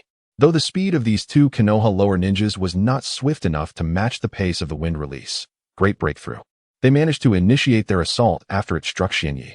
In the center of the Konoha Ninja Academy training ground, Xianyi stood still, observing the wind release, great breakthrough racing toward him with astonishing velocity. The rapidity of the technique caused him to furrow his brow, as its trajectory became increasingly difficult to discern. Perhaps he should not have watched them complete the technique. However, this did not imply that the wind release, great breakthrough could inflict significant damage upon Xianyi. After all, the physical strength of a nin was not to be underestimated, even standing firm in place to resist. The assault from lower ninjas would not cause considerable harm to his body, as the disparity between lower and middle ninjas was substantial. In his mind, Xianyu silently activated the technique known as the Eye of God. However, due to the depletion of his chakra to the level of a genin, the Eye of God could not be maintained for long. At most, it would last for 5 minutes. This was the second level of the Eye of God, significantly more powerful than the first level. Given Xianyi's current chakra reserves, he could only sustain this second-level Eye of God for 5 minutes.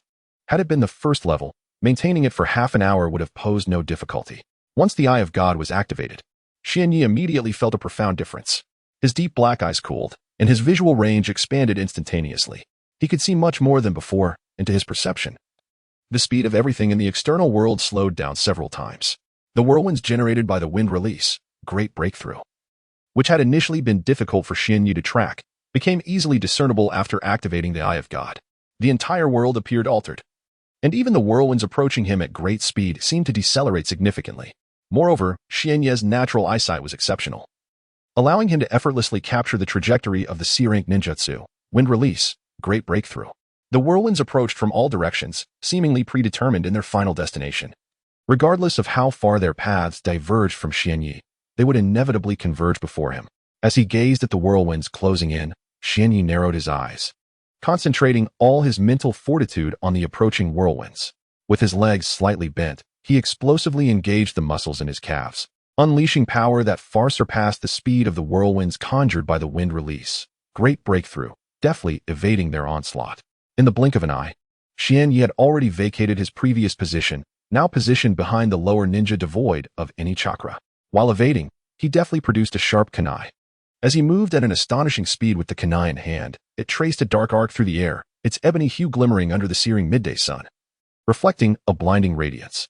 In this training ground, the ordinary villagers of Konoha remained oblivious, and even the 3 elite lower ninjas present were caught off guard. Only a select few elite middle ninjas, upper ninjas, and the 3rd Hokage, of legendary status, could perceive Xianyi's trajectory. However, those middle ninjas could barely catch a glimpse of the dark arc in motion and could not discern Xianyi's actions. Had they been in the training ground, even if they managed to see the trajectory, they would have been utterly incapable of resisting Xianyi's assault. Chapter 103. The assessment is drawing to a close in the blink of an eye.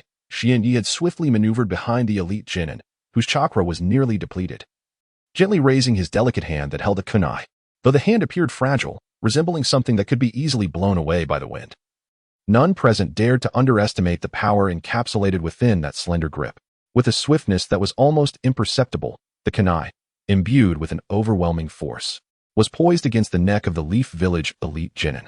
Just as the blade was about to make contact, Xianyi retracted most of his strength, fearing that should he unleash the full force of the kunai, he might inadvertently sever the genin's head in one decisive blow, an act that would be all too easy given the physical resilience of a chunin.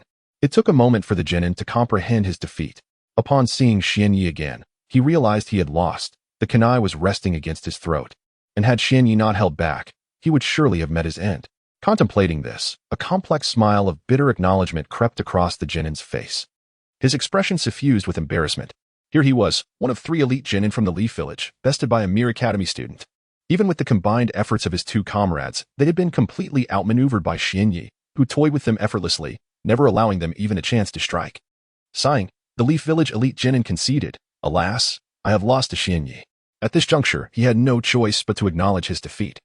For pride still resided within him.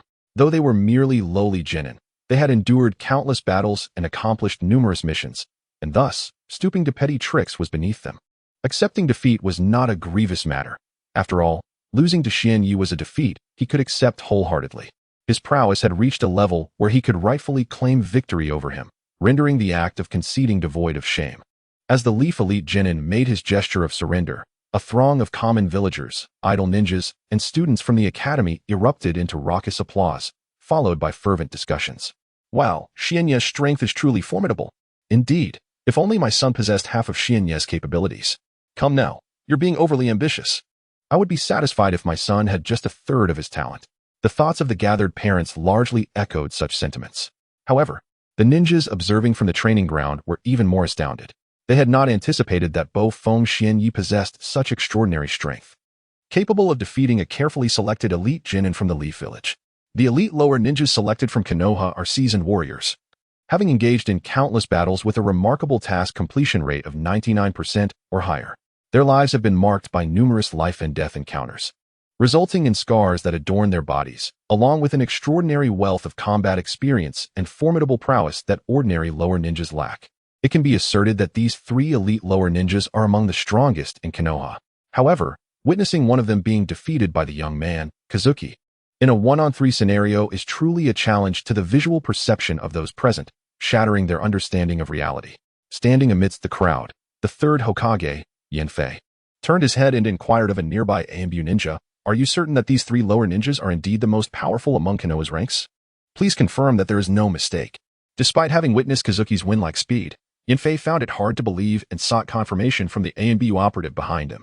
"Yes, Lord 3rd Hokage," the AMBU replied.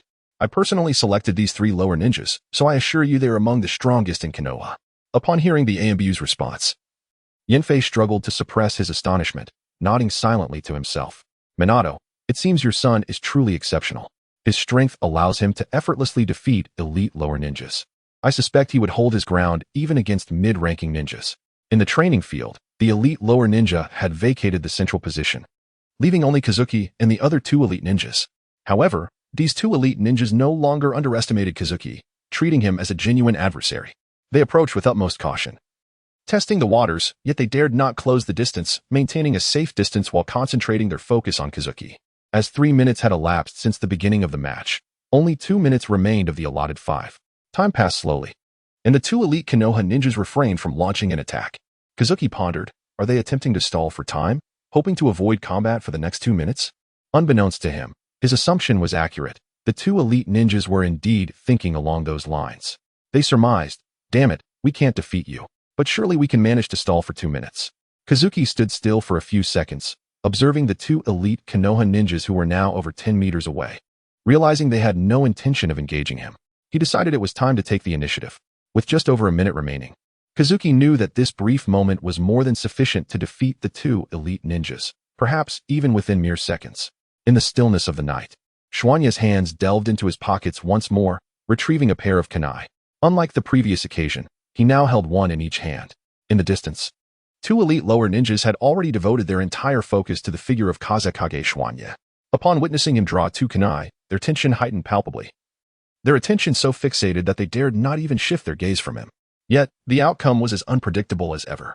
Despite their unwavering concentration, their eyes locked firmly on Xuanye, they remained helpless against his onslaught. With a firm grip on the kunai and his eyes narrowing slightly, having activated the Eye of the Divine, Xuanye propelled himself forward with a powerful thrust of his calves, instantaneously leaving his original position. Chapter 104. The arrival of the blue crystal necklace. In the midst of rapid movement, Xianyi found himself in contact with the rushing wind, which exerted a force that hindered his speed. Despite his extraordinary pace, he could only muster a little over 80% of his potential velocity. One must not underestimate the resistance of the wind. Its strength in nature is indeed formidable. While the wind may impede our speed, should we learn to harmonize with it, our velocity could be enhanced by an additional 20%. This increase, though seemingly modest, is quite significant once one reaches a certain level of proficiency. Any further enhancement becomes exceedingly challenging, let alone an increase of such magnitude. Thus, it can be asserted that in a confrontation between two individuals of equal rank and skill, the one who comprehends the wind and moves in synchrony with it will undoubtedly possess a speed far superior to that of one who remains oblivious to its nuances. This swiftness could very well become the pivotal factor in achieving victory. At that moment, Xianye's form transformed into a fleeting shadow, vanishing before the eyes of the two elite leaf shinobi stationed at the center of the training ground in the blink of an eye. By the time they registered his presence, it was already too late. Xianye had seized a kunai in one hand, positioning it against the throats of both elite shinobi, rendering them utterly defenseless. The third Hokage, Sarutobi Hiruzen, who was observing from the sidelines, could only manage a wry smile at the outcome. What could he possibly say in light of the overwhelming prowess exhibited by the young Uchiha?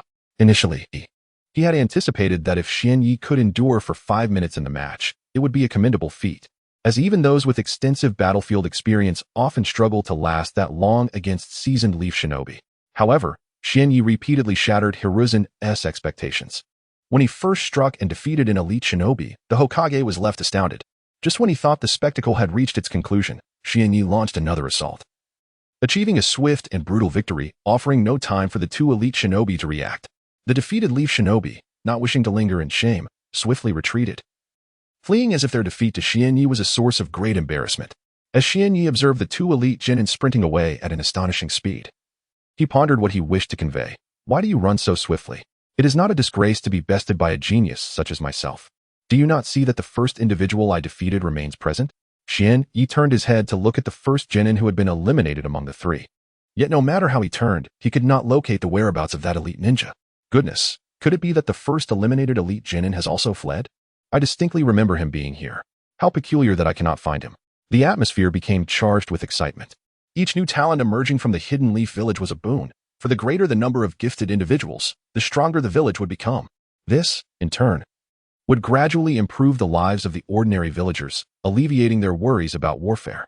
Among the crowd of onlookers, the third Hokage glanced at the fervent villagers and felt it was time for him to address the assembly. He approached Xianye, standing beside him, and surveyed the gathered villagers. After clearing his throat with a few coughs, he called out, "Everyone, please settle down, quieten down." The third Hokage's words were infused with chakra, instilling a sense of authority that silenced the crowd instantly, all eyes turning towards him. Even Xianye remained still, quietly observing the elderly figure, curious about what he would articulate, for he was the third Hokage of the Hidden Leaf, and it would be remiss not to show him a modicum of respect. Cough. Cough. I believe you are all aware that this battle was a test designed for Xiao Yi to graduate early. Now that he has successfully endured 5 minutes in the hands of those elite genin, I hereby announce that Kazekage Xian Yi has passed his graduation examination and has officially graduated early. As soon as the third Hokage finished speaking, the throng surrounding the training grounds erupted into cheers once more. Little did they know that at the center of the training field, Xian Ye's heart was filled with dissatisfaction. How does this old man speak? I have vanquished 3 elite genin, yet he claims I merely survived 5 minutes at their hands. There is a significant discrepancy there. Though Xian Yi harbored such grievances, since the old man had granted him graduation, he decided to let this minor issue slide. Well, since I have successfully graduated, does that mean the task has been accomplished? At that moment, Xian Yi felt an immense sense of relief, for upon completion of that task, he would receive a blue crystal necklace, a legendary artifact for chakra cultivation that would double the efficacy of chakra extraction. This meant that while it would typically take Xian Yi 20 years to reach the level of a Kage with the blue crystal necklace, he could achieve that level in just 10 years. After departing from the ninja academy in Konoha, Xuanya found himself at the hospital where his parents lay in eternal slumber.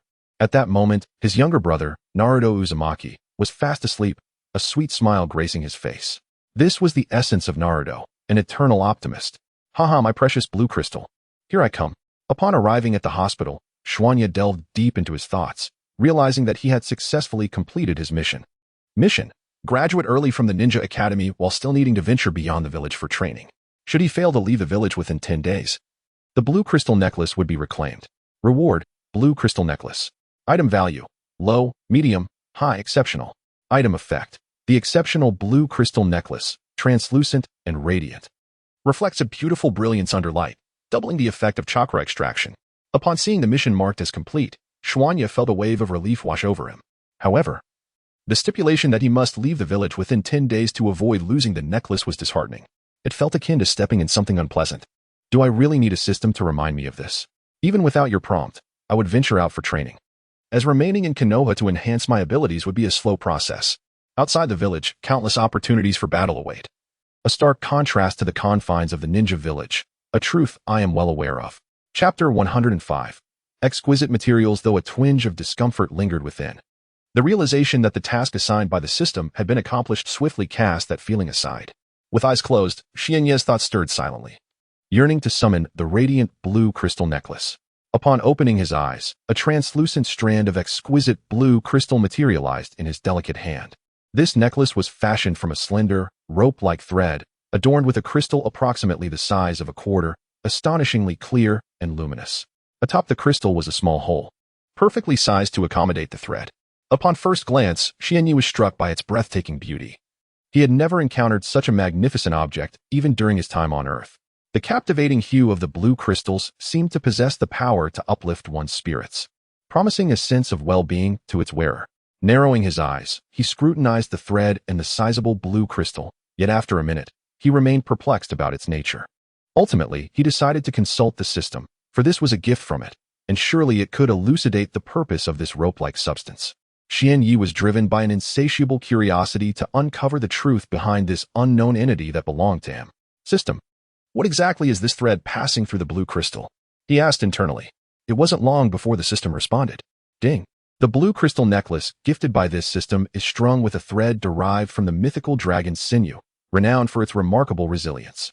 Given your current strength, you are unable to sever this sinew. The blue crystal itself can only be discovered at a depth of 10,000 meters beneath the Earth's surface. The materials required to create this necklace are unattainable in your world, thus please cherish it.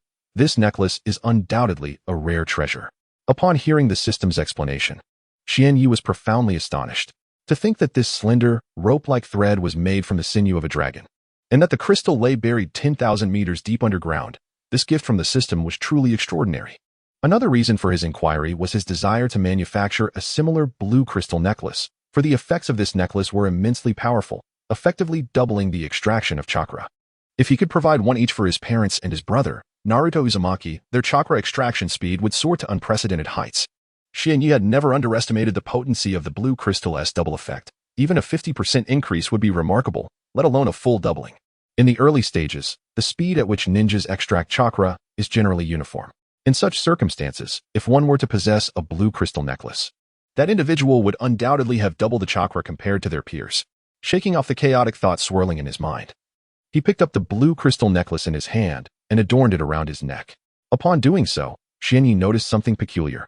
The front of the necklace was inscribed with the words Bofeng Xianye.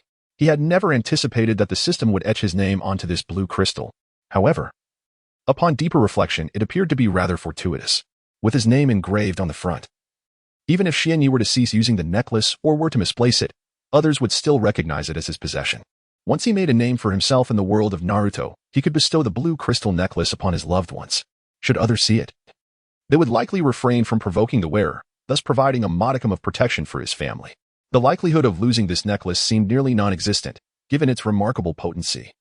Xianye would likely keep it close at all times, making the prospect of misplacing it even more improbable. After gently placing the necklace around his neck, he tucked the translucent blue crystal beneath his clothing, as he wished to keep this addition to himself. After all, its radiant beauty was undeniable, and anyone who laid eyes upon it would recognize it as a treasure. Xianye understood the wisdom of not flaunting wealth, a principle familiar to those who have lived in the society of Earth. The individuals he referred to earlier belonged to the Root Organization, a faction of the Umbu, all of whom had fallen under Danzo's control. It could be said that the Root Organization had become little more than Danzo's enforcers, obeying his commands while disregarding the orders from the Hokage of Konoha. Should members of Root, hidden within the depths of Konoha, discover that someone had suddenly acquired such a treasure, they might attempt to seize the blue crystal necklace. Currently, Xianye's strength was only at the level of a chunin, with his chakra at the level of a mere genin, rendering him quite vulnerable.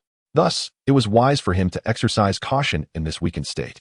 Although he believed the likelihood of Danzo acting against him to be low, he was still affiliated with the Hokage lineage.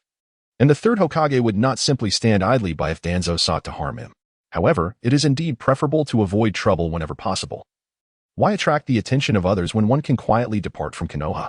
At this moment, Jinya had already devised a plan in his mind. He turned to gaze at his parents, Minato Namikaze and Kushina Uzumaki, who lay motionless on their hospital beds, just as they had days prior. Due to their circumstances and the orders of the third Hokage, Hiruzen Sarutobi, Jinya's parents were attended to by ninjas in their daily lives, and their sustenance was assured. After observing them for a while, Jinya felt a sense of relief. Just a few days ago, his parents had appeared extremely pale, but now their faces had taken on a healthy flush, suggesting they were in much better condition.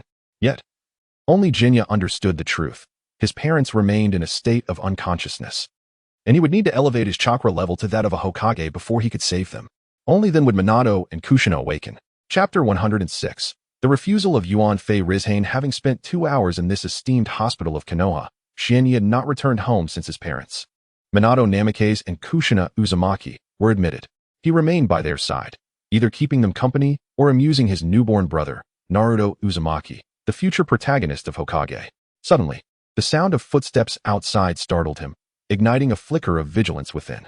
However, upon reflection, a faint smile crept onto his lips, revealing a bittersweet grin. This was Konoha. After all, although the Umbu shinobi operating in the shadows were not innumerable, they were certainly capable of preventing intruders from other villages. There was no need for him to fret. Even if the Umbu were oblivious, there was still the third Hokage, Yuan Fei Rizhane, that venerable old man. He was a genuine Hokage, a true figure of the shadow level. Xianyi was merely a Chunin-level ninja in the event of an intrusion. He would likely be powerless to intervene, rendering his concerns for his parents' safety rather moot.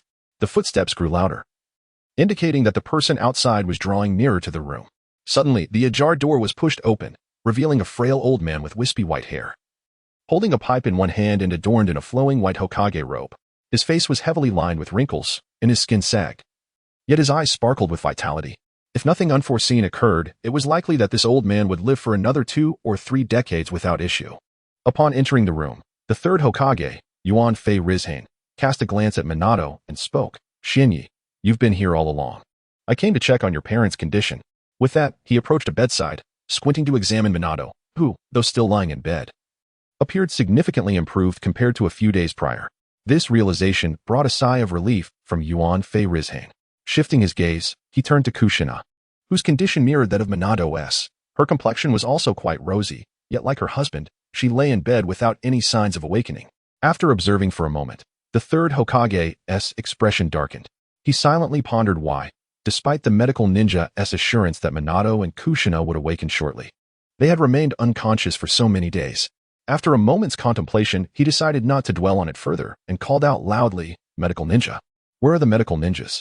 The ninja hospital was well prepared for the third Hokage's arrival, and upon hearing his call, a medical ninja clad in a white coat promptly entered the room.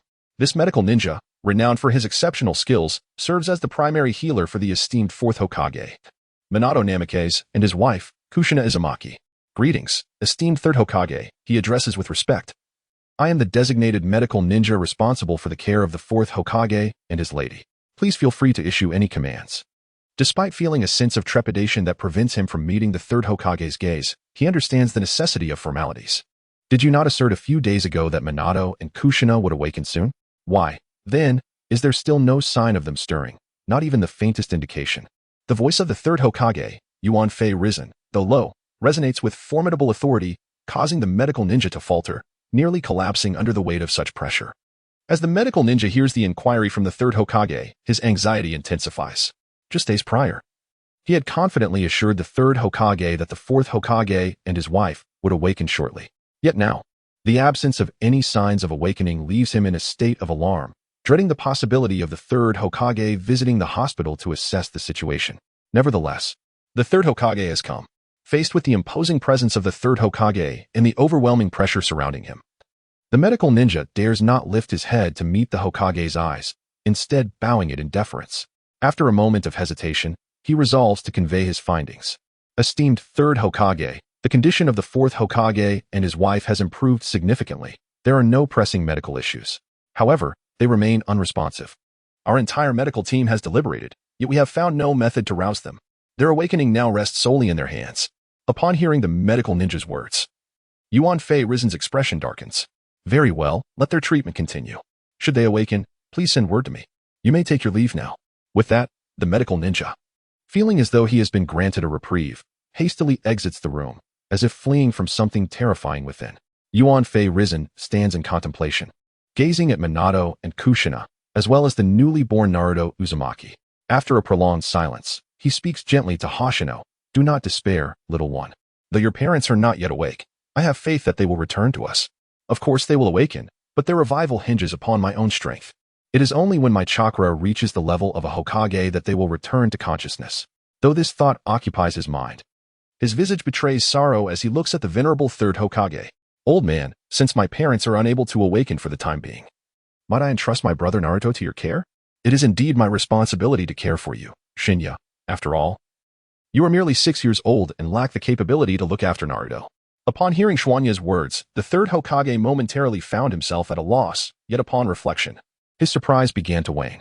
No, old man, what I truly desire is to venture beyond the confines of Konoha village for training. Once I am satisfied with my strength, I shall return, Xuanya stated earnestly. What? Shinya, you wish to leave Konoha for training? His previously settled mindset was once again thrown into disarray. Yuan Firijan could hardly fathom that at the tender age of 6, Kazuki Xuanya would aspire to leave the village for training. However, what would happen if Shinya encountered peril outside the village? How could he explain this to Minato? No, you cannot leave at this moment, Yuan Firijan declared resolutely, rejecting the notion without hesitation. Why? Xuanya's inquiry was succinct and straightforward, and upon hearing Yuan Firijan's opposition, he immediately retorted. Chapter 107. The Compromise of Sarutobi Hiruzen. In response to Uchiha Jinya's inquiry, the third Hokage, Sarutobi Hiruzen, provided a remarkably succinct reply. Koyaru, it is not that I prohibit you from venturing beyond the borders of Konoha, but rather that you are merely 6 years old. The world beyond our village is fraught with peril, and I fear for your safety. Upon uttering these words, an air of silence enveloped the room, leaving both parties in contemplation. Jinya's resolve to leave the village for training remained unwavering, even if he were reluctant to depart. The ever-watchful system would reclaim the precious blue crystal necklace should he choose to remain. The significance of the blue crystal necklace, a divine artifact for chakra extraction, weighed heavily upon him. He felt a profound sense of security only when adorned with it, and he aspired to elevate his chakra level to that of a Hokage with its aid. Thus, the matter of leaving Konoha was non-negotiable, and any such intention would necessitate a discussion with the venerable third Hokage. After all, Hiruzen was the esteemed leader of Konoha, and engaging him in conversation was of utmost importance. Yet, should the old man refuse his request, Jinya would find himself at a loss. The path to freedom must be forged, and if all else failed, he could resort to slipping away quietly on a tranquil night while the village slumbered. However, such a drastic measure was not yet warranted. Old man, after the graduation examination, you must have recognized my capabilities. I possess the strength to defend myself, and with due caution, I can navigate the outside world without succumbing to danger. Moreover, with no indication of his parents' awakening, leaving the village would serve as a means of psychological adjustment. Remaining in Konoha would only tether him to thoughts of his parents, and he questioned how long he could endure that torment and what he might become as a result. As Jinya articulated his sentiments, he observed a flicker of emotion in Sarutobi Hiruzen, who lowered his gaze in contemplation of the young man's words.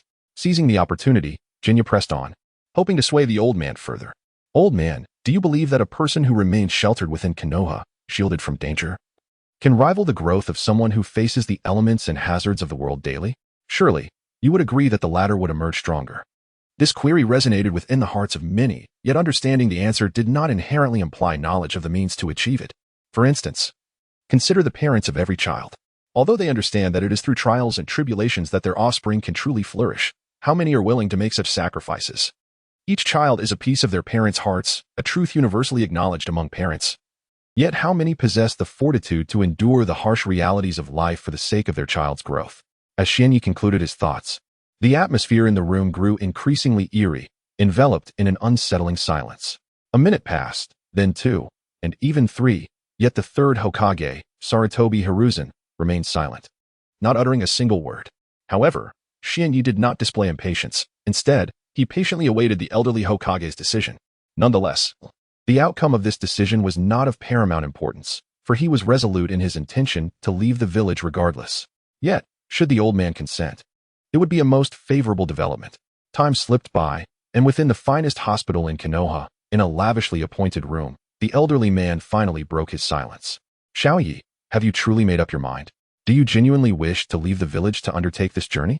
You must understand that it is possible you may not return from this excursion. The third Hokage, with a serious demeanor, addressed the young man before him. Upon hearing the words of Sarutobi Hiruzen, Shinyi, standing at the center of the room, could not help but smile, his mood gradually shifting towards a more buoyant state. I have long since contemplated this decision. I possess the ability to protect myself, and as long as I exercise caution, I shall remain unharmed. Moreover, encountering unforeseen dangers during my journey is a normal occurrence. Regardless of what may transpire, I will not regret this choice, Shinyi asserted, a self-assured expression adorning his face. His deep, dark eyes enhancing his charisma. Very well then, Xiaoyi. Since you have made your decision, I shall not dissuade you further. I hope you maintain this confidence and do not rue the choice you have made today, Sarutobi Hiruzen replied, a smile blooming on his face, akin to a blossoming chrysanthemum. It had been some time since he encountered such a determined young individual, and considering Xiaoyi's lineage as a descendant of the Hokage, he believed that if nurtured properly, he could indeed become a figure of great renown within the ninja world. Ultimately, Shinyi conversed with the third Hokage for a while longer, informing him that he might be away for an extended period. The Hokage inquired about the anticipated duration of his absence, to which Shinyi responded, I shall return when my strength is to my satisfaction. With that, the third Hokage departed the hospital room, returning to the Hokage office, where he was met with a myriad of daily responsibilities that required considerable time and attention. To have spent such an extended period in the hospital was already a notable respite. As the old man prepared to depart, he uttered a remark, Xiaoya, when the time comes for you to leave, do inform me at the Hokage office. Do not simply walk away without bidding me farewell. After all, do come and see this old man. His whimsical demeanor was indeed amusing. Upon hearing the third Hokage, Sarutobi Hiruzen, refer to himself as an old man, Shinyi could not help but laugh, momentarily losing control of his composure. However, for reasons unknown, it seemed that Sarutobi Hiruzen harbored certain expectations towards Shinyi. This was understandable. After all, Hiruzen's 3 disciples had long departed from Konoha, leaving him with a sense of solitude that was not at all surprising. Now, with Shinyi emerging, Hiruzen was able to sense the remarkable talent and the benefits that Shinyi's growth could bring to Konoha, making such hopes quite natural. Among the third Hokage's disciples, Orochimaru was expelled from Konoha by Hiruzen himself due to his unethical human experiments. Jiraiya left in an attempt to retrieve Orochimaru. But along the way, his goals gradually shifted, ultimately leading him to indulge in peeping on women bathing and creating inappropriate manga. Tsunade, on the other hand, suffered profound loss with the death of her brother, Senju Rope Tree, during the Great Ninja War. The fate of the one she loved mirrored that of Rope Tree, compounded by the death of Konoha's White Fang, Kakashi's father. As the Senju clan members were dispatched to the borders to combat other ninja villages, many perished. These events culminated in Tsunade's profound disillusionment with Konoha, ultimately leading to her departure. Chapter 108. The former home. The departure of the 3 legendary ninjas has indeed left its mark on Konoha.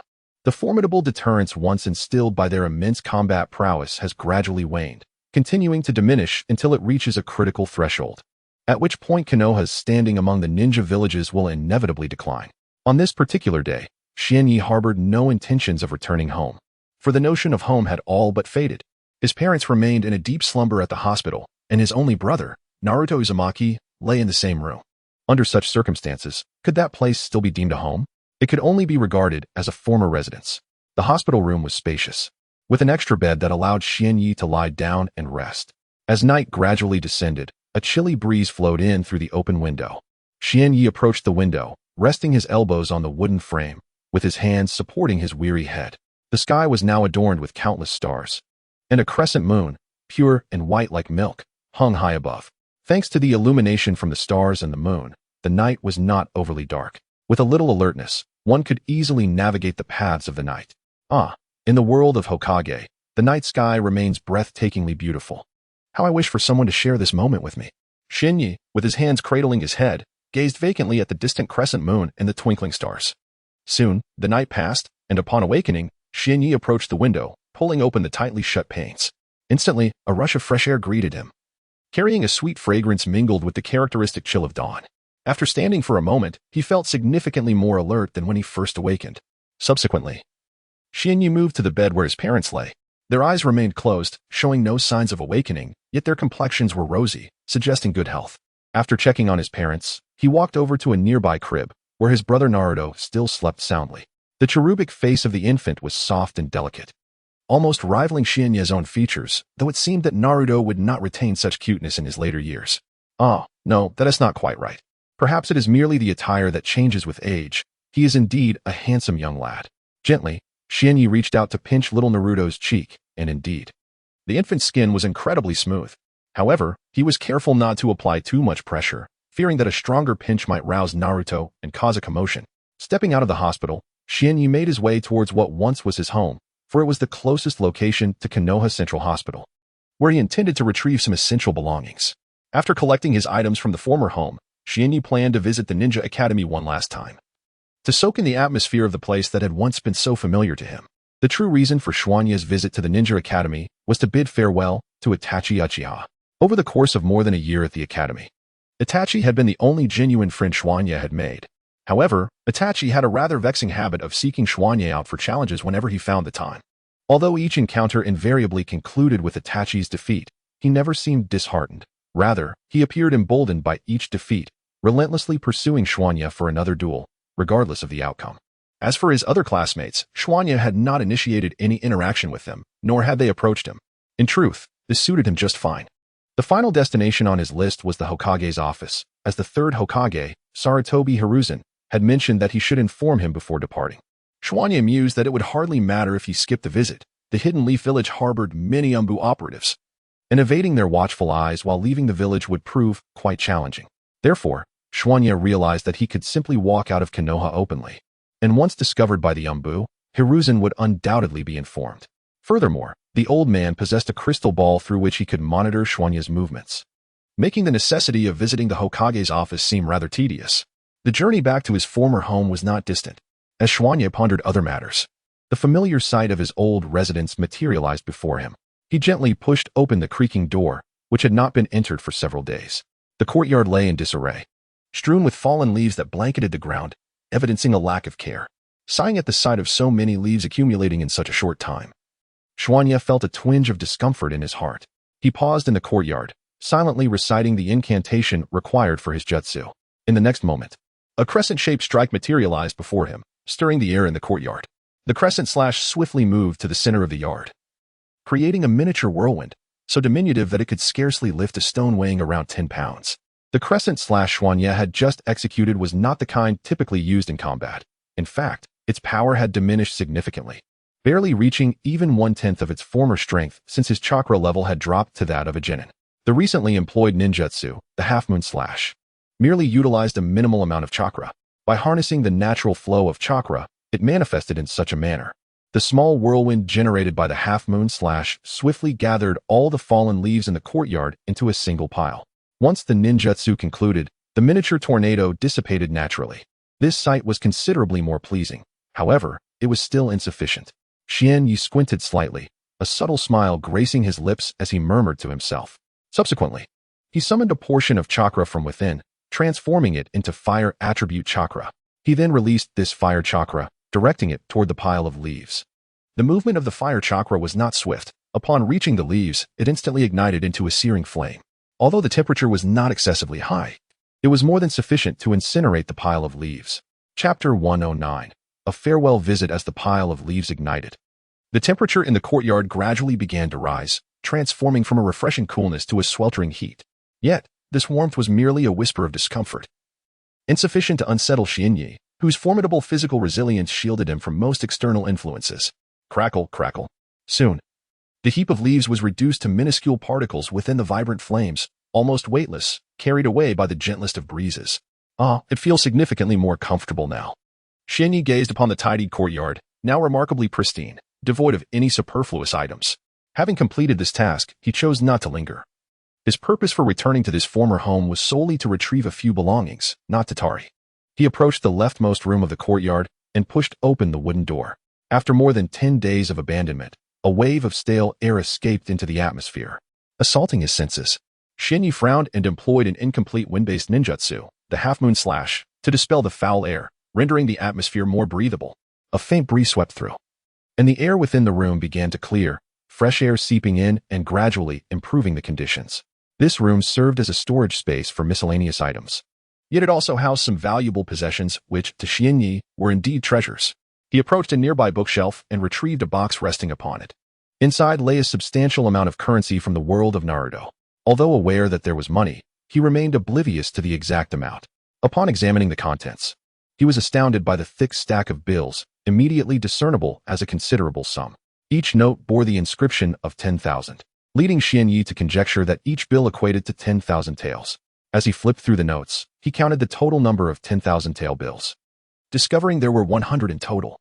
This hefty pile of currency amounted to a staggering 1,000,000 taels. The thought filled Xianyi's eyes with stars, and an involuntary, delightful smile crept upon his lips. To speak candidly, one must not hastily label Xianyi as avaricious. After all, who among us does not appreciate the allure of wealth? It is a proclivity ingrained in us during our existence on Earth, having endured poverty while on this planet. Xianyi has no qualms about claiming what rightfully belongs to him, bestowed by his parents. While it is often asserted that money cannot solve all problems, an assertion I concede holds merit. One cannot deny that a lack of financial resources can render one utterly powerless. Xianyi returned all the money he held to its designated box, placing the substantial sum of 1,000,000 ryo upon a table within the room. He then proceeded to another shelf, meticulously searching for a short span of 2 minutes, until he finally unearthed the ninjutsu scroll he had been seeking. This particular scroll was not merely inscribed with the methods of ninjutsu, but was a repository of formidable jutsu sealed within. The creation of such scrolls is an arduous task, rendering them exceedingly rare. Upon locating the desired scroll, Xianyi carefully examined it in his hands. Within this chamber, there were a total of 3 ninjutsu scrolls, each containing A-rank ninjutsu sealed by elite jonin. For Xianyi, the power encapsulated within these scrolls was undeniably formidable. Among the trio, 2 scrolls contained the fire release technique, while the remaining scroll held the water release technique. The fire scroll sealed the mighty fire release, great fire dragon technique, whereas the water scroll sealed the water release, great waterfall technique. The potential of these scrolls was immense. If employed judiciously, they could yield extraordinary results. After securing these 2 items, Xianyi searched the study for a backpack, into which he placed the 1,000,000 ryo along with the 3 ninjutsu scrolls. Ultimately, he exited the home of his past, casually shutting the door behind him. He cast several lingering glances at the courtyard, where numerous cherished memories with his parents were etched in time. Upon leaving the confines of his former residence, Xianyi returned to the bustling streets of Konoha. The thoroughfares remained vibrant, lined with an array of stalls, predominantly hawking delectable street food, while he discerned little else of note. As he strolled through the streets, the esteemed ninja academy came into view. Classes had commenced, yet for Xianyi, the relevance of such lessons had faded, having already graduated. The need for further instruction was moot. Upon entering the academy, I found myself in the training grounds, where a multitude of students from the class of Xianyi were diligently engaged in their exercises. Some were jogging, others were performing push-ups or sit-ups, all clad in weighted gear. After observing for a moment, it became apparent that this group of students seemed to be training with an intensified fervor, perhaps spurred by Xianyi's early graduation, which may have inspired them to exert themselves more earnestly. Naturally, Xianyi's gaze swiftly sought out the figure of Uchiha Itachi. The young boy, like his peers, was adorned with weights and was tirelessly running laps around the training field. Although Uchiha Itachi was somewhat distant, his form was easily discernible thanks to Xianyi's keen eyesight. It was evident that the weight he bore was considerably heavier than that of the others, nearly around 40 pounds, as he gasped for breath, his slender legs trembling with fatigue. From his physical condition, it was clear that Itachi's training regimen was likely several times more arduous than that of his companions. Chapter 110, The Gift of Saratobi Hiruzen. At this moment, Xianyi did not immediately greet Uchiha Itachi. Instead, as was his custom, he sought refuge beneath a large tree, reclining on the grass shaded by its expansive canopy, leisurely observing the training of his peers in the practice field. Minutes seemed to drift by, and in the distance, Itachi appeared to be struggling, his legs rising and falling in a slow jog, the effort becoming increasingly arduous. Eventually, Itachi ceased his running, taking a moment to rest in a crouched position. Once he regained his breath, he approached Xianyi, a faint smile gracing his features. "Ah, it appears he has noticed my presence. Perhaps his perceptive abilities have indeed sharpened." Xianyi mused. With deliberate steps, Itachi made his way closer until he stood before Xianyi. "Congratulations on your early graduation, Xianyi. I too shall soon follow suit," he remarked, a hint of rivalry in his tone. "Itachi, I have come to bid you farewell," Xianyi replied, his gaze lowered and his voice steady. "Farewell? What do you mean? Itachi inquired, confusion evident in his expression. After a moment's hesitation, Xianyi spoke again. Itachi, I intend to leave Konoha. I seek to hone my abilities beyond its borders, to accelerate my growth. Additionally, my parents remain in a deep slumber, and staying in Konoha only prolongs my sorrow. Leaving will help mitigate the pain in my heart. Upon hearing this, Itachi's demeanor shifted, a hint of reluctance surfacing. Xianyi, have you truly made up your mind to leave? Yes, I have. After bidding you farewell, I will visit the Hokage's office to say goodbye to the third Hokage. And then I shall depart Konoha. However, I promise to return once my strength satisfies me, Xianyi declared, lifting his gaze to the vast sky. Very well. If you have made your decision, then go. But remember, you must return alive. Itachi's voice trembled slightly, betraying his emotions at the thought of Xianyi's departure. Indeed, having spent such a significant time together in the Ninja Academy, Itachi's only true friend may well have been me. With that thought, Xianyi turned away, moving towards another location without glancing back. Seeing this, Xianyi smiled softly, amused by Itachi's unexpected sentimentality. Perhaps he is holding back tears, not wanting to look back. After bidding farewell to Itachi, Xianyi departed from the Ninja Academy, leaving behind the place he had called home for over a year, and headed towards the Hokage's office, which was not far away. The streets of Konoha were bustling with people, the crowded throngs making it difficult for Xianyi to navigate. Thus, he resorted to leaping onto the rooftops, bounding forward towards the Hokage's office. The Hokage office stands proudly at the heart of Konohagakure, a multi-story building that commands attention. Upon reaching the designated floor, one's gaze is immediately drawn to the third Hokage, Hiruzen Sarutobi, an elderly gentleman comfortably settled in his armchair. With his eyes closed and a pipe resting in his hand, he occasionally inhales, filling the room with a haze of smoke. Old man, I have arrived, Xianyi remarked, directing his words towards Sarutobi. Yes, I am aware of your presence, Sarutobi replied. Hey, old man, why have you summoned me? If this is merely a farewell, I shall take my leave. If there are other matters at hand, it would be best to address them promptly, Xianyi responded with a hint of impatience. At last, Sarutobi opened his eyes, which appeared small and narrow, resembling mere slits. Xianyi, since you have made the decision to leave the village, I will not impede your choice. However, although you have graduated early, you do not yet possess a headband. I have summoned you here to present you with a Konoha headband. With that, the old man retrieved a Konoha ninja's headband from the table before him. The emblem displayed the insignia of the Hidden Leaf Village. Yet, Xianyi found the design somewhat peculiar. Not that it is merely strange, rather, all the headbands of the various ninja villages have an oddity about them. I wonder how the designers conceived such motifs, Xianyi mused internally. Nevertheless, he extended his hand to accept the headband from Sarutobi, promptly fastening it around his neck. He believed that wearing it around the neck was decidedly more stylish than donning it upon his forehead. After securing the Konoha headband, Xianyi intended to depart, but was halted by Sarutobi's call. Old man, do you have further matters to discuss? You have already given me the headband. If there is anything else, let us address it now. Sarutobi met Xianyi's impatience with a gentle smile. Do you so eagerly wish to leave Konoha? Xianyi remained silent, choosing not to respond. I beckon you to pause as I have something else for you. Come closer. Approaching the elderly Hokage, Xianyi observed Sarutobi's hands moving beneath the table, seemingly retrieving something. After a brief wait of several seconds, Sarutobi finally produced an item, placing it carefully upon the table before them. It was a wooden box, crafted from what appeared to be a fine quality timber. With a deliberate motion, Sarutobi opened the box, revealing its contents, an abundance of currency, each note akin to the one nestled within the backpack Xianyi carried. Each banknote bore the denomination of 10,000. Upon seeing this, Xuanya's eyes immediately sparkled with delight. Haha, I've struck gold. Just earlier, I secured 1,000,000 ryo at home, and now this old man Sarutobi Hiruzen is bestowing even more upon me. Looking again at Sarutobi Hiruzen, he appeared considerably more endearing. Xiaoya, all this money is prepared for you. In total, it amounts to 1,000,000 ryo. Life outside is not the same as in Konoha. Without money, one simply cannot manage. Consider this your pocket money for the outside world.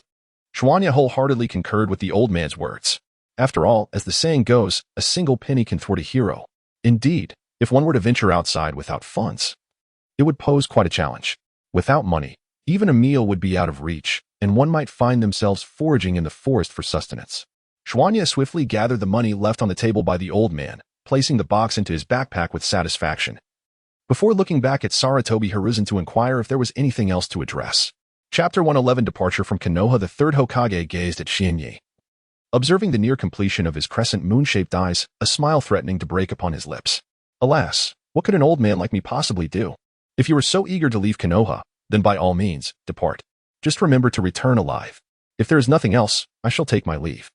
As he turned away, Shinyi waved his hand in a gesture of farewell. "Ah, by the way, I entrust the care of my parents and little Naruto to you." "Old man." Shinya's voice echoed from beyond the door. Seated in his armchair, Sarutobi Hiruzen chuckled, watching the direction in which Shinyi had departed. Who would have thought that this young lad harbored such concern for his parents, even remembering to ask for their well-being before leaving?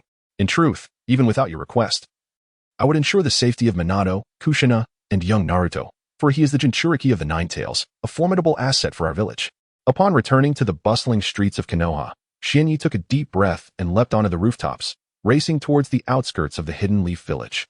After 3 minutes, he had finally vacated the area of Konoha, now standing amidst a vast forest, where towering trees loomed, each surpassing 10 meters in height.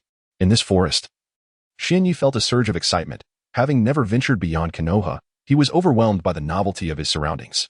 Arriving beneath a colossal tree, he meticulously observed the activity around him. While there was little significant commotion, the smaller movements were plentiful. Countless insects scurried before him, seemingly in search of sustenance. And a snake slithered a dozen meters away, its movement slow and sinuous. Despite the creature's quiet approach, Shinyi's keen senses detected its presence. "Ah, how wondrous this all is!" Shinyi exclaimed, his excitement propelling him to wander aimlessly. After 2 hours of exploration within the forest, a sudden thought struck him. "Oh no. I forgot to bring the map. Without it, I am utterly lost, unsure of my whereabouts and what course to take." A frown creased Shinya's face, his heart heavy with frustration as he pondered which direction to pursue. In truth, he had completely lost his way, completely unaware of his location or the path to follow. Becoming lost in a forest is no trivial matter. With a backpack slung over his shoulder, Shinyi moved cautiously through the underbrush. Continuing onward, the endless expanse of towering trees remained before him. By now, noon was approaching, a conclusion he drew from the watch on his wrist. The time read 11:10, and the sun had ascended to its zenith, casting harsh rays directly overhead, the relentless sunlight beaming down upon him. Yet, amidst the woods, there exists a remarkable solace. Regardless of the sweltering heat or the harshness of the sun's rays, one feels an invigorating coolness when enveloped by the forest. As the towering trees above shield one from the relentless sunlight, Shinyi casually selected a grand tree and leapt to its apex, gazing into the distance, only to find an expanse of trees, devoid of any signs of habitation. Upon realizing this, Shinyi returned to the ground, resignedly continuing his journey forward. As he traversed the path, a small stream suddenly revealed itself before him, teeming with fish and shrimp frolicking in its clear waters. Upon witnessing this delightful scene, Shinya's eyes sparkled with excitement. His stomach grumbling reminded him that capturing a few fish would be a delectable treat. Although his backpack contained some provisions, merely biscuits and a few bottles of milk, the prospect of fresh fish was far more enticing than the dry snacks. Driven by hunger, Shinyi hurried to the stream, removed his shoes, and jumped into the refreshing waters. Despite being in the forest, the sun's persistent rays caused the temperature to steadily rise, and soon beads of sweat appeared on his brow. Immersed in the stream, he experienced a delightful chill that momentarily left him speechless. However, this unexpected splash startled the nearby fish and shrimp, leaving Shinyi feeling somewhat embarrassed. "Oh, fish, do not flee. Even if you try, it is futile. No one will come to your rescue," he mused, realizing that fish do not cry out for help. 10 minutes later, four lively fish unexpectedly lay on the ground beside the stream. By this time, Shinyi had returned to the bank and put on his shoes. With a modest appetite, for fish were more than sufficient for a satisfying lunch. After feasting on the fish, he could enjoy a bottle of milk, ensuring a fulfilling meal. With the fish prepared, the next step was to gather someone to construct a rack and kindle a fire to cook the fish. In the forest, one would never find a shortage of branches, towering trees abound, and even if the ground appeared barren, one could easily snap off a few twigs. However, it seemed unnecessary to break any branches at present, as the ground was littered with them, readily available for collection. Finding a relatively open area, Shinyi set to work building a rack. After cleaning the fish, he placed them upon it, and using chakra, he ignited a fire, setting the fish to roast. During the process of grilling fish, Shinyi retrieved several seasonings from his backpack, as he was preparing to depart from the Hidden Leaf village. He had purchased these condiments in anticipation of moments like today. The fish sizzling on the grill emitted a delightful sound, its surface gradually taking on a golden hue. Upon witnessing this transformation, Shinyi concluded that the time had come to add some seasonings. However, he contemplated which to choose. Among the seasonings he had were sugar, salt, chili powder, vinegar, and aromatic enhancers. After a moment of deliberation, he decided to sprinkle in a touch of salt and a hint of spice, mindful not to overdo it. As he was not particularly fond of heat, a modest amount of chili would suffice for flavor. Additionally, he resolved to include some aromatic seasoning, as this would enrich the fragrance of the grilled fish.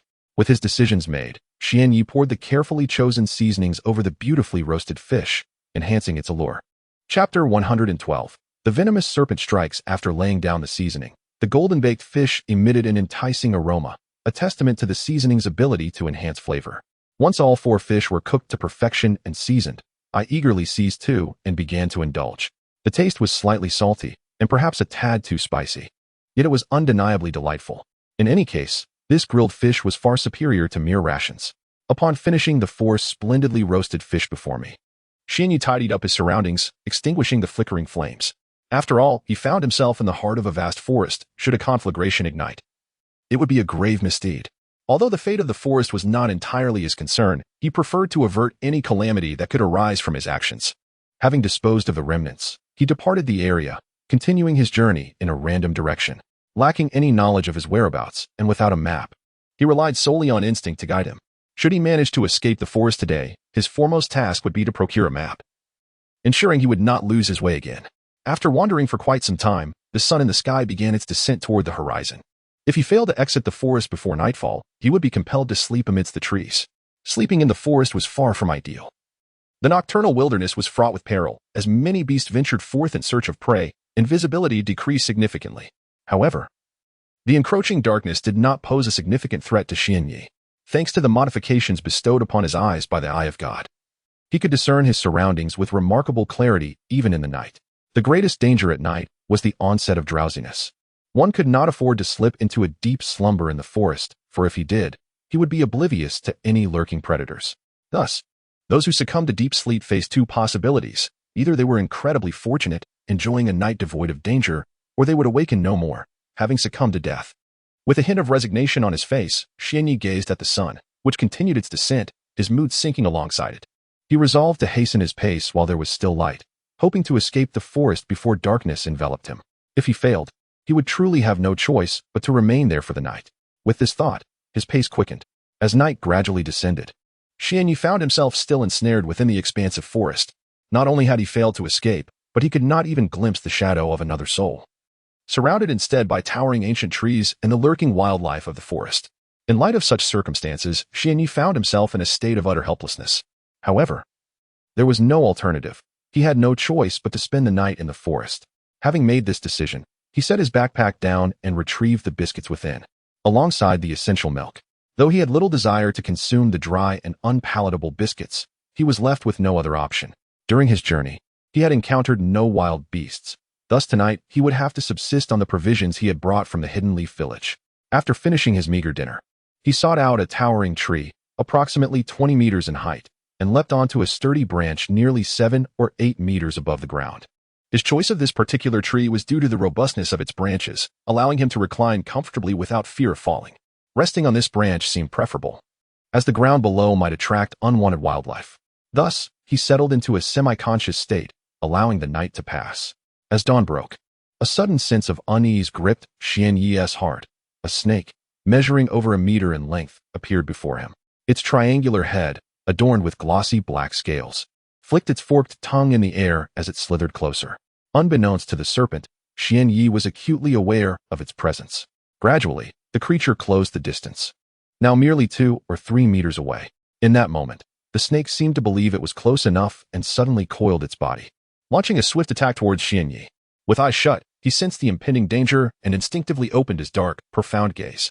The Eye of the Divine activated, revealing a tremor-inducing aura emanating from the snake, as if it were a warning not to underestimate its capabilities. Once the Eye of the Divine was engaged, the world around him slowed to a crawl, yet the snake's velocity remained astonishingly rapid, resembling a shadowy streak hurtling toward him. With the swiftness of a dragon, Xianyi reacted, seizing the snake's head with a firm grip. While he understood the adage that one must strike at the snake's vulnerable point, he had only heard such wisdom, lacking any knowledge of its precise location. Thus, he could only secure its head tightly, ensuring its fangs could not reach him. Xianyi was unaware of the nature of the serpent before him, nor did he possess any knowledge of its venomous potential. However, he was disinclined to take any chances. and the sight of its triangular head sent a shiver down his spine. It was reasonable to assume that there was a 99% likelihood that this serpent was indeed poisonous, perhaps even lethally so.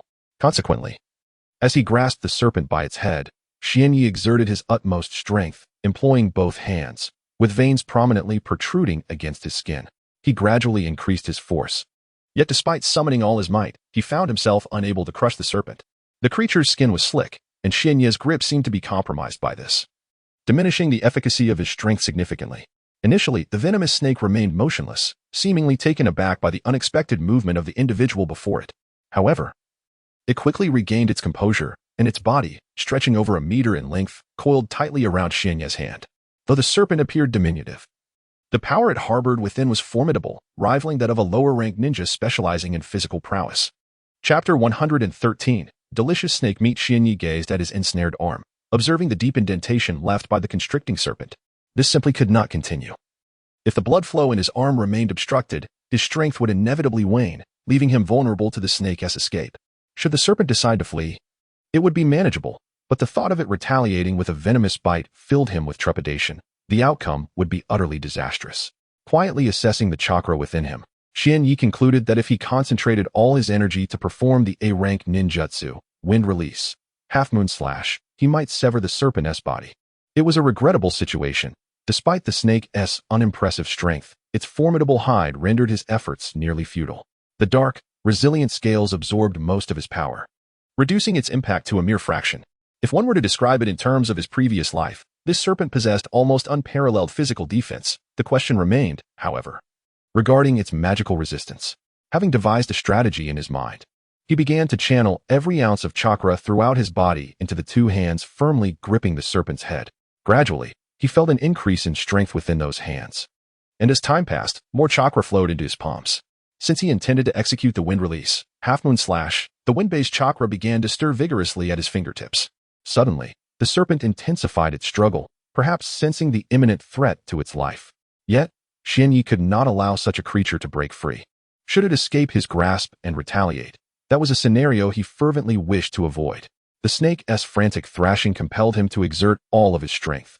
Tightening its coils around his arm, blood struggled to circulate, and his ensnared right arm grew increasingly red, the veins visibly bulging against the skin. In a moment of desperation, Xianyi shouted towards the sky, a proclamation of his pain and a reaffirmation of his resolve. Perhaps it was the constriction of his arm that slowed the flow of chakra under normal circumstances. He would have been able to perform the technique in just 2 or 3 seconds, yet now it took him over 10 seconds to channel the chakra to his arm. At this juncture, all of Xianyi's chakra converged in his palms, with the wind-based energy surging with vigor. Above his hands, a tempest began to swirl, the winds howling as they erupted forth. With determination, he thought to himself that the time had come. Wind release, half-moon slash. Suddenly, the wind attribute chakra within Xianyi surged wildly, ultimately forming a diminutive ninjutsu in his palm, known as wind release, half-moon slash, at the base of the snake's head. This technique, though merely the size of a half-palm, should not be underestimated due to its diminutive stature. The reduction in size, coupled with the complete concentration of all the chakra at Xianyi's disposal as a novice ninja, resulted in a significant amplification of the technique's potency. With a swift motion of his arm, Xianyi unleashed the wind release, half-moon slash upon the constricted head of the serpent. A slender, crescent-shaped blade of wind emerged above the serpent's head. A sharp sound echoed as it severed flesh, and blood erupted from the snake's head, which promptly fell to the ground. Witnessing this scene, Xianyi felt a wave of relief wash over him. The once menacing serpent now lay lifeless, ensuring his breakfast was secured without the need for further searching. Gazing at the headless corpse of the serpent in his hand, he couldn't help but smirk, silently reflecting on the vastness of the world. Although this serpent lacked chakra, its physical strength had already reached the level of a genin. However, the most significant aspect was the serpent's skin, which astonishingly diminished the force of his technique. It was rather ironic that a person with the physical strength of a chunin, augmented fourfold by divine martial arts, could not even crush a mere snake. Perhaps those unaware of the circumstances would find amusement in his predicament. Though initially feeling a tinge of frustration, the sight of the serpent's headless body lifted his spirits. The flavor of this headless serpent should be quite delectable, reminiscent of a dish known in China, perhaps called snake soup, which is indeed quite exquisite. As these thoughts crossed his mind, his gaze fell upon the backpack slung across his back, and he shook his head in exasperation. He had no pot to prepare the snake soup. Without a pot, How could he create such a dish? It seemed he would have to settle for roasting the serpent instead, which he presumed wouldn't be too disappointing in flavor. Having resolved how to prepare the serpent, he sought out a small stream to cleanse its body, for it was a snake, and cleanliness was essential. After washing, Xianyi gathered a few twigs to construct a makeshift rack, skewering the serpent's body with a long stick and placing it over the fire. 10 minutes later, a tantalizing aroma wafted from the serpent, an indescribably delightful fragrance. Having not yet had breakfast, I found myself engaged in a fierce battle with the venomous serpent, depleting all my chakra and leaving me physically fatigued. Although my chakra was nearly restored, the pangs of hunger grew increasingly intense. After adding a few seasonings, my culinary knowledge proved limited. I merely resorted to salt, spices, and chili, while sugar was best avoided. Once the serpent was thoroughly cooked, I seized it without a second thought, disregarding its temperature, and took a hearty bite. In that moment, I mused silently. Oh, dear serpent, since you harbored ill intentions towards me, I cannot be blamed for consuming you. This is also for your benefit. To ensure your swift reincarnation, do remember to choose a good vessel in your next life. However, my attention was swiftly diverted by the exquisite taste of the serpent's flesh. It was truly delectable. The meat was nothing short of extraordinary. Although the seasonings were somewhat mismatched, the succulence and freshness of the serpent's flesh overshadowed any shortcomings. In no time, the modest portion of meat was devoured, leaving me with an insatiable craving for more. Having lived 2 lives, I had never tasted such delightful serpent meat. Perhaps this journey of trials would not be so arduous after all. At least, in a few days, I might indulge in such a delicacy once again. Chapter 114. The enhancement of power after consuming a delectable serving of tender snake meat. An invigorating sensation seemed to envelop my entire being. The fatigue that had previously weighed heavily upon my body was gradually dissipating, and the once depleted chakra within me appeared to be experiencing a subtle resurgence. A peculiar itchiness began to manifest. An overwhelming urge to scratch overtook me. Once the sensation abated, I felt an exhilarating surge of strength coursing through my entire body. As if boundless energy resided within me, yearning to be unleashed. I did not resist the impulse rising within me. I clenched my fist and delivered a powerful strike into the air before me. Boom. As my fist connected, a resounding roar erupted, the wind howling in response, further emphasizing the might of my blow. Ding. Congratulations, host. Chakra proficiency increased by 2,000. Ding. Congratulations, host. Physical strength proficiency increased by 500. Suddenly, these mechanical voices echoed within my mind, and I stood frozen in astonishment. By the heavens, the system has finally awakened. It can now facilitate my growth and proficiency. After more than a year, I am at last able to elevate my abilities. After a brief moment of shock, elation surged within me, nearly propelling me to leap in joy. For over a year, my strength had stagnated, and my proficiency had not increased even slightly. In fact, during my desperate attempt to rescue my parents, my chakra level plummeted to that of a novice ninja. Now, the prospect of enhancing my proficiency was exhilarating. A question lingered in my mind. Why had my chakra and physical strength proficiency increased? Could it be attributed to consuming that venomous snake? This thought flickered in my consciousness, but it swiftly faded. It must be true. That snake, in any case, possessed physical strength rivaling that of a lower-ranked ninja. If that snake's physique was so formidable, then the chakra and energies contained within it would undoubtedly be substantial. Thus, it made perfect sense. Consuming a meal rich in chakra and capable of enhancing physical prowess would naturally result in an increase in chakra proficiency and physical strength proficiency. Although my chakra proficiency had only risen by 2,000 points and my physical strength proficiency by 500, it was still a welcome improvement. Any advancement, no matter how modest, was preferable to stagnation. Moreover, this was merely the energy derived from a single snake. If I were to consume the flesh of more formidable beasts, the path to rapid enhancement of my abilities would become considerably easier. System, please display my basic information. Ding. Basic information as follows. Host name, K's Genya. Host gender, male. Host chakra amount, 52,000. Novice ninja proficiency, 52,000 out of 100. 000. Host ninjutsu. Basic body techniques proficiency, maxed out, divine eye level, 2. Proficiency, 16,000 out of 100. 000. Golden bell shield proficiency, 16,000 out of 100. 000. Shadow clone technique proficiency, 8. For 100 out of 10. 000. Half moon slash proficiency, 0 out of 100. 000. Host taijutsu. Tai chi palm proficiency, 15,000 out of 100. 000. Divine combat technique level 2. Quadruple physical enhancement proficiency, 10,000 out of 500. 000 host physical strength, Shunin level proficiency, 100, 500 out of 500, 000 host secondary profession, healer. Alas, the chakra proficiency, once at a Hunin level, has reverted to that of a novice ninja, though curiously, it has not reset to 0 but remains at 50,000. This, however, does not dampen Jinya's spirits. In fact, his mood has brightened considerably after consuming a piece of snake meat. Now situated in a vast forest, he believes there are numerous formidable beasts within, and even staying here presents no issue. He might seize a few powerful creatures for sustenance. Jinya is confident that the flavors of such beasts will be exquisite, as evidenced by the venomous snake he just devoured. After resting with his eyes closed for a considerable time, Jinya opened them once more, his gaze sparkling with determination. It is time to depart.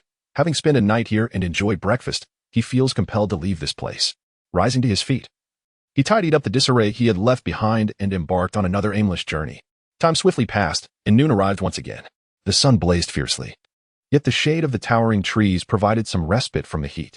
Suddenly, a piercing scream echoed ahead, seemingly from a woman, her voice melodious. Upon hearing this, Jinya knew that something was amiss. Perhaps a skirmish was unfolding ahead. However, he felt no inclination to rush to their aid.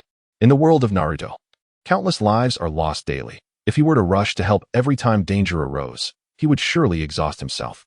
Moreover, the individuals ahead bore no relation to him, thus providing no compelling reason to intervene. Nevertheless, despite his reluctance to assist, he continued toward the source of the commotion. After days of solitude in the forest, the sound of a living voice was too enticing to ignore. He must investigate. Perhaps they possess a map, and with a map, he would no longer be lost. With such thoughts in mind, Xianyu swiftly made his way in that direction, unleashing all of his power, resulting in an astonishing acceleration. Upon manifesting the physical prowess akin to that of a Nin, his speed surged dramatically, allowing him to effortlessly traverse towering trees that reached several meters in height. At long last, he arrived at the source of the sound, where he beheld a group of men clad in wild attire, brandishing large machetes, encircling a few individuals with malevolent grins. Narrowing his eyes, Xianyu observed the scene for a moment. Noting a total of 7 individuals within the encirclement, an elderly man with white hair and beard, a woman, and 5 men who appeared to be bodyguards. Xianyu pondered that these individuals were likely accompanying the woman for a leisurely outing, only to unfortunately encounter a gang that resembled mountain bandits. This was his first glimpse of bandits in the world of Naruto, and he felt compelled to observe closely, eager to discern what qualities enabled these individuals to assume the role of brigands.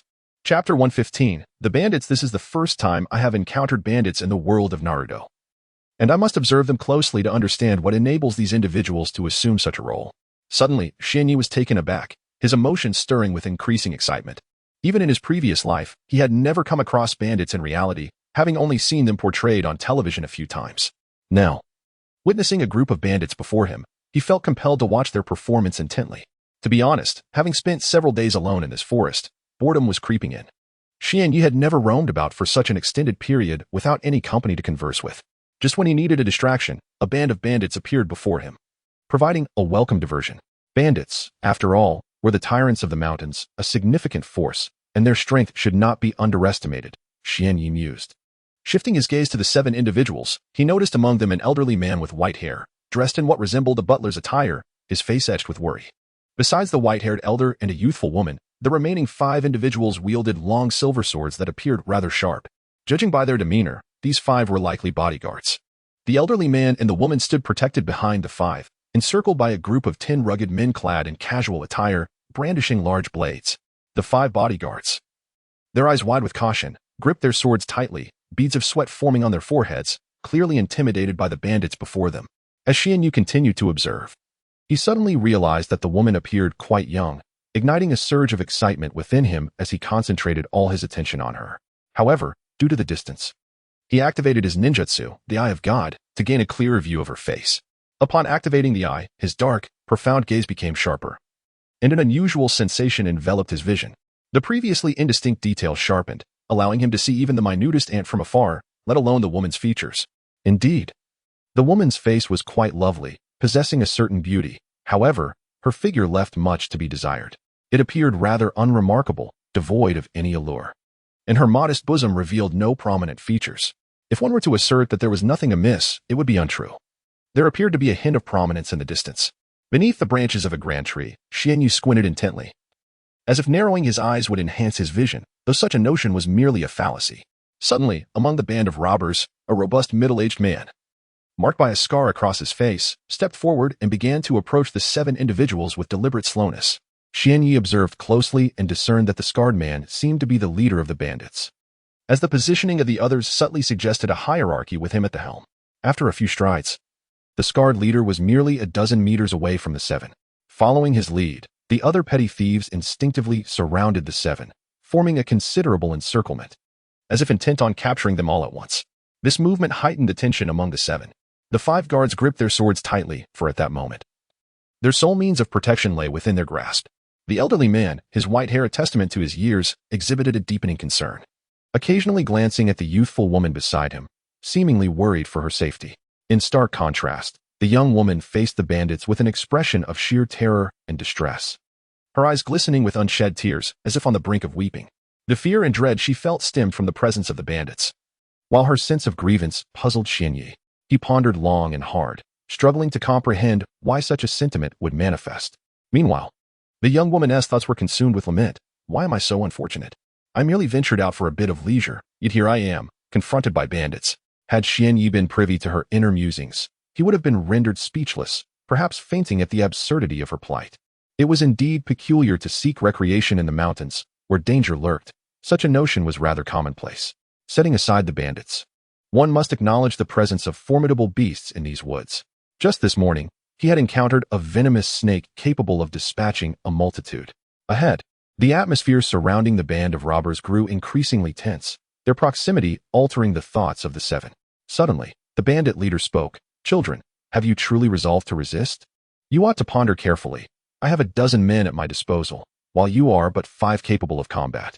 His words were clear, delivered without malice, yet resonating ominously with the young woman and the steward, who were taken aback, their faces draining of color, sensing that calamity was imminent.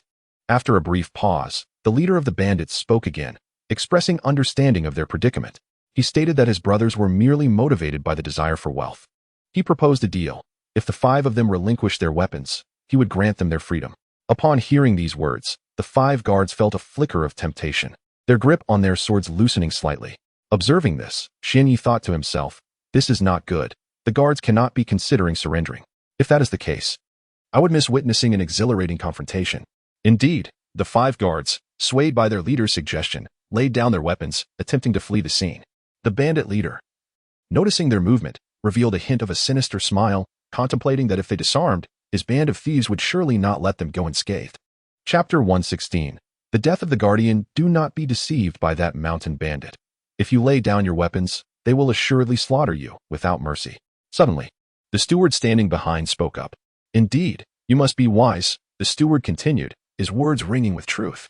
From a distance, Xianyi nodded, tacitly agreeing with the steward's assertion. Beside the steward, a young woman eagerly chimed in. You must save me. My family, the Wang family, has treated you well. You cannot forsake me in my hour of need. If you rescue me, upon our return, my father will reward you generously, more than you could imagine. Upon hearing their young mistress's promise, the 5 guardians hesitated for a moment, clearly wavering. The bandit leader, noticing their uncertainty, urged them, brothers, we mountain bandits seek merely to enrich ourselves. If you lay down your weapons, my comrades, and I will ensure your safe passage. I swear by the heavens. If you disarm, I will not harm you. I will guarantee your safe departure. Should I break this oath, may I suffer the wrath of the heavens, he declared passionately, raising his hand towards the sky. One of the guardians, seemingly their leader, stepped forward and addressed the bandit leader. If it is wealth you seek, we are willing to part with our riches. Will you allow us and the young lady to leave? Despite the allure of the Wang family's promise, he yearned to negotiate further with the bandit leader. That is out of the question. If you do not lay down your swords, we cannot ensure your safe exit. If you refuse, we shall resort to more direct methods, the bandit leader replied, his expression suddenly cold as he brandished his large blade, directing it menacingly towards the 5 guardians. An aura of chilling malice emanated from the bandit leader, though not particularly powerful. His numerous acts of violence had left him with an unsettling aura, a killer's instinct that lay dormant within him, only to emerge when emotions ran high.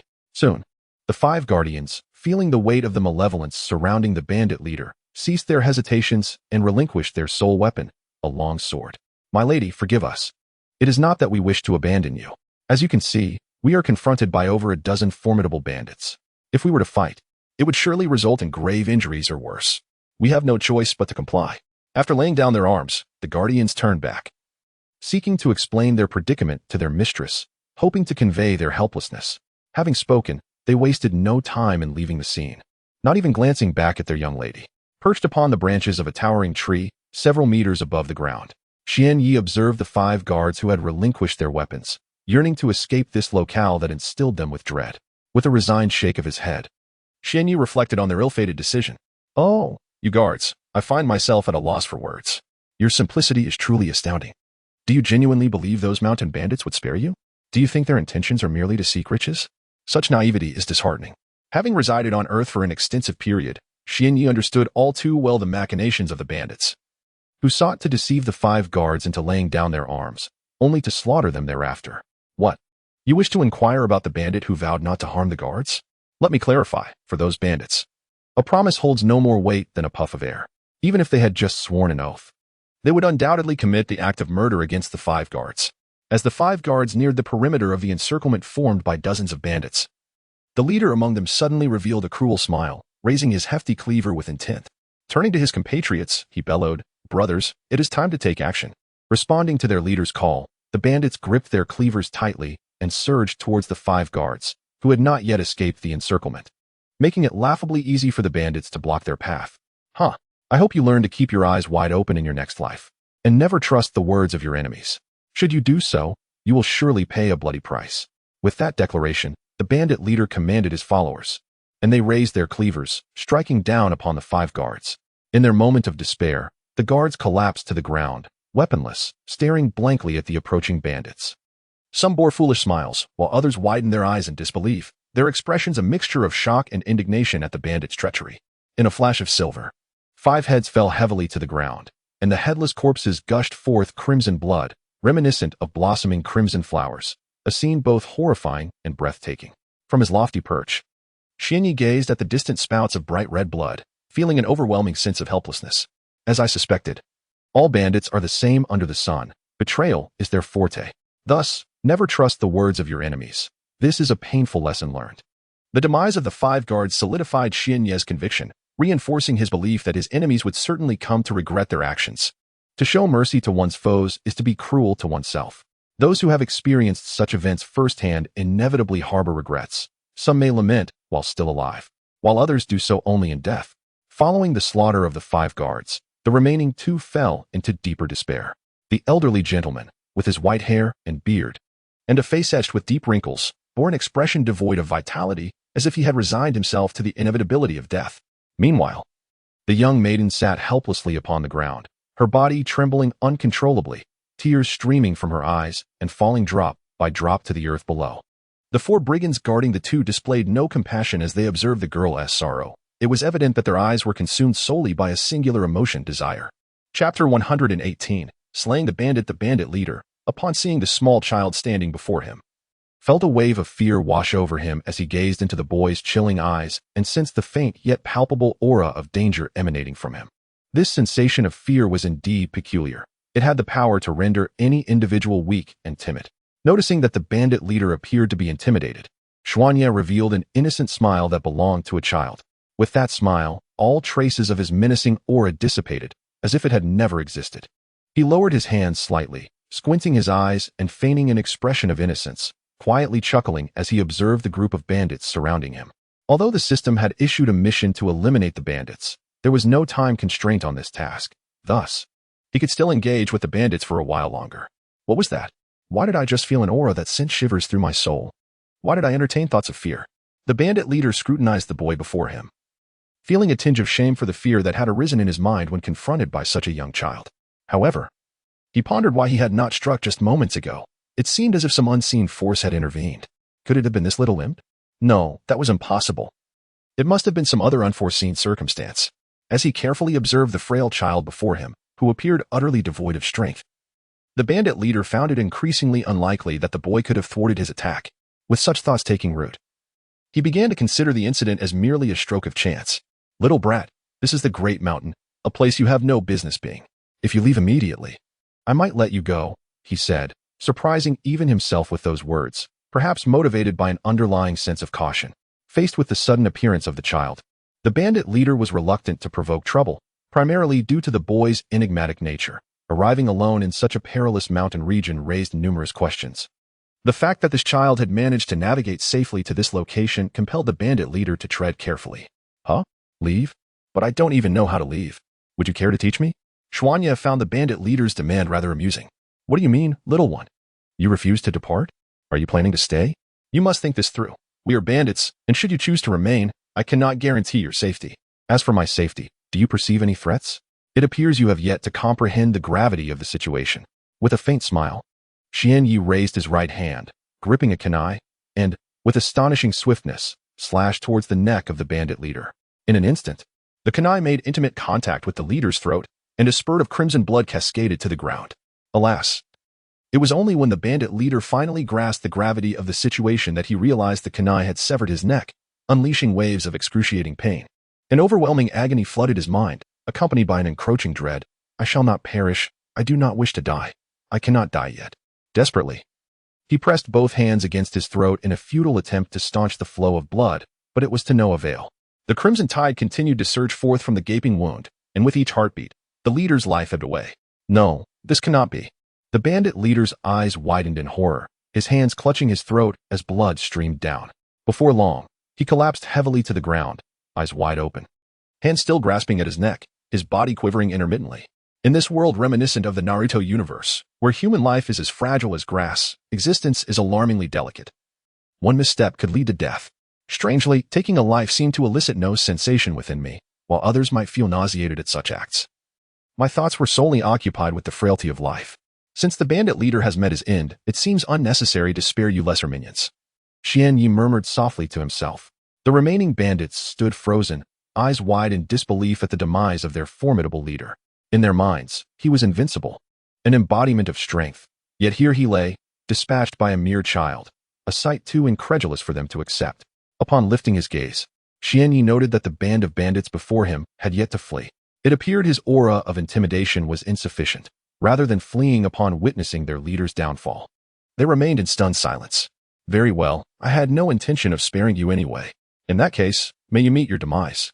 Slaying these bandits shall be deemed a noble deed, a service to the people. With that, Xianyi unleashed his extraordinary speed, augmented fourfold by his mid-level ninja prowess and divine martial arts techniques, which included an enhancement of velocity. At this moment, Xianyi appeared to transform into a specter, wielding a kunai that glimmered ominously. His speed was astonishing. He could shift from one location to another in the blink of an eye, rendering him virtually undetectable. Originally, there had been a dozen mountain bandits, but now, only 3 remained, having fallen victim to Xianyi's lethal prowess. These last 3 bandits, now gripped by a palpable fear, sought to flee the scene. However, would Xianyi allow their escape? All 3 bandits fled in the same direction, casting doubt upon their intelligence. Should they not have considered dispersing to enhance their chances of survival? Yet, even if they had chosen to separate, it would have mattered little. Xianyi would not permit their successful departure. Gripped tightly in his hand was a kunai, dripping with blood. While this weapon was not exceptionally sharp in Xianyi's hands, it transformed into an instrument of divine retribution capable of claiming a life with ease. Chapter 119. Rewards acquired having slain nearly a dozen bandits. Xianyi found himself stained with blood, the scent of iron clinging to his garments. An ominous aura enveloped him, chilling the air around him to an uncomfortable degree, instilling a profound sense of dread and unease. It was evident that the 3 bandits fleeing desperately must have been engulfed in such thoughts. People often claim that when one's life is in peril, a formidable strength surges forth from within. Xianyi had always held this belief, and witnessing the frantic speed of the fleeing bandits only reinforced his conviction. Under normal circumstances, these 3 feeble bandits would never have been capable of such velocity. Yet, now they surpassed their physical limits in their flight.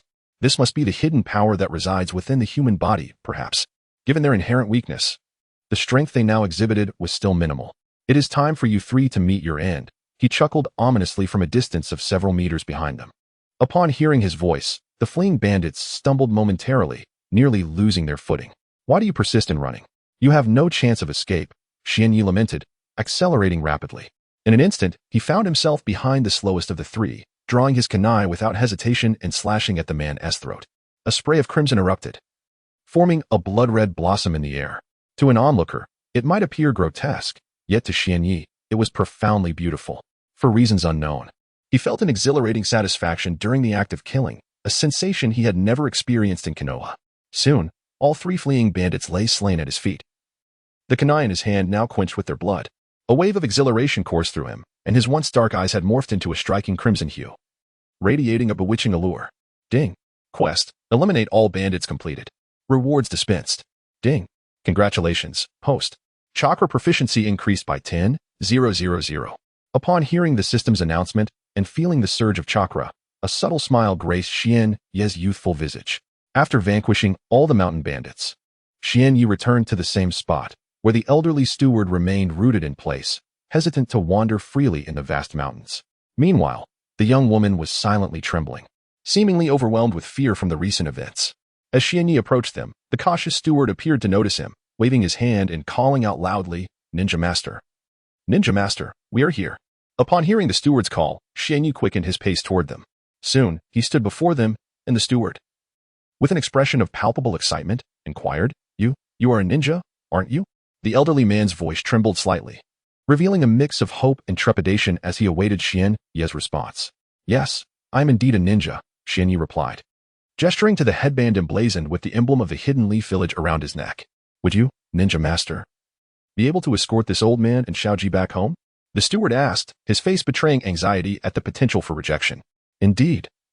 Given their precarious situation deep within the mountains, lacking strength meant certain doom. Thus, if Xian Yi were to refuse the steward's request, it would be tantamount to condemning the two to death.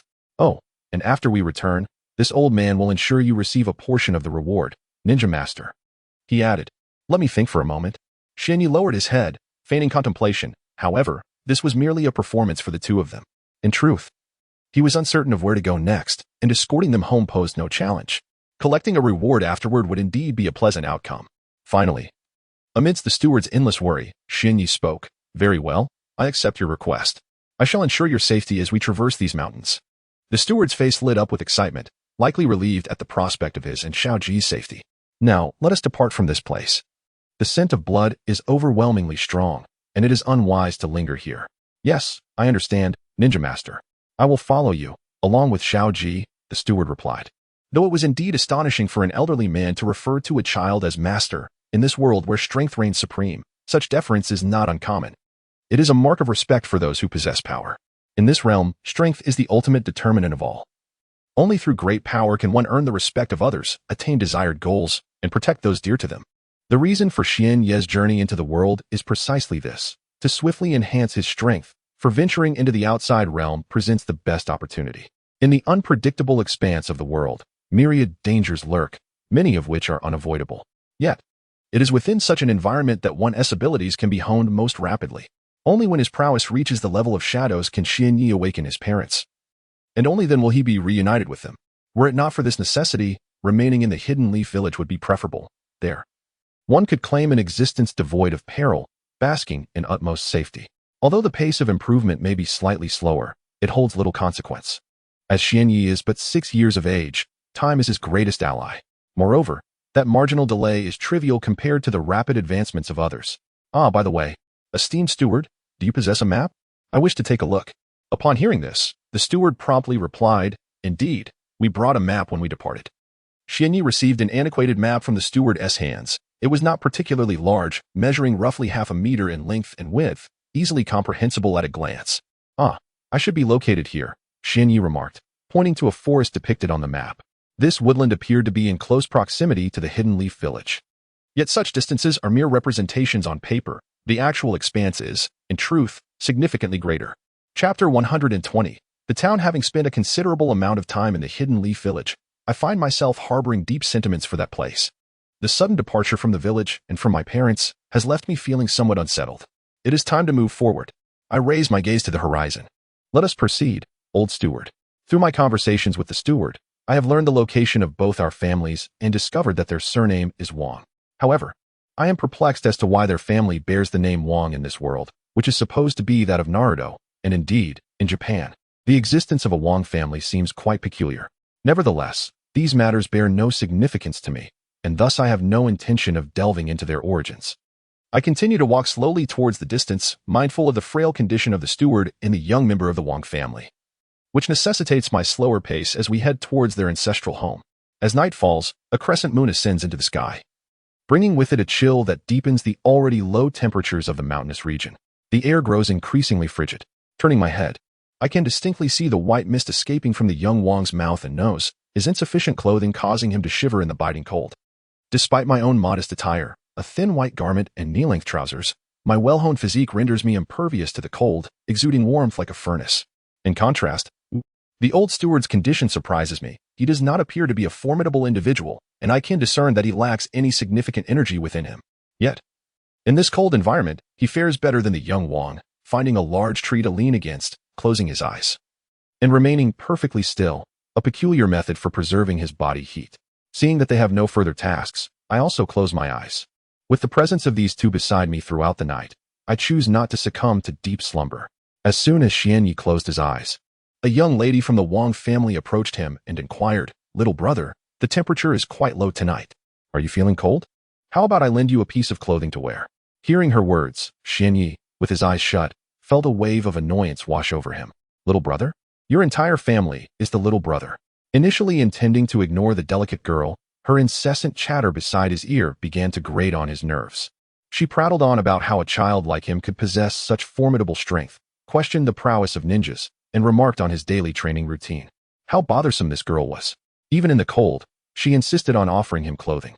At that moment, Xianye's mind was consumed by a single thought, and with no other option, he reluctantly opened his eyes, glanced at the girl, retrieved a coat from his backpack, and tossed it to her before leaping onto a nearby tree. Xianyi himself was uncertain why he had given her the clothing. Perhaps it was due to her apparent concern for him. Upon witnessing Xianyi perched on a branch, the Wang girl could only stomp her foot in frustration, her lips pouting slightly as she resolved to ignore him. In truth, it wasn't that she intended to disregard him. Rather, she found it impossible to approach someone resting on a branch several meters above the ground. Feeling remarkably at ease lying on the branch, Xianyi relished the opportunity to rest. The following day, the dawn gradually broke, and Xianyi was engaged in performing push-ups on the ground. Ding. Congratulations, host. Skill level increased to 1. Ding. Congratulations, host. Skill level increased to 1. Ding. Congratulations, host. Skill level increased to 1. Although his physical prowess had reached the level of a chunin, Xianyi felt it was far from sufficient. In a world brimming with formidable beings like that of Naruto, he would not find peace until he attained the strength of a Hokage. As the light of day emerged and the sun cast its first rays, the two individuals Xianyi had rescued from a band of mountain thieves began to awaken one by one. The young lady from the Wang family, upon regaining consciousness, spotted the adorable little boy Xianyi exercising not far from her. Realizing they had awakened, Xianyi approached them and said, "Let us depart." Though their words were few, all three shared a desire to escape the forest as quickly as possible. Loading more content. Please wait. This site only supports access via mobile browsers. If you see this paragraph, it indicates that the chapter content failed to load. Please disable reading mode, novel mode, and ad blocking features, or copy the URL to another browser for reading. 2 days later, at noon, Xianyi finally emerged from the forest, arriving at a bustling city inhabited by humans. Xianyi held a slightly worn map in his hand, glancing at his current location. This was a small town, yet it appeared to be quite substantial. As he stepped onto the streets of the town, a noticeable excitement illuminated his face. After spending over 10 days in the mountains, he had not set foot in a human settlement for quite some time. Thus, his heart brimmed with exhilaration upon arriving in this town. However, it was not Xianyi who was the most thrilled. The most animated was the young lady of the Wang family, who, perhaps having been frightened during her time in the mountains, now radiated joy and excitement upon returning to the town, her face adorned with smiles. The old steward, upon returning to the town, evidently felt a wave of relief wash over him, as if a heavy burden had been lifted from his heart. The myriad of dangers lurking in the mountains had made his return to the town a source of both joy and exhilaration. Since it was midday, the streets were bustling with a throng of people, many indulging in street food, having not had a proper meal in days. Xianye's eyes sparkled at the sight of the various delectable snacks lining the roadside. He dashed to a stall, eagerly purchasing treats and stuffing them into his mouth. Delicious. For some reason, the food from these roadside stalls always seemed particularly delightful. It had been the same in his previous life, where street food was equally scrumptious. After savoring a few morsels and feeling his hunger subside, he followed the old steward and the young lady of the Wang family to their ancestral grounds. Upon seeing the Wang family estate, Xianyi was impressed by its considerable size and lavishness, suggesting that this family was quite affluent. A guard stationed by the entrance, upon spotting the young lady, rushed inside, exclaiming, "The young lady has returned. The young lady has returned." Subsequently, the old steward and the young lady of the Wang family slowly made their way inside, with Xianyu trailing behind them. Chapter 121. Hot Springs. Upon arriving at the Wang family estate, a middle-aged man approached from a distance, clad in a black robe, his face adorned with a thick beard, and his physique robust. However, with a mere glance, Xianyu discerned that this man, despite his sturdy appearance, possessed no real strength or prowess. The middle-aged man, upon noticing the young lady from the Wang family beside Xianyu, approached her and embraced her warmly. It was evident that he was the father of the young lady, who then recounted her experiences to him. In gratitude, the man offered Xianyu a reward of 100,000 taels in silver. After receiving the generous sum, Xianyu departed from the Wang family estate, reflecting on how effortlessly he seemed to accumulate wealth. As he meandered through the town, he took note of its modest size. The streets were not bustling with as many people as in the Hidden Leaf Village, indicating that the strongest individuals in this town likely lacked formidable power. Given his current status as a nin, Xianyu felt confident that, with a bit of caution, he could navigate the town with ease, almost invincible in this setting. Lowering his gaze, he inspected his attire, which had suffered from his prolonged stay in the mountains, revealing several holes in his clothing. He concluded that his immediate priority was to find a clothing store to procure some new garments, as he deemed it essential to refresh his wardrobe. After all, he was a young boy with an exceptionally charming visage and fair skin. Wearing tattered clothes felt rather incongruous. Financially, he had no cause for concern, as he believed his funds were ample. His parents' 100,000 taels, the 100 taels from the third Hokage, and the recent 100 taels he had just received ensured his financial security. In this town, Xianyu discovered a larger store dedicated to selling clothing. Prompting him to enter, he engaged in a conversation with the shopkeeper, outlining his preferences for his new attire. His requirements were simple. He desired white clothing, with the additional criteria of looking stylish and impressive. After articulating his desires, he inquired about the time needed to tailor the garments. Upon receiving the information, he left a deposit of 20,000 taels and exited the store. Though he had already acquired a new outfit, he still felt somewhat uncomfortable as he stepped out. An inexplicable unease settling in his body. A peculiar scent wafted through the air, prompting Xianyu to furrow his brow and inhale deeply. To his embarrassment, he soon realized that the strange odor emanated from his own body, causing his face to flush crimson. Alas, it appeared that he had neglected to bathe for quite some time. In the mountains, opportunities for a wash were scarce. While there were indeed chances to cleanse oneself, Xianyu was reluctant to bathe in the small streams scattered across the rugged terrain. He preferred the luxurious embrace of a hot spring. The sensation of soaking in a hot spring was truly delightful, the temperature just right, not too hot nor too cold. For someone like Xianyu, indulging in the warmth of a hot spring was an exquisite comfort, alleviating any lingering melancholy. With this thought in mind, Xianyu began to search the quaint town for a suitable hot spring. Though the town was not particularly large, it was also not diminutive. Surely, a hot spring would be a staple of such a place. After a brief search, he soon stumbled upon a modest establishment tucked away in a corner. The entrance was adorned with several lanterns, each inscribed with the character for oil. This detail triggered a memory. It seemed that in the anime Naruto, all hot springs bore lanterns marked with this same character, a symbol of their essence. As he pondered this, Xianyu recalled that Jiraiya's forehead protector also bore the character for oil, likely due to his frequent visits to the hot springs and his tendency to flirt with women. Upon entering the establishment, Xianyu's gaze was immediately drawn to a middle-aged man seated at the counter. The man, dressed in simple attire, was attentively watching the entrance. As Xianyu stepped inside, the unassuming man noticed him right away. It was midday, and the bathhouse was bustling with patrons, presumably those who had come to relax after their meals. As the weather had begun to turn cooler, making a soak all the more inviting. Aside from the proprietor, a few attendants were busy clearing remnants of food from a table. Although this was a hot spring, it seemed the establishment also offered meals for its bathing guests. Approaching the counter, Xianyu found himself somewhat obscured by its height due to his young stature. With no other option, he called out to the middle-aged man, I would like to take a bath." "Oh, young lad, are you here to bathe? Where are your parents?" the owner inquired.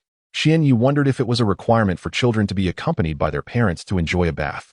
Yet, he understood that the proprietor was merely expressing concern for him, so he replied, "Sir, I am here on my own."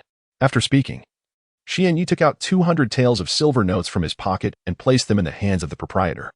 This sum was approximately equivalent to over 200 Chinese yuan, which was not an exorbitant amount for a bath.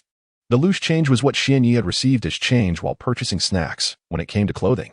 He had casually handed over 20,000 taels for the bespoke crafting of 5 garments. Had he been short on funds, he would have deemed 20,000 taels excessively pricey for 5 pieces, but with nearly 3 million taels in his possession now, that sum seemed rather trivial. Essentially, it conveys the notion that a wealthy man can afford to be indulgent. Upon receiving the payment, the middle-aged proprietor promptly escorted Xianyi to the location of the hot springs. Upon sighting the springs, Xianyi eagerly shed his attire, leaving only his undergarments, and leaped into the misty embrace of the hot spring. It was an exquisite sensation, utterly delightful. After an hour of luxuriating in the hot spring, Xianyi donned a new garment, which he had instructed a staff member at the hot spring establishment to procure during his soak, discarding the previous outfit entirely. Chapter 122. This town is quite small. After finishing his bath and indulging in the hot springs, Xianyi donned a brand new, pristine white robe he had just purchased and made his way to the restaurant of the quaint establishment. He ordered a selection of the renowned delicacies this place had to offer, eager to indulge in a hearty feast. Although this establishment primarily catered to hot spring enthusiasts, it also adeptly addressed culinary and accommodation needs, intertwining these two demands with the experience of soaking in the springs. Typically, visitors, after enjoying the warm baths, would find themselves quite famished and seeking a place to rest, and this establishment conveniently resolved all such concerns, sparing guests the trouble of wandering about. Before long, dishes began to arrive, each showcasing the restaurant's signature offerings. Xianyi, unconcerned about the prices, relished the meal with a calm heart, as he possessed ample wealth. After savoring the delightful spread, he secured a room for the night at the establishment. On the following morning, before the birds had begun their morning chorus, Xianyi awakened early and stepped out of his room, heading towards the front desk. At that moment, a middle-aged gentleman stood at the counter, and Xianyi recognized him as the same man from the previous day. Approaching the desk, Xianyi settled the bill, which amounted to 1,500 taels of silver notes. For someone with nearly 3 million taels in his possession, this sum seemed trivial. After promptly settling the payment, Xianyi exited the establishment, while the proprietor warmly invited him to return in the future. Having left the hot spring inn, Xianyi's next destination was the tailor shop where he had commissioned some garments the day before. He hoped to inquire whether the 5 pieces of clothing had been completed, as the shopkeeper had assured him they would be ready today. This town, neither excessively large nor particularly small, required Xianyi to wander the streets for a while before locating the tailor shop he had visited previously. Most shops in this town opened early, as the pursuit of business was challenging, and without a diligent effort, survival could be daunting. Upon finding the tailor shop, Xianyi entered, where he was greeted by the shopkeeper, who was already seated at the counter, prepared to welcome customers. The moment Xianyi stepped inside, the shopkeeper recognized him, immediately recalling the previous day's transaction where the young lad had commissioned 5 garments. The reason for my vivid recollection lies in the undeniable fact that Xianyi's visage is exceptionally memorable. This countenance, fair and youthful, possesses an undeniable charm. Yet, Xianyi himself harbors a certain discontentment with his appearance, yearning for a visage that bears a touch more handsomeness. Excuse me, dear proprietor.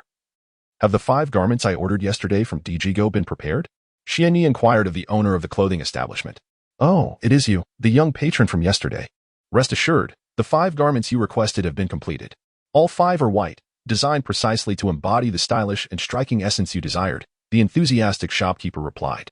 As the conversation unfolded, the proprietor called out to an employee nearby, and shortly thereafter, he received the garments, presenting them to Xianyi.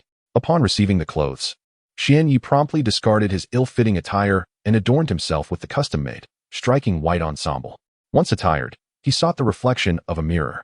In its gaze, Xianyi appeared in a white Japanese kimono, exuding a sense of flair and confidence, coupled with an air of dominance. Complementing his outfit were tailored black trousers and a pair of specialized black ninja shoes, accentuated by his dark hair.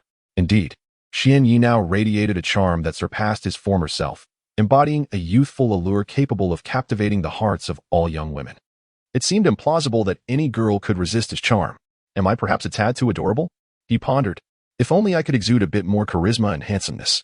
Yet, perhaps due to his youth, Xianyi's demeanor was overwhelmingly sweet, lacking the sophisticated allure he so desired.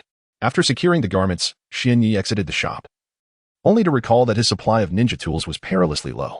Having spent over a fortnight in the forest, he found his arsenal nearly depleted, compelling him to procure additional tools before setting forth again. With this thought in mind, Xianyi wandered through the quaint town, retracing his steps multiple times in search of a shop selling ninja tools, yet to no avail. Is it truly possible that in this small town, There exists no establishment for ninja supplies? Must I venture to another town in search of them? He mused, feeling a twinge of dissatisfaction. Nevertheless, recognizing the essential nature of ninja tools for his profession, he resolved to explore a larger town in hopes of finding what he sought. With determination, he grasped his backpack and retrieved a somewhat weathered map from within. This map was acquired by Xuanya from the elderly steward, who has since returned to the small town. Presumably, keeping this map holds little significance for him now, hence Xuanya did not see fit to return it. Despite its somewhat worn appearance, the locations depicted remain distinctly identifiable. Much like the town where Xuanya currently resides, which is clearly marked on the map. This particular town appears quite diminutive, represented merely as a single point. Xuanya pondered over which town to visit next, feeling indecisive amidst the multitude of nearby small towns. After several moments of contemplation, he resolved to journey to a larger town in close proximity, one that is approximately 10 times the size of his current locale. Such a sizable town should undoubtedly boast a shop for ninjutsu supplies. Chapter 123, The New Town After Departing from the Previous Town. Xuanya embarked on his journey once more. On the morning of the third day, he arrived at a somewhat prosperous town.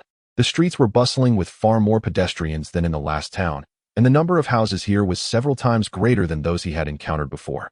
As he strolled through the vibrant streets, absorbing the lively atmosphere, he gazed into the distance and noted the considerable number of inhabitants, leading him to conclude that a tool shop for ninjas must exist here. During the past 3 days, Xuanya had traversed through the forest, benefiting from the opportunity to encounter formidable beasts. Not only could he potentially consume their meat, thereby augmenting his strength, but he could also enhance his mastery of chakra.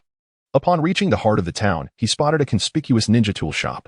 Approaching it, he observed that the store seemed to be in the midst of receiving new stock, with numerous individuals transporting various items inside. Sensing the bustling activity, Xuanya refrained from interrupting the shopkeeper. Once the delivery personnel had departed and the shopkeeper found himself free, he was taken aback to discover a young boy had entered his establishment. The boy had black hair and black eyes, adorned in white garments, exuding an air of authority. Realizing the purpose of the boy's visit, the shopkeeper said, "My apologies for making you wait, young one.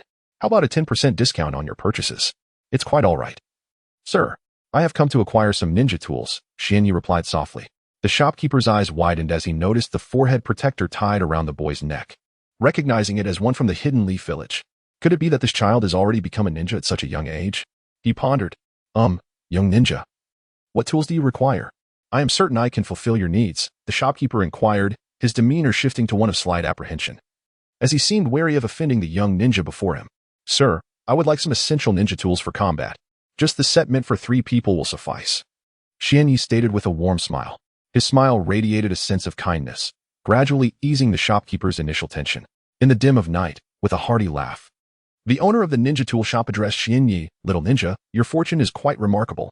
My store has just received a large shipment of goods, featuring an array of new ninja tools, all crafted by the finest blacksmiths in our town. They are undeniably robust, sharp, and durable." After saying this, the owner produced a kunai from a pile of items behind him and handed it to Xuanya.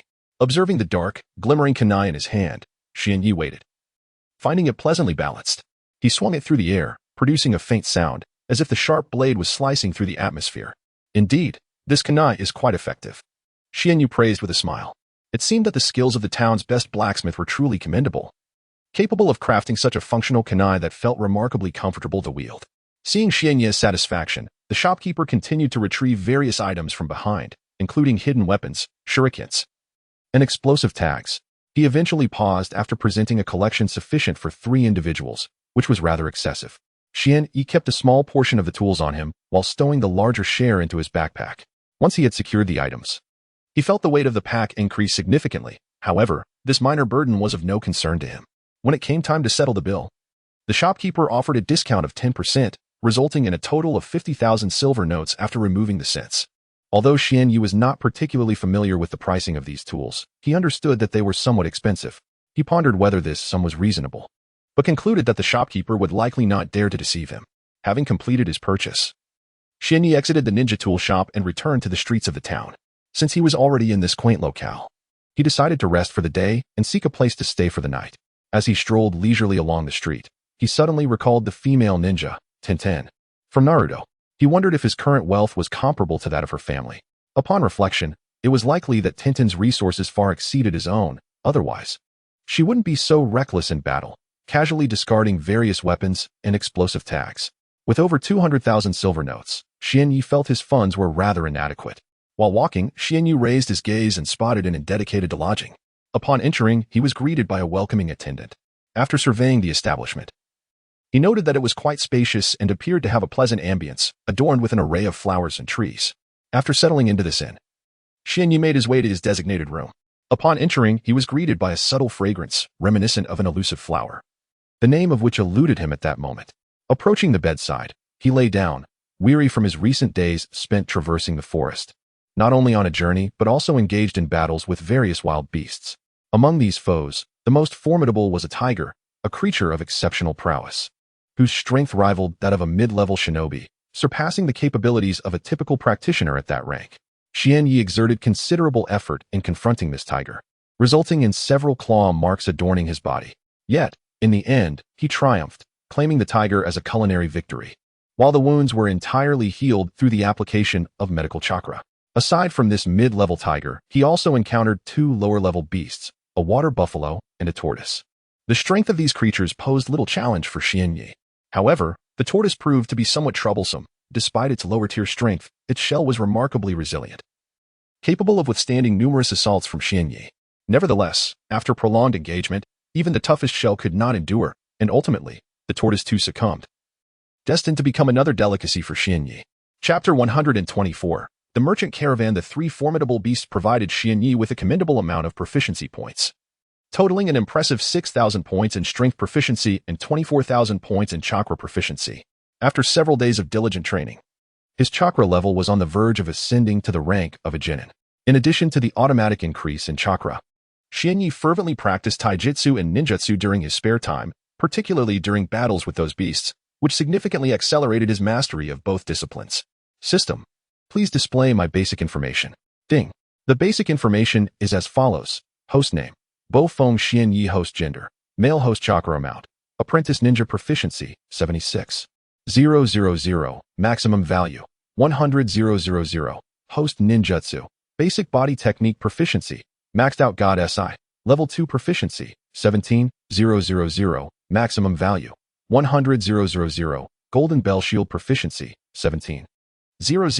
Maximum value: 100,000. Multiple shadow clone technique. Proficiency: 9,000. Maximum value: 10,000. Half moon / proficiency: 1,000. Maximum value: 100,000. Host taijutsu: Tai Chi Palm. Proficiency: 16,000. Maximum value: 100,000. Divine Combat Technique. Level 2. Fourfold Amplification. Proficiency: 10,000. Maximum value: 500,000. Host Strength: Chunin level. Proficiency: 106,500. Maximum value: 500,000. Host Secondary Profession: Healer with chakra. Proficiency now reaching 76,000 points. Only 24,000 more were needed to revert to the genin level. However, relying solely on the automatic increase in chakra would require approximately 12 days for this enhancement. Originally, the daily automatic increase was 1,000 points, but with the enhancement from the blue crystal necklace, this had doubled to 2,000 points. Despite this significant improvement, Xianyi felt a lingering dissatisfaction, perceiving the growth of his chakra proficiency as rather sluggish and the pace of his advancement exceedingly slow. If he continued to depend solely on this automatic growth to upgrade, he wondered how long it would take to reach the level of a Hokage. If other ninjas were privy to Xianyi's thoughts, they would undoubtedly be infuriated. For most, the current rate of his chakra enhancement would be considered extraordinarily rapid, almost transcendent. Yet, Xianyi remained restless. It seemed imperative to seek out more formidable beasts in the forest, particularly those of genin rank or higher. By vanquishing these powerful creatures and consuming their flesh, he could expedite his progression significantly. Xianyi contemplated this in silence, however. The most pressing matter at hand was not to dwell on such thoughts, but rather to prioritize sleep. It was likely quite late, and failing to rest adequately would surely deplete his vitality. Another peaceful night has passed without any disturbances to Xianyi's slumber. He enjoyed a remarkably comfortable sleep, free from the dangers typically found in forests or mountains, allowing him to remain blissfully unaware of his surroundings. Upon awakening, he washed up and donned a white robe. Gazing into the mirror, where he beheld a youthful and charming visage that resembled that of a child. Stepping out of his room and into the inn's grand hall, he discovered several patrons leisurely consuming their breakfast. As this establishment served as a lodging house, it provided meals for its guests to satisfy their hunger. Approaching an unoccupied table, Xuanya casually seated himself and summoned a staff member to order a bowl of congee and a few eggs. Opting for light fare rather than greasy dishes so early in the morning. After finishing his meal and feeling satiated, he departed the inn and ventured onto the streets of the town. Contrary to the expectation of a quiet morning, the streets bustled with numerous pedestrians, reflecting the vibrant spirit of the community. Having acquired some ninja tools and spent the night, Xuanya felt it was time to continue his journey and explore other locales, honing his skills along the way. Gradually, he made his way out of the town, noticing that the houses along the road began to dwindle as he distanced himself. Suddenly, he spotted a caravan in the distance. The presence of numerous goods led him to conclude it was a merchant convoy. The caravan soon spotted Xuanya and approached him swiftly. Unperturbed by their advance, he remained confident in his abilities and felt no fear of any potential threat posed by the group. As the caravan drew near, a regal-looking middle-aged man emerged from among the throng, with others parting to make way for him, indicating his status as the leader of the caravan. The rest of the individuals were simply dressed, each wielding a long knife, suggesting they were guards tasked with safeguarding the cargo. The middle-aged man approached Xuanya and, after a brief appraisal, inquired, "Young one, what brings you here all alone? It is quite dangerous for someone to be by themselves, you know." In response to this show of concern, Xuanya could only greet him with a smile, as he certainly did not wish to seem ungrateful. "Oh, it's quite all right for me to walk alone. I intend to travel to other towns," he replied. Xianyu replied to the distinguished gentleman before him, "Child, can you wander freely to any town? If so, then why not accompany us? A young one like you might encounter dangers alone." The middle-aged man said warmly to Xianyu. Ding. Task issued. Ding. Task details. Accompany the merchant caravan. Task. Accompany the merchant caravan. Task difficulty. Low. Difficulty levels. None. Low. Medium. High. Hell. Reward. 20,000 chakra proficiency. Penalty. None. Seeing the invitation from the middle-aged man, Xianyu found no compelling reason to decline. After all, he could go anywhere, and the system had just issued a task to join the caravan. Therefore, it seemed prudent to travel with them, as there was little to lose.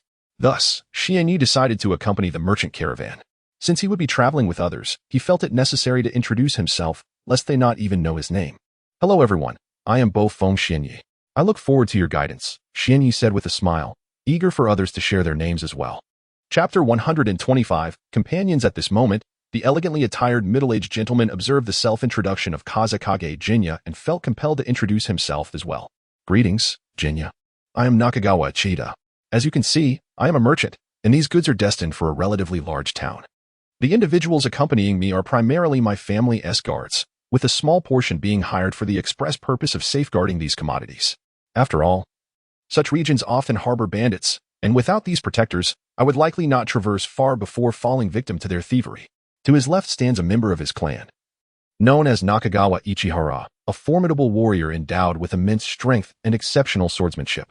Meanwhile, to his right is a dedicated guard of the Nakagawa family, one who has been with us since childhood, demonstrating unwavering loyalty. His name is Daijin Issei. Do not be misled by his seemingly simple appearance. His prowess rivals that of Ichihara. Upon completing his introduction, Nakagawa Ichida nodded toward the two men beside him, and Jinya reciprocated with a slight nod. Observing Ichihara closely, Jinya noted the long blade he wielded and sensed a hint of disdain in the warrior's expression, suggesting an air of disapproval towards him. Conversely, Daijin Issei, though appearing somewhat simple-minded, regarded Jinya with a welcoming demeanor, devoid of any ulterior complexity. "Come along, young one. Simply follow our caravan. The bandits will likely refrain from attacking us upon seeing our numbers. You will be quite safe with us, rest assured," Nakagawa Ichida reassured Jinya. After a brief respite, Ichida, having grown weary, paused for a moment, and Jinya joined them in taking a short break while the guards organized their cargo. Once Nakagawa Ichida had rested and the guards had finished arranging the goods, they resumed their journey. As they walked, Ichida called out to Jinya, "Let us proceed, Jinya. Come quickly." Jinya nodded in acknowledgement and fell in step behind them. The merchant caravan included several carts, and there was ample space for passengers. Understanding that Jinya was still a child, Ichida insisted that he must take a seat in one of the carts, initially hesitant to ride. As he deemed himself a seasoned shinobi capable of enduring the journey on foot, Jinya ultimately acquiesced to Ichida's earnest invitation and reluctantly took a seat in the cart. Inside the cart, there were 4 individuals, including Jinya, perhaps due to the presence of an unfamiliar face among them and their limited knowledge of Jinya's background. A flurry of questions arose from the others, eager to learn more about him. "Excuse me, but I don't believe I've encountered you in this town before. Are you not a local resident?" The stout merchant, Dayuan Ishir, inquired of Xuanya. The leader of the caravan, who was also seated in the same carriage, leaned forward, eager to hear Xuanya's response. "Actually, I am not from this town. I hail from another place, and I came here to broaden my experiences. After spending a day in this town, I was about to depart when I crossed paths with you all," Xuanya replied. "Oh, I see." The expressions of those in the carriage shifted noticeably upon hearing Xuanya's explanation. Why seek experience? Many ninjas usually venture elsewhere to train. Could it be that Xuanya is a ninja? Nakagawa Ichida, the caravan leader, pondered silently. "Xuanya, are you a ninja?" Nakagawa Ichida finally asked after scrutinizing Xuanya for a while, hesitating before voicing his question. "Indeed, I am a ninja, specifically a genin," Xuanya answered after a moment's contemplation. In truth, given his current abilities, eliminating a chunin would be a trivial task. However, he opted to describe himself as a genin due to his unfamiliarity with the group. He then adjusted his white cloak that draped over his neck, revealing the forehead protector of the Hidden Leaf Village hanging from it. Gasp. "So you are a ninja from the Hidden Leaf Village." Upon hearing Xuanya's revelation and noticing the forehead protector, the people in the carriage were taken aback, their faces reflecting a newfound respect for ninjas as they regarded him. In this world, ninjas were indeed rare. Among the group Xuanya encountered, there were no other ninjas. Even those with potential lacked the means to become one. Typically, only individuals from certain ninja villages had the opportunity to become ninjas. Aside from those, some individuals unexpectedly acquired the means to become wandering ninjas, lacking any backing. Though these wandering ninjas had attained that status, their strength remained relatively modest due to the absence of powerful jutsu to master. It's no wonder Xuanya is already a genin at such a young age. He must possess remarkable talent in the Hidden Leaf Village, Nakagawa Ichida mused inwardly. However, those in the carriage failed to notice that Xuanya, due to his identity as a ninja, maintained an air of confidence, yet his youthful and endearing demeanor remained unchanged. The earlier tension among the group dissipated, and they began to tease Xuanya playfully. "You've become a genin at such a young age. Your talent must be exceptional, but do not let it get to your head. Keep working hard, and you will become a powerful ninja one day," Nakagawa Ichida encouraged. "Indeed, I shall undoubtedly become a formidable ninja." Upon hearing the encouraging words of Nakagawa Ichida, Xuanya nodded vigorously, his heart resolutely reaffirming his aspiration to become a powerful warrior. Alas, his parents likely still lay unconscious in their hospital beds, unable to awaken, and he could not help but ponder the well-being of his younger brother, Uzumaki Naruto. The third Hokage was tending to Naruto, and Xuanya hoped fervently that his brother was faring reasonably well. These thoughts of his parents and his brother, Naruto, suddenly flooded Xuanya's mind. Chapter 126, the first appearance of the ninja. Thus, as Xianyi conversed with the individuals aboard the carriage, the days slipped by unnoticed. 10 days later, a caravan emerged in a desolate area, comprising numerous carts laden with an array of significant goods. At the heart of this caravan, within one of the central carts, sat a middle-aged man adorned in opulent attire, his face aglow with a beaming smile as he gazed into the distance. Having escorted this cargo for 10 arduous days, they were finally nearing their destination, allowing them to fulfill their obligations. Once they arrived at Chao, he intended to sell the goods at a premium, justifying the hardships endured during the journey. This man was Nakagawa Ichida, the leader of the caravan and a relatively prosperous merchant. "Indeed, I never anticipated it would take us 10 days to reach this small town. It has truly been a bit taxing," responded Daigen Ishii, seated beside Nakagawa, his expression one of naive sincerity. In contrast, Nakagawa's relative, Nakagawa Aharu, wore a stern visage, letting out a cold snort without uttering a word. Xianyi, also aboard the cart, shook his head in resignation. When he joined the caravan, he had never envisioned such an extended journey.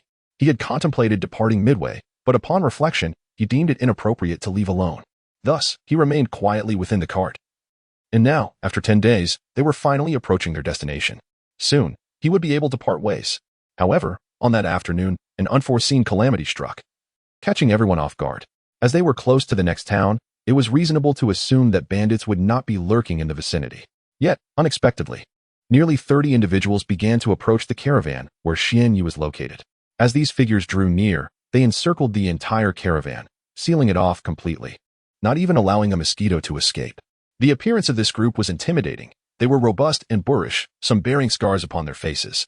The leader, adorned with an eye patch, seemed to have lost one eye, necessitating the concealment. Xianyi could not believe that the bandit donned the eye patch merely for aesthetic reasons, as it would surely hinder vision and complicate combat. Upon noticing these bandits encroaching upon them, the caravan halted its advance, cautiously observing the encircling threat. Apprehensive that the bandits might strike at any moment, Xianyi, who had been resting with his eyes closed against the cart, opened them in response to the unfolding situation. Focusing intently on the bandits surrounding the caravan, with a solemn expression, he addressed the individuals aboard the carriage, informing them that a group had encircled their merchant convoy. It seemed evident that these individuals were bandits, likely intent on seizing their cargo. Upon hearing Xianyi's words, the countenance of everyone in the carriage darkened, and they began to discreetly prepare themselves against the bandits. The number of guards within the convoy was rather limited, totaling only a mere dozen, significantly fewer than the 30 or so bandits who were seasoned in combat and possessed far more experience than the protectors. Consequently, the faces of all within the merchant convoy gradually turned pale, filled with trepidation towards the bandits. Aside from the guards, there were nearly 100 hired hands, specifically engaged by Zhongchuan Yitai to escort the goods, all of whom lacked any combat prowess and bore no weapons at all. Seated in the carriage, Zhongchuan Yitai glanced at the encircling bandits, occasionally shifting his gaze towards Xianyi's position. Among the bandits, the leader, a one-eyed man, stepped forward from the throng and halted approximately 10 meters away from the convoy. Brandishing a gleaming silver sword, he raised it slightly, pointing the blade towards the merchant convoy, and bellowed, "Hand over all your valuables, or I shall make you acquainted with the taste of death." From a distance, Xianyi observed the band of bandits and witnessed their leader's imposing declaration. In response to the scene, Xianyi helplessly propped his head up with his hand, pondering how he so easily encountered bandits again. Hadn't it only been a short while since his last encounter? Surely, he couldn't be a magnet for such trouble. Just as he was scrutinizing the bandits, an alarming realization struck him. Before Zhongchuan Yitai could react, Xianyi propelled himself forward, leaping onto a sturdy tree branch, where he concealed himself. Zhongchuan Yitai and the others were aware of Xianyi's true identity as a lower-ranking ninja from the Hidden Leaf Village, and they recognized his formidable strength. Hence, Zhongchuan Yitai felt a semblance of reassurance upon seeing the bandits, confident that Xianyi would have little difficulty dealing with them, especially considering the scarcity of ninjas in this world, particularly in remote areas. But why did Xianyi suddenly leap onto a tree branch and conceal himself? This was prompted by his observation of the band of mountain thieves, during which he discerned a faint yet distinct fluctuation of chakra among them. The presence of this elusive chakra indicated that there must be a ninja within the ranks of these thieves. However, Xianyi remained unaware of whether the ninja he had detected was a wandering rogue or one hailing from a hidden village. If the source of the chakra belonged to a rogue ninja, it would be manageable. Yet, if it originated from a ninja affiliated with a hidden village, the situation would become considerably more complex. Chapter 127. The Bandit Strike. Why is it suggested that rogue ninjas are generally easier to confront, while those emerging from ninja villages prove to be more formidable? The answer lies in the extensive mastery of various ninjutsu possessed by the latter. Ninjas hailing from villages have honed their skills significantly, for only those brimming with confidence in their abilities would venture forth. In contrast, many of the rogue ninjas owe their status to sheer luck, stumbling upon the means to become ninjas without acquiring a substantial repertoire of techniques. Even though they frequently engage in battles, teetering on the brink of life and death, their limited mastery of ninjutsu renders their prowess inadequate. Despite their formidable chakra and physical strength, the scant array of techniques at their disposal diminishes their overall combat effectiveness. Conversely, ninjas from villages, albeit often sheltered and inexperienced in the extremes of survival, emerge from their sanctuaries with a firm belief in their capabilities and a wealth of ninjutsu skills.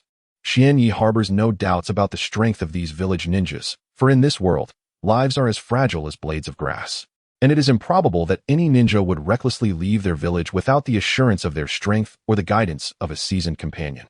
At this moment, Xianyi remains unaware of the true strength of the ninjas among the bandits, who may not even be singular ninjas, but rather a coalition of skilled warriors. Concealing oneself among the branches of a tree offers significant advantages, as the ninja profession inherently requires stealth.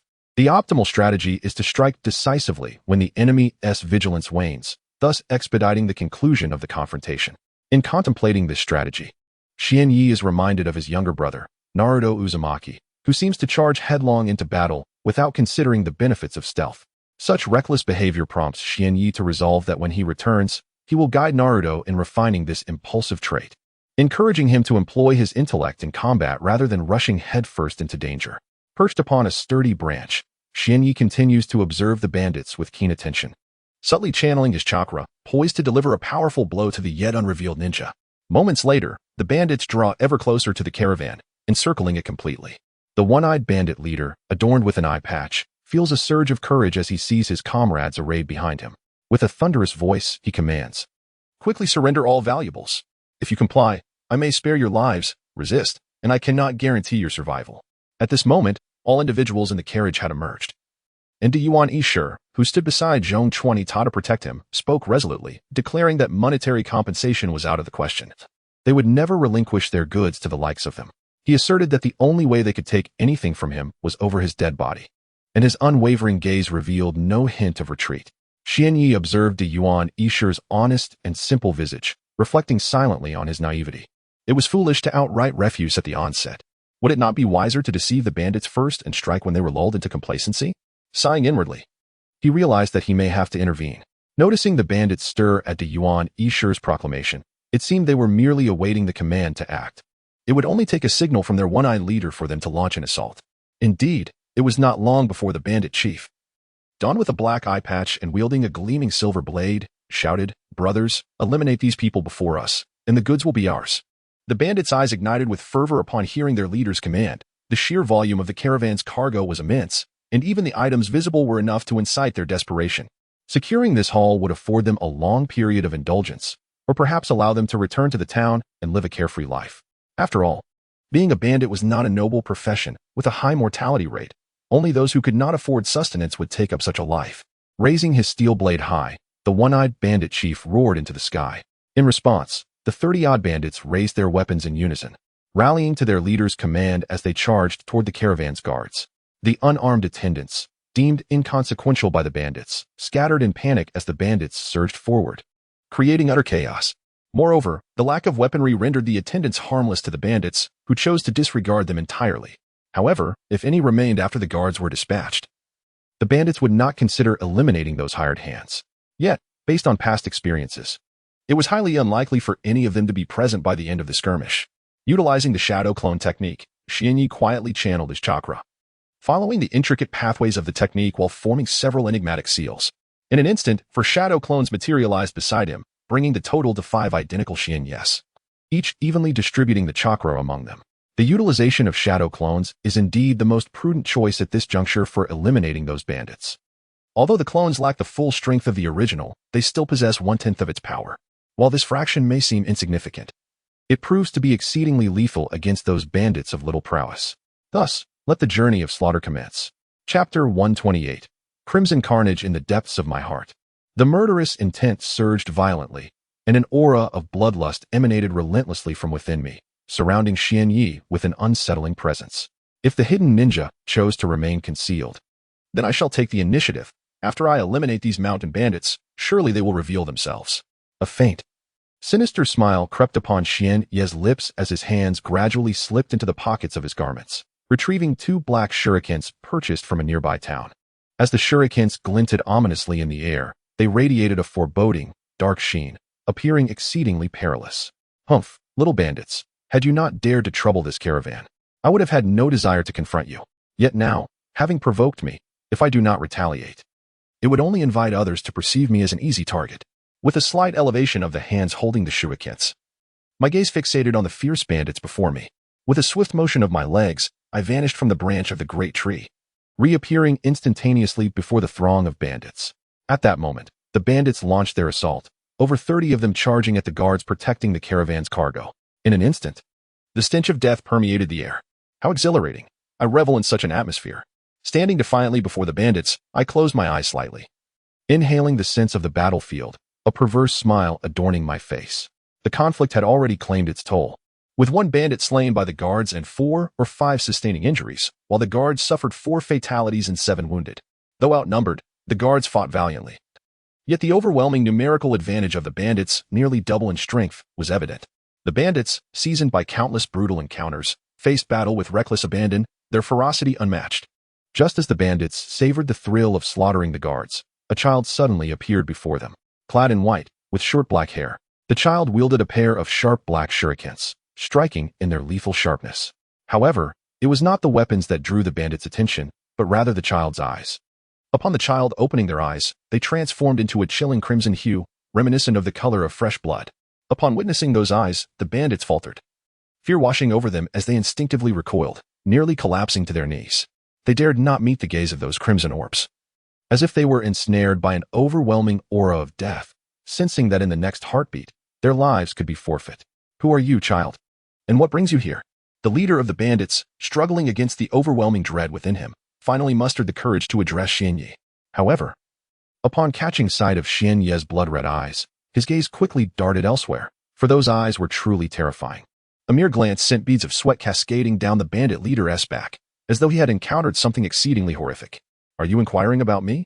Xianyi tilted his head, regarding the bandit leader with a faint, sinister smile. Why yes, I am asking you. This is no place for a child like you. You should leave at once, or be wary of my potential misfire. The bandit leader stammered, his words rushed and hesitant. His eyes flitting everywhere but never settling on Xianyi, for he was gripped by fear. He felt an ominous aura emanating from the child before him. A presence that was palpably lethal. As the leader of the bandits, he knew that while the others could remain hidden, he could not afford to do so. Failing to act would drastically undermine his authority. You wish for me to depart? Do you believe I, a mere child, should not be in such a place? Xianyi paused for a moment. Then you may as well perish. None of you bandits need to survive this encounter. With that, Xianyi raised his hands, tightly gripping the two kunai, and with a surge of strength, the might of a Seichnin erupted within him. The wind howled as, in an instant, all the bandits were caught unawares by Xianyi's shadow clone. Once in close proximity, Xianyi merely lifted the kunai slightly and swiftly slashed at the throat of the nearest bandit. A vibrant spray of blood erupted from the wound. And immediately after dispatching that bandit, he moved on to the next, his kunai gliding effortlessly once more, claiming yet another life. In the span of a single second, all the bandits lay slain by Xianyi's shadow clone, leaving only the bandit leader and the merchants alive in the aftermath. Now that your subordinates are all dead, what do you suppose will become of you? Xianyi approached the bandit leader, a smile gracing his lips as he gazed upon the man's panicked visage. At that moment, the bandit leader's fear escalated exponentially, rendering him utterly powerless, devoid of even the strength to flee. The long kando he had clutched slipped from his grasp and clattered to the ground. Suddenly, the bandit leader collapsed before Xianyi, trembling uncontrollably, tears streaming from his eyes. Please, I implore you, spare me. I do not wish to die. I do not wish to perish. The leader of the bandits, kneeling before Xianyi, cried out in desperation, continuously beseeching the young boy standing before him for mercy.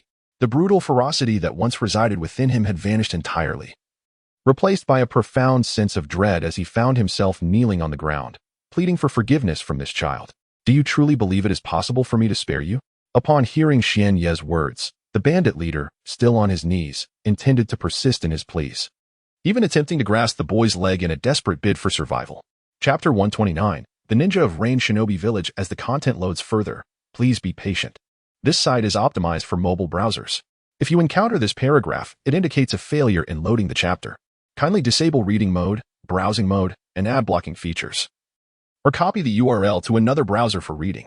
Xianyi gazed at the bandit leader before him, a flicker of disdain crossing his features as he casually lifted his leg and delivered a swift kick.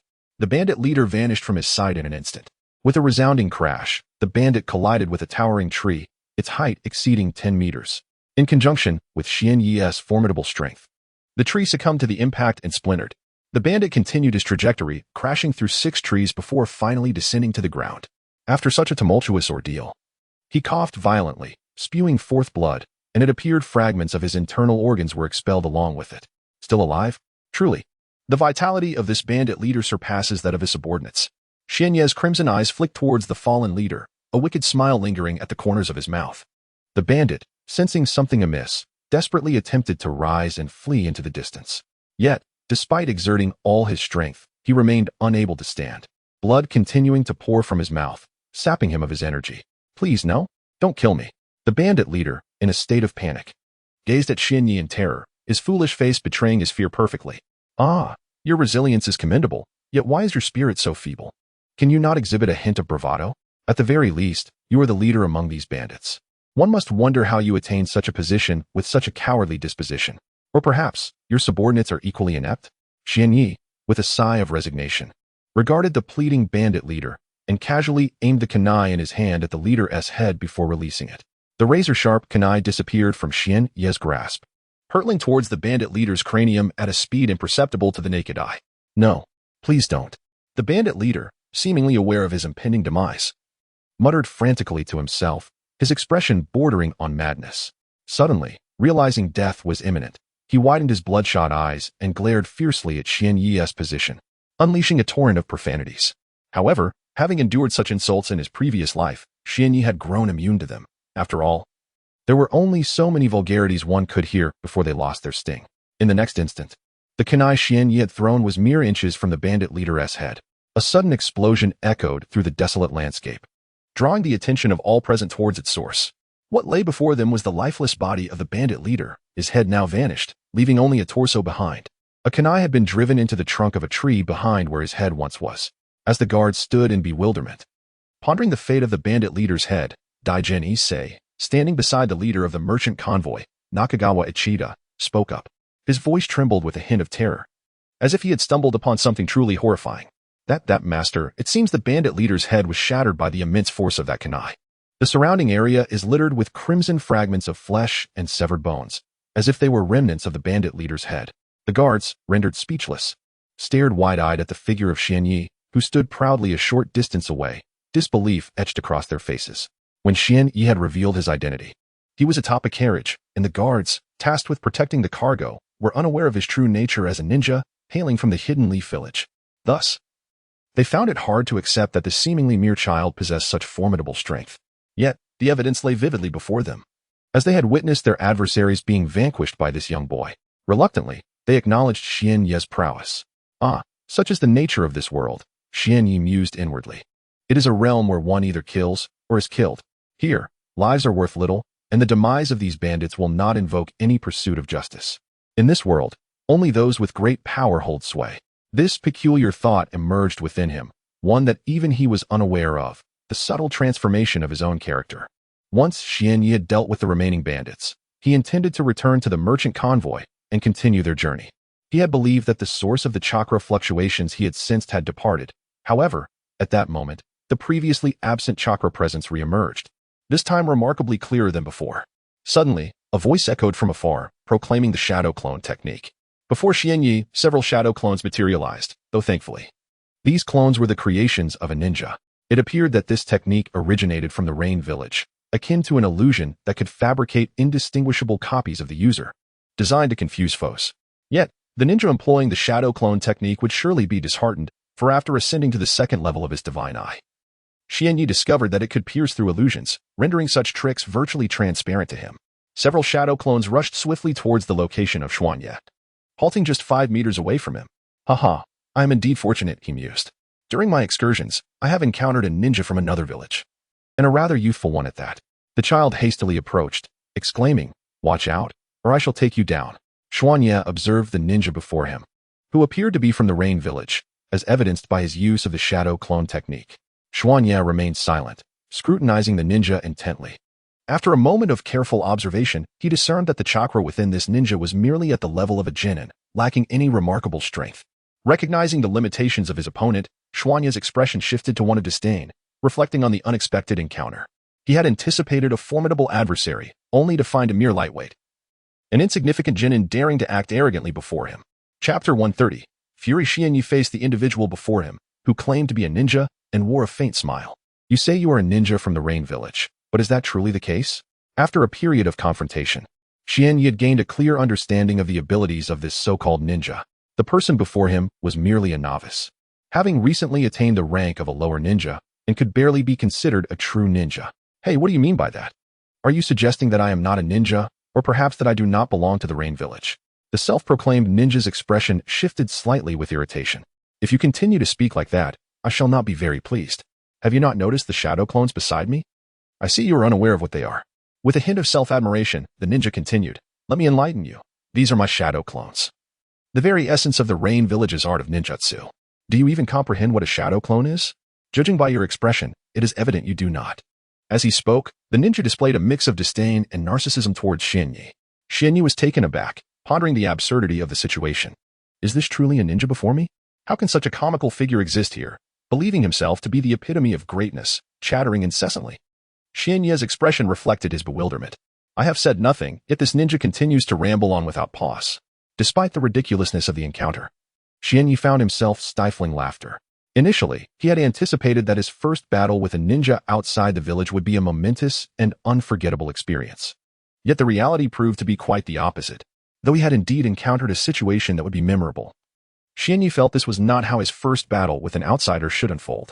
The comical ninja before him made it difficult for him to maintain focus. Look, I have said nothing, yet you persist in your endless chatter, as if there is an inexhaustible supply of words. As he faced this absurd ninja, Xianyi felt his initial tension dissipating. It was truly challenging to take such a figure seriously. All right, enough already. I understand that you are formidable. You may leave now. I shall spare your life, Xianyi said, a bemused smile on his face, as he waved his hand dismissively, hoping to encourage the ninja to depart swiftly. What do you mean by letting me go? Do you think your strength is insufficient to defeat me, prompting you to wish for my departure so that you may survive? The ninja replied, a hint of arrogance in his voice. I am aware of your insignificance, and I recognize that you are but a child. However, your desire to escape, to continue existing, is futile. Today, I shall surely bring about your demise. As he spoke, the ninja before Xianyi wore a smug expression, seemingly convinced of his inevitable victory, as if Xianyi possessed no chance whatsoever. Yet, unbeknownst to this ninja, the malice that had nearly dissipated within Xianyi was now slowly rekindling, fueled by the ceaseless taunts and disdainful scorn directed at him. Not only was the fury within him awakening, but the intent to kill this ninja was also steadily intensifying. At this moment, Xianyi was transforming from a seemingly harmless young boy into a harbinger of death, one who had claimed countless lives. If only this ninja had chosen silence, had simply walked away and distanced himself from Xianyi, the boy would have harbored no thoughts of retribution. He could have easily allowed him to depart unscathed. Yet, the audacity to insult him ignited a fire within. If he were to suppress his anger now, what would be the purpose of his pursuit of power? Was it not to enable him to pursue his desires, to protect those he cherished, to live freely and seek revenge when necessary? If someone were to stand before him, hurling insults without restraint, and he chose to remain passive, he might as well resign himself to mediocrity and abandon the arduous path of self-improvement. Regardless of how others may perceive it, Xianyi's thoughts were resolute. Anyone who insulted him must perish. Anyone who dared to challenge him would face the same fate. And should anyone threaten those he cared for, he would annihilate their entire lineage, without hesitation, regardless of who they were.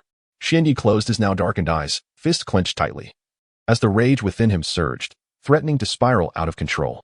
At this moment, his anger demanded release. Someone must die. For once he was enraged. Xianyi would not entertain lofty philosophies. His mind consumed by wrath, he understood only that those who provoked him must meet their end. Regardless of their identity or his own capabilities, someone must bear the brunt of his fury, endure the tempest of his wrath. Are you prepared? The eyes that had been shut abruptly opened, revealing a once calm, deep black now transformed into a furious red, brimming with anger and an insatiable thirst for blood. What do you mean, prepared, little brat? The ninja, lost in his own thoughts, glanced at Xianyi, initially intending to continue his tirade of profanities against the boy before him. However, he suddenly beheld a pair of blood-red eyes brimming with murderous intent and fury. Just a fleeting glance was enough to drench the ninja's back in a cold sweat, born from an overwhelming sense of dread. What manner of eyes were these? That they could evoke such terror? Since the moment he encountered Xianyi's crimson gaze, the ninja seemed to transform entirely. Once incessantly chatty, he now fell into an eerie silence, standing frozen in place, too afraid to utter a single word. His body, too, betrayed him, trembling involuntarily, as if gripped by an inescapable fear of death. Chapter 131. The conclusion of battle. What manner of eyes are these? Why did the gaze of this young specter suddenly transform into a crimson hue? Why does the sight of those eyes instill within me an overwhelming dread, coupled with an inexplicable fear lurking deep within my heart? The ninja dared not utter a word any longer. Rendered mute by a suffocating force that loomed before him, a terrifying presence that evoked fear without any action taken, uncertain if it was merely an illusion. The ninja sensed the emergence of a blood-red mist surrounding him, pondering silently its nature. Suddenly, his eyes widened in shock as he discerned something that filled him with trepidation. That mist, it appeared to emanate from the very essence of the young specter. Could this truly be the case? The ninja fervently shook his head, unable to accept the reality of what he had just witnessed. It cannot be. This is not real. Surely, my vision has deceived me. I must have misperceived it. The ninja rubbed his small eyes vigorously. When he reopened them, he found that the crimson mist had thickened, and the suffocating aura remained unabated, intensifying in tandem with the growing dread that enveloped him. How could this be? Why has everything transformed so abruptly? Why does this stifling presence now manifest, accompanied by this ominous blood-red mist? The ninja, standing before the young specter, could not fathom the situation, nor did he wish to comprehend it. At this moment, the malevolent energy within the heart of the young specter surged, the murderous intent within those blood-red eyes escalating. As the dark energy within him intensified, the concentration of the crimson mist in the air heightened, and the aura of fear gradually expanded. The gaze of the young specter fell upon the ninja nearby, the one who had incessantly hurled insults and slurs at him. I once believed I had developed immunity to such foul language. Yet hearing those derogatory words still unsettles me, igniting within me thoughts of retribution. Very well, since the seed of vengeance has taken root in my heart, let it be you who extinguishes the fiery wrath that now blazes within me. Perhaps you shall find honor in quelling the fury that consumes me. A sinister smile emerged on Xian Ye's face, merging seamlessly with the boundless malice that surrounded him. The eyes of the ninja before Xian Yi resembled the chilling grin of the Grim Reaper, as if death itself were smiling directly at him. In truth, the two were not so dissimilar. Xian Ye's smile was a manifestation of the intense fury burning within him, a fury that must be extinguished by the fragile life of that ninja. Otherwise, Xian Yi feared he might succumb to irrational impulses. Having already resolved in his heart that the ninja must die, what difference did his smile make compared to that of the harbinger of death? Are you prepared for the banquet of death? A raspy voice escaped Xian Ye's lips, sending shivers down the spine. It was the kind of sound that could easily frighten a child into tears. What do you want? What are you trying to do? The ninja before Xian Yi trembled, his legs giving way as he collapsed to the ground, his eyes wide with sheer terror as he gazed up at Xian Yi. The words that had just escaped Xian Ye's mouth felt to him like the decree of the king of hell demanding his soul. Weren't you just telling me to leave? You said I could go, didn't you? I'll leave now. I'll depart from this place. Please, please. The ninja stammered, his voice quaking with fear. A hint of sobbing laced within. Weren't you claiming to be a ninja? A shinobi from the Rain Village? Is this the standard of all ninjas from your village? Xian Yi regarded the ninja before him with a mixture of disdain and mockery. I am merely a lowly genin, just a small, insignificant genin. I beg you, spare me. I implore you to let me go. The ninja quaked as he pleaded, fear almost bringing him to tears. Humph, and now you wish to flee? Just moments ago, when I offered you the chance to escape, you chose to remain. Now, having provoked my wrath, you seek to depart? Let me tell you, such things do not occur in this world. Today, your death is inevitable. Xian Yi narrowed his eyes, an alluring smile playing on his lips, as he drew a sharp kunai from his pocket. In this desolate land, sunlight poured down, illuminating the dark kunai, which gleamed with a blinding radiance. To the ninja, it appeared as the final light before the embrace of death. Please, no. Don't kill me. I beg you. The ninja fell to his knees, desperately bowing before Xian Yi in a futile attempt to plead for mercy. Yet, such supplications did nothing to quell the raging inferno of anger within Xian Yi.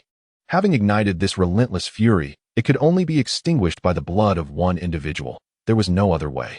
Alas, it is truly lamentable for a ninja to be regarded in such a manner. A ninja ought to advance boldly, unperturbed by any hardships or suffering, steadfastly moving forward. Xian Ye's voice was barely a whisper, seemingly filled with sorrow upon witnessing the actions of the ninja before him, and mourning for the very profession of being a ninja. In an instant, Xian Yi slightly raised the dark and exceedingly sharp kunai in his hand, propelling himself swiftly toward the position of the ninja. A black trajectory appeared in the air, culminating behind the ninja, where droplets of crimson blood began to trickle down the blade of the kunai, cascading to the ground below. Suddenly, a sharp sound resonated from behind Xian Yi, the chilling noise of the weapon making contact with flesh. A vivid spray of blood erupted from the ninja's neck, revealing a horrific crimson gash. This wound had been inflicted without the ninja's awareness. With a thunderous thud, the ninja beside Xian Yi collapsed to the ground. Eyes wide in shock, body trembling slightly as torrents of blood gushed from his neck, quickly forming a large pool beneath him. Gently, Xian Yi retrieved a short towel from his white attire, using it to wipe the blade of the kunai stained with the deep red blood. Chapter 132.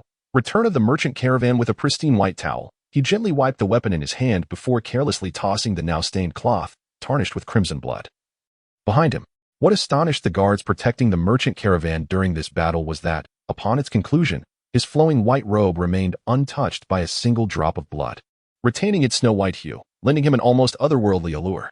He turned slowly, regarding the ninja from the Rain Ninja village behind him, who, due to the gruesome gash across his neck, had suffered a fatal loss of blood, culminating in his agonizing demise. Staring blankly at the lifeless ninja, whose eyes remained wide with terror even in death, he pondered the harshness of this world. Why must it be so cruel, with death and bloodshed lurking at every turn?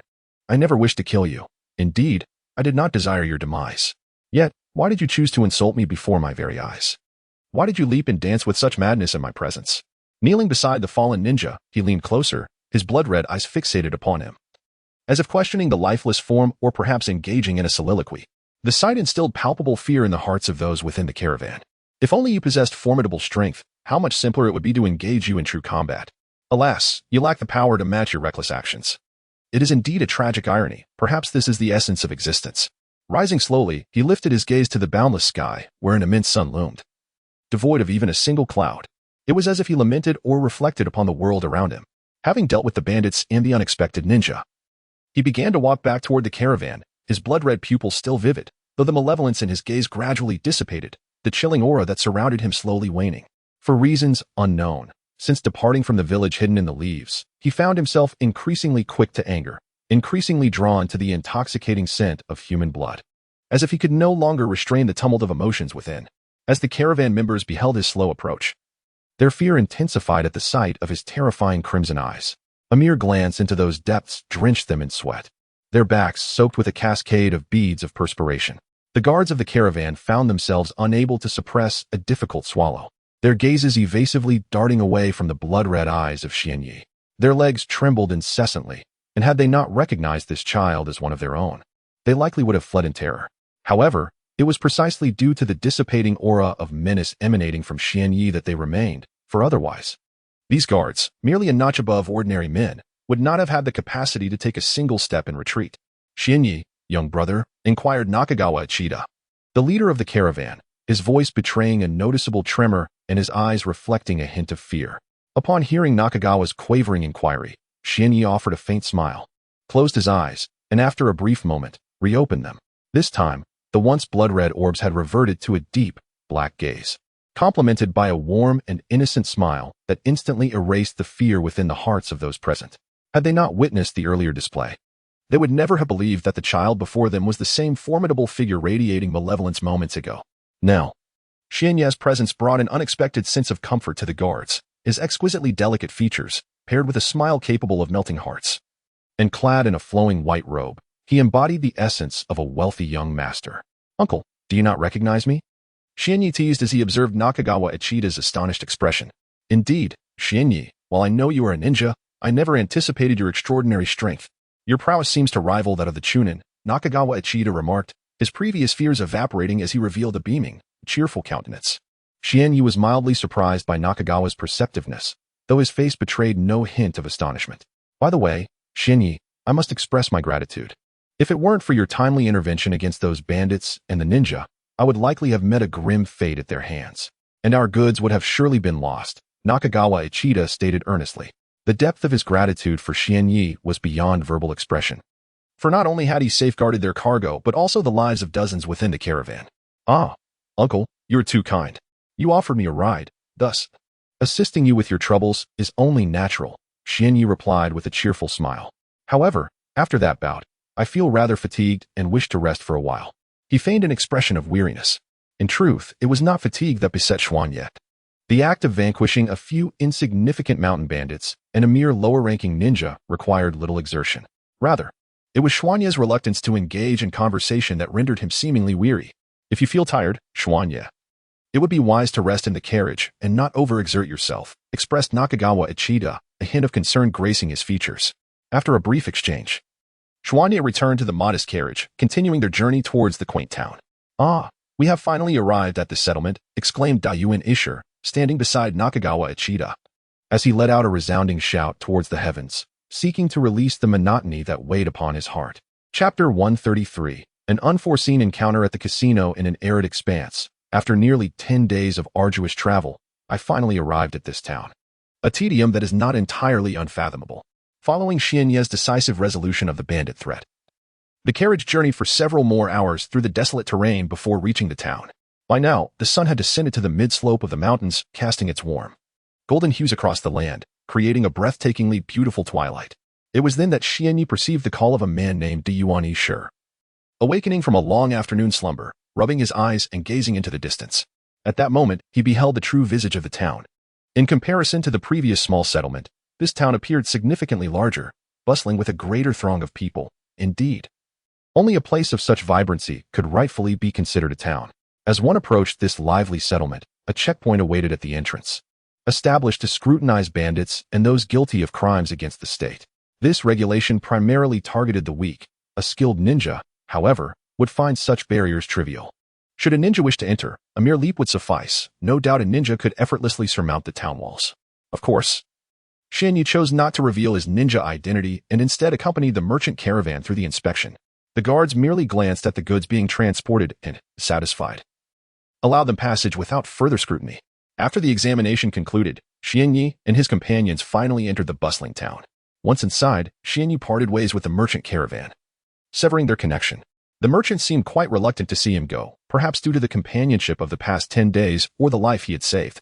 Whatever the reason, separation was inevitable. After bidding farewell, Xianyu wandered leisurely through the town, indulging in its myriad attractions and sampling a variety of delectable street foods. Frankly, the array of snacks available was astonishing, with stalls lining both sides of the quaint streets, each offering a delightful treat. The flavors were exquisite, and being in this town felt akin to residing in paradise, filling him with an overwhelming sense of bliss. As he explored, he thought, I must try some skewered grilled squid, and a few skewers of grilled fish as well, not to mention some grilled meat. Oh, and I mustn't forget those delightful meatballs. At a roadside stall, Xianyu stood at the forefront, surrounded by a multitude of onlookers, indicating a thriving business with a diverse array of delectable offerings. Delicious, truly delightful, he mused, savoring his skewers of various grilled meats, alternating bites with enthusiasm. Curiously, since departing from the Hidden Leaf Village, Xianyu's appetite had notably increased. After his eyes had turned crimson during a recent encounter, his hunger had seemingly doubled. He could not fathom the reason, yet it posed no harm. With ample funds at his disposal, he felt little concern. After indulging in nearly every delicacy the street had to offer, he found his hunger finally satiated, the gnawing sensation in his stomach dissipating. He had spent nearly 2,000 taels, and in his mind, he mused about the resilience of this currency. With approximately 3 million taels remaining, he believed it would suffice for his time spent outside. Should it prove inadequate, he could always resort to unconventional methods without hesitation. Wandering aimlessly along the street, Xianyu contemplated enigmatic matters unknown to others. Having arrived in this town, he felt it prudent to explore further. Neglecting to enjoy himself would be a disservice, especially after the long hours spent in a carriage. As he strolled through the expansive town, he was drawn to a raucous establishment. What manner of place was this, he wondered, to incite such uproar? Why were the patrons within shouting with such fervor? Was it not exhausting?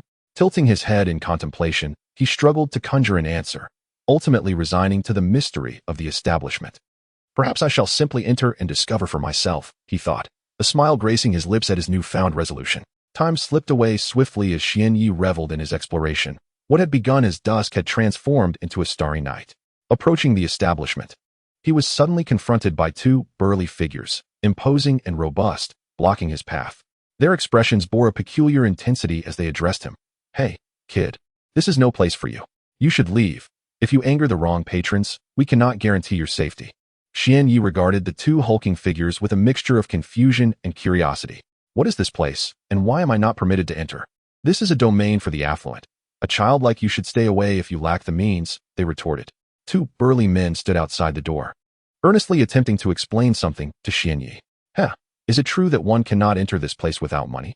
Xianyu chuckled, initially unaware of the nature of the establishment. However, upon hearing the fervent shouts of big, big, big, small, small, small, from within and the men's insistence that one must possess money to enter, his suspicions were confirmed. Xianyu extended his hand, retrieving several thousand taels of silver notes from his pocket. He waved the notes in front of the two robust men, smiling as he inquired, now that I have money, may I enter? One of the burly men appeared to want to say something further, but the other, who had remained silent until now, tugged at his companion's arm, conveying a knowing glance. Consequently, the man who initially intended to obstruct Xianyu's entrance fell silent, though a hint of reluctance lingered in his eyes. Esteemed young sir, since you possess wealth, how could we deny you entry? Please, do come in. This establishment is precisely designed for affluent patrons like yourself. If you are deemed unworthy to enter, then who else could possibly qualify? The smiling giant slightly bent his waist, addressing Xianyu with courtesy. Afterward, he quickly stepped aside, allowing the youth to pass. As Xianyu began to step into the casino, the expression of reluctance in the eyes of the other burly man intensified, and he involuntarily took a step towards Xianyu's position. Chapter 134, however, just as the robust man took a step forward, his companion swiftly grasped his arm, shaking his head with a look that conveyed a silent warning, urging him not to commit a grave mistake. The kind-hearted giant could only sigh in resignation, watching the retreating figure of Xian Yi, shaking his head in helplessness. Despite the considerable sum of silver notes that Xian Yi had just displayed, the man understood all too well that this casino was a voracious beast, relentlessly devouring wealth. Regardless of the amount one entered with, this establishment possessed the uncanny ability to strip away every last coin. In his heart, the stout man silently mourned for the young child who had rushed over, for he too had a family. He realized that if he were to forcibly eject the child, his own days would likely turn sour. Unbeknownst to the two men, Xian Yi, with his back turned towards them, was fully aware of the giant's good intentions, recognizing the desire to shield him from the misfortunes of gambling. Though the man ultimately did not intervene, Xian Yi appreciated the sentiment. With a faint smile gracing his lips, Xian Yi quickened his pace into the casino. In his previous life, he had harbored ambitions of amassing wealth through gambling, dedicating considerable time and effort towards this goal. He had even trained his hearing to discern the sounds of the dice. His intention was to listen closely to the dice's roll and bet on the numbers he perceived. However, the casino proved far more complex than he had anticipated. Not only were there loaded dice to contend with, but the soundproof materials used within the establishment left him in despair. Thus, his dreams of striking it rich overnight through gambling were shattered, dissipating without a trace. Upon entering the casino, Xian Yi squinted his eyes, surveying the chaotic scene before him. The first thing that caught his eye was a table surrounded by numerous individuals, each one red-faced and bellowing mindlessly, shouting big, big, or small, small. The atmosphere was thick with smoke, rendering Xian Yi exceedingly uncomfortable. Why did the casino in this world of Naruto differ so drastically from his previous experience?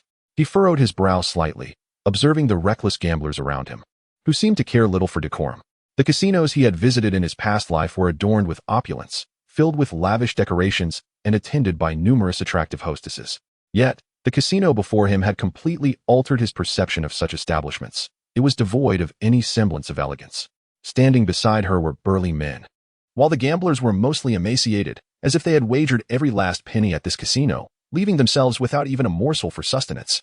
Within this establishment, numerous expansive tables were present, at which several individuals were shaking dice, while a larger crowd gazed intently at the dice thrower, fervently shouting the numbers they yearned for. However, in this world, the casino did not seem too terrible. At least the dice were not weighted, suggesting that this establishment relied on skill for its profits. With this thought, Xian Yi mused that perhaps he could earn a modest sum here. Determined to profit, he pushed his way to one of the tables, eyeing the already bustling crowds with a sense of resignation. With great effort, he managed to jostle his way past the person in front of him, ultimately squeezing into a spot. The fervor of the gamblers was palpable. Once the game commenced, they abandoned all restraint, consumed by wild shouts. Finally, Xian Yi found himself at a table, eager to discern the nature of the game, knowing that understanding it would facilitate his strategy.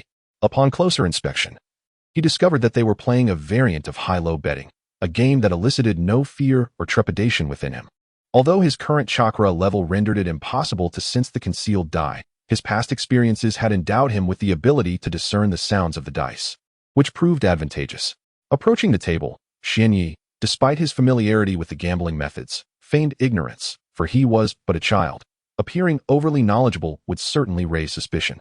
Harboring this thought, he inquired of the casino staff member responsible for the dice. "Excuse me, could you please enlighten me about how this game is played?" The attendant, a lanky man who had been wearing a rather lecherous grin, was startled by Xian Yi's sudden appearance, thinking to himself, "When did this child materialize before me? He nearly frightened me to death." Although displeased by the interruption, the employee recognized the importance of maintaining decorum in a casino, where the patrons were the lifeblood of the establishment. Thus, he resolved to treat the customers with utmost respect, for they entered with wealth, and wealthy patrons were indeed the lords of the realm. Once they had relinquished all their funds into the casino's coffers, the staff could then assume a position of authority over them, treating them as they pleased. "Ah, dear guest, welcome to our casino, where the game is one of chance.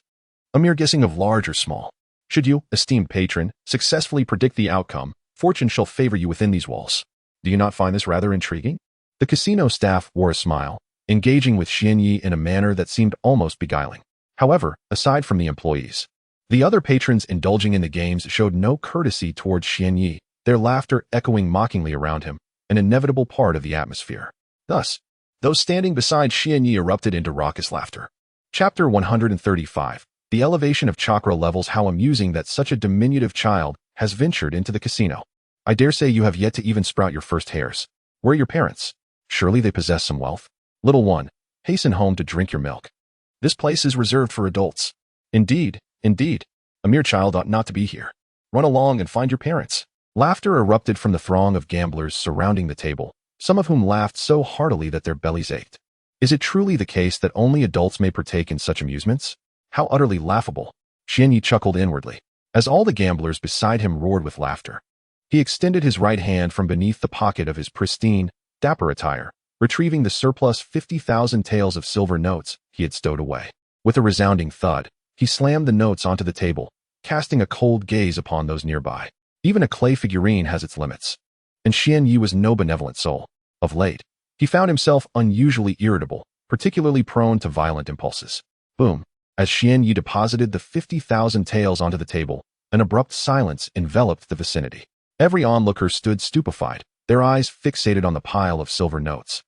Disbelief etched upon their faces. Yet, the 50,000 taels lay before them, undeniable and tangible. Instantly, the atmosphere shifted to one of hushed awe. With nearby gamblers gazing at the notes, their eyes now glistening with fervor. This sum was far from insignificant. For an ordinary family, it would take over a year of relentless toil without sustenance to amass such wealth. With the sight of the 50,000 taels, the expressions of the onlookers towards Xianyi transformed. Initially, they perceived him merely as an ignorant child, oblivious to the workings of the world. However, now that he had produced such a sum, it was evident that this young lad was indeed a significant patron of the establishment. A staff member, standing by the table, promptly approached Xianyi with a smile. Sir, our gaming rules are rather straightforward. We have but one form of betting, high or low. Allow me to explain. We employ 3 dice, and their total can reach up to 18 points. Numbers 1 through 9 are classified as low, while 10 through 18 are deemed high. Additionally, should 3 matching numbers appear, it is referred to as a triplet, which yields the greatest winnings. The casino employee swiftly elucidated the rules of the game, though Xianyi was already well versed in these basic principles. Nevertheless, as a child, he feigned ignorance. Yes, I understand. I wish to partake in this game. Please commence rolling the dice promptly and do not waste any time. Xianyi deliberately displayed a sense of urgency on his face, pretending to be a wealthy young master, a typical scion of affluence. The individual shaking the dice, upon witnessing Xianyi's demeanor, could not help but feel elated, as such individuals essentially served as benefactors to the casino, with the majority of profits derived from these affluent young men. Soon, the dice worker began to shake the circular cup containing 3 dice, a cup of opaque black material, rendering it impossible to discern whether the dice within were high or low. Xianyi quietly channeled his chakra, extending it outward towards the cup held by the worker. Although he felt it was improbable, he was astonished to find that his chakra could penetrate the cup, allowing him to clearly see the numbers on the dice inside. Bewildered, Xianyi pondered the situation, questioning how this was possible given that he was merely a novice ninja. Suddenly, an epiphany struck him. Host name, Bofeng Xianyi. Host gender, male. Host chakra volume, genin level proficiency, 40,000, maximum 300,000. Host ninjutsu, basic body techniques proficiency, maximum. Divine eye, level 2, proficiency, 17,000, maximum 100,000. Golden bell shield, proficiency, 17,000, maximum 100,000. Shadow clone technique, proficiency, 9,000, maximum 10,000. Half moon slash, proficiency, 1,000, maximum 100,000. Host taijutsu, tai chi palm proficiency, 16,000, maximum 100,000. Divine combat technique level 2, quadruple enhancement proficiency, 10,000, maximum 500,000. Host strength, shunin level proficiency, 106,500, maximum 500,000. Host secondary profession, healer. After accessing his basic information within the system, Xianyi suddenly comprehended everything. It was inconceivable that a novice ninja's chakra could penetrate that solid black cup to reveal the numbers on the dice. However, if his ninja rank were elevated to genin, such a feat would indeed be achievable. He realized that he had overlooked the fact that chakra proficiency would naturally increase. After several days of travel, his once meager novice ninja chakra had finally ascended to the level of genin. Now, with the enhancement from novice to genin, the total volume of his chakra had multiplied by tenfold, and not only had the total volume vastly increased, but the quality of the chakra had also seen significant improvement, indicating that it was now far more durable. However, this is not the moment to dwell on such matters. The paramount concern now is to secure a bit more fortune within this casino. Although Xian Yi already possesses a staggering sum of nearly 3 million taels in silver notes, who among us can resist the allure of wealth? The more one has, the better, especially in a situation where acquiring money is so conveniently within reach. To forego the opportunity to amass a little more would indeed be a disservice to oneself. At present, my chakra has ascended to the level of a lower ninja, and the initial intention of discerning the dice's numbers through sound has become unnecessary. Instead, I can discreetly channel my chakra into the black cup held by the dealer to ascertain whether the dice reveal a high or low outcome. At this juncture, the dealer is already shaking the black cup in his hand, once, twice, thrice. The attention of all the gamblers present has been captivated. Their eyes, some tinged with bloodshot hues, are fixed intently on the black cup, fearful of missing even the slightest detail. Chapter 136. The gambling god. The act of rolling the dice inevitably reaches its conclusion. After nearly a dozen shakes, the croupier gently placed the black cup on the table before him, a smile gracing his face as he addressed the eager crowd. All right, everyone, place your bets quickly. Once the time is up, there will be no more opportunities.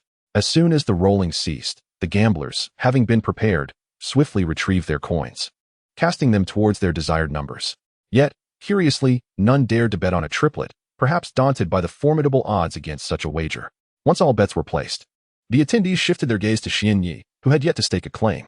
Noticing the collective attention upon him, Xian Yi merely smiled faintly, channeling a small portion of his chakra into the ebony cup. In no time, the chakra penetrated the depths of the cup, revealing 3 square dice, which astonishingly displayed 3 ones, a triplet. This revelation filled Xian Yi with surprise. With the knowledge he sought now in hand, a self-satisfied expression blossomed on his face. He promptly wagered all 50,000 silver notes he possessed on the triplet. The onlookers were rendered speechless, their astonishment palpable as they witnessed the audacity of this young boy betting on a triplet from the outset. Does this little rascal not understand the art of gambling? Betting on 3 ones right away? Does he not realize how difficult it is to land such a roll? They jeered. Laughter erupted among them, their mirth uncontrollable as they doubled over in amusement. Unfazed by their scorn, Xian Yi simply smiled, thinking to himself, "You may mock my wager now, but soon enough, you will regret not joining me in betting on the triplet." Even the croupier wore a smirk, seemingly amused by Xian Yi's youthful naivety. "All right then, the betting is closed. Is there anyone else wishing to place a bet?" he inquired, scanning the crowd. No one responded. The gamblers were too eager for the outcome, urging him to proceed. "Well, since there are no further bets, I shall reveal the results," the croupier declared. Slowly, he reached for the black cup containing the dice, and under the watchful eyes of the crowd, he finally lifted it. As the cup was unveiled, everyone gasped, their expressions shifting to disbelief. The reason for their astonishment was clear. The dice indeed showed 3 ones, with the odds for a triplet being 8-1. The casino was obliged to pay Xian Yi 400,000 silver notes, in addition to the 50,000 he had originally wagered, totaling an impressive 450,000 silver notes. In response to such an outcome, the dealer exhibited only a modicum of surprise. After all, apart from this young lad who had managed to earn a modest sum, the others had incurred losses. At this table, the casino had amassed a total of 10 million taels in silver notes, a mere trifle compared to the paltry 400,000 taels that Xian Yi had garnered. However, from the perspective of the other gamblers, the situation was quite different. They could scarcely believe that this young boy had struck lucky, especially with a 3 of a kind. Although the sum he won was insignificant compared to the wealth of the affluent, the fact that this boy had indeed won left them feeling quite disgruntled. They could not fathom how this young lad managed to succeed where they had failed. As the tension in the air grew thick once more, one of the gamblers at the table erupted into laughter. "Look at you all. This boy has merely had a stroke of luck. Is that really worth such a fuss?" Upon hearing this, smiles began to emerge among the crowd. Indeed, this young lad had simply enjoyed a moment of fortune. Who among them had not experienced a lucky break? The atmosphere of silence was thus dispelled, and the dealer resumed the shaking of the dice. The pure black cup in the dealer's hand began to tremble with rapidity, his arm maintaining an exquisite balance throughout the motion. This peculiar rhythm intrigued Xian Yi, who pondered whether it might be a special technique associated with the art of dice rolling. Eventually, the shaking ceased, and with a decisive motion, the dealer placed the black cup upon the table, smiling as he addressed the gamblers. "Ladies and gentlemen, please place your bets. Time waits for no one." Upon the announcement, the gamblers eagerly retrieved their funds, placing their wagers on the positions they had long contemplated. Having observed the numbers within the black cup, Xianyi was acutely aware of where to place his bet for a chance to win silver. Without a moment's hesitation, he pushed all his silver notes towards the position of 3 sixes. The other gamblers cast incredulous glances at the young boy once more, astonished that he would bet on 3 of a kind again. Did he truly believe that hitting such a combination was so effortless? This time, let us ensure that this young lad walks away with nothing, was the shared sentiment among the assembled gamblers.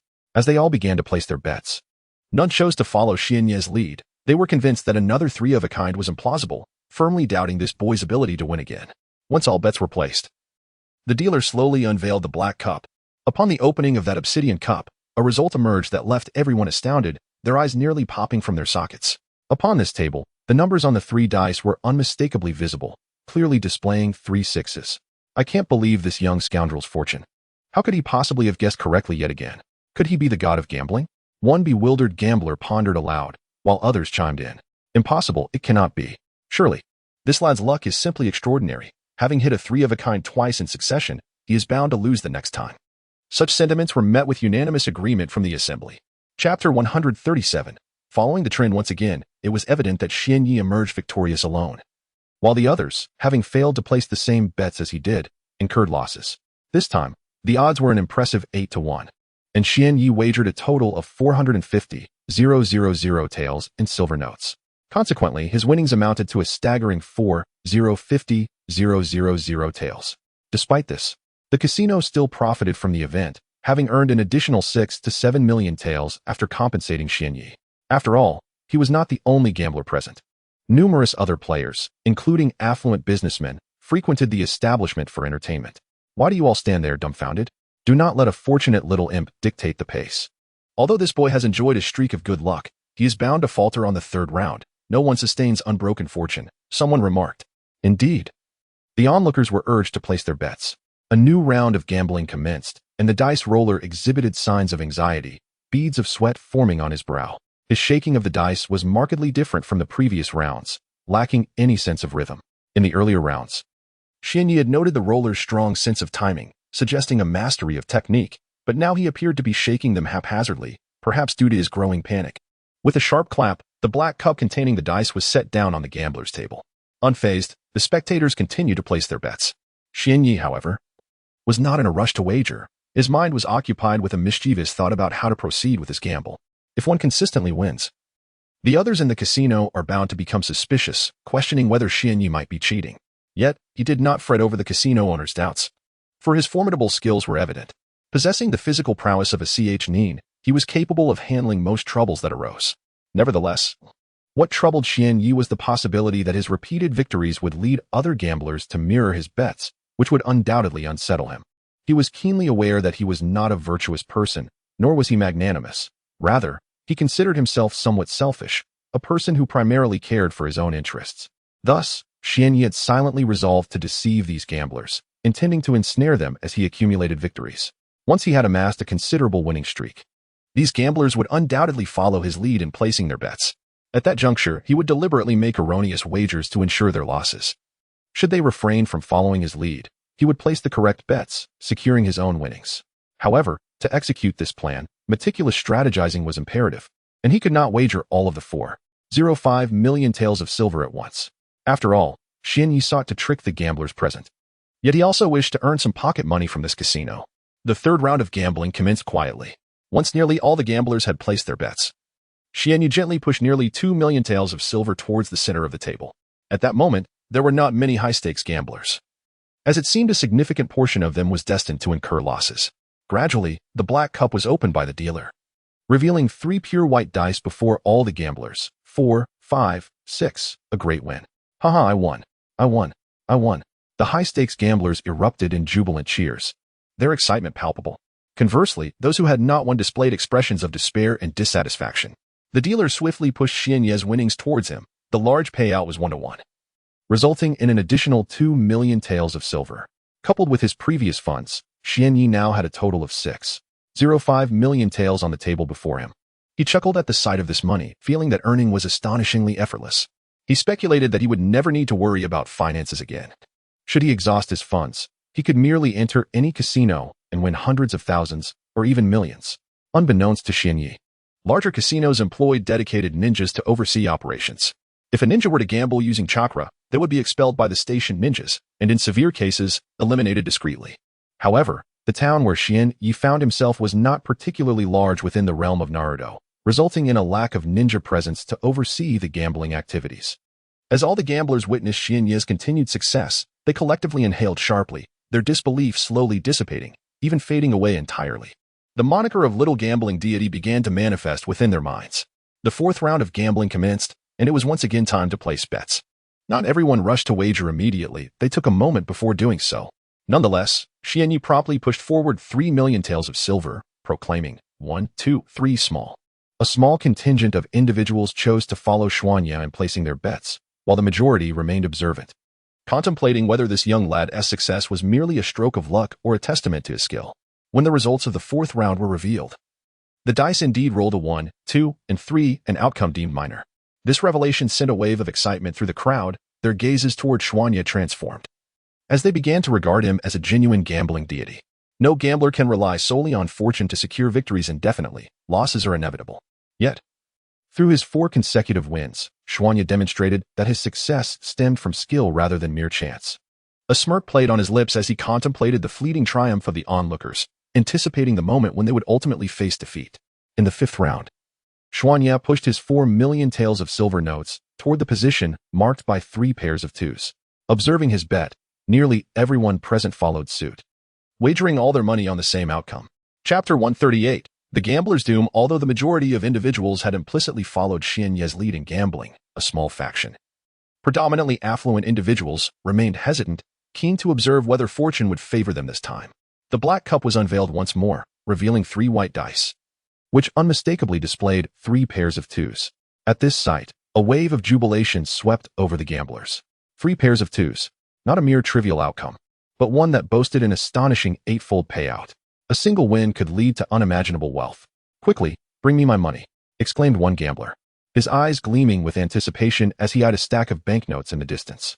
Yes, hurry up and bring it to me. What are you dawdling for? Do you intend to withhold it?" The casino staff, under the immense pressure of the gamblers, found themselves in a most precarious position. Could they dare refuse? It was inconceivable. The sight of the frenzied, red-eyed gamblers made it clear that refusal would likely result in a brutal confrontation. Moreover, the casino's reputation would suffer, leading to a decline in patrons and, consequently, a decrease in profits. However, no one anticipated that yet another pair would emerge. If it were any other result, it might have been acceptable, but the sight of a pair had indeed turned the tables, especially with so many betting on this small demon's luck. The casino was truly hemorrhaging funds. Momentarily stunned, the staff members struggled to distribute the winnings. Another round of gambling commenced.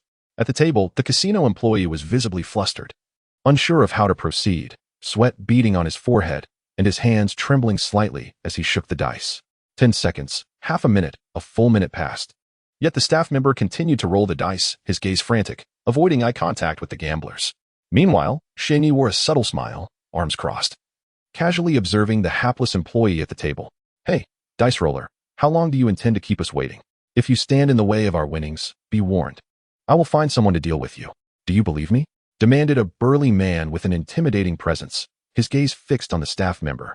Upon hearing the man's words, the employee's hand quaked, and the sweat on his brow intensified. "More content is loading. Please hold on. This site only supports mobile browser access. If you see this paragraph, it indicates that the chapter content failed to load. Please disable reading modes, ad blockers, and copy the URL to another browser to continue reading." I believe. How could I not?" the employee thought to himself, recognizing the unmistakable aura of a formidable figure before him. "Forget it. After all, the money earned by this casino does not belong to me. If I lose, then so be it. If the boss inquires later, I shall shift the blame onto that little brat." The staff member silently contemplated this in his heart. Upon entertaining such thoughts, he felt a significant sense of relief, and the professional smile he had worn for years reappeared on his face, along with the rhythm of shaking the dice. Bang! "Place your bets, everyone. Hurry up and place your bets. Time waits for no one," he shouted once more. However, this time, all the gamblers were not placing their bets, but were instead fixated on the little brat. Wherever that child chose to place his bet, they would follow suit. Xianyi surveyed the surroundings, smiled, and felt it was time to execute the plan he had in mind. He began to channel his chakra, guiding it to penetrate the pitch-black cup, revealing the numbers inside. 3, 4, 5, a sizable outcome. After observing, Xianyi produced a 10 million tael silver note from before him and placed his wager on the 3 pairs of twos. Everyone present erupted in laughter upon seeing the little brat's bet. It seems I am destined to win big again, with an 8-fold payout. Today truly is my lucky day. Not a single gambler in attendance lacked a smile. And they swiftly placed all their money on the position of the 3 pairs of twos. Xianyi chuckled, genuinely delighted. The staff member, noticing the little brat's grin, felt a tightening in his chest. Damn it, could it be 3 pairs of twos again? I should have known better than to come to work today. I might have won a little something for my wife. The staff member wore a face of despair, while all the gamblers urged, hey, hurry up and reveal it. Then bring over my winnings without dawdling. This sentiment was shared among the crowd, and thus the staff member dared not offend them. He quickly opened the black cup. Hurry, bring me my money. Some gamblers didn't even glance, directly demanding their due silver from the staff member. However, a few more rational gamblers took a look at the numbers on the dice. Upon seeing them, they were struck with disbelief. No way, could I be seeing things? Did I misread? Those who had observed the numbers on the dice could hardly believe their eyes, rubbing them vigorously. Yet, after doing so, the numbers remained 3, 4, 5, an impressive outcome. Now, they were all dumbfounded. These gamblers had wagered every last bit of their silver, having been led to believe in the extraordinary luck of the little brat from Xianyi's previous performances.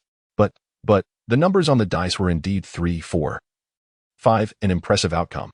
This situation was unbearable for countless gamblers, as most of them cast glances filled with animosity towards Xuanya, their eyes gradually revealing faint traces of bloodshot irritation, seemingly indicating that their resentment towards him was deepening.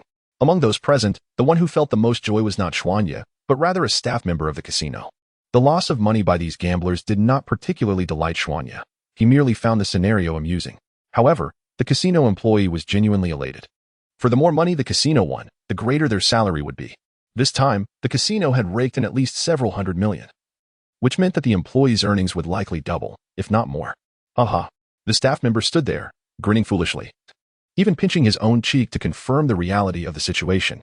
To his delight, the pinch elicited a sensation of pain, affirming that what was happening was indeed real. Chapter 139. Departure from the casino. Gradually, a few burly men emerged from among the group of gamblers, their expressions fierce as they approached Xianyi. Grasping Xianyi's white robe tightly, they demanded loudly, Kid, did you do this on purpose? You managed to win before, yet this time you lost. Tell us, was it intentional? Excuse me, do I know you? Your loss has nothing to do with me, Xianyi replied, his face a mask of indifference, seemingly unperturbed by the imposing figures before him. It is because of you that we lost our silver. Therefore, you must compensate us for our losses. As they spoke, the men revealed playful smirks, moving toward the pile of winnings that Xianyi had secured, reaching out to claim it all. At that moment, a chill spread across Xianyi's face, and a surge of anger began to simmer within him. His once tranquil heart, akin to a still surface of water, was now undergoing a silent transformation. Just as the burly men were about to seize the silver notes resting on the table, the atmosphere turned frigid. Should you dare lay your filthy hands on what is mine, you will come to regret it, Xianyi warned, the air thick with tension. The silence was palpable, and soon he managed to quell the rising fury within, dissipating the coldness that had enveloped the scene. What just transpired? Why did I suddenly feel fear towards that kid? He is merely a boy, devoid of any real strength. There is no need for me to be afraid. With this thought, and with all the gamblers around them focused on the unfolding drama, he realized he could not back down. He had to show some ferocity. You think I will regret taking your money? Today, I shall take it. I will stand right here and watch how you make me regret it, the burly man bellowed, his laughter echoing, aimed not only at Xianyi but also at the other gamblers.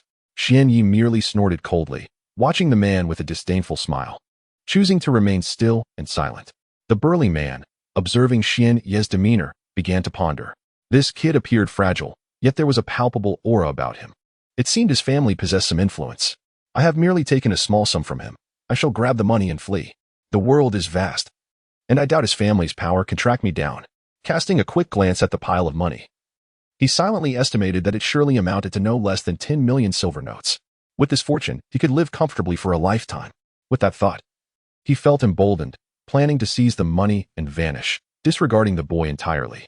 After a moment's contemplation, the burly man quickly donned a broad grin, eager to display his bravado before the others, and swiftly extended his robust hands. With outstretched hands, he lunged towards the pile of money. Just as the burly man intended to seize all the banknotes and depart, Xian Yi made his move. Unbeknownst to the onlookers, he stealthily drew a sleek, dark kunai from the pocket of his white robe with his right hand, employing merely a fraction of his utmost speed, 1/10. To be precise, he effortlessly severed both of the burly man's arms. After all, Xian Yi possessed the strength of a mid-level ninja, amplified fourfold by the divine martial arts, rendering him 4 times more formidable than an average ninja of his rank. Even at this diminished speed, the lethality was nothing short of terrifying. With a sickening sound, the burly man's arms were brutally cleaved apart, and upon closer inspection, one could see that the incisions were remarkably smooth. Such precision demanded not only immense power but also refined technique, qualities that Xian Yi undoubtedly possessed.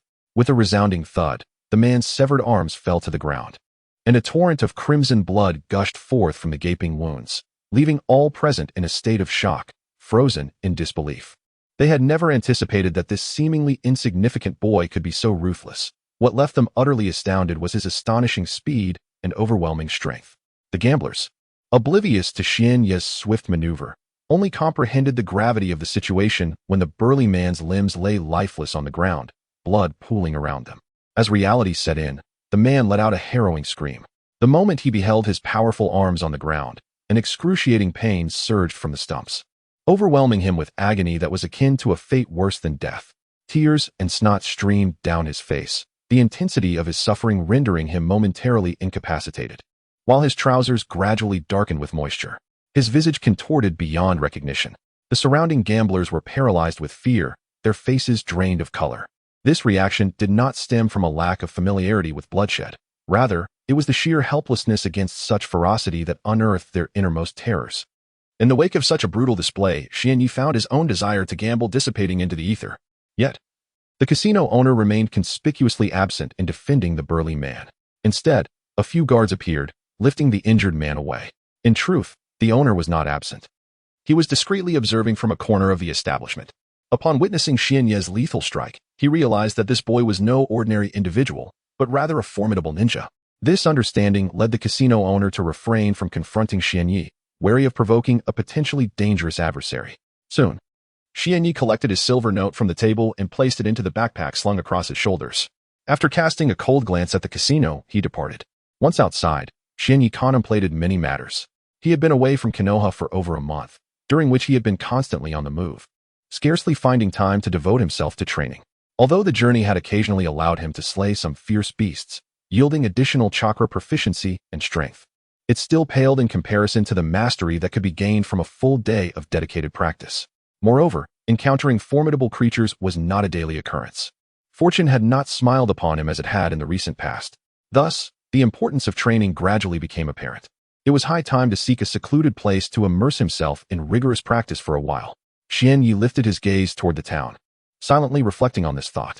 Chapter 140. The consequences of the stalker within the confines of that casino, the accumulated wealth, when combined with what I already possessed, now amounted to approximately 20 million taels in silver notes, a considerable sum, indeed.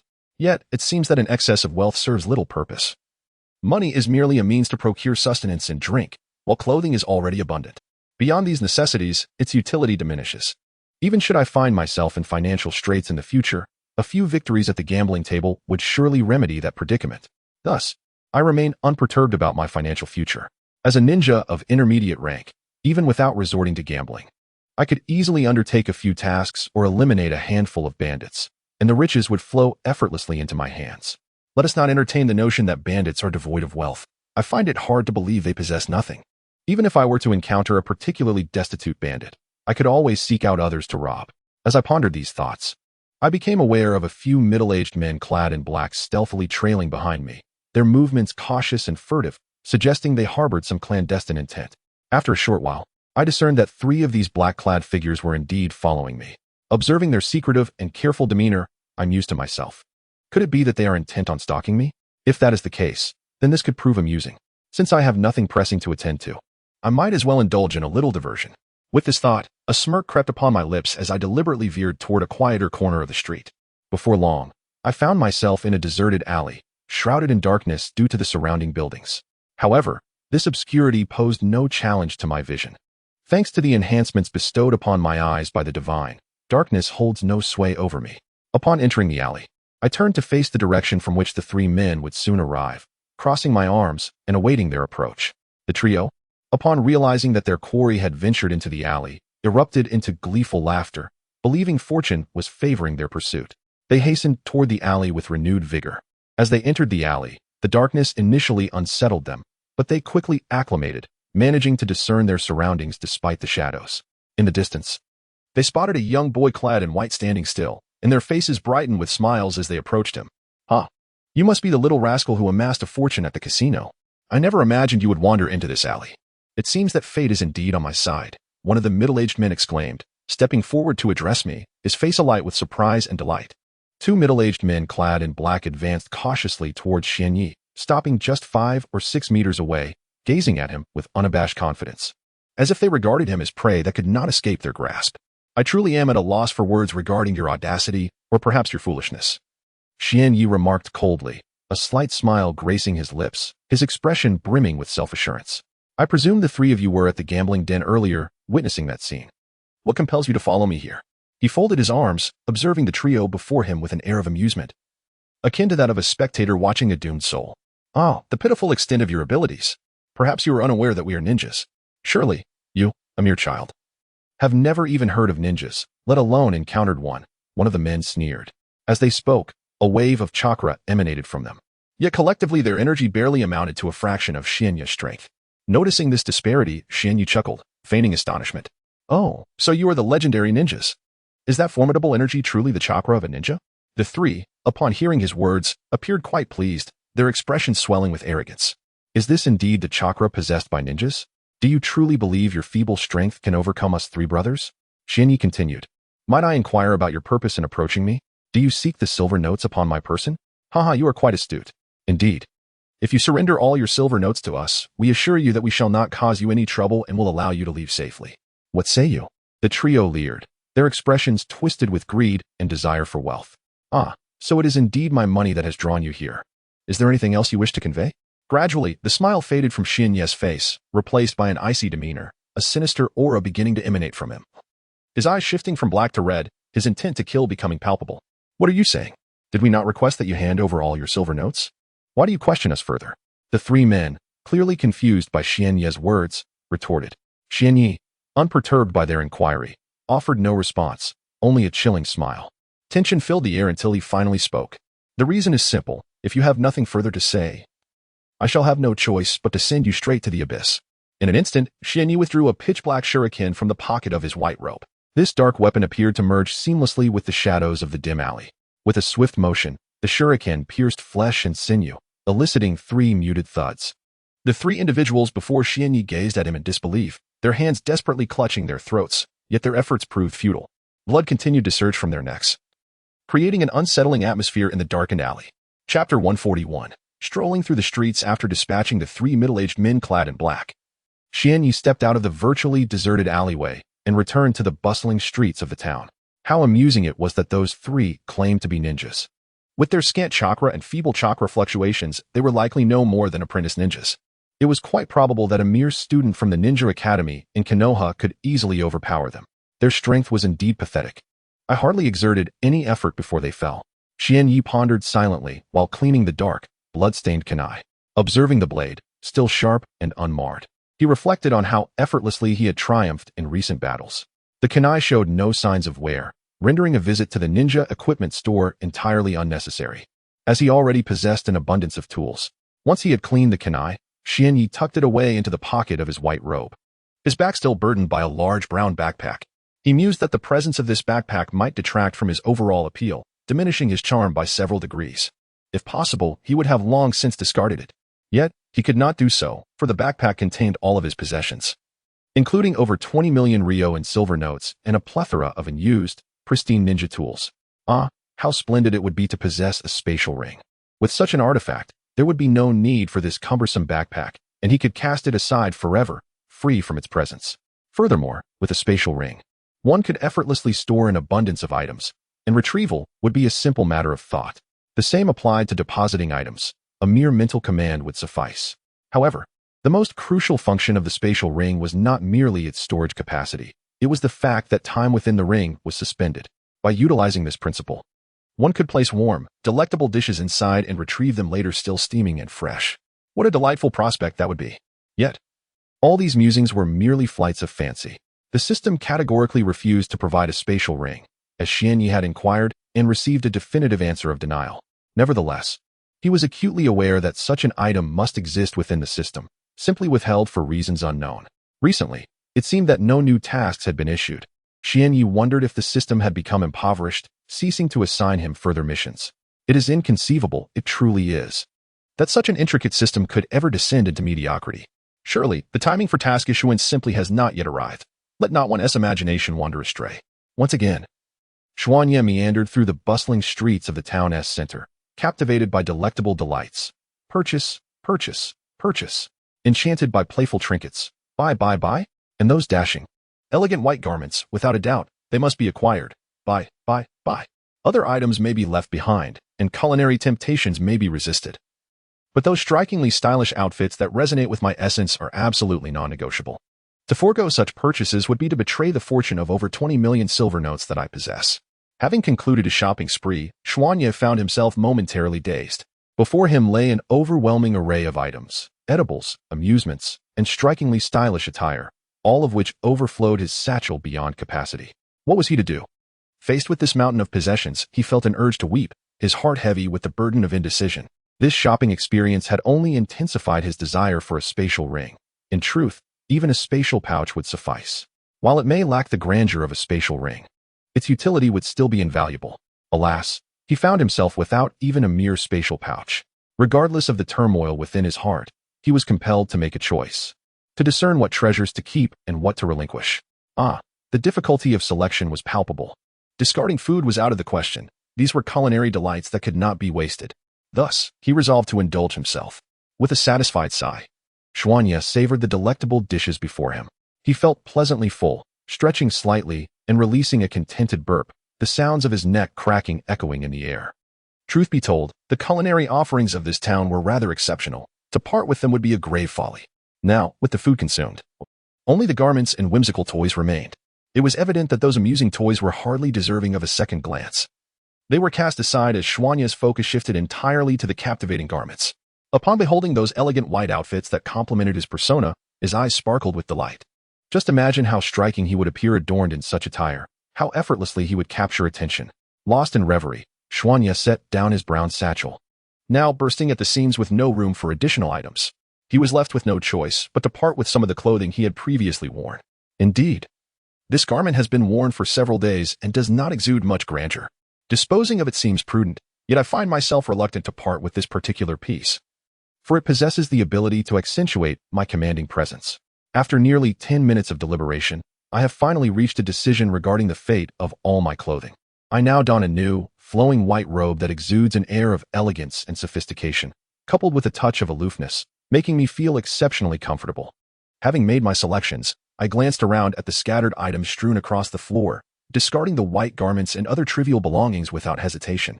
After all, I am currently unburdened by financial constraints. Should I find myself in need, I can always procure more.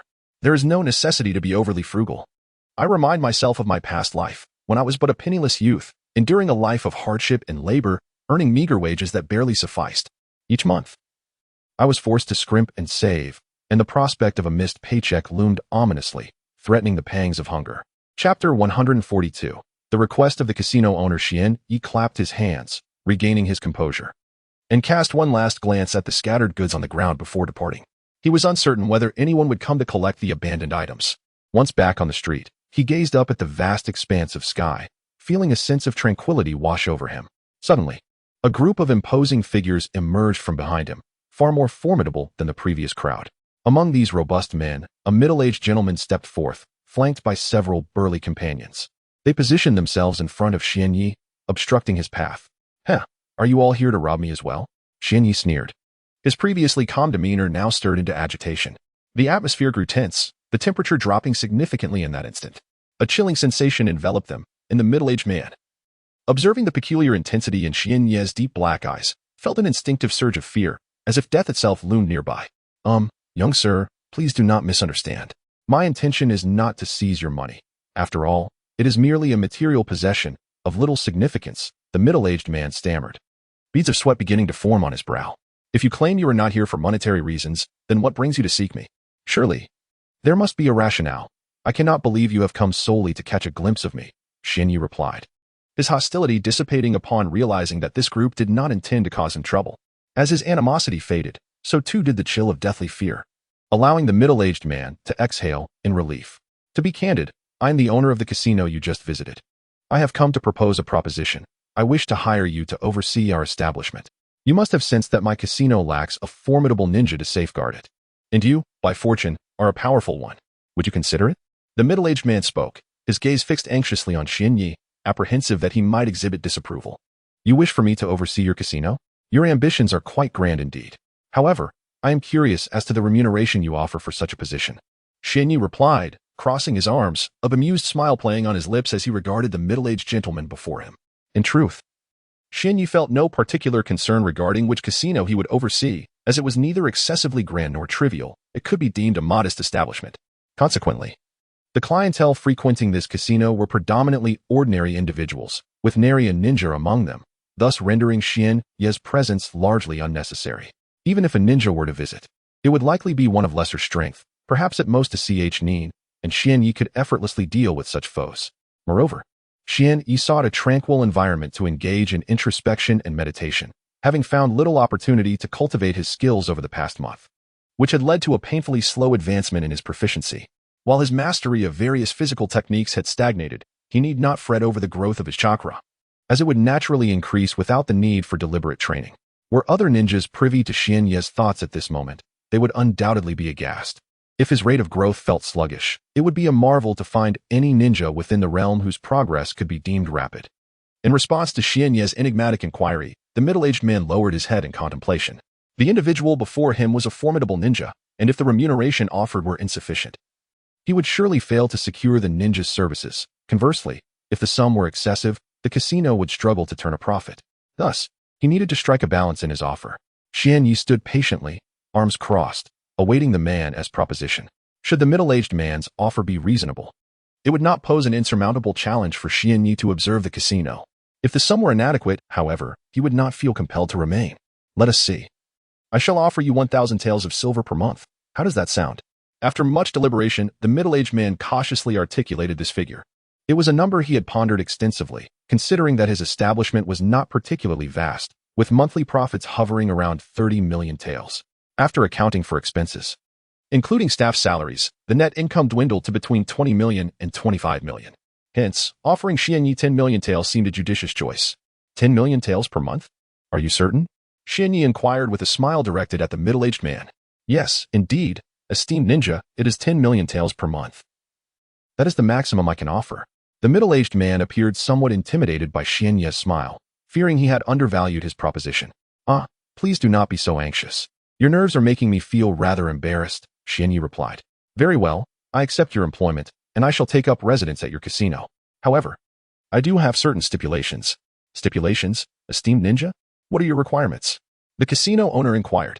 He chuckled softly and remarked, It is not such a grand request, really. All I ask is for you, dear boss, to secure for me a tranquil dwelling where I may reside, with 3 meals a day prepared for me. Additionally, it would suffice if ordinary individuals refrained from causing disturbances. Xianyi smiled again as he spoke. Such a request? It is hardly a challenge, replied the casino owner. We possess a serene courtyard at the rear of our establishment that would perfectly accommodate your needs. As for your meals, rest assured that our casino will gladly provide them for you. Moreover, should any ordinary folk create a ruckus, there is no need for you, esteemed ninja, to intervene. If our casino cannot handle a few commoners, then perhaps we should reconsider our operations. However, should other ninjas arrive to cause trouble, that is when your expertise may be necessary. After all, the strength of a ninja is beyond what we mere mortals can withstand. The casino owner addressed Xianyi with utmost respect.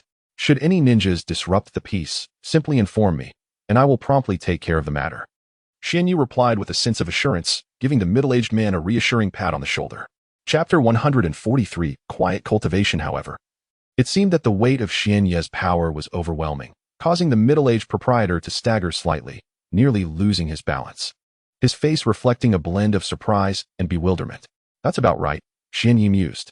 Oh, and please prepare for me the heaviest weighted clothing you have. Do not worry about whether I can handle it. Simply provide the heaviest. Additionally, I would like some shurikens and kunai. That should suffice.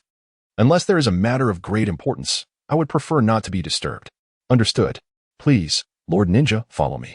I will prepare a quiet place for you where you will not be disturbed, the proprietor replied. Thus, Xianyi followed the casino owner for a short distance, ultimately returning to the very casino he had previously visited. Conveniently, behind the casino lay a secluded courtyard, where the likelihood of interruption was minimal. Upon entering the courtyard, Xianyi surveyed his surroundings, assessing the environment to ensure it was conducive to his focused cultivation. If the conditions were unsatisfactory, he doubted he would retain the desire to engage in dedicated practice. As he stepped into the courtyard, an enchanting fragrance wafted through the air, soothing his senses and bringing tranquility to his mind. What is this delightful aroma?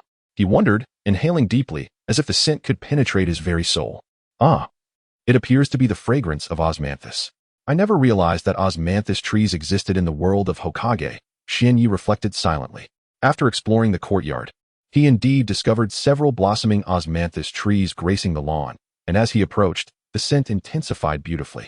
While Xianyi reveled in the fragrant atmosphere, the middle-aged casino owner had quietly departed, unnoticed by Xianyi, who was absorbed in the delightful aroma. Aside from the osmanthus trees, the courtyard featured a small, crystal-clear pond, where one could easily discern the objects within the water with the naked eye. In this pristine pond swam several vibrant red fish, frolicking and playing joyfully. However, upon Xianyi's approach, the fish seemed to sense his presence and quickly darted to the opposite side, seeking to evade him. The pond's bottom was strewn with smooth pebbles, creating a natural bed of stones. Xianyi pondered the peculiar assortment of colors among the stones, questioning whether they could indeed be classified as pebbles. This courtyard truly resembles a paradise on earth, he mused, marveling at the splendid environment and the invigorating air. The fragrance emanating from the blooming osmanthus flowers was nothing short of divine. As Xianyi turned around, he abruptly noticed that the middle-aged casino owner, who had been trailing him moments ago, had vanished, leaving him in a state of bewilderment regarding the man's whereabouts. Never mind, he had intended to express his satisfaction, but since the owner was no longer present, he considered it inconsequential, assuming the man had surmised his sentiments. The proprietor indeed possessed a discerning eye. Having orchestrated the courtyard's ambience so thoughtfully, observing the surrounding flora, Xianyi could not help but feel a wave of appreciation.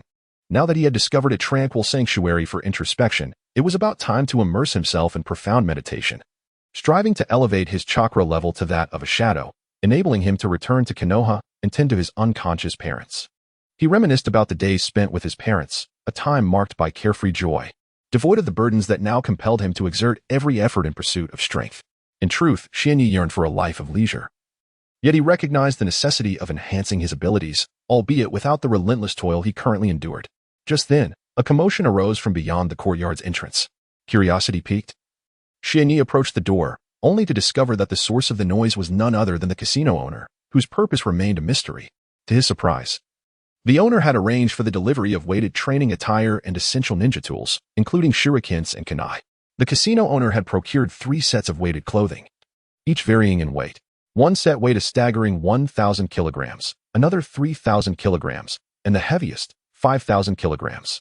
Perhaps the owner believed that Xianyi might struggle with the weight, prompting the provision of multiple options. Regardless, Xianyi appreciated the gesture and refrained from voicing any concerns. In addition, the owner had secured 10 boxes of ninja tools, 5 designated for kunai and the other 5 for shurikens. Xianyi felt confident that this supply would suffice for an extended period. It seemed serendipitous that the weighted clothing had arrived just as he was contemplating the inefficacy of training without them. Now, he was ready to commence his regimen. A month later, in a courtyard adorned with several osmanthus trees, a child was propped on his hands, beads of sweat dotting his forehead as he struggled through push-ups. The prolonged exertion caused his muscles to tremble, presenting a rather amusing sight. 19,998, 19,999, 20,000. With a sigh of relief, Xianyi finally completed 2,000 push-ups, collapsing onto the ground, utterly drained, his body flushed as if filled with blood. Although it was quite exhausting, the results were remarkably positive. At the outset, Xianyi felt that the weight of the 3 weighted suits was negligible, thus he donned all 3 simultaneously. However, once they were worn, he was immediately overwhelmed by their weight, finding even the slightest movement to be a challenge. Consequently, he could only manage to wear the 1,000 kilogram weighted suit for training. Chapter 144, The Passage of January after a fervent 10 days of rigorous training while donning a weight suit of 1,000 kilograms. I finally acclimated to this formidable burden. Consequently, I transitioned to a weight suit of 3,000 kilograms for further training.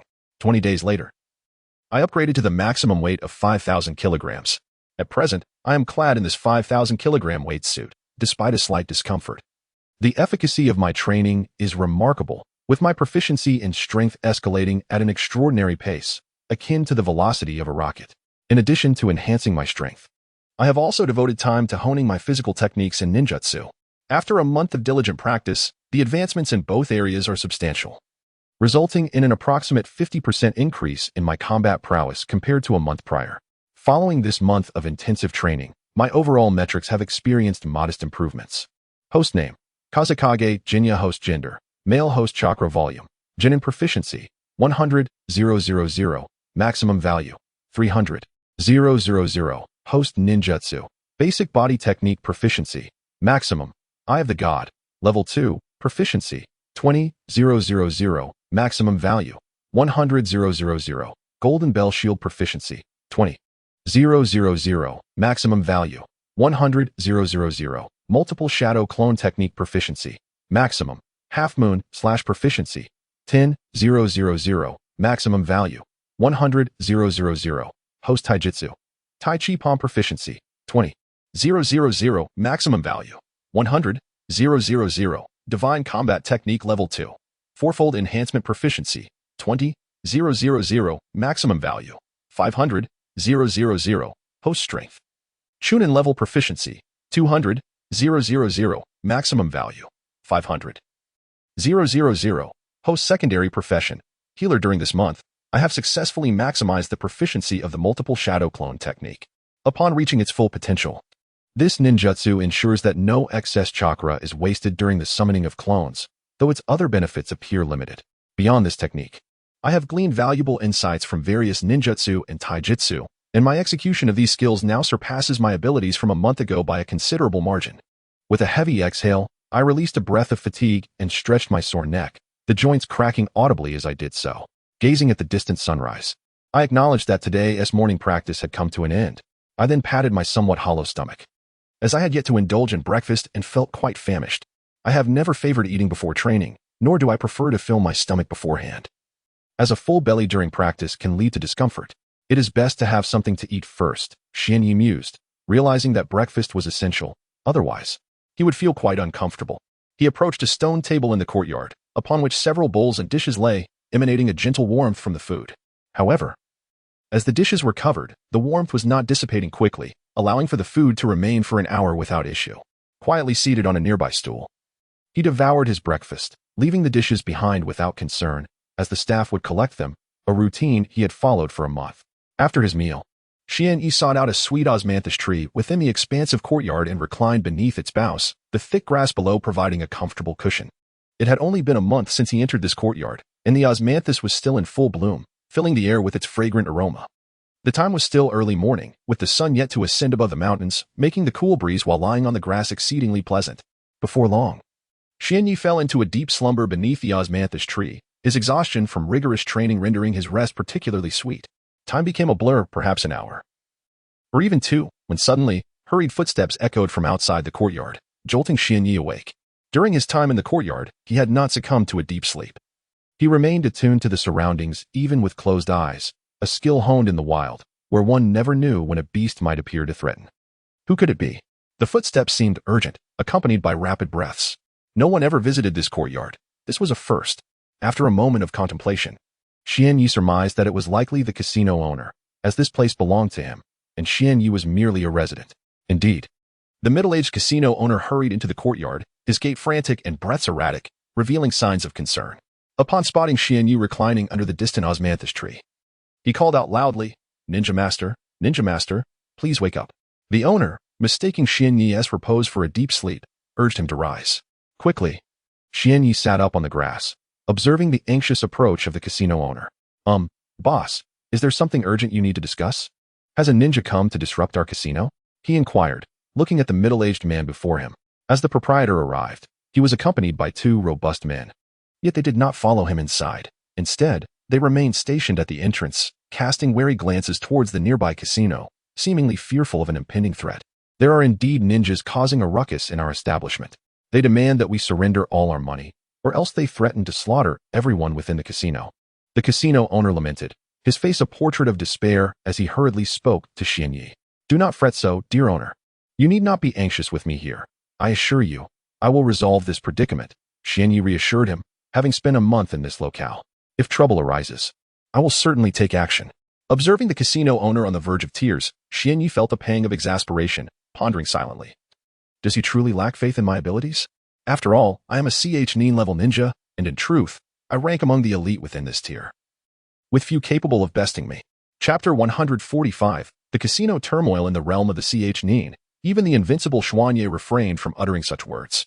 After all, this world belongs to the universe of Naruto, where myriad individuals with peculiar abilities lurk in hidden corners. Without delving into distant examples, let us consider the 8 Gates technique, which is a formidable martial art originating from the Hidden Leaf Village. The 8 Gates stands as a pinnacle among physical techniques, for when unleashed, it dramatically amplifies combat prowess. This amplification is not merely marginal, it is a substantial enhancement, with each gate opened in the body leading to a significant surge in strength. The more gates one opens, the more formidable their combat capabilities become. Should a ninja proficient in the 8 gates recklessly employ this technique, the consequences would be dire. Activating the gates equates to unleashing all restrictions within the human body, granting an overwhelmingly potent force that can even surpass the power of the 5 Kage. However, the 8 gates technique is not without its drawbacks. The strength gained is ephemeral, not a permanent boon. Furthermore, the act of opening the gates inflicts varying degrees of damage upon the body, contingent upon the number of gates activated. If all 8 gates are opened, the user's life will inevitably be forfeit once this transient power dissipates. Thus, Xuanye has always harbored a certain aversion to this technique. He possesses his own martial art, the Divine Combat Technique, which also enhances combat strength, although it may not rival the immediate power boost of the 8 gates. The Divine Combat Technique offers a lasting enhancement without inflicting harm upon the body, rendering it remarkably advantageous. Alright, boss. I suppose we should first ascertain the state of the casino, Xuanye said with a hint of reluctance to the anxious casino owner. Yes. We ought to see how the casino is faring. Lord Ninja, please follow me, the middle-aged proprietor replied eagerly. Thus, Xuanye followed the casino owner into the establishment. Upon entering, he observed that few patrons remained. Most had vanished, leaving only a handful behind. Xuanye surveyed the scene and noticed 3 men clad in gray spandex wandering about, one of whom brandished a long, sharp saw blade. Hey, hurry up and summon your boss. Stop dawdling here. If you continue to stall, I swear I'll kill you, declared the man wielding the saw blade, his expression brimming with arrogance as he addressed the casino staff. Alas, esteemed ninja, I implore you, do not take my life. We have already informed our boss, who shall arrive shortly. Please, grant us but a moment longer. The worker, threatened by the long saw blade, appeared utterly spineless. Kneeling before the man clad in a gray bodysuit, trembling uncontrollably, his visage a portrait of abject fear. Haha, seeing you so obedient, how could we possibly harm you? The man wielding the saw laughed heartily, addressing the 2 companions behind him. Indeed, our leader speaks true. Yes, you are so compliant. We could never bring ourselves to slay you, for you are but our loyal dog, the other 2 men remarked with a mocking tone, punctuating their words with a few whistles, their demeanor flamboyant. At that moment, the casino worker spotted the approaching figures, and his gaze immediately fell upon his boss. He quickly turned to the man in the gray bodysuit, exclaiming, Esteemed ninja, that is our boss. He is exceedingly wealthy. The profits of this casino fill his coffers. The kneeling worker swiftly rose, bowing respectfully towards the ninja, gesturing towards the casino owner. The casino owner, inwardly cursing, thought, I have treated him well. I never anticipated he would resort to such treachery. He dared not act against the worker, not from fear of him, but rather due to the presence of 3 formidable-looking ninja, making any reckless action unwise. After all, they were ninja, and he was merely an ordinary man. The disparity was insurmountable. Ah, so you are the proprietor of this casino. Quickly, gather all your silver. I may spare your life. Should you dare to resist, your demise is assured. I trust you will not make a foolish choice. The man in the gray bodysuit addressed the casino owner, his eyes gleaming with avarice. It is not that ninja are indifferent to wealth. The profession demands substantial expenditure, be it for ninja tools or consumables. Each item exacts a toll on one's finances. For a wandering ninja, the costs escalate further. as they lack access to traditional sources of techniques and must resort to the black market, where prices are exorbitantly inflated. Thus, it is rare to find a ninja who does not covet riches. Those who do are but a scant few. Perhaps I am among that rare minority, mused Xianyi silently. Soon, the proprietor of the casino became flustered, lacking the courage to confront the ninja alone. Hence, he could only cast a pleading glance towards Xianyi, silently imploring for assistance. Alas, it seems I must intervene. However, even a slight engagement would suffice. After a month of introspective cultivation, my spirit has begun to stir with anticipation. Perhaps it has been too long since I have tasted the thrill of battle. Thus my soul yearns for action. This thought abruptly surfaced in Xianyi's mind, but he swiftly dismissed it. How could such an idea occur to him? Could it truly be that a month without witnessing bloodshed has left him feeling somewhat uncomfortable? No, that cannot be the reason. Chapter 146. The turmoil at the casino. The leading ninja glared at the owner of the casino, his patience waning, and bellowed. Are you going to pay up or not? If you refuse, I shall take what is owed myself, so stop dragging your feet. Upon hearing the furious shout from the ninja clad in tight attire wielding a large saw-like blade, the casino owner grew increasingly fearful, his gaze directed towards Xianyi, filled with genuine plea. It seemed that the leading ninja had noticed something amiss. He observed the owner's eyes frequently darting towards a particular direction. Why was this so? The ninja was puzzled. Wasn't there merely a child present? Why did the owner keep glancing that way? Did he believe that this child could save him? Or perhaps assist in some way? The ninja silently mused. How absurd. That is merely a Navi child. How could he possibly be of any help to him? Or hinder me in any manner? Enough. Casino owner, hasten to bring forth all the money you have earned over the years. If you continue to delay, I cannot guarantee that my saw blade will not inadvertently harm you. The three ninjas laughed heartily, showing no regard for Xianyi and his companions. In truth, it was understandable. In a small town's casino, the presence of ninjas was virtually non-existent. Their appearance here allowed them to act with impunity, rendering them seemingly invincible. However, what the three ninjas failed to anticipate was that this casino was under Xianyi's protection, meaning the safety of the establishment fell to him. Thus, he could not simply turn a blind eye to the unfolding events. It seems I have been underestimated. Yet, I can hardly blame them. After all, I am still but a child. Xianyi's voice resonated softly, suddenly appearing within the casino. The three ninjas chuckled at the sight of the approaching child. One of them mockingly exclaimed, "Little brat, you should leave this place at once and return to your mother. Otherwise, we cannot guarantee your safety." Indeed, as my brother has said, this is no place for a child. You ought to hurry back to your parents, another ninja added with a tone laced with derision. Clearly looking down upon Xianyi. I have no desire to prolong this conversation. This casino is my territory. Your disturbance here is a direct affront to me.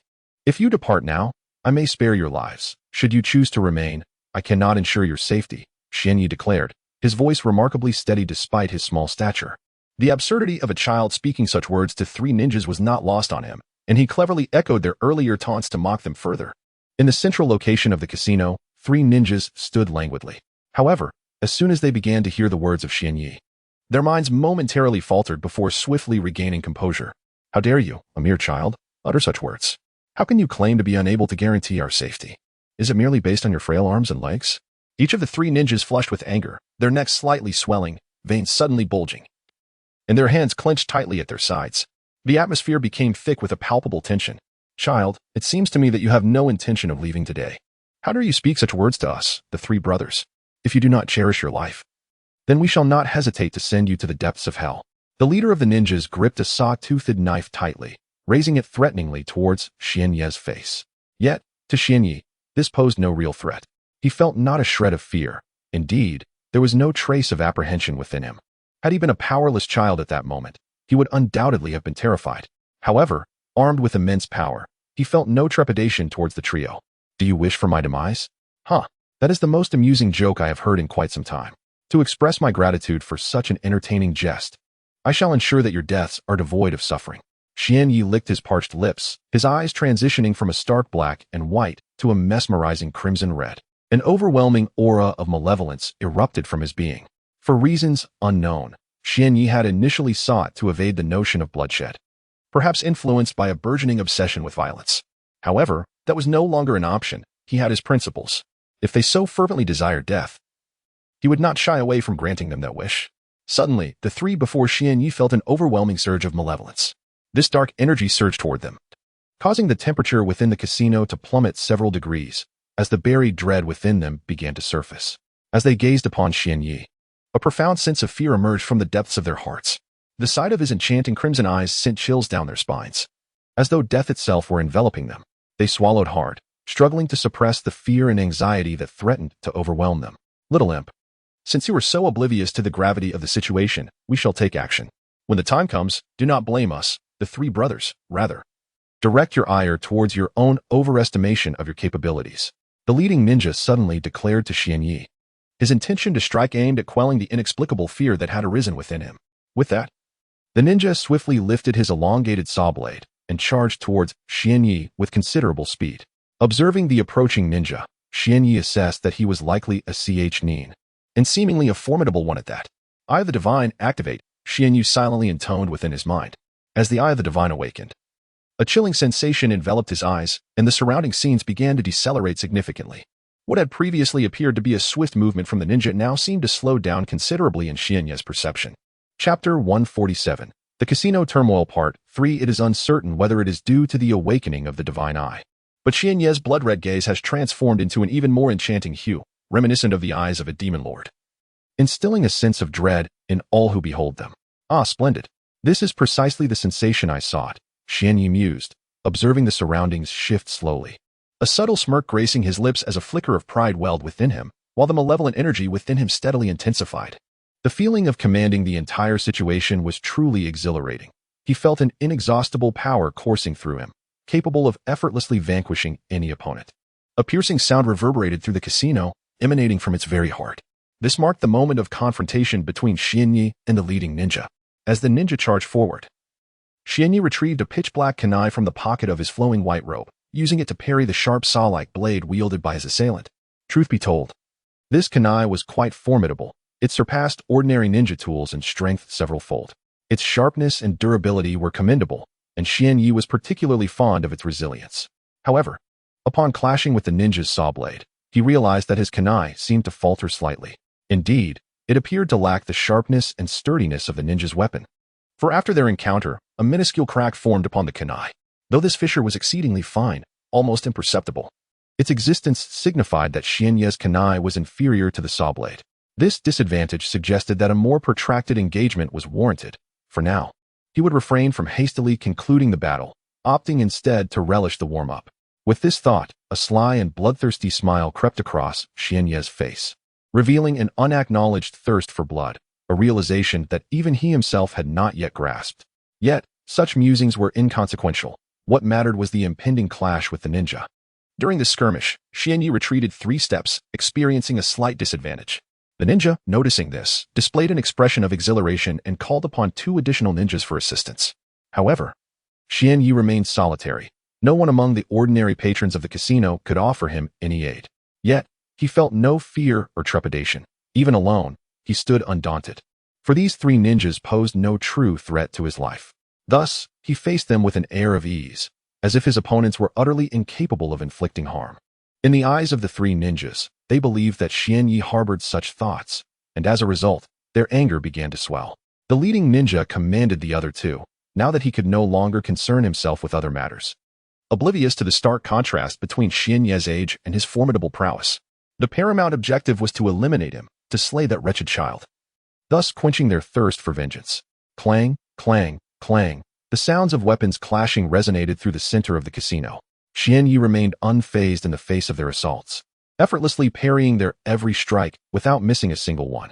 Nevertheless, under the relentless onslaught of the 3 ninjas, he found himself somewhat strained, causing his movements to slow. Nearby, the casino owner watched the fierce battle unfold, his anxiety mounting with each passing moment. He fretted over what he would do if Xianyi were to lose. Yet, he had no means to assist the young fighter and could only stand there, offering silent encouragement while anxiously wiping his brow. Unbeknownst to the casino owner, had Xianyi unleashed his full power, the 3 ninjas would not have lasted a mere instant against him. The battle could have been resolved in a heartbeat. However, Xianyi did not wish to resort to such measures after a month without combat. He relished the opportunity to engage in a fight and would not allow himself to squander it. The clangor of clashing weapons continued to echo, and Xianyi, seemingly fatigued, faced the trio, absorbing their attacks with increasing difficulty. He is nearly at his limit. Second, third, let's press the attack. The leading ninja, noticing Xianyi's slowing response, erupted into laughter, quickening his own pace. Alas, it seems I must shed this burden. If this continues, they may indeed prevail, Xianyu pondered silently. This time, he had no intention of employing ninjutsu. He sought to gauge the sheer strength of his physical combat abilities. Besides, the opponents were not without their own techniques. Seizing a moment, Xianyu removed the weighted clothing he had donned. As it fell to the ground, dust erupted, and the earth trembled slightly. The three ninjas stood frozen, dumbfounded. What in the world is this? Has this boy been fighting us while wearing that? The outcome was clear. Xianyu had indeed battled them while encumbered. Yet, they struggled to believe it, daunted by the reality before them. If Xianyu, clad in weighted attire, had displayed such strength, one could only imagine the extent of his abilities unleashed without it. The potential increase in his power, speed, and overall combat prowess remained a tantalizing mystery. After shedding the burdensome attire, Xianyu felt an immense sense of relief, as if his entire being had been liberated, light as a feather, ready to leap into the heavens. He chuckled softly, realizing it was nearly time for him to make his move.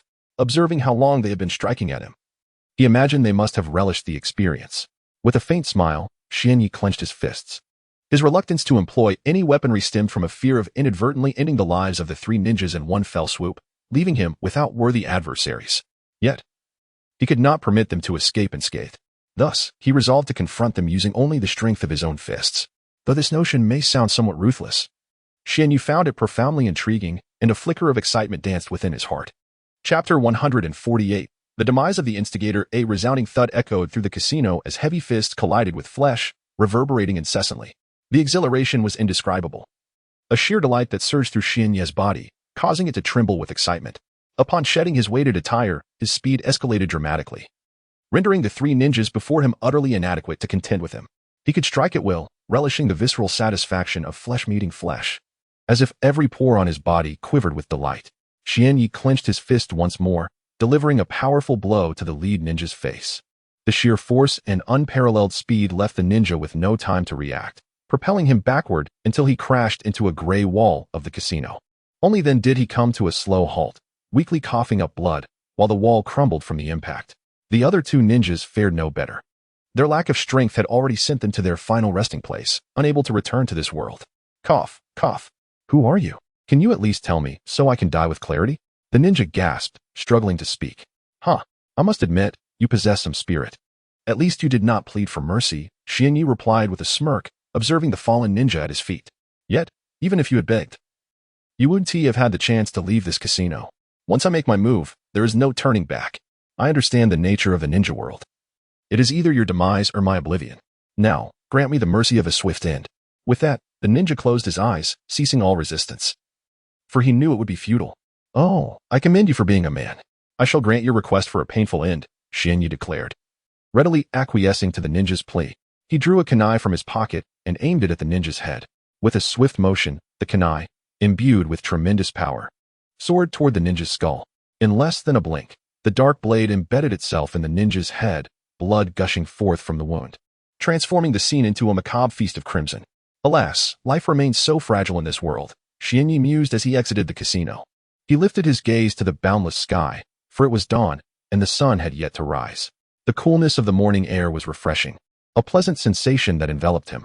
Soon, the technique known as the Eye of God was swiftly sealed by Xuanya, a decision made to conserve chakra. Although at present, the Eye of God did not consume an excessive amount of chakra for Xuanya, any expenditure, however minimal, was still deemed wasteful. This realization came to Xuanya through a profound encounter with nature, during which he battled a tiger. Following that confrontation, he neglected to deactivate the Eye of God, resulting in a steady depletion of chakra.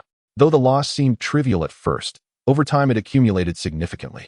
Shortly after that battle, Xuanya encountered a formidable gorilla, whose strength rivaled that of a chunin, boasting power 3 to 4 times greater than his own, coupled with a speed comparable to his. The clash lasted an hour, during which Xuanya expended considerable energy to secure victory, teetering on the brink of death due to chakra deficiency. This experience instilled in him a newfound awareness regarding the conservation of chakra. After lingering outside the casino for about 2 to 3 minutes, Xuanya re-entered, his earlier rage having dissipated, and his eyes returned to their natural black hue. Upon stepping inside, he faintly discerned the sounds of pleading. How could there still be cries for mercy when the 3 ninjas were already deceased? With a heart full of curiosity, he surveyed the casino. only to find the owner and a previous staff member in view. The latter was kneeling on the ground, repeatedly bowing to the owner, tears streaming down his face. Blood oozing from his forehead, yet showing no signs of stopping. It was the casino staff member.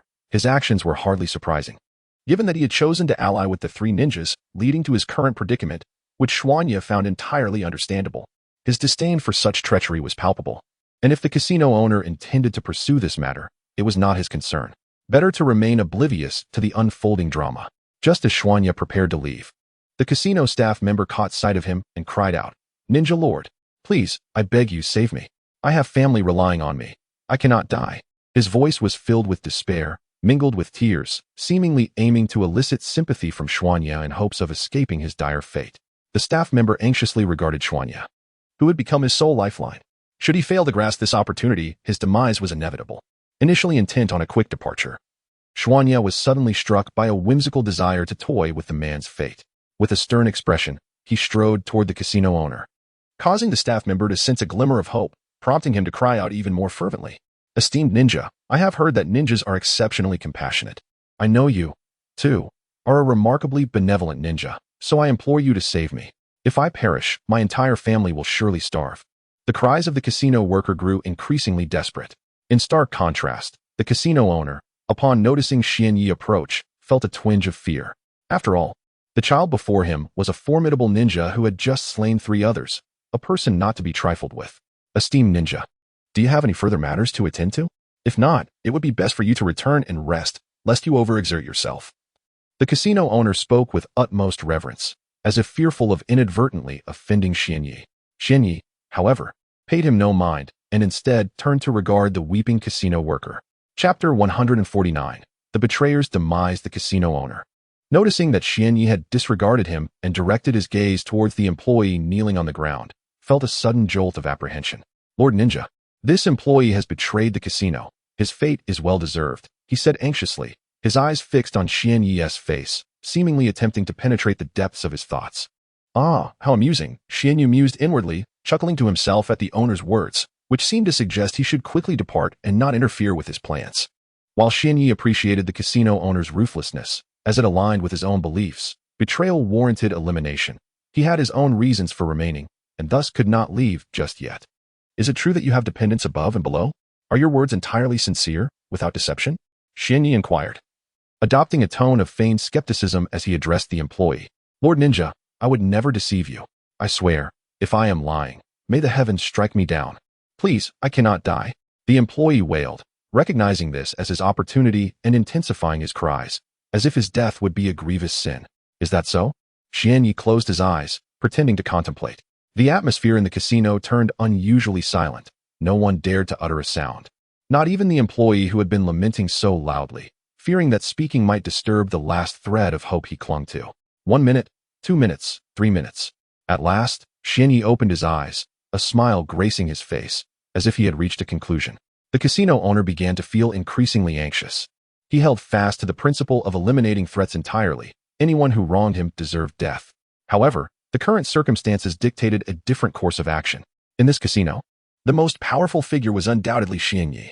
Should he make a decision, it would likely be irrevocable. The casino owner feared the repercussions of opposing his will, aware that defiance could lead to a brutal demise.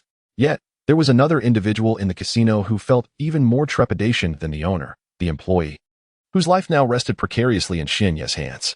Should Xianyi choose to disregard him, his fate would be sealed. "Very well, let us proceed with this matter. I recall you mentioning your dependents," Xianyi reiterated. Yes, Lord Ninja. My entire family relies on me for their sustenance. I cannot die. If I perish, they will surely starve." The employee nodded fervently in response to Xianyi's inquiry. "All right, since you have a whole family to care for." Xianyi paused deliberately, observing the expressions on their faces. The employee appeared notably hopeful, as if believing that Xianyi would spare him from death. As more content is loading, please wait. This site only supports access via mobile browsers. If you see this paragraph, it indicates that the chapter content has failed to load. Kindly disable your browser's reading mode, immersive mode, and ad blocking features, or copy the URL to read in another browser. The owner of the casino wore an expression of deep frustration, but refrained from expressing his ire towards Xianyi. In truth, both had misjudged the situation. Xianyi had no intention of allowing that employee to continue, as he was a traitor, and Xianyi harbored a profound disdain for such a profession. Regretfully, there was no other option. Given the circumstances, why don't you provide that family with some silver coins to sustain their livelihood? Ah, what a kind soul. I never expected this ninja to spare my life and even offer some silver. In my entire life, I have never encountered such a benevolent individual. However, a moment of doubt crept in. The casino employee pondered for a moment and began to feel he had misunderstood. At that moment, the casino owner also grasped the implication. Ninja, do you mean for me to give that family some money so they do not starve? Is that your intention? Upon hearing the owner's inquiry, Xianyi revealed a smile, tinged with a hint of mischief. Yes, uncle, just give that family a little consolation money. After all, their patriarch will soon meet his demise at your hands. Providing them with some silver to prevent starvation seems only fair, does it not? The casino owner appeared to be momentarily confused, but soon, understanding dawned upon him. After all, as a casino owner, his reflexes were sharp. Since you refer to me as uncle, I shall be bold enough to call you little brother. Feel free to address me however you wish, uncle. Who would have thought that little brother is rather considerate? I do appreciate you. The casino owner laughed heartily for a while before instructing several burly men behind him to eliminate the casino employee before disposing of the body elsewhere. He then decided to provide the family with 50,000 taels of silver notes. This sum was indeed substantial, as it would take an ordinary family nearly 2 years of abstaining from all expenses to accumulate such wealth. Thus, the casino owner exhibited a degree of compassion. Uncle, you won't mind that this casino has been so thoroughly ravaged, will you? Xianyi remarked, patting the casino owner on the shoulder. Of course not, little brother. You have done me a great favor. I couldn't possibly hold any grievances. The casino owner replied with great candor. Perhaps this incident led the casino owner to find that the little devil guarding his establishment was quite to his taste, ruthless and decisive, ensuring no loose ends remained. Well, uncle, I see my work here is done. I shall return to that courtyard now. Should any further matters arise, do not hesitate to summon me. The casino owner waved goodbye to Xianyi. The casino employee's countenance turned ashen, his body trembling incessantly as the grim realization of his impending demise washed over him. Regret flickered in his eyes. If only he had acted differently just moments ago, perhaps he would not find himself in such dire straits. He closed his eyes, pondering this thought. It seems that venturing out of the Hidden Leaf Village was indeed a fortuitous decision. Had he remained there, he might not have encountered such a myriad of experiences. Although life in the Hidden Leaf Village is undeniably safe, this more adventurous existence has captivated me far more. Upon returning to this courtyard, Xuanya was suddenly struck by these profound reflections. Chapter 150. The Divine Beast White Tiger. It was somewhat uncomfortable. A dull ache throbbed in my head. Xianyi furrowed his brow, extending his right hand to massage his temples. The pain intensified, as if sharp blades were relentlessly slicing through his skull. At this moment, his complexion had turned ashen, and the once vibrant crimson hue in his deep, dark eyes began to resurface. So unbearable, so agonizing, so tormenting. Xianyi collapsed onto the grass, rolling back and forth in a desperate attempt to alleviate the throbbing in his mind, yet to no avail. Regardless of his efforts, the searing pain persisted, akin to being bitten by countless ants, each one a bullet ant. Slaughter, slaughter, slaughter. Suddenly, a voice echoed within Xianyi's mind, a relentless mantra that showed no signs of fading, continuously reverberating through his consciousness. Why is this happening? Why is this happening? Why is this happening? The excruciating pain rendered Xianyi nearly lifeless, sprawled on the ground in a state of utter disarray. Fortunately, the courtyard was devoid of any onlookers. Otherwise, he would have been utterly humiliated. Blood, slaughter, blood, slaughter, blood, slaughter. I crave blood. I yearn for blood. I thirst for blood. For reasons unknown. This voice had been guiding Xianyi since its inception, persistently influencing his heart, as if attempting to transform him into a machine of carnage. The pain in my head is unbearable. This cry only provided a fleeting respite from the agony, which remained relentless. Such suffering, such torment, such anguish. Xianyi's dark, profound eyes gradually shifted towards a bewitching crimson, becoming increasingly vivid. At that moment, an unfathomable malice erupted from within him. Had anyone entered the courtyard, they would have been obliterated by the sheer intensity of his malevolent aura. Slaughter, slaughter, slaughter, slaughter, slaughter. For reasons unclear, the voice in his mind held an enticing allure, causing Xianyi's heart to waver. Must I engage in slaughter? Do I long to experience the thrill of killing? My head ached so painfully. A hint of confusion flickered in Xianyi's eyes, a rare expression for one who had traversed into the world of Naruto. This was the first time he had ever displayed such a look. Would indulging in slaughter alleviate my suffering? Would tasting blood free me from this torment? Xianyi was perplexed as to why such thoughts had suddenly emerged in his mind, yet the issue had ceased to matter. The notion of slaughter had firmly entrenched itself in his consciousness. No, I cannot succumb to this. In that fleeting moment, clarity returned to Xian Ye's gaze. He awoke from his stupor. I cannot be controlled. I refuse to become a mindless demon of indiscriminate slaughter. I do not wish to be a machine of murder. No, I do not want that. Absolutely not. In the depths of his mind, Xian Yi fervently resisted, desperately attempting to defy the voice echoing within his consciousness. Suddenly, a magnificent spectral tiger appeared behind him, towering at nearly 100 meters. Its fur was a striking blend of black and white, with powerful limbs and razor-sharp claws that instilled terror in all who beheld it. The beast roared with fury, as if something had dared to defy its will. Had Xian Yi been able to see it, he would have recognized this formidable creature as the white tiger, one of the 4 divine beasts. For no other tiger could possibly resemble it. The voice in his mind grew more insistent, its seductive power intensifying. What had once been a moment of clarity in his gaze shifted back, transforming into a pair of mesmerizing blood-red eyes laden with an overwhelming aura of malevolence. I do not wish to be controlled by slaughter. I do not want this, he thought. Yet he found himself utterly powerless against the voice that commanded him. A boundless malice surged forth from within him, filling the courtyard with an oppressive atmosphere and causing the temperature to plummet. Yet, Xian Yi remained oblivious to these changes. The drop in temperature, the presence of the spectral figure behind him, and the overwhelming malice seemed to elude his senses. Why has everything turned blood-red? A flicker of confusion crossed his gaze as he strained to see, but the crimson hue persisted. Why has this world taken on such a color? Yet, strangely, I do not detest it. In fact, there is a part of me that finds an odd sense of pleasure in this feeling. Suddenly, a hint of struggle returned to his eyes. But this time it proved futile. They remained filled with the essence of slaughter, imbued with the same blood-red malevolence that coursed through his veins. Feeling a wave of agitation, Xian Yi struck the ground, unsure why this discomfort plagued him. It was as if he yearned to evade the oncoming violence. With a resounding crash, his right hand struck the earth, causing a terrifying fissure to erupt across the courtyard floor, measuring half a meter in width and stretching far beyond the confines of the yard itself. This sudden realization left Xian Yi utterly astonished. Why was he able to inflict such destruction so effortlessly? With his current abilities, such devastation should not have been possible. What could possibly explain this phenomenon? Xian Yi found himself perplexed. For just a few days prior, he had personally tested his strength, and at that time, his power had not been nearly as extraordinary as it was now. Yet, here he stood, grappling with the inexplicable. However, Xian Yi did not dwell on this mystery for long. After a brief contemplation, he surrendered to the enigma, concluding that possessing such formidable power was, after all, quite remarkable. Slaughter, slaughter, slaughter, slaughter, slaughter. This voice echoed once more in Xian Ye's mind, as if incessantly reminding him that annihilation was the most exquisite phenomenon in this world, and that the crimson hue of blood was the epitome of beauty, the source of ultimate satisfaction. Thoughts of violence began to surge within Xian Ye's heart, burgeoning with a fervor that seemed to take root in his mind, rendering them utterly indelible. I crave slaughter. I desire to kill. I revel in destruction. Chapter 151. The dawn of slaughter commenced the slaughter swiftly.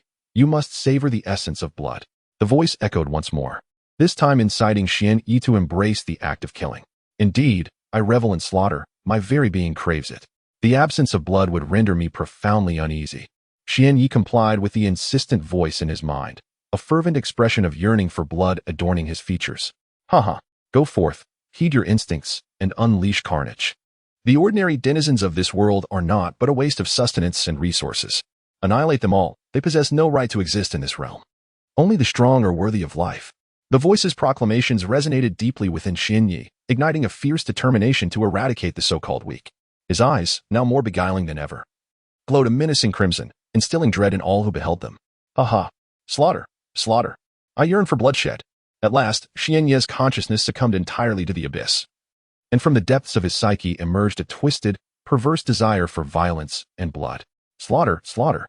He chanted incessantly, his eyes darting wildly, a grotesque smile distorting his visage, emanating an aura of terror.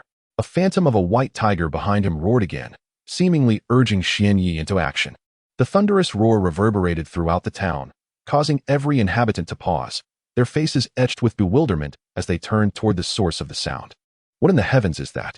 Why is there a colossal white tiger appearing there? An astonished local gasped, taken aback by the immense figure looming behind Xian Yi. The other townsfolk, too, were gripped by fear, retreating cautiously as they beheld the fearsome apparition. Panic began to ripple through the streets. the populace trembling at the thought of the gigantic tiger advancing upon them, fearing it would devour them whole. Yet, the spectral tiger remained distant, and thus, the crowd's trepidation did not escalate to outright panic. They merely quaked in their boots. Meanwhile, Xianyi lingered in the courtyard, yet he began to stir, moving toward the threshold. If the distant townspeople felt a modicum of fear, those within the nearby casino were engulfed by sheer terror. For they were closest to the imposing white tiger's apparition and bore the brunt of the dread that permeated the air. However, none dared to flee. It was not a lack of desire to escape, but rather the oppressive aura of malevolence that rendered even the simplest movements a monumental challenge, let alone the act of fleeing. The pace of Xianyi was not swift. However, for those devoid of any power, it appeared remarkably rapid. Gradually, he arrived at the casino, a place that often attracted a multitude of people, and today was no exception, with throngs gathered within. The sight before him ignited a thrill within Xianyi. The casino was teeming with individuals, all at once captured in his gaze. With so many people here, it seems I can indulge in a delightful slaughter, he murmured softly. Ah, Xianyi, my dear brother, it is you. The casino owner, present among the crowd, initially felt a profound fear of impending death at the hands of the colossal white tiger that accompanied Xianyi. Yet, upon seeing the beast looming behind him, he surmised that it was somehow connected to Xianyi, and thus his trepidation began to dissipate. Xianyi, my young brother, has your sudden appearance been prompted by some matter? The owner inquired with a congenial smile directed toward Xianyi. Ah, so this person is known to the owner? I have been anxious for so long, he thought. Well then, everyone, please continue with your games. A gambler within the casino observed the exchange between the owner and the youthful figure before him, and his deep-seated fear evaporated, replaced by a nonchalant expression as he addressed the nearby players. Indeed, owner, you know this young man. You had us worried for half the day. Let us continue playing. Another gambler chimed in, and as others overheard, their fears gradually faded. Xianyi, my young brother, is there something you require? I shall surely accommodate your wishes, the casino owner said readily. Yet they were oblivious to the fact that Xianyi was no longer the same. He had transformed into a fearsome and unblinking demon, a terrifying presence. Ha, slaughter, Xianyi whispered, his mesmerizing crimson eyes glinting as he licked his lips. He disregarded the people within the casino, extending his right hand to retrieve a sleek, dark kunai from the pocket of his white robe, sharp and sturdy. With no further ado, Xianyi slightly raised the gleaming kunai, a smirk gracing his lips, and advanced towards the nearest individual in the casino. A sickening sound resonated as flesh met kunai, and the man collapsed to the ground, a jet of crimson blood erupting from his neck. A delightful sensation enveloped him, a profound sense of ease coursing through his entire being, as if every pore on his body quivered in ecstasy. Xianyi closed his eyes, savoring the taste of blood for a considerable time, a smile lingering at the corners of his mouth, refusing to dissipate. After a while, he opened his eyes. Although the world around him remained a mesmerizing shade of blood red, such details had become inconsequential. What mattered most now was the act of slaughter, murder, massacre, annihilation. The lifeless body of the man Xianyi had slain lay sprawled across the casino floor, blood gushing relentlessly from the wound on his neck. At this moment, the gambler was not yet entirely lifeless, clinging to a final breath, but with only that single breath remaining, he was rendered utterly powerless. He could only collapse helplessly to the ground, his mouth slightly agape, as if attempting to utter something profound, yet he departed this world without voicing a single word. Chapter 152. The gambler's annihilation. The wide-eyed stare seemed to articulate an utter disbelief, as if the observer could not fathom that this diminutive figure before him dared to strike, especially in the presence of so many witnesses. The atmosphere within the casino became charged with unrest. The earlier dissipated fear burgeoned anew, intensified. Someone has died. Someone has died, uttered a gambler. Incredulity etched upon his countenance as he beheld the lifeless body sprawled on the ground, his form trembling uncontrollably, his voice quivering. Unable to meet the gaze of the enigmatic figure, Xianyi, standing before him. Ah, is this the taste of blood? Such an exhilarating sensation. Every pore of my being quivering with delight. Xianyi's blood-red eyes glimmered with a sinister allure as he gazed down upon the figure at his feet. The gaping wound on the neck, inflicted by a hidden blade, continued to bleed profusely, the body quivering slightly. The tremors indicated that the fallen gambler had not yet succumbed to death, but the specter of mortality loomed ominously close. In this dire state, it would not be long, merely a few minutes, before he would perish from excessive blood loss. The fallen gambler, his eyes wide with desperation, seemed to seek salvation, imploring those around him in the casino to extend a hand, to rescue him from the clutches of death. Yet, under the palpable threat of demise, no one dared to make a move. Indeed, They were paralyzed by an overwhelming aura of dread. 1 minute, 2 minutes, 3 minutes passed. At last, the stricken man exhaled his final breath, and it became evident that his demise was due to exsanguination. In those last moments, the gambler's gaze still bore a glimmer of hope, awaiting the intervention of others, a lifeline that never came. During this harrowing interval, Xianyi remained unmoving, a silent sentinel observing the dying gambler, witnessing the slow extinguishing of life. Is this the process of death? It seems rather intriguing, even enjoyable. Xianyi's smile twisted into something malevolent, his usual rationality abandoned. Slaughter, slaughter, slaughter. You worthless beings do not deserve to inhabit this world. I shall eradicate you all. The words erupted from Xianyi's lips, an alluring voice echoing in his mind, urging him on. Upon hearing Xianyi's proclamation, the patrons of the casino were engulfed by an even deeper terror. They yearned to flee, to escape this place that had become a harbinger of their fears, desperate to avoid the gaze of the diminutive specter that instilled such dread. However, all those present were rendered powerless, desperately attempting to move their bodies, to lift their legs and flee the casino, yet their physical forms seemed to be entirely beyond the control of their minds, displaying no signs of movement whatsoever. Under such overwhelming oppression and the suffocating aura of malevolence, it was inevitable that someone would begin to unravel. A man, now in a state of utter despair, cried out fervently, desperately seeking salvation, hoping that those outside might hear him and come to his rescue. Yet, this was to no avail. It was questionable whether anyone outside could even perceive the sounds emanating from the casino, even if they could hear the pleas and shouts of the gamblers within. It would ultimately prove futile, for they would be unable to withstand the potent aura of malevolence that permeated the casino and venture inside. In fact, it was already a stroke of fortune that those outside had not fled. The thought of them daring to enter was unfathomable. Boss, don't you know him? Why has he suddenly lost control? Why has he suddenly lost control? A gambler shouted frantically towards the casino owner, his voice tinged with desperation, witnessing someone take the lead. The other gamblers joined in, urging the owner, "You must make him leave. Let him leave this place at once." The middle-aged casino owner, filled with helplessness, was gripped by a profound fear as he faced the formidable presence of Xianyi. The mere sight of those alluring, blood-red eyes sent chills down his spine, rendering him weak.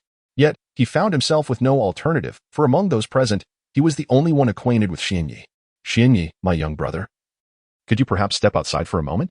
If there is anything to discuss, we can do so later, all right?" The casino owner spoke cautiously, his gaze fixed on Xianyi's face, his tone tentative. "Haha, slaughter, slaughter, slaughter. I shall exterminate every last one of you." Xianyi revealed a twisted smile within the casino, his right hand trembling slightly as it gripped the dark kunai, betraying the excitement surging within his heart. Boom. The words echoed in the minds of those present, leaving them in a daze, their eyes devoid of life as they slumped to the ground, muttering, "How could this be? How could this be?" Once again, Xianyi embarked on his path of carnage. The spectral presence of his white form within the casino moved with unparalleled speed and formidable strength, each strike resulting in a fatal blow.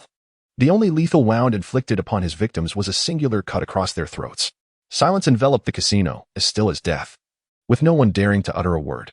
Indeed, only two individuals remained within the casino, Xianyi himself and the middle-aged owner. A copious stream of blood flowed through the casino, the pungent scent of it growing ever more intense.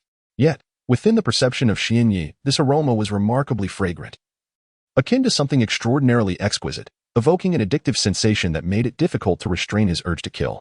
Ah, so there remains but a solitary individual in this casino, a middle-aged man, Xianyi observed silently as he regarded the proprietor. "Do not worry, it won't hurt much. It will be but a moment. In an instant, you shall be liberated." Ha ha ha ha ha ha. An eerie laughter echoed throughout the casino, reverberating through the town, instilling a profound fear in the hearts of its inhabitants. Many timid souls cowered in their homes, trembling in trepidation, attempting to conceal themselves from this unknown terror. Chapter 153. The transformation of the white tiger's illusion. Please, don't do this. Stay away.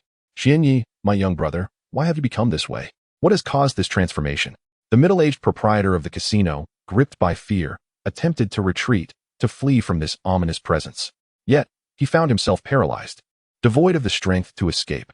It was as though every ounce of vitality had been siphoned from him, drained by the suffocating aura of malevolence surrounding him. He dared not move, fearing that even the slightest motion might herald his demise. With a swift motion, Xianyi wielded a razor-sharp, obsidian shuriken, heedlessly aiming for the unprotected throat of the casino owner. Just as the weapon was poised to make contact with the rough skin of the man's neck, Xianyi abruptly halted. At that moment, The shuriken was less than 5 centimeters away from its target. He gazed at the casino owner, who had tightly shut his eyes, momentarily lost in thought. After a brief pause, the middle-aged owner, realizing he had not been harmed, opened his eyes. The first sight that met him was the menacing shuriken, now alarmingly close to his throat. Sweat instantly beaded on his forehead. Life and death were separated by a mere step. If that shuriken advanced even slightly further, it would spell his end. Should it withdraw, he would be granted a reprieve. Xianyi found himself engulfed in confusion, grappling with a strange sense of reluctance toward ending the life before him. Why did such thoughts emerge? Were not these individuals before him mere dregs, wastefully consuming the world's resources? Should he not eradicate them all? Yet, why did a flicker of resistance persist within him? As he wrestled with these thoughts, a voice thundered once more within his mind, this time amplified in its fervor. The resonance obliterated the lingering hesitation deep within him. Kill, kill, kill. You must kill. You revel in slaughter. Embrace it. Go forth and indulge in your violent desires. Partake in the grand feast of carnage. Once this voice emerged, it reverberated ceaselessly within Xianyi's consciousness, distorting his fundamental judgments. In the casino, the middle-aged owner, perceiving Xianyi's inaction, appeared to wrestle with his own fate. He sensed an opportunity to escape death. After all, even the lowly ant clings to life. How much more so does a human? In this world of ninjas, no one truly harbors a desire for death, and this casino owner, at the cusp of life as pleasures, was particularly unwilling to embrace his end. As the casino owner was about to plead for mercy, a dark kunai, positioned merely 5 centimeters from his neck, stirred. At that moment, Xianyi's eyes appeared even more enchanting, devoid of any color, filled solely with an insatiable thirst for bloodshed and an infinite malevolence emanating from within. With a swift motion, the kunai shot forth, creating a black streak through the air, accompanied by a soft roar as it sliced through the atmosphere. Under ordinary circumstances, Xianyi would have been incapable of exhibiting such velocity. This speed was akin to that of an elite jonin, a feat unattainable for one of his Nin caliber. Effortlessly, the weapon traversed the casino owner's neck. In the initial moment, the owner had yet to comprehend what had transpired, his head remaining intact. It seemed as if the speed was so overwhelming that even reality struggled to react. Xianyi had already severed the casino owner's neck without leaving a trace or spilling a drop of blood, rendering the atmosphere eerily surreal. 1 second, 2 seconds, 3 seconds. A faint mark appeared on the casino owner's neck, followed by a sudden spurt of blood as his head detached and fell to the ground. He attempted to speak, opening his mouth, yet no sound emerged. Confusion clouded his thoughts as he pondered the inexplicable nature of his demise. Why had Xianyi's position shifted? He glanced at Xianyi again, noticing something amiss, but turned his gaze away, feeling powerless. That headless body bore an unsettling resemblance. In that moment, the casino owner failed to recognize that the body was indeed his own. The head of the casino owner traced an arc in the air before finally plummeting to the ground, blood gushing forth from the severed neck. A direct consequence of the clean cut. The blood flowed freely, a visceral testament to the violence that had just unfolded. Ah, the taste of blood, how exquisite it is. How delightful, how utterly invigorating. Xianyi closed his eyes, savoring the rich aroma of blood that filled the air, attuned to the sound of its flowing essence. Did I not assure you that I would spare you the agony, that you would not feel pain? Behold, I have fulfilled my promise. Xianyi stood there, an eerie smile playing on his lips, his blood-red eyes fixed upon the severed head of the casino owner, now resting on the ground. When the last remnants of life perished within the casino, Xianyi lingered for but a fleeting minute, savoring the rich aroma of blood that permeated the air. Before departing from the establishment, his probing revealed that numerous individuals still thrived in the vicinity, many of whom were mere detritus, squandering the resources of this world. I must eradicate them all. I shall annihilate every single one, leaving not a trace behind. Xianyi's enchanting crimson eyes gazed toward the horizon, where the heart of the town lay, bustling with its densest population. Upon exiting the casino, he hastened with utmost speed toward that very place. Yet, along the way, remnants of life persisted, and should they still draw breath, I would not hesitate to usher them into the abyss. After all, their existence merely squandered the world's resources. After leaving the casino, the ethereal silhouette of the white tiger behind him seemed to swell, becoming more substantial and imposing, its aura of intimidation heightened significantly. The malevolent energy within Xianyi had intensified, surpassing its previous potency. The reasons for this transformation eluded him. He could not comprehend why the specter behind him grew in magnitude and ferocity, nor why his inner darkness burgeoned. It appeared that these changes transpired following the demise of those within the casino. At this moment, the corpses lay desiccated, the once flowing blood upon the ground had vanished, and the scent of carnage dissipated. It was as if the colossal white tiger behind Xian Yi possessed an insatiable hunger for souls. Chapter 154. The Night of Carnage. Slaughter, slaughter, slaughter, an unending cycle of annihilation. All those who inhabit this world waste its resources and are thus rendered expendable. Ha ha. Xian Yi cackled menacingly as he surveyed the scattered figures on the street, their bodies trembling with palpable fear, unable to meet his gaze, unable to confront his blood-red, terrifying eyes. Are you all afraid of me? There is no need for fear. I shall be swift.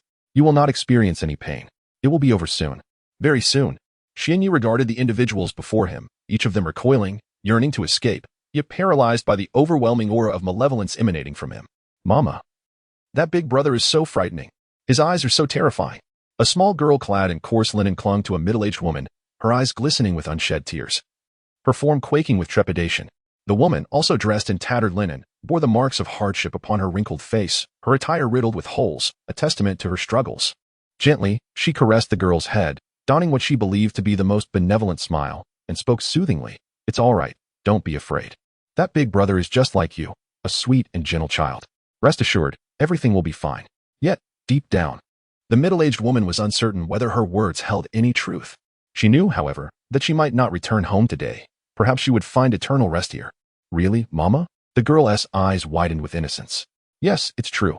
So do not fear. Besides, you have your mother with you, don't you?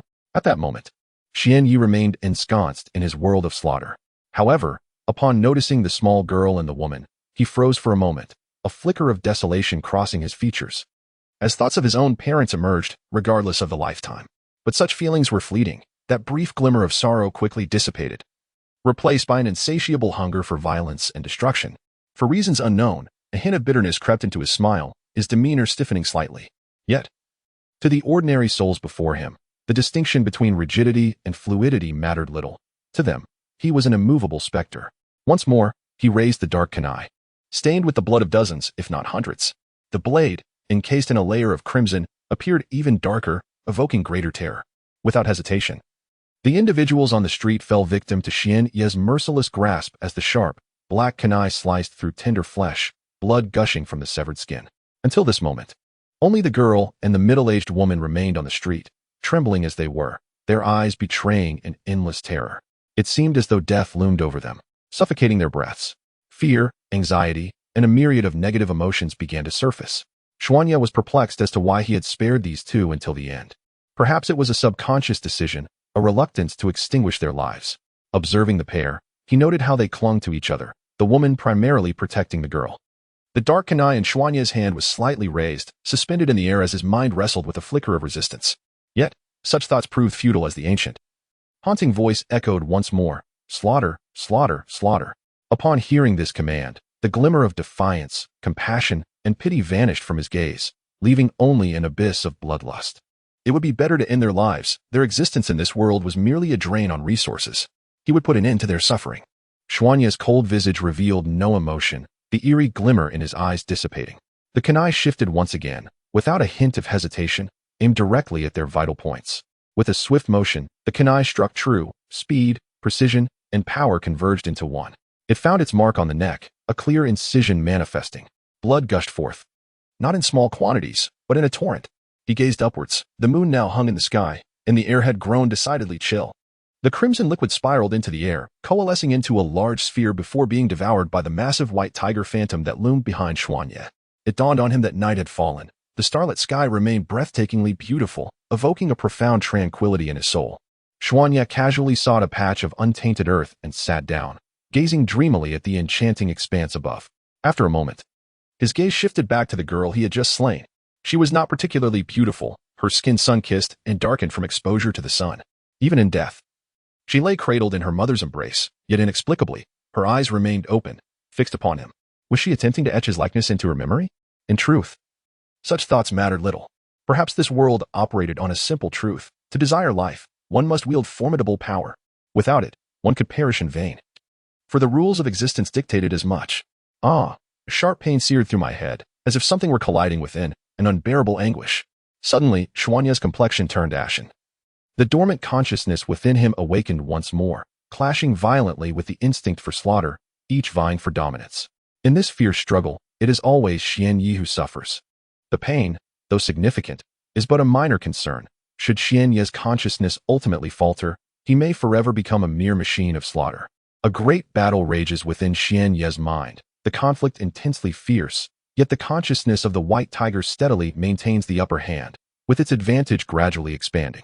Soon, Xian Ye's own consciousness crumbles, succumbing to that of the white tiger. However, this defeated consciousness does not vanish. Instead, it retreats, concealing itself in the deepest recesses of the mind. Chapter 155, The Golden Gate. The consciousness of Xian Yi sought to conceal itself. Yet the formidable essence of the white tiger's phantom was powerless against it, for the expanse of the sea of consciousness was virtually boundless, lacking any discernible boundaries. However, this concealment bore its advantages. It allowed for the anticipation of an opportune moment, a chance to utterly vanquish the white tiger's essence. When that moment arrived, it would herald the emergence of Xian Ye's own consciousness. A thunderous roar reverberated through the air, echoing in this relatively modest town, where every inhabitant heard it with startling clarity. The white tiger's phantom, having absorbed the blood of countless souls, grew increasingly colossal, its form solidifying as its imposing presence intensified, while the malevolent aura emanating from Xian Yi doubled in potency. Ding! Danger! Danger! The host is in a state of peril. The host is in a state of peril. Ding! The warning repeated itself, echoing in his mind. Besides the ancient voice that resonated faintly, the system's alert sounded, yet Xian Yi remained oblivious to it. His own consciousness had retreated into obscurity, and now the will of the white tiger's phantom held dominion over his mind, leaving him powerless to enact any extraordinary measures. If only Xian Yi could hear the warnings, he would undoubtedly express his frustration, demanding the system to devise a solution against the white tiger's phantom.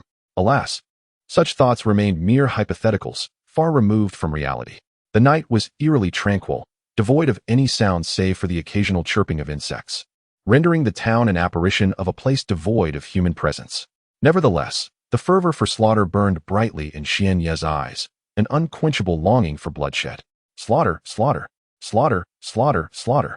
The ancient, potent voice once more resounded within Xian Ye's mind, issuing commands. I shall eradicate every soul within this city. None are worthy to exist in this world. I shall leave no one alive. The carnage persisted, but with no living souls remaining on the street. Xian Yi turned his attention toward other avenues, instinctively sensing where life still thrived. Perhaps this ability was a gift bestowed upon him by the immense white tiger's phantom. At this moment, a malignant aura enveloped the entire city, rendering its inhabitants paralyzed under the weight of its formidable presence. They were gripped by fear, trembling at the looming threat of death. A solitary individual cowered in a corner of their home, trembling with fear. Some sought refuge beneath their beds, clutching cups tightly against their bodies, while others hid within wardrobes, hoping to endure the arduous night that filled them with dread. The entire town was enveloped in an overwhelming aura of terror, as countless souls radiated their fear incessantly. This atmosphere was simply exquisite, intoxicating me deeply. Xian Yi closed his eyes, slowly absorbing the palpable fear that permeated the town. Ha ha ha, I can sense your terror, you pitiful beings. Today marks your doom. I shall assist in extinguishing your insignificant, frail lives. Xian Yi laughed maniacally, his wicked laughter echoing clearly throughout the town. Little ones, since you wish to engage in a game of hide and seek with me, I shall begin my search. Do not worry, for your fates have long been sealed. With that, Xian Yi departed the streets of the town, approaching a series of houses.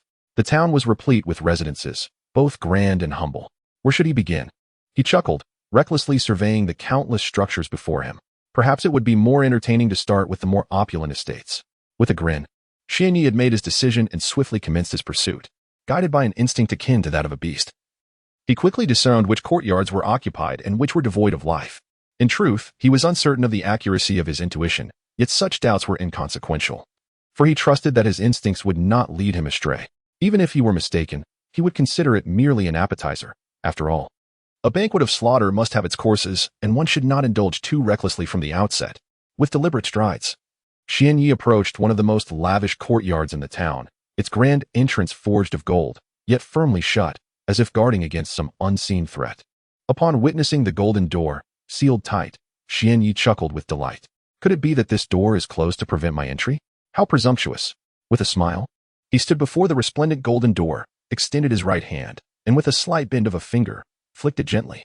The golden door was propelled away with tremendous force, soaring skyward. Where it would land, even Xian Yi could not fathom, but it surely would not be nearby. At that moment, far away on a street in another town, despite the late hour, throngs of pedestrians bustled about, creating an atmosphere of vibrant liveliness. Suddenly, one individual felt a twinge of fatigue in their neck and, tilting their head skyward, seemed to catch sight of a golden flash. The golden flash soared through the air at an astonishing speed, its size seemingly increasing with every passing moment. It was square-shaped and shimmered brilliantly. Could it be a luminous meteorite? It appeared to be drawing nearer. A common citizen, gazing upward, murmured to himself in disbelief. My heavens! That meteorite is truly hurtling towards me. Run! Suddenly, the man, with his head tilted back, let out a heart-wrenching scream and fled into the distance. Others, startled by his frantic cry, turned to him with puzzled expressions, uncertain of the cause of his panic. Look up! A meteorite is approaching us. Quick, run! He shouted, quickly grasping the confusion reflected in their eyes. The passers-by instinctively lifted their heads to gaze at the sky. What they saw was enough to instill terror. What on earth is that dazzling, square object? Is it a meteorite? No, that's not what I should be contemplating. The priority is to flee. Upon spotting the gleaming, square entity hurtling toward them, the crowd frantically dashed away. Some stumbled in their haste, yet they quickly regained their footing and continued to run. Chapter 156. The Strengthening of the White Tiger's Illusion. My goodness, what on earth is that golden square object, and why has it suddenly appeared in the sky? Hurtling towards me? This was the collective lamentation of all who were present as they desperately fled, seeking to escape this perilous place that instilled such unease and fear within them. With a resounding crash, the golden square object, referred to by others as a meteorite, struck the ground, unleashing a deafening roar that resonated across a 1-kilometer radius. The sound was overwhelming, jarring the hearts of everyone present. Fortunately, the meteorite did not collide with anyone. All managed to evade its destructive path, escaping unscathed. Gratitude surged within me. Thank the heavens, thank the earth, thank my parents, and thank everyone else. How fortunate I am to have avoided calamity. I still have many glorious days ahead of me. How could I possibly meet my end so easily? A middle-aged man, adorned in luxurious silk garments, stood near the meteorite, patting his chest in self-reassurance. Had that meteorite come any closer, he surely would have perished amidst the chaos, perhaps reduced to mere pulp or obliterated entirely. Damn it, I demand to see what has fallen. If it is not something of value, I shall summon others to reduce you to a pile of rubble. No, if it holds no worth, I will turn you to ash. This opulent man, draped in sumptuous fabric with a silver necklace around his neck and a ring adorned with a gleaming gold piece upon his finger, appeared to possess little more than that small glimmering gold, his most prized possession, as the silver necklace held little value in comparison. In the world of Naruto, one must never underestimate the worth of gold. Even a small piece can provide a family of 3 with a lifetime of comfort. As the richly clad gentleman approached the fallen meteorite, he noted, to his confusion, how diminutive it was. This was unexpected. Yet, he pressed on, and upon reaching the meteorite, he widened his eyes in disbelief, staring intently at it, even rubbing his eyes to assure himself of his sight. Crouching down, he opened his mouth and bit into the meteorite, only to find it unyielding. Rising to his feet, he pondered for a moment, and was immediately astonished by his realization. Could this truly be gold? Moreover, it was fashioned in the shape of a door. My heavens! How much could this possibly be worth? At that moment, the middle-aged man's eyes brimmed with avarice, cautiously scanning his surroundings. No one was around. Fortunately, no one was there. Otherwise, this gold would have been divided among others. He patted his chest and let out a sigh of relief. He then sprinted with great haste towards his home, where a modest sum of money resided, and thus he had employed several strong guards. It was imperative to have those guards secure the gold back home, lest he live in constant fear of theft. The town where Xianyi resided remained shrouded in a heavy aura of malevolence, enveloping the entire place, causing the townsfolk to retreat into their homes, driven by an innate fear. At that moment, Xianyi stood before the grand entrance of an opulent courtyard. Though the door had vanished, its whereabouts unknown, little did he suspect that the golden door would trigger a series of events. The night cast an aura of darkness over the courtyard, yet the moonlight illuminated it sufficiently. Once the consciousness of the white tiger's phantom seized control of his mind, his previous ninjutsu became obsolete. However, the passive ability of the Eye of God remained, rendering the night as bright as day for Xianyi. As he stepped into the courtyard, he instinctively sensed the presence of living beings within, and there seemed to be a number of them, perhaps even ninjas. The expansive courtyard was adorned with numerous precious trees, rocks, flowers, and some rare herbs, as well as ethereal blue fish that were seldom seen. These blue fish, swimming in the pond, appeared to harbor subtle energies, captivating Xianyi's attention as they emanated an alluring aura. It seemed consuming them would be advantageous, potentially enhancing his inner strength. Xianyi fixated on the blue fish in the pond, licking his lips with a sinister smile. He extended his right hand towards the fish, pausing in midair. In an instant, a powerful suction emerged, drawing all the blue fish from the pond into the air, positioning them before him. Roar! The white tiger's phantom behind him bellowed, its voice resounding throughout the courtyard, causing the very space to tremble slightly. The blue fish visibly shriveled, their life force coalescing into the gaping maw of the immense white tiger phantom, which devoured them whole. After consuming this energy, the formidable white tiger phantom behind Xian Yi appeared to grow even larger and more solid, its aura of intimidation intensifying. Energy, energy, energy, I crave energy, echoed in his mind, replacing the previous thirst for blood with a desire for power. Yet, the longing for bloodshed had not diminished. After lingering in the courtyard for a brief moment, he extended his right hand once more, but this time, it was directed towards the precious herbs. These medicinal herbs are beneficial to me. They belong to me, and I intend to absorb all their energy. Once again, before my very eyes, the precious herbs in the basin withered, losing all their vitality and naturally succumbing to desolation. Xian Yi closed his eyes, savoring the energy he had just absorbed. Although it was not substantial, it was better than nothing. Undoubtedly, the spectral form of the white tiger grew larger once more, its previously translucent appearance solidifying further, while the malevolent aura emanating from within Xian Yi intensified. Without a doubt, Xian Yi's power had augmented significantly. Upon reopening his eyes, Xian Yi moved his right hand again, directing a formidable force towards the rare flowers, grasses, and trees, causing them to wither instantly. Although these flora were exceedingly precious, they harbored little energy and could not enhance Xian Yi's strength or empower the white tiger's apparition. More content is loading. Please wait. This site only supports mobile browser access. If you see this paragraph, it indicates that the chapter content has failed to load. Please disable reading mode, novel mode, and ad blocking features, or copy the URL to another browser for reading. Nevertheless, it remains true that while the energy may be scant, it is still better than none. Haha, now I can indulge in tonight's slaughter feast. To the weak, I shall aid your escape from this sea of suffering, assisting you in departing without pain. Fear not, I will not demand any recompense. Xian Yi's eerie laughter echoed once more, reverberating throughout the town. The appearance of the first captain stirred great excitement within Black Dragon, leaving him at a loss for words, as nearly 3 months have passed since he began writing. Despite the lackluster results, this is the first time Black Dragon has resolved to pen a work. Although inexperienced in this endeavor, he acknowledges that his writing is far from perfect. Nonetheless, as long as there are readers, Black Dragon will not abandon this narrative. Furthermore, this process serves to hone his writing skills. Regardless, he is resolute in his commitment to continue unless, by chance, no one reads it anymore or unforeseen circumstances arise, knock on wood, such events will not occur. In essence, these are the sentiments Black Dragon wishes to convey. And he shall refrain from further rambling.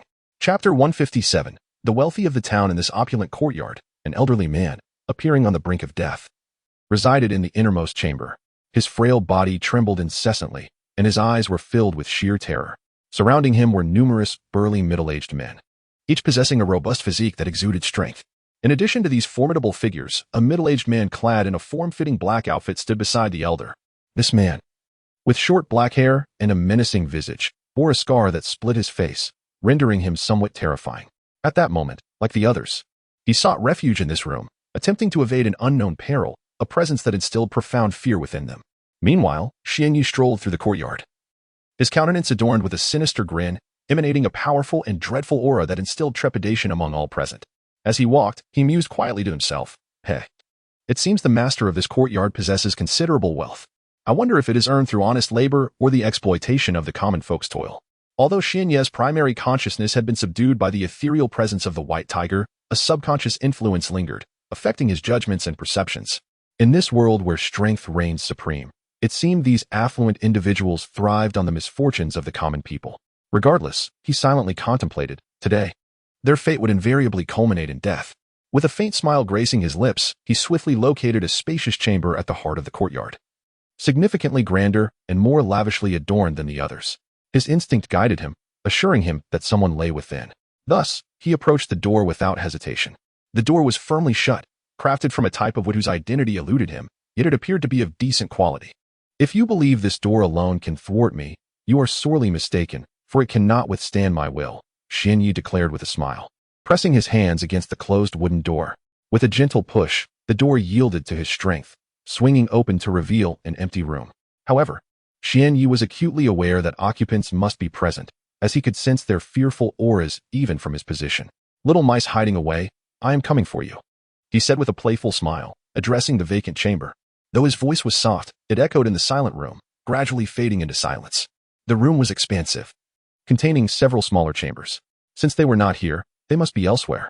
Xian Yi lifted his head, casting his gaze in a particular direction, a wicked smile gracing his lips. Just as he stepped into an adjoining room, a group of 5 suddenly materialized beside him, 3 burly men and 2 ninjas launching an assault. The black dragon ominously indicated that one should seek to save this moment for later reflection. Witnessing this scene, Xian Yi remained unperturbed, extending his right hand to retrieve a dark kunai from beneath his white robe. This robe, once pristine, bore the stains of blood from countless slaughters, lending it a sinister appearance. The kunai, having tasted human blood, now exuded an eerie aura. In Xian Yi's perception, his speed was unremarkable. He merely drew the sharp kunai leisurely from his pocket. Yet, in the eyes of the 5 attackers, it was as if, in the blink of an eye, the seemingly insignificant youth had brandished a dark kunai. Their pupils constricted slightly, astonished by Xian Yi's elusive speed, but having already committed to their assault. They could not halt their advance and pressed on. Clang, clang. The sound of metal clashing resonated as Xian Yi's kunai met the weapons of his assailants. The 3 burly men wielded iron swords, seemingly sharp and sturdy, while the 2 ninjas brandished kunai similar to Xian Yi's. The clamor of combat echoed, and in an instant, every weapon in their hands shattered. They stared in disbelief at the remnants of their once formidable weapons, now reduced to mere fragments. "Impossible. How could this sword break?" one of the men exclaimed in astonishment.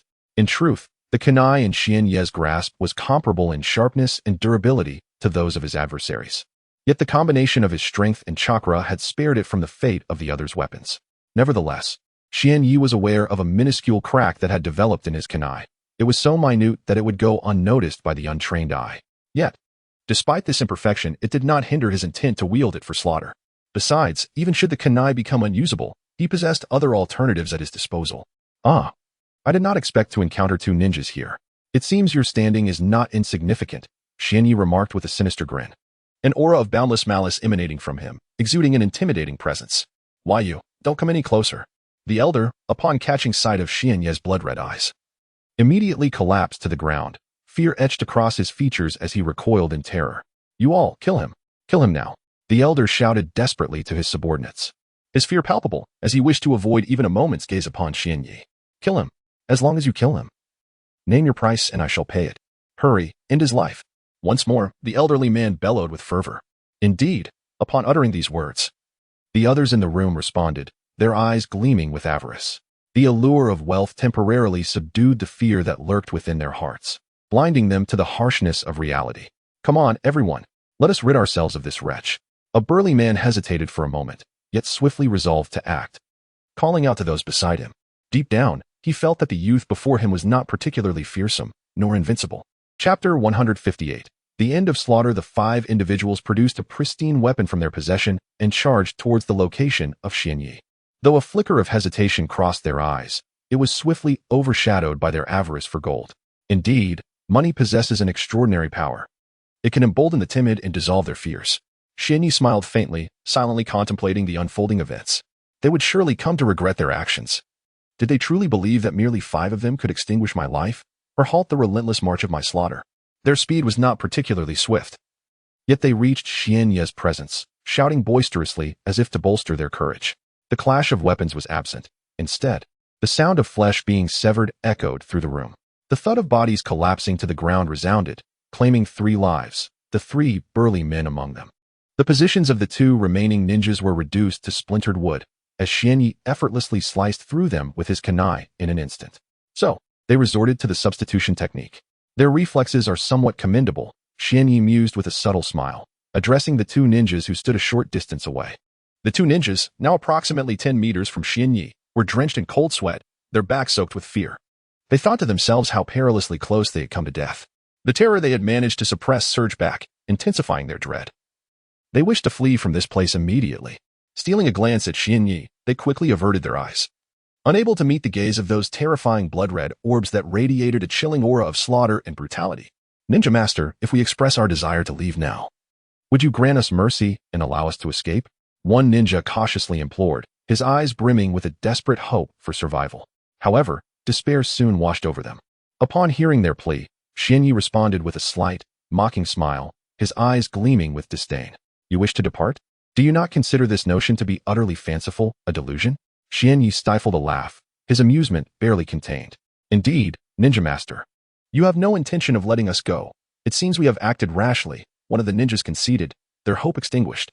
Upon concluding his words, the eyes of the two ninjas were filled with despair, devoid of any glimmer of hope for survival, for they understood that such a notion was utterly impossible. They were destined to perish here today. Since you comprehend this, I shall not hesitate to grant you a swift end, sparing you from enduring excessive pain as you depart from this world. Thank you. Having resolved to take action, there would be no mercy shown. Moreover, the guiding consciousness within his mind was that of the white tiger's phantom, not the essence of Xianyi himself. The carnage persisted, blood continuously flowing within the confines of a room at the center of this courtyard. A profound silence enveloped the scene, an eerie quietude that sent shivers down the spine. Moonlight streamed through the ajar doorway, casting its glow upon the stillness of the room, seemingly soothing some restless sentiments. Naturally, the blood within this chamber continued to be devoured by the white tiger's phantom behind Xianyi, its strength undoubtedly augmented by the consumption of this sanguine essence. On this night of slaughter, there was no need for further words. One simply had to act, to engage in the act of butchery. At long last, after the passage of 2 hours, Xianyi found himself once more upon the largest street of this town. As night enveloped the surroundings, the gentle moonlight bathed the scene, inexplicably warming his heart, imparting a sense of comfort. At this moment, the town lay in utter silence. No soul traversed the streets, nor did any inhabitant linger within their abodes, save for the chirping of insects and the sound of his own breath. Ding! Danger! Danger! The host is currently in a state of peril. Please take defensive measures. Ding! Danger! Danger! The host is currently in a state of peril. Please take defensive measures. The system's alert echoed once more in his mind, its tone devoid of any emotion, resembling a cold machine with no semblance of sentience. As the night deepened, time slipped away incrementally, and from the various corners of this not-so-small town, a copious amount of blood began to coalesce, gradually gathering in the air. A roar erupted from the white tiger's phantom, its earth-shattering bellow now significantly more formidable than before. Yet, with no one remaining in the town, its intimidating presence found no audience. Another roar resonated, and the blood, now amassed into a sphere in the sky, surged towards the mouth of the white tiger's phantom with astonishing speed, covering nearly 100 meters in a mere second. Ding! The system alerts the host. If defensive measures are not taken forthwith, the system will initiate compulsory defensive protocols. Ding!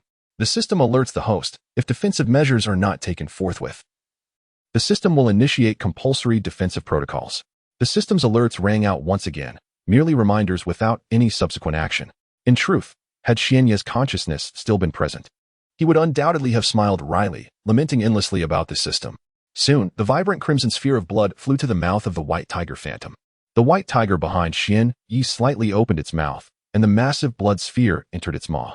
After consuming the sphere, the white tiger phantom appeared to be immobilized, merely closing its eyes and floating behind Xianyi. A roar erupted once more. Following this sound, the white tiger phantom behind Xianyi swelled at an astonishing speed, its form rapidly solidifying, and the overwhelming aura it exuded intensified. A minute later, the white tiger phantom opened its eyes, which gleamed with extraordinary vitality, its claws seeming sharper and more lethal. Now, if one were to refrain from touching it, they would undoubtedly remain oblivious to its ethereal nature. Gradually, the ferocious essence within Xianyi's blood-red eyes, a manifestation of his thirst for slaughter, continued to amplify. The white tiger phantom let out a thunderous roar towards the heavens, and after concluding its cry, cast a glance at Xianyi, revealing a glimmer of longing in its gaze, a yearning for rebirth. Chapter 159. The emergence of the system in an instant. The ethereal white tiger shadow behind Xianyi surged forward, propelled by an overwhelming malevolence and an astonishing velocity, racing towards his corporeal form. In the blink of an eye, the white tiger shadow had already positioned itself before Xianyi, pausing momentarily. It cast a glance at him before resuming its relentless advance, intent on obliterating Xuanyi's primary consciousness, leaving no trace behind, unyielding and absolute. With a thunderous crash, the white tiger shadow penetrated Xuanyi's body without any semblance of resistance, seamlessly infiltrating his being. There was no struggle, no hindrance, even had Xuanyi wished to resist. He lacked the strength to do so, his remaining energy barely sufficient to conceal himself, rendering him incapable of contesting the dominion over his own mind. Nourished by the blood of this town, the white tiger shadow experienced an exponential surge in power, evolving from a mere special jounin to a figure of shadow-level prowess. This transformation was nothing short of extraordinary, akin to activating a potent external force, far superior to the ordinary variants. The system that clung to Xuanye's essence exhibited no such rapid ascension. Once the white tiger shadow had embedded itself within Xuanye, it surged unimpeded towards the recesses of his mind, reaching its destination in a remarkably brief span. It had now fully seized control of the body, transitioning from mere influence to absolute dominion, as if it had regained a corporeal vessel, capable of executing its desires with effortless ease. Ding. The host is currently in a state of extreme peril. Should no action be taken within 20 minutes, the system will implement extraordinary measures. Ding. The host is currently in a state of extreme peril. Should no action be taken within 20 minutes, the system will implement extraordinary measures. The voice reverberated within his mind once more, instilling terror within the consciousness of the white tiger shadow. The system, tethered to Xuanye, remained an enigma, its origin and location shrouded in mystery. Upon closer inspection, it seemed as though the voice emanated from all around. Roar! Xuanye opened his mouth, emitting a feral growl reminiscent of a beast, a growl that belonged to the white tiger shadow, now dominating his consciousness. It was not surprising that he could vocalize such a roar, yet within that sound lay an undercurrent of agitation. The malevolence in Xuanye's gaze intensified, yet amidst that fury flickered a hint of unease and anxiety regarding the unknown. The ethereal image of the white tiger was utterly oblivious to the workings of the system. At that moment, a peculiar voice resonated within its mind, raising questions about the tranquility of its consciousness. The white tiger was engulfed in an overwhelming sense of anxiety and restlessness, deeply unsettled after seizing control over the human's mind. It was unwilling to relinquish its hold, fearing failure at such a critical juncture. Yet, it found itself unable to discern the source of that dissonant voice, baffled by the sudden emergence of such an odd sound within this body's psyche. Consequently, it resorted to venting its frustration upon its surroundings. With a swift motion, Xianyi propelled himself into the air, his legs exerting immense force that allowed him to leap to an impressive height, soaring no less than 1,000 meters. As he ascended, the wind howled and formidable resistance built up against him, but these forces were utterly inconsequential in the face of Xianye's might, for nothing could impede his advance.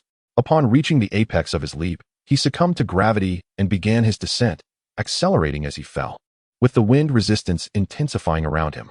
Just as he was about to strike the ground, Xianyi extended his hands in front of him. With a thunderous impact, his chakra-infused fists collided with the earth, producing a sound that resonated far and wide, deafening in its intensity. The sheer force of his blow created a crater nearly 100 meters in radius, an astonishing feat, one that would be beyond the capabilities of even a seasoned jonin, let alone an elite shinobi. Yet, Xianyi accomplished this with effortless ease, merely by extending his hands, channeling chakra, and exerting a slight force, resulting in such overwhelming devastation. Remarkably, this was but a fraction of his potential. It was merely a casual strike, yet its magnitude was truly astounding. Following this display of power, Xianyi did not pause. Instead, he unleashed a torrent of destruction with his iron fists, relentlessly demolishing everything in his sight. With each resounding crash, structures that appeared steadfast crumbled beneath the might of his blows, disintegrating with the fragility of mere parchment. After 20 minutes of unbridled havoc, Xianyi finally ceased his assault, his chest heaving not from exhaustion, but from the exhilaration of the moment. 20 minutes later, Xianyi ceased his destruction. In truth, the turmoil within him had not abated. It was merely that there was nothing left to destroy. Everything within reach had already crumbled, leaving no remnants of completion. During this time, the host had made no decisions, prompting the system to enact coercive measures. The voice of the white tiger's phantom resonated with extreme agitation and fury, echoing incessantly in his mind, with no discernible source to trace its origin. In the absence of anything to demolish, the white tiger's phantom could only roar at the sky, its thunderous cries reverberating through the air. Certainly, the feelings of resentment and frustration persisted, yet there was nothing that could be done, no solutions in sight. Coercive measures would commence in 3 seconds. The host was advised to prepare. 3, 2, 1, begin. Chapter 160, System Rewards. As the system's voice faded, an overwhelming surge of anxiety and agitation erupted within the consciousness of the white tiger's phantom. It was perplexing. The mere sound of the system incited such ire within it. Perhaps the white tiger phantom instinctively sensed the formidable nature of the system's voice, perceiving it as a significant threat to its very existence. Once the system's voice vanished, an unfamiliar and potent energy materialized within Xianye's mind, a force so powerful that even the white tiger phantom was momentarily taken aback. experiencing a flicker of fear. Loading more content. Please wait. This site only supports mobile browser access. If you see this paragraph, it indicates that the chapter content has failed to load. Please disable reading mode, browsing mode, and ad blocking features, or copy the URL to another browser for reading. Roar. The white tiger phantom bellowed, attempting to intimidate the sudden influx of energy in Xianye's mind. However, it underestimated the situation. This energy was released by the system and could not simply retreat in defeat. The emergence of this energy ignited a glimmer of hope within Xianye, a possibility to shatter the consciousness of the white tiger phantom. It was akin to a scenario where two nations were at war. One was overwhelmingly powerful, while the other was relatively weak. Suddenly, a third nation appeared, altering the entire landscape of the conflict. The once clear outcome became shrouded in uncertainty once more. Yet, given that this energy was a product of the system, Xianye's chances of success significantly increased. For the system consistently produced high-quality offerings. Upon its arrival in Xianye's mind, the strange energy began to survey its surroundings before slowly initiating its assault on the white tiger phantom's consciousness. The pace of this unfamiliar energy was not particularly swift. However, underestimating it would lead the white tiger phantom to severe repercussions. Gradually, the strange energy lunged towards the white tiger phantom's consciousness, seeking to engulf it completely. Yet, the white tiger phantom's consciousness was not a foe to be easily vanquished. It swiftly retaliated against the unfamiliar energy. As the white tiger phantom engaged in battle with the strange energy, it became preoccupied and had no time to manipulate Xianye. The two forces clashed within Xianye's mind for an hour, both sides expending considerable energy, with the advantage resting with the strange energy. However, this advantage was merely slight and did not constitute a significant lead. Just as the two energies were locked in an indeterminate struggle, Xianye's own consciousness, which had been lurking in the depths, re-emerged, suddenly manifesting on the battlefield between the two forces. The consciousness of Xuanye emerged on the battlefield as if it were a divine weapon descending from the heavens, engaging in conflict with the consciousness of the white tiger's phantom. With the addition of Xuanye's consciousness, the white tiger's phantom began to retreat steadily, ultimately facing a widespread collapse. However, this was not the outcome Xuanye desired. Victory necessitated the complete annihilation of the foe. For Xuanye, leaving any remnants was inconceivable. Thus, he relentlessly pursued the dissipating consciousness of the white tiger, which, sensing the impending end, resolved to mount a desperate counterattack.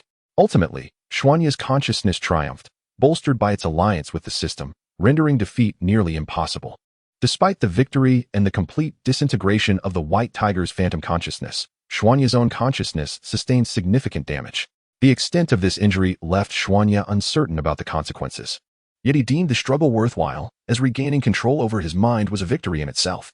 Ding dong. Upon the host's defeat of the white tiger's phantom, the system awarded 2 rewards. Reward 1. Great Sealing Technique. Although the host had vanquished the white tiger's phantom consciousness, the malevolent aura it left behind persisted. Thus, this sealing technique was designed to contain that aura, preventing it from manifesting freely and causing harm. Reward 2. Spirit Beast, White Tiger. Despite having defeated the white tiger's phantom, the system transformed the surplus energy absorbed by the phantom into a spirit beast, the white tiger, to assist or accompany the host in battle. After hearing the system's announcement, Xuanye felt a twinge of surprise. He had not anticipated any rewards at all. The parsimonious system had indeed bestowed upon him 2 prizes, eliciting a smile and a sense of joy within him.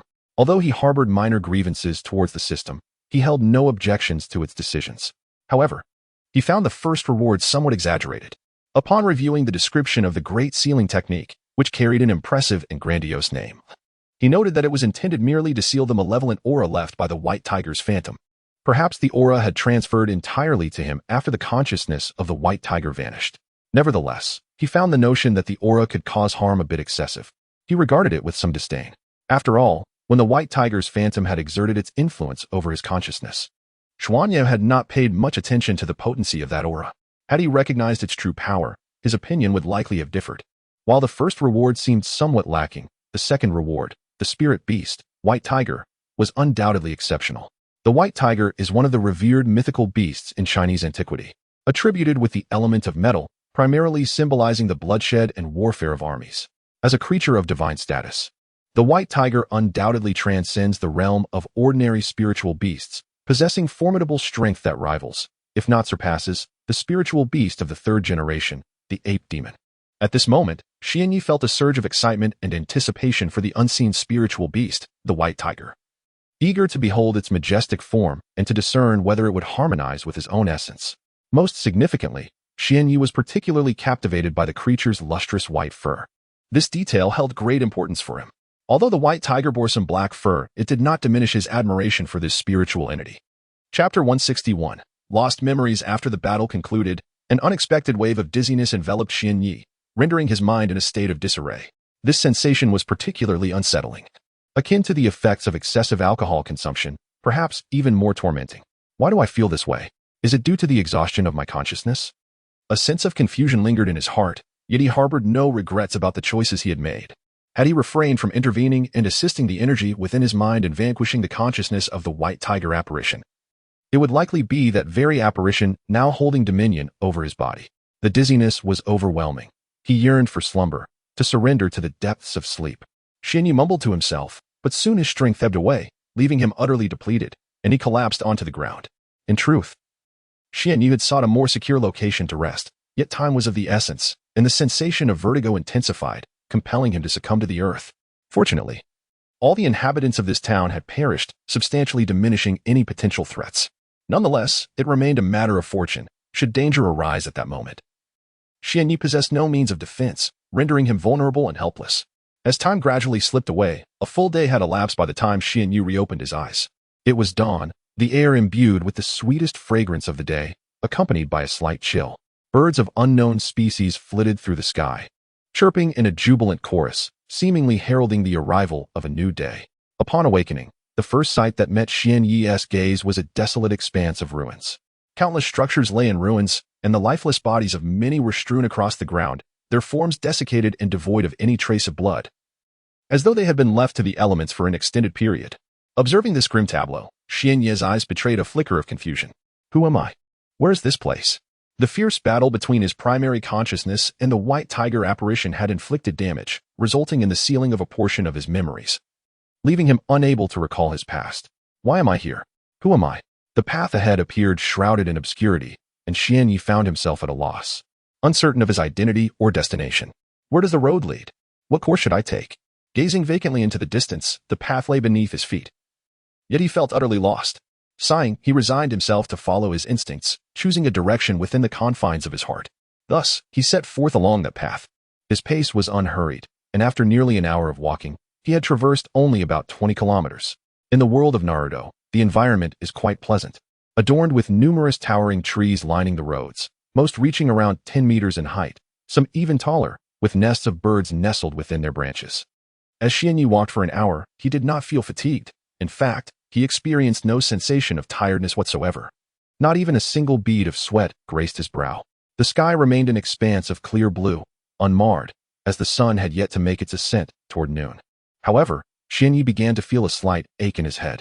The discomfort persisted, though only for a fleeting minute, after which it dissipated, replaced swiftly by a surge of memories.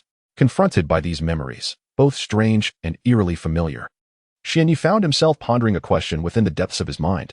Am I a ninja? Yet, no answer came, leaving him to speak to himself. A situation tinged with a hint of awkwardness. It dawned on him that he was indeed a formidable ninja, skilled even in physical techniques that surpassed the level of chakra mastery. As Xianyi gazed at the flood of memories that had suddenly emerged in his mind, those unfamiliar yet recognizable jutsu and martial arts, he found himself at a loss for words. Perhaps this was not so bad after all. With his previous memories slipping away, many of his worries had also vanished, freeing him from the burdens of his troubled thoughts. Lost in contemplation, Xianyi's attention was drawn to a necklace hanging around his neck, sparking a flicker of curiosity. He grasped the necklace in his hand, discovering it to be a stunning blue crystal. With a smile, he assessed its beauty. However, upon closer inspection, he noticed that the front of the blue crystal was inscribed with 2 characters. As he admired the large blue crystal, he was suddenly struck by the revelation that these characters read Xianyi.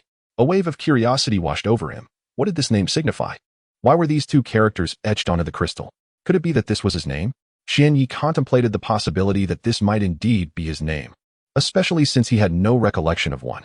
With his memories eluding him, he decided to embrace these 2 characters as his identity. After all, they seemed quite fitting. With a smile, he resolved that Xianyi would henceforth be his name. My name is Xianyi. I called out to the sky twice. a release for the pent-up frustration within me. Thus, I continued my journey, walking forward incessantly until I arrived at a town. I strolled leisurely into this town, which was adorned with numerous houses and bustling streets filled with pedestrians, a veritable hub of prosperity. Why do I perceive this place as thriving? Is it because I have visited other towns before? It must be so, reminiscent of the place I awoke in, which could be considered a town, perhaps even a flourishing one. Yet, I remain perplexed as to why it transformed into what it is now, why that town was devoid of life. This lingering uncertainty weighed heavily on my heart, a persistent enigma regarding that abandoned town. Chapter 162. Benevolence. What Xianyi was unaware of was that the town he had left was devoid of any inhabitants. All were slain by his own hand. Although it was the consciousness of the white tiger's phantom that influenced his body at that time, ultimately, it was Xianyi who committed the acts. 3 days had elapsed since his departure from the desolate town, and during this time, he traversed his surroundings solely on foot, ceaselessly advancing forward, oblivious to his destination or where he might end up. Throughout these 3 days, Xianyi delved into the intricate art of the Great Sealing technique and the practice of summoning. Yet, for reasons unknown, he found himself particularly fixated on the Great Sealing technique, perhaps due to its paramount significance. His relentless study continued. For although the Great Sealing technique proved to be somewhat challenging to master, it did not deter his fervent desire to learn. In all honesty, mastering the Great Sealing technique was no trivial endeavor. After 3 days of persistent study, he finally succeeded in executing this formidable ninjutsu. During this period, Xianyi came to understand why he felt compelled to learn the Great Sealing technique. It was due to the overwhelming malevolent energy emanating from within him. Xianyi was baffled by the sheer volume and terrifying nature of this malevolent aura, yet such considerations paled in comparison to his triumph in mastering the Great Sealing technique. Upon its enactment, a formidable force seemed to manifest upon his forehead. The intensity of this force was so great that it instilled a sense of dread within him, as though even the master of this jutsu was struck by its power. The force continued to intensify until all the malevolent energy coalesced upon his brow, where it appeared to condense exponentially, ultimately forming a singular, resplendent white tooth. This tooth emanated an aura of authority. Any who chanced to glimpse it would undoubtedly feel a surge of fear, and the timid might even be brought to tears. The tooth bore a striking resemblance to that of a tiger, seemingly the tooth of a white tiger, though the reasons behind its formation were lost on Xianyi.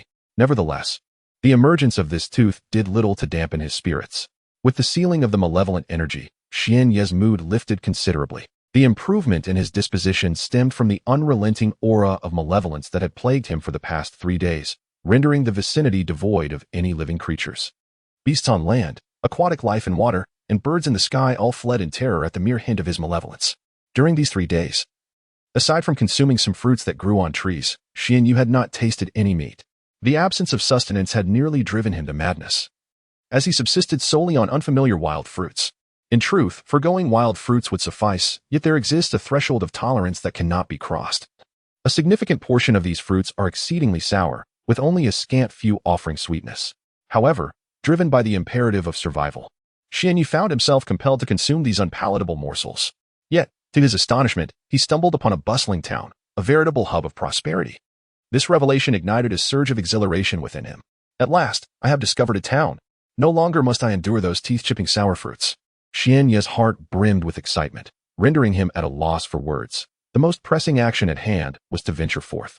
Entering the town, he found himself on a vibrant street lined with an array of shops, clothing boutiques, barbecue stalls, noodle shops. Everything one could desire was readily available. The street was not merely populated by stores. Numerous small stalls flanked either side, arranged with meticulous order. What an enticing aroma wafts through the air. Intrigued, Xianyi inhaled deeply, eager to discern the source of such a delightful scent. Following the fragrance, he arrived at a noodle shop, which, surprisingly, appeared rather lackluster in terms of clientele, with only a few patrons seated inside. Puzzled, Xianyi wondered why the noodles exuded such an irresistible aroma while the business seemed to falter. This contradiction piqued his curiosity momentarily, but he soon brushed it aside. Upon entering the establishment, he casually selected a seat. The shopkeeper, noticing the young boy's presence, discerned something unusual about him, although his clothes bore signs of wear. His eyes sparkled with vitality.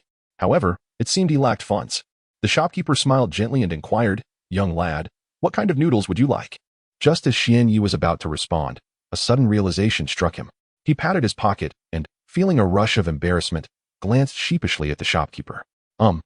Perhaps I'll pass on the noodles," he murmured, his cheeks tinged with crimson as he prepared to rise and leave. Yet, the shopkeeper intervened, reassuring him. "No need to worry. Young one, it seems you may not have any money, but please, make yourself comfortable. I shall treat you to a meal. The nearby diners, witnessing this heartwarming exchange, broke into smiles and chimed in, let me cover the cost of the young boy's noodles. Add it to my tab, and we shall settle it later. Alas, life is not easy for people nowadays. If one can lend a helping hand, then so be it. After all, a bowl of noodles does not hold much value. The words of that diner garnered the admiration of others, who smiled warmly at Xianyi, exhibiting genuine kindness. In light of this, Xianyi felt it inappropriate to decline, as the bowl of noodles represented the goodwill of those patrons. Though it may not be worth much, it was a token of their heartfelt intentions, and thus Xianyi was more than willing to accept it. This serves to illustrate that in this world, it is not solely populated by the cold-hearted. There are indeed benevolent souls, and kindness still flourishes. Chapter 163. Scoundrels for those individuals. Their actions stirred a profound sense of emotion, yet there was no overt display of enthusiasm. Instead, a gentle smile graced their lips as they expressed their gratitude. The patrons of the noodle shop paid little heed to this interaction, responding to Xianyi with kind smiles, for to them, it was merely a bowl of noodles. However, for one who was famished, it represented something far more significant. Before long, the proprietor of the noodle shop approached, bearing a steaming bowl of noodles. With a warm smile directed at Xianyi, the owner reassured, Dear child, feel free to enjoy your meal. There is no need for payment. Following this, a hint of melancholy crossed the owner's face as he murmured to himself, in this world, everyone faces their own hardships. If one can lend a hand, why not do so? It is but a small gesture. Unconcerned whether Xianyi overheard, the owner shook his head and slowly returned to his duties. Before Xianyi sat a bowl brimming with an abundance of ingredients, featuring generous portions of marbled meat and an assortment of seafood, all appearing exceedingly delectable. Overcome by hunger, Xianyi promptly seized the chopsticks beside the table and dived into the bowl. The noodles were scalding hot, freshly prepared. Yet the flavor was exquisite. Whether it was due to the hunger pangs or the dish itself, one could hardly tell. Xianyi consumed the meal with remarkable speed. It was not long before the bowl was entirely emptied. Even the broth was savored to the last drop. A contented smile emerged on Xianyi's face, for the joy of indulging in delicious food was always uplifting. Sitting comfortably in the chair, a gentle pat on the slightly round belly brought forth a deep sense of satisfaction. Just as Xianyi contemplated departing the noodle shop, 5 young men entered through the door. Each appeared to be under 30, likely in their 20s, adorned in gaudy clothing, their hair dyed in vibrant shades of red. Wielding iron rods and sporting mischievous grins, they immediately directed their loud demands at the shop owner, bellowing, Hey you, you're the owner of this establishment, aren't you? Hurry up and hand over your money, or we'll ensure your business cannot continue. Among them, the most robust young man stepped forward, clad in a somewhat loose-fitting garment. He raised his silver iron rod slightly, wearing a brazen expression, relishing the moment. Upon witnessing the arrival of these 5 individuals, the shop owner's countenance darkened, his eyes reflecting a deep-seated disdain toward them. However, the proprietor of the noodle shop refrained from voicing his concerns, fully aware that any act of defiance would jeopardize the establishment's very existence, particularly since he stood alone against 5 individuals. Although the shop was frequented by numerous patrons, they were merely customers. Should any alarming situation arise, they would undoubtedly flee, for no one would risk their own life for someone with whom they were not intimately acquainted. Hurry up and hand over the money, commanded the foremost of the 5, with a smirk that betrayed his audacity. Once we have the cash, we shall depart immediately. Our time is exceedingly precious, so do not squander it. The noodle shop owner felt a flicker of muscle tension in his face, his hands clenched tightly. Yet he quickly quelled his fury and released his fists. He could not afford to engage in conflict. The consequences of such an altercation would be dire. Not only would the shop be forced to shut its doors, but he would also likely suffer a beating. Observing the owner's lack of resistance only emboldened the 5, making them increasingly brazen. I happen to be famished since I skipped breakfast. Since you run a noodle shop, serve me 5 bowls of your finest ramen first, so I can satiate my hunger, one of them declared with a laugh. Yes, you old man. Hurry up and prepare some noodles for me. Otherwise, should I become displeased, I may just demolish your establishment. Upon entering the shop, the 5 men behaved as if they were in their own home, carelessly issuing commands to the owner. The powerless patrons in the noodle shop, witnessing the entrance of these 5, were swiftly intimidated and fled the premises, unwilling to remain in such a perilous environment. The owner said nothing, standing paralyzed before the pot of boiling noodles, dutifully preparing 5 bowls. Despite the seething anger within him towards these societal delinquents, he felt utterly powerless to retaliate against them. The atmosphere in the noodle shop grew increasingly peculiar. Apart from the 5 young men, Only Xianyu remained quietly seated, expressionless, observing the scene with a cold gaze. The aroma of the noodles soon permeated the air, awakening the appetites of the 5 intruders. "Old man, hurry up and serve my noodles. If you delay, I'll make sure to break your legs." A young man clad in a flowery outfit chuckled and whistled as he spoke to the owner of the noodle shop. The proprietor, upon hearing their words, offered no retort and displayed no resistance, merely hastening his movements. The noodles were soon served, undeniably delectable, and the 5 young men devoured them with an insatiable hunger, their eating manners quite unbecoming. The owner of the noodle shop stood beside them, and as he observed their voracious consumption, a flicker of satisfaction danced in his eyes. For him, the establishment of this noodle shop was not merely a pursuit of profit. Rather, it was a means to nourish the hungry souls, crafting bowls of exquisite noodles. Witnessing the famished patrons relish his culinary creations bestowed upon him a profound sense of fulfillment. Chapter 164. The Resurgence of Malice after finishing their meal. The 5 individuals casually picked up a toothpick from the table and began to clean their teeth, exhibiting an air of utter nonchalance. After a brief moment of dental grooming, one of them addressed the elderly owner of the noodle shop standing nearby, saying, "Old man, your noodles are utterly inedible. They nearly made me retch. Don't you think you should compensate me for this atrocious meal?" As he spoke, the man revealed his vile character. "Come on, old man, don't waste our time. Hand over the protection fee quickly. If you pay up, we'll leave without causing any more trouble for you or wasting my time." Another member of the group interjected impatiently. Upon hearing the demand for protection money, the shopkeeper's expression soured. "I have no money. I truly have none left. You come to collect money every few days. How could I possibly have funds to pay for protection?" With a pained expression, the shopkeeper pleaded, a hint of desperation in his eyes. "No money, old man? You dare to tell me you have no money? Do you have any idea what the consequences of such a statement could be?" The 5 individuals grew agitated upon hearing the shopkeeper's claim of being broke. "I genuinely have no money left. I cannot give you anything." "Well, since you insist on refusing to pay, it seems my brothers should take action," said the chief among them, picking up a silver iron rod from beside him. "Are you sure you want to pay the protection fee? If you truly refuse, my brothers want to hold back. Please, I beg you, don't. This shop means everything to me. I implore you, don't do this." The noodle shop owner pleaded desperately, a glimmer of hope flickering in his eyes. The leader of the group chuckled darkly. "Since this old man is so obstinate, let us get to work, brothers. Let us smash this wretched noodle shop." "Absolutely, brother. If this old fool doesn't understand the rules, then we shall destroy his establishment today." With that, the group seized their silver iron rods, kicking aside tables and chairs, and raised their weapons to wreak havoc. "Stop, please. I beg you, don't. This shop is truly vital to me. Without it, I cannot survive." Suddenly, the shopkeeper fell to his knees, clinging tightly to the leader, tears brimming in his eyes. This unexpected display took the leader by surprise. He initially thought the old man was preparing to retaliate, only to realize he was pleading for mercy. Witnessing the shopkeeper's cowardly demeanor only intensified the leader's amusement. "Alas, my dear old man, do not cling to my leg any longer. It is futile. Should you refrain from demanding protection fees today, I assure you that regardless of who arrives, I shall demolish this establishment. I implore you, grant me 10 days, just 10 days, and I shall certainly gather the protection fee you seek. Please, spare this restaurant from destruction." The owner of the noodle shop knelt upon the ground, fervently pleading, hoping for a few more days' grace. Meanwhile, sitting nearby, Xianyu clenched his fists tightly, his brow furrowed, and an inferno of rage brewed within him directed towards the 5 assailants. Yet, the 5 young men remained oblivious to Xianyu's presence, continuing to laugh as they mercilessly assaulted the kneeling shopkeeper, indifferent to the harm they inflicted. "Old man, no matter what you say today, as long as you fail to produce the money, I shall undoubtedly raze this place to the ground.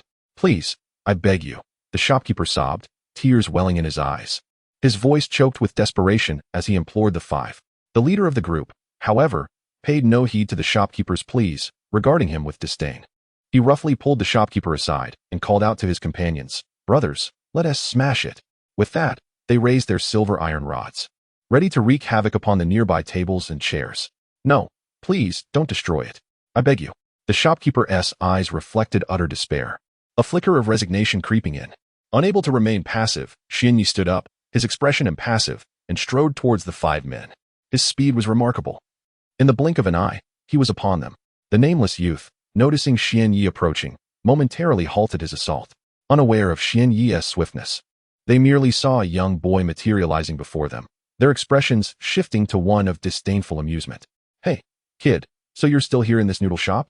Why don't you hurry along? Are you waiting to be beaten by us? Please, little one, you must leave. This matter does not concern you. You should not involve yourself. Those 5 are not human. They are beasts, the shopkeeper suddenly exclaimed, agitated, attempting to dissuade Xianyi from getting entangled in this ordeal. The 5 youths, initially leisurely observing Xianyi, were incensed upon hearing the old man label them as beasts. Old man, mind your words. Do you comprehend the gravity of what you were saying? The leading youth glared fiercely at the noodle shop owner, raising the silver iron rod in his hand and pointing it at him. Huh. In any case, your establishment is about to be demolished by us. What do I have to fear? You beasts, I curse you to meet a wretched end. The noodle shop owner suddenly burst into laughter, a hint of desolation woven into his mirth. Very well, if you, old man, are so eager to embrace death. Then my 5 brothers and I shall grant you that wish, sending you straight to hell. With that, the 5 men raised their iron rods and advanced toward the noodle shop owner. Xianyi gazed at the 5 with growing indignation, a peculiar sensation blossoming within him, a sensation that seemed akin to a thirst for blood. Unbeknownst to anyone, the white fang upon Xianyi's forehead began to fade gradually, until it vanished entirely. The consequence of the disappearance of that white fang was the relentless accumulation of malevolent energy within Xianyi, increasing steadily. And when it could no longer be contained, none would comprehend the terror that this malevolence would unleash. Chapter 165. Unease and trepidation. Xianyi was profoundly disturbed by the scene unfolding before him. Why do such individuals exist in this world? What compels them to act in such a manner? His mind spiraled into confusion, grappling with the harsh reality that perhaps this world is indeed so grotesque, devoid of kindness and compassion. Is it truly the case that only the strong hold dominion, while the weak lack even the capacity to resist? Yet, Xianyi quickly abandoned these thoughts, for the 5 young men in the noodle shop incited an overwhelming fury within him, a desire to eliminate them entirely. The atmosphere grew increasingly charged, and the audacity of the young men escalated. Old man, get the hell out of my way. Don't hold on to me, or you'll regret it. The leader of the group sneered, disdainful towards the noodle shop owner who clutched his leg. However, the elderly proprietor refused to relent. He gripped tighter, seemingly unwilling to let them wreak havoc upon his establishment. This noodle shop must hold immense significance for him. With a sudden burst of energy, the young leader kicked the kneeling proprietor, sending him flying. Fortunately, the force was not overwhelming, and the owner merely collided with a nearby table. Please, I beg you, do not destroy this noodle shop. It is incredibly important to me, the owner pleaded, weakened and seated on the floor, having sustained minor injuries from the collision. Despite his condition, he continued to implore the youths to spare his establishment. If I don't demolish your shop today, how will I maintain my reputation here? Don't blame me. Blame yourself for being broke. The leader bellowed. Brothers, let's south smash this place. With that, they raised their silver iron rods, ready to wreak havoc upon their surroundings. They paid no heed to anything but the potential for destruction, targeting every object within reach. Finally, the iron rods connected with tables and chairs, generating thunderous sounds as the furniture splintered into a heap of worthless debris. If one were to contemplate the remnants' utility, they could only serve as firewood. Yet, despite the chaos, their destruction did not extend towards Xianyi or the noodle shop owner. The malevolent energy within Xianyi intensified, growing more potent as the once prominent white streak on his forehead faded and ultimately vanished. The 5 individuals remained oblivious to the fact that not far from them, the eyes of Xuanya were gradually turning crimson, and a sinister aura was steadily intensifying, seeping forth in subtle waves. Within this modest noodle shop, the temperature was inexplicably plummeting, an eerie phenomenon given the sweltering heat outside. The youths, dressed in light garments, had come here unencumbered by heavy clothing. A booming sound echoed repeatedly, and the number of tables and chairs within the establishment was dwindling. The once intact furnishings were now few and far between. As the temperature continued to drop, the chilling effect of Xuanye's malevolent energy enveloped the noodle shop, further lowering the atmosphere's warmth. Hey, big brother, why do I feel it's getting colder? Suddenly, one of the youths halted and addressed the leader. Indeed, big brother, I too sense that the temperature in this noodle shop is descending. The others paused as well, casting perplexed glances at their leader. How should I know? Never mind, I just feel uncomfortable here. Perhaps we should leave, the leader suggested. All right, big brother, let us head back. His words garnered agreement from the other 4. Old man, we'll leave it at that for today. We'll return tomorrow. If there is no money then, it won't be as pleasant as today, understand? As the leader turned to exit, he aimed to intimidate the noodle shop's owner, hoping to instill a sense of fear in him for the day ahead. Just as they were about to step out of the establishment, Xuanya, who had been silent and motionless for quite some time, suddenly spoke. Wait, who allowed you to leave? The voice was chilling, reminiscent of the depths of hell. laced with a hint of terror. Xuanya's abrupt utterance startled the five youths, but they quickly regained their composure, smiles returning to their faces. Initially intent on departing this peculiar noodle shop due to the sudden drop in temperature, they now found themselves unwilling to leave. Hearing Xuanya's voice ignited a desire to teach him a lesson, to impart upon the boy an unforgettable lesson about the words one should and should not utter. Little brat. You. Just as the leader turned around, poised to admonish the boy, his words were abruptly cut off. What are those blood-red eyes? The young leader could scarcely believe what lay before him. He was unable to fathom that such terrifying crimson eyes could exist in this world. In an instant, cold sweat broke out along his back, and beads of perspiration began to form on his forehead. Fear, unease, and panic surged within him. Escape, he thought.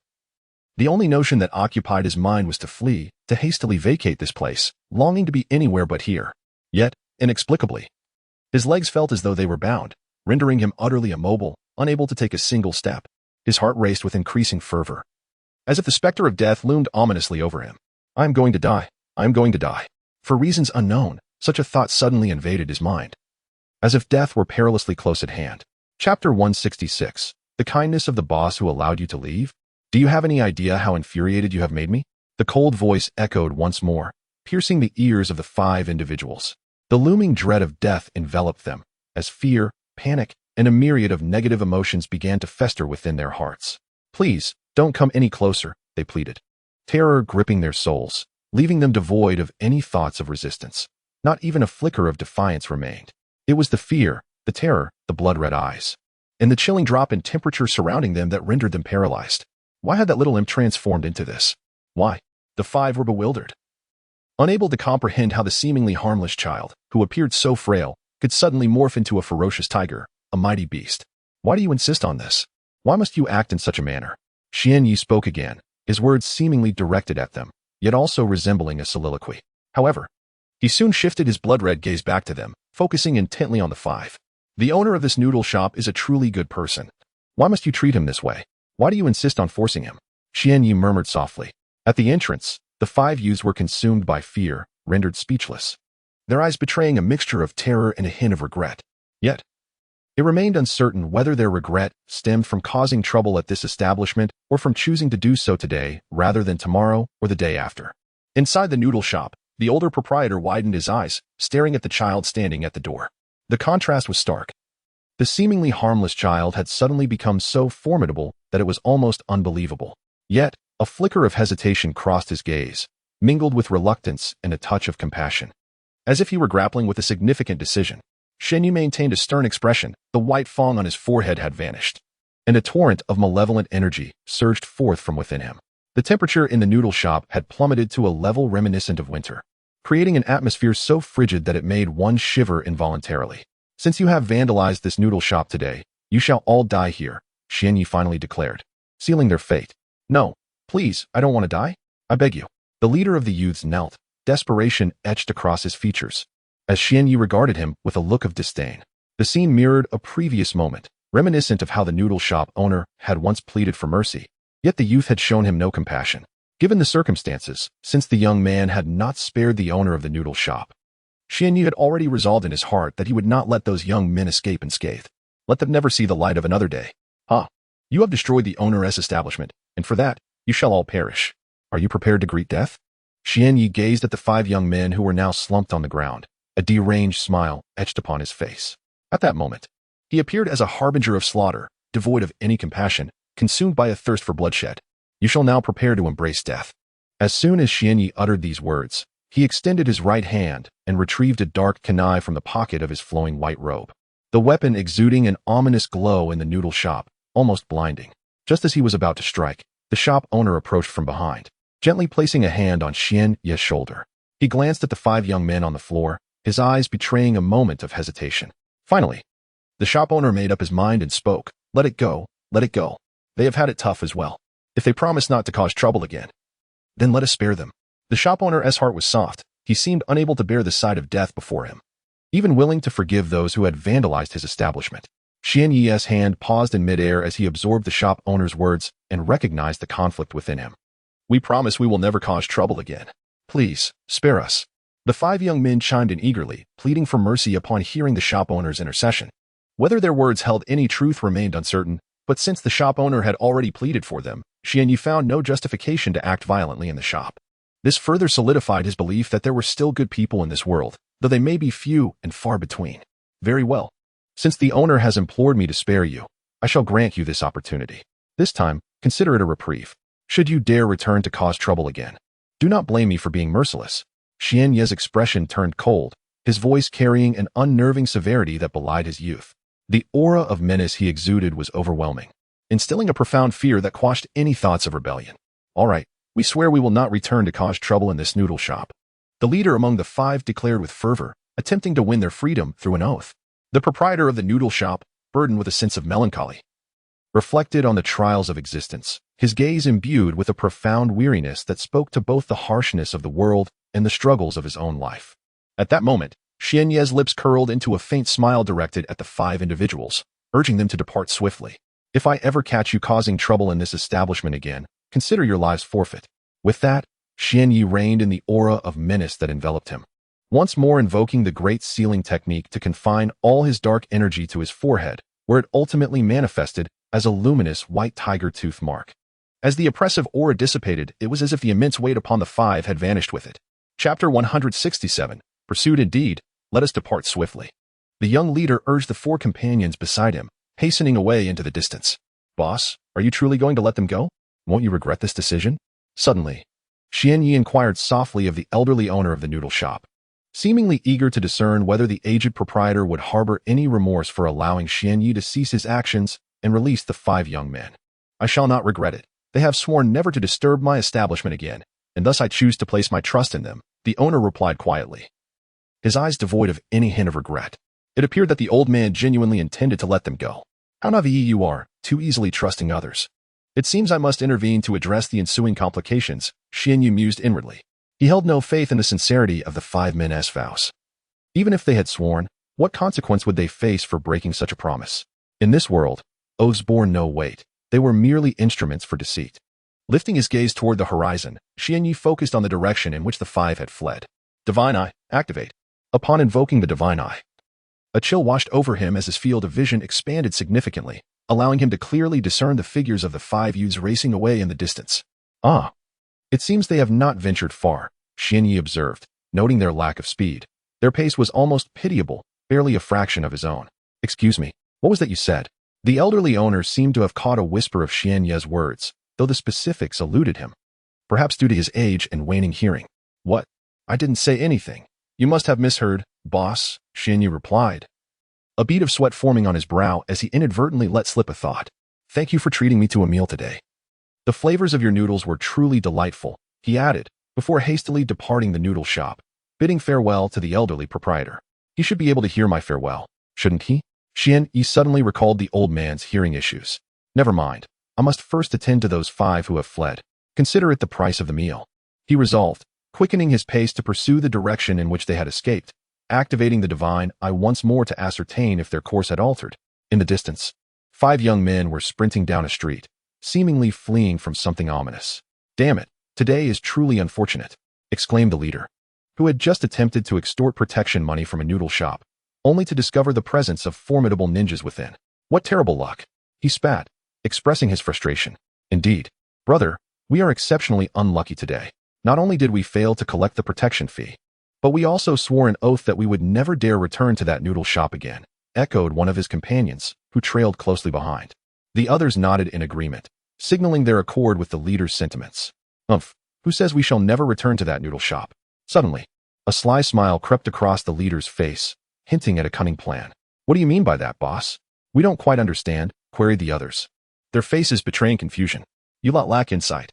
If you truly understood, would I need to lead you? He retorted. Yes, the boss is right. The others chimed in, their faces alight with smiles as they sought to flatter him. In truth, they could indeed return to the noodle shop for protection money, but they would simply need to bide their time for a day or two. The leader explained with a grin, we can still go back. We just need to wait for a short while. But boss, if you say we can go back, why wait a day or two? Why not go now? Are you foolish? Do you wish for your demise? Did you not see that terrifying little monster in the noodle shop? Going back now would be tantamount to courting death. The leader, upon hearing such a foolish question from his subordinates, playfully smacked their heads. All right, let us find a place to rest for a few days. Once that little monster leaves, then we shall make our move. Haha, brilliant strategy, boss. The five exchanged sly glances before erupting into laughter. Meanwhile, a young boy clad in a white robe was sprinting at remarkable speed, so swift that to an ordinary person, he appeared as nothing more than a fleeting gust of wind. Ah, those five are truly slow. After all this time, they have barely covered any distance, he mused. As he activated his divine eye to observe the five in the distance, a smile gracing his face. With a whoosh, he dashed past the street, weaving through the crowd, creating a gentle breeze in his wake. What was that just swept past my eyes? Loading more content. Please wait. This site is only accessible via mobile browsers. If you see this paragraph, it signifies a failure to load the chapter content. Kindly disable reading mode, immersive mode, novel mode, and any ad-blocking features, or copy the URL to another browser for reading. Suddenly, a robust middle-aged man appeared on the street, his eyes momentarily clouded, as if someone had darted past him. Surely, I must have been mistaken. How could anyone possibly move with such speed? The burly man chuckled softly, indulging in a moment of self-deprecation before continuing on his way. In a corner of the street, Xianyi observed the man for a while, a hint of curiosity gleaming in his eyes. It was surprising that the middle-aged man possessed such keen eyesight, managing to catch a glimpse of my form. Quite impressive indeed. Xianyi felt a measure of admiration for the man. It seemed there were perceptive individuals even in this small town. For now, however, I must locate those five individuals first. Once they are dealt with, this world shall be mine to wander freely. At this moment, Xianyi felt a surge of excitement. For some reason, he found himself quite fond of this endeavor. Chapter 168. The supremacy of the strong. Closer, they were almost upon the five individuals.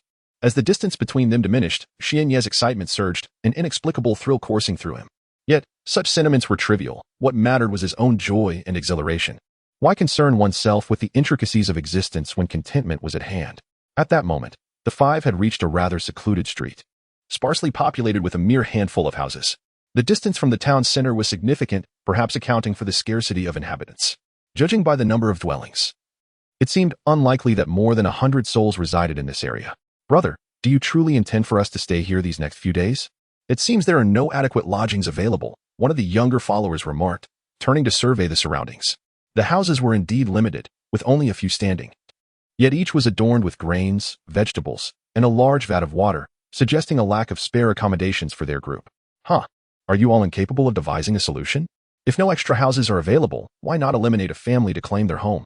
The leading youth casually suggested, displaying a chilling indifference towards human life. But brother, is such an act truly justifiable? One of the followers hesitated, his eyes reflecting a flicker of moral conflict at his leader's cruel proposal. What is there to deliberate? This is the nature of our world. The strong survive while the weak perish. Only the powerful can dictate the fates of others, and we are the strong now. The leader raised the silver iron rod in his grasp, swinging it through the air, its surface glinting ominously in the sunlight.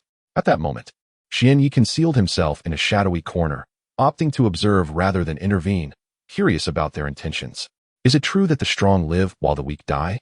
Only the powerful command the destinies of others? As these words reached his ears, a manic smile crept across Xianyi's face, his gaze gleaming with fervor. I find that sentiment delightful. However, you shall not escape the path of death. It appears your own words ring true. The strong live, while the weak perish. Having resolved to no longer wait, Xianyi chose to act, unwilling to witness any further of their malevolent designs. Who is there? Step forward. The leading youth suddenly bellowed, directing his shout towards the hidden corner, having spotted a figure emerging from the shadows, steadily approaching them. Upon hearing the leader's call, the other four individuals became tense, raising their silver iron rods and glancing in the opposite direction. In the corner, Xianyi slowly emerged, displaying no intention of concealing his presence, boldly stepping forward. For those five posed no threat to him. No need for such commotion. It is I, he declared. As they observed, the figure gradually came into view, and only upon drawing closer did they recognize its owner. He was a child, indeed, clad in a white robe, with long black hair and deep, penetrating eyes. However, none among the five dared to underestimate this child. They braced themselves, their bodies involuntarily trembling. Fear and trepidation enveloped their hearts once more, making even the act of breathing seem arduous. How did you suddenly appear here? The leading youth swallowed hard, beads of sweat forming on his forehead as he gazed at Xianyi. Do not be so frightened. After all, you possess no means to resist me. In light of this, it would be wiser to refrain from any defiance, for it may allow for a swifter demise. Xian Yi spoke to the leader in a relaxed tone. What is your purpose here? Just speak plainly, the youth demanded. What do I seek here? You should not need to inquire. I have come to eliminate you, Xian Yi replied with a smile, addressing them slowly. Why are there such individuals in this world? Who speak of killing with a smile, as if it were a source of delight? The leading youth felt a surge of fear, though his heart was heavy with despair. He found no words to express it. Why must you kill us? Did I not vow to refrain from causing trouble at that noodle shop? Why must it come to this? He shouted at Xian Yi, his voice filled with rage at the boy's actions. Do you truly believe that? Xian Yi asked with a smile, gazing intently at the youth. Do you genuinely hold such thoughts within? What are you saying? What do your words mean? He inquired again. Are you truly unable to comprehend, or are you merely feigning ignorance? Did you really think that by making a vow, you would never return to cause chaos at the noodle shop? I find that hard to believe. The leading youth's heart raced, though his face remained impassive. Having made an oath, I shall uphold it and not betray my promise, he replied, somewhat agitatedly. Deep down, he was terrified. Uncertain of how this child knew his innermost thoughts, yet he was unwilling to face death. He did not wish to perish so soon. Is what you say true? Xian Yi inquired with a smile, his gaze firmly fixed upon the eyes of the leading youth, the malevolent aura surrounding him seemingly becoming increasingly uncontrollable. The white fang upon his forehead displayed signs of dullness, appearing slightly dimmer than before. Suddenly, the leading youth felt as though an immense weight bore down upon him, rendering him breathless and uncomfortable. How can this be? Why is this happening? He thought, recalling the suffocating sensation from earlier that morning. The oppressive feeling was truly distressing, making it difficult for him to breathe. A terrifying torrent of malevolent energy emanated from Xian Yi's being, pressing down upon the leading youth. It appeared that this overwhelming aura alone could render him immobile. Xian Yi pondered silently within himself. Chapter 169, The End of Slaughter Humph. Look at your current state. Are you not merely lambs for my slaughter? Perhaps it would be wiser to refrain from resistance. It might render your demise a tad less arduous. Xian Yi observed the 5 individuals, now slumped on the ground, their strength utterly sapped, their faces ashen. He spoke softly. Though it appeared that these 5 had not entirely relinquished their will to fight, clinging tightly to their silver iron rods, despite the flicker of fear in their eyes, they remained fixated on Xian Yi, who stood a short distance away. Alas, it seems I have been overly naive. Convincing you to abandon your struggle appears an improbable endeavor. It is best to send you on your way directly. Xian Yi shook his head in resignation, withdrawing a pitch-black shuriken from the pocket of his white robe. He raised the weapon slightly, offering a faint smile. As the 5 beheld the shuriken, their expressions turned grave, their grip on the iron rods tightening. Is there truly no chance for us to escape with our lives? Must we inevitably meet our end? The young leader among them harbored a glimmer of hope, yearning to persuade Xian Yi to spare their lives. Yet, his aspirations were destined to remain unrealized. His life would indeed conclude this very day. Xian Yi regarded him, offering no response to his query, merely lifting the shuriken and charging toward the 5. His speed was astonishing, yet it paled in comparison to the swiftness of the wind or the rush of sound. To the 5, Xian Yi's figure transformed into a fleeting specter, his rapid motion eluding their gaze, leaving them only with the faintest trace of his trajectory. A malevolent aura began to envelop the air, the white fangs upon his forehead dimming, while the hue of his eyes gradually shifted to a deep crimson. The temperature around them plummeted, intensifying the terror within the hearts of the 5, as fears and negative thoughts took root in the depths of their minds. I will perish if this continues. I must flee. The young leader's eyes clouded with confusion, uncertain of his next course of action. As death loomed ever closer, he was compelled to make a swift decision, to flee or to resist, a testament to the strength of one's heart. Perhaps the only viable option now was to escape. Any attempt at resistance would likely leave no chance of survival. In an instant, the resolve in the leader's eyes shifted, the desire to fight dissipated entirely, replaced by sheer dread. Just as Xian Yi was about to reach them, he unhesitatingly turned to flee, abandoning the silver iron rod on the ground, perceiving it as an encumbrance that would hinder his speed. Unfortunately for him, his opponent was Xian Yi, whose velocity rendered any hope of escape utterly futile. There was no chance whatsoever. A mocking laugh escaped his lips. Since you have chosen to flee, allow me to end your life first. After all, you are their leader. Perhaps descending into the abyss would not be so bad. As Xian Yi spoke, a cruel smile graced his features. Grasping the dark kunai firmly in his hand, he pursued the man relentlessly. Please, no. I do not wish to die yet. The man cried out, his speed suddenly doubling, but this frantic effort did little to alter his fate. A sickening sound echoed as flesh met kunai, abruptly silencing the young leader. He was dead, rendered incapable of uttering another word. Xian Yi halted and returned to the position of the other 3, his expression icy as he regarded them. You must surely comprehend the fate that awaits you. It would be wise to relinquish your futile resistance, he declared with a sardonic smile. Yet, they remained obstinate, seemingly deaf to his words, clinging desperately to the hope of survival. Alas, I have indeed been too naive. Xian Yi mused quietly, a hint of a self-deprecating smile tugging at his lips, acknowledging his own innocence. The dark kunai in his hand remained steadfast and sharp, making the task of extinguishing the lives of the remaining four exceedingly simple. With a swift motion, Xian Yi moved past the four, who fell one by one. Their fatal wounds inflicted upon their necks, blood cascading down and staining the earth crimson. Suddenly, a few majestic eagles soared into the sky, their keen eyes fixated on the lifeless forms below. However, they did not descend, as if some unseen threat held them aloft. Though they hovered above, they did not depart. Instead, circling restlessly in the air, Xian Yi gazed up at the eagles, a faint smile playing at the corners of his mouth. The malevolent aura surrounding him gradually receded, sealed within the white fangs upon his forehead. Once shrouded by darkness, the fangs regained their vibrant white hue, no longer the dull shade they had previously worn. Perhaps this world operates under a simple truth: survival of the fittest, where only the strong can endure, find joy, and truly live for themselves. Afterward, Xian Yi departed from the scene, leaving the corpses of the five unburied, knowing that soon enough, the eagles would feast upon the remains. Upon returning to the heart of the town, he surveyed his surroundings, a flicker of confusion evident in his eyes. Uncertain of what to do next or where to direct his aspirations, having found no compelling reason to remain in this town, he resolved to venture forth, to explore the wonders of the world, and in his spare moments, to hone his skills and enhance his prowess. Perhaps such a life would prove to be quite fulfilling. Xian Yi lifted his gaze towards the horizon, a smile unconsciously gracing his lips, as if he had recalled a joyous thought. After departing from the town, Xian Yi embarked on a journey of wandering, embracing the world as his home. He relied on wild fruits to satiate his hunger, and on occasion, if he encountered a few beasts, he could indulge in some meat. Life in this manner was rather acceptable, while it could be said that he thrived. He felt somewhat deprived in terms of culinary delights. The fare of recent days was rather subpar. Most wild fruits were tart, and the beasts offered no seasoning, resulting in simple roasting. Fortunately, the inherent flavor of the meat was commendable, perhaps due to its quality, allowing him to enjoy his meals nonetheless. Chapter 170, The Spiritual Beast. The white tiger thus, another month passed without any significant events. If one were to insist that something noteworthy occurred, it could indeed be considered a matter of some importance. It seemed that within the recesses of memory, there existed a technique for summoning spirits.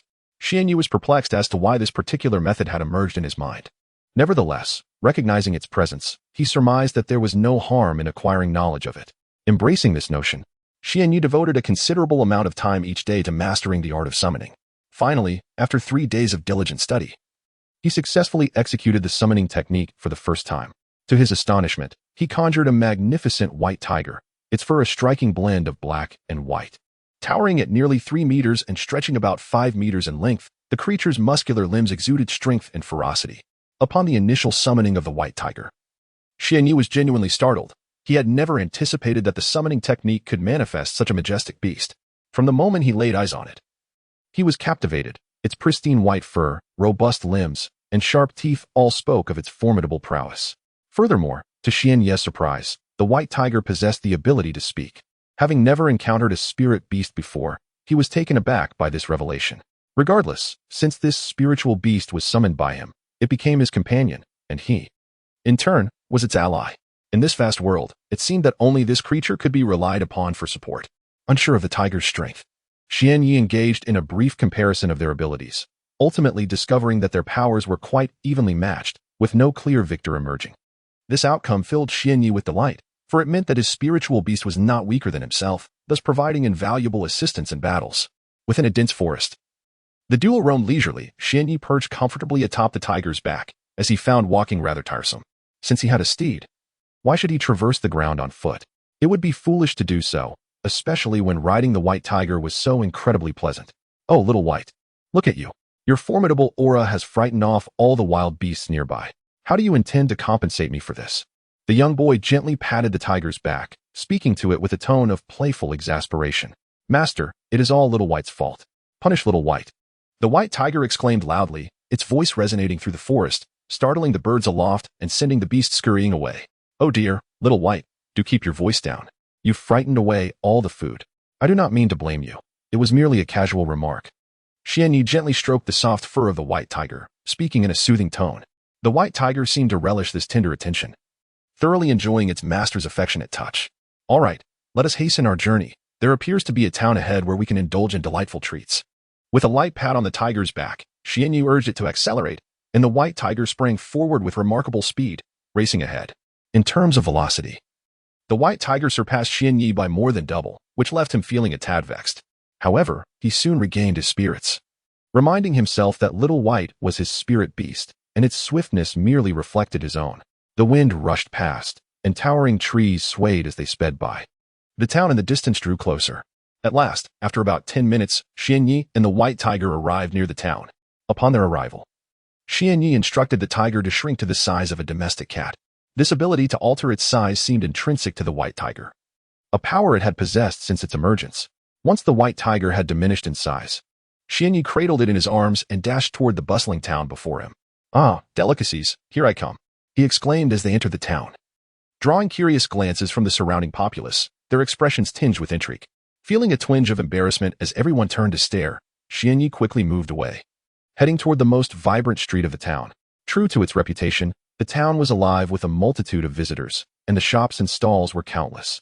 As Xianyi wandered down this lively thoroughfare, his attention was irresistibly drawn to the tantalizing array of street food. What could possibly emit such a delectable aroma? Following the scent, Xianyi made his way to a small stall. Ah, it is a barbecue stand. No wonder it produces such an enticing fragrance. His eyes sparkled with excitement as he fixated on the skewered meats sizzling on the grill, nearly drooling with anticipation. The white tiger in his arms mirrored his enthusiasm, its eyes glued to the barbecue, saliva trickling down. "Young friend, are you interested in purchasing my barbecue? I assure you, it is both affordable and extraordinarily delicious. Do try a few skewers." The stall owner called out, eager to secure a sale as he noticed a potential customer. Just as Xianyi was about to voice his desire to purchase, he suddenly recalled that he possessed not a single coin. To dine and dash was simply not within his character. Thus, he could only endure the pangs of disappointment, grit his teeth, and swallow hard as he turned away from the stall. The white tiger nestled in his arms, sensing its master's impending departure, emitted a series of urgent cries. Clearly reluctant to leave, yearning for the delectable skewers. This was, after all, in accordance with the understanding he had with the white tiger upon entering the town. Silence was to be observed. Consequently, the tiger could only vocalize its discontent in a futile manner. After departing from the stall, Xianyi retreated to a secluded corner and exchanged a few words with the little white tiger cradled in his embrace. "Oh dear Little White, I truly have no money on me, which means I cannot buy the meat skewers. I am genuinely sorry," he expressed, looking down at the white tiger with an apologetic countenance, though deep within, he felt not a shred of remorse. Chapter 171, The Stolen Coin Purse Master. "But I'm so very hungry. I long to eat something, perhaps some barbecued meat," the white tiger nestled in Xinya's arms said, its voice tinged with a hint of grievance and its eyes glistening as if on the verge of tears. Observing the pitiful expression of the white tiger, Xinya felt a wave of helplessness, uncertain how to console this little glutton in his embrace. "Ah, all right. Look at me. Your master is also quite famished and hasn't eaten anything either. Just bear with me a little longer, and I promise to take you to enjoy some delicious food, perhaps some meat. How does that sound?" Xianyi reassured the white tiger, adopting a tone akin to that of a parent soothing a child. "Really, master? Can we truly go for barbecued meat soon?" The white tiger's eyes sparkled with anticipation. "Of course, I would never deceive you, little boy. Have I ever lied to you?" Xianyi replied with unwavering confidence. The white tiger now wore an expression of eager expectation, looking forward to the feast that awaited them. Yet, Xianyi inwardly lamented his hasty promise. With not a single coin to his name, how could he possibly procure a delightful meal? A sense of frustration began to well up within him, but he quickly composed himself. There was no benefit in fretting. Instead, he ought to devise a plan to acquire some money. Xianyi contemplated various means of obtaining silver, a frown settling on his brow as he silently cursed the bandits and robbers for their absence during this time. Their lack of activity had rendered him penniless, devoid even of funds for sustenance. "Where on earth can I find some money? This is truly vexing," he mused, raking a hand through his hair, his eyes betraying his irritation. "Master, when will we be able to enjoy delicious food? When can we eat meat?" The white tiger inquired once more, rekindling Xianyi's previously subdued annoyance. "All right, little boy, let us first find a way to earn some money, and then I shall take you to indulge in a sumptuous meal," Xianyi replied, striving to maintain his composure. "But, master, where shall we go to earn money? The white tiger lifted its adorably small head, gazing up at Xianyi with curiosity. Little Bai, do not worry about that for now. You'll see soon enough. Xianyi reassured him. Yes, let us go. We must find a way to earn some money, and then we can feast on delicious food, on meat. The white tiger's eyes sparkled with a hint of excitement as it extended a tiny paw, pointing ahead. Alas, I find myself at a loss as to where to go. Perhaps I shall meander through this town aimlessly, hoping to uncover some means of earning a living. Thus, I began to wander through the streets, exploring and observing my surroundings. To be honest, this town is quite expansive, brimming with various dining and entertainment options, including shops, casinos, and hot springs. A leisurely stroll to clear my mind seems to be a rather prudent choice. Suddenly, an intriguing idea for making money struck me. I halted on one of the busiest streets, captivated by the commotion of a bustling establishment prominently labeled casino. As I stood observing, I noticed several burly men stationed at the entrance, seemingly tasked with discerning who was worthy of entry. Gradually, I made my way toward the casino. And upon crossing the threshold, the imposing figures made no attempt to impede my passage. Perhaps my elegant white robe, crafted from fine materials, led them to believe I possessed the means to patronize their establishment. Upon entering, I was taken aback by the cacophony of exuberant shouts. Gamblers, with flushed faces, fervently called out phrases like big and small, while others yelled leopard. A strange sense of familiarity enveloped me, as though I had once frequented such an establishment. I squinted, scrutinizing the gamblers and staff, sensing a vague recognition.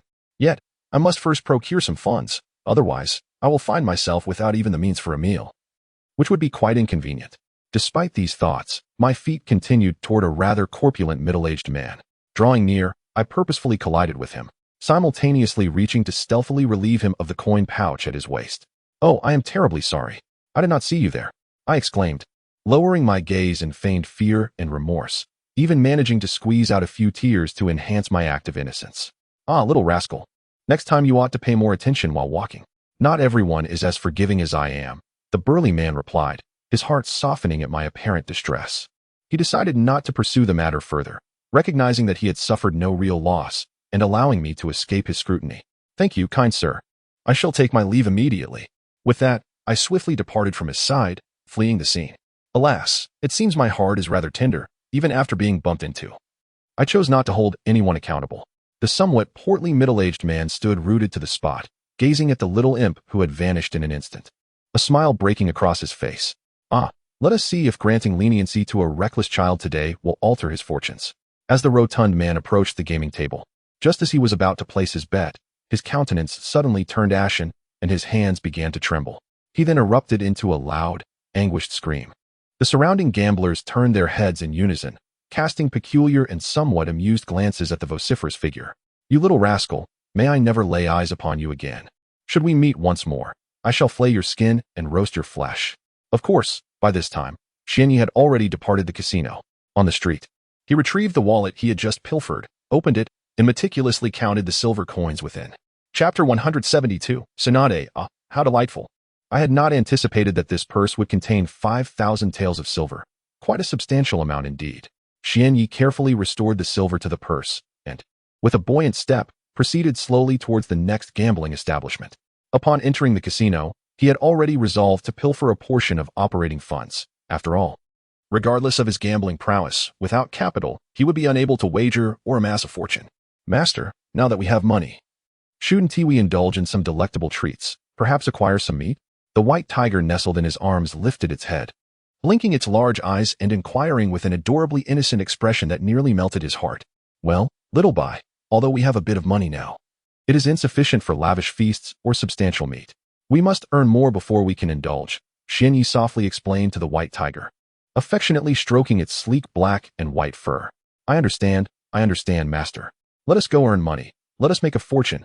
The black and white furred tiger squinted its eyes in sheer enjoyment, feigning comprehension, for it knew its master would resolve any issues. In truth, when selecting a target for his theft, Xianyi had observed all around him, scrutinizing the crowd before making his decision. He could never bring himself to steal from the impoverished. However, robbing the affluent was an entirely different matter. Take, for instance, the rotund individual he had just spotted. Adorned in high-end attire and bedecked with numerous valuable ornaments, an unmistakable sign of wealth.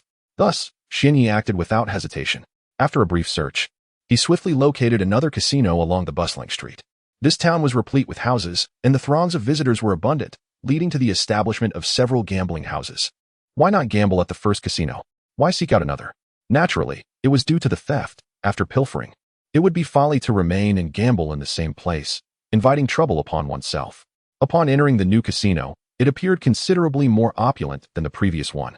And upon surveying the interior, he noted that it was significantly larger as well. It appears that this casino is quite impressive. Significantly larger and more sophisticated than the previous one, with a markedly improved exterior. Upon reaching the central area of the casino, I casually approached a gambling table. Observing a throng of gamblers gathered around it, I felt a slight headache as I realized I would have to push my way through the crowd. Clutching the white tiger in my arms, I maneuvered my way through the masses until I reached the table. Upon glancing at the gambling table, I noticed that the rules had seemingly altered. The game no longer revolved around betting high or low, but rather on precise numbers. Of course, the odds of winning in such a game were exceedingly low, as not all gamblers are fools. Consequently, the casino had elevated the payout multiplier to an enticing level. A successful bet would yield a fivefold return, a prospect sufficient to ignite a frenzy among the players. As I stood by the table, I observed an unexpectedly fervent gambler, a mature woman with a strikingly beautiful face, exuding an aura of allure. Around her neck hung a necklace that appeared to be made of crystal, distinct from the one I wore, and a diamond-shaped mark adorned her forehead. It seemed she had become quite engrossed in the game, rolling up her sleeves and laying all her silver on the table, her lips muttering in frustration at her previous losses. Standing behind her was a youthful girl, whose innocent visage suggested a naive demeanor. She reached out, grasping the woman's hand tightly, seemingly attempting to dissuade her from further betting. "Princess Tsunade, this is our last bit of silver. We cannot gamble any longer," she implored, her voice low, as if fearful that the woman might squander all their money. "Shizune, do you truly believe I will lose? Allow me to demonstrate how I will win this round. I will reclaim all that we have lost." The woman, her eyes aflame with determination, retorted loudly, yanking her hand away from Shizune's grasp. In a bold move, she pushed all her silver onto the table and then sat down, fixated on the covered pot. "Oh dear. It seems I may have to sleep outside again tonight. Life will only grow more arduous from here on," Shizune lamented, covering her face with her hands, her eyes reflecting a sense of helplessness in her quiet murmur.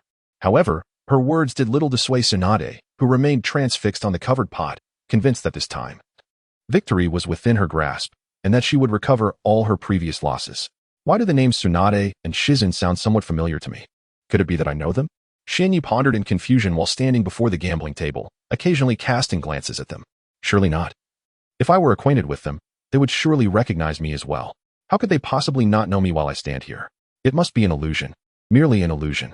As Shinyi contemplated this, the staff member swiftly unveiled the bowl before him, revealing that the sum of the 3 dice was 11.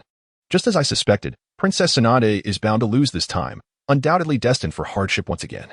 The woman named Shizune wore an expression of deep grievance, her delicate face shimmering with unshed tears, seemingly overwhelmed by the prospect of her impending circumstances and feeling unjustly treated. Indeed, in this world, can one lead a good life without money? Certainly not. Chapter 173, Casino Experience. There exists a saying that wealth is not omnipotent. Yet there is another adage that asserts without money, one cannot achieve much. Regarding this latter notion, Shinyi finds it quite accurate. After all, in this world, a comfortable existence necessitates a modicum of financial resources. Regardless of the origin of one's wealth, possessing money undeniably facilitates many endeavors in life. Alas, the girl named Jing In remained rooted in place, her eyes filled with a mix of confusion and grievance, pondering the arduous days that lay ahead after losing all her funds. The personnel at the gambling table did not cease their activities due to one individual's misfortune. The casino was teeming with gamblers, and it was unnecessary to halt operations for the sake of one person. Before the gambling table, the croupier once again placed the dice into the bowl and shook it before the expectant crowd. An intense silence enveloped the room as the gamblers, their eyes gleaming with anticipation, fixated on the bowl containing the dice. However, Shinyi did not share in the fervor of the other gamblers. Instead, he discreetly channeled his chakra, directing its flow towards the bowl. What is happening? Why can't my chakra penetrate the bowl? It appears unremarkable, entirely black, seemingly crafted from some special type of wood. Could it be that this opaque bowl is capable of thwarting the scrutiny of chakra? Otherwise, how could one explain the inability to penetrate it? Shinyi contemplated silently, and in that moment, he comprehended why casinos thrived in this world. No wonder gambling establishments flourished. It was due to the existence of such a bowl. Otherwise, any random ninja could potentially bring the casino to ruin. Subsequently, Xianyi closed his eyes, retracting all his chakra, and attentively listened to the sound of the bowl being shaken. His ears twitched as the croupier soon ceased shaking the bowl, placing it back onto the table with a measured gentleness. With a resounding thud, the bowl was set down. All right, everyone, please place your bets quickly. Once the time has passed, there will be no turning back. The croupier announced loudly, prompting all the gamblers to hurriedly stake their money. Among them, only Xianyi wore a slight smile, devoid of tension or expectation, as he gently placed all the coins from his pouch on the number 10. All right, all bets are placed. I shall reveal the outcome now. More content loading. Please hold on. This site only supports mobile browsers. If you see this paragraph, it indicates a failure to load the chapter content. Please disable reading mode, book mode, and ad blocking features, or copy the URL to another browser for reading. The staff, with little preamble, directly lifted the pure black container that held the dice before the gambling table. Indeed, the sum of the numbers on the dice was 10. The gamblers at the table reacted to this revelation with a mix of exuberance and regret, some displaying sheer joy while others wore expressions of sorrow. So it is 10. I see my ability to discern the sounds of the dice within the container has not diminished. I was quite accurate, thought Xianyi to himself, secretly pleased yet maintaining a stoic demeanor. The staff swiftly commenced his duties, returning 5 times the amount to all the winners and collecting the stakes from all the losers. Xianyi, however, had amassed a remarkable 25,000 taels of silver, in addition to his original 5,000 taels, bringing his total winnings to an impressive 30,000 taels. Princess Tsunade, let us depart. We have no more money left to gamble, said Shizen softly as she cradled the pig, her head bowed in resignation, reluctant to remain in this place that had drained her of all her funds. Wait, I wish to stay a while longer. I believe I have spotted an intriguing little devil, Tsunade replied, a subtle smile gracing her lips as she glanced towards Xianyi's position, speaking softly to Shizen behind her. Upon hearing that Tsunade was not yet inclined to leave, Shizen felt an overwhelming sense of helplessness. Yet, she could not compel Tsunade to make a different choice and thus resigned herself to linger in the casino a bit longer. I've made a small profit. My luck is indeed favorable, Xianyi proclaimed with a deliberate laugh, hoping to entice the other gamblers to place similar bets. The staff began shaking the dice again, swiftly concluding the motion and gently placing the black container back onto the gambling table. All right, bets are locked in. Everyone should understand the rules, he announced. The gamblers promptly placed their bets, remaining steadfast in their decisions despite Xianyi's actions. Observing this scene, Xianyi felt a twinge of disappointment. It would have been rather amusing to ensnare a few greedy souls into paying a price for their avarice. Soon, Xianyi pushed forward 2,000 taels in banknotes, this time betting on the number 5. This move did not draw the attention of others. They were all fixated on the pure black container, seemingly reciting silent prayers in hopes of victory.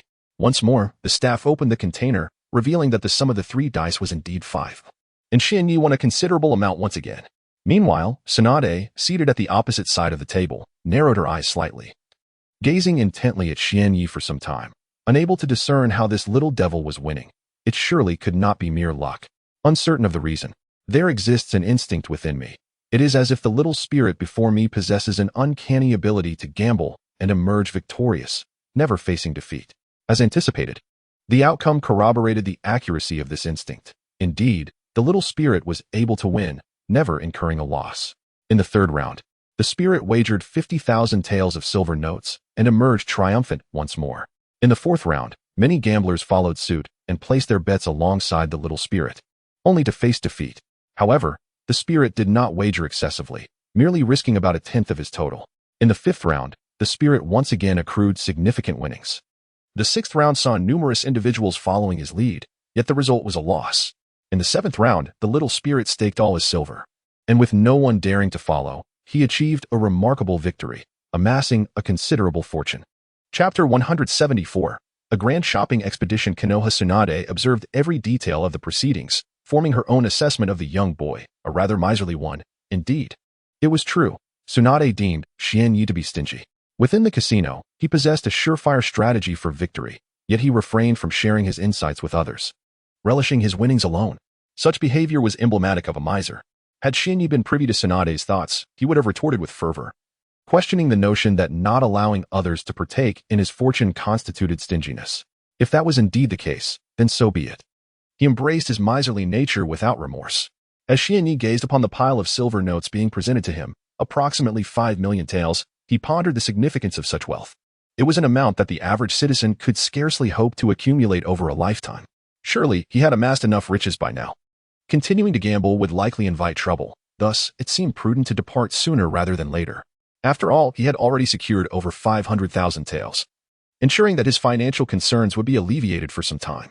Noticing the attendant before him, whose forehead glistened with beads of sweat, Xianyi felt satisfied and rose to leave the casino. Just as he was about to exit, Tsunade, seated at the adjacent gambling table, turned to her companion Shizune and said, "Shizune, it is about time for us to take our leave as well." Naturally, Shizune had no objections to Tsunade's decision.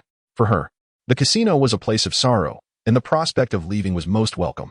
"Ah, the young master has finally departed. Had he lingered any longer? I truly would have been at a loss," remarked the casino attendant, exhaling deeply in relief at Xianyi's exit. "Ah, Xiaobai, look at how much money I've earned. It's high time we indulge in some delightful cuisine, especially your favorite meats. Woof, let us go eat delicious food and enjoy some meat." In Xianyi's embrace, the white tiger perked up at the mention of food, eager to embark on a culinary adventure. Upon leaving the casino, Xianyi did not rush to procure food. Instead, he sought out a clothing store along the bustling streets. He had worn his current attire for several days, although it had been washed. He still felt a sense of discomfort, particularly in his heart. This town was not small, and there were numerous shops selling clothing. After strolling a few steps from the casino, Xianyi soon came across a sizable clothing store. With newfound wealth came a different demeanor. He strode confidently towards the shop, shoulders back and head held high. "Shopkeeper, where are you? Come forth, business awaits." A middle-aged man emerged from the shop, slightly portly and somewhat shorter in stature, yet marginally taller than Xianyi. His face was adorned with coarse stubble. Upon noticing a customer had arrived, he promptly stepped outside to attend to them, only to find himself confronted by a child, one even shorter than himself. The proprietor's initial thoughts were tinged with bemusement as he pondered the audacity of a child, shorter than he, potentially seeking to purchase clothing. However, after a moment of observation, a realization dawned upon him. This young lad could undoubtedly afford the garments in his establishment. Even if he lacked the funds himself, it was likely that his guardians were quite affluent. One could often gauge a person's capabilities merely by their demeanor. "Oh, it appears we have a young customer," the jovial middle-aged man chuckled, addressing Xianyi. "What kind of attire are you in search of? Do share your preferences. I shall guide you in selecting some options."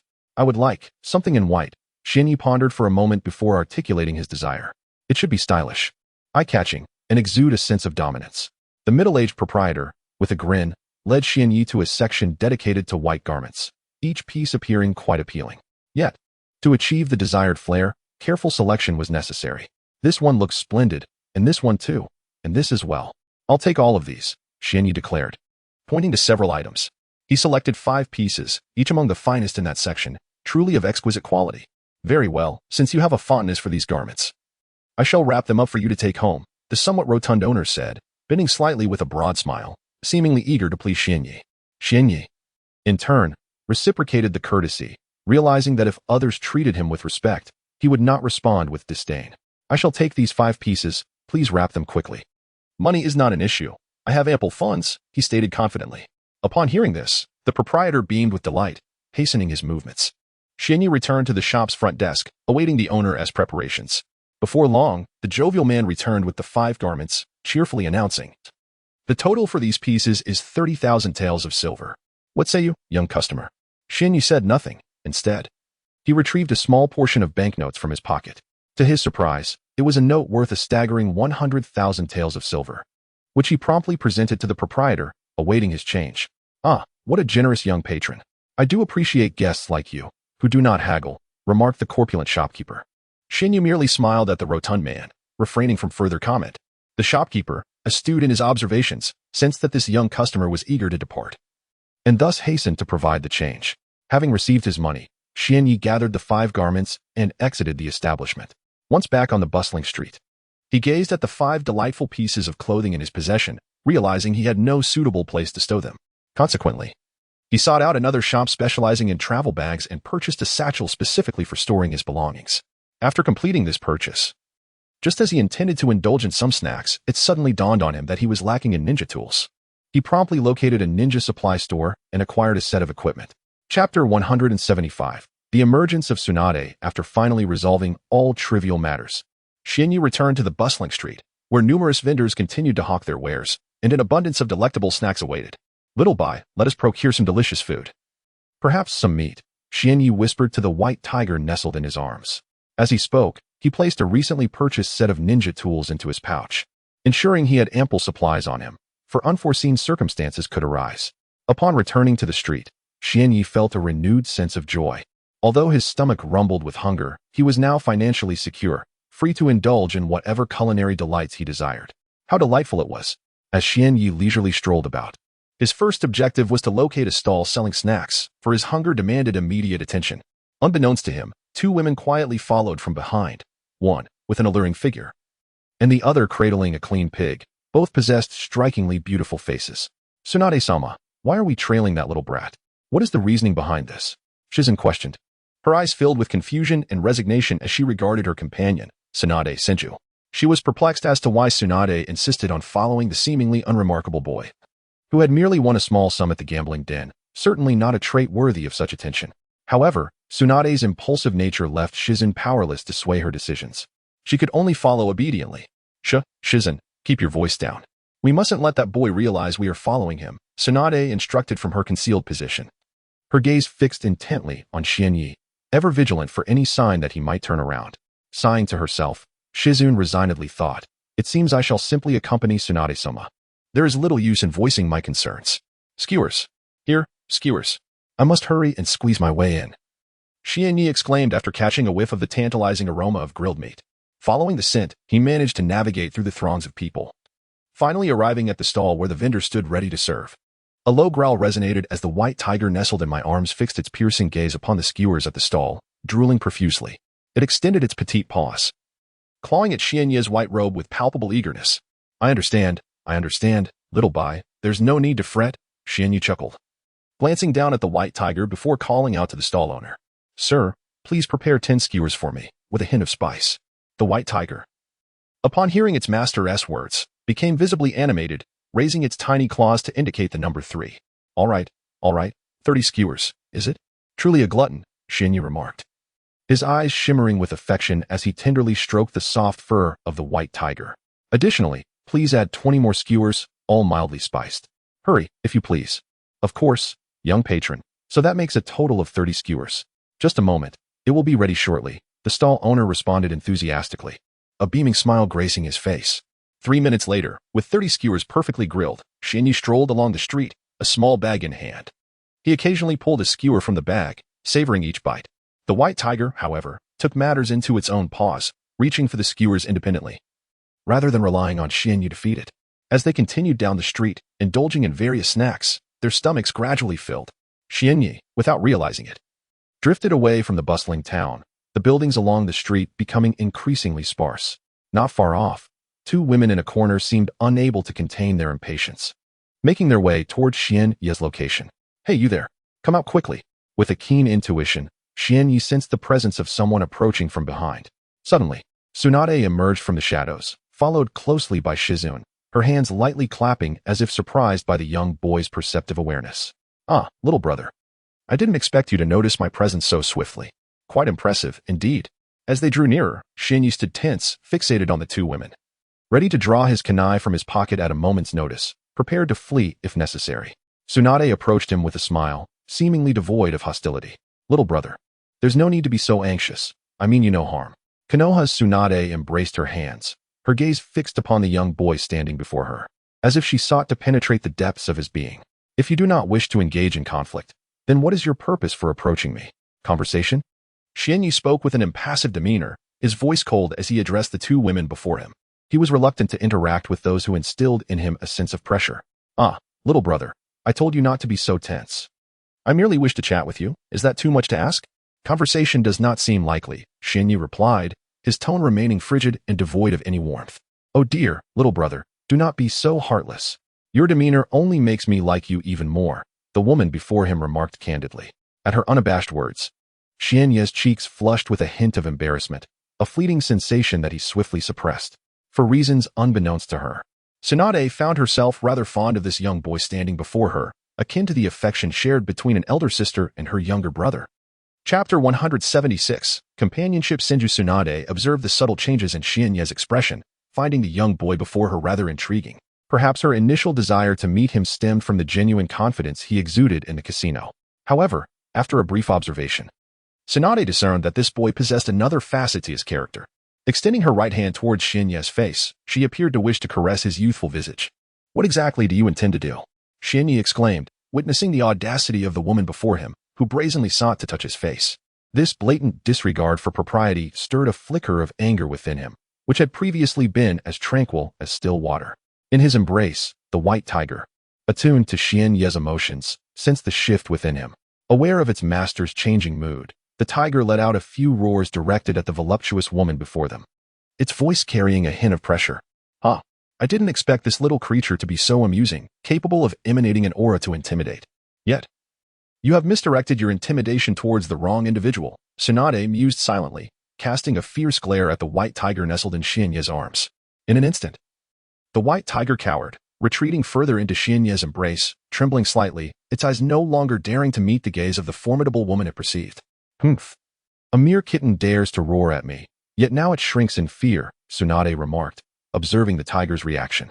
The little creature's eyes glistened with moisture, rendering it irresistibly adorable. "Now, what is it that you truly desire?" "If there is nothing of significance, I shall take my leave," Shinye stated. Unable to maintain his previously impassive demeanor, his tone laced with irritation towards the audacious woman before him.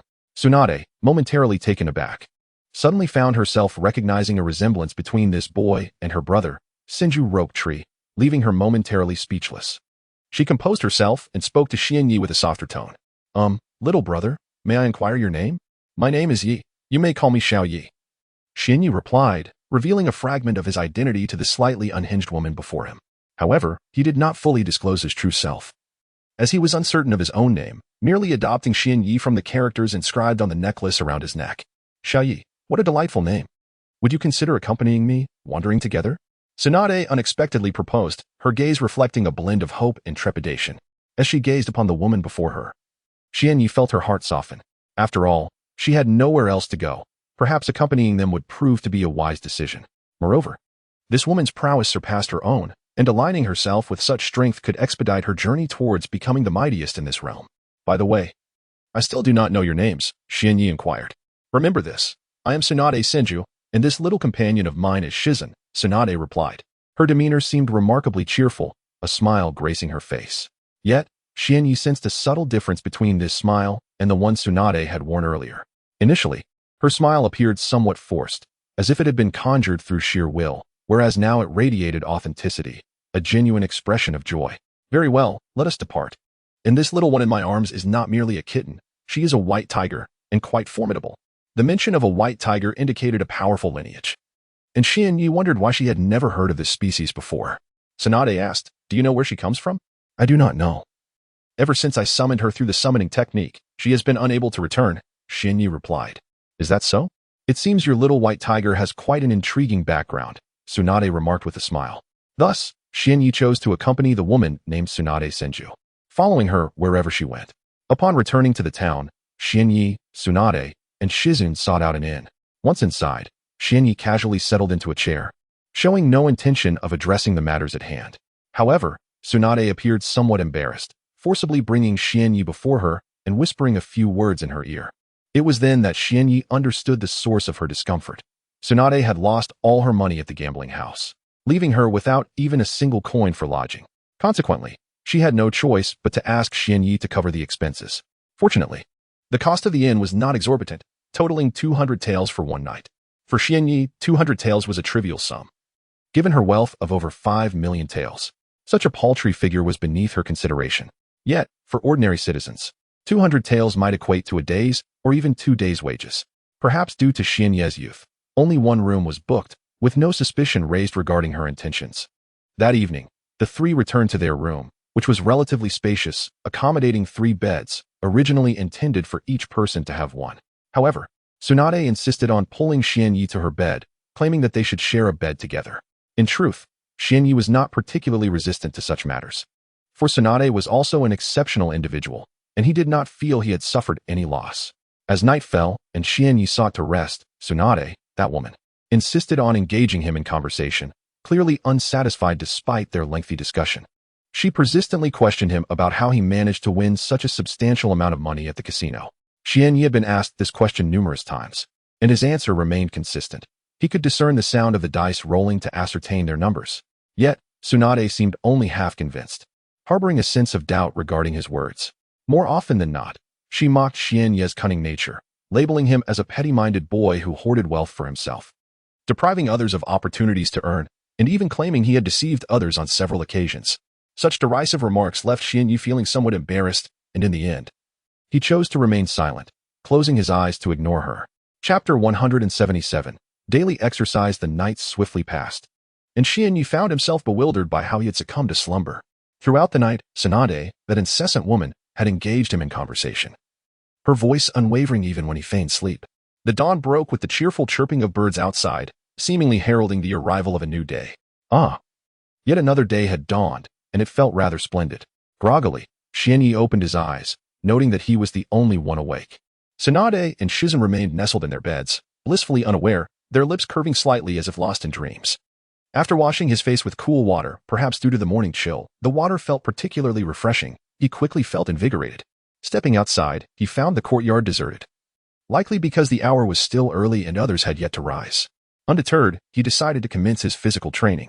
Observing the empty courtyard, Xianyi approached, shedding his white outer garment to reveal a sturdy torso. Though he appeared somewhat frail at first glance, beneath the fabric lay a robust physique. It was uncertain when he had cultivated the habit of early rising, possibly a consequence of living alone for an extended period, or perhaps a habit formed long ago. To enhance his workout, he needed to add some weight. Returning indoors, he retrieved the weighted clothing he had purchased from the ninja gear shop the previous day, which weighed a total of 5,000 pounds. From now on, this would be his training attire. Donned in the weighted clothing, Xianyi embarked on his exercise regimen. He began with a few laps around the town to warm up his body. After completing 10 laps, he returned to the inn. Ordinarily, 10 laps would be a trivial endeavor, a mere trifle, yet the additional weight made the task significantly more arduous, amplifying his fatigue manifold. Panting, he entered the inn's courtyard, his breaths quickening and beads of sweat forming on his forehead and back. After resting for a minute, his breathing steadied, and he felt ready to commence his true workout.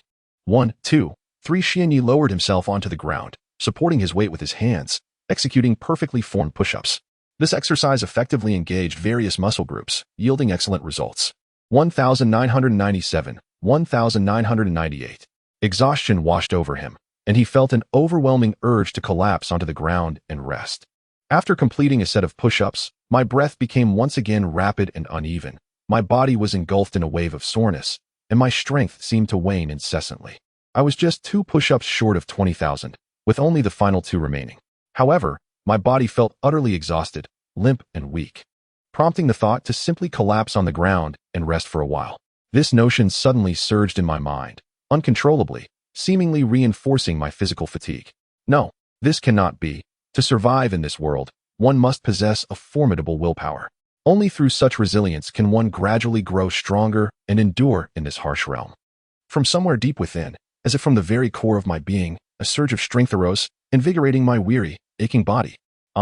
19,999. 20,000. Finally, it is over. Upon finishing 2,000 push-ups, I collapsed onto the ground, my body utterly drained of energy, drenched in sweat. It was a peculiar comfort, truly delightful. Though the act of performing push-ups was fraught with pain and challenge, completing them transformed me, leaving me rejuvenated and invigorated. After lying on the ground for approximately 3 minutes, I finally regained a modicum of strength and was able to rise. In a corner of the yard, Tsunade stood not far from me, a gentle smile gracing her face as she observed my efforts. She bore a striking resemblance to that fellow, Shikamaru, both displaying an indomitable spirit, unwavering determination, and a hint of mischief. Once they set their minds to something, they would not waver.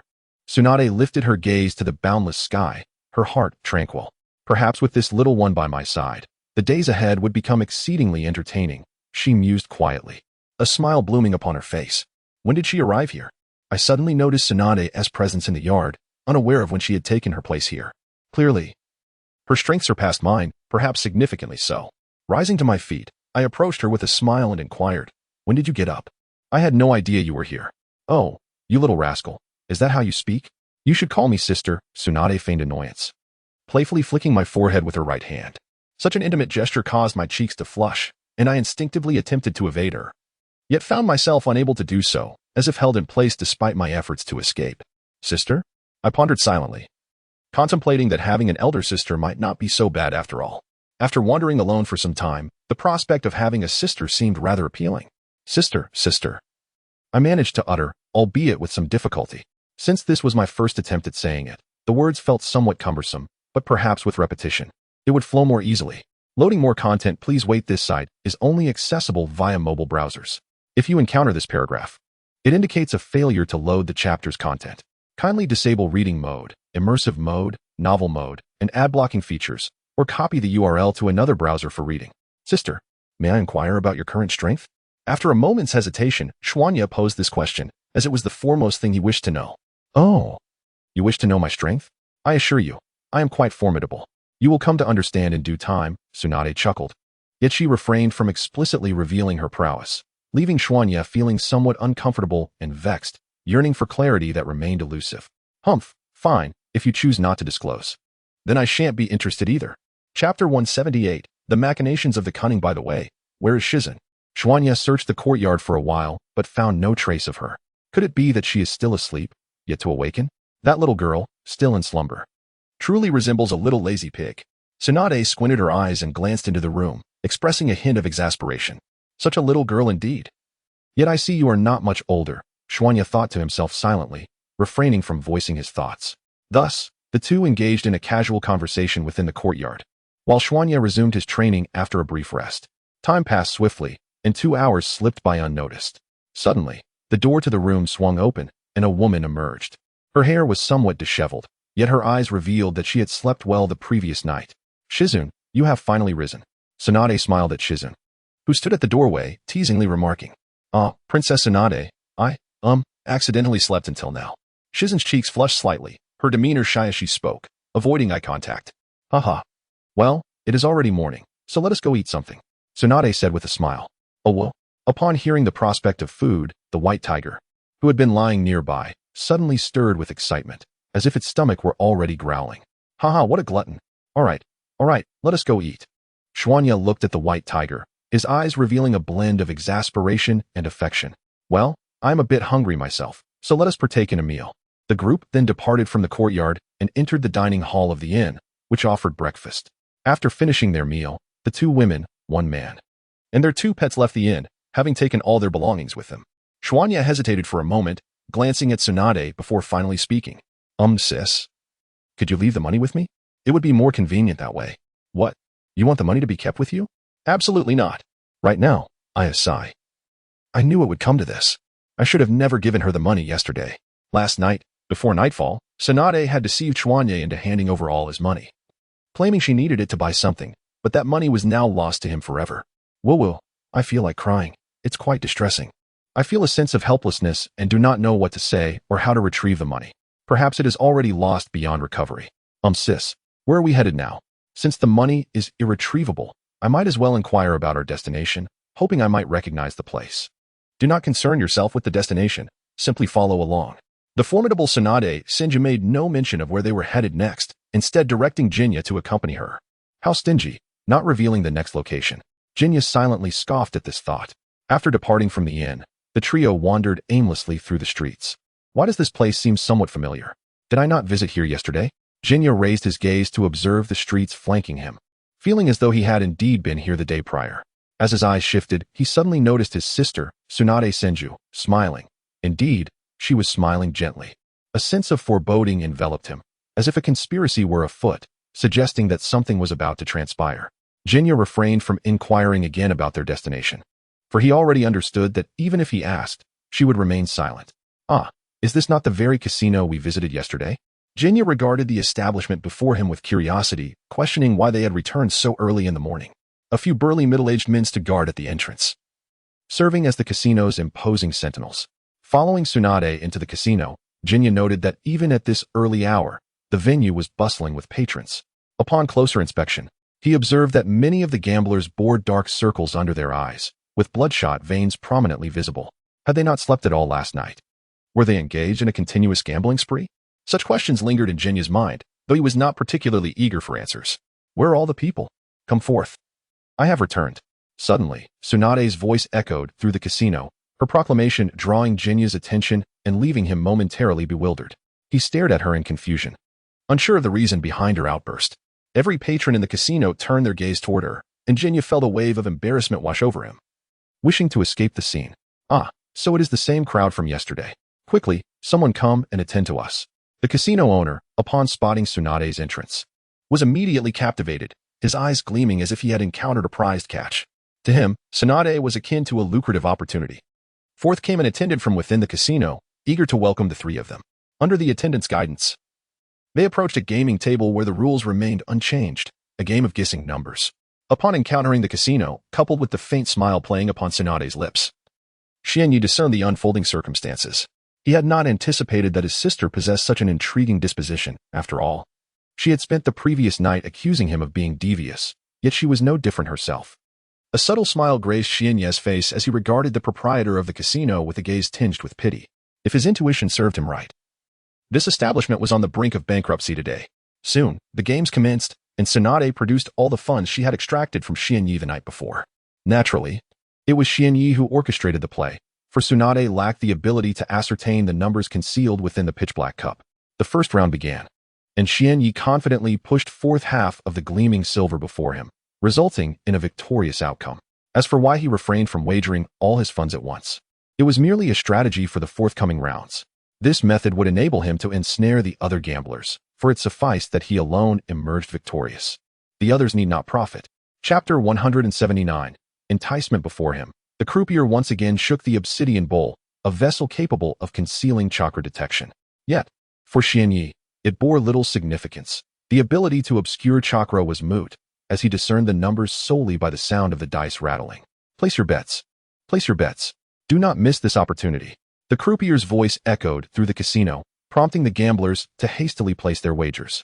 Many faces among the crowd displayed a mixture of anxiety and anticipation, each silently hoping for a stroke of fortune. After all, those who frequent casinos do so with the singular aim of profit. Who, in their right mind, would venture in merely to lose?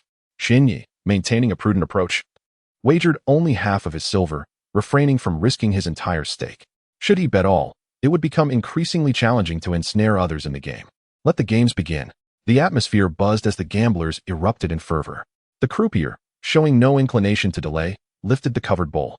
The three pristine white dice lay exposed, their total amounting to 13. 13.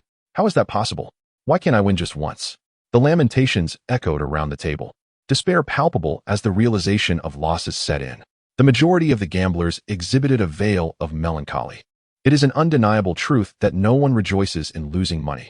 Xianyi cast a cursory glance at the numbers, a slight smile gracing his lips, for his keen ears could accurately discern the outcome of the dice. The croupier, though slightly taken aback, swiftly pushed Xianyi's winnings towards him. The third round commenced, and once more, the patrons placed their bets without hesitation. They were acutely aware that the odds of winning were exceedingly slim, yet they remained undeterred. Driven by the allure of quintupled profits, in the face of such tempting gains, they lost themselves, resolutely placing bets regardless of the overwhelming odds against them, clinging to the hope of victory. As the third round approached its climax, the obsidian bowl was lifted once again, revealing the dice, which summed to a shocking 3, a number no one had anticipated. The gamblers stared in disbelief, unable to comprehend how the dice could yield such an unexpected result. This is indeed a trio of dice, not merely a single one. However, astonishingly, it has rolled a 3, which is utterly surprising. Although they are reluctant to believe it, the result is undeniable, laid bare before their eyes, compelling them to accept the truth. The 3 dice on the table seem to mock them, yanking them back into the starkness of reality. Alas, I have lost again. Why can't fortune favor me just once? Why, oh why, has a 3 emerged this time? At the gambling table, numerous players have already gone bankrupt, and those who have lost naturally vacate the casino, their places swiftly taken by newcomers. Just then, a player suddenly noticed that someone had won this round. Indeed, a child had triumphed, an occurrence that is simply incredible. Wait, didn't he win the previous 2 rounds as well? Could it be that his gambling skills are exceptionally refined, ensuring victory in every hand? Among the gamblers, a few harbored the notion that the child possessed extraordinary gambling prowess, capable of securing a win each time. If that were the case, then I shall place my bet alongside him in the next round, to discern whether it is true skill or mere luck that guides him. However, only a small fraction of the crowd entertained such thoughts, Not all shared this sentiment. As the fourth round commenced, it was time to place bets once again. The majority of gamblers eagerly wagered their chosen amounts without hesitation. Yet, a few remained in anticipation, waiting for the child to place his bet, hoping to follow suit and perhaps secure a win themselves. Listening intently to the sound of the dice rattling, Shinyi felt an unwavering confidence. This time, it must be 12. There could be no mistake. Without a moment's hesitation, he pushed half of his money forward, placing it on the 12 spot. His face alight with self-assurance. Though only a handful took notice of this, it piqued the curiosity of others, who wondered about the identity of this child and why others chose to bid alongside him. With such inquiries bubbling in their minds, they turned to those around them for answers. Soon enough, those unaware of the situation learned why these gamblers were inclined to follow the child in placing their bets. Yet, was that child truly so precise? Could he genuinely win every time?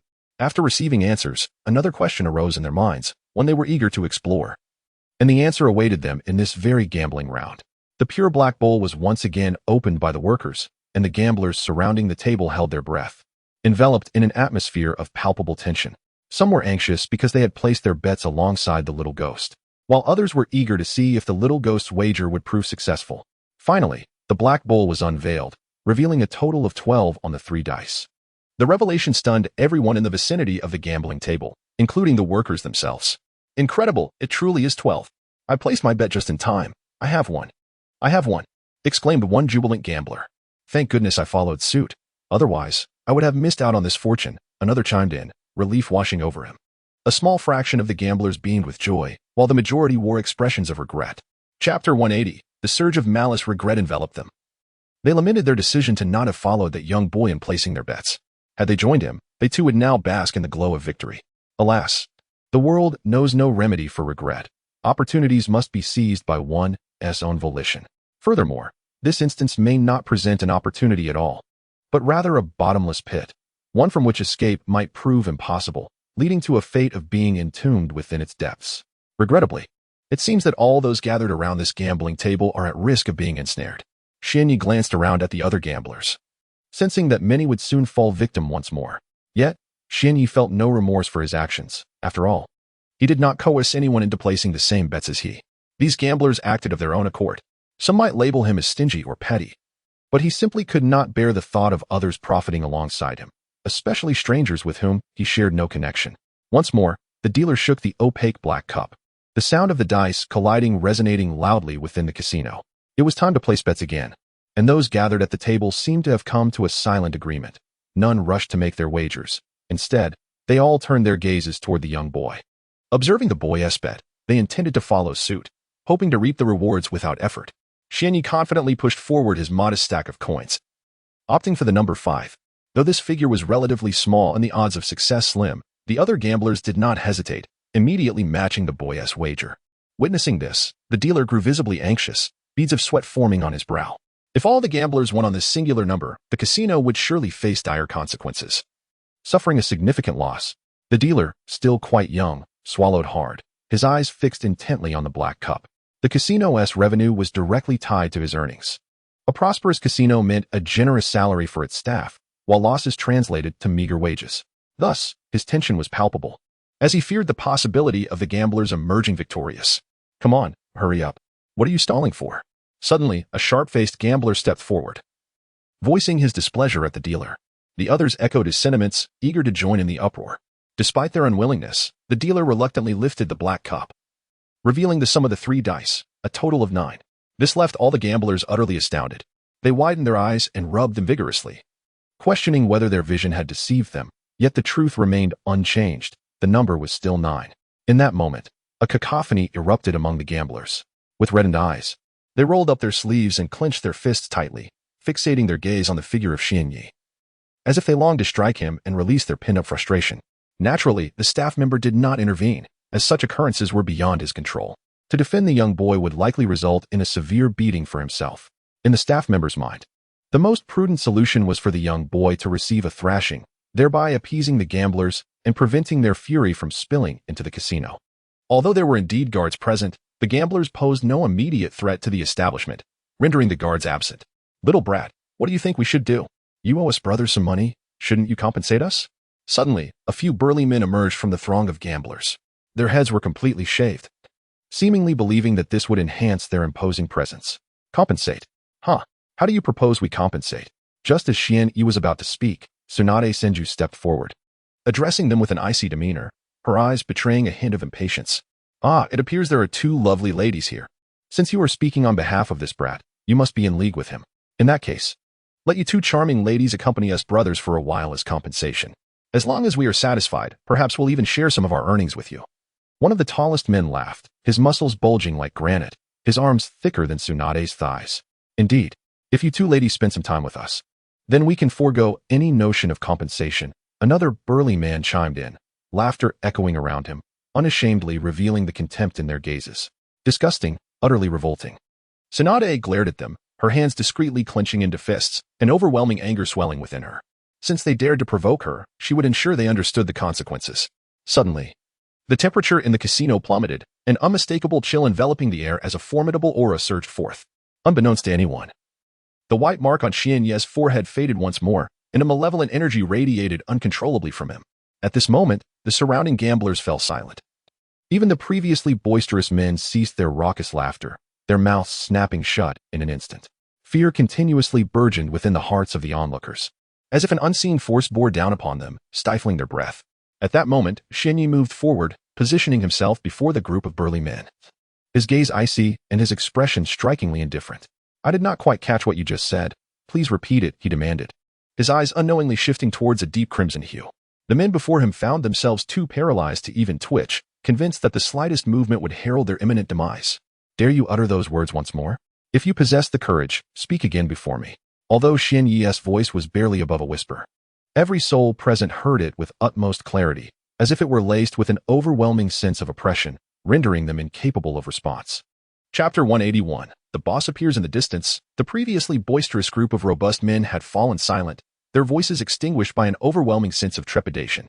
It seemed as though uttering a sound would invoke dire consequences. What do you want? One of them finally stammered, swallowing hard, unable to meet Xian-Yi's gaze. What I desire is irrelevant. Rather, it is your desires that matter, is it not? Did you not assert that we should compensate you? Why the silence now? Xian-Yi's eyes, a vivid crimson, widened as he fixated on the group, instilling such fear that they scarcely dared to utter a word. Why has little Yi undergone such a transformation? What is the origin of this overwhelming malevolence emanating from him? I have never encountered such a terrifying aura before. Now manifesting in little Yi, mused Tsunade, standing beside Xian-Yi, as she too sensed the ominous energy radiating from him. With a gentle yet firm touch, Tsunade placed her hand on Xian-Yi's shoulder and softly advised, "Let them go. I surmise they no longer possess the audacity to act." Her intervention jolted Xian-Yi back to clarity, causing the malevolence surrounding him to diminish significantly. He closed his eyes and quietly enacted a sealing technique, confining the dark energy within the white talisman emblazoned on his forehead. I never anticipated my temper to flare so easily. It appears that the malevolence within this talisman has a profound impact on me, Xian-Yi pondered inwardly. Upon reopening his eyes, he addressed the group with a commanding voice. Leave. I do not wish to see you again. With the malevolent energy sealed away, its influence dissipated, and the atmosphere within the casino began to cool. Let us go? Quickly. The men exchanged glances before hastily fleeing the casino, vanishing from sight. Why must such individuals frequent casinos? They lose and then blame me, as if I forced them to place their bets. It's absurd, Xian-Yi sighed. Why do I consistently use the term such? Could it be that I have visited casinos in the past? He soon dismissed these thoughts, casting aside trivialities to focus on gambling and winning. With each hand dealt, victory followed, with only a few losses attributed to others joining in on the betting. Xian-Yi was resolute in ensuring that those who sought easy gains would not succeed, deliberately betting against them. After several rounds, the gamblers in the casino dared not bet alongside Xian-Yi, choosing instead to rely on their own luck. As time slipped away, the silver coins before Xian-Yi continued to multiply, causing the casino owner to grow increasingly anxious, yet utterly powerless against the trio. Having witnessed their earlier display of prowess, the owner understood all too well that the mischievous boy accompanied by two formidable women was not to be trifled with, thus refraining from sending his guards into the fray. Proceed swiftly, do not dawdle, Xian-Yi murmured, observing the visibly trembling dealer at the gambling table. Despite the dealer's desire to stall, he recognized the futility of such attempts. Having seen the trio's extraordinary abilities, he could only comply obediently. This month's earnings may be slightly diminished. But what can one do when faced with such monsters in the casino? The dealer cast a resigned glance at Xian-Yi, resentment flickering in his eyes, as he lamented the loss of his commission due to the trio's winning streak. Round after round, Xianye's pile of silver notes swelled to an astonishing 80 million, forming an impressive mound. At this point, the casino owner could no longer contain himself. He hurriedly approached the table, his face a portrait of despair as he regarded the child and the two women. Wiping the sweat from his brow, the owner, with a countenance bordering on tears, implored, "I beseech you, show mercy. Our casino operates on a modest scale. We cannot sustain such losses." "Oh, it's merely the casino owner. Do not fret. I am aware of your financial situation. Did I not lose nearly 100 million silver notes here just yesterday?" Xianyi responded nonchalantly. "Good heavens. My sister lost a fortune here yesterday. I had no idea she was capable of such losses." Xianyi mused inwardly, astonished, while Tsunade wore a smile. To the casino owner, it appeared more akin to the grin of a malevolent spirit, threatening to take his very life. "Truly, if you continue winning at this rate, my casino shall face ruin, and I may even struggle to pay my employees. I implore you, spare us," he pleaded desperately. "Is that so?" Tsunade replied, feigning contemplation. Observing a glimmer of hope on the owner's face, she sensed that he wished for the trio to depart swiftly. "Let us play one more round, and upon winning again, we shall take our leave. What say you, dear owner?" Tsunade proposed with a smile. No, that won't do. Please, hurry and fetch 400 million silver notes as a token of respect for these esteemed guests, a mere allowance for their indulgence." Upon hearing that Xianyi and his companions wished to continue their game, the proprietor immediately summoned one of his associates to retrieve the money, sparing them the need for another round of gambling. After all, it made little difference, even if they were to bet again, that young rascal was bound to win. Hence, he decided to be generous and simply hand over 400 million in silver notes. The individual did not keep Xianyi and his companions waiting for long, swiftly emerging from the casino with the substantial sum, which he placed upon the gambling table. "Esteemed guests, the funds are now in your possession. Might I suggest that it is time for you to take your leave? My establishment is utterly depleted, and if you continue to play, it may well lead to its closure," the casino owner lamented, a woeful expression gracing his features as he addressed Xianyi. "Very well, in light of your discernment, we shall refrain from further play," responded Tsunade, engaged in dialogue with the proprietor. However, Xianyi's attention was fixated not on their conversation, but rather on the vast pile of silver notes before him.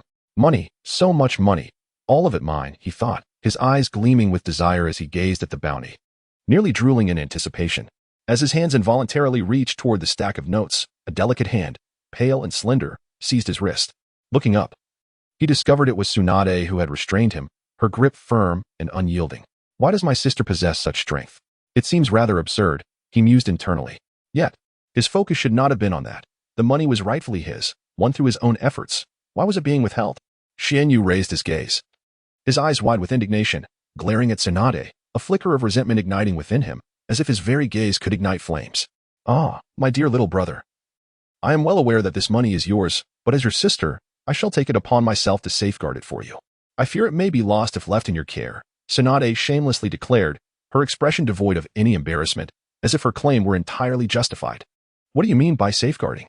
I do not require your protection," Xianyi thought, though he kept these words to himself, well aware that voicing them might invite his sister's wrath. After spending time in her company, he had come to understand her formidable prowess. While he could not ascertain the full extent of her abilities, it was evident that she could easily overpower him, a mere seinen. Thus, Xianyi could only follow Tsunade with a face full of helplessness and despondency as they slowly departed from the casino. Clutching a suitcase, he kept his head lowered and trailed behind Tsunade and Shizune, appearing exceedingly forlorn. "Oh, my dear brother Xiaoya, do not wear such a disheartened expression. Besides, you are my brother, your money is my money, and my money is yours. Since it is all the same, what difference does it make who holds it?" Tsunade turned her head to Xianyi and said, reaching out to stroke his silky long hair. Despite her reassurances, Xianyi remained listless and despondent, for her words felt hollow to him. Moreover, she had claimed it made no difference where the money was kept, yet why was it not in his possession but instead in hers? As these thoughts swirled in his mind, a swell of frustration bubbled within him, yet he had no outlet for it, leaving him to stew in silence. Suddenly, his gaze fell upon the suitcase he held, and his expression shifted to one of agitation. The mere mention of that suitcase irked him. After all, Tsunade possessed a space scroll meant for storing items. When Xianyi had suggested placing his suitcase within it, he had been met with fierce opposition. "How stingy! You keep all the money, yet refuse to let me store my suitcase in your scroll," he muttered softly, glancing up at Tsunade ahead. Noting her lack of reaction, He let out a sigh of relief. What a predicament. I have acquired a sister, only to find her to be such a difficult one. Never mind. I shall not dwell on it. Shinyi continued to follow Tsunade, a picture of misery, as they walked along the street. Tsunade occasionally stopped at nearby stalls to purchase skewers, grilled squid, or meatballs on sticks. Of course, Little Bai was also treated to some, although at that moment, he was no longer nestled in Xianye's arms but was instead enjoying the attention of his sister, looking quite the traitor. Fortunately, Xianye himself managed to procure some street food. Without that, he might have been driven to madness. An hour later, Xianye found himself languishing in a clothing store, the largest in the town, sprawling across a considerable area of 1 to 2,000 square meters, filled with a plethora of garments. At present, he sat listlessly on a stool, his gaze vacant as he watched the two women selecting clothes. Approximately an hour ago, he had arrived at this store with his sister and her little follower, yet they had been choosing outfits for nearly an eternity. Why could they spend such an interminable time selecting clothes? Why indeed was it necessary? Xianye and Little Bai exchanged glances, observing the two women still brimming with enthusiasm, their expressions reflecting utter disillusionment. Sister, having read for quite some time, Xianye finally could no longer contain himself. He approached Tsunade and inquired, "Have we been here for so long? It feels as though we have only just arrived." Upon hearing Tsunade's response, Xianye lost his desire to converse further and returned to his previous spot, closing his eyes to rest. Eventually, after an indeterminate passage of time, Tsunade's voice broke the silence. "Xiaoyi, I have procured the clothes. Let us be on our way." At this declaration, Xianye nearly felt tears welling in his eyes. At last, it was done. Back on the street, he observed the two ahead of him.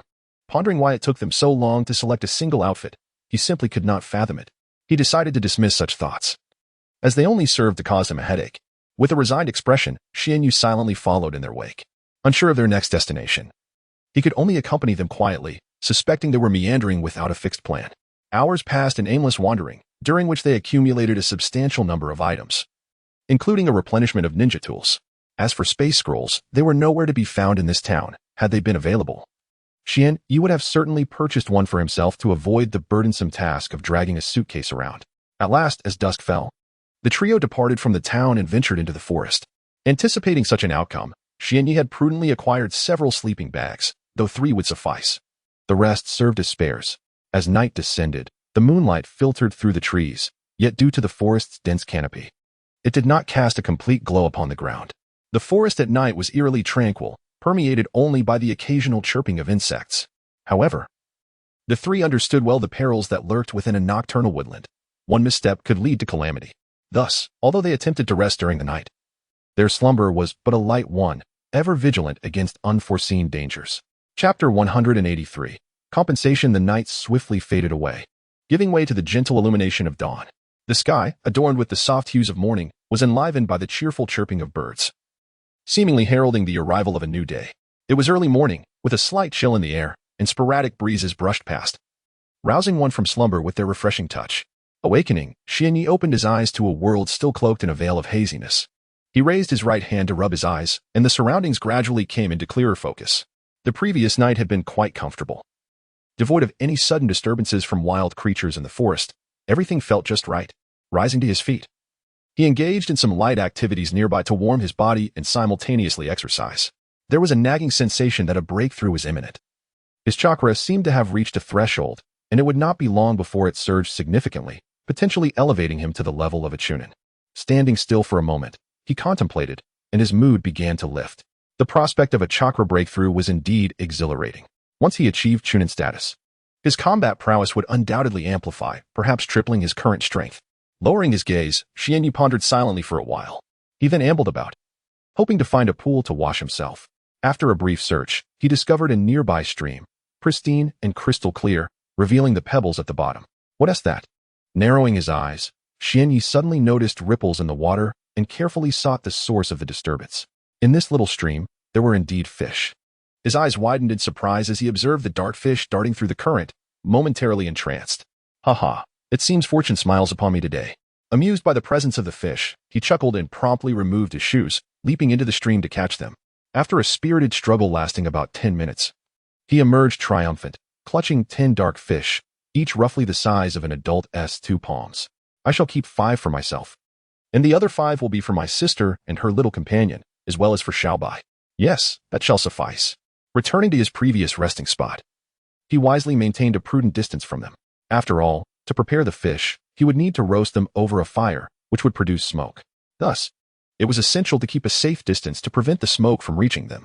In the depths of the forest, I casually gathered a collection of broken branches to construct a rudimentary framework.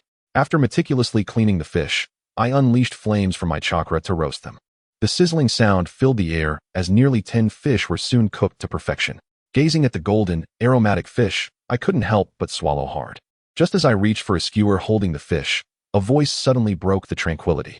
Master, I want to eat too. It was the white tiger. Eyes wide and glistening with desire. I promptly offered it 2 fish. They were delicious, yet I regretted not purchasing any seasonings in town. Perhaps the flavor could have reached greater heights. Feeling a tad insatiable, I contemplated consuming 4 more fish, leaving 2 for the others. As I figured the women wouldn't eat much, 2 should suffice. With these delightful thoughts in mind, I extended my right hand to grab the skewers, only to find nothing. Wasn't there still 3 skewers of fish? Puzzled, I raised my gaze toward the makeshift rack, only to discover it was utterly bare, no fish in sight. What is this? Where have all my fish gone? I stood there dumbfounded, the sudden disappearance of the fish weighing heavily on me.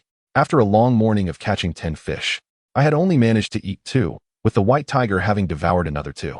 The rest had vanished without a trace. My spirits sank as I lowered my head to gaze at the smooth earth beneath me. Suddenly, the sound of munching reached my ears. I quickly lifted my head, following the noise to find Tsunade and Shizune standing nearby.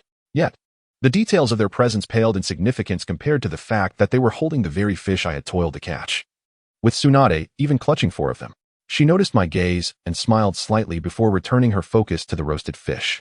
After finishing her meal, she stretched and declared, "Ah, little knight, your roasted fish is quite delectable. It was a pleasant experience. You may be enjoying yourself, but all my fish have vanished. I am far from pleased." I shot her a resentful look, saying nothing, simply fixating my gaze upon her. "Oh, don't be so petty. It's just a few fish I ate. Isn't that right? All right. Sister will bring you something as compensation." At the mention of compensation, my eyes brightened, for I was well aware of her capabilities and knew whatever she offered would not be disappointing. Tsunade approached me, revealing a dry biscuit that she had purchased in town the previous day. 1 or 2 silver coins could buy a dozen of these, each roughly the size of a palm. Tsunade handed a cookie to herself, and naturally, she did not hesitate to take it and indulge in it.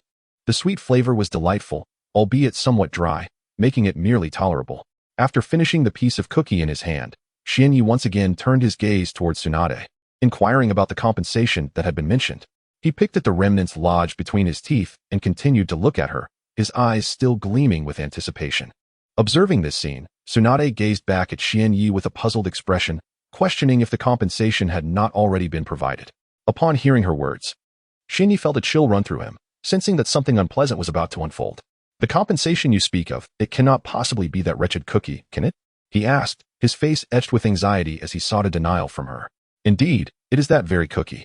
I felt a tad guilty for consuming your fish this morning, so I offered you a cookie instead. Is that not fair?" Tsunade replied with a smile, feigning innocence as she looked at Xianyi. Chapter 184. The battle with Tsunade. I knew it would turn out this way. Xianyi felt like crying without tears, unsure of how to address his sister. "Never mind, let's put this matter aside. I won't pursue the issue of you eating my fish. However, there is something I wish to discuss with you," Xianyi said earnestly. "If you have something to say, just say it directly." "No need to beat around the bush," Tsunade replied nonchalantly. "I aspire to enhance my strength. I wish to grow stronger. Since you possess great power, I would like you to train me, so that I may become more formidable," Xianyi declared, gazing at Tsunade. Tsunade remained silent for a moment, then fixed her serious gaze upon Xianyi. "Why do you wish to grow stronger?" Tsunade inquired sternly. "There is no particular reason. I simply wish to become stronger. To elevate my own abilities," Xianyi replied. The two locked eyes for a while, until Tsunade eventually smiled. "Very well. Since my dear Xiaoyi wishes to enhance his prowess and seeks my assistance, you must be prepared. My training is no trivial matter. Without immense willpower, you shall not endure it." Upon hearing Tsunade's words, Xianyi also smiled, filled with joy and simplicity. "I understand. I will persevere and will not give up halfway." "Really? It is best not to boast so boldly just yet. Let us first see how you fare under my training," Tsunade said with a smile. Her gaze towards Xianyi tinged with skepticism. "All right, since you are to undergo my training, I shall first assess your abilities. Only by knowing your strength can I train you effectively," Tsunade said, slightly twisting her neck and smiling at Xianyi. Okay, get ready. I am about to make my move, Xianyi announced. No more chatter. If you wish to fight, then let us be direct. Even if I am unprepared, you could never defeat me, Tsunade said casually, seemingly dismissive of Xianyi, believing him to pose no threat. In truth, Tsunade's assertions were entirely accurate. Given the vast disparity in their strengths, even without her guard up, she could not possibly be defeated by Xianyi.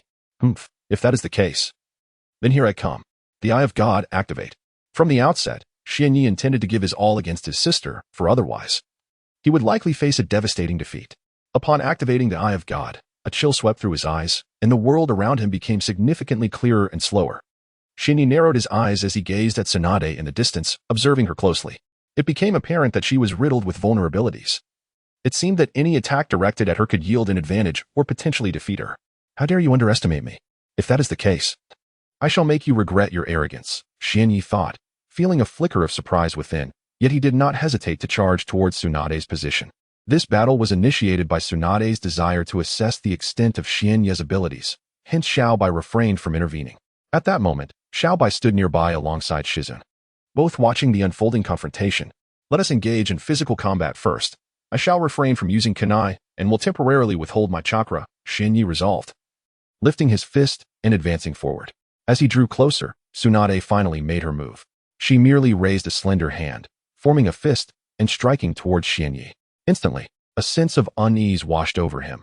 He regarded her delicate arm with trepidation, sensing the immense power behind that punch, and the instinct to evade surged within him. I refuse to believe it. I am determined to discover just how formidable my sister's punch truly is, he thought resolutely, raising his fist to meet Tsunade's with all his might. With a thunderous crash, a tremendous force erupted upon impact. Xianyi found himself overwhelmed. His body sent hurtling backward until he collided with a tree, using it to absorb some of the tremendous force. The outcome was unmistakable. He was effortlessly defeated, suffering a crushing loss without any capacity to retaliate. I can't believe my sister possesses such strength. I was unable to even resist and was thrown aside so easily. Xianyi mused silently while rubbing his aching fist. Xiaoyi, it seems your strength is quite impressive. That punch I just delivered didn't inflict significant damage on you at all, Tsunade remarked with a smile, having gained a new understanding of Xianyi's capabilities. But did you know? The power I used was less than one layer of my full strength. Xianyi was taken aback, momentarily stunned by Tsunade's revelation. Although he was aware of his sister's formidable prowess, he had never fathomed that her strength could be so extraordinary. To think that he could be sent flying with all his effort against her, while she had only exerted less than a fraction of her power, was truly daunting. Despite these thoughts swirling within, he maintained a stoic expression, concealing his inner feelings. If that is the case, I shall unleash my full power without holding back. Xianyi resolved, summoning a portion of his chakra as he prepared to employ his ninjutsu. As the chakra flowed, a gust of wind gradually formed around Xianyi, a force not to be underestimated. The wind release, half-moon slash, a technique that requires no hand seals for its execution, thus allowing for remarkable swiftness. So it is indeed an unmarked ninjutsu. Observing the vibrant presence of wind attribute chakra in the vicinity, it is evident that this is a wind-based technique. However, its potency remains uncertain. At this moment, Tsunade slightly retracted her casual demeanor, gazing at Xianyi's face with a hint of admiration. In an instant, a crescent shape slash materialized before Xianyi, hurtling towards Tsunade with tremendous speed. Standing a short distance away, Tsunade's expression shifted to one of gravity upon witnessing the attack. Though it quickly dissipated, it appears that this unmarked ninjutsu is of A rank. Regrettably, it is wielded by a novice, Xianyi. Had it been executed by an elite Jainin, it might have posed a significant threat, but alas, Xianyi does not possess such rank. Chapter 185, Perilous Situations Before long, the crescent-shaped strike approached Tsunade. However, she did not resort to any ninjutsu for defense, but rather extended her right hand, forming a fist. With the activation of the Eye of God, Xianyi could distinctly see a layer of chakra enveloping Tsunade's fist. Her expression was remarkably calm, devoid of any trace of panic, as she stood still, smiling at Xianyi. Boom. In an instant, the crescent-shaped strike collided with Tsunade's fist. Through Xianyi's divine vision, it was evident that the attack was utterly feeble, easily shattered by Tsunade's fist, leaving no remnants behind. To his dismay, Xianyi had not anticipated that his sister's fist would be so formidable, effortlessly dismantling his A-rank ninjutsu. Yet, there was a reason for her ease in countering his technique. After all, His chakra reserves were merely at the level of a Jinin, not even reaching that of a Chunin. Thus, it was perhaps quite natural for her to easily neutralize his jutsu, though he understood the rationale behind it. Xianyi could not quell the bitterness within him at the ease with which his ninjutsu was undermined and shattered. If only his strength could be amplified, perhaps his techniques would not be so readily defeated. However, in this world, there are no ifs, nor is there a remedy for regret. Only the harshness of reality and lives as ephemeral as weeds. Despite having his ninjutsu effortlessly countered, Xianyi refused to concede defeat. Instead, he unleashed his techniques with even greater fervor. His plan was to unleash a flurry of ninjutsu until his chakra was entirely expended, after which he would resort to taijutsu to engage in combat with his sister. Although he was aware of the inevitable outcome, he was resolute in his determination to fight. Shadow Clone Technique. Xianyi drew upon his chakra to execute the Shadow Clone Technique, creating a doppelganger of himself. Wind Release. Crescent Moon Slash. Following the creation of his clone, Xianyi unleashed a barrage of A-rank wind release techniques, the Crescent Moon Slash. Despite the inadequacy of his Jinin-level chakra, resulting in diminished power and speed, he still managed to create minor inconveniences for Tsunade. Bang, bang, bang. Tsunade merely waved her fist lightly, obliterating the wind release attacks that were directed at her, leaving not a trace behind. After executing over 10 crescent moon slashes, Xianyi's chakra was finally depleted. At this moment, his expression turned serious, his face cold and devoid of emotion. To be honest, the exhaustion from chakra depletion left him feeling somewhat unwell, akin to a sudden loss of strength. Although Xianyi's chakra had been completely exhausted, his physical stamina remained intact, allowing him to continue battling Tsunade. Yet the outcome was merely a one-sided domination. Content is loading. Please wait. This site only supports mobile browser access. If you see this paragraph, it indicates that the chapter content has failed to load. Please disable reading mode, browsing mode, and ad blocking features, or copy the URL to another browser for reading.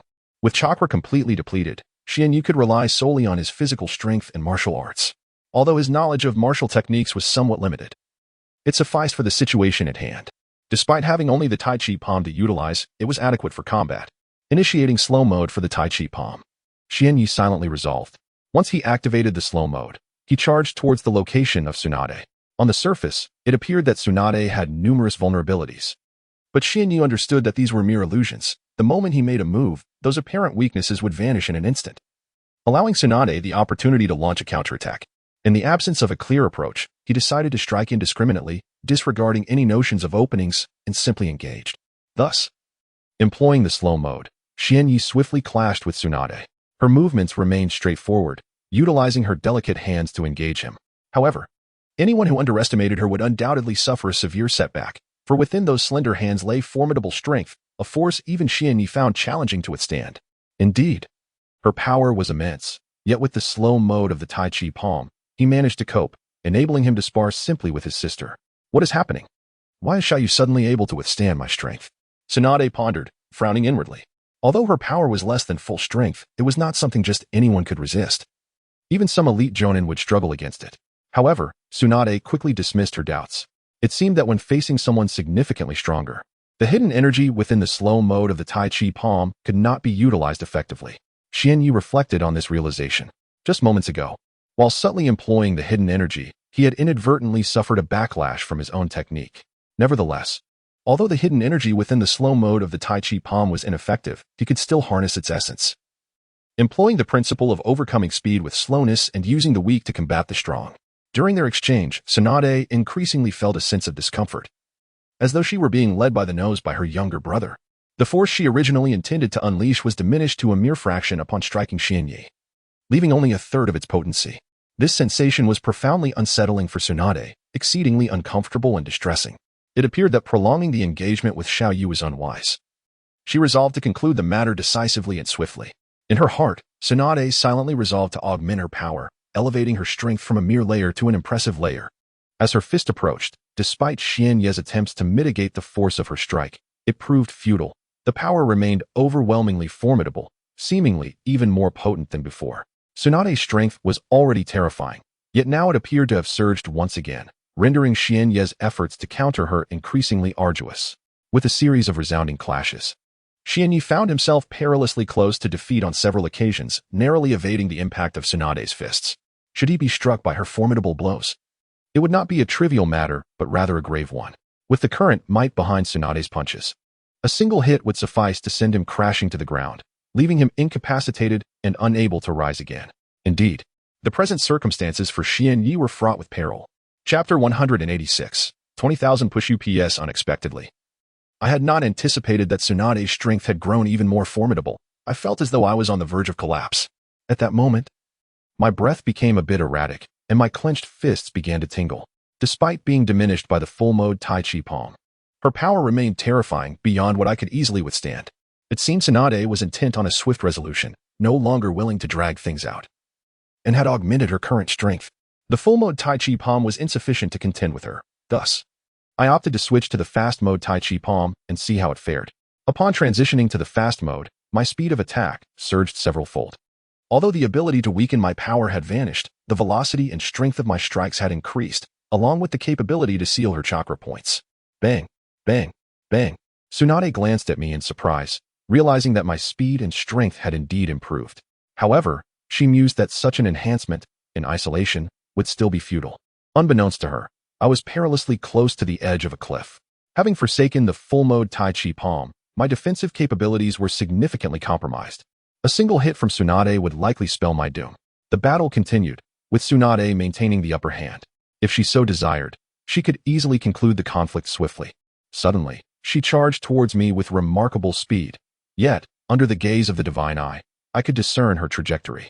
In that instant, Tsunade delicately lifted her slender right hand, enveloped in a layer of chakra. To my eyes, her fist posed a grave threat. A single strike would undoubtedly lead to my defeat. Despite her swift approach, evasion was not entirely impossible. In a heartbeat, her delicate hand accelerated towards me. So much so that even I, with the divine eye activated, found it challenging to track the trajectory of her fist. The wind howled as her fist effortlessly sliced through the air, approaching me with astonishing velocity. I widened my eyes, managing to barely perceive the path of her fist. Yet my body remained unresponsive. Evasion seemed futile this time. The speed was simply too overwhelming, perhaps my reflexes were insufficient. As her slender hand hurtled towards me, I closed my eyes, resigning myself to the inevitable. After all, this was merely my sister testing my strength. Suddenly, a fierce gust of wind struck my face, carrying an immense force that stung as if a blade were scraping across my skin. Unbeknownst to me, several gashes appeared on my face, crimson blood seeping forth. Suddenly, Xian Yi felt a warm sensation on his face, accompanied by the gradual alleviation of the pain that had previously troubled him. Upon opening his eyes, he was greeted by the flawless visage of his sister Tsunade, whose captivating eyes and elegantly arched eyebrows drew him in. She was clad in a loose-fitting robe, revealing a hint of her fair skin at the chest, and her long, silky golden hair cascaded down gracefully. Tsunade unveiled the most exquisite aspect of femininity before Xian Yi, leaving him momentarily spellbound. "Hey, little knight, what are you staring at?" Tsunade chided lightly, yet there was no reproach in her tone. Instead, she gently tapped his head with her finger, a beautiful smile gracing her face. "All right, little knight, I have a fair understanding of your abilities now. I must admit, despite your chakra levels being modest and your physical strength not exceptionally robust, you have managed to exhibit such prowess. Quite impressive." "Higi, of course," Xian Yi replied, a smile illuminating his face, clearly relishing her praise. "However, you must consider this carefully. Do you truly wish to undergo my training? Are you prepared for the arduous journey ahead? It is essential that you understand the challenges involved." Tsunade's smile faded, replaced by a serious demeanor. "I am fully aware of the difficulties that come with enhancing one's abilities. No one desires an easy path to strength. I am willing to endure hardships and fear not the trials ahead.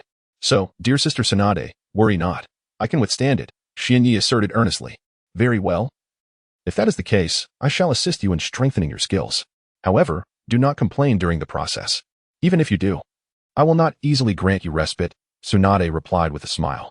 Nonetheless, as Xian Yi had completely exhausted his chakra and stamina, he could only rest for a while longer, and discussions of enhancing his abilities would have to wait. Sitting on the ground, he closed his eyes and rested for about 10 minutes before he was abruptly roused by Tsunade's voice. "Little knight, rise and stop pretending to be dead," Tsunade said with a slight smile as she glanced at Xian Yi, who remained seated. "What? We are starting so soon? I have only just rested for 10 minutes. He exclaimed, his expression shifting to one of discontent. The recent intense battle had left him drained of both stamina and chakra, making the prospect of immediate training daunting. "Hee, did you not claim to fear neither hardship nor toil? Why then, does it seem you are faltering now?" Perhaps your previous declarations were mere bravado, Tsunade teased. Her tone playful yet pointed. No way. We shall begin right now. Spurred on by her words, Xianyi immediately abandoned his rest and stood up, ready to commence the training. Having regained her composure, Tsunade casually declared her intention to perform 20,000 push-ups. The sheer magnitude of such a task left Xuanya pondering in silence. A tremor of apprehension coursed through him, while he was fully aware of the arduousness that lay ahead. He had not anticipated the immediate requirement of completing 20,000. This was no trivial number. Though a flicker of hesitation stirred within him, he knew he must not betray any sign of weakness. With an outward display of unwavering resolve, he commenced the daunting task without uttering a single word. In ordinary circumstances, 20,000 push-ups would pose no significant challenge for Xuanya. However, having just emerged from an intense battle, his physical strength and chakra were nearly depleted. And with only a mere 10 minutes of rest, the prospect of undertaking such a monumental endeavor seemed almost insurmountable. Nevertheless, Xuanya was not one to surrender easily. He reasoned that without even attempting, how could he possibly conclude that he was incapable of achieving this feat? Chapter 187. A detailed explanation of Tai Chi Palm. After 2 arduous hours, Xianyi finally managed to complete 20,000 push-ups. Upon finishing, he collapsed to the ground. Feeling utterly paralyzed, gasping for breath, his body trembling slightly, drenched in sweat. Each breath seemed to drain every ounce of his strength, leaving him with a tingling sensation, as if his power was gradually increasing. Strangely, despite being on the verge of complete exhaustion, an inexplicable surge of strength welled up within him, granting him the energy to rise once more. He stood up, breathing heavily, and managed a labored smile at Tsunade. Sister Tsunade, look at me. I did it without complaining. Right? At that moment, Xianyi felt a profound sense of pride. He had never accomplished 20,000 push-ups in a state of utter fatigue before. And yet here he was. You seem quite pleased with yourself. However, this is merely a preliminary test to gauge your endurance and willpower. If you cannot endure this level, then there is no point in continuing, Tsunade remarked, her expression betraying an urge to smile, yet she restrained herself, unwilling to dampen his spirits. All right, so you did 2,000 push-ups. Is it really worth such pride? Tsunade scoffed lightly. However, Xianyi did not take the opportunity to rest. Tsunade had stripped him of his chakra to practice ninjutsu. Though Tsunade was not well versed in many techniques, Xianyi was, particularly with the wind release technique, half-moon slash. 5 minutes later, Xianyi once again emptied his chakra, and the familiar sensation of utter weakness returned. An uncomfortable feeling as if all his strength had evaporated, leaving him in a state of disarray. This time, Tsunade allowed him to rest for 20 minutes before resuming training. Their next exercise involved running through the forest until complete exhaustion set in. This long-distance run proved to be incredibly grueling. Several times, Xianyi contemplated stopping, but he quickly dismissed such thoughts, for he understood that in order to enhance his strength, he must endure arduous trials. To falter during this process would only render the path to improvement more challenging. Thus, he gritted his teeth and persevered, unaware of how far or how long he had run, until he reached a point of utter fatigue, where even lifting his legs felt overwhelmingly difficult, accompanied by intermittent sharp pains. Finally, Xianyi could run no longer and collapsed onto the ground, trembling all over, his complexion pale. Breathing had become a laborious task, and he struggled to swallow, as if blood were lodged in his throat, yet he could not expel it. Tsunade had been following Xianyi closely, observing everything with a detached gaze. When Xianyi fell, she had no intention of intervening. However, as he collapsed onto the ground, she reached out to assist him, guiding him to lean against a sturdy tree. There, she employed her healing ninjutsu to alleviate his condition. Propped against the trunk of the great tree, Xianyi languidly leaned, while Tsunade extended her right hand, channeling her medical ninjutsu. After invoking the technique, a surge of vibrant green chakra manifested in her palm, imbued with formidable vitality capable of mending various ailments. Gradually, she brought the healing chakra closer to Xianyi's body, and he began to sense a soothing warmth enveloping him. As the chakra approached, his discomfort steadily dissipated, even the sensation of blood in his throat receding into oblivion. Xiaoyi, how do you feel? Are you all right? Tsunade inquired softly, her concern evident though she masked it well, ensuring no one else detected her anxiety.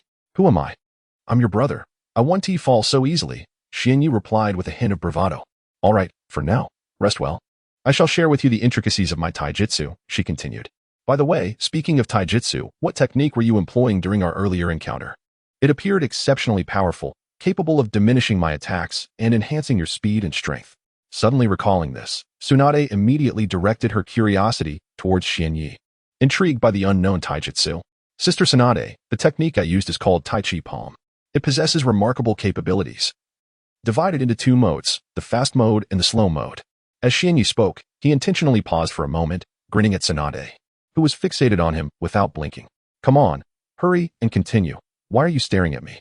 Tsunade retorted nonchalantly. Both modes of Tai Chi Palm have their distinct characteristics. In the slow mode, it can diminish the opponent's attack power by approximately 30% while simultaneously infusing them with internal energy. This internal energy is particularly potent when it penetrates the opponent's body. They remain oblivious. Once this energy accumulates to a certain threshold, it can be detonated, inflicting significant damage upon the adversary. Conversely, upon activating the fast mode of Tai Chi Palm, the abilities of the slow mode vanish. However, the fast mode augments one's speed and strength severalfold while also sealing the opponent's chakra points without excessively depleting one's own energy. Xianyi articulated each word with deliberate precision, conveying his thoughts in an exceptionally detailed manner, as if he feared that Tsunade, seated before him, might fail to comprehend. Upon concluding his exposition, Tsunade was evidently taken aback. She had never imagined that such a formidable martial art could exist in this world, and that it was wielded by none other than her own brother. Tsunade had always believed she was well-versed in the various martial arts of this realm, including the Konoha steel fist style, Konoha's gentle fist, and several other techniques. Yet, she was now confronted with the revelation of an entirely new martial art known as Tai Chi Palm, which boasted both a rapid and a slow mode, each endowed with extraordinary capabilities. The rapid mode could enhance speed and strength while sealing the opponent's chakra points, whereas the slow mode could diminish the opponent's offensive power and deliver internal strikes of hidden energy. Captivated by the unfamiliar martial art that Xianyi had just elaborated upon, Tsunade found herself increasingly intrigued. Chapter 188, The Two Modes of Tai Chi Palm. Observing his newly acquainted sister's keen interest in this martial art, Xianyi began to elucidate some fundamental aspects of Tai Chi Palm. After all, embarking upon the study of a martial discipline, especially one that is entirely unfamiliar, necessitates starting from the most basic principles. Otherwise, comprehension would be elusive. Time slipped away swiftly, and before long, an hour had passed. Having spoken continuously for that duration, Xianyi found himself slightly parched and his throat somewhat uncomfortable. However, witnessing Tsunade's rapt attention and enthusiasm made it all worthwhile, alleviating his discomfort to some extent. Yet, despite the fading sensation of unease, the dryness in his mouth persisted. Suddenly, Xianyi halted, staring blankly at Tsunade. She, who had been engrossed in the discussion, felt a twinge of impatience as he ceased his narration. Xiaoyi, please continue. I am thoroughly engaged, Tsunade urged, her face betraying a hint of urgency. The intricacies of martial arts demand undivided attention, making it imperative to absorb every detail carefully. Tsunade, my throat feels a bit uncomfortable and dry. I would like to have some water, Xianyi admitted. Oh, you wish for water? I shall fetch some for you. Tsunade's face flushed slightly at his request, though the color quickly dissipated. In an instant, she vanished from sight, having leaped agilely into the treetops. To Xianyi's eyes, her figure was now undetectable. Alas, Tsunade's speed is truly remarkable. I wonder when I might attain such swiftness, Xianyi mused to himself, awestruck. Master Xiaoyi, do not be disheartened. With your current rate of progress, you shall soon catch up to Princess Tsunade, Kino expressed, her tone imbued with reassurance. I merely lament the situation. There is no need for such comfort, Kino. My spirit is not so fragile, Xianyi replied, chuckling lightly. By the way, how much of what I shared regarding Tai Chi Palm did you comprehend, Kino? He inquired, studying her countenance. Master Xiaoyi, I grasped roughly half of what you explained. I am a bit slow-witted and could not fully comprehend your insights. Kino's voice was barely above a whisper, so soft that it might have gone unheard without careful attention. Upon lifting his gaze to her, Xianyi noticed a faint blush coloring her cheeks, hinting at her shyness. Could it be that this girl has developed feelings for me? Though I consider myself quite dashing, I am not particularly inclined towards those older than myself, he silently pondered. The term young master appears to have originated when Tsunade accepted the knight as her brother, and thus, Shizen began to address him in this manner. It is not entirely inappropriate, as Shizen refers to Tsunade as princess, so it seems fitting for her to call me young master. The knight did not engage in lengthy conversation with Shizen, as Tsunade hurriedly returned from a distance, perhaps having been gone for less than a minute. Observing Tsunade, she maintained a calm demeanor, her face devoid of color or signs of exhaustion, though a hint of urgency lingered in her gaze. Here, this water is for you, Tsunade said, handing over the water she had collected from a nearby stream. Without hesitation, the knight took the water pouch, opened it, and tilted his head back to drink. After consuming approximately a quarter of its contents, the dryness in his throat began to dissipate, and his voice grew more comfortable, losing its earlier raspiness. However, upon finishing his drink, the knight did not immediately delve into the intricacies of the Tai Chi palm. Instead, he lingered, hesitating and dawdling, deliberately avoiding the discussion. This behavior irked Tsunade immensely, for the Tai Chi palm is a profoundly intricate martial art, difficult to master without proper guidance. At this moment, Tsunade was eager to learn the Tai Chi palm and understand its various aspects, leaving her feeling restless. Yet, she refrained from directly urging the knight to speak, opting instead to wait patiently for him to begin.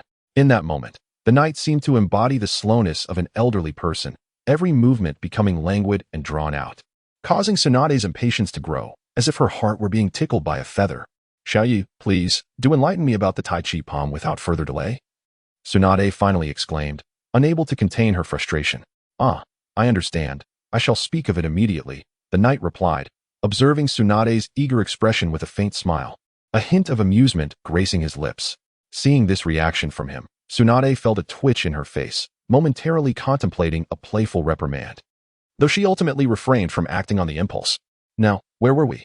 Ah yes, we were discussing the fast mode of the Tai Chi palm, which emphasizes speed and power, as well as the techniques for sealing the opponent's chakra points.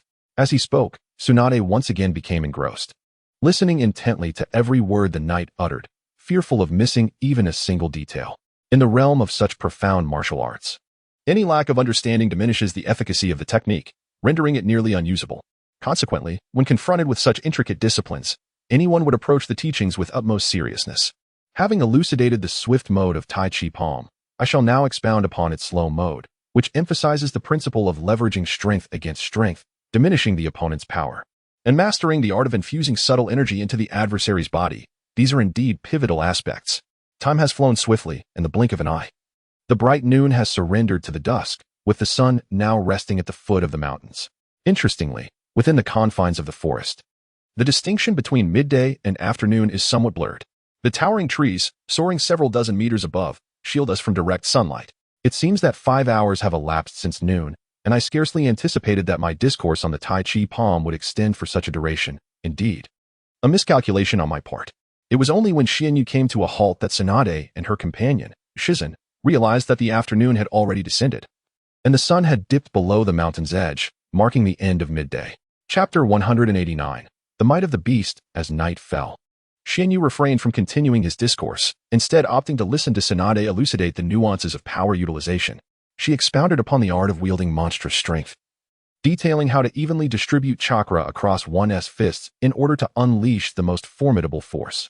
After absorbing Tsunade's teachings, a sense of eagerness stirred within Xianyu, compelling him to experiment with the application of this newfound strength. He pondered how to effectively harness the monstrous might and the proper distribution of chakra within his fists. Having listened to Tsunade for a considerable duration and engaged in combat with her, Xianyu felt he had grasped a semblance of understanding, a spark of inspiration regarding the usage of monstrous strength. With this thought, he resolved to waste no more time and embarked on his inaugural attempt at harnessing this power. As it was his first endeavor, his movements appeared somewhat awkward, and the chakra was not distributed as evenly as he had hoped. With a decisive motion, he directed a powerful punch at a nearby towering tree, which stood approximately 10 meters high with a robust trunk. Upon impact with the tree, the trunk merely swayed slightly. It did not splinter or break.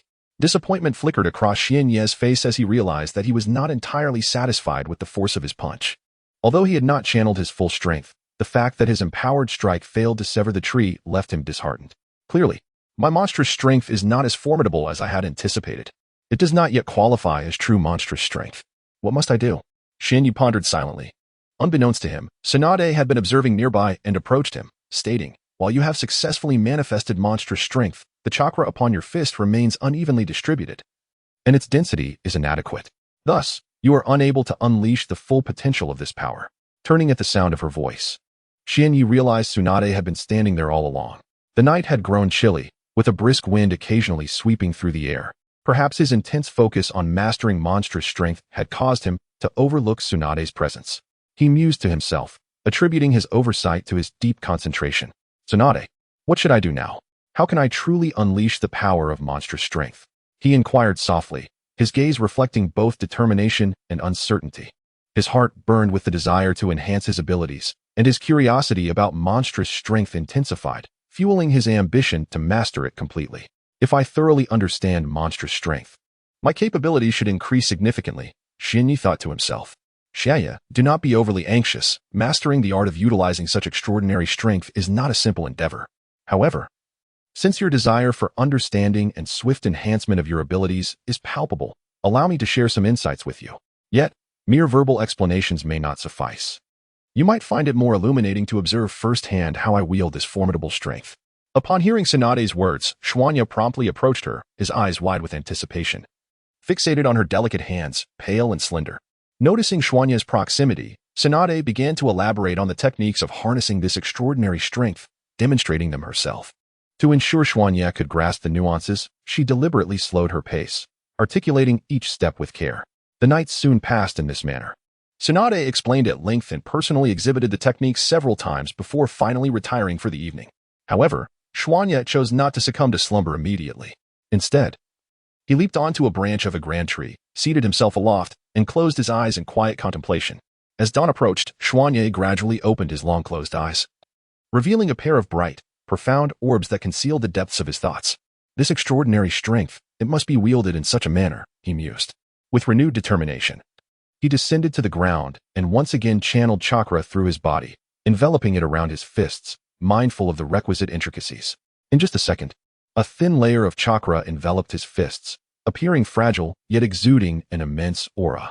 After a moment of concentration, he opened his eyes anew, feeling the intensity of the chakra surrounding his fists elevate slightly. He swung his fists, striking the trunk of the grand tree before him. With a resounding crash, the punch unleashed tremendous force, causing the tree trunk to splinter and fall heavily to the ground, resounding with a great noise. The forest, home to many slumbering birds, was startled by the sudden uproar, causing them to take flight in haste to escape the unknown peril. The power of this extraordinary punch is astonishing. I exerted hardly any effort, yet managed to sever a trunk of a tree nearly 10 meters tall with a single blow. Xuanya stood beside the shattered tree, wide-eyed in disbelief, staring at the severed trunk before him. Remarkable! I did not expect you, Xiaoya, to master this technique to such an extent in just one night. Indeed, you are my brother. Tsunade endeavored to mask her astonishment, yet a glimmer of surprise lingered in her gaze. Haha, am I not a genius in mastering such trivial techniques? For me, it is indeed a matter of ease. More content is loading. Please wait. This site only supports access through mobile browsers. If you see this paragraph, it indicates a failure to load the chapter's content. Kindly disable your browser's reading mode, night mode, novel mode, and ad blocking features, or copy the URL to another browser for reading. Naturally, hearing the praise from my sister Tsunade brought a proud smile to Xuanya's face, lighting it up with joy. However, Tsunade, when exactly did you arrive here? I was completely unaware of your presence. Xuanya glanced at Tsunade standing beside him, feeling a sense of disbelief and helplessness. It was astonishing that his sister could evade his detection and appear so close. If she were an enemy, it would have been dire. Well, it's simply because my strength far surpasses yours, little Xuanya, that your failure to sense my presence is quite normal. Tsunade replied with a smile. Chapter 190, Roasted Rabbit Meat. To my astonishment, I never anticipated that Xiaoya would advance so swiftly, mastering the art of extraordinary strength with such remarkable speed. Perhaps it is true that my younger brother is an unparalleled genius, a thought that Tsunade entertained in her mind. Although Tsunade meticulously imparted the nuances of utilizing this extraordinary strength, dedicating considerable time to its explanation and demonstrating its application multiple times, she had never imagined that her brother could grasp it within a single night. Though his execution may appear somewhat unrefined, with time and practice, such awkwardness will undoubtedly dissipate. Observing Xuanya wield this power only reinforced Tsunade's conviction of her brother's prodigious talent. However, genius must not be overly praised, for such recognition could lead to arrogance, making his future endeavors exceedingly challenging. While he has tapped into extraordinary strength, there remain many areas for improvement, such as the fluidity of his movements and the density of his chakra distribution. Thus, he should not allow himself to feel overly formidable, for there are many individuals in this world far more capable than he. With a serious demeanor, Tsunade withdrew her smile and addressed Xuanya earnestly. Her admonishment stemming from genuine concern, she wished to prevent him from becoming conceited. Just as Tsunade concluded her lesson, Shizen approached, cradling a piglet, accompanied by a white-furred tiger.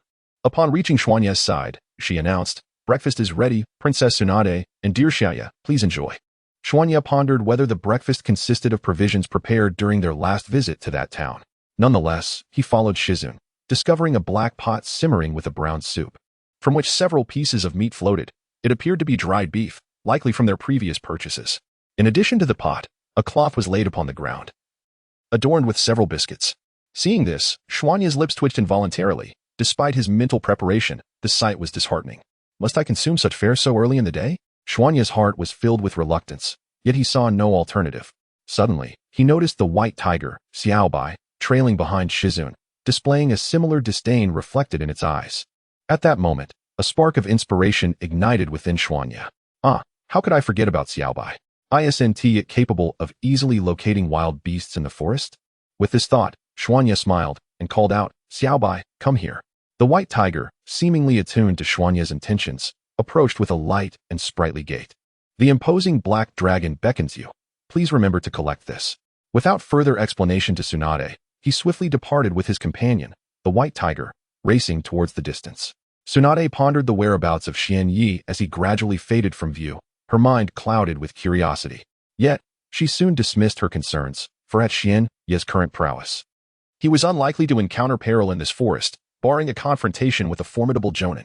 Moreover, this was neither a battlefield nor the vicinity of a ninja village, reducing the probability of encountering ninjas to nearly zero.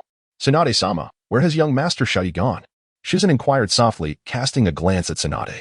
Humph. Do not concern yourself with that fellow. Who knows what he intends to do? Let us focus on breakfast, Tsunade replied casually, showing little regard for Xian Yi's safety. The meat was somewhat tough, not particularly palatable, and the soup lacked flavor. The biscuits were also rather unremarkable. Well, it will have to suffice, Tsunade thought, furrowing her brow. Meanwhile, Xian Yi was sprinting energetically, occasionally glancing back at his companion, the white tiger. Little Bai, are you certain there are wild beasts nearby? Master, you must trust me. I can sense that there are indeed beasts here, and not far ahead, the white tiger assured with conviction. Upon hearing this, Xian Yi chose not to respond. For the white tiger was a summoned beast, capable of a deep bond of understanding. If he could not trust it, whom could he trust? After running for a while, Xian Yi spotted a few rabbits grazing not far away.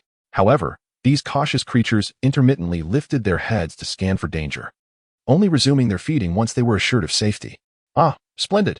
It seems breakfast will consist of these little ones, Xian Yi decided upon sighting the rabbits. He believed that even without seasoning, roasted rabbit meat would be delightful. As he stealthily approached, he observed which rabbits appeared plump and tender. Soon, he was at their side, swiftly capturing one in each hand. The white tiger mirrored his actions, clenching another in its jaws. With a gentle squeeze, he dispatched the 2 rabbits before repeating the process. After a few cycles, he had amassed 8 rabbits in his grasp. Content with his catch, he turned back towards his original path, moving swiftly. Within minutes, he returned to Tsunade. While hastening along the path, I gathered a few sticks and skewered the rabbits I had caught.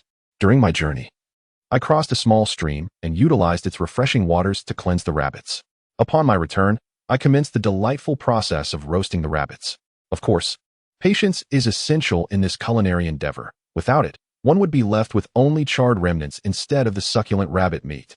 After approximately half an hour, the meat in my hands was nearly fully cooked, while my companion, the little white creature, stood by my side, drooling and wagging its diminutive tail in anticipation. Chapter 191. The Feast. The roasted rabbit, its skin a luscious golden hue, emanated an enticing aroma that heightened both Xian Yi's and the nearby Xiaobai's appetites. As the content continued to load, please wait. This site is only accessible via mobile browsers.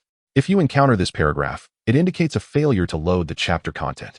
Please disable reading mode, browsing mode, and ad blocking features, or copy the URL into another browser for reading. At an unforeseen moment, 2 women appeared silently beside Xian Yi. Standing motionless behind him, their gazes fixed on the succulent rabbit meat he was roasting. These 2 were Tsunade and Shizun. However, Tsunade's face bore an expression of displeasure. Yet as her eyes fell upon the perfectly roasted rabbit, anticipation replaced her earlier discontent. Haha, it is I who is clever. Having caught a few little rabbits for my breakfast, Xian Yi exclaimed excitedly as he noted the rabbit meat was nearly ready for consumption. Unbeknownst to him, Tsunade's demeanor darkened, her expression growing increasingly severe. Meanwhile, Shizun appeared concerned, glancing between Tsunade and Xian Yi as if worried for his well-being. Whose delicate hand is resting on my shoulder? It looks quite lovely, Xian Yi blurted out, a thoughtless remark escaping his lips. Xiao Yi, what are you up to? A chilling voice emerged from behind him. He recognized it all too well, Tsunade's voice. Haha, nothing much. I merely happened to see a few rabbits and thought to catch them, Xian Yi stammered, instantly feeling a sense of trepidation. So, a few rabbits passed by you, and you just happened to catch them? What luck you have, Xiaoyu. How is it that I, your sister, have not encountered a single rabbit or wild beast during my long pursuit? Although Tsunade's voice was not loud to Xianyi, it resonated ominously, akin to the voice of death, instilling significant apprehension. Haha, indeed, a few rabbits appeared right before me, and I simply seized the opportunity. The rabbits are just about ready. I was about to call you over to share the feast. It seems you arrived just in time. Sparing me the trouble of summoning you, Xianyu replied cautiously, observing Tsunade's expression, fearful of provoking her ire. Very well, Xiaoyi. It seems you are quite considerate of your sister. In that case, I shall take a few rabbits to enjoy. You have no objections, I trust? Tsunade said with a smile, addressing Xianyi. As Xianyi observed Tsunade's expression, he found himself at a loss, uncertain of how to respond. Shouldn't he be receiving a reprimand from his elder sister, Tsunade? Yet, inexplicably, nothing of the sort transpired, and she spoke to him in a gentle tone. This unexpected situation rendered Xianyi somewhat embarrassed, prompting him to quickly reply, It's nothing, really. Sister, please feel free to enjoy. It is only right for me to provide you with some rabbit meat. He smiled, carefully addressing Tsunade. Ah, my dear little brother, you are indeed quite considerate. Since you insist, I shall not hold back and will indulge, Tsunade replied, moving toward the area where the rabbit meat was situated, extending her hand to take some. The rack held a total of 9 roasted rabbits, each roughly the size of an adult's head, their golden brown skin crisp and fragrant, exuding an enticing aroma. Xianyi gazed at the rabbits, contemplating that with 3 of them, there would be enough for the 3 of them and the white tiger. Although parting with the fruits of his labor tugged at his heartstrings, he recognized that sharing was necessary to avoid receiving a harsh reprimand. Tsunade elegantly grasped 2 wooden sticks, each spearing a succulent rabbit.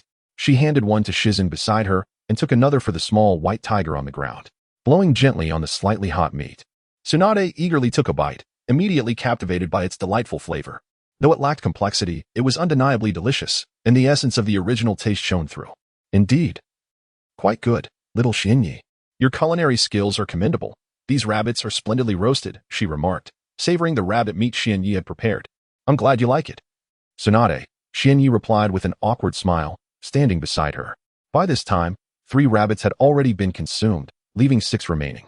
However, Tsunade appeared unsated, her appetite seemingly insatiable. As Xianyu had anticipated, she quickly finished the rabbit in her hand and returned to the rack, taking 3 more, one for the small white tiger, one for herself, and another for Shizun. Watching Tsunade's casual selection, Xianyu felt a flicker of hesitation in his gaze, his heart yearning to intervene. Yet, reason urged him to refrain from doing so. To intervene would be tantamount to courting disaster. Enduring a beating seemed almost inevitable. Xiaoyi, you wouldn't mind, would you? I'm just a bit hungry, said Tsunade, as she helped herself to a few more. However, as she reached for them, she felt the need to inform Xianyi, which caused him considerable discomfort. In that moment, Xianyi's heart was undoubtedly tumultuous and heavy, yet he could not betray any emotion on his face, forcing himself to wear a strained smile. It's fine, really, it doesn't matter. Tsunade, please, enjoy your meal. I don't mind, he managed to say, suppressing the agony within him as he displayed a faint, reluctant smile. Tsunade's grin seemed to widen, radiating genuine joy, and she laughed heartily. It appeared she had sensed the turmoil and reluctance within Xianyi, which made her unable to contain a soft chuckle. Her laughter was enchanting, exuding the allure of a mature woman in full bloom. At this sight, Xianyi was momentarily entranced, lost in a daze. Xiaoyi, don't you think your sister is quite beautiful? Tsunade whispered softly. Yes. Xianyi, realizing his inappropriate gaze, quickly averted his eyes, no longer daring to stare at Tsunade. Chapter 192, Medical Chakra Home. Very well, little Shirya. You may consume the remainder by yourself. I shall abstain. Tsunade declared with a smile, her tone laced with a hint of playful threat. However, you shall be responsible for our future meals. It is rather unseemly to indulge alone. Loading more content. Please wait. This site is optimized solely for mobile browsers. If you encounter this paragraph, it signifies that the chapter content has failed to load. Kindly disable reading mode, browsing mode, and ad blocking features, or copy the URL to another browser for reading. No. I was just about to invite Sister Tsunade to join me for a meal, but you happened to be right beside me, Xuanya responded, a touch of embarrassment gracing his expression as he glanced at Tsunade. Oh, is that so? Really? Tsunade's voice carried a note of skepticism. Indeed, truly. Sister Tsunade, you must believe me, Xuanya insisted, fully aware of the need to tread carefully for his own safety, given Tsunade's formidable strength should she choose to reprimand him. it would be a mere trifling matter for her. Very well, you may consume the remainder, she said appreciatively. Why are you staring at me? Xuanya replied hastily. Only upon Tsunade's consent did he dare to retrieve the roasted rabbits from the rack. Although he had prepared the rabbits himself, he knew he could only take them once Tsunade approved. With a heart brimming with excitement, Xuanya extended his hands to grasp the roasted rabbit meat, one hand clutching a stick, leaving one remaining. Overcome with eagerness, he inhaled the enticing aroma wafting from the roasted rabbit. Ah, indeed it is fragrant, igniting one's appetite. He mused. Famished and exhilarated, he finally opened his mouth, leaning in to bite into the tender meat. The skin of the rabbit was succulent and flavorful. Though devoid of seasoning, its natural taste elevated the dish to a new echelon of delight. Observing Xuanya devouring the food with fervor, Tsunade couldn't help but smile faintly. At this moment, he resembled a child. His previous demeanor, so mature, seemed unfathomable. Before long, every morsel of rabbit meat had vanished into Xuanya's stomach. Stretching his body and licking his lips, he relished the lingering flavor.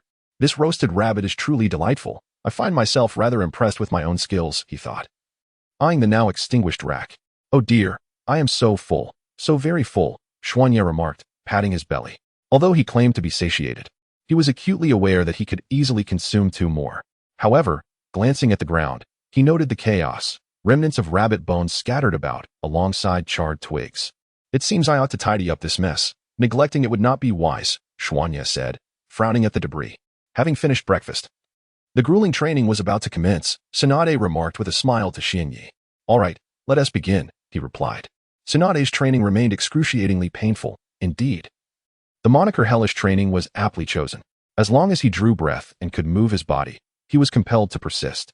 Only when utterly exhausted, collapsing to the ground, would Tsunade permit Xianyi a respite, administering healing chakra to expedite his recovery. Time passed swiftly, and as noon approached, the sun ascended high in the sky. However, the dense canopy of the forest shielded them from its direct rays. At that moment, Tsunade leaned against the trunk of a large tree. Her ears perked and her eyes keenly observing Xianyi's every movement, exuding an air of leisure. Despite this, Xianyi was entrenched in his punishing regimen, training not only his endurance, but also honing his extraordinary strength. Additionally, Tsunade had recently imparted to him the fundamentals of medical ninjutsu, teaching him how to generate healing chakra. Yet, Xianyi's response astonished Tsunade. Immediately after her instruction, he adeptly conjured healing chakra with remarkable ease. This phenomenon evoked a strange sensation within Tsunade. Xianyi gazed blankly at the verdant chakra in his palm, brimming with vitality. This was the healing chakra capable of mending injuries. It felt peculiar, as if creating this healing chakra was an innate ability for him, executed with utmost finesse and devoid of any clumsiness.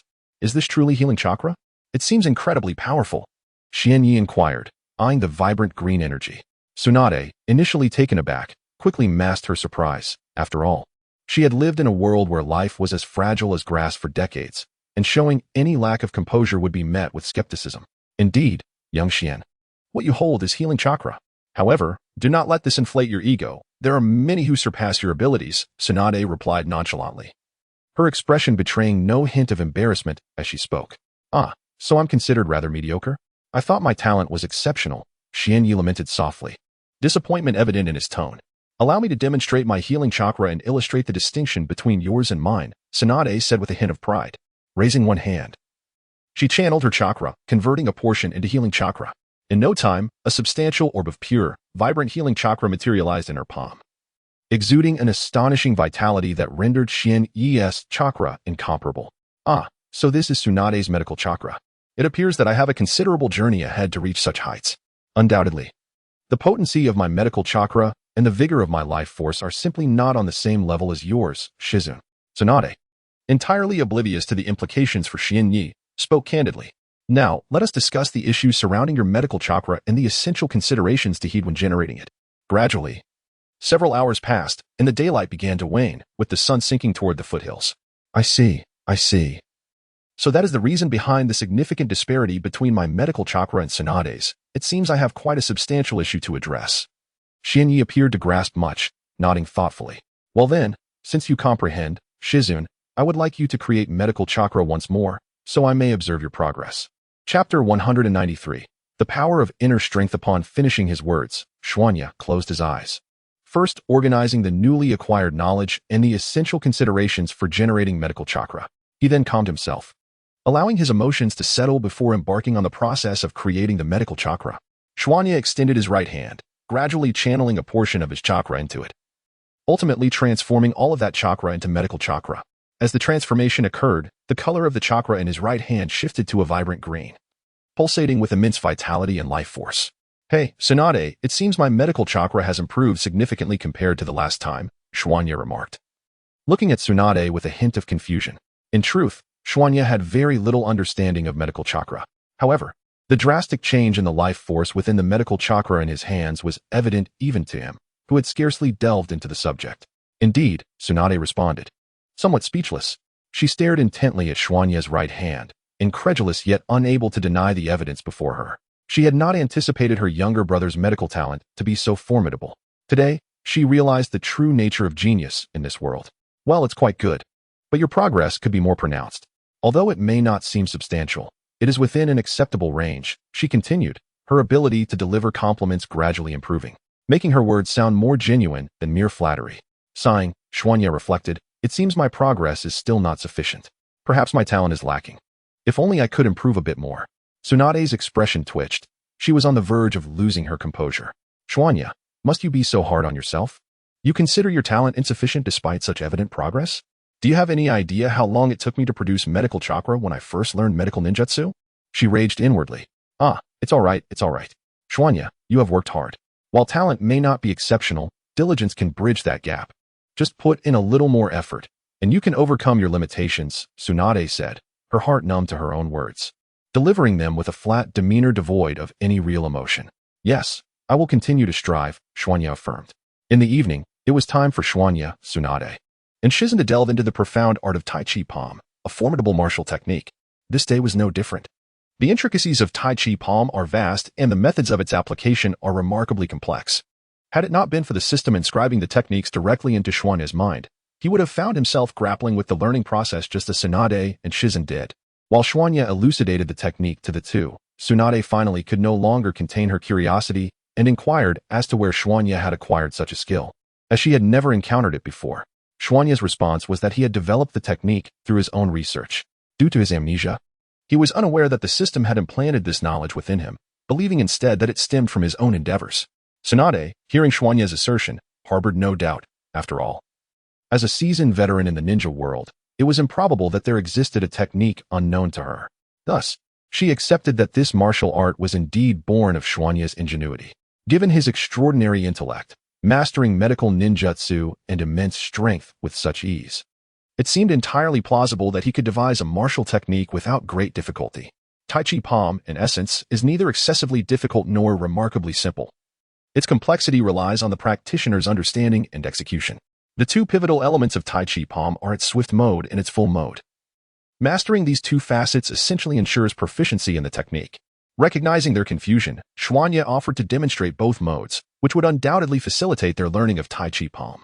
He proceeded to a more spacious area, slightly crouching, adopting a seemingly bizarre stance that, upon prolonged observation, revealed an air of profoundness. This was the slow mode of Tai Chi Palm, characterized by the principle of using slowness to counter speed, harnessing the opponent's force against them, alongside the technique of subtle energy manipulation, all of which are crucial elements.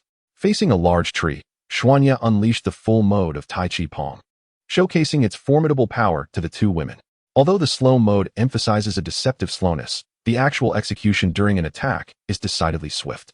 As Xuanya struck the tree, Tsunade noticed an intriguing aspect. The apparent slowness of the full mode belied the rapidity of the impact sound as it resonated against the trunk. The subtle energy manipulation posed a challenge, requiring the conversion of chakra through muscle to manifest the energy, ultimately delivering it into the opponent's body. While this process may seem straightforward in description, its execution demands considerable practice and numerous trials to achieve even a modicum of success, Xuanya explained slowly. At this moment, he had struck the colossal tree 5 times, infusing it with his hidden energy. With a low murmur, he ignited the energy, and the tree subsequently erupted in a cataclysmic explosion.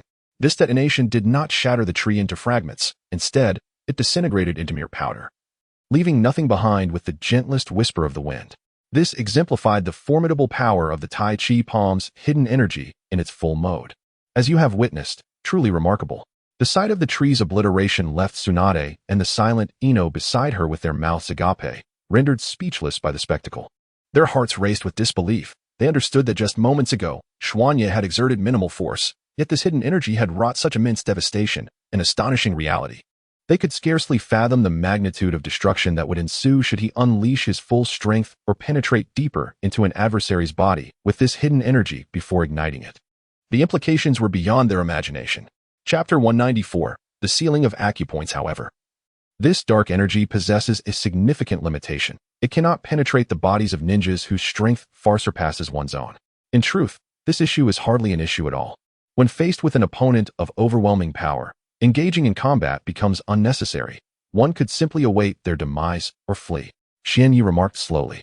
Xiaoyi, this is hardly a concern at all. If one encounters a ninja of significantly greater strength, what need is there for dark energy?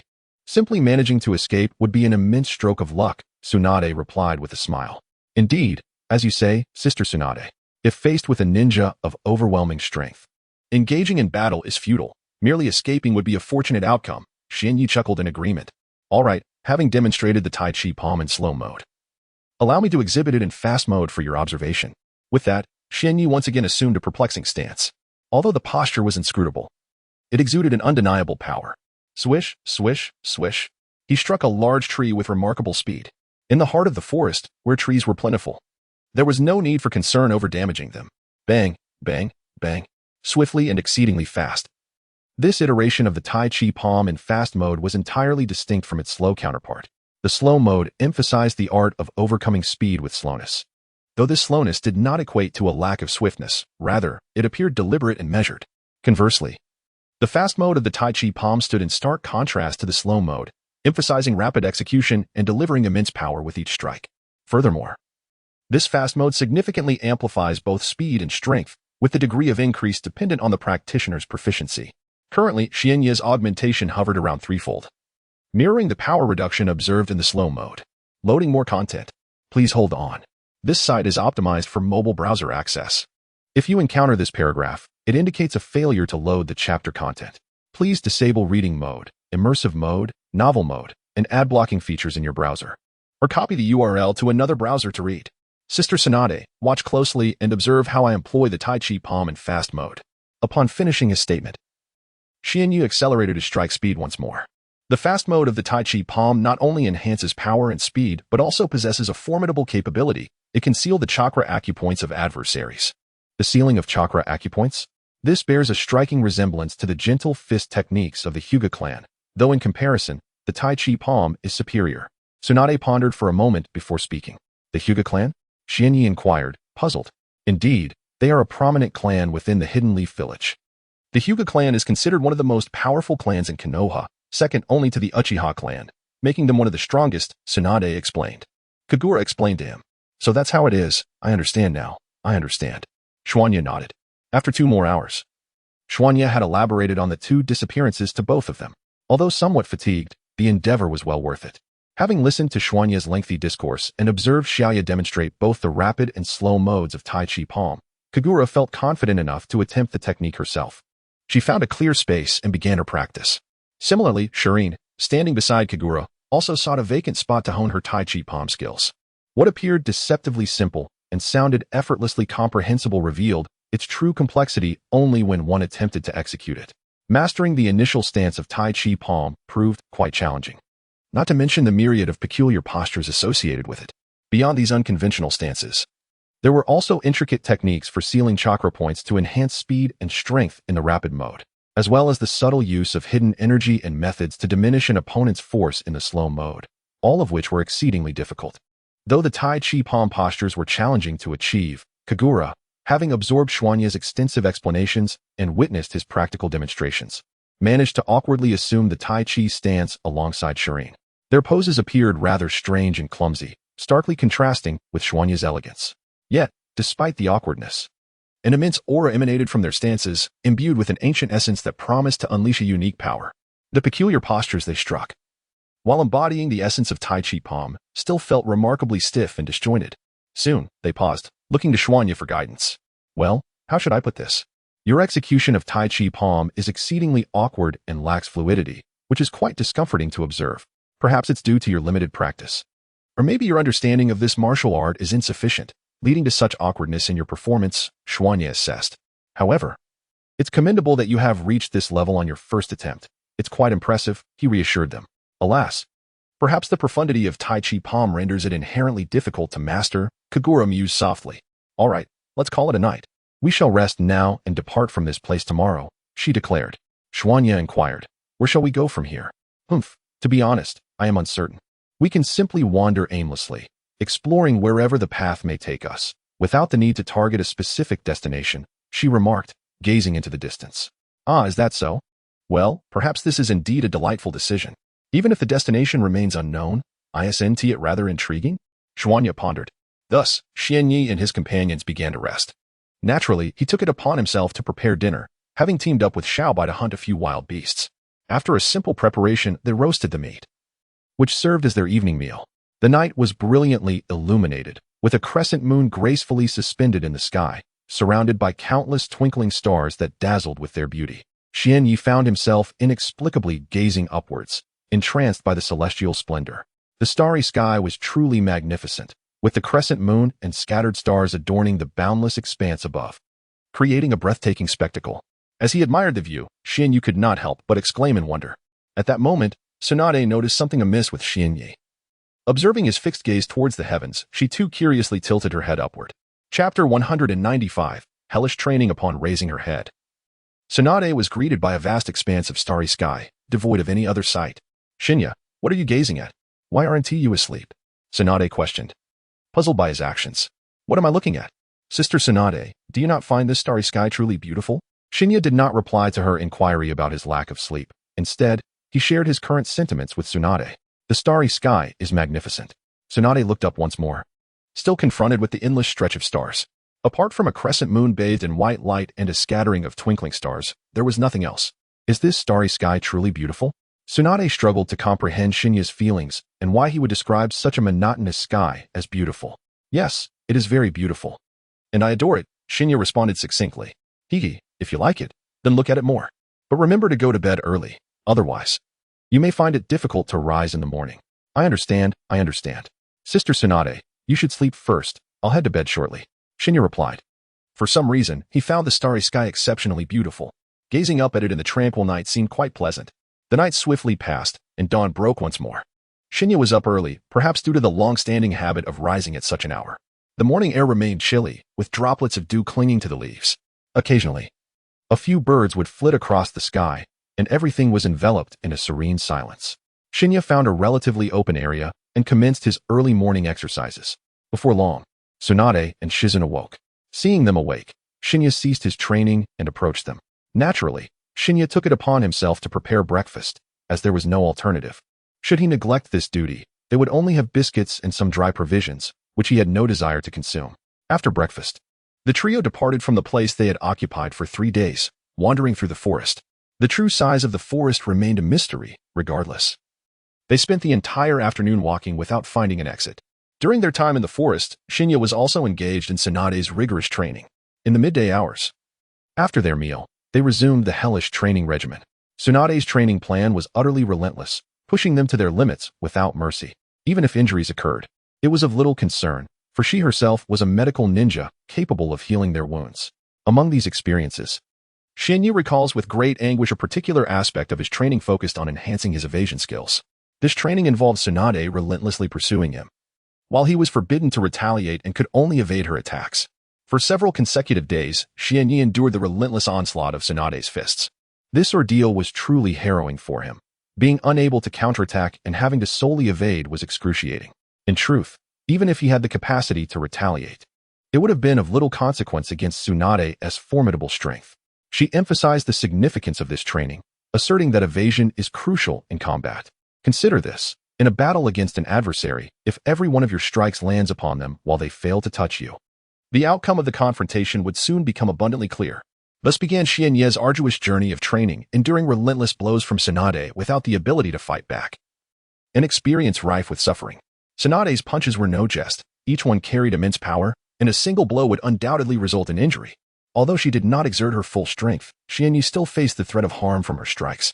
Fortunately, as a medical ninja, Tsunade wielded healing chakra, alleviating Xianyi's concerns regarding his injuries. Not only was he unconcerned, but he also had the opportunity to refine his own medical chakra, employing the healing techniques he had developed. In Tsunade's words, this was akin to killing two birds with one stone. Despite the training being rigorous, Tsunade remained unwavering in her approach. She would not relent in her pursuit of Xianyi. Whenever a chance arose to strike him, she would not hold back. Tsunade justified her methodology by explaining that enduring hardships would compel him to become more diligent in evasion, thereby accelerating his growth and strength. In addition to honing his evasion skills, Tsunade also trained him in resilience against strikes and the speed of his evasive reactions, allowing these aspects to develop concurrently. Xianyi found himself pondering the wisdom of his decision to allow Tsunade to train him. If one were to assess the speed of his improvement, the decision would undoubtedly be deemed correct. However, reflecting on the process itself, Xianyi wished to forget the painful memories, for they were overwhelmingly arduous. Each day's training concluded only at night, during which Tsunade would observe him as he utilized chakra for self-healing, offering reminders whenever he faltered. These days marked the most fulfilling period of Xianyi's life. Prior to encountering Tsunade, his training had been rather casual. In comparison to the current regimen, one could say that his previous exercises scarcely qualified as warm-ups, perhaps not even achieving that threshold. Though only a few days have elapsed, Xuanye can distinctly perceive a significant enhancement in his abilities. His strength has markedly increased, along with his stamina and physical endurance. His speed has also seen improvement, and even his chakra has been notably elevated. Compared to just a few days prior, his prowess has made considerable strides, a fact that fills him with immense satisfaction, especially given the hellish training he has endured, a process that is nothing short of excruciating. Had his strength not progressed under such circumstances, despair would have surely ensued. In addition to his personal endeavors, every evening, Xuanye takes the time to instruct Tsunade and her companion in the art of Tai Chi Palm, demonstrating the techniques himself. After days of diligent practice, they have finally managed to assume all the postures of Tai Chi Palm. Although their movements remain somewhat awkward and lack fluidity, their progress from not being able to perform the stances at all is commendable. Chapter 196, Hidden Dangers on that night. Xianyi endured an inhumane and arduous training session. Fortunately, he had the ability to rely on medical chakra for his healing. Otherwise, he would have likely been rendered immobile until the following day. With the increased frequency of practice, Tsunade and Shizen developed a deeper understanding of the Tai Chi Palm technique. The postures they adopted grew increasingly peculiar, yet they appeared more profound and intricate, resulting in a fluidity of execution in their palm techniques. They had begun to grasp the fundamentals of Tai Chi Palm, cultivating their own insights into how to utilize it effectively, assume those unconventional stances, diminish the strength of their adversaries, and enhance their own power and speed.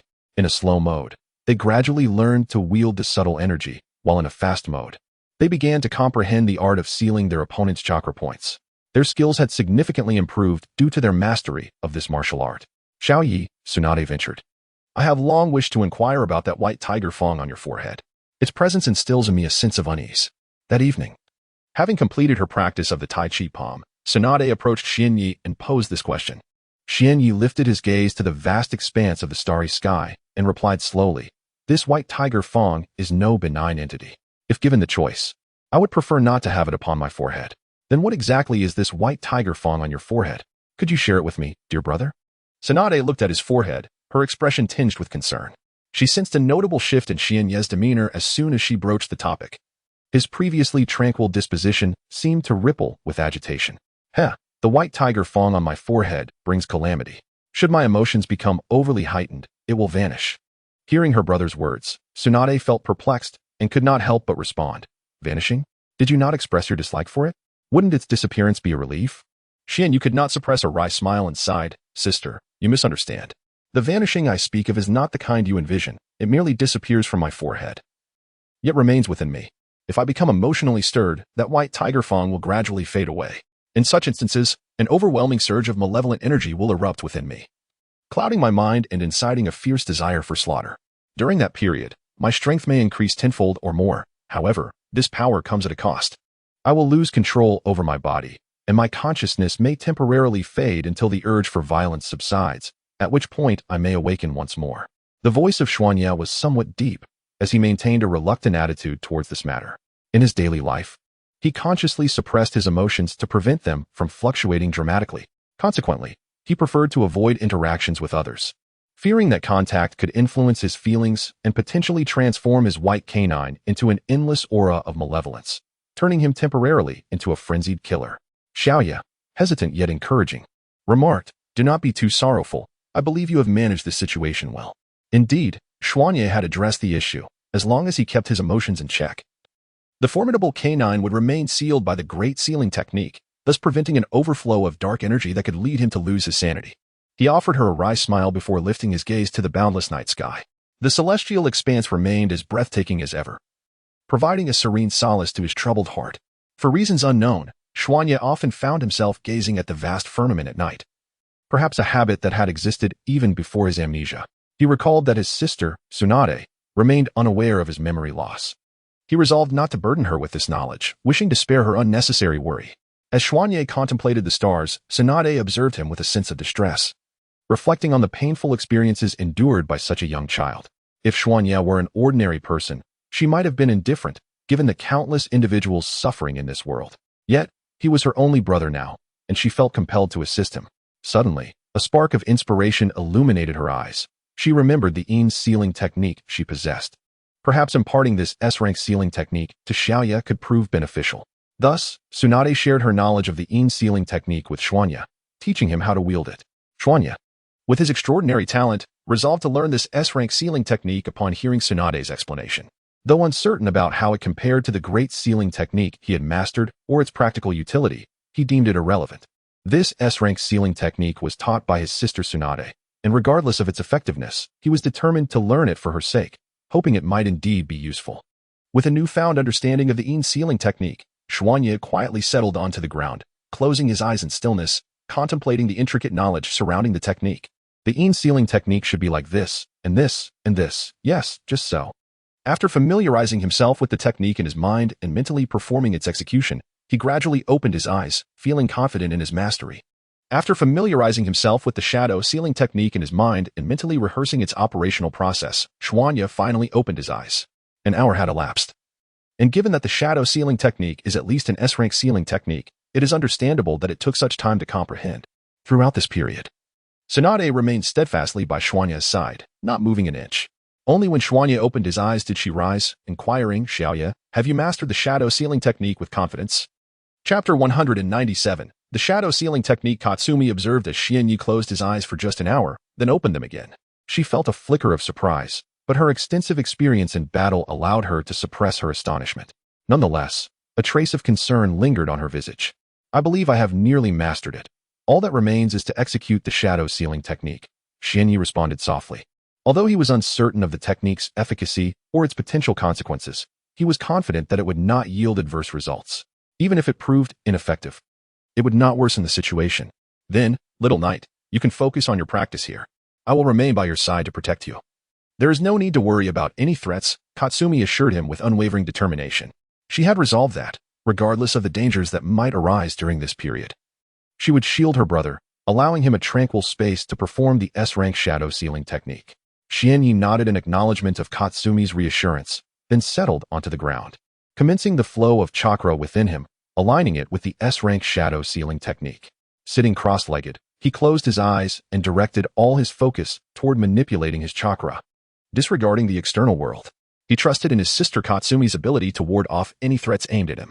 Initially, the task was straightforward, requiring only the circulation of chakra within his body. However, as he progressed, the complexity gradually increased. After channeling a portion of his chakra to his forehead, Xianyi began the steps of the shadow sealing technique, meticulously guiding the chakra to operate according to its prescribed method. Though he encountered some difficulties along the way, they were not insurmountable for Xianyi. They merely caused a brief tightening in his chest, quickly dissipating. Gradually, beads of sweat formed on his forehead, indicating that the process was becoming increasingly strenuous, with the challenges intensifying. Indeed, the S-rank shadow sealing technique presented considerable difficulty, but it remained within his grasp, Xianyi mused. Before long, the shadow sealing technique was complete. Xianyi opened his eyes after approximately half an hour, having surmounted numerous hurdles throughout the endeavor. With a sigh of relief, he released the tension that had built up within him. Taking a moment to attune himself to his body, he focused on the white fong on his forehead, eager to discern any changes that had occurred following the application of the shadow sealing technique. It seems that the strength of the seal has significantly intensified. no longer as lax as it once was. Suddenly, Xianyi sensed a difference. Compared to before, the current outcome has improved remarkably. Taking out a mirror, he observed that his forehead had undergone some changes. The white tiger tooth appeared to be trapped, enveloped by a diamond-shaped mark. It seems that this particular sealing technique, the sealing art, has proven to be quite effective and may possess some special functions. Upon further examination of the white tiger tooth on his forehead, Xianyi realized that the sealing strength was now several times greater than before, making it less susceptible to fluctuations in his emotions. This heightened sealing power seemed to stem from the diamond-shaped mark surrounding the white tiger tooth. Consequently, even with slight emotional shifts, there would be no significant repercussions, and the state of the white tiger tooth would remain unaffected. However, despite these advantages, there were still drawbacks. It appeared that the presence of the diamond-shaped mark caused it to absorb the malevolent energy emitted by the white tiger tooth during moments of emotional turmoil, leading to additional sealing. This posed a potential risk. While mild emotional disturbances would not cause issues, excessive agitation could double the malevolent energy released by the white tiger tooth. Should any problems arise with the white tiger tooth, the absorbed malevolent energy would also be released by the diamond mark, resulting in a surge in Xianyi's combat prowess. In ordinary circumstances, when his mind was clear, Xianyi's fighting capability could increase significantly, which might have brought him some joy.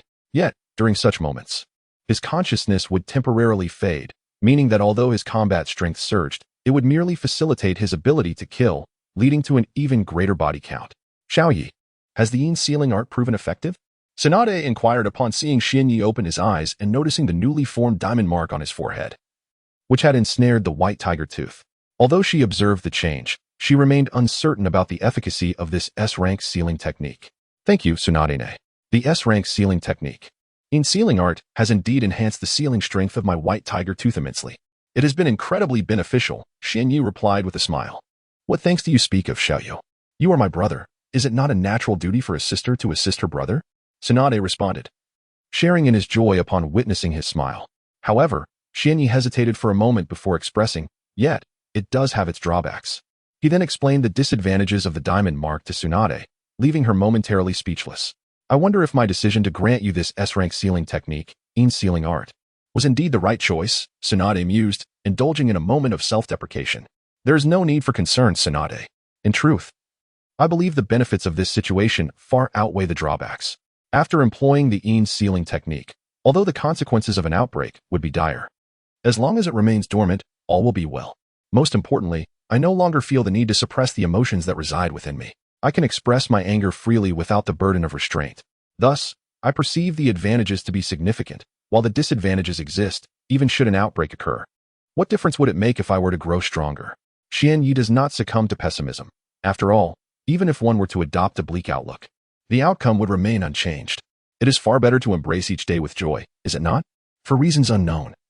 Tsunade felt a pang of empathy upon seeing Xianyi, a sensation she had not experienced in a long while. It had been ages since she truly understood what it meant to feel such compassion. Subsequently, Tsunade smiled, realizing that this feeling was rather pleasant. Time flies.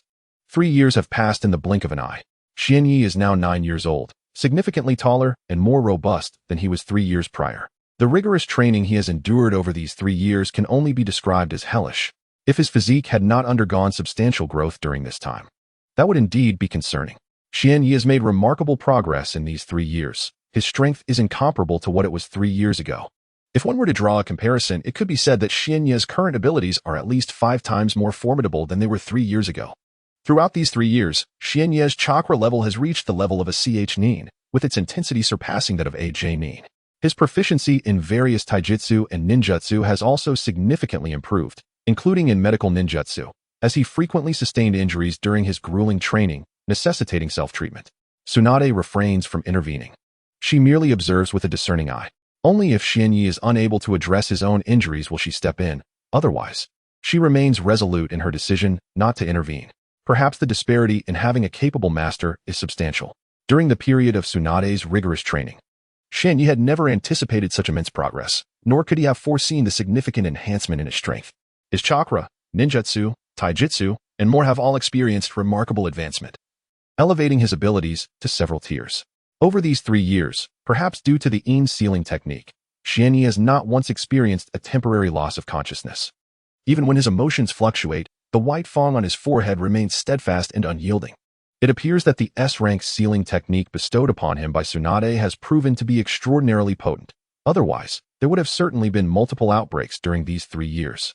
Although there has been a state of tranquility with the malevolent energy contained, Xian Yi can sense the accumulating intensity of the malevolent aura within the white fong on his forehead, growing ever more potent and pronounced.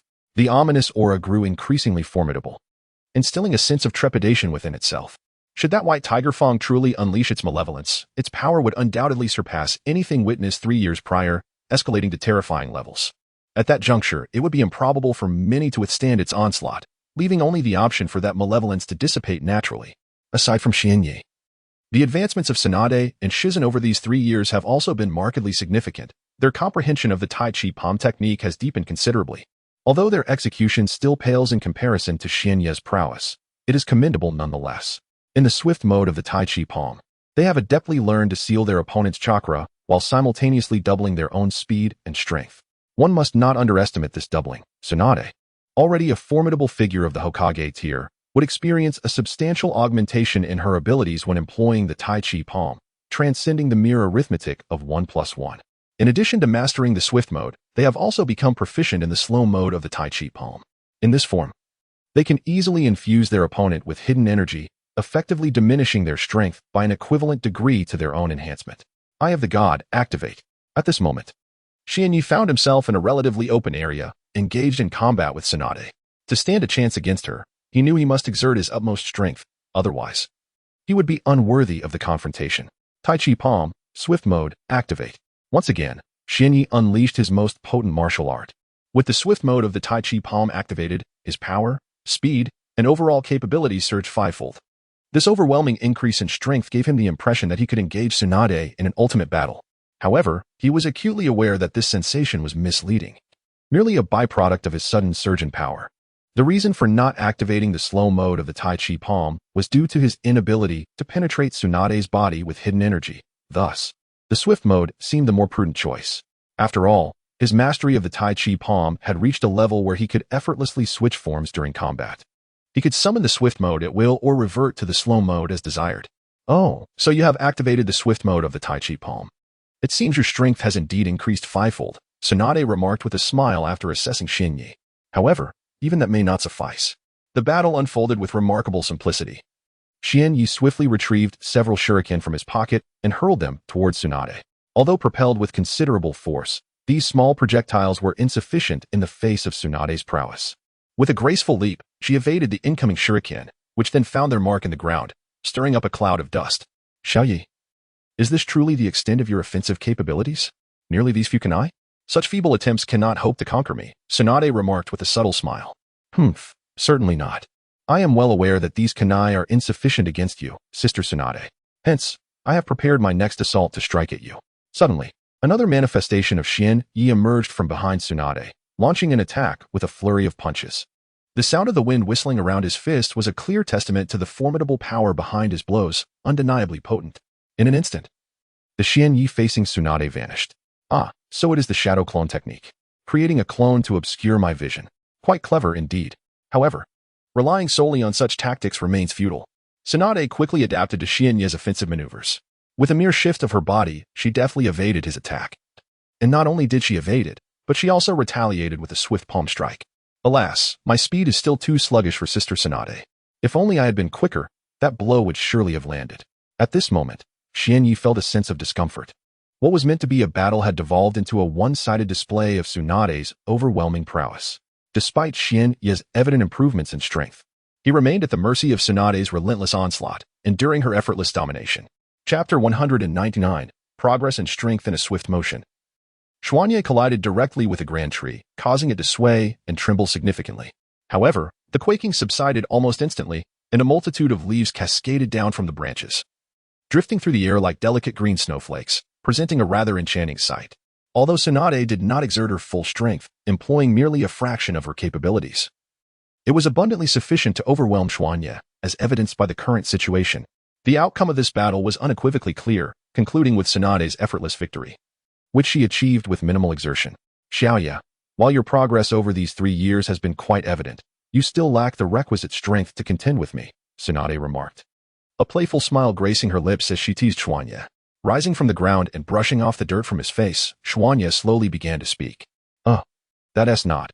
Upon witnessing Tsunade's peculiar smile, he instinctively swallowed his words. In truth, Xuanya had not instigated this confrontation. It was entirely Tsunade's initiative.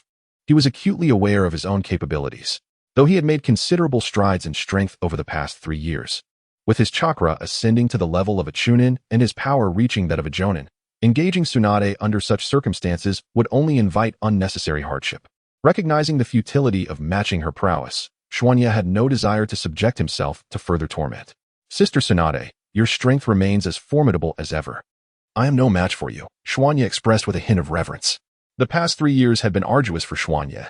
Apart from enduring grueling training, he had been soundly defeated by Tsunade on numerous occasions, the exact count of which had faded from his memory. Humph. You ought to consider who I am, your sister, Tsunade. If I were any weaker, how could I survive in this ninja world? Tsunade replied, clearly pleased with Xuanya's earlier comment, a proud expression illuminating her face. Yes. You are my sister. You are impressive, truly impressive, Xuanya responded with a smile. For Xuanya, the hellish training regime had lost much of its former severity. While it had not been entirely without effect, the results were now somewhat diminished. To enhance one's strength, the intensity of training must be elevated once more. The current grueling regimen is no longer sufficient to satisfy the exponential growth of Xuanya's prowess. With eyes closed, he endeavored to attune himself to the chakra within, which had significantly increased in quantity compared to 3 years prior, multiplying several times over. However, each time he contemplated his internal chakra, the violent essence sealed within his forehead elicited discomfort. This ferocity was overwhelming, bordering on unbearable for Xuanya.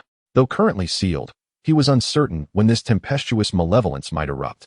Even a single outburst could transform his surroundings into a scene of carnage, devoid of life. If only he could eradicate the threat posed by the malevolent energy on his forehead, but alas, this was beyond his current capabilities, and he pondered whether a resolution would ever present itself. Such thoughts darkened his mood. Xiaoya, do not dwell on it too much. Even if you do, that white fong on your forehead will remain, Tsunade consoled, noticing Xuanya's unease. I understand, Sister Tsunade. I do not wish to worry excessively. But the moment the thought crosses my mind, anxiety ensues, Xuanya replied, his voice tinged with melancholy, perhaps due to his concern over the immense malevolence within him. His apprehension was not without merit. Should this formidable energy ever unleash itself, he would lose control of his body, while his power would surge dramatically. What value would that hold if he could not harness it? An uncontrolled escalation in strength would only amplify his destructive potential, making him a force few in the ninja world could withstand. Over the past 3 years, Xuanya had gradually learned to temper his emotions, striving to achieve a tranquil state akin to still waters. After a minute with his eyes shut, his feelings began to settle, lifting the weight of despair he had felt moments earlier. Throughout these years, Tsunade had tirelessly assisted him in seeking methods to contain the overwhelming malevolence, yet to no avail. Many sealing techniques had been attempted, all proving ineffective. They paled in comparison to the might of the S-rank sealing technique, in sealing. During this time, his summoning beast, Xiaobai, had remained a constant presence in the ninja realm. Xuanya was uncertain of the reasons behind this, but the thought of Xiaobai's companionship brought him solace. Over the span of 3 years, Xiaobai's strength had undergone remarkable transformation, advancing from a chunin level to that of a jounin, now surpassing most elite jounin in power. Having once battled alongside the novice, I find that my current strength allows me to stand toe-to-toe with the newcomer. However, if victory is the goal, it seems there is little opportunity for that. A loss would not be devastating, as we are evenly matched, neither able to gain the upper hand over the other. It is worth mentioning the girl named Jingyin, who trails behind her sister. Her prowess has now reached the level of an elite chunin, though she still falls short of the strength of a Nin. Yet, to underestimate her would indeed come at a cost. After 3 years of training in the enigmatic Tai Chi palm, Jingyin has nearly mastered the technique. Manipulating the dark energy and sealing her opponent's chakra points is no longer a challenge for her. She can amplify or diminish her adversary's power with remarkable efficacy. One could assert that with her capabilities, even some of the weaker special Nin would find themselves bested by her. Chapter 200, The True Hellish Training Naturally. Xuanya had engaged in combat with the girl, Shizun, but he felt that their encounters bore a hint of torment, akin to the way Tsunade would often challenge him. Defeating Shizun did not require Xuanya to exert his full strength. On this particular day, Xuanya refrained from the grueling hellish training, as Tsunade had declared that there would be no training today, allowing him a respite.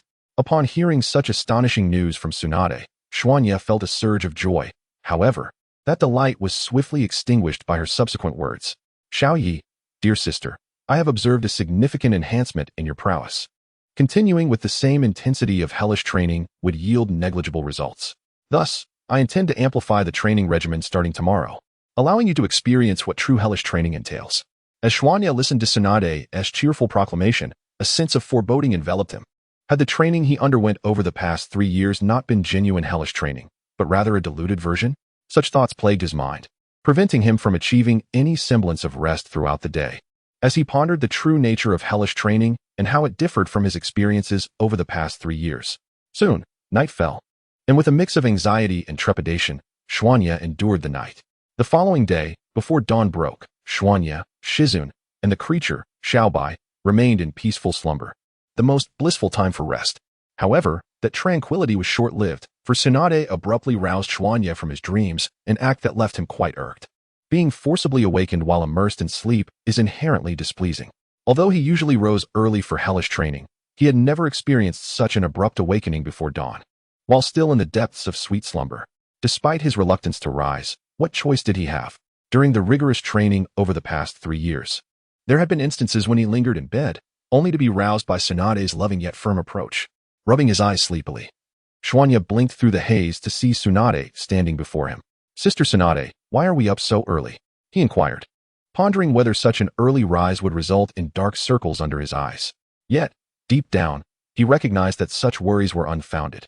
Given the robust physique of a ninja and his current status as a Jainin, forming dark circles would indeed be a challenging feat upon hearing Xuanya's words. Tsunade shook her head with a resigned smile. Little Yi, have you forgotten? Did I not mention yesterday that we would commence the true hellish training today? Such rigorous training does not necessitate rising at this early hour. Xuanyi, feeling somewhat unwell, lamented the abrupt awakening from the most blissful slumber. Sister Tsunade, could you not allow me just a little more time to sleep? Just 1 hour. 1 hour would suffice. I am utterly exhausted. Xuanyi pleaded with a touch of endearment. Are you certain you wish to sleep for another hour, little Yi? Tsunade inquired, her smile still present. Yet a hint of chill had crept into her expression. In that moment, Xuanyi's mind was still clouded with drowsiness, rendering him oblivious to her subtle change in demeanor. Yes, I am certain. Just 1 hour is all I need, Xuanyi hastily replied, observing Xuanyi's expression. Tsunade realized it was time to employ a more persuasive tactic.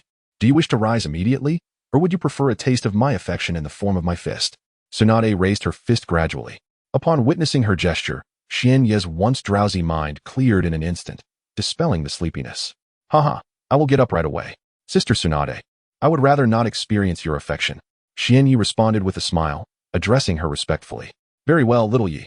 You must understand that your current life is already quite comfortable.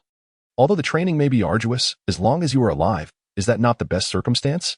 Tsunade paused, gazing toward the horizon before continuing. You must remember, during the times of war, merely staying awake and surviving was a significant achievement. Sleep rarely exceeded 5 hours. In comparison, your situation is indeed fortunate. Then, Tsunade reached out to gently pat Xuanyi's head. Little Yi, you are my only brother. Though the training may be tough now, to survive in this world, one must make sacrifices. What you are sacrificing now is time and effort, which will ultimately yield formidable strength. I cannot remain by your side indefinitely. So I wish for you to possess the ability to protect yourself in my absence, to avoid falling to your enemies. Tsunade's tone grew somewhat somber. Xuanyi sensed that Tsunade's mood had shifted, a semblance of gloom enveloping her, as if she were recalling some unpleasant memories. Upon hearing Tsunade's words, Xuanyi fell into deep contemplation. Indeed, Tsunade's assertions were undeniably accurate. In this perilous world of ninjas, the specter of death looms each day. Only by enhancing one's own strength can one attain the ability to protect oneself. Xuanyi pondered the true extent of the power possessed by those formidable individuals in this realm. He recognized that, with his current status as a Jonin and the chakra level of a Chunin, he would undoubtedly be no match for those mighty ninjas, lacking even the opportunity to flee. With these thoughts in mind, Xuanyi found no objections to the grueling training regimen Tsunade had devised for him, and he wholeheartedly supported it. Tsunade, why did you not subject me to this rigorous training 3 years ago, opting instead for a milder version? He inquired. Tsunade chuckled, replying, little Xian, had I imposed the true hellish training upon you 3 years ago, would you have been able to endure such an intense regimen? Chapter 201. If it were 3 years ago, Tsunade, you would have set me such an intense training regimen, and perhaps I would not have been able to complete it. Xian Yi chuckled softly, glancing at Tsunade, who stood before him, her exquisite beauty accentuated by a diamond-shaped mark on her forehead. Indeed, 3 years ago, I likely lacked the capability to endure such rigorous training, rendering your customized plan somewhat futile. Xian Yi's gaze dimmed, reflecting a sense of dissatisfaction with the pace of his own progress. Such discontent is, in fact, entirely understandable. After all, in the world of Naruto, life is as fragile as a blade of grass. If an adversary possesses greater strength, they can dictate Xian Yi's fate. However, that is no longer the case. His strength has evolved significantly since 3 years ago, thanks to the diligent training Tsunade has imparted. Not only has his power seen considerable enhancement, but it seems his mindset has also undergone transformation. From initial weakness, indecisiveness, and an inability to persevere, he has grown into a resilient individual. Now, when Xian Yi commits to a cause, regardless of the sacrifices required, he will pursue it to completion, refusing to relent until he has achieved his objective. Should he encounter insurmountable challenges, he will persist, undeterred by unforeseen circumstances, finding solace only upon resolving the matter at hand. Xiao Yi, Tsunade addressed him. Though I couldn't impose a strictly hellish training regime on you 3 years ago, your body has undergone remarkable transformation through these years of training. Now, I am prepared to initiate a genuine hellish training regimen. This time, the intensity will far exceed that of our previous sessions, and the demands will be exceedingly arduous. Magnitudes greater than what you endured in your youth. Xiao Yi, are you certain you can withstand this?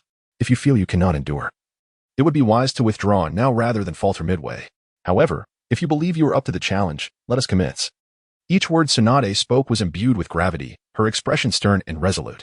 At that moment, Tsunade harbored a flicker of concern, pondering, Xiao Yi, I hold such high hopes for you. Please do not make a decision that will lead to my disappointment. Upon hearing Tsunade's characterization of the past 3 years of training as light, Xian Yi's heart surged with astonishment. What did she mean by light? If her version of hellish training was merely classified as such, how extraordinarily grueling must the actual hellish training be?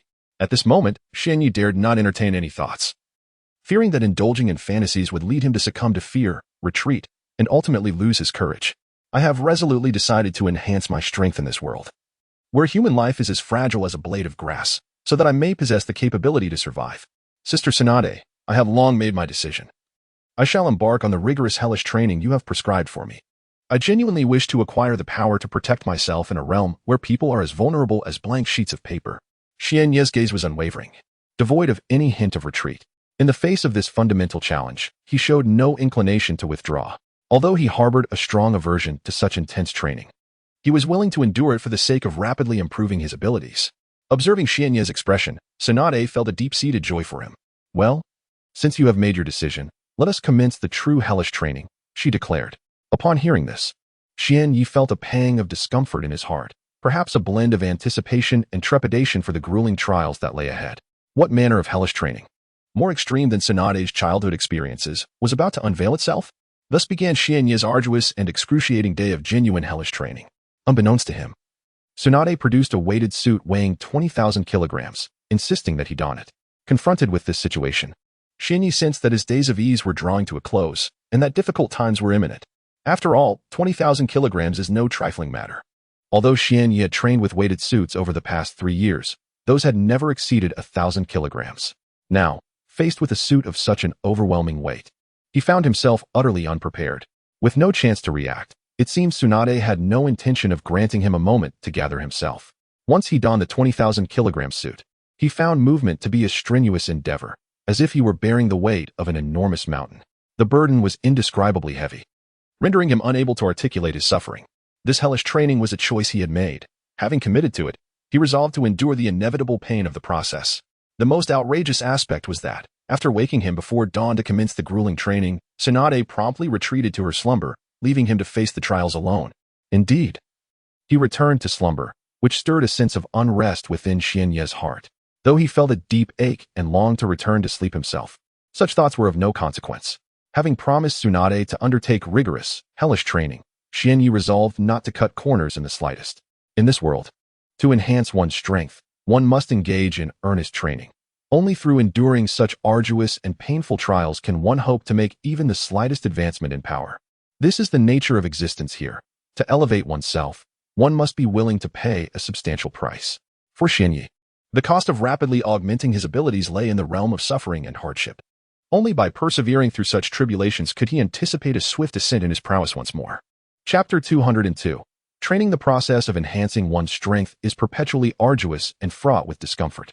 Xian Yi first donned the weighted suit, which bore an astounding weight of 20,000 kilograms, and was immediately overwhelmed by its immense heft, struggling to catch his breath. However, after a brief pause to acclimate, he found himself able to endure the burden upon his back. Surprisingly, the suit, despite its considerable weight, did not appear overly bulky or cumbersome.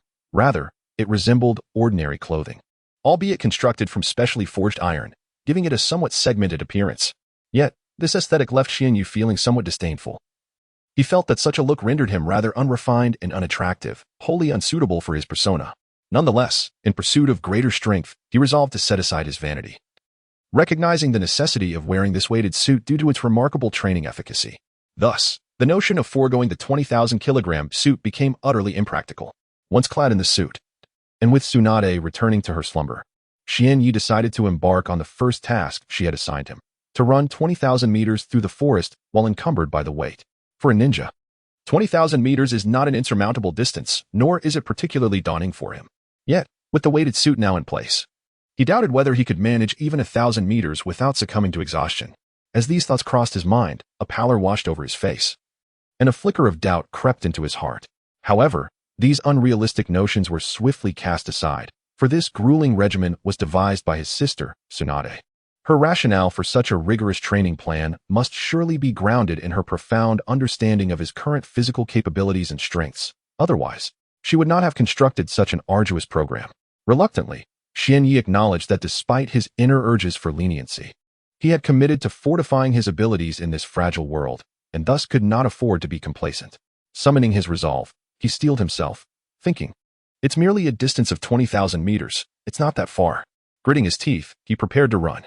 Soon, Xian Yi commenced his plan, donning the 20,000 kilogram weighted suit and setting forth on the 20,000 meter run. Throughout the course of his sprint, he grappled with numerous urges to abandon his endeavor and take a respite. Yet, despite these fleeting thoughts, he pressed on without faltering. He was acutely aware that in this world, to receive rewards, one must first make sacrifices. If he wished to rapidly enhance his own strength, the price to pay would be arduous and grueling, akin to a hellish regimen. Exhausted, he felt as though his legs were no longer his own, burdened by an oppressive weight of 20,000 kilograms. He was utterly drained, yet surrender was not an option. Just a little longer, he urged himself, just a bit more to reach the 20,000 meter mark. Thus, two conflicting thoughts clashed incessantly within him, neither gaining the upper hand in this internal struggle. However, under such relentless contemplation, Xian Yi ultimately succeeded in completing a long-distance run of 20,000 meters while encumbered by the heavy suit. Upon finishing, he collapsed onto the ground, gasping for breath, utterly spent, resembling a dog lying on the floor in sheer fatigue. The training continued for a while longer, and soon the hours slipped by, the dawn gradually illuminating the surroundings. Around 7 o'clock, Tsunade and Shizune awoke, having taken by the hunt for wild beasts. Their efforts proved fruitful, as they managed to capture a wild boar. In this forest, catching a wild boar is quite commendable, for its meat is delicious and sufficient to feed several people, perhaps even leaving leftovers. By 7, Xian Yi finally concluded his grueling training and took a moment to rest. Seizing this opportunity, he resolved to have breakfast, which consisted of the wild boar discovered by Bai that morning. To be honest, Bai's sense of smell seemed to have sharpened considerably over the past 3 years, making the tracking of wild beasts increasingly effortless. Whether this improvement stemmed from experience or an enhanced olfactory ability remained uncertain. After a satisfying meal, Xian Yu recommenced his intense training, this time with Tsunade observing closely. She would occasionally offer guidance, pointing out Xian Yu's shortcomings. Naturally, with Tsunade watching, he dared not slack off, for if his sister were to catch him in a moment of laziness, it could lead to a troublesome situation. In addition to the rigorous training, Tsunade also taught Xian Yu some martial arts techniques and medical chakra skills. Over these 3 years, Xian Yu's martial prowess had grown significantly, and his medical chakra techniques had improved immensely, surpassing the level he had achieved 3 years prior by several folds. Currently, during martial arts training, Tsunade relentlessly pursued Xian Yi in combat, where he was prohibited from employing any ninjutsu, relying solely on physical techniques. Moreover, he was forbidden from utilizing his exceptionally powerful Tai Chi palm, which bordered on the extraordinary. After all, this training was designed to enhance Xian Yi's physical capabilities.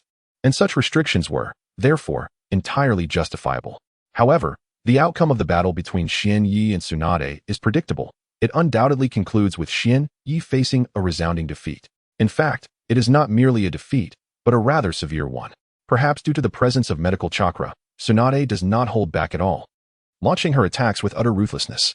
Even though Xian Yi suffers greatly, a mere application of medical chakra would suffice for recovery. By the following day, he would be lively and sprightly once more, bouncing around without any issues. Such is the formidable power of medical chakra, an exceedingly remarkable ability. Chapter 203. Harvest time passed steadily, and while such days may seem monotonous, Xian Yi found a profound sense of fulfillment within this seemingly dull existence, dispelling the feelings of emptiness that once plagued him. On this particular day, Xian Yi continued to engage in the grueling training regimen devised by Tsunade. This hellish training was exceedingly arduous, testing the limits of one's mental fortitude. Only those with unwavering resolve could endure it, even if one managed to persist temporarily. Surrender was inevitable in due course. The long-distance running segment of this torturous training was particularly excruciating. Clad in a weighted suit of 20,000 kilograms, Xian Yi was compelled to run a staggering distance of 20,000 meters. This ordeal was immensely painful. Throughout the run, Xian Yi acutely felt the gradual depletion of his stamina and the physical transformations occurring within him. His energy waned, and his body grew increasingly weak and sore. Nevertheless, halting was not an option. Any cessation would render the training's effectiveness negligible, if not entirely void. Yet, should Xian Yi endure, the benefits of this long run would manifest, enhancing his physical endurance while simultaneously honing his mental resilience. In addition to long-distance running, this rigorous training encompassed various other demanding exercises, including push-ups, sparring with Tsunade, agility drills, speed training, and combat skills, all equally challenging. Time, it seems, behaves paradoxically. When one wishes for it to pass swiftly, it meanders slowly. Yet when one ceases to fixate on it, it slips away imperceptibly. Seasons cycled through, and another year elapsed, marking Xian Yi's 10th birthday. He had grown several centimeters taller, his physique becoming significantly more robust, and his strength had undoubtedly seen a remarkable enhancement. After enduring a year of true hellish training, Xian Yi's power had escalated to at least 5 times that of a year prior, an astonishing increase that even Tsunade found remarkable. At this juncture, Xian Yi had reached the zenith of Jonin's strength, with his chakra attaining the peak of Chunin level. Although he was not yet capable of engaging in a genuine battle with Tsunade, he was now able to spar with her effectively. Xian Yi felt that with just a bit more enhancement to his strength, he would experience yet another leap in his capabilities. Whether it be the intensity or the chakra levels, any breakthrough would significantly elevate his prowess. However, training under Tsunade for these past few years had not afforded him the opportunity to learn any particularly formidable ninjutsu, possibly due to her own limited repertoire in that domain. Despite the absence of powerful ninjutsu, Xian Yi had gained substantial knowledge in physical techniques. Although he possessed a remarkably potent martial art, the Tai Chi Palm, his comprehension of physical techniques still paled in comparison to Tsunade's expertise. However, to truly master Tsunade's martial arts, one must seek her guidance. When it comes to teaching martial techniques, Tsunade is indeed an exceptional mentor, and her instructional methods have left Xian Yi feeling particularly impressed. Her approach is remarkably effective. Unlike other instructors, who might merely direct their students on what to do and leave them to their own devices for exploration, Tsunade's methodology is distinctly different.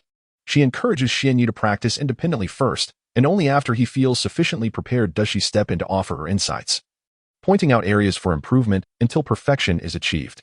Naturally, Xian Yi did not disappoint Tsunade. In fact, he astonished her, for his innate talent is extraordinarily formidable. This remarkable gift allows him to absorb knowledge with remarkable speed, mastering new skills without excessive effort. During their sparring sessions, Tsunade finds herself needing to exercise caution. She can no longer afford to be as relaxed as before, for one slip could grant Xian Yi an unexpected advantage. Yet, the ultimate outcome remains a resounding defeat for him, as the disparity in their strengths is glaringly evident. Regardless of the prowess of Xian Yi's martial techniques or the magnitude of his talent, the reality of their power difference renders any desire to succeed futile. After a year of dedicated study, particularly in the realm of medical chakra, Xian Yi has made significant progress. Compared to a year ago, his mastery of medical chakra has notably strengthened, and not only has it grown more potent, but his vitality has also surged considerably.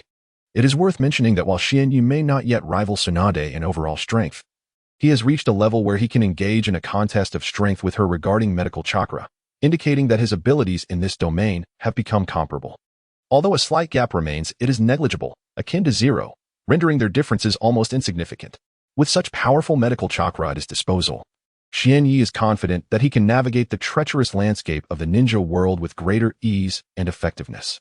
This is crucial, as danger lurks at every corner, and a moment's inattention can lead to injury.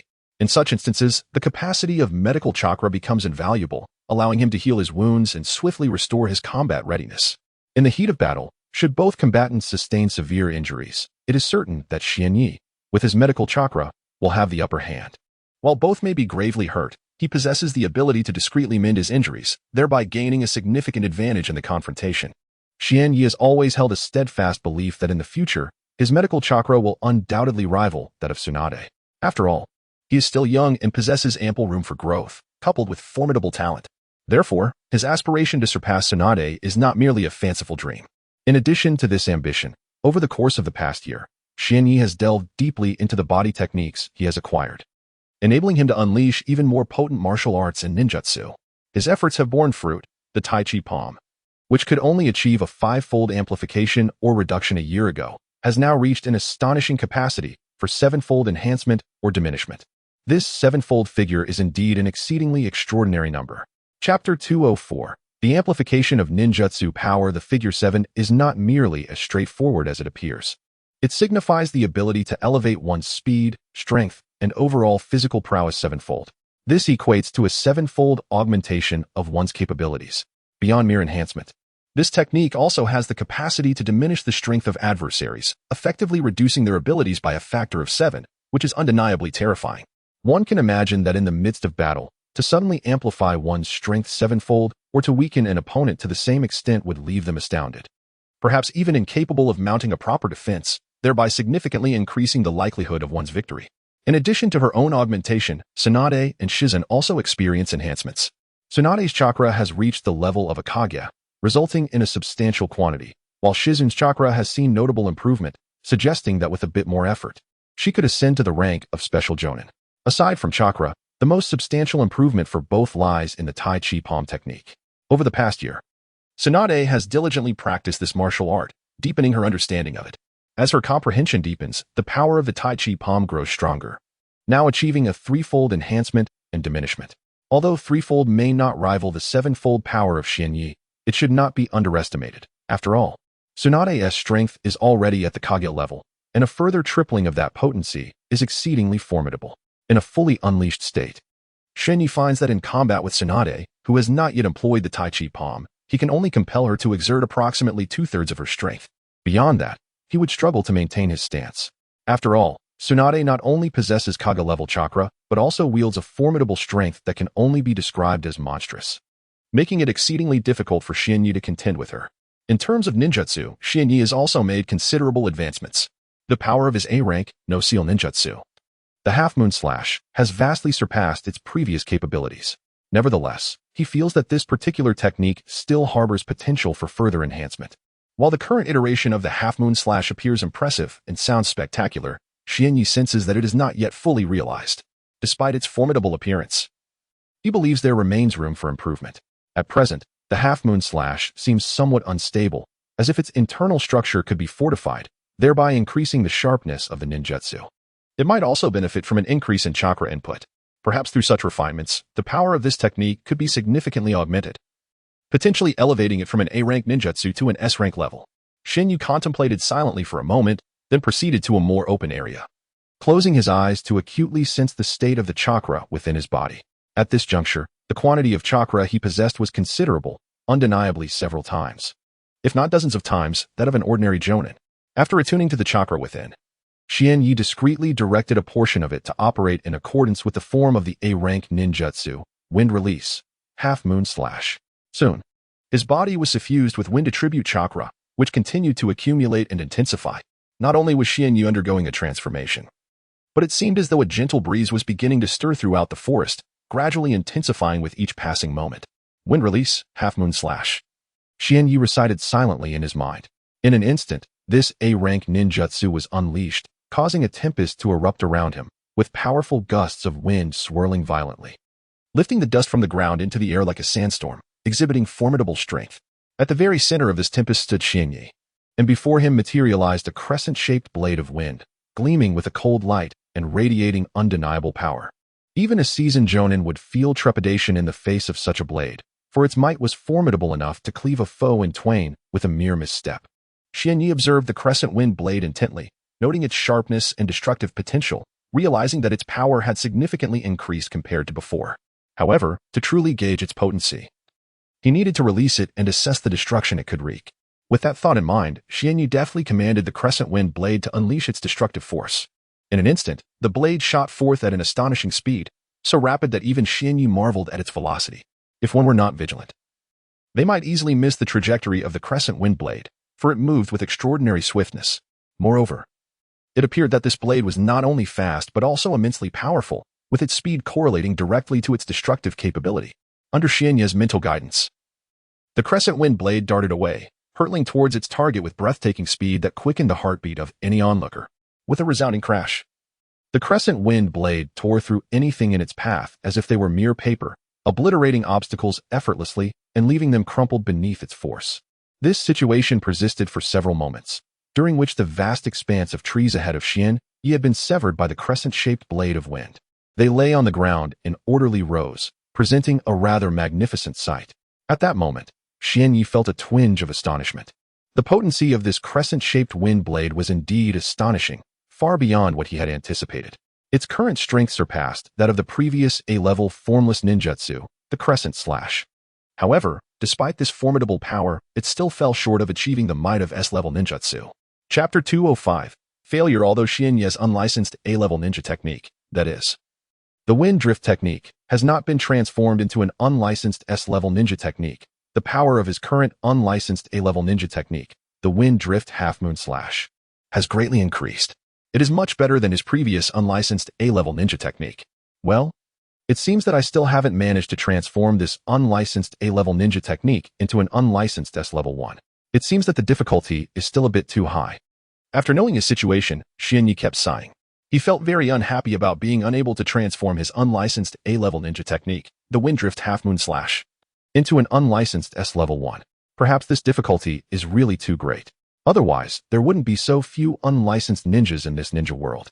At present, in this ninja world, unlicensed ninjas are really too rare.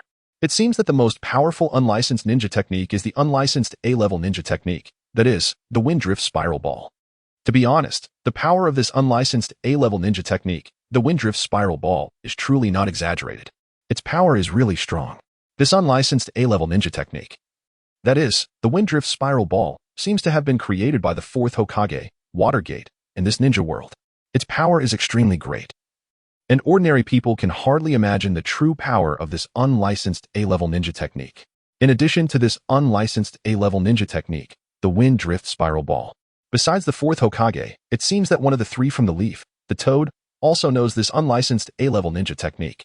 Besides, it seems that later, Naruto learned this unlicensed A-level ninja technique, the wind drift spiral ball, from him. In this ninja world, the power of the unlicensed A-level ninja technique, the wind drift spiral ball, is beyond doubt. After all, there aren't many unlicensed ninjas in this world, and those with great power are even rarer.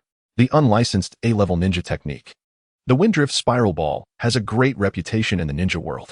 Although it seems that when this unlicensed A-level ninja technique is used, it just appears as a round ball. A round ball that is still spinning and filled with violent wind element chakra. Although the appearance of this unlicensed A-level ninja technique doesn't seem very fierce, if someone looks down on this unlicensed A-level ninja technique, then that person who looks down on it will definitely suffer a big loss. Don't look down on the power of this unlicensed A-level ninja technique, the wind drift spiral ball. Although it only creates a small ball after use, this ball contains powerful chakra, and the chakra in the ball is extremely violent. And its destructive power is also extremely strong. When discussing the A-rank ninjutsu of the non-attributed category, the wind release, spiraling sphere stands out with its astonishing destructive power. The sheer force of this A-rank technique is formidable, capable of inflicting significant devastation upon adversaries. What accounts for its immense might? It is simply because this non-attributed ninjutsu is classified as A-rank, which serves as a fundamental benchmark. Thus, its power is undoubtedly formidable and terrifying. Moreover, the destructive capacity of the wind release, spiraling sphere, is largely derived from its rotational dynamics. Only through its rotation does its terrifyingly potent destructive force manifest. Otherwise, the technique might barely reach B rank or may not even achieve that standard.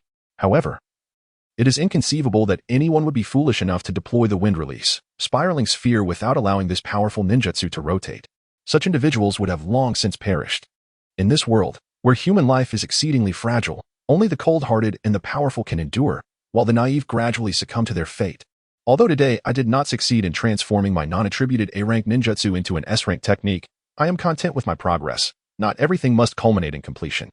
The enhancement of this ninjutsu S power is already sufficient. Achieving an S-rank is not an absolute necessity. In the realm of ninjutsu, S-rank techniques are scarce. And considering that I have already mastered a non-attributed A-rank technique, the challenge of transforming it into an S-rank variant is greatly heightened. Such a transformation will require considerable time and practice. 3 days have passed, and I find myself engaged in combat with Tsunade, honing my battle prowess.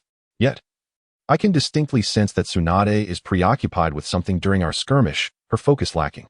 Normally, in our encounters, I am often overwhelmed, despite my own considerable strength. There remains a significant gap when compared to Tsunade. Currently, my prowess has reached the level of a J Nin, with my chakra now at a CH Nin level. At this moment, I feel as though I have hit a plateau in my strength, having not experienced a further elevation in some time. I sense that with just a bit more advancement, I could attain the status of an elite J Nin, and my chakra could reach that of an elite CH Nin.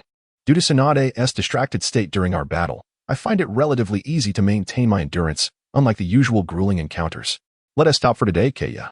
We'll conclude our practice here. Tsunade states, her gaze reflecting a myriad of emotions, somewhat reluctant yet imbued with determination. Though Tsunade was not entirely at her best, she was more than capable of handling Xianyi, who endured several blows from her. Upon hearing Tsunade's words, Xianyi ceased his movements, refraining from further combat. Ouch, that stings. Tsunade-san is indeed relentless, he mused, converting his chakra into healing energy to quietly tend to his wounds. Fortunately, his proficiency in medical ninjutsu was quite advanced. Otherwise, he would have found his injuries quite troublesome to manage and felt hesitant to trouble Tsunade for assistance. Chapter 206, Departure Soon. Xianyi found himself puzzled by Tsunade's behavior and turned to her, inquiring, Tsunade-san, why have we concluded our practical training so early today? Normally, we train for much longer. He could not comprehend the situation, prompting him to voice his curiosity. Yet, despite his confusion, he felt a sense of relief. After all, no one relishes the idea of being relentlessly pummeled, and he certainly did not consider himself a masochist. Engaging in battle with Tsunade felt akin to enduring such torment. So an early cessation of their sparring had its advantages. At least he would not be subjected to further punishment. Suddenly, Xianyi noticed a serious expression on Tsunade's face, prompting him to refrain from speaking freely. Instead, he wore a faint smile, patiently awaiting her response. Standing nearby, Shizun also sensed something amiss with Tsunade and approached her, asking, Princess Tsunade, is something troubling you? You seem a bit off today. Even the little white creature noticed, letting out a few cries towards Tsunade. Hee. I'm just feeling a bit under the weather, but it's nothing I can't handle. I will adjust soon enough, Tsunade replied, her gaze somewhat dimmed before she managed to smile. Xianyi pondered why Tsunade felt unwell, but he refrained from directly asking, as it seemed inappropriate to pry. It's nothing to worry about. I'm merely feeling a bit down. It's just that Xiaoyu will be leaving us soon, and that brings me some discomfort. Leaving? Why must young Master Xianyi depart? Shizun inquired, her eyes reflecting a hint of reluctance. Why must I leave? Even I do not understand why I must go. Xianyi thought, filled with confusion over Tsunade's words. He harbored questions in his heart but chose not to voice them. After all, since Tsunade has expressed such sentiments, she is likely to provide an explanation. If she chooses not to elaborate, it indicates her reluctance to discuss the matter, and consequently, Xianyi would also refrain from inquiring further. At this moment, Tsunade's feelings are quite understandable. After all, Xianyi has been alongside her and Shizun for several years. The prospect of suddenly sending Xianyi away fills her with considerable reluctance. Moreover, I believe Xianyi's abilities have grown remarkably potent. His advancement has been astonishingly rapid, far beyond my expectations. He has assimilated nearly all that I have to offer, leaving me with little more to impart. Hence, it seems that the time has come for Shizun to depart. Though my heart aches at the thought of parting with her, it is futile to dwell on this sentiment. Shizun's growth must continue, and here, she can no longer attain further enhancement. Therefore, I deem it necessary to allow Shizun to venture forth and acquire new knowledge elsewhere. This will facilitate her continued evolution, enabling her to grow even stronger and better equipped to thrive in this world. Life often presents myriad crises, and the key to navigating such challenges lies in the swift enhancement of one's abilities. Only through this can one effectively confront adversity and ensure survival. Tsunade's voice was tinged with melancholy, her face reflecting profound reluctance. Despite her internal struggle, the imperative to foster Shizen's rapid development necessitates her departure. Must I truly leave? Is it truly time for me to go? I never anticipated this day would arrive so swiftly, although I had mentally prepared myself. The reality of it brings a wave of sorrow. Shinyi felt a deep ache in his heart, yet he recognized that in pursuit of strength, he could no longer remain in this place. He must explore beyond. I understand, Tsunade. I will prepare to leave immediately. I am deeply grateful for the care you have shown me over the years. His gratitude was sincere and heartfelt, free from any ulterior motives, merely a genuine expression of appreciation for their nurturing. In truth, I have already charted a course for Shizen, although she may depart from my side. I have prepared a letter for her. Upon her departure, she should seek out Jiraiya, one of the legendary Sannin, to learn the art of ninjutsu from him. Is it true that Jiraiya, one of the legendary 3 ninjas, has already prepared a path for me? If so, I need not worry about the future. I shall follow Tsunade's arrangements and seek out Jiraiya, the Sage of the Toads, one of the legendary 3 ninjas. Given that he holds the same esteemed rank as Tsunade, his prowess must undoubtedly be formidable. Thus, I have no concerns about Jiraiya's strength, nor do I fear stagnation in my own abilities. Shinyi, your innate talent is indeed remarkable. Although you have acquired a wealth of knowledge under my guidance, mastering extraordinary strength and medical chakra, along with various combat techniques and experiences, you possess the potential for further enhancement. Do not squander your gifts. Strive to elevate your power even more swiftly. Do not follow in my footsteps, relying solely on brute strength and medical chakra to navigate this ninja world. Koyaru, I hope you will become a powerful ninja capable of thriving in this realm, avoiding the fate of falling to others. Your demise would bring me great sorrow. Tsunade's eyes gradually filled with melancholy. While she maintained a composed exterior in the presence of her departing brother, Koyaru, her heart was burdened with profound anguish. Chapter 207. A New Journey. Sakura, rest assured, I am determined to become a formidable ninja, one who commands the admiration of others and instills fear in their hearts. I shall grow into a powerful ninja capable of safeguarding myself, so you need not worry about me. My life is not so easily extinguished. Though others may wish to take my life, they shall find it no simple task. Should anyone dare to strike at me, I will ensure they experience the repercussions of their actions, and they will undoubtedly come to regret it. Shen Ye's words resonated with strength, each syllable articulated with utmost sincerity. His expression unwavering. Hee, Xiaoya, I have full faith in your abilities. Given your current prowess, the number of ninjas capable of posing a threat to your life is indeed limited. However, do not underestimate this world of ninjas. There are those whose strength surpasses yours. Therefore, I earnestly hope you will remain vigilant. I do not wish for a day when I cannot see you again. Tsunade's voice was soft, her gaze laden with reluctance. Yet, she refrained from urging Xianyi to stay, for she understood that in this ninja world, strength is the ultimate currency. Only by becoming truly powerful can one secure their life and protect those they hold dear. Xiaoya, you should depart now. Seek out Jiraiya, one of the legendary Sannin, and show him the letter I entrusted to you. He will comprehend its significance and take you on as his apprentice, imparting the ninjutsu that will enhance your strength. Understood. Sister Tsunade. However, there is one matter I am still contemplating whether to disclose. As he spoke, a subtle smile crept upon Xianye's lips. Silly boy, if there is something you wish to discuss, do not hesitate to share it with me. Speaking your mind will ease your heart, Tsunade urged, her interest piqued. Actually, it's just this. Sister Tsunade, could you possibly lend me some money? Just a few million from the winnings I acquired at the gambling den a few years back would suffice. I don't require much. Xianyi jested lightly, his intention not truly rooted in a desire for riches, but rather to lighten Tsunade's mood and alleviate her sorrow. Humph, you little rascals still want money? Hurry up and leave. Don't linger here. Upon hearing Xianye's request, Tsunade's expression shifted to one of mock severity, her sadness momentarily fading. Seeing this change in Tsunade's demeanor reassured Xianyi, and he set forth toward the destination she had indicated, where Jiraiya, one of the legendary trio, was said to reside. At this moment, Tsunade stood amidst the forest, her gaze fixed on the receding figure of Xianyi, a subtle smile gracing her lips.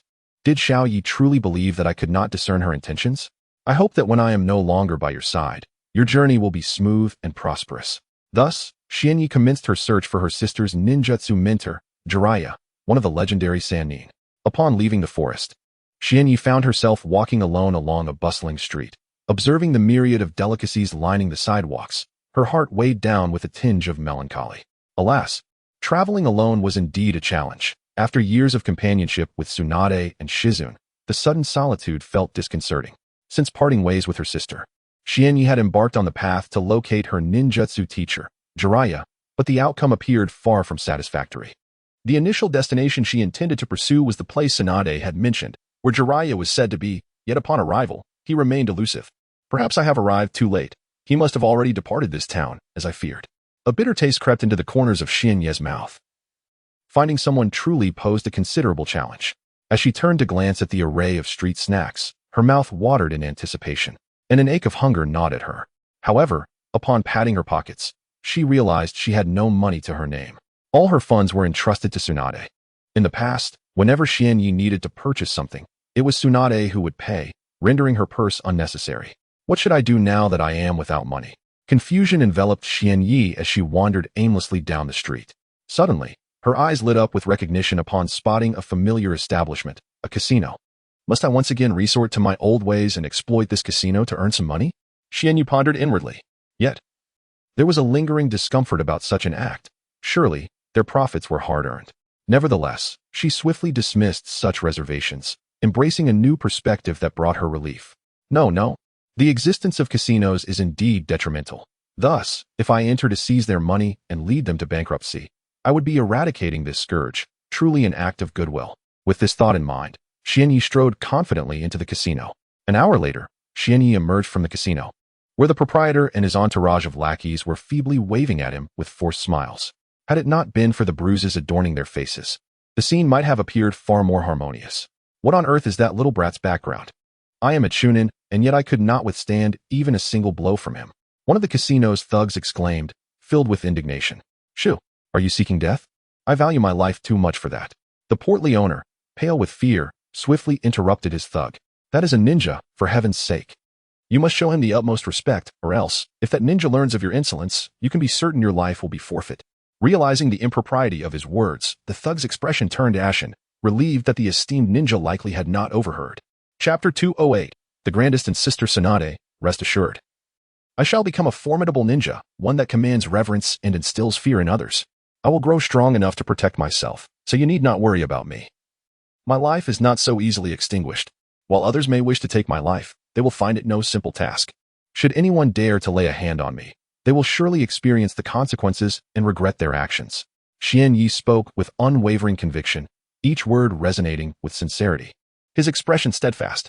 Haha, little Yi, I have complete faith in your abilities. At your current strength, there are few ninjas who can truly threaten your life.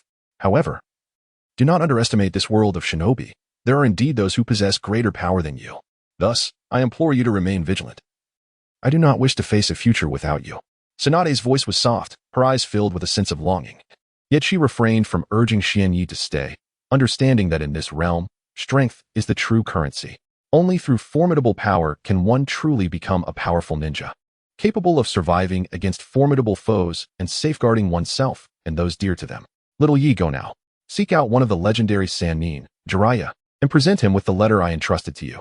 He will understand and take you on as his disciple, teaching you ninjutsu to enhance your strength. Yes, I understand, Sister Tsunade. However, there is something I am still hesitant to voice. A subtle smile crept upon Xianyi's lips. Little Yi, whatever it is, do share it. If it is something you can confide in your sister, speak freely. It will ease your heart. Tsunade perked up at the prospect of Xianyi having something to communicate. Well, Tsunade, could you possibly lend me some money? Just a few million from the winnings I had at the casino years ago. I don't ask for much.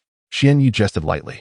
His intention in making such a request was not rooted in a genuine desire for wealth, but rather in hoping to uplift Tsunade's spirits, alleviating her sadness. You little brat, asking for money. Hurry up and leave. Don't linger here. Tsunade's demeanor shifted instantly upon hearing Xianyi's request, her face adopting a fierce expression as she shooed him away, the sorrow in her eyes dissipating. Seeing Tsunade's reaction, Xianyi felt relieved and set off towards the destination she had mentioned, where Jiraiya, one of the legendary Sannin, was supposed to be. At that moment, Tsunade stood in the forest, her gaze following the receding figure of Xianyi, a faint smile gracing her lips. Does he truly believe I am oblivious to his intentions? I hope that when I am not by your side, your journey will be smooth. Thus, Xianyi embarked on his quest to find his sister Tsunade's mentor, Jiraiya, one of the legendary Sannin. After leaving the forest, he walked alone along a bustling street, observing the myriad of street food vendors. A sense of unease creeping into his heart. Sighing, he reflected on how unaccustomed he was to traveling alone, having journeyed alongside Tsunade and Shizen for several years. The abrupt shift to solitude felt disconcerting. Since parting ways with Tsunade, Xianyi had set out to seek his mentor, Jiraiya, yet his endeavors seemed far from fruitful. Initially, he intended to head to the location Tsunade had indicated, where Jiraiya was supposed to be, but despite arriving, he had yet to find him. Perhaps I have come too late.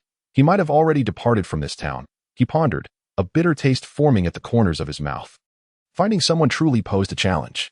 As his stomach growled, he glanced at the tempting array of street food, salivating at the thought. However, upon patting his pockets, he realized he had no money to spare. All his funds were with Tsunade. She had always been the one to pay for their purchases, leaving him without the need to carry cash. What should I do?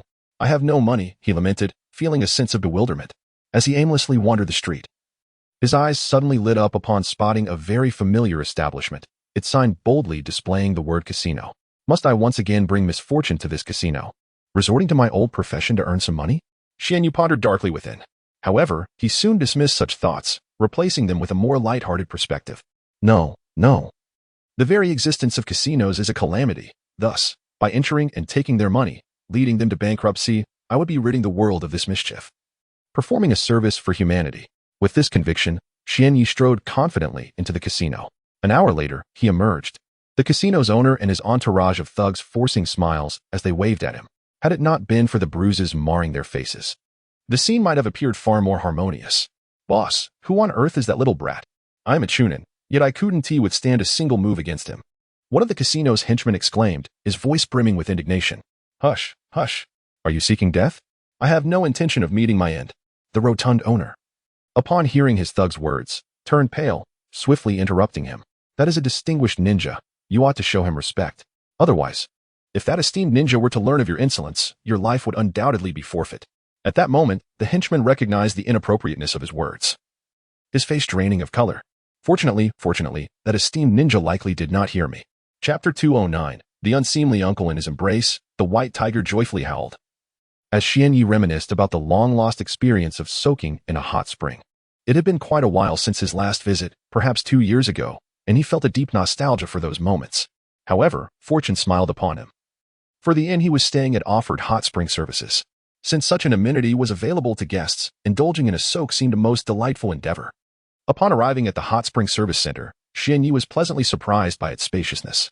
A considerable number of patrons were already enjoying the warm waters, each visage adorned with expressions of bliss, suggesting an atmosphere of utmost relaxation. Without hesitation, he leaped into the inviting waters.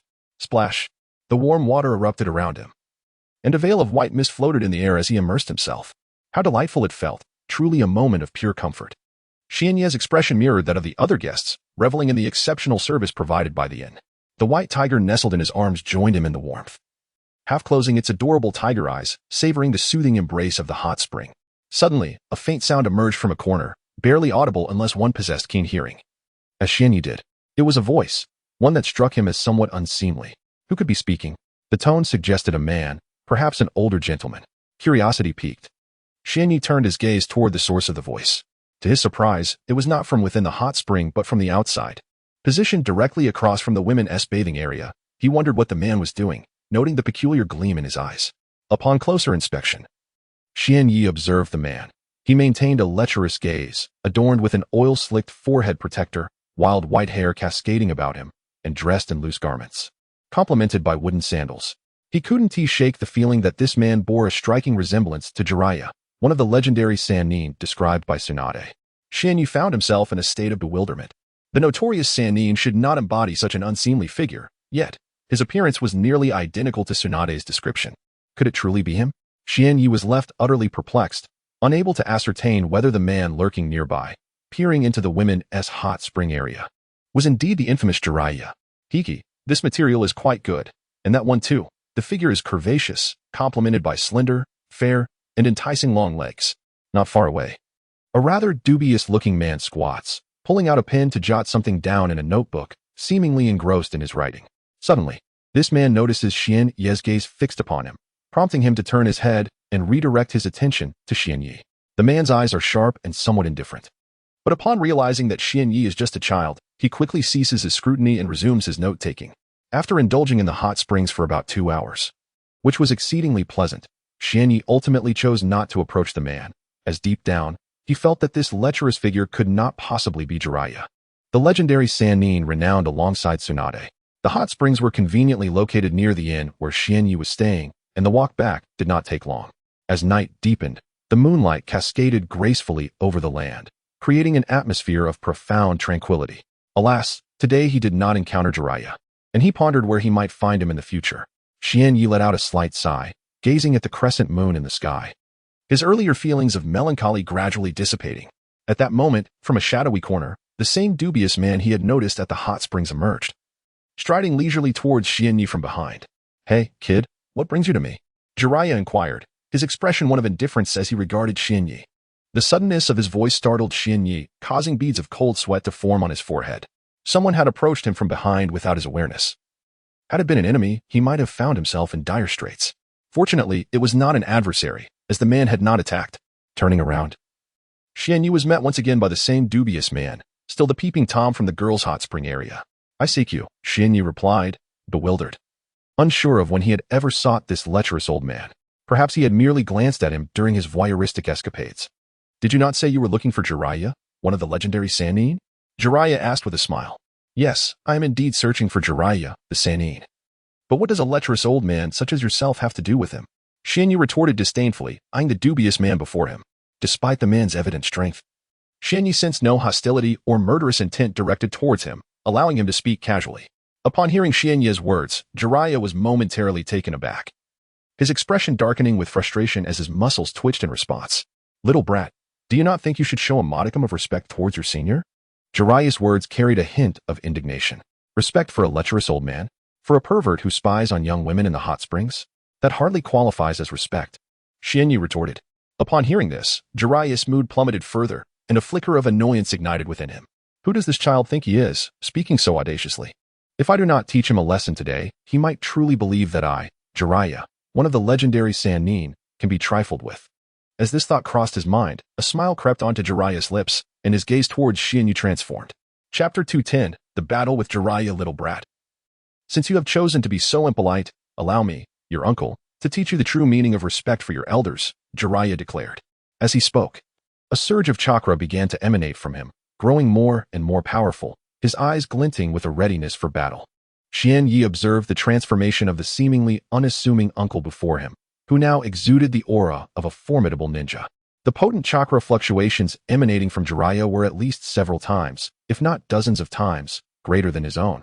And Xianyi felt a sense of astonishment as he regarded the once awkward figure. "Who exactly are you? You haven't even introduced yourself, and yet you seek to teach me a lesson," Xianyi thought to himself, feeling somewhat disgruntled at the prospect of having to fight this peculiar uncle simply for having labeled him as such. "Who am I? Haven't you been searching for me? How could you not know who I am?" Jiraiya replied with a knowing smile, observing Xianyi's bewilderment. "I've been looking for you? You can't possibly mean." A sudden realization struck Xianyi. "Haha, have you guessed it? Indeed, I am Jiraiya, the Sage of the Toads, one of the legendary three ninjas," Jiraiya proclaimed with a flourish. Xianyi remained silent for a moment, contemplating the revelation. The Sage of the Toads, one of the legendary three ninjas, could not possibly resemble this rather uncouth figure. Despite his disheveled appearance, the overwhelming chakra and commanding presence he exuded, coupled with his own admission, left little room for doubt. Who would have thought that the esteemed Sage of the Toads would present himself in such a manner? "I must admit, I am somewhat disappointed," Xianyi remarked, shaking his head as he gazed at Jiraiya with a tone of resignation. "What do you mean by that? Are you implying that the Sage of the Toads, one of the legendary three ninjas, is beneath your regard?" Jiraiya exclaimed, his eyes widening, all his attention now fixated on the audacious young boy before him. His formidable chakra now locked onto this arrogant brat, ready to unleash at any moment. "Humph, you wish to engage in battle? Very well. Let me test the prowess of the famed Sage of the Toads and see if you are worthy to be my ninjutsu teacher," Xianyi retorted, maintaining his bravado despite the palpable intensity of Jiraiya's chakra. "The young one, your tone is indeed quite audacious. Allow this senior to test whether you, as a junior, possess the audacity to back it up." Jiraiya narrowed his eyes and promptly began forming hand seals. How swift! The speed at which he executed the seals was astonishing. Before Xianyi's eyes, Jiraiya's hands transformed into mere phantoms, too rapid to follow. "I never anticipated that this seemingly lecherous elder could perform hand seals with such alacrity, surpassing even the speed at which I and Tsunade form ours. At present, Xianyi had but a few ninjutsu at his disposal, two of which required no hand seals, one defensive technique, the golden bell shield, and one offensive technique, the crescent slash. Naturally, physical techniques necessitated no hand seals either. So Xianyi did not place particular emphasis on the speed of seal formation. Water release, water dragon bullet. Upon completing the seals, a colossal sphere of water materialized before Jiraiya, hurtling towards Xianyi at an alarming speed.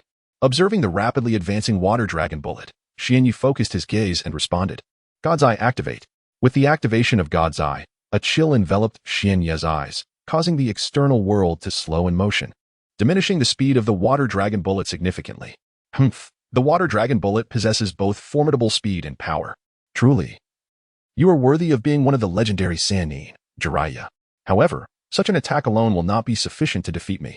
A subtle smile crept across his face as he shifted his body slightly, effortlessly evading the massive water sphere.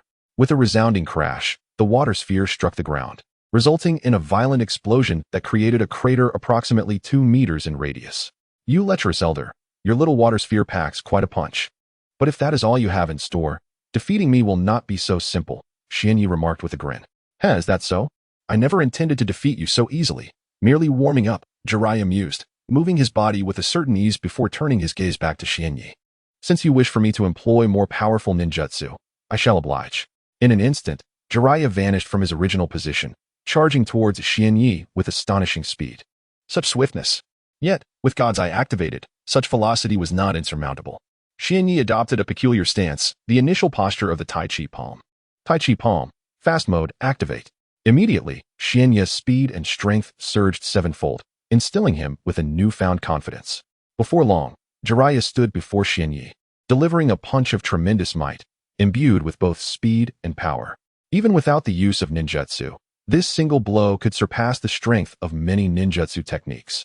Strength amplification, Xianyi silently intoned, a thin membrane of chakra enveloping his fist, further augmenting his power, though this enhancement was modest, only about threefold. The art of brute strength. While capable of augmenting a ninja's combat prowess, essentially enhancing their physical power, offers only a modest increase, limited to a mere threefold enhancement. Furthermore, this augmentation pertains solely to strength.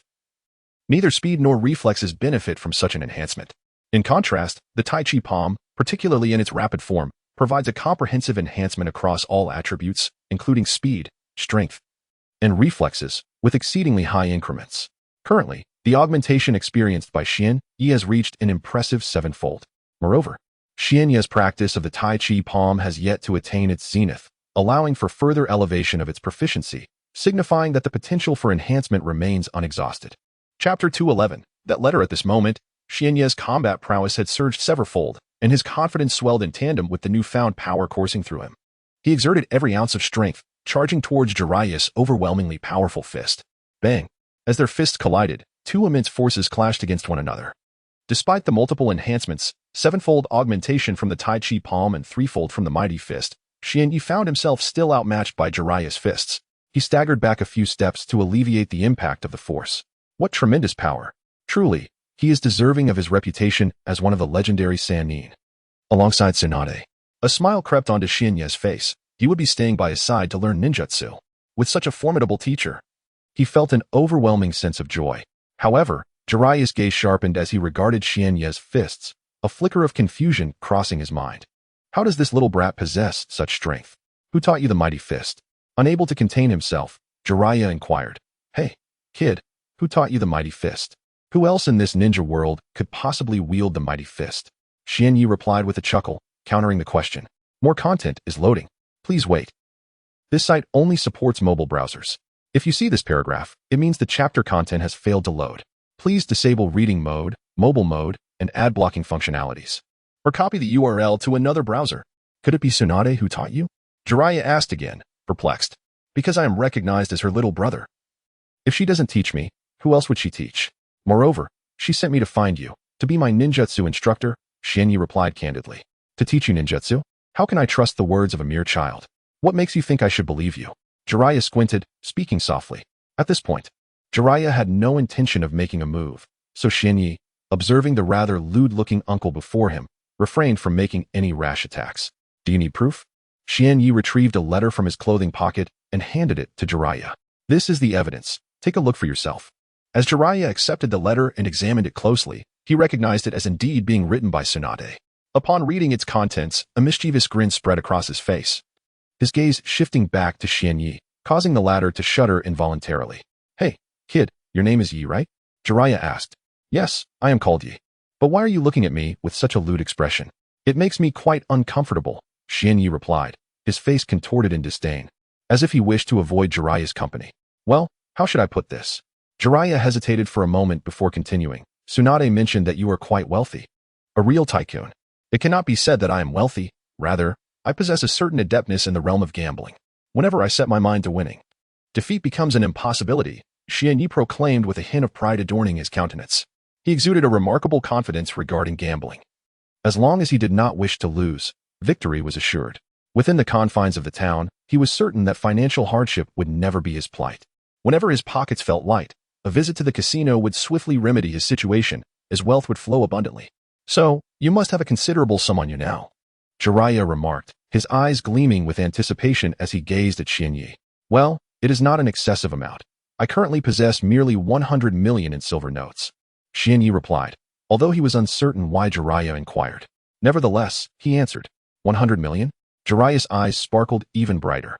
"Ahem, my dear Xian Yi, as your teacher, I find myself in a bit of a financial bind. Shouldn't you offer some assistance?" At this point, Jiraiya's grin took on an even more mischievous quality. "What do you mean by assistance?" Xian Yi was bewildered, finding it perplexing that one of the legendary Sannin, the frog sage, would behave in such a manner. Simply put, you ought to show some filial piety and share a bit of your wealth with your teacher. In return, I shall impart any ninjutsu you wish to learn." Jiraiya hastily proposed. "How can a teacher request money from a student?" Xian Yi replied, feeling somewhat exasperated as he began to understand the nature of the lecherous frog sage. Although Jiraiya was indeed powerful, more than merely capable, Xian Yi could not fathom why he embodied such a lascivious demeanor. With a sense of resignation, he contemplated the prospect of learning ninjutsu under the tutelage of such a peculiar uncle. At that moment, Xian Yi thought of his sister Tsunade Senju and could not help but lament. Tsunade is far superior. She does not resemble this lecherous old man at all, and is certainly more reliable. Subsequently, Xian Yi casually retrieved a stack of silver notes from his pocket, each note valued at 10,000, and the thickness suggested a total of around 1 million. Upon seeing the pile, Jiraiya's eyes nearly radiated with fervor, fixated on the silver notes in Xian Yi's hand, his smile growing increasingly impish. "Ah, Xian Yi, you are indeed generous," Jiraiya exclaimed, swiftly seizing the stack of notes and stowing them away in his pocket. "When shall we commence our ninjutsu training, you lecherous old man?" Xian Yi inquired impatiently. "Oh dear, it is already quite late. Let us rest for the night. And tomorrow we shall begin our lessons," Jiraiya replied. "Tomorrow it is," Xian Yi said, glancing up at the sky, now cloaked in darkness. It appeared that the dawn would indeed mark the commencement of his ninjutsu education. Upon returning to the inn, Jiraiya, having recently acquired a substantial sum of money, decided to secure a room in this very establishment, conveniently adjacent to that of Xian Yi, within a mere distance that allowed for easy visibility. The hour was late, and the earth lay enveloped in a profound silence, interrupted only by the occasional chirping of insects. Xian Yi lifted his gaze to the night sky, which remained resplendent with beauty. He pondered what Tsunade and Shizen might be doing at this hour. Were they resting, practicing, or perhaps also contemplating him? As he gazed at the vast expanse of stars, a wave of longing for Tsunade and the others surged within him.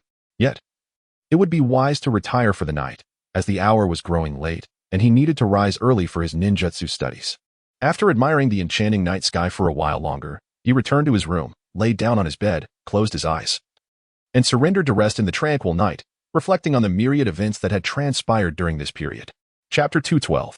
Fishing. The night swiftly passed, giving way to a new day. Outside, a chorus of birds chirped cheerfully, having risen early in pursuit of sustenance. Xian Yi, too, had awakened at dawn, a habit cultivated through years of grueling training that fostered an early rising discipline, thus affording him more time for cultivation. He opened the tightly shut door and stepped outside, inhaling the fresh morning air, which felt sweet and cool, a comfort to the senses and a balm to the soul. After engaging in some physical activities and breaking a sweat, he splashed water on his face, feeling considerably refreshed. Turning his gaze towards Jiraiya's room, he noticed the door was still firmly closed. Upon pushing open the door to his chamber, he discovered it was empty. Where could he have gone? This morning, Xian Yi had risen early and spent time exercising outside, only to find Jiraiya had already departed. Never mind. I shall seek some food to satiate my hunger. He exited the inn, equipped with his belongings securely stored in the backpack slung over his shoulder. Although he found the burden of the pack somewhat cumbersome, the circumstances left him no choice. He had no scrolls for storage at his disposal. As he walked along the street, he noted the bustling activity of the townsfolk, each person engrossed in their own affairs despite the early hour. After a moment of deliberation, Xianyi ultimately chose a noodle shop. Not due to any particular aversion to other options, but simply because he felt an inexplicable craving for noodles today. Upon entering the establishment, he found it quite busy. With nearly half the seats occupied, he casually selected a table and called out, "Boss, one bowl of seafood noodles, please." The proprietor, having heard his request, promptly replied, "Certainly. Please take a seat and your noodles will be ready shortly." Within 5 minutes, the owner approached with a steaming bowl of noodles adorned with an array of seafood, including crabs and shrimp. The aroma wafting from the dish was delightful, instantly awakening Xianyi's appetite. He picked up a pair of chopsticks from the table, lifted a few strands of noodles to his mouth, and took a gentle bite. Although the noodles were slightly hot, their texture was delightfully chewy, and the flavor was exceptional. Thus, Xianyi quickly devoured the entire bowl. The meal cost a total of 50 silver coins. After settling the bill, Xianyi departed the noodle shop and meandered leisurely through the streets of the town. Half an hour later, Xianyi had traversed nearly every road in the town. Yet he had not caught sight of Jiraiya. How peculiar. Where could he have gone? He mentioned yesterday that he would teach me ninjutsu. Yet today he has vanished without a trace. How frustrating. Xianyi mused, harboring a hint of dissatisfaction. Well, I might as well continue my search. It can serve as a delightful diversion. With this thought, he felt a weight lift from his heart. After enduring the grueling training under Tsunade for years, he realized he had scarcely experienced the joys of leisure. Now, with an opportunity to enjoy himself, it seemed a splendid choice. At this hour, nearly all the shops on the streets had opened their doors. After all, business was tough, and if they did not open early, they risked losing customers to competitors. Oh, what is that? Fishing? Suddenly, Xianyi's eyes sparkled with interest, and he hurried toward a particular stall.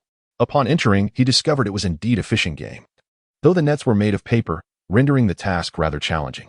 "Excuse me, how much are those?" Xianyi inquired, pointing at the fish.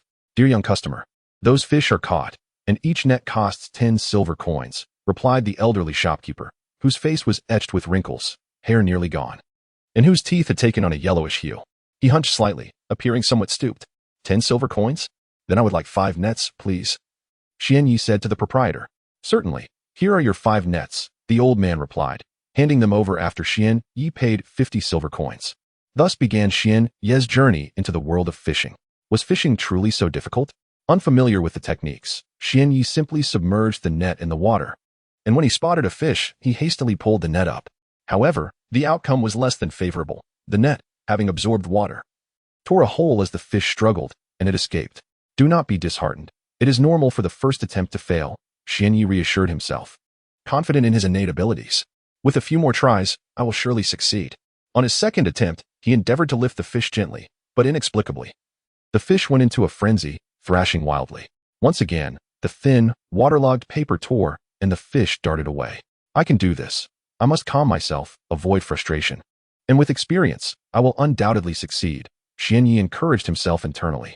On his third attempt, he inadvertently applied too much force, and the delicate paper tore once more, allowing the fish to escape yet again. For the fourth and fifth attempts, success eluded him.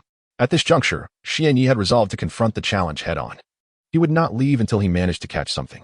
In a fit of impatience, he tossed a silver note worth 10,000 taels to the elderly vendor, declaring, "Give me 10 more nets. I'll save the excess money for later." His commanding tone left the vendor momentarily taken aback, yet he complied, providing Xianyi with the nets. For it was the nature of commerce to accommodate customers. With a moment of introspection, Xianyi steadied himself and summoned his resolve before embarking on his 6th attempt, which, regrettably, also ended in failure. The 7th, 8th, 9th, and even 15th attempts all met the same disheartening fate. At this point, Xianyi's face had flushed, a vein throbbing visibly on his forehead, and his brows furrowed repeatedly in frustration. "Today, I shall not back down. If I cannot catch anything, I shall remain here," he thought resolutely. Determined, he requested another 10 nets from the vendor, preparing to give it one last, valiant effort. Chapter 213. Finally, successful fishing is indeed an art that requires patience. Success is elusive if one remains in a state of agitation. I, too, have faltered in my efforts, but I am determined to uncover the true difficulty of this endeavor and to discern how many attempts it might take to prevail. At this moment, my temperament is somewhat frayed, my brows twitching and my muscles trembling. I must not allow myself to remain in this state. I need to relax and approach this task once more. A restless spirit will surely hinder my chances of catching a single fish, so I must seek tranquility. With a composed mindset, I gently lowered the net into the water, carefully targeting the fish's location, and with a swift motion, I attempted to scoop it up. To my delight, the golden fish was ensnared within the net I held.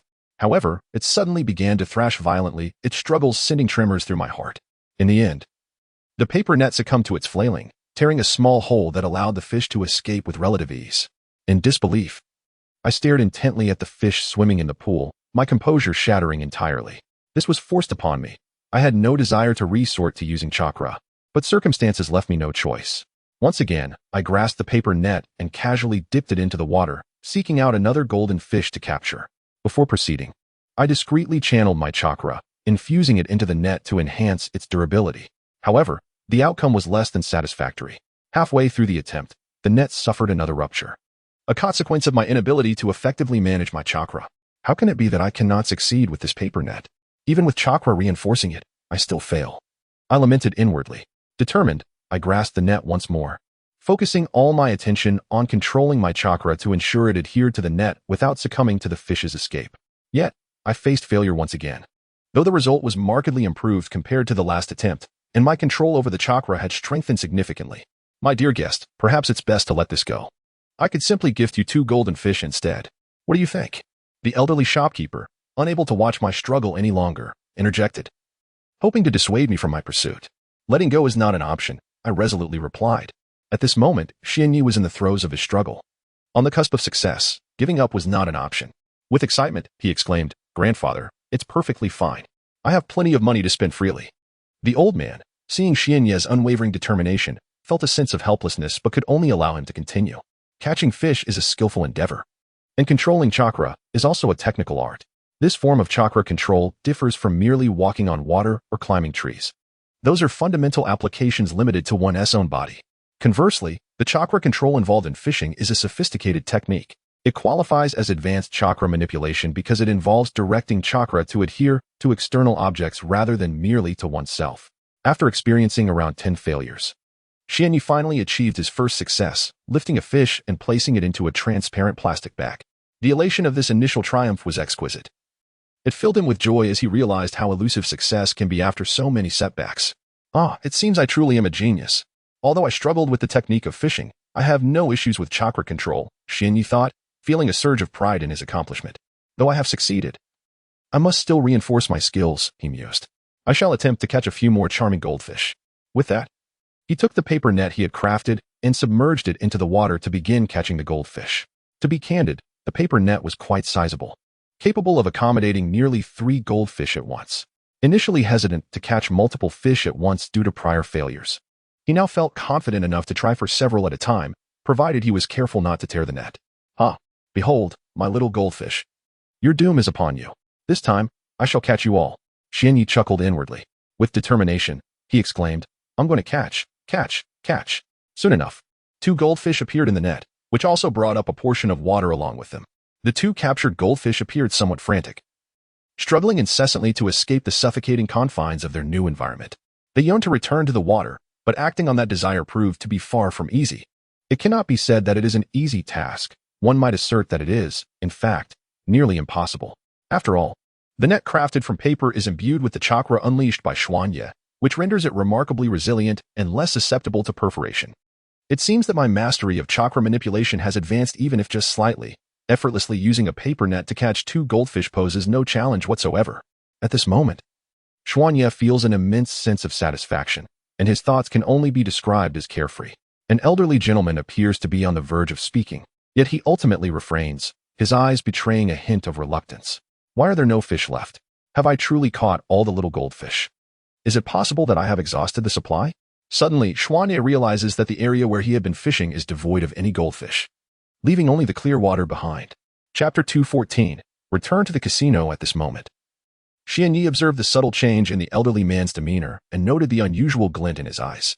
It dawned upon him that his actions had resulted in the complete depletion of the old man's goldfish, leading to significant losses, perhaps even a financial setback.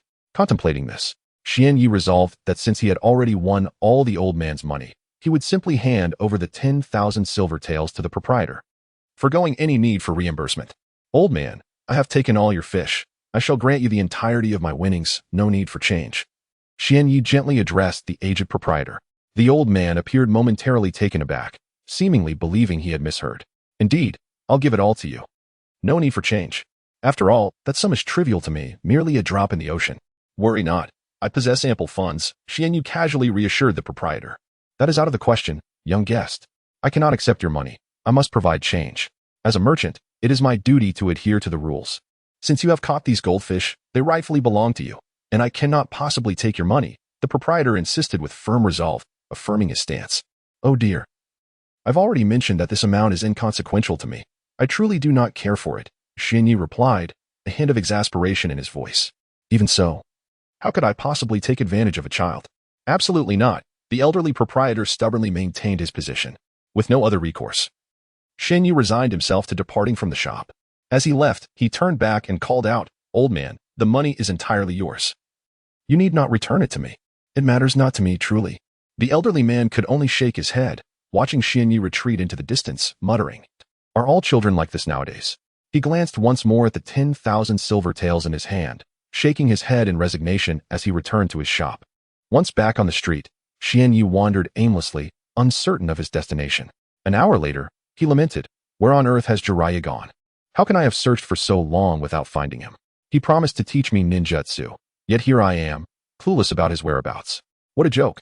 Xian Yi continued to grumble internally about Jiraiya's unreliability and pondered why Tsunade had named him one of the legendary Sannin, the Toad Sage.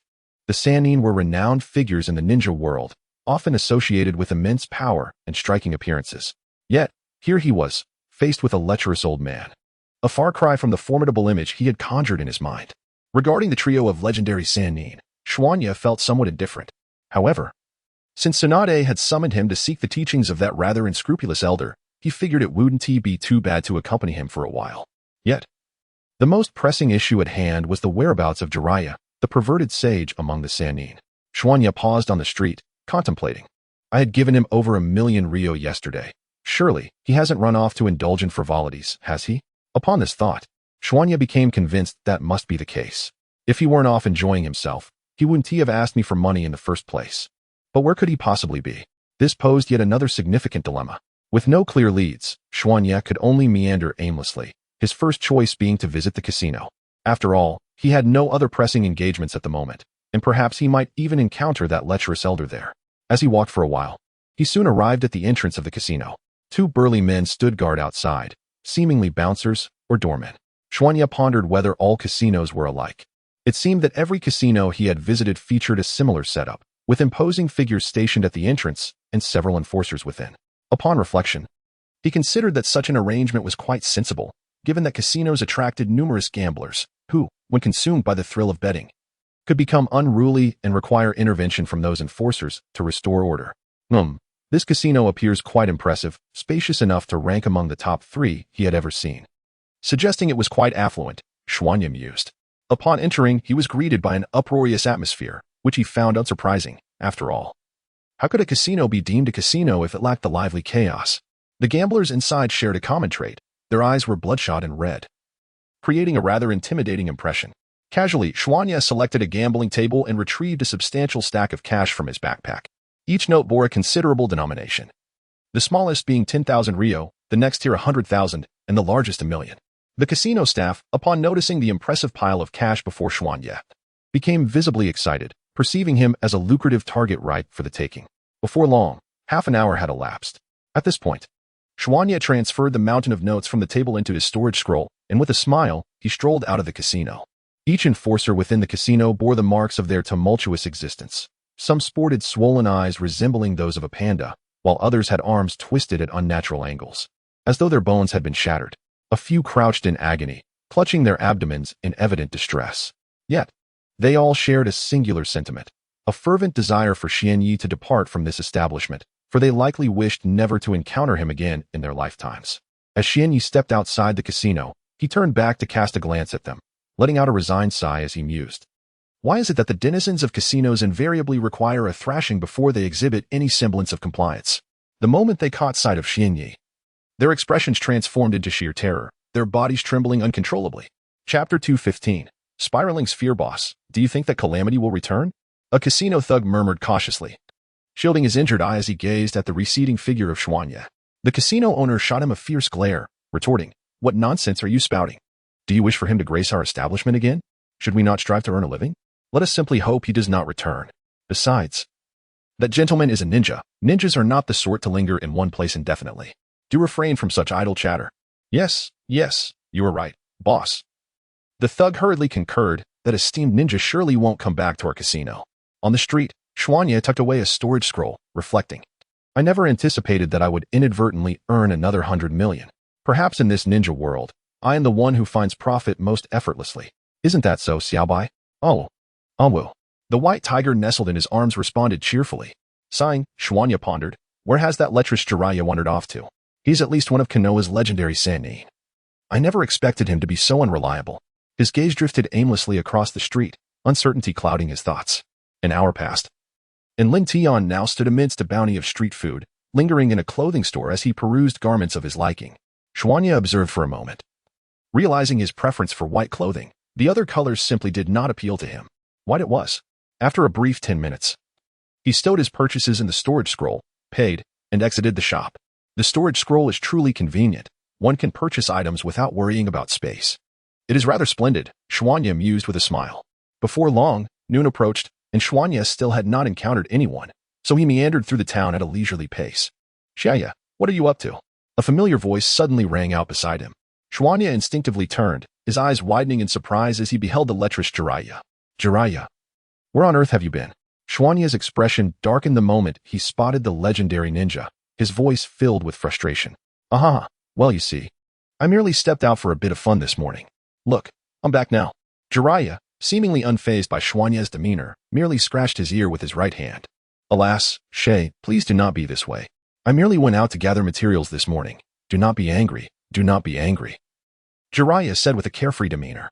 Do you have any idea how long I searched for you this morning? You promised to teach me ninjutsu. Yet you vanished without a trace. Truly remarkable, Xianyi replied, his words laced with lingering resentment. Oh, what a trivial matter. I shall not act this way again, Jiraiya remarked, placing a hand casually on Xianyi's shoulder. By the way, I heard from your sister Tsunade, he continued, that you possess fire attribute chakra. Jiraiya inquired, observing Xianyi intently. Xianyi had not fully disclosed the matter of chakra attributes to Tsunade. He merely mentioned his possession of fire attribute chakra, fearing that revealing his mastery over all attributes might frighten her. Indeed, I possess fire attribute chakra. Why do you ask, you lecherous old man? Xianyi glanced at Jiraiya with a hint of disdain.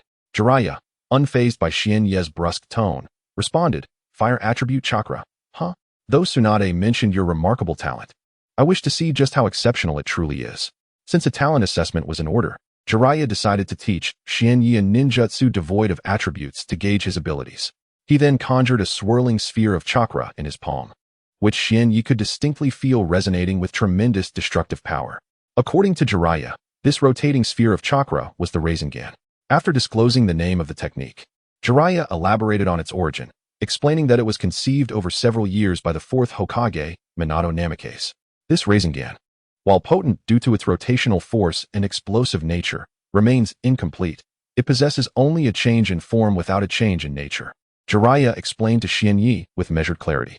In truth, Jiraiya's instructional prowess was commendable. After a brief discourse, Xianyi grasped the essence and application of the technique, albeit without first-hand experience to ascertain his success. The Rasengan was an A-rank ninjutsu devoid of hand seals, differing from his own A-rank technique, the half-moon slash, which was a wind-release ninjutsu. Perhaps the Rasengan's might could rival that of his wind-release technique. Yet, to truly comprehend the ninjutsu, he felt compelled to attempt it himself rather than remain an outsider to its intricacies. With this resolve, Xianyi began to channel his chakra, directing it to his right hand while mimicking Jiraiya's instructions for the Rasengan. Soon, a sphere materialized upon his palm, though it appeared somewhat unstable and bore a significant disparity when compared to the Rasengan. As Xuanya gazed at the orb in his hand, a sense of dissatisfaction lingered within him. However, Achieving such a result for the first time was still commendable. Standing beside Xuanya, Jiraiya's eyes widened in disbelief as he fixated on the seemingly diminutive sphere. His expression was rife with incredulity. Internally, Jiraiya was cursing, despite Tsunade's assertions of Xiaoya's remarkable talent. He never anticipated it to be to such an extraordinary extent. After all, during his initial attempt, he couldn't even maintain the chakra, which simply dissipated into the air. Chapter 216. The final respite. Alas, how unjust is the heavens! Why must this world harbor the existence of prodigies? At this moment, Jiraiya felt as miserable as if he had consumed excrement. He gazed helplessly at Xuanya. Although he was envious of Xuanya's extraordinary talent, he felt utterly powerless. After all, he was Tsunade's younger brother. Did you not succeed? Xuanya pondered over the minuscule orb in his hand, letting out a resigned sigh. He chose to relinquish control, allowing it to dissipate into the air. Not succeeding was insignificant. After all, this was merely the first experiment. If the initial attempt bore no fruit, then repeated efforts would surely lead to success. All right, let me calm my mind and attain tranquility. Xuanya closed his eyes, inhaled deeply, and upon reopening them, he began to circulate a portion of his chakra within. He directed this energy into his right hand, retracing the flow of chakra needed for the Rasengan. Suddenly, a thought struck him. Was this ninjutsu created by the fourth Hokage? Why did the name Minato Namikaze evoke a sense of familiarity in him? Why did his heart race at the mere mention of it? For a moment, Xuanya's gaze grew hazy, but soon, all doubts dissipated as he once again focused all his thoughts on executing the unclassified, no-seal, rank ninjutsu, Rasengan. As he channeled his chakra, a sphere began to materialize in the palm of his right hand, appearing larger than the one he had conjured previously. It was imperative to make this orb spin, otherwise, all efforts would be in vain. Without the rotation, the true power of the Rasengan could not be unleashed. Xuanya struggled to control the orb, gathering the majority of his mental energy to initiate its rotation. 3 seconds, 5 seconds, 10 seconds, half a minute. At last, the orb began to exhibit a subtle rotation. The movement was so minuscule that it would be nearly imperceptible to the untrained eye. At that moment, witnessing the orb spin in Xuanya's palm, Jiraiya felt a sense of numbness. Xuanya's talent was truly extraordinary.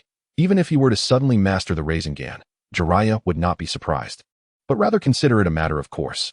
After approximately 20 minutes, Xuanya had conjured an orb larger than his palm, continuously spinning with an energy that radiated immense destructive potential. I did it. I finally succeeded. Xuanya wiped a bead of sweat from his brow, a smile breaking through on his face as he turned to Jiraiya. Hey, perverted old man, what do you think of this Rasengan in my hand?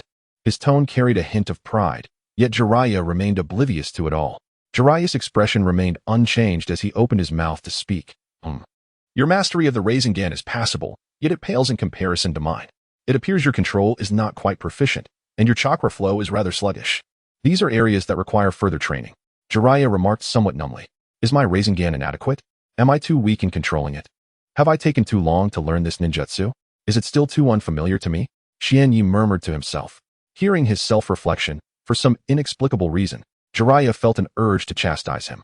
With your remarkable talent, mastering the Rasengan should take no more than 20 minutes. What more do you desire? Do you wish to ascend to the heavens? However, he kept these thoughts to himself. Yet, there are numerous issues with your execution of this jutsu that necessitate refinement and enhancement. Indeed, I shall, Xianyi replied, addressing the lecherous elder. The name of the fourth Hokage, Minato Namikaze, stirred something within him, causing his heartbeat to quicken and his blood to race. Could it be that he held a significant place in his life? In that moment, Xianyi pondered the name that resonated deeply within him, yet he could not unravel its significance. From now on, I must strive even harder. Learning ninjutsu under Jiraiya, one of the legendary Sannin, demands utmost seriousness. Yes, I will, Xianyi affirmed. Thus began his days of training under Jiraiya. Although Xianyi's talent astonished Jiraiya on the first day, teaching ninjutsu to a person of such stature in the ninja world was a relatively simple task. All right, Xiaoya, take this day to rest well.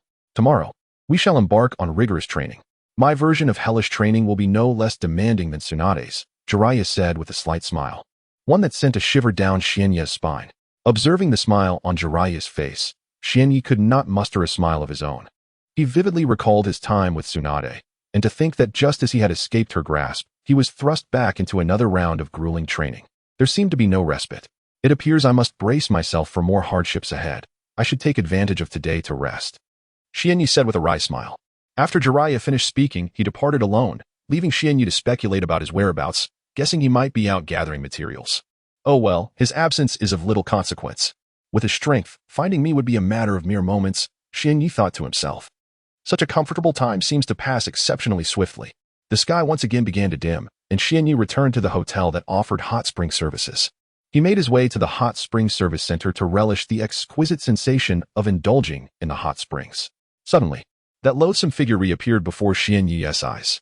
Alas, he was clearly a significant figure within the ninja realm. It was unexpected that he engaged in such activities daily. If discovered, it would indeed be quite embarrassing. However, given his formidable strength, it was unlikely he would be caught. With his prowess, escaping would be a mere trifle. Chapter 217. Training begins. Time passes swiftly, and another day of rest has flown by. Early the next morning, Jiraiya entered Xuanye's room to awaken him. Upon hearing Jiraiya's voice, Xuanye realized that his arduous days were upon him. With great effort, he opened his eyes and climbed out of bed, groggily gazing at Jiraiya and remarking, "Creepy uncle. What time is it? Why are you up so early?" Though Xuanye had endured hellish training with Tsunade, he still relished the prospect of lying in bed a bit longer.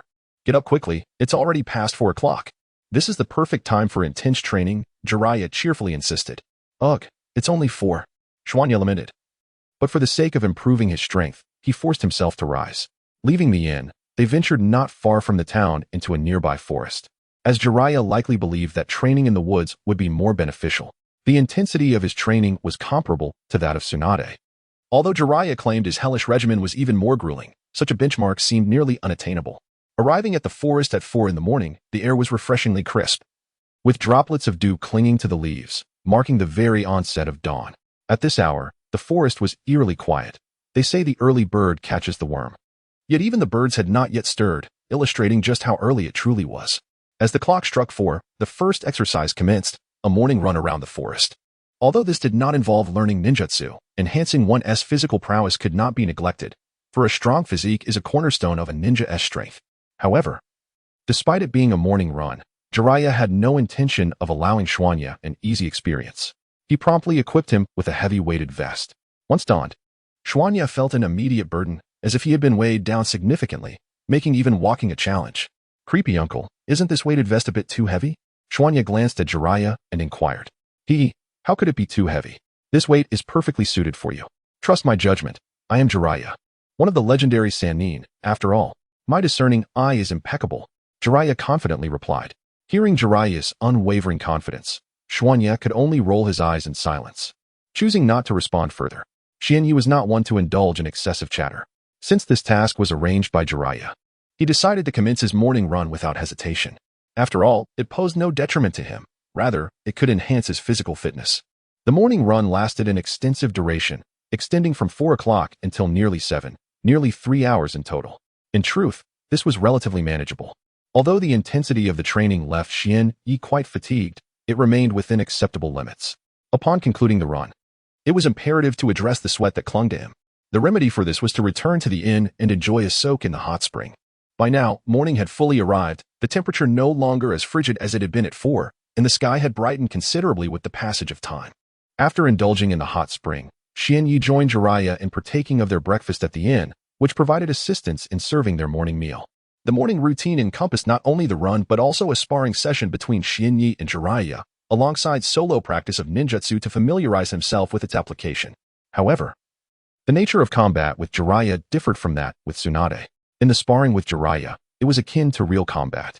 Allowing the use of both ninjutsu and taijutsu, anything he had mastered could be employed. Conversely, during his encounters with Tsunade, she permitted only taijutsu, forbidding the use of any ninjutsu.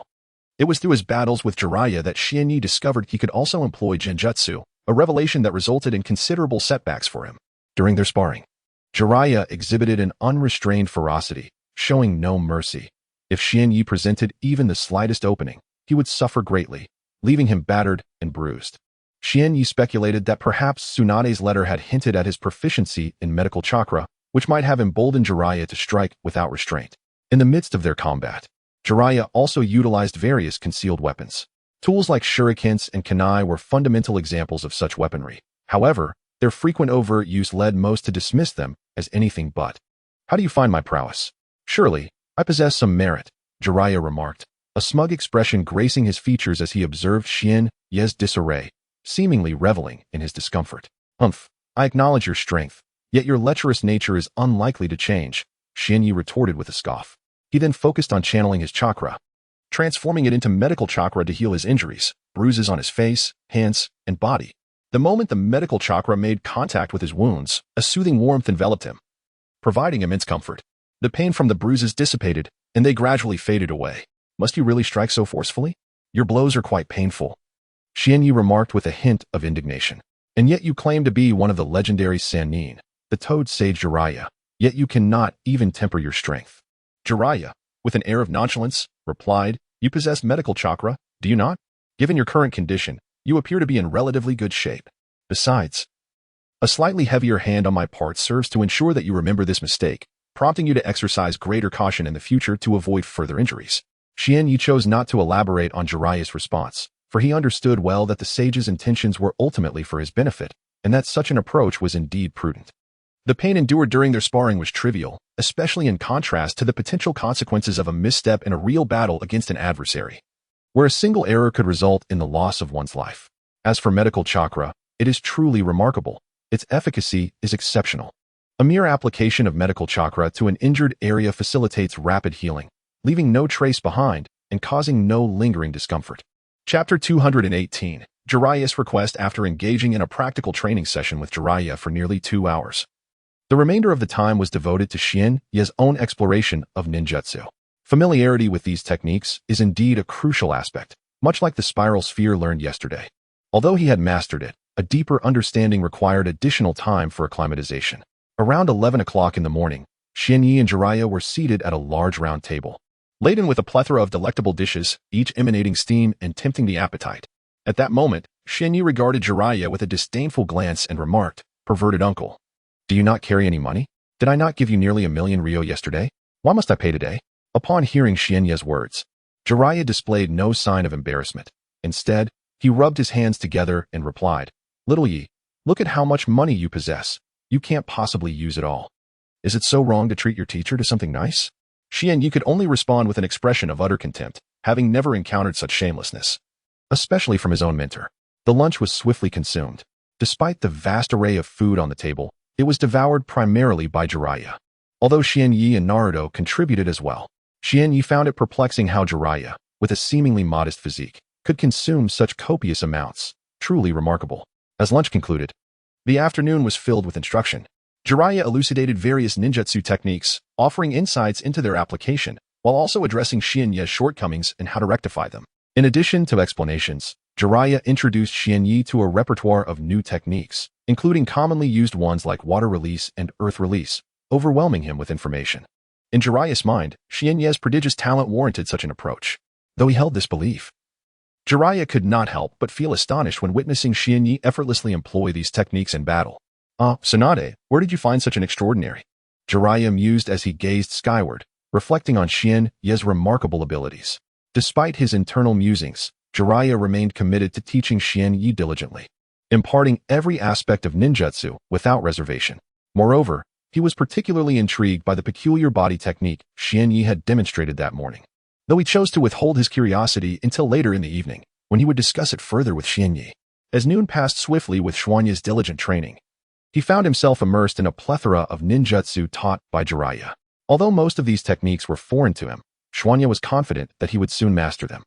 As night gradually descended, Xianyi concluded his training for the day, feeling a profound sense of fulfillment. He sensed a subtle increase in his strength, whether in physical prowess, chakra capacity, or his comprehension of ninjutsu. After completing his run in the hot springs, Xianyi returned to his room, preparing to delve deeper into the knowledge residing in his mind when an unexpected visitor entered. Upon lifting his gaze, he was taken aback. What brings you here, perverse uncle? The newcomer was, of course, Jiraiya, and Xianyi was genuinely astonished by his presence at such an hour. Typically, Jiraiya would be reveling in the night, yet here he was, which was quite astonishing. At that moment, Jiraiya seemed to have something to say, but struggled to find the words. Noticing his expression, Xianyi inquired, Is there something you need from me, perverse uncle? Is the hellish training not yet over? You usually enjoy yourself at this hour. Xianyi's words elicited a hint of embarrassment on Jiraiya's face, prompting a nervous laugh to ease the awkward atmosphere. After a brief hesitation, he asked, Xiaoya, what exactly is that peculiar taijutsu you used this morning? Taijutsu? Xianyi paused for a moment before grasping his intent. The technique I employed is called Tai Chi Palm, a remarkably powerful martial art. It comprises two modes, slow and fast. The slow mode can weaken an opponent's strength, while the fast mode enhances one's own capabilities across the board, though it does not amplify chakra. Xuanya explained. Tai Chi Palm. What is that? I've never heard of it. Jiraiya responded, a look of confusion crossing his face. After all, he was a renowned figure in the ninja world. So it was indeed surprising that he was unfamiliar with such a technique. Nevertheless, after Xuanya's explanation, he gained a preliminary understanding of the Tai Chi Palm. Moreover, the slow mode could manifest practical dark energy, while the fast mode could seal an opponent's chakra points. The strength of the seal was formidable, and its effectiveness and duration depended on one's understanding of the Tai Chi Palm. Xuanya elaborated. The revelation of the dark energy sealing technique left Jiraiya even more astonished. The hidden energy, although he was unaware of its nature, was something he comprehended well, particularly the sealing of chakra points. In the realm of ninjas, only the Hyuga clan's Gentle Fist and 8 trigrams could seal an opponent's chakra points. Yet now, this Tai Chi technique seemed capable of achieving the same feat. Xian Yi could clearly discern the incredulity etched on Jiraiya's face, and, with a subtle smile, mused that he had ample time to demonstrate this technique. Resolute in his thoughts, he adopted the slow-motion stance of the Tai Chi Palm, and, finding an object within the room, infused it with the hidden energy of the Tai Chi technique. After delivering several strikes, he paused and cast a smile at Jiraiya. Though puzzled, Jiraiya could perceive the profound intricacies of the martial art Xian Yi had just employed. Yet he remained oblivious to its formidable power. Chapter 219. The excited Jiraiya after channeling the dark energy, Xuanya stepped aside. A faint smile gracing his face as he observed Jiraiya. What is the matter? Jiraiya, noticing Xuanya's expression, was increasingly perplexed. Heh, perverted old man. Just wait and see. Soon you shall witness a miracle. As Xuanya spoke, he secretly murmured to himself, dark energy, ignite. Suddenly, a thunderous explosion reverberated through the room, startling Jiraiya, who stood before Xuanya, as a formidable aura erupted around him. Don't be so tense, perverted old man. It's nothing to worry about. The explosion occurred because I infused dark energy into it, causing it to detonate. Xuanya paused, then added, now, what do you think of its power? Jiraiya's lips twitched as he gazed at Xuanya's triumphant expression. With a resigned sigh, he remarked, your dark energy is indeed quite potent. Sealing chakra points. I believe you are aware that the Hyuga clan's Gentle Fist technique can also seal an opponent's chakra points, Xuanya stated with a smile. By your account, the Tai Chi Palm technique is indeed impressive, Jiraiya mused after a moment's contemplation. Impressive, indeed. Xuanya, taken aback by Jiraiya's words, regarded him seriously and said, Teacher, I don't think you truly grasp the strength of this technique yet. Upon hearing Xuanya address him as teacher, Jiraiya momentarily lost his composure, pondering. When did this kid start showing such respect to his elders? This isn't like him. Nonetheless, he did not interrupt Xuanya, allowing him to continue. The true strength of the Tai Chi Palm technique lies not merely in the dark energy or sealing an opponent's chakra, but rather in its ability to enhance one's physical attributes in swift mode and diminish an adversary's strength in full mode. As Xuanya elucidated, Jiraiya's pupils narrowed slightly, realizing he had underestimated the technique. It enhances one's physical capabilities and weakens an opponent's power? How much can it amplify one's attributes? Fourfold, sevenfold, or even double? He inquired earnestly. And how much can it diminish an opponent's strength? Is it the same as the amplification or something different? Upon hearing Jiraiya's questions, Xuanya was momentarily dumbfounded. Heh, perhaps I have overestimated it. Is it fourfold, threefold, or twofold? Even a twofold enhancement is commendable, though such gains may not be apparent when one is weaker, in the hands of a formidable warrior like myself. They can unleash tremendous effects, Jiraiya remarked slowly. Hearing the figures of fourfold, threefold, and twofold, Xuanya was left speechless, his expression utterly devoid of words. Do you truly underestimate this martial art?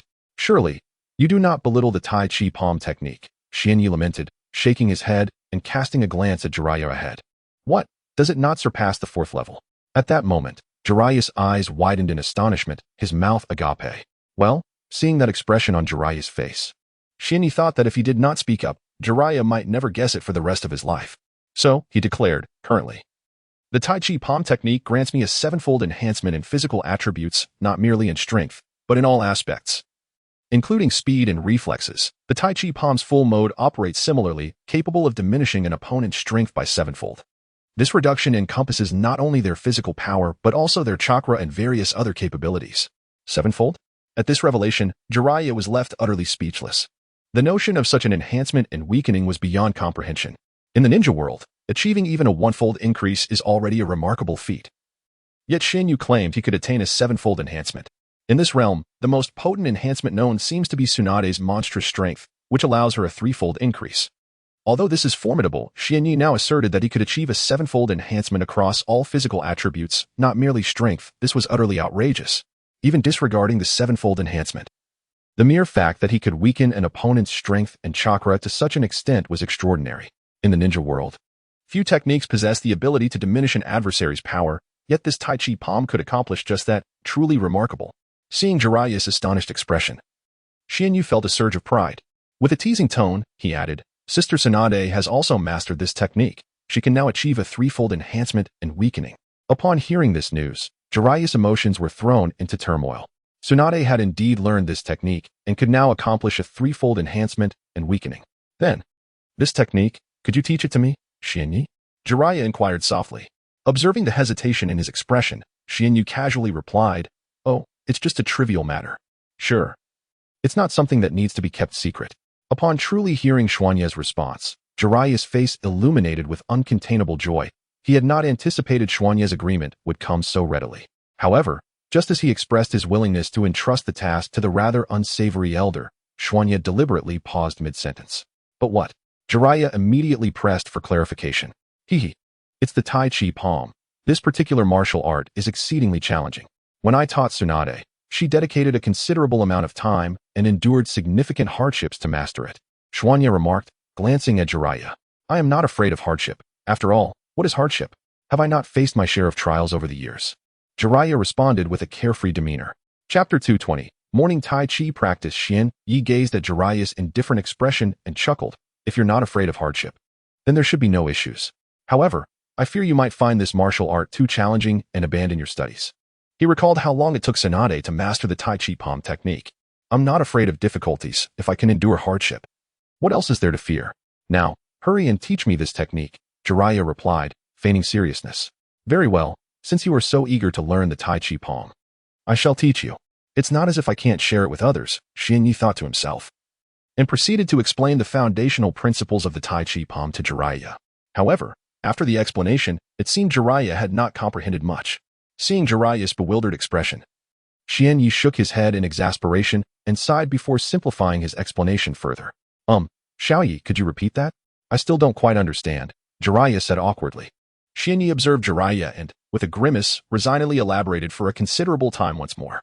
After nearly an hour, Jiraiya finally left the room, content, and returned to his quarters to ponder over the knowledge Shin Yu had imparted. The Tai Chi palm appeared deceptively simple, yet mastering it proved to be quite arduous. The peculiar movements could intimidate others, deterring them from attempting to learn it. Shin Yu watched Jiraiya's retreating figure and sighed. Realizing that while Jiraiya might not possess Tsunade's innate talent, he was willing to listen and not ashamed to ask questions. If it were someone with a more inflated ego, they likely wouldn't have acted in such a manner. Jiraiya's greatest asset was his resilience, making him quite adept at seeking knowledge without shame. Once back in his room, Jiraiya did not rush to bed. Instead, he sat on the edge of his bed, closed his eyes, and reflected on the teachings of Xiaoyu. The Tai Chi palm was indeed somewhat challenging. Although he had memorized everything, truly grasping it would require time and further study. After considerable contemplation, Jiraiya slowly opened his eyes and spoke softly. In Shin Yu's room, he lifted his gaze towards the distant void, his expression somewhat unfocused, lost in thought. Sister Tsunade, after traveling with you all these years, I find it quite disconcerting to be away for these few days, Shin Yu remarked with a smile. Yet, what use is discomfort? If one wishes to enhance their strength, such sacrifices must be made. Moreover, in this world, no banquet lasts forever. One must learn to adapt.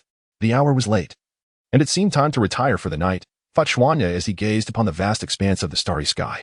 The following morning, Xuanye rose early from his warm cocoon of blankets, not waiting for Jiraiya to summon him, but choosing to awaken on his own. It was still quite early, and Jiraiya remained in his room. After surveying Jiraiya's quarters, Xuanye mused, it appears I might take the opportunity to engage in some exercise before Jiraiya stirs. Warming up before he rises seems a splendid idea. However, he pondered, what shall I do for my warm-up?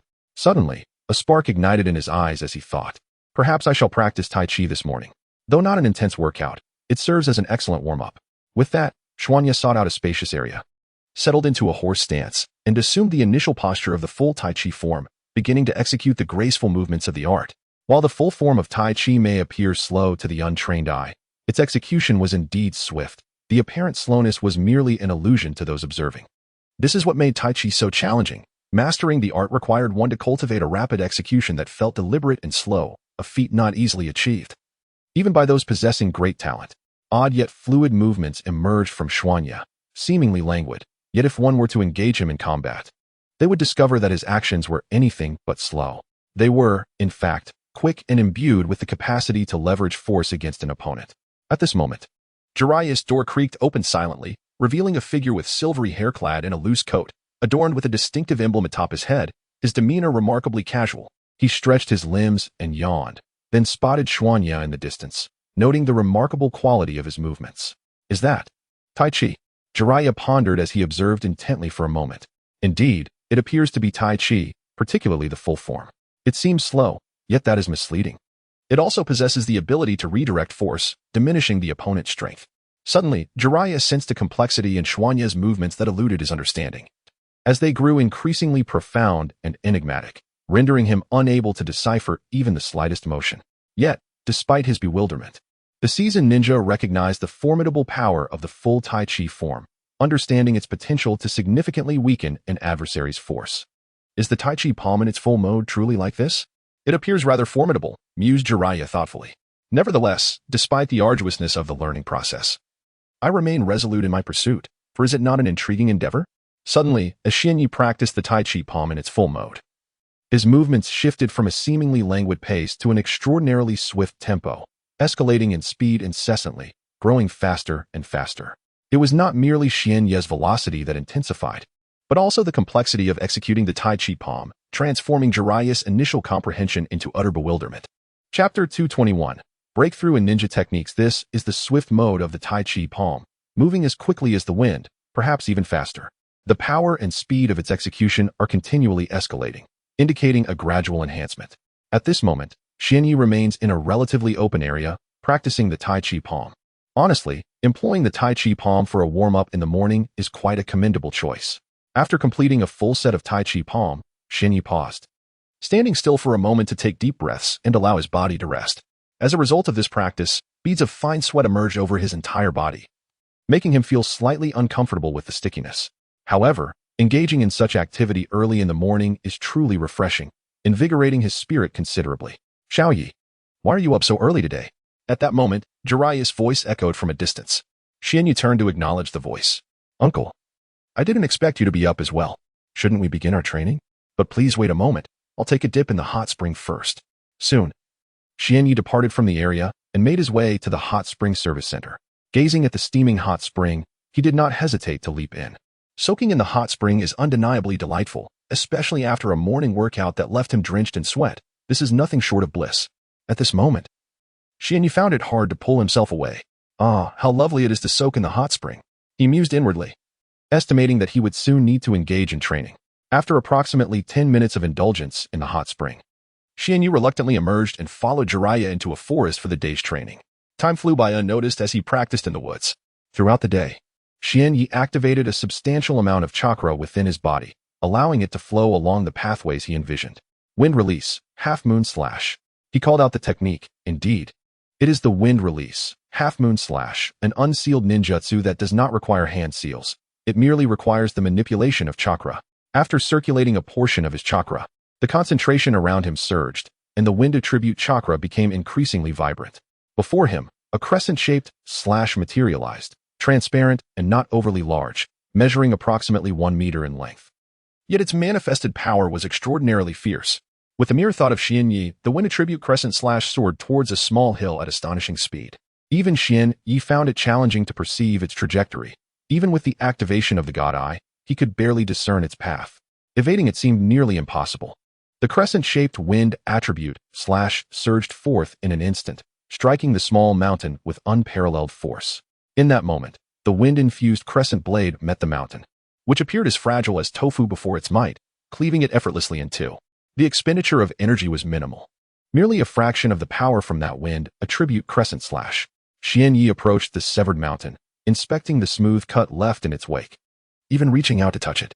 The mountain had been bisected cleanly, yet due to the relatively modest size of the crescent wind slash, It could not sever the entire mass completely.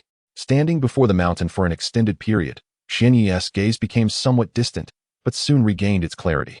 With a gentle sigh, he reflected on the past 3 years. Through relentless training, he had drastically enhanced the power of the nameless ninjutsu, wind attribute crescent slash, multiplying its strength many times over. Although its size had diminished, leading to a reduction in destructive capacity, its cutting ability was undeniably formidable. No mountain could withstand its might for even a second. At that moment, Jiraiya approached, addressing Xianyi. Xiaoyi, it seems you've made significant progress with your ninjutsu. How about a spar to test your new technique? Indeed, this new ability could be considered a distinct ninjutsu, vastly different from the earlier wind attribute crescent slash. In terms of sheer power, the current crescent slash was considerably more potent than its predecessor from 3 years ago, with cutting capability enhanced by several hundred times. Given this transformation, perhaps we should bestow upon it a new name, Wind Attribute Death Cut, he proposed. That name certainly carries a sense of grandeur. Henceforth, it shall be known as Wind Attribute Death Cut. Hey, perverted old man, would you care to experience this nameless ninjutsu? Its power is exceedingly formidable. If one is not careful, it could lead to demise, Xianyi remarked with a gradually serious expression and a lowered voice. Jiraiya, confident in his abilities, recalled the earlier demonstration of Wind Attribute Death Cut, which had not caused significant damage, merely showcasing its enhanced cutting prowess. Let us give it a try. If you can make me perish, then by all means, let us see what you've got. At that moment, Jiraiya's combat prowess began to escalate. After 3 years of rigorous training and the regimen he had devised, Xianyi's strength had surged explosively. Originally possessing the chakra level of a Ch-nin, Xuanya has now ascended to the esteemed rank of an elite J-nin. A year prior, he had already surpassed the strength typical of a J-nin, and although he has remained at the elite J-nin level for 2 years, he has not been devoid of progress. His physical attributes have continued to improve across various facets. In addition to this, the Tai Chi Palm, which Xuanya has diligently practiced over the past 3 years, has also exhibited remarkable advancements. Initially, his Tai Chi Palm enhanced his physical capabilities 7-fold, while simultaneously diminishing his adversary's strength by the same ratio. After 3 years of unwavering dedication and persistent training, the efficacy of Xuanya's Tai Chi Palm has now escalated to an impressive 10-fold enhancement and reduction. Chapter 222. The battle 3 years hence. As Xianyi practiced the Tai Chi Palm, he made a notable discovery. The more he delved into the intricacies of this martial art, the more challenging it became to attain further enhancement. Now, with a 10-fold increase and reduction, Xianyi felt that the progress in mastering the Tai Chi Palm had become exceedingly sluggish. It was not only the slow advancement in the Tai Chi Palm that troubled him. The more he practiced, the more he sensed a growing estrangement from this profound discipline. As if the deeper he ventured into the art, the more he recognized its vastness and complexity. Are we truly going to engage in battle? If you lose, the shame will be yours, dear lecherous uncle. Can you imagine the legendary Sannin, Jiraiya, being defeated by a mere child? Xianyi remarked, stifling a laugh. Am I destined to lose? Jiraiya responded, somewhat agitated. I have yet to even fight. How can I be certain of defeat? Moreover, in these 3 years, my prowess has also seen significant growth. I have achieved a 3-fold increase and reduction in my abilities, which translates to an enhancement of more than 3 times my strength. As Jiraiya spoke of his accomplishments in the Tai Chi Palm, his enthusiasm became palpable, his words flowing freely. All right, enough. I acknowledge your breakthrough in the Tai Chi Palm, but I too have made strides. I can now achieve a 10-fold increase and reduction, Xianyi casually replied. Upon hearing this, Jiraiya's heart surged with excitement, unable to contain his elation. Although he was aware of Xianyi's progress in the Tai Chi Palm, the mention of a 10-fold increase and reduction still left him in a state of exhilaration. Truly a monster, with such extraordinary talent. A 10-fold increase and reduction, combined with your inherent strength as an elite jonin, makes engaging in battle quite a daunting prospect. Jiraiya mused inwardly. What are you pondering, lecherous uncle? Are we going to have a duel or not? Xianyi called out, noticing Jiraiya lost in thought. Humph, do you think I would fear? At the very least, I am Jiraiya, one of the legendary Sannin, a figure of considerable renown in the ninja world. I would not fear a mere whelp, Jiraiya retorted, his composure wavering. Ready to fight? If so, let us commence, Xianyi murmured. Raging Lion's main technique. Jiraiya initiated the hand seals with remarkable speed, his chakra surging rapidly. Upon completing the seals, his hair elongated and became remarkably resilient, rushing towards Xianyi in an attempt to ensnare him. Raging Lion's main technique? Xianyi observed Jiraiya's every movement with clarity, witnessing the silver locks advancing toward him. with a slight smile gracing the corners of his lips. Xuanya displayed no signs of tension. On the contrary, he exuded an air of remarkable leisure. Activating the Eye of the Gods, he could distinctly perceive the transformation in his own gaze. A chilling sensation enveloped his eyes, causing the world around him to slow down dramatically, including the chaotic maneuvers of Jiraiya's hair technique. At such a languid pace, you cannot ensnare me, Xuanya thought as he observed the silvery, resilient strands of hair approaching him. With a gentle leap, he ascended to a branch of a tree towering over 10 meters high. Hey there, lecherous old man. Did you truly believe such a simple ninjutsu could bind me? If that is your assumption, then you are gravely mistaken. Standing atop the sturdy limb of the tree, he gazed down at Jiraiya below. Suddenly, Xuanya's focus sharpened as he scrutinized the stationary figure of Jiraiya, sensing an anomaly. In an instant, he abandoned his perch and leaped to another tree branch. Just as he did, a shadow materialized behind the tree, wielding a swirling circular chakra sphere aimed directly at him. Wind release, Rasengan. The tree trunk erupted violently, splintering into countless shards as the overwhelming force obliterated it entirely. Meanwhile, Xuanya, now perched on another tree, patted his chest, taking a deep breath, and chuckled as he glanced back.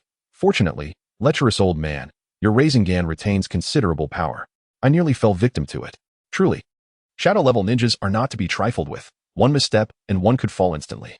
Xuanya, your observational skills remain impressive, Jiraiya remarked as he stood on another tree branch.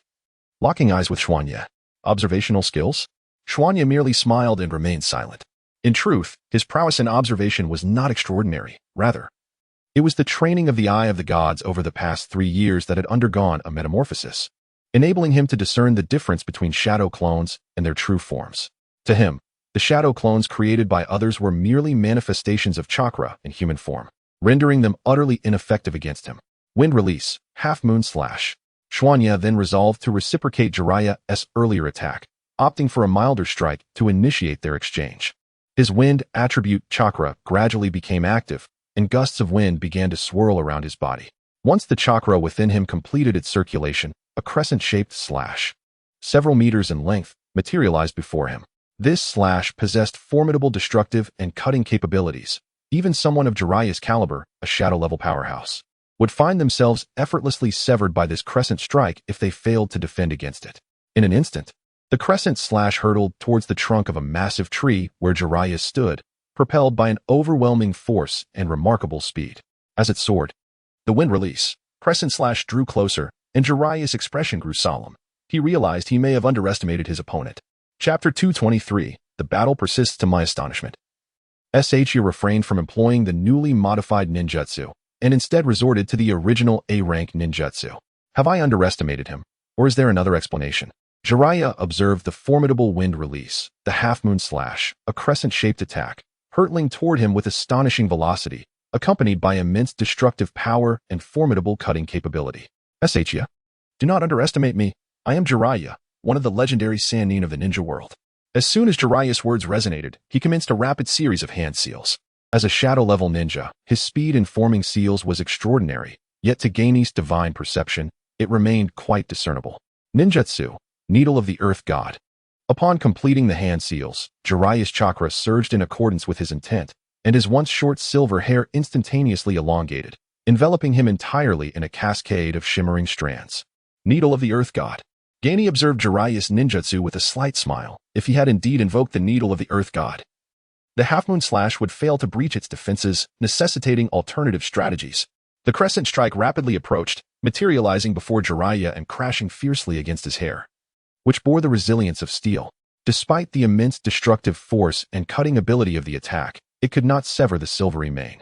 With a resounding crash, the half-moon slash collided with the silver hair, producing a deafening sound as the overwhelming force was swiftly neutralized by the hair's unyielding strength, leaving no trace behind. Jiraiya lowered his gaze, inspecting his silver locks, noting that a few strands had indeed been severed, and a minor portion had sustained slight damage. To think that Shu has ascended to such heights. The half-moon slash, though merely an A-rank ninjutsu, manifested such formidable potency in his hands. It appears I cannot afford to underestimate him. While Jiraiya's prowess was indeed shadow-level, Gainey's strength was also commendable, with chakra and physical resilience reaching the elite J-nin tier. If Jiraiya were to falter even slightly, he might find himself in a precarious situation.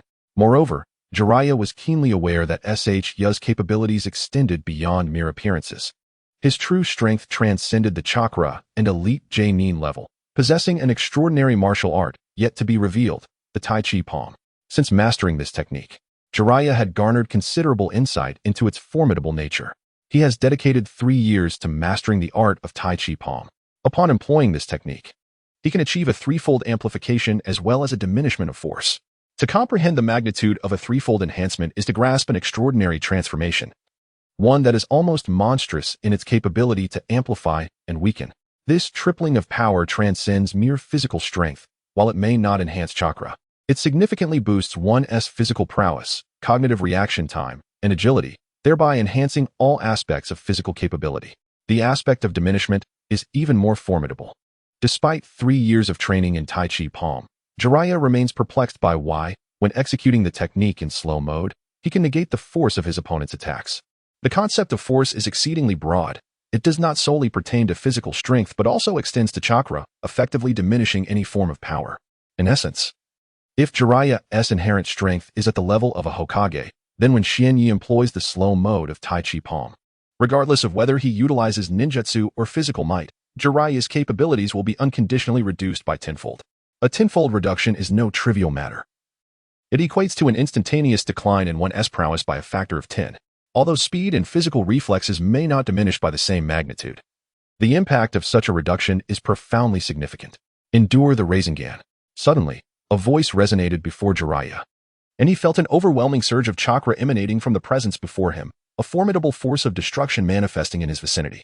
This power did not possess the cutting ability of wind release, crescent moon slash, yet the destructive capability of the Rasengan surpasses that of even the A-rank ninjutsu. Wind release, crescent moon slash, exhibiting even greater potency. Xiaoyi, are you finally prepared to strike? Jiraiya observed the rapidly advancing silhouette of Xianyi, remaining unfazed, merely leaping back from his original position. However, Xianyi would not squander this opportunity. His speed remained relentless as he wielded a continuously spinning sphere of chakra. Launching an assault toward Jiraiya, Xianyi's form drew ever closer. At last, Jiraiya's hands began to move, forming seals as his chakra surged vigorously within him. What defensive ninjutsu is Jiraiya intending to employ? Xianyi pondered silently, yet despite the whirlwind of thought swirling in his mind, his body continued to advance, his velocity escalating, closing the distance between himself and Jiraiya. Indeed, Jiraiya, known as one of the legendary 3 ninjas in the Sage of Toads, possesses chakra levels commensurate with that of a Hokage. Coupled with his ability to enter Sage mode, his strength is undeniably formidable. Although Jiraiya possesses a formidable level of chakra, the strength he wields pales in comparison to that chakra level. Despite his efforts in training and the significant increase in his physical training time after acquiring the Tai Chi Palm technique over the past 3 years, his physical prowess remains inferior to that of Xianyi. Presently, Xianyi's physical attributes are in perfect harmony with his chakra level, both embodying the caliber of elite J-nin. In contrast, 3 years ago, Jiraiya's physical strength was merely that of a special J-nin, a classification that does not denote exceptional power. Chapter 224, The Swift Mode of Tai Chi Palm Unleashed in the Span of 3 Years. Having learned the extraordinary body technique known as Tai Chi Palm from Xianyi, Jiraiya had significantly increased the time devoted to his physical training. Now, 3 years later, Jiraiya's strength had ascended from the rank of Special Jonin to that of Jonin. However, a considerable gap remained between his prowess and that of an elite Jonin. By calculating the passage of time, it was evident that Jiraiya would require at least 3 more years to break through to the rank of elite Jonin. Earth style, Earth flow. While Jiraiya swiftly completed his hand seals, channeling his chakra with precision. In an instant, a formidable wall of earth rose before him, forming a defensive barrier. Xianyi's face broke into a smile at the sight of the earth flow wall. Yet, he understood that a mere wall of earth would not withstand the might of the spiraling sphere in his grasp. The speed of Xianyi remained undiminished. In fact, it had increased slightly as he prepared to unleash the spiraling sphere, eager to wreak havoc. Jiraiya, if this is all you have, then defeat is inevitable, Xianyi declared, his voice echoing with confidence. Deep down, he knew that Jiraiya could not be so easily vanquished. If it were truly that simple, he would not be one of the legendary Sannin, the frog sage of the ninja world. Xianyi's words were merely an attempt to sway Jiraiya's mindset, hoping to instill a modicum of doubt that might enhance his own chances of victory. In an instant, Xianyi stood before the earthen wall Jiraiya had erected, resolutely extending his right hand and directing the spiraling sphere towards the wall. With a resounding crash, though the wall appeared formidable and its defenses seemingly robust, It could not withstand the force of Xian Ye's spiraling sphere for even a second. In an instant, a gaping hole was blasted through the wall, and Jiraiya found himself directly before that breach. "Hey, Jiraiya-sensei, let us see if my spiraling sphere meets your standards," Xian Yi remarked with a slight grin. The spiraling sphere now hurtling towards Jiraiya. Boom. Jiraiya made no attempt to counter or evade. He charged directly towards the spiraling sphere, gripping his own right hand tightly. Witnessing this, Xian Ye's pupils constricted in alarm, his heart racing with trepidation. Indeed, the figure of Jiraiya before Xuanye vanished in the next moment, transforming into a swirling mass of chakra that dissipated into the ether. A shadow clone. How unfortunate. I have fallen for the ruse. Xuanye was taken aback. Although as divine I could discern whether an individual was a shadow clone, the earthen wall that obstructed his view, coupled with the dust and debris kicked up by the Rasengan, had prevented him from realizing Jiraiya was but a mere clone. Thus, the scenario unfolded. Suddenly, from behind Xuanye, Jiraiya revealed his true form, leaping down from the trunk of a towering tree with remarkable agility. With astonishing speed, he formed several hand seals, drawing upon a significant reserve of chakra to unleash a formidable ninjutsu. Ninjutsu, Needle of the Earth God. Upon invoking this technique, Jiraiya's silvery hair instantaneously lengthened once more, transforming from its previously supple state into a hardened, resilient form. Strands of his hair, glimmering with an icy sheen, surged forth towards Xuanye. In an instant, every pore on Xuanye's body opened as he sensed an unprecedented peril. The Needle of the Earth God possesses two distinct modes. The defensive mode enables the wielder's hair to extend and harden, enveloping them in an impenetrable barrier against enemy attacks. The offensive mode, which Jiraiya was currently employing, extends the hair to a considerable length while enhancing its rigidity. Due to its slender nature, this jutsu boasts formidable penetrating power. Should Xuanye be struck by this technique, though it may not result in immediate death, the resulting injury could lead to his defeat. After all, he was facing Jiraiya, one of the legendary Sannin, the Toad Sage. Thus, sustaining injury would mark the moment of Xuanye's loss. It appeared he had no choice but to resort to the Tai Chi palm. Xuanye gazed at Jiraiya, watching the shimmering silver strands racing towards him, and sighed. In that instant, he activated the Tai Chi palm, employing its swift mode, for if he did not, he would undoubtedly be struck by the silver hair and sustain injuries, rendering the use of the Tai Chi palm moot.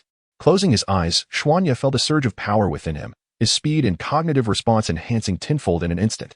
Moreover, as he utilized the Tai Chi palm, a technique renowned for its extraordinary capabilities, this augmentation possessed no time constraints and did not deplete his physical strength or chakra. Thus, it was indeed a remarkable martial art. Upon reopening his eyes, Xuanye beheld the silver hair now perilously close to him, yet he remained unperturbed, his gaze imbued with calm resolve. After activating the Tai Chi palm, Xian Yi acquired an exceptionally formidable power, which inevitably bestowed upon him an equally immense aura. Such a ninjutsu was one I could effortlessly evade. Subsequently, Xian Yi slightly bent his body, and aside from the silvery white hair before him, his gaze was solely fixated on Jiraiya, who stood in his presence. In an instant, Xian Yi unleashed a speed that surpassed his own by a remarkable factor of 10. This velocity was astonishingly swift, rendering the evasion of this ninjutsu utterly trivial. In the next moment, Xian Yi manifested in an entirely different location, while the silvery white hair relentlessly thrust toward the spot where he had previously stood. Boom. Moments later, the area struck by the silvery hair was riddled with a multitude of gaping holes, hundreds of them, a sight most terrifying. Chapter 225. Wind Release. Death cut upon witnessing the formidable power of Jiraiya's ninjutsu, Needle of the Earth deity. Xian Yi felt a wave of trepidation wash over him. Fortunately, he had just employed the rapid mode of Tai Chi palm, augmenting his physical prowess tenfold. Had he not done so, the consequences of being struck by such a terrifyingly powerful ninjutsu would have been dire. While his life was not in immediate danger, the sheer force of this technique was sufficient to inflict considerable harm upon him. Engaging in battle with Jiraiya, one of the legendary Sannin of the ninja world, meant that any injury sustained would equate to a failure in combat. Xian Yi was unwilling to concede defeat so easily. He intended to exert his utmost effort. Should he still find himself unable to vanquish Jiraiya, he would accept the loss without bitterness. As the Needle of the Earth deity concluded, Jiraiya surveyed the swirling clouds of dust with a grave yet exhilarated expression. Has he finally unleashed the Tai Chi palm? He pondered. Judging by the circumstances, it appeared that Xian Yi had indeed activated the rapid mode of Tai Chi palm. Had he resorted to the slow mode, he would likely have been unable to evade this strike. Jiraiya remained acutely aware and exceedingly cautious, his senses finely tuned. Where could Xian Yi be hiding? Uncertain of his opponent's current position, Jiraiya focused all his attention on the surroundings. particularly the shadowy corners where Xianyu was most likely to conceal himself. The atmosphere grew tense as Jiraiya's muscles tightened, his eyes narrowing, fully prepared for Xianyu's impending assault. 10 seconds passed, then 20, then 30. Xianyu still had not shown himself. As time dragged on, Jiraiya's vigilance heightened. Xianyu's patience was commendable. He had not anticipated that 30 seconds would elapse without any sign of him. It seemed he could not underestimate him. With the activation of Tai Chi Palm, Xianyu's power had surged immensely, compounded by the tripling effect of his monstrous strength, culminating in a 13-fold enhancement. If he were to land a blow, the scales of victory would undoubtedly tip in his favor. Tai Chi Palm, rapid mode, activate. Jiraiya declared, initiating his own Tai Chi Palm in rapid mode. Although he could only achieve a 3-fold increase, it was more than sufficient. This enhancement significantly bolstered his reaction time and speed. At that moment, he felt a renewed confidence in facing Xianyu and countering his rapid mode of Tai Chi Palm. After all, Jiraiya's true strength was at the level of a Kage. The distinction between Kage and elite Genin, though merely one tier apart, was a chasm of difference, representing a vast disparity in power. Under the formidable amplification of 13 times his power, the disparity between the shadow level and elite Genin was not as pronounced as one might have imagined, allowing for a potential confrontation. In a dimly lit corner, Xuanya observed Jiraiya from a distance, a subtle smile gracing his lips. Sensei Jiraiya, have you also activated the swift mode of the Tai Chi Palm? It seems my own embrace of this rapid technique has exerted considerable pressure upon you, prompting you to follow suit. Yet, the current circumstances for you, dear teacher, are far from optimistic. I dwell in the shadows while you remain in the light, affording me the luxury of choosing the moment to strike, while you must devote your entire focus to monitoring your surroundings. Should I launch my attack, and you fail to defend against it, victory will undoubtedly belong to me. As Xuanya's smile deepened, his gaze remained fixated on Jiraiya, and after a brief pause, he mused that it was nearly time to act. Prolonging the encounter bore little significance. He began to channel a portion of his chakra, opting not to form any seals, as he had resolved to employ a ninjutsu without hand signs. This time, however, the technique was not the wind release, half-moon slash, but rather its recently developed upgrade, the wind release, death cutter. Xuanya had previously harnessed this jutsu, which, though smaller in size than the half-moon slash, boasted far superior power, its cutting capacity magnified by dozens, if not hundreds of times. Around Xuanya's form, faint currents of wind began to swirl, signaling the completion of his chakra manipulation. Before him materialized a crescent-shaped blade approximately 1 meter in length. Although this crescent was modest in size, those who underestimated its potency and cutting ability would undoubtedly face dire consequences, perhaps never to see the light of day again. Suspended above his right hand, the crescent blade emanated a dangerous aura, embodying both stability and immense destructive power, infused with an essence of death. As Xuanya gazed at the crescent blade with a smile, he shifted his attention back to Jiraiya. Repositioning his right hand behind him and summoning all his strength to hurl the crescent blade towards Jiraiya's location. The wind release, Death Cutter's crescent blade surged forth with astonishing velocity, moving at speeds dozens of times faster than the half-moon slash. Even Xuanya, with the Eye of God activated, could scarcely discern its trajectory, relying solely on instinct to sense its presence ahead. Sensei Jiraiya, this crescent blade is a gift from your student of 3 years. Should you be unable to withstand its force, I shall command it to halt and dissipate into the ether. Naturally, the victor of this contest shall be I, should you possess the fortitude to withstand my onslaught. Then we may continue our duel. However, one must exercise caution, for the might of the wind release, death-cutting technique is formidable, Jiraiya-sensei. Be wary not to sustain any inadvertent injuries. Xianyu chuckled softly, contemplating within his mind. He gazed ahead at Jiraiya, who remained unperturbed, as if oblivious to the crescent shape slash conjured by the wind release, death-cutting technique. Chapter 226, The Terrifying Power Master Jiraiya. If you cannot withstand this, then the victory of this match shall be mine, Xianyu declared, his gaze fixed upon the crescent-shaped slash conjured by the wind release, death cutter, which sped towards Jiraiya with a velocity imperceptible to the naked eye. In the distance, Jiraiya remained vigilant, surveying the surroundings with acute awareness. An inexplicable unease settled within him, as though an ominous event loomed on the horizon. As this sensation deepened, Jiraiya heightened his alertness, focusing intently on his environment. He resolved to respond at the slightest hint of disturbance. Suddenly, his eyes widened in realization. Something was barreling towards him with a speed surpassing that of lightning. An imminent danger that threatened his very existence. What could it be? Was it a technique employed by Xiaoyi? Confusion gripped him as he scrutinized the source of his trepidation, prompting him to form hand seals with urgency. His chakra surged within him, a tempest of energy ready to be unleashed. There was no time to evade this perilous threat. Its velocity was insurmountable, and it seemed to have locked onto him. Even if he wished to dodge, the window for escape had vanished. Attempting to evade would merely expose his vulnerabilities, a risk Jiraiya would never contemplate. Earth release, earth flow wall. In an instant, he conjured several layers of earthen barriers before him, striving to shield himself from the impending crisis.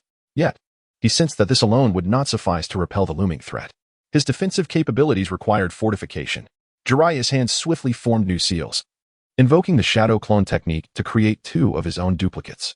He resolved to have his clones assist in employing ninjutsu to counter the approaching danger, eager to ascertain the true potency of this technique. With a whoosh, the wind release, Death Cutter accelerated, its speed increasing exponentially with each passing moment.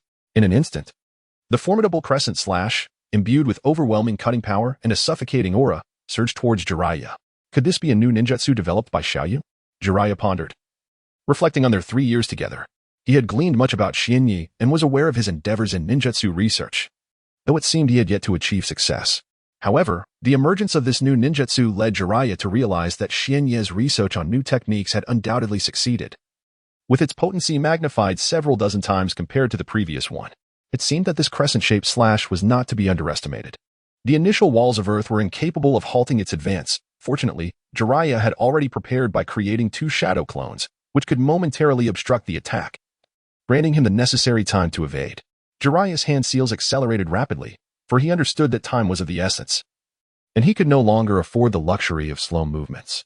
He had to hasten his actions, lest the crescent-shaped slash breach his defenses in an instant. A second later, he was ready, his hand seals ceased, and the chakra within him had completed its circulation. Now, he awaited the impending assault of the crescent-shaped slash. With a thunderous crash, dust erupted.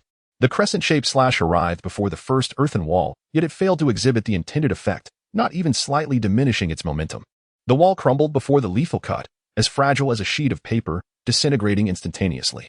The second, third, and fourth walls met the same fate, all falling before the relentless advance of the crescent-shaped slash, collapsing at its feet. Witnessing this, Jiraiya was profoundly astonished.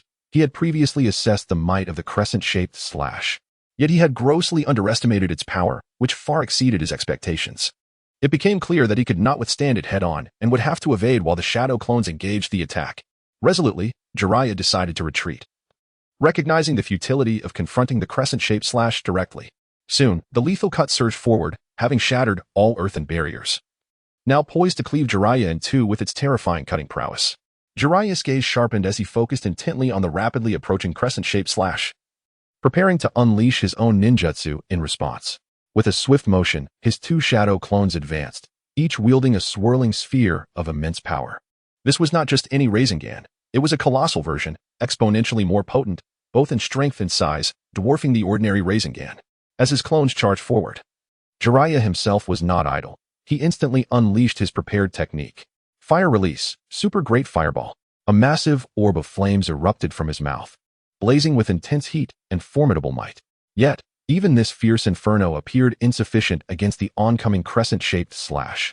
Swiftly, Jiraiya summoned his 2 shadow clones, each wielding the mighty Rasengan, and charged towards the crescent-shaped slash. However, their efforts proved futile. The formidable Rasengan was rendered exceedingly fragile in the face of the crescent attack, which was swiftly cleaved in 2 by the wind release technique known as Death Cut. The Rasengan, compromised internally, dissipated into the ether. The disappearance of the 2 shadow clones and their Rasengan occurred in the blink of an eye. As a last resort, Jiraiya unleashed his final ninjutsu, the fire release, great fireball technique, which served as his ultimate safeguard, providing him a fleeting chance to evade the impending crescent slash. Chapter 227. Departure. Once again, as Jiraiya's chakra began to circulate within him, the fire chakra surrounding his body also stirred to life, causing the temperature to rise incessantly with the release of the fire release, great fireball technique. A massive, searing fireball erupted from Jiraiya's mouth, hurtling towards the enormous fireball before him, its size formidable and its heat intense, exuding an overwhelming power. However, Jiraiya did not relent. Instead, he seized the moment to allow his fireball to collide with the impending Death Cutter. The fireball, despite its potency, proved feeble in the face of the Death Cutter. Though the great fireball technique was not without strength, it could only withstand the onslaught of the non-hand seal wind release, Death Cutter for a fleeting second before being cleaved in 2. 1 second may not seem lengthy, yet it afforded Jiraiya ample time to evade the crescent-shaped slash created by the Death Cutter. This technique was a newly devised jutsu by Kagaya, and its power was truly astonishing. Jiraiya watched helplessly as he unleashed numerous techniques to counter the Death Cutter, only to find them barely capable of delaying its advance for mere moments before being obliterated. The formidable and terrifying cutting ability of the Wind Release Death Cutter had surpassed the A-rank threshold. To label it merely as S-rank would be an understatement. From the shadows, Kagaya emerged, leaping before Jiraiya, a crescent-shaped wind blade, no more than 20 centimeters in diameter, floating beside him. "Teacher, who do you believe emerged victorious from this battle?" Kagaya inquired with a sly smile, his right hand still cradling the diminutive wind blade. Though this blade was not the true Wind Release Death Cutter, it was a diluted version, still possessing remarkable cutting power. "Are you asking who won this battle?" Jiraiya glanced at the wind blade in Kagaya's hand, a rueful smile gracing his lips as he conceded, "The victor, without a doubt, is you, Kagaya. I cannot deny it. The wind blade you wield is no trifling matter." Indeed, the moment Jiraiya laid eyes on the wind blade, he knew he had lost the match. Though its length was merely around 20 centimeters, each blade was formidable, capable of slicing through Jiraiya's body with ease, despite lacking the sheer power of the Death Cutter. "Kagaya, your growth over these 3 years has been remarkable. Even I find myself unable to defeat you now. It seems I must concede to you. Tsunade, your brother Yura possesses an extraordinary talent, so formidable that one might even deem him a prodigy. Over the past 3 years, his strength has grown impressively. Rest assured, even I can no longer claim victory over him. With his current prowess, navigating the ninja world should pose no challenge." As Xianyi gazed ahead, he observed Jiraiya, who seemed lost in thought, his eyes distant and unfocused, leaving one to wonder what occupied his mind. "Master Jiraiya," Xianyi softly called, noticing the elder's momentary daze. What is it?" Jiraiya responded, snapping back to attention. "I wish to inquire what our next endeavor is. Are we to continue with the hellish training?" Xianyi asked. "Is there a need for such training? Given your current strength, you have already reached a level where you could depart from my tutelage. Furthermore, over these 3 years, I have imparted all that I can teach you. The hellish training has lost its efficacy," Jiraiya thought to himself as he regarded Xianyi. After a moment's contemplation, he carefully chose his words. "Xianyi, your strength now surpasses mine. There is no need for further hellish training. Is that so? What then shall we, Xianyi, remember? In this world, no gathering lasts forever. Everyone has their own path to pursue. You have spent 3 years at my side, learning all I could teach you, and you have absorbed it all. With your current abilities, carving your path in the ninja world will not be a daunting task." Jiraiya placed a reassuring hand on Shinya's shoulder, his tone heavy with sincerity. "Is that truly the case?" Shinya murmured, lowering his gaze, feeling a wave of discomfort wash over him. Deep down, he had sensed this moment approaching, particularly during their recent battle when the feeling was most pronounced. Should it be time to depart? A fledgling cannot forever rely on the wings of a mighty eagle. In the 3 years spent alongside Jiraiya, Shinya had grown fond of this somewhat lewd old man, much like he had with his sister Tsunade. Yet, after 3 years of learning under Jiraiya's guidance, the time for parting had inevitably come. At that moment, Xianyi felt a heaviness in his heart.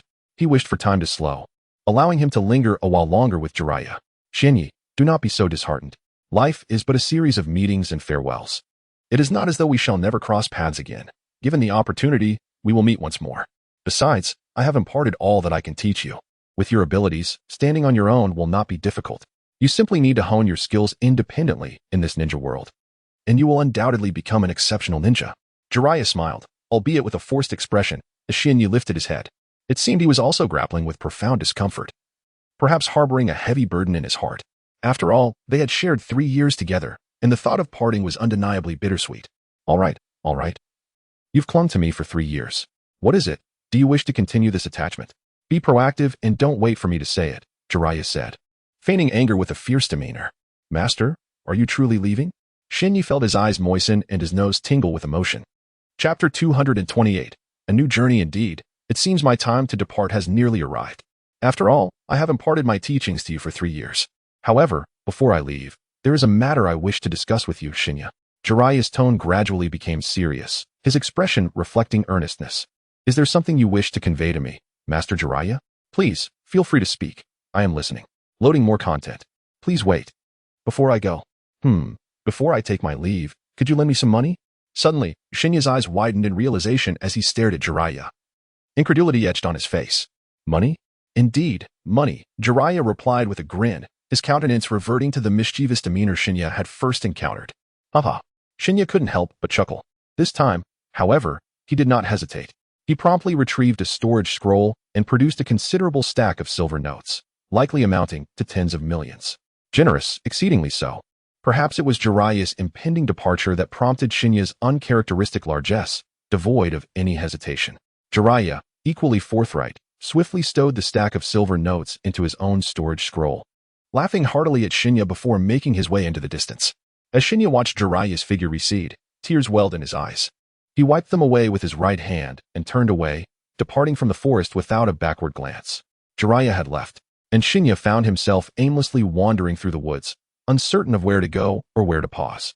This feeling was profoundly unsettling. He had grown accustomed to the days spent with Jiraiya, yet now he faced solitude once more, an experience not unfamiliar to him.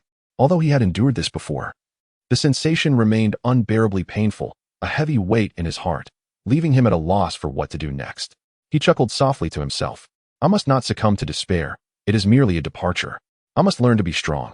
What am I doing, acting like this? Turning to the white tiger that accompanied him, he felt a warmth in his heart. Fortunately, he was not alone. Having Shiro by his side made the burden a little lighter.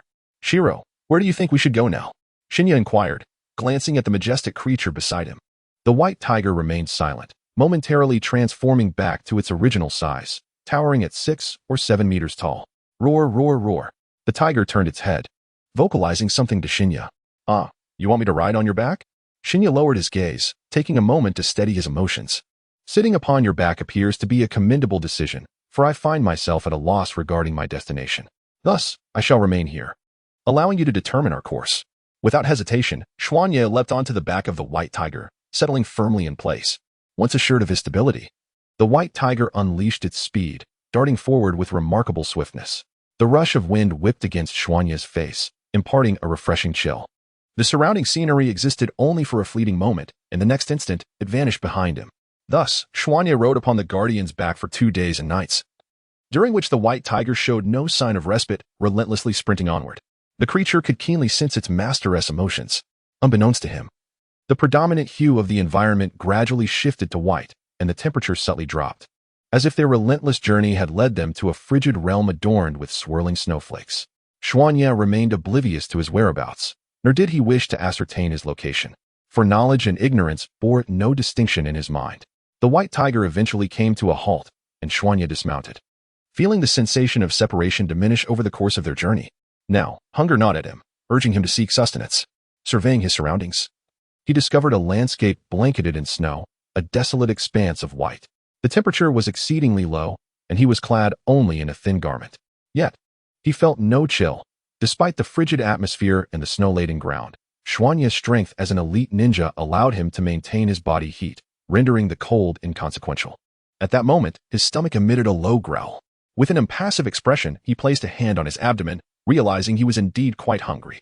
Little White, like him, had not eaten for 2 days, and it was time to seek nourishment. Xuanye muttered to himself, then mounted the white tiger once more, instructing it to guide him in search of living prey. Given the blanket of snow enveloping the area, relying solely on Xuanye's efforts to locate food would undoubtedly prove a daunting task. Even with the activation of his divine eye, which significantly enhanced his field of vision, the quest for sustenance remained fraught with challenges. In such icy terrain, the animals typically bore white fur, exacerbating the difficulties in locating them. However, for Little White, such obstacles were trivial. The tiger required no keen eyesight to find its quarry.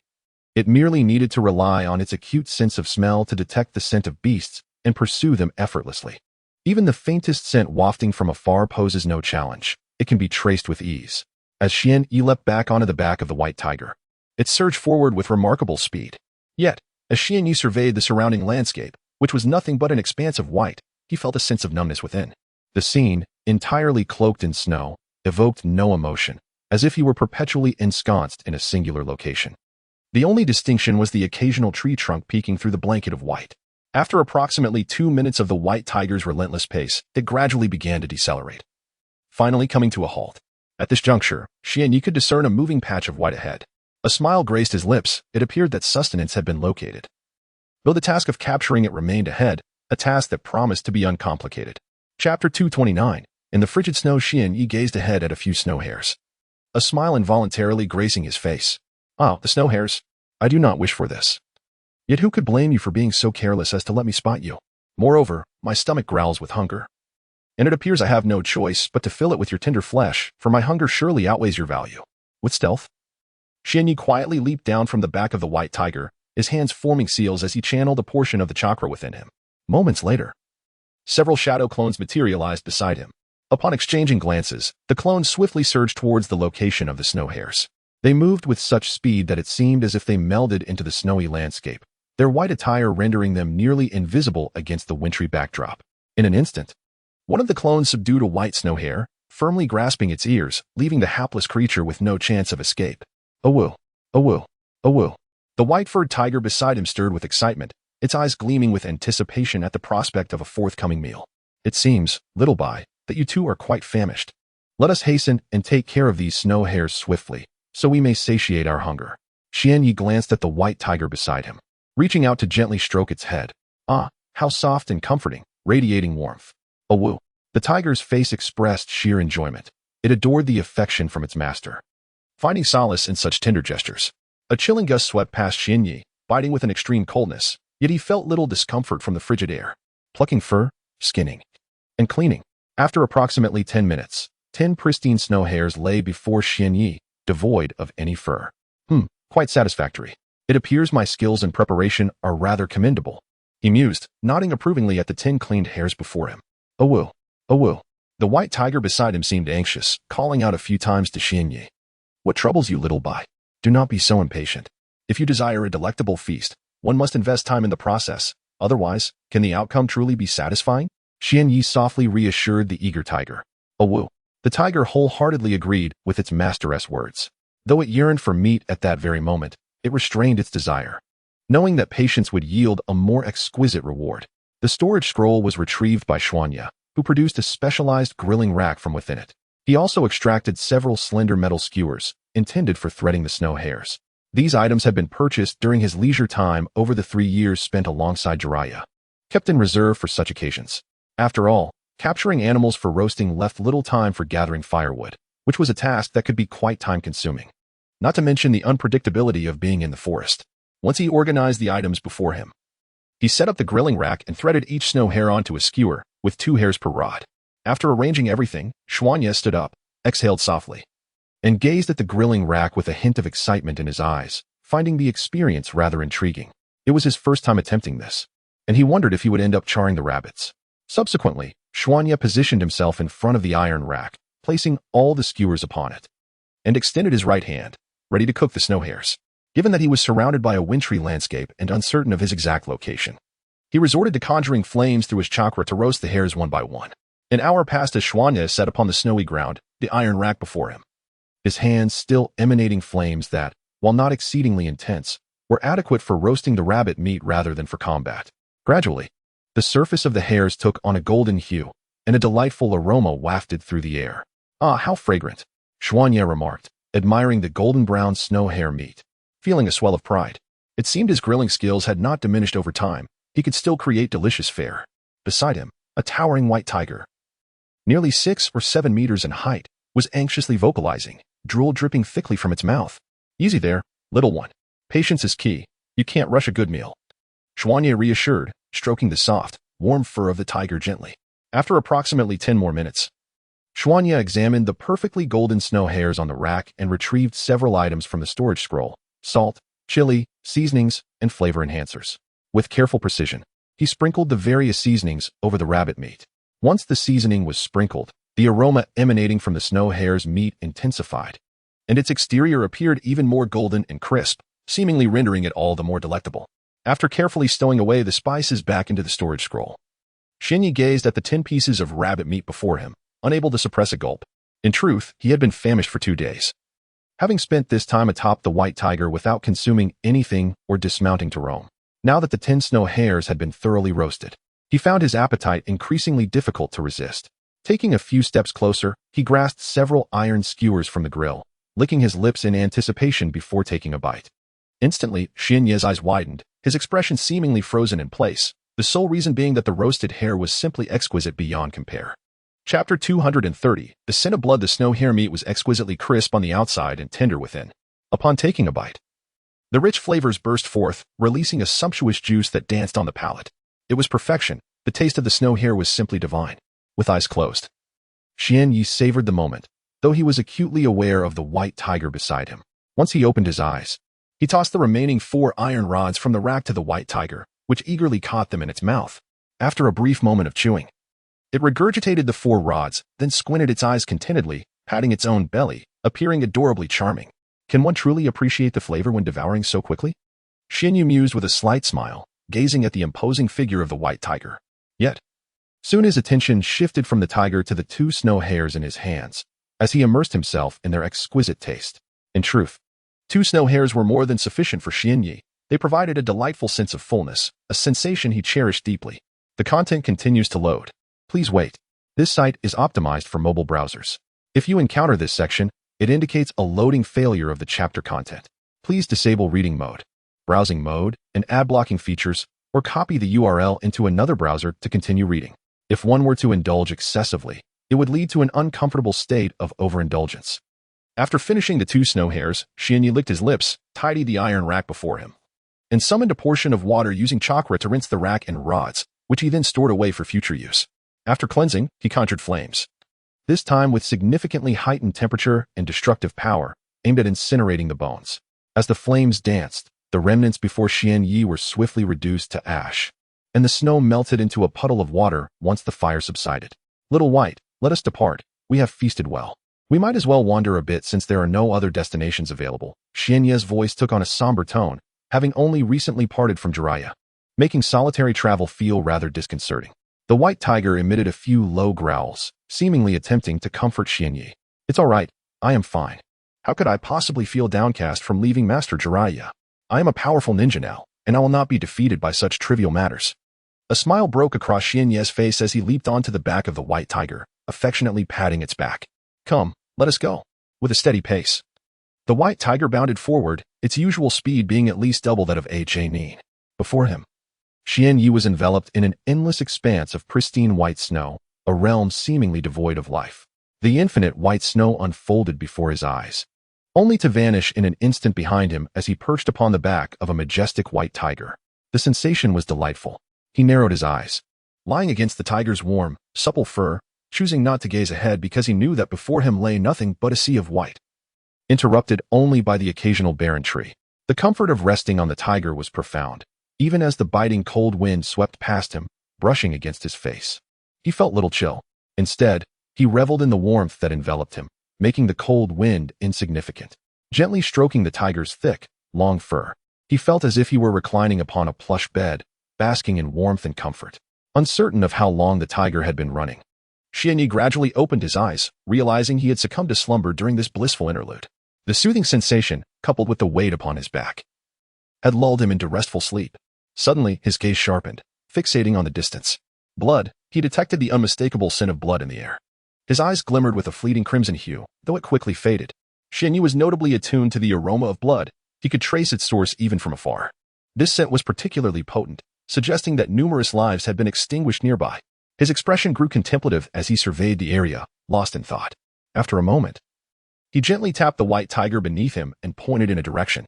Xiaobai, head that way, swiftly. His voice remained low and steady, yet those attuned to him could detect a tremor of excitement. Oh, whoa. The white tiger responded and surged forward in the indicated direction, accelerating to an astonishing speed, so rapid that Xian Yi struggled to keep his eyes open. Over the past 3 years, this elite ninja-level white tiger had ascended to remarkable heights, its speed unmatched. Even with Xian Yi exerting all his effort, including activating the swift mode of Tai Chi palms to enhance his speed tenfold, he could not keep pace, finding himself left far behind. The bond between the white tiger and Xian Yi transcended words, even without explicit direction. The tiger instinctively understood his intentions and would navigate the path he desired. As the white tiger sprinted forward, Xian Yi could perceive the increasingly potent scent of blood in the air, as if he were nearing the source from which it emanated. Time passed, and Xian Yi narrowed his eyes, gazing intently in the direction of the blood's aroma. He yearned to uncover the reason behind this sanguine scent. Certain that it belonged to a human, he could not be mistaken about the essence of human blood. With a resolute mind, he activated his divine eye, channeling chakra through his body to enhance his vision significantly. Now, he could see far beyond the immediate surroundings. Soon, a dark speck materialized before him, igniting a spark of excitement in Xian Yi's gaze. At last, he was no longer surrounded by a sea of white. He had finally glimpsed something beyond the confines of the snow. Chapter 231. The weak are like ants. Xianyi revealed a faint smile at the corner of his mouth, his eyes sparkling with excitement and fervor. He had been in this frigid, snow-laden expanse for nearly 2 days, during which he had seen nothing but an endless sea of white. Yet now, a dark spot suddenly emerged before him, a village. How could this not exhilarate him? Xiaobai, let us hasten our pace, he softly urged, stroking the soft, warm fur of the white tiger. He sensed the scent of blood growing increasingly potent in the air, and he was certain that the aroma emanated from that small village. Upon hearing her master's command, the white tiger surged forward with renewed speed. Her swiftness was already extraordinary. Even if Xianyi exerted himself, he could barely keep pace. Now, her velocity had intensified further, her massive form blending seamlessly with the snowy landscape. A vision of pure white. Closer, closer, Xianyi whispered, his eyes alight with anticipation. He felt as though the scent of blood was tantalizingly close, almost within his grasp. It had been a long time since he had savored such an aroma, one that intoxicated the senses. A smile crept across his lips, mingling excitement with a tinge of perplexity. Why was there the scent of blood wafting from this place? Was something amiss here? His gaze turned cold and indifferent. He had come here purely out of curiosity, merely to observe. Whatever anomalies existed did not particularly concern him, so long as they did not provoke him. The white tiger unleashed her full speed, and before long, they arrived at the village. Xianyi regarded the dilapidated settlement with a detached expression. It bore the marks of devastation. Numerous corpses lay strewn about outside, their lifeblood still pooling on the ground. He could feel the warmth of that blood. These individuals had likely perished not long ago. What calamity had befallen them? Xianyi leaped down and approached the bodies. In this world, strength reigned supreme. Lacking power was akin to a transgression, leaving one vulnerable to the whims of the mighty. Xianyi harbored no emotions within him. He felt no anger toward the corpses before him. What was the purpose of anger? They were merely strangers to him, and such feelings were reserved for those he truly cared for. With that, Xianyi channeled his chakra, summoning forth a torrent of searing flames to reduce the lifeless bodies to ash. Suddenly, a gust of frigid wind swept through, carrying the dark ashes along its path, gradually fading into the distance. Is anyone still present? Xianyi contemplated his surroundings and strolled towards a particular direction. Before long, a fresh scent of blood permeated the air, signifying yet another soul had departed this world. The wails of anguish, piercing and loud, reached Xianyi's ears, though he could not discern their source. He leapt back onto the back of the white tiger, a faint smile gracing his lips. Little by, let us proceed towards that location, but this time, let us not hasten. Xianyi sat steadily upon the white tiger's back, observing the chaos on the village streets, corpses strewn about, blood flowing freely, and even the necks of some children marred by the cruel mark of a blade. So many have perished. It seems the inhabitants of this village have all but vanished. He murmured to himself. Anger? Fury? He felt none, merely a sense of restlessness stirring within him. The rich scent of blood lingered in the air, and the flicker of crimson light danced in his eyes intermittently. How to describe this sensation? It was not entirely unpleasant. Rather, it brought a peculiar comfort, akin to being immersed in a hot spring, intoxicating his spirit. So what if it was deemed monstrous? This world operates on the principle that the strong may do as they please, while the weak are left to struggle for survival, merely serving as evidence of the strength of their oppressors. Indeed, perhaps only through blood can one truly make a lasting impression, a more vivid testament. There. Perhaps a dozen figures emerged in Xianyi's vision, clad in tight-fitting attire, each wielding kunai and shuriken. Their faces bore expressions of ease, their eyes glinting with mockery, as though engaged in a game of tag. Within their encirclement stood 5 individuals. 2 lay lifeless, while 3 huddled together, a man, a woman, and a young girl, trembling in fear. Clinging to one another, their eyes filled solely with terror. The stench of death enveloped them. They pleaded, desperately yearning for the right to survive. A family, perhaps? Xianyi utilized his keen sight to scrutinize the trio in the distance, pondering internally. Plead, beg for mercy. Perhaps I might be inclined to spare you, he chuckled darkly. The surrounding ninjas, their eyes brimming with derision, seemed to revel in the torment, as if they had not yet had their fill of playing with the lives of others. Would they even plead at this juncture? Yet, it would likely prove futile, for those ninjas would not allow the trio to escape. Xianyi's gaze remained indifferent, devoid of any emotional shift. In a moment of desperation, perhaps the only course left for the 3 individuals ensnared in their dire predicament was to plead for mercy. What else could they possibly do? Escape was an impossibility, for they were encircled by a throng of ninjas. The 2 ordinary individuals, a man and a woman, wasted no time. They dropped to their knees and crawled towards the formidable figures before them, their hands clasped in supplication, fervently begging. However, Their entreaties were not for their own sake, but rather for the innocent little girl who stood behind them, a plea to the merciless ninjas to spare her life. The man, feeling their efforts insufficient, reached out to grasp the pant legs of several ninjas, desperately attempting to hold on and plead for clemency. With a disdainful glare, one ninja, his expression etched with contempt, furrowed his brow and without hesitation, extended his right leg, delivering a swift kick that sent the man sprawling several meters away. Chapter 232. The Stronghold Destiny. The ninja exerted minimal effort, yet that slight force propelled the man's foot halfway into the abyss. A violent cough erupted from the man as he expelled a mouthful of blood, an agonizing torment engulfing his mind. His eyes widened in horror, and the area of his abdomen that had been struck turned a deep shade of purple. Despite the overwhelming agony coursing through him, the man crawled toward the ninjas, pleading desperately, casting aside any semblance of dignity. His sole desire was for his daughter to live. Was it of any use? Surely not. The futility was evident. Why did they persist in such a hopeless endeavor? Xian Yi observed the three from a distance, a hint of confusion clouding his gaze. He tightened his grip on the white tiger's fur beneath him. The massive creature quickened its pace, sensing its master's intent, hastening toward that direction. Filthy wretches! Do not dare touch me with your soiled hands. Do you know what you are in my eyes? Like rats, you are nothing but pitiful, wretched beings, struggling to survive in this world. Despite your lack of power and frequent slaughter at the hands of the strong, you refuse to die out. Every year, countless are born, and countless perish. I have grown weary of you. I tire of this game. You shall meet your end, a ninja declared, malice evident in his eyes as he surveyed the trio encircled by his comrades. For the three, death was inevitable. Their leader had already decreed their fate. Death should not be feared. A swift cut across the throat would suffice. What truly terrifies is the dread that precedes death, a fear that looms far greater than the act of dying itself. Be swift, Xian Yi murmured. The white tiger understood its master's command and increased its speed. The ninjas, responding rapidly to their leader's orders, launched shurikens and kunai toward the two. Life is indeed fragile. Without formidable strength, one is rendered insignificant.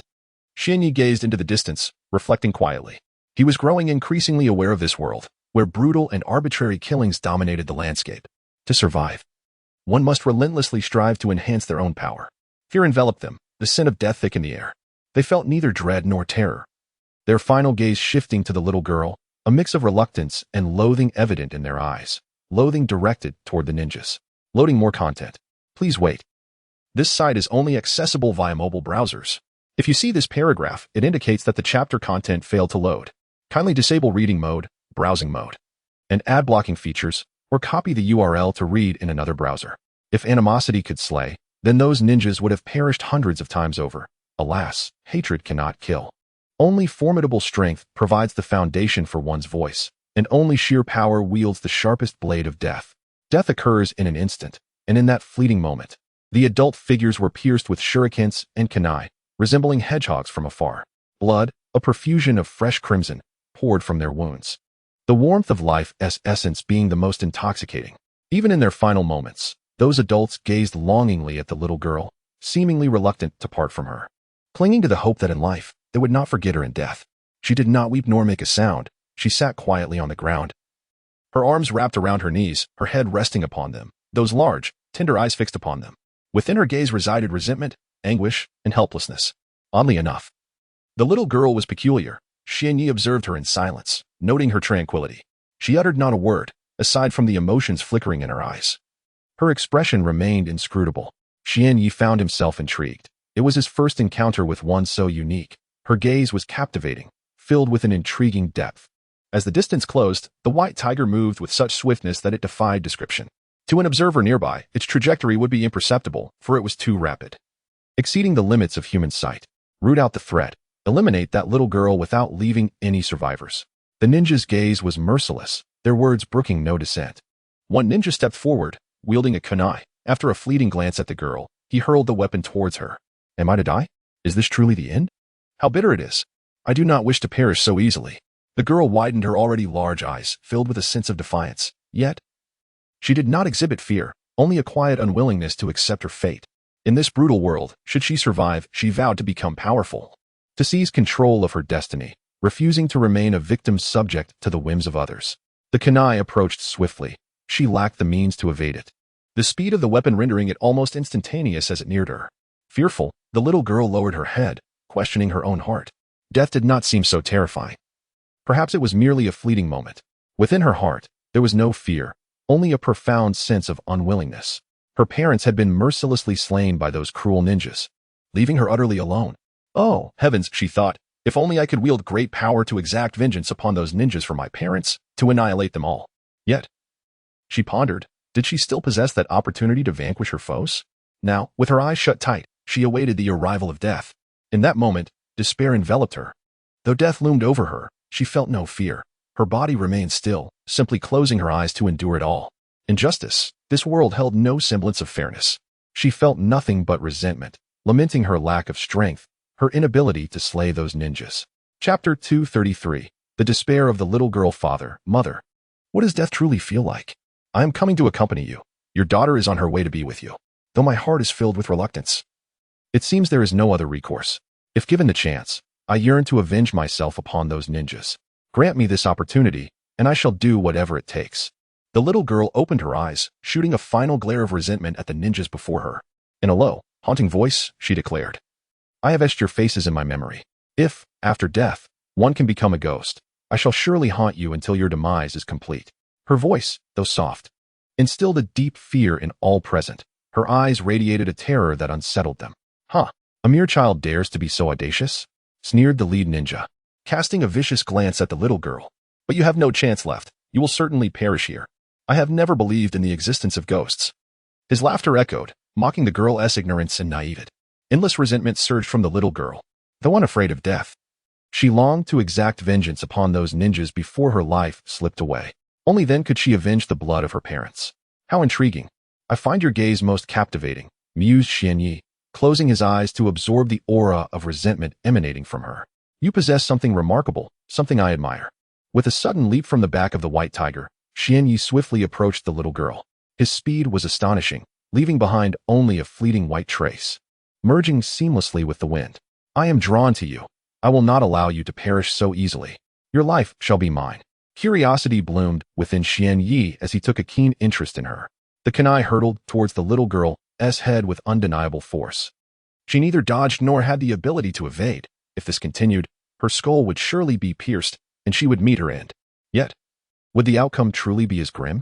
The mere fact that Xianyi found her intriguing suggested that her fate was not sealed so simply.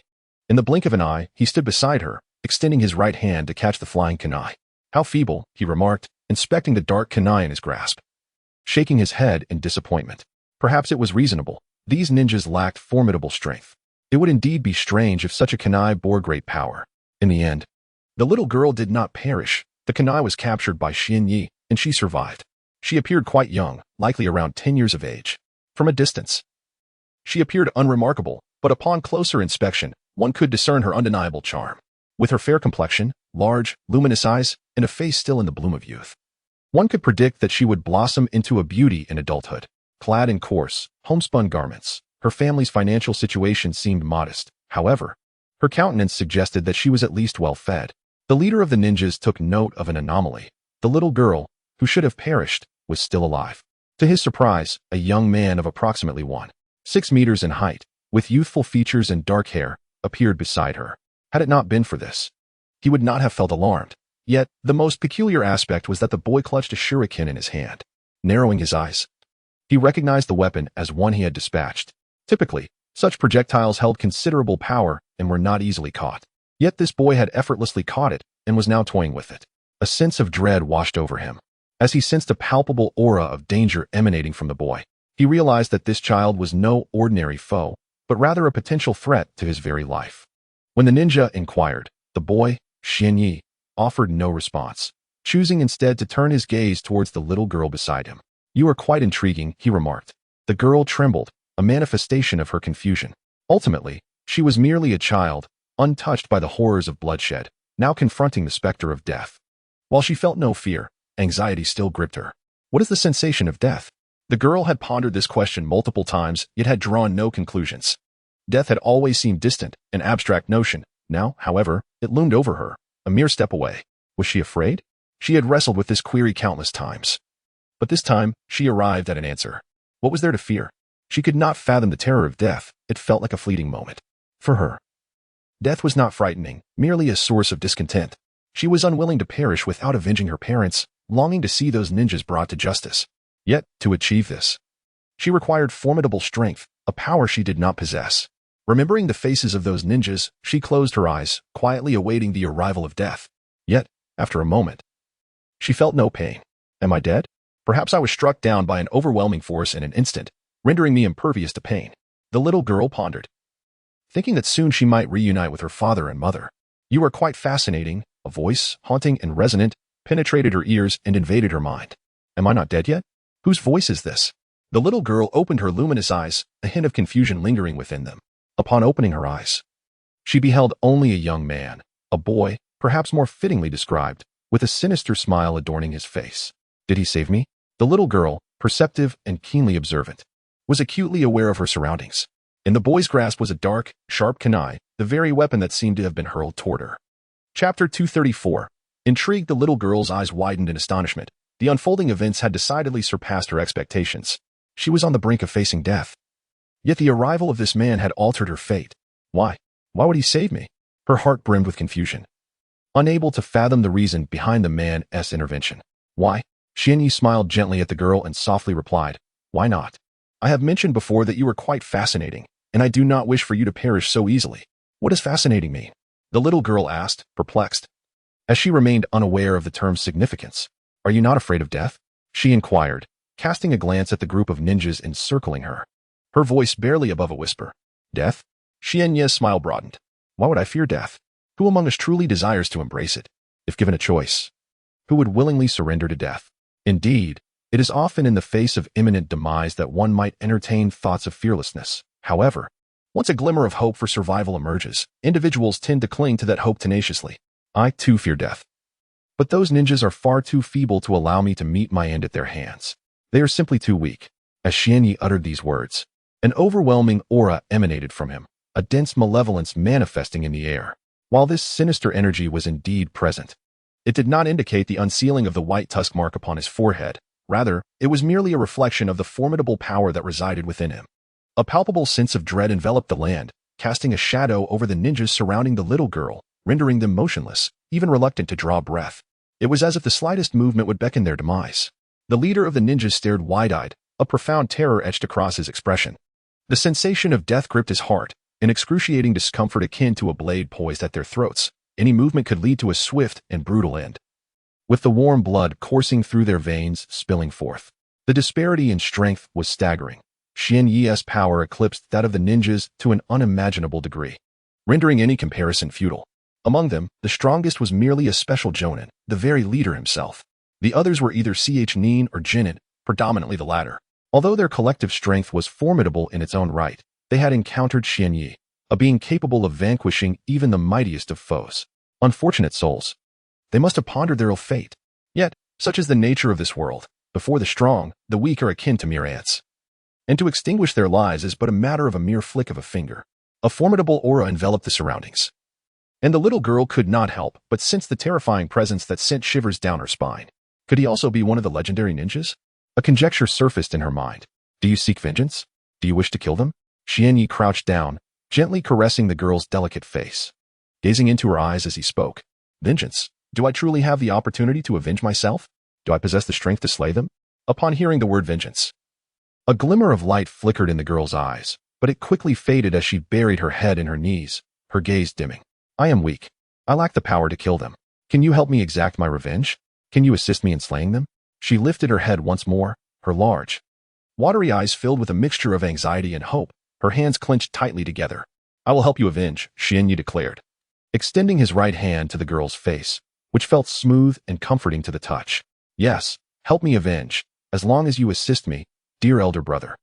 I am willing to do anything you ask. The girl clenched her fists, gazing at Xianyi.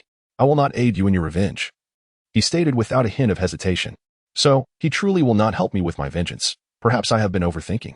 The light in her eyes dimmed, and her head hung low. Though I will not directly intervene on your behalf, I can empower you to take their lives yourself. To avenge your parents with your own hands. Xianyi grasped her chin, compelling her to meet his gaze.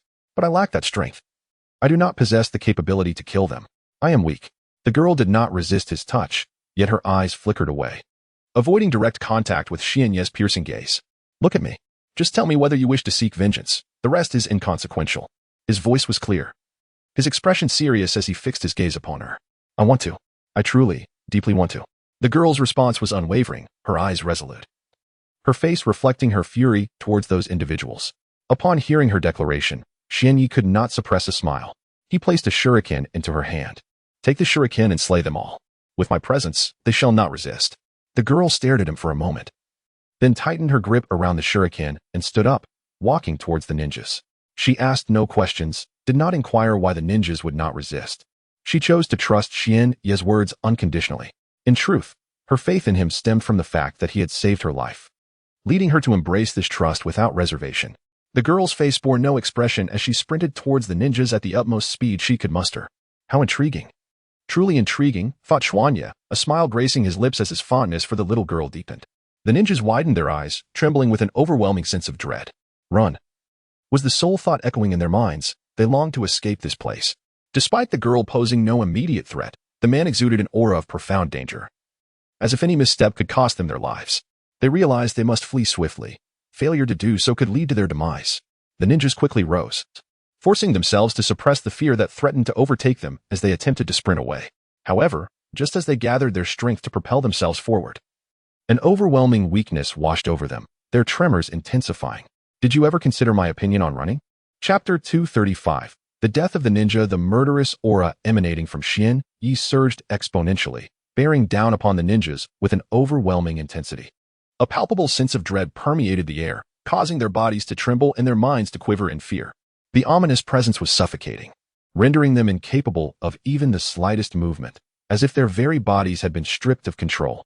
To seek vengeance, you must take their lives yourself, otherwise, they shall continue to exist in this world, and the grievances against your mother and father will remain unavenged.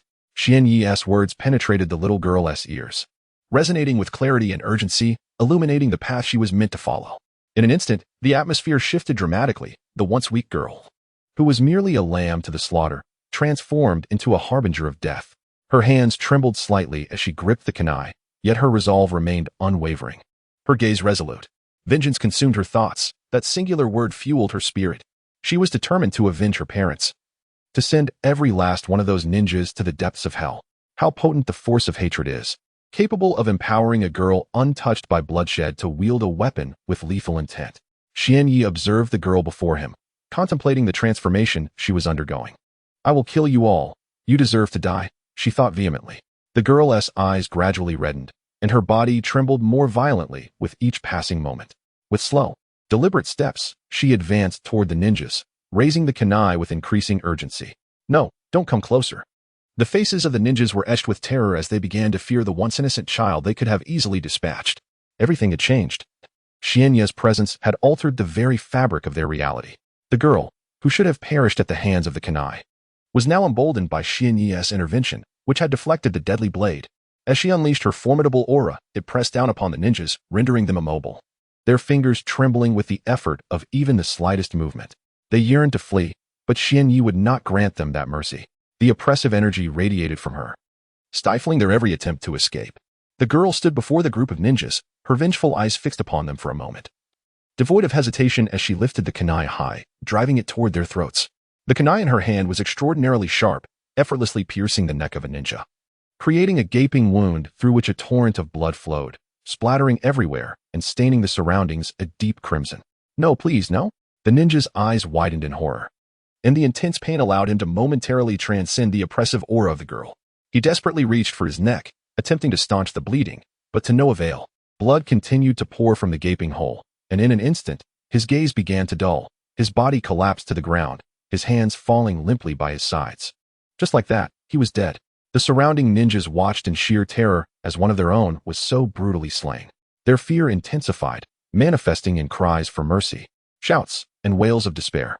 They begged the little girl to spare them and struggled fiercely, attempting to escape from this nightmarish scenario. Yet, their efforts were futile. They remained trapped, facing the inexorable approach of death. With a soft laugh, the girl stood amidst the chaos, her face smeared with blood. The kunai now drenched in the crimson of her victim, its hue strikingly vivid.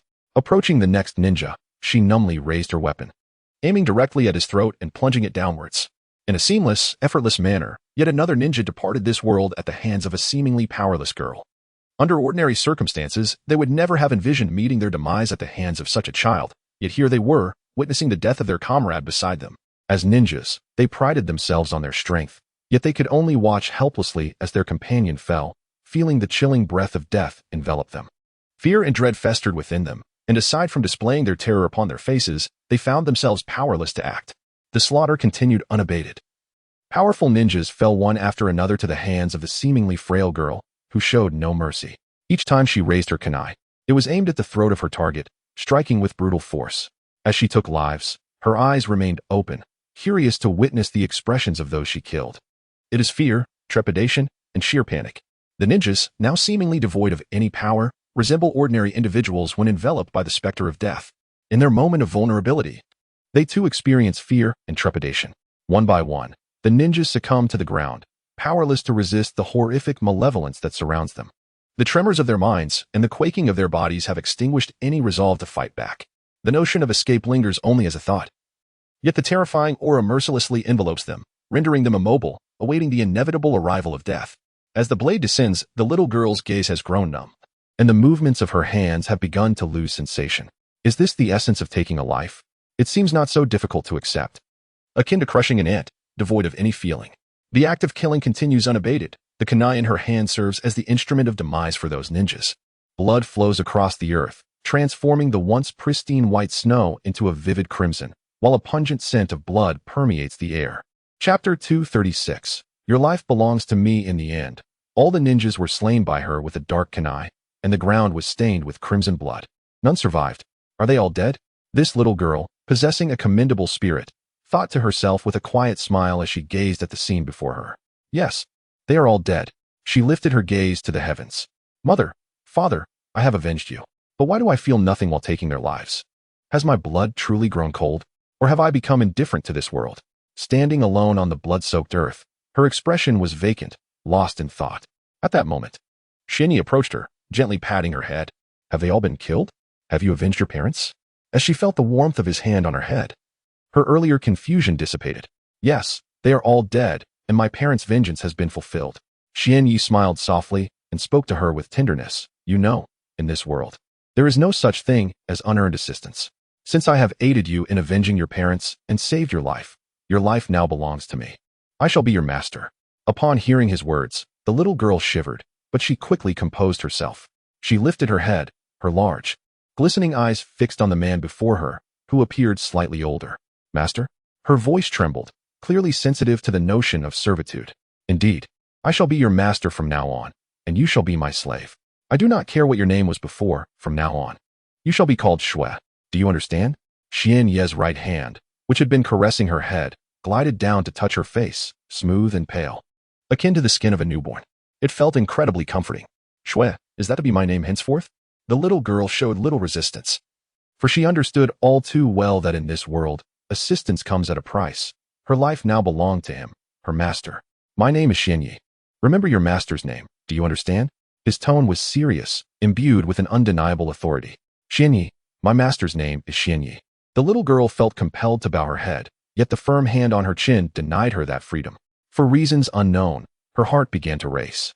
Her previously pale cheeks flushed crimson in an instant, and her body grew increasingly warm, her breaths quickening. Shui, shall I truly be called Shui?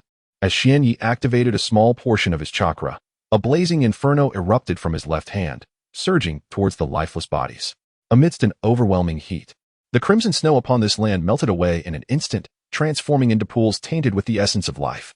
A sudden explosion of flames engulfed the lifeless bodies, igniting them in a fierce blaze that quickly reduced them to mere ashes, carried away by the gentle breeze.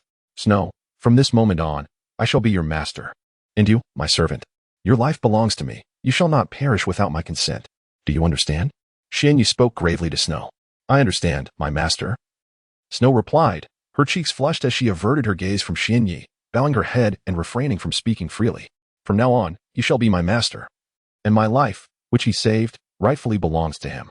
Snow, the vengeance for your parents has been exacted. It is time for us to depart.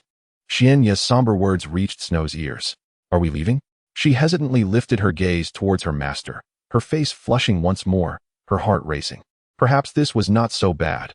Her parents were gone, having departed from this world, leaving no attachments behind. Yet now, a master had emerged. And it seemed a notion not difficult to embrace. With her head bowed, a tempest of thought surged within her.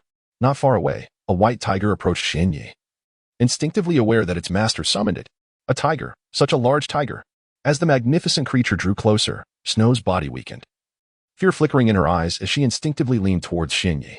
Regardless of her past actions, she was merely a young girl now. It was natural to feel trepidation in the presence of such a formidable beast.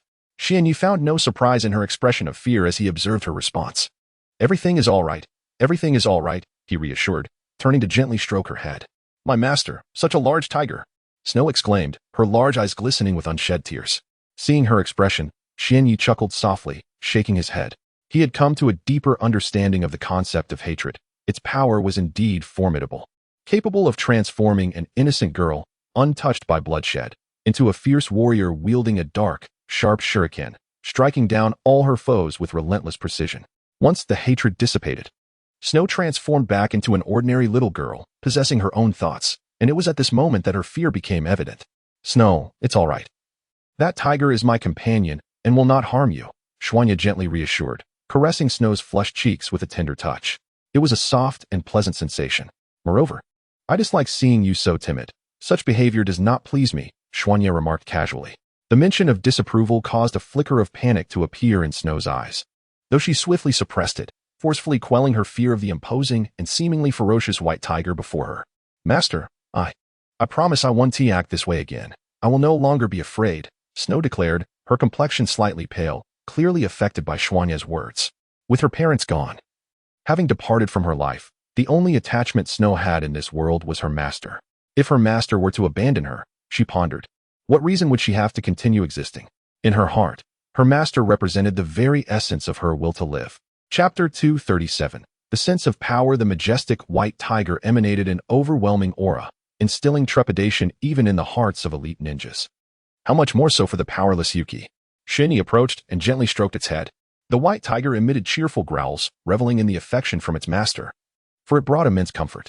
With a nimble leap, Shinyi ascended onto the tiger's back, sitting regally atop it. Yuki, come up. It is time for us to depart, Shinyi called softly, turning to Yuki, who appeared somewhat feeble, her gaze averted from the imposing beast. You up there? Yuki's voice quivered, betraying her evident fear of the white tiger.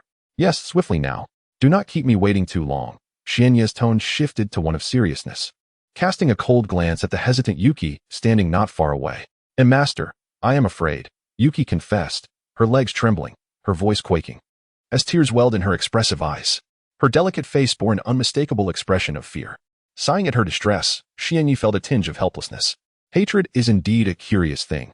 Who would have imagined that this timid girl had just wielded a sharp, dark kunai to vanquish all the ninjas?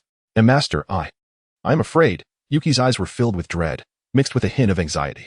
In this world, both of her parents had perished, leaving her with no reason to live, no purpose to cling to life. Yet, in her moment of impending death, Shinyi appeared, rescuing her and granting her existence newfound significance. Her life would belong solely to him. With a hint of reluctance, Shinyi descended from the tiger's back, affectionately patting its massive head. Look at you, you frightened Yuki. The white tiger emitted a few low growls, expressing its innocence. Shinyi then approached Yuki, lifting her effortlessly into the spacious embrace of the tiger's back. Just this once. Should you act this way again, I shall not be pleased. Yuki nodded vigorously. Her cheeks flushed, the blush extending to her neck. I promise, I will not do this again. Please do not be angry, master, she murmured, her voice melodious and soothing, bringing comfort to the heart. Yuki, remember this. The world operates on the principle of survival of the fittest. Should you allow fear to consume you, you shall forever remain a weakling, unable to rise as a true warrior. Do you wish to persist in living as a weakling in this cruel world? Shinyi's words bore a weighty gravity, yet every utterance rang true. In this world, the weak are perpetually subjugated by the strong. It is humanity that must adapt to the world, not the other way around. Snow clenched her fists tightly, responding instantaneously to Shinyi's statement. I do not wish to live as a weakling any longer. I refuse to let others dictate my fate. Her voice rose in fervor, her emotions intensifying. As she listened to her master, memories of her parents flooded her mind, recalling the tragic circumstances of their demise. Perhaps the absence of power is indeed a sin. Without strength, one can only scrape by in this world. To provoke those endowed with might is to court one's own end. Snow, Are you certain? Are you truly determined to become strong? Xianyi gently stroked her head, his tone tender yet audible. Master, I am resolute. I yearn to become powerful. I do not wish to be toyed with by the whims of the strong any longer. Her gaze grew steadfast, her expression resolute. This time, she was earnest. The death of her parents had imparted a profound realization. To exist in this world without formidable strength is indeed a transgression. Only by possessing great power can one escape the chains of control. With such power, she could aid her master and transform into a person of worth. Snow, I comprehend your resolve.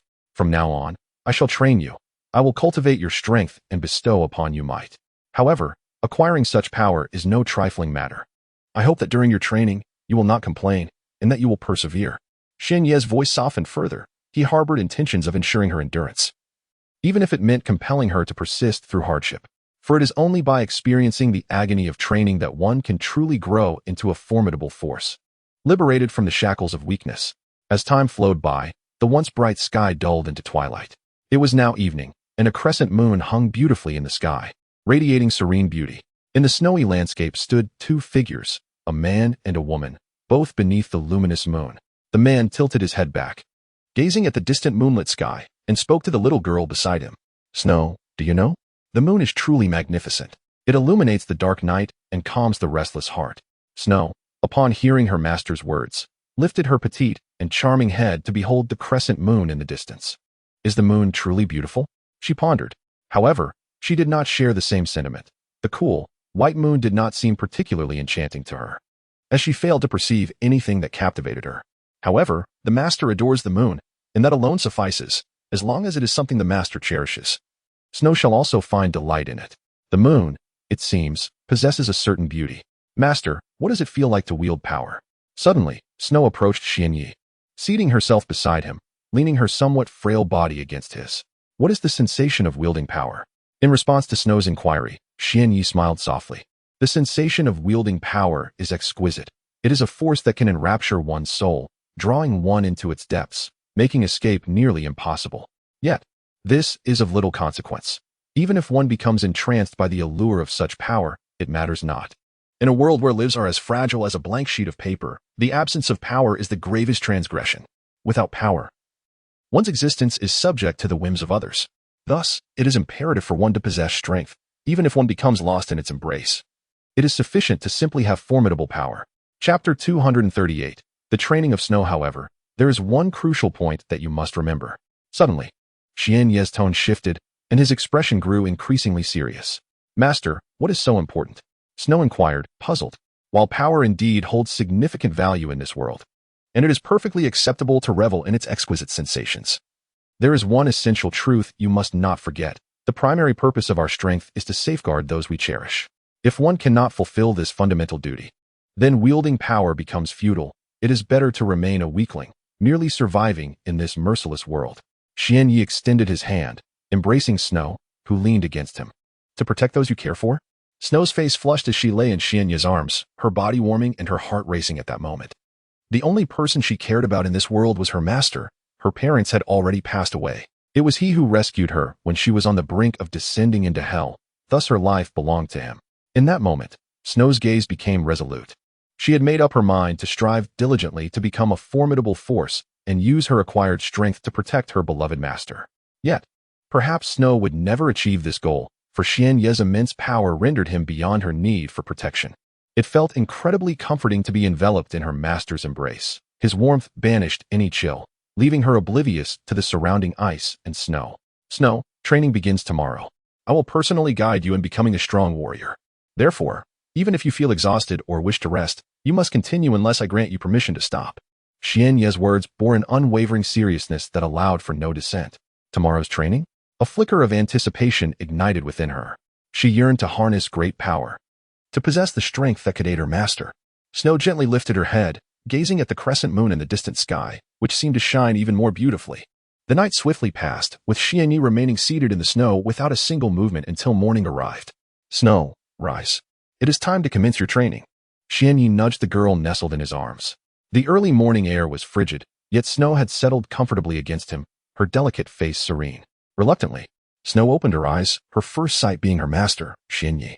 She glanced around and realized she had been resting in his embrace. causing her to panic as she quickly sat up. "Master," Snow whispered softly. "Yes, it's time to get up. Let us eat something first. And then we shall begin our training," Xianyi replied, retrieving food from his storage scroll and handing it to Snow. The treats were biscuits, visually appealing and seemingly delectable. Section Reading 111. Snow swallowed hard, for the cookie before her was a delicacy, a flavor she had never experienced before. Her family lived in extreme poverty, in this land blanketed by ice and snow, where resources were scarce. Consequently, she often went hungry, and having a cookie now felt like a blessing. However, Xianyi held a different perspective. For him, consuming a cookie so early in the morning was quite a torment. He had awakened long before. But with Snow resting in his embrace, he hesitated to disturb her, opting instead to wait patiently until it was time to rouse her. Sighing, he conceded that if he did not eat the cookie now, he would have nothing else, and would have to endure hunger.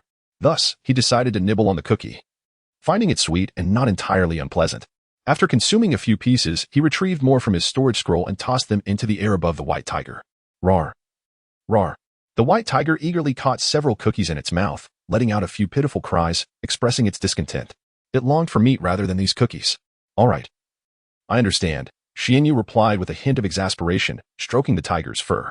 "Let us have these cookies for now, and later we shall hunt for something more substantial." Hearing Xianyu's words, the white tiger perked up, letting out a cheerful call. "Ah, you." Aside from Xianyi and the white tiger, Snow was thoroughly enjoying her treat, quickly finishing her cookie. Yet, it seemed she was still a bit unsatisfied, as she stood silently beside Xianyi, her expression betraying her hunger. In truth, this was not Xianyu's first experience in training someone. He had already learned the art of instructing at the hands of Jiraiya and Tsunade, gradually understanding the nuances of guiding others in their cultivation. "Snow, put on this weighted vest." Xianyi extracted a 20-kilogram weighted vest from his storage scroll and tossed it at her feet. Snow had never encountered such a vest before, but upon hearing its name, she immediately grasped its purpose. "Understood, master." She did not elaborate further, crouching down to lift the vest from the ground. "How heavy. It's truly cumbersome." On her first attempt, Snow struggled to pick it up, but after preparing herself, she managed to don it successfully. Her face reflected a hint of anguish as the sudden weight of the 20-kilogram vest proved challenging to bear. Nevertheless, Xianyi did not permit her to remove it. Instead, he spoke to her with a cold firmness. "Snow, you will wear this vest for training today. Let us begin with running, as it is the most effective method to build stamina and overall strength. You are to run in circles until I command you to stop. Otherwise, regardless of your exhaustion, you must not cease. Do you understand?" The words of Xianyi carried a certain gravity, dismissing any opinions or thoughts from Shui as he directly issued his orders. I understand, master," Shui replied with difficulty. The truth was that wearing this 20-kilogram weighted suit was already a monumental challenge for her. She had never engaged in any form of training, and her physical strength was quite minimal. Adorning this suit was already pushing her to her limits. Chapter 239. The polar bear in the snow. Shui's delicate visage exuded a resolute determination. To her, Xuanye's words were absolute, infallibly correct, and beyond reproach. "Well then, let us commence. I shall step away for a while. When I return, ensure you do not slack off during your run. Should I discover any laziness on your part, you shall witness how I will discipline you." Xuanye's voice grew slightly more emphatic. I understand, master. I shall not be idle. I will adhere strictly to your directives, persisting through any hardship, no matter how arduous it may be." Xuanye nodded at Shui, leaping onto the back of the white tiger before venturing into the distance. "Master, have you departed? What tasks await you?" Quickly, Shui shook her head to clear her thoughts. Such musings were inappropriate at present. Her focus should be solely on training, as commanded by her master. With a weight of 20 kilograms strapped to her body, Shui began to run laps in the snow. It was laborious and exhausting, yet she did not relent nor succumb to any inclination of idleness. Her master had instructed her that during training, idleness was impermissible, absolutely unacceptable. Otherwise, he would be displeased. He had also conveyed that only through rigorous training could one evolve into a formidable warrior. Without diligence and training, one would never wield great power. I yearn to command immense strength. I wish to assist my master. I refuse to remain a useless weakling. At that moment, Shui silently resolved to devote herself wholeheartedly to her training henceforth, regardless of how grueling it might be. She would strive to meet or even exceed her master's expectations. Meanwhile, Xuanye remained in a landscape blanketed in white, devoid of any discernible life. The only colors visible were white and the surrounding, relentless cold. However, this chill did not affect him. "Xiaobai, are you certain there is prey nearby? It seems you have been searching for quite some time without success," Xuanye remarked, surveying the barren surroundings. "There is, master," The prey is not far from us, just ahead. We shall reach it shortly, the white tiger replied, lowering its head slightly. Its tone somewhat subdued, as if displeased by Xuanye's skepticism. All right. How could I possibly doubt your judgment? Xuanye reassured the white tiger, petting its head with a hint of exasperation. Yet, if the prey is truly ahead, why can I not perceive it? Despite his unwavering trust in the tiger's words, the absence of any visible life was beginning to irritate him. Divine Eye, activate. Channeling a portion of chakra within him, he directed it towards his eyes, unlocking the ninjutsu known as the Divine Eye. A wave of comforting coolness emerged in Xuanye's eyes, and his vision expanded exponentially in an instant, revealing hidden sights that had previously eluded him. Not far ahead, he discerned a greenish aura concealed within the snowy expanse. Upon spotting this essence, a smile crept onto Xuanye's lips, for he realized that the little creature was nestled within the snow. However, this creature was not particularly small. In comparison to the protective presence he felt, its size seemed diminutive. It was a bear, its fur a pristine white, and Xuanye pondered the reason behind its stillness. Buried in the snow as if lifeless. Was it in hibernation? A thought crossed his mind, yet he dismissed it. A bear in hibernation would seek a cave for shelter, not bury itself beneath the snow. Xuanye shook his head in bemusement but did not dwell on it for long. After all, this bear would not live much longer. It would soon become a substantial, savory, and nourishing meal. He gazed at the bear, towering nearly 3 to 4 meters high, and nodded approvingly, a faint smile gracing his face. Indeed, what a fortunate outing. With this foolish bear, he need not pursue other prey. One bear was ample sustenance. Roasting this bear would not only provide him a feast but also nourish the emaciated snow, whose body resembled little more than a collection of bones. Little by. Hurry up and capture that foolish bear so we can roast it. Soon, we shall savor delectable meat, Xuanye instructed while perched atop the white tiger's back. With an excited roar, the white tiger surged forward, its speed multiplying as it raced toward the bear half buried in the snow. They drew closer until Xuanye leaped from the tiger's back, standing above the bear. To his surprise, the bear appeared frightened. Activating his Divine Eye, Xuanye observed that the snow-covered white bear trembled involuntarily, seemingly gripped by fear. As though it sensed the immense power radiating from him, or perhaps the faint aura of lethality emanating from his being. Yet, it was futile. No matter how terrified it felt, escape was impossible. Do not struggle. Simply accept your fate as my sustenance, Xuanye chuckled, extending his right hand into the snow and seizing the bear. The colossal creature, now firmly in Xuanye's grasp, struggled desperately, its immense strength revealing a primal instinct to resist, as if it understood the grim fate that awaited it. However, the strength of the polar bear was utterly insignificant in the presence of Xuanye. With the bear firmly grasped in his hand, Xuanye displayed no hint of panic on his countenance. He merely exerted a modicum of force, ruthlessly slamming the creature onto the frost-laden ground. The impact reverberated with a series of thunderous crashes, and as the bear was struck repeatedly, its resistance waned progressively, diminishing to the point where it could scarcely lift its own limbs. Subsequently, Xuanye regarded the bear in his grasp with a hint of exasperation, muttering, "Truly, why must you resist? It is utterly futile. Escape is simply beyond your reach, yet you persist in these pointless struggles." Chapter 240. Training concluded as I hoisted the great white bear onto my shoulder. I gracefully leaped onto the back of the white tiger and gently patted its head. Little by, let us return along the original path.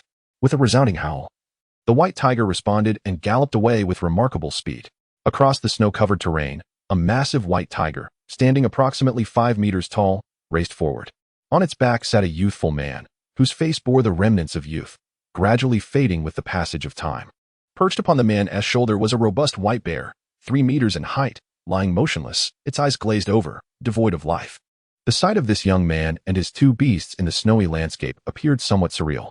Little by, let us hasten our pace. The sooner we return, the sooner we can indulge in delectable roasted meat, the young man murmured, stroking the enormous white tiger's head. The tiger offered no verbal reply, yet responded through action. In an instant, its speed surged once more, rendering the surrounding environment a blur. The young man, Xuanye, was uncertain of the tiger's exact velocity, but he was confident that Little Bai's speed far surpassed that of elite shinobi, rivaling or even exceeding that of shadow-level warriors. The relentless wind whipped against Xuanye's face, and all he could perceive was a vague expanse of white. He found this disorienting sensation unpleasant. Despite the safety of riding atop the white tiger, he was deeply unsettled by the obscured surroundings. Subtly channeling chakra within him, he directed it to his eyes. Eye of the god, activate. Instantly, a chilling sensation coursed through Xuanye's eyes, transforming the indistinct whiteness into a vivid landscape blanketed in ice and snow. The discomfort he so despised dissipated with the activation of his ocular technique, bringing him a sense of clarity. In truth, he merely detested the feeling of helplessness, akin to being reduced from a powerful being to a mere weakling. Before long, they returned to their original location. In the distance, Xianyi spotted the figure of Shui, her frail yet resilient silhouette. Nearly 20 minutes had elapsed since his departure, signifying that Shui had been running for almost 20 minutes while encumbered by her 20-kilogram weighted attire. Xianyi dismounted from the white tiger, casting a fleeting glance at the bear on his shoulder, his expression impassive as he walked past Shui. "Master, he has returned." The moment Snow laid eyes on Xianyi, her eyes sparkled with excitement, yet she did not pause. Instead, she continued her swift run. At this point, her forehead was drenched in beads of sweat, and her clothing, clinging tightly to her slender frame due to the 20-kilogram weighted gear she had been wearing for an extended duration, was soaked through. As Xianyi passed by her, he naturally noticed her physical condition and the pallor of her delicate face. Though a pang of concern surged within him, he chose not to reveal it outwardly. He believed it sufficient to ensure that Snow would have better sustenance in the future. Actions spoke louder than words. Xianyi found a suitable spot, retrieving a roasting rack from his storage scroll. After cleaning the colossal white bear, towering between 3 to 4 meters, he expertly cut the meat into several pieces and placed them on the iron grill. Raising his hands, he channeled his chakra into his arms, and in an instant, a blaze of intense flames erupted from his palms, engulfing the bear meat.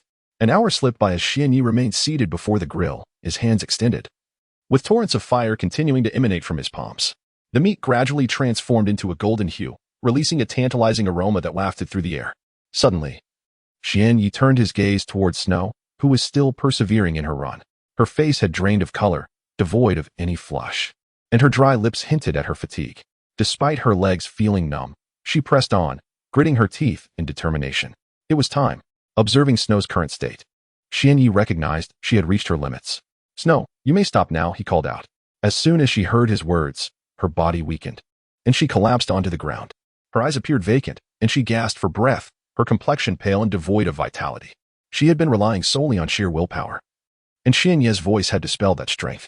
"I'm so tired, truly exhausted," Snow murmured, swallowing hard as a sharp pain pierced her throat. Even the simple act of swallowing had become a challenge. "Finally, is it over?" Xianyi approached her, offering a water pouch. "Here, take this and drink slowly." After handing her the water, he reassured her, "Once you've finished, come over to me at your own pace. There is no rush." Returning to the grill, he sprinkled some seasonings over the now golden bear meat, intensifying its delightful aroma. The aroma is delightful. It is the scent of grilled meat. Snow, standing beside Xianyi, swallowed hard, her gaze transfixed upon the delectable dish. The sizzling sound of the meat was accompanied by the gradual emergence of oil from the bear meat, its fragrance becoming increasingly tantalizing as time passed. After approximately 5 minutes, Xianyi ceased the flow of chakra within him, halting the flames that were roasting the meat. He approached, inhaled deeply, and prodded it with a metal rod. "Ah, it is nearly done. This is the moment when bear meat reaches its peak flavor." With that, Xianyi effortlessly tore off a bare leg and presented it before Snow. However, Snow hesitated, unsure of her master's intent. "What are you standing there for? Hurry and take it. Don't dawdle. Consume this bare leg. Let it not go to waste." Xianyi's soft voice reached her ears. "Is this for me?" Snow was momentarily taken aback. Living in a land perpetually cloaked in ice and snow, she rarely had the fortune to feast on meat. When she did, it was often nothing more than dried provisions. "Indeed, this bare leg is yours. Do not let it go to waste," Xianyi reiterated. Chapter 117. The dark night strikes in the heart of the mountains. Women are a rarity. Typically, one would not encounter ordinary women in such remote regions. The mountain's inhabitants are predominantly men, and the bandits can only rely on coercion for monetary gain. Among the few women who do venture into these mountains, they are often of noble or affluent lineage, invariably accompanied by numerous bodyguards, rendering them beyond the reach of mere bandits. Thus, when a strikingly beautiful woman appears, it is certain to captivate the attention of these brigands. To speak candidly, being a bandit in the mountains is hardly a commendable profession, for one must contend with formidable beasts that lurk within. A mere encounter with such creatures guarantees a grim fate, without question. Beyond these powerful predators, the mountains are also home to a plethora of venomous snakes, insects, and rodents. Though ordinary serpents and insects may pose little threat, the inhabitants of this mountainous realm are often poisonous, and a single misstep could lead to a fatal encounter. In an environment where death lurks at every turn, and with the absence of women, the minds of these bandits are consumed by singular thoughts upon sighting a female. Their intentions, driven by primal instinct, are all too predictable. Unless fate intervenes, the outcome for both parties is tragically foreseeable. The elderly steward, with his silver hair, would undoubtedly meet his demise at the hands of the bandits, while the young maiden would face a harrowing fate, likely subjected to the whims of her captors. Should she survive their initial assault, she might find herself imprisoned in the bandits' lair, kept for their amusement until they choose to act upon their desires once more. Ding. The system has issued a new task. Task: eliminate all visible bandits. Task difficulty: none. Difficulty levels: none, low, medium, high. Hell. Reward: 10,000 chakra proficiency. Penalty: none. Suddenly, the system, which had been silent for days, stirred to life again, announcing a new mission. Upon learning of this task, excitement began to bubble within Xianyi. He understood that the issuance of a task invariably comes with corresponding rewards, and he was eager to discover what this one entailed. Is this system being a bit stingy? He mused. Only 10,000 points of chakra proficiency? Is it underestimating me? Ding. Would the host like to abandon this task? For reasons unknown. The system abruptly posed this question to Xianyi. Abandon it? Impossible, he replied resolutely. Though the reward was modest, it still represented an opportunity for advancement in his chakra abilities. As the saying goes, even a mosquito, though small, is still meat. While the reward might be paltry, it is certainly better than nothing. Having stated this, the completion of the task hinges on the annihilation of all the bandits before me. It is not that I harbor disdain for these ruffians. Rather, I perceive each of you as utterly worthless. In the eyes of Xianyi, these brigands are mere refuse. And with their feeble strength, a single punch would likely send them to their demise. Now that the system has issued the task, I shall simultaneously fulfill it while rescuing those two pitiable souls. Was it not mentioned that the woman is of the Wang family, reputedly wealthy? In that case, after securing their freedom, I shall escort them home and perhaps solicit some monetary compensation from their family. Presently, Xianyi is uncertain of his destination. Escorting them back shall serve as a means of personal training. In truth, Xianyi has never been a paragon of virtue. When it comes to those who bear no relation to him, he can observe their plight with cold indifference, even when capable of intervening. He may simply watch with a smirk as they meet a tragic end. This is merely because this world, a realm akin to that of Naruto, venerates the strong, where human life is regarded as expendable. For those who are inconsequential to him, Xianyi believes that extending aid is an utter waste of energy.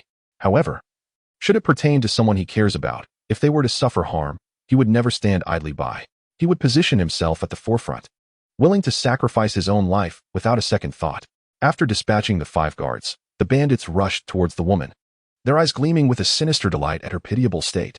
Suddenly, the bandit leader's gaze darkened with a hint of bloodlust upon realizing that an elderly man still lived. If the old man remained, he would undoubtedly become a nuisance. Thus he must be dealt with before savoring the beauty before him. With a chilling laugh, the bandit leader raised his large blade and approached the frail, despairing old steward, unleashing all his strength in a downward strike. The surrounding bandits anticipated the steward's imminent demise, as did the woman seated on the ground. The blade descended swiftly, and to the steward, it seemed as though it would find its mark upon his neck in mere seconds. In despair, he closed his eyes, surrendering all hope of survival. Yet, in Xianyi's perception, the strike appeared agonizingly slow, as if time itself had been stretched infinitely.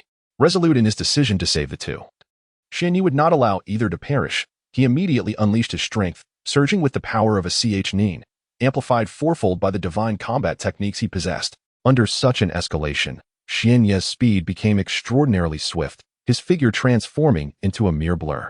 In an instant, he had already arrived beside the bandit leader. At that moment, the bandit leader's blade had yet to descend upon the neck of the aged steward. A faint smile graced Xianyi's lips as he withdrew a kunai from the pocket of his attire. With casual ease, he grasped the kunai in his right hand and directed it towards the bandit leader's formidable sword. Suddenly, a jarring and excruciatingly sharp sound of weaponry clashing reverberated through the air.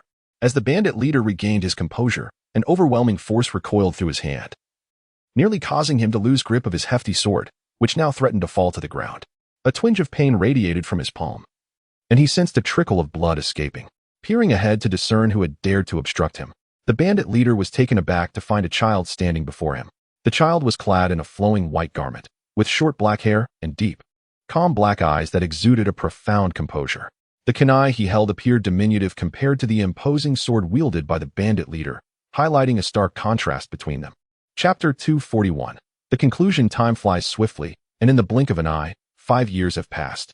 On this day, as noon approached, A young man stood upon a grassy meadow, where towering trees rose majestically, their canopies shielding the ground from the harsh rays of the sun, creating a refreshingly cool atmosphere. The young man's eyes, dark and profound, seemed to harbor enigmatic thoughts, while his chiseled features bore the weight of life's experiences. Before him, the gentle sound of flowing water beckoned.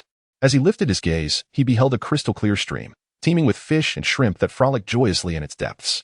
This young man was none other than Kazuki Hashikage, who had departed from the Hidden Leaf Village over a decade ago. How many years had it been since he last set foot here?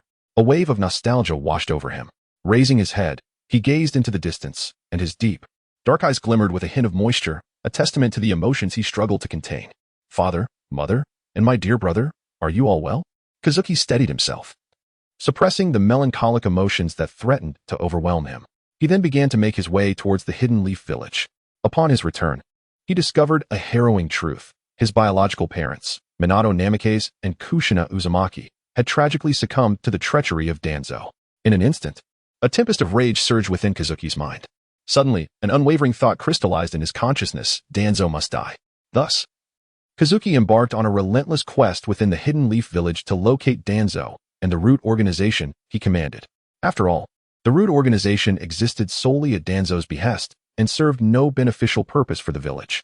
In fact, they were in direct conflict with the fourth Hokage, the elder Yanfeng, over the position of Hokage. Therefore, for the sake of the village's future, both Danzo and the root organization could no longer coexist within the Hidden Leaf Village. My presence alone suffices. After approximately an hour of searching, Kazuki found Danzo's whereabouts. In a fit of vengeance, he brutally ended Danzo's life, delivering his demise with calculated precision. Suddenly, a graceful figure appeared beside him. It was Yuki, who had gradually matured over the years. Now, she possessed a fair and tender visage, with bright, expressive eyes.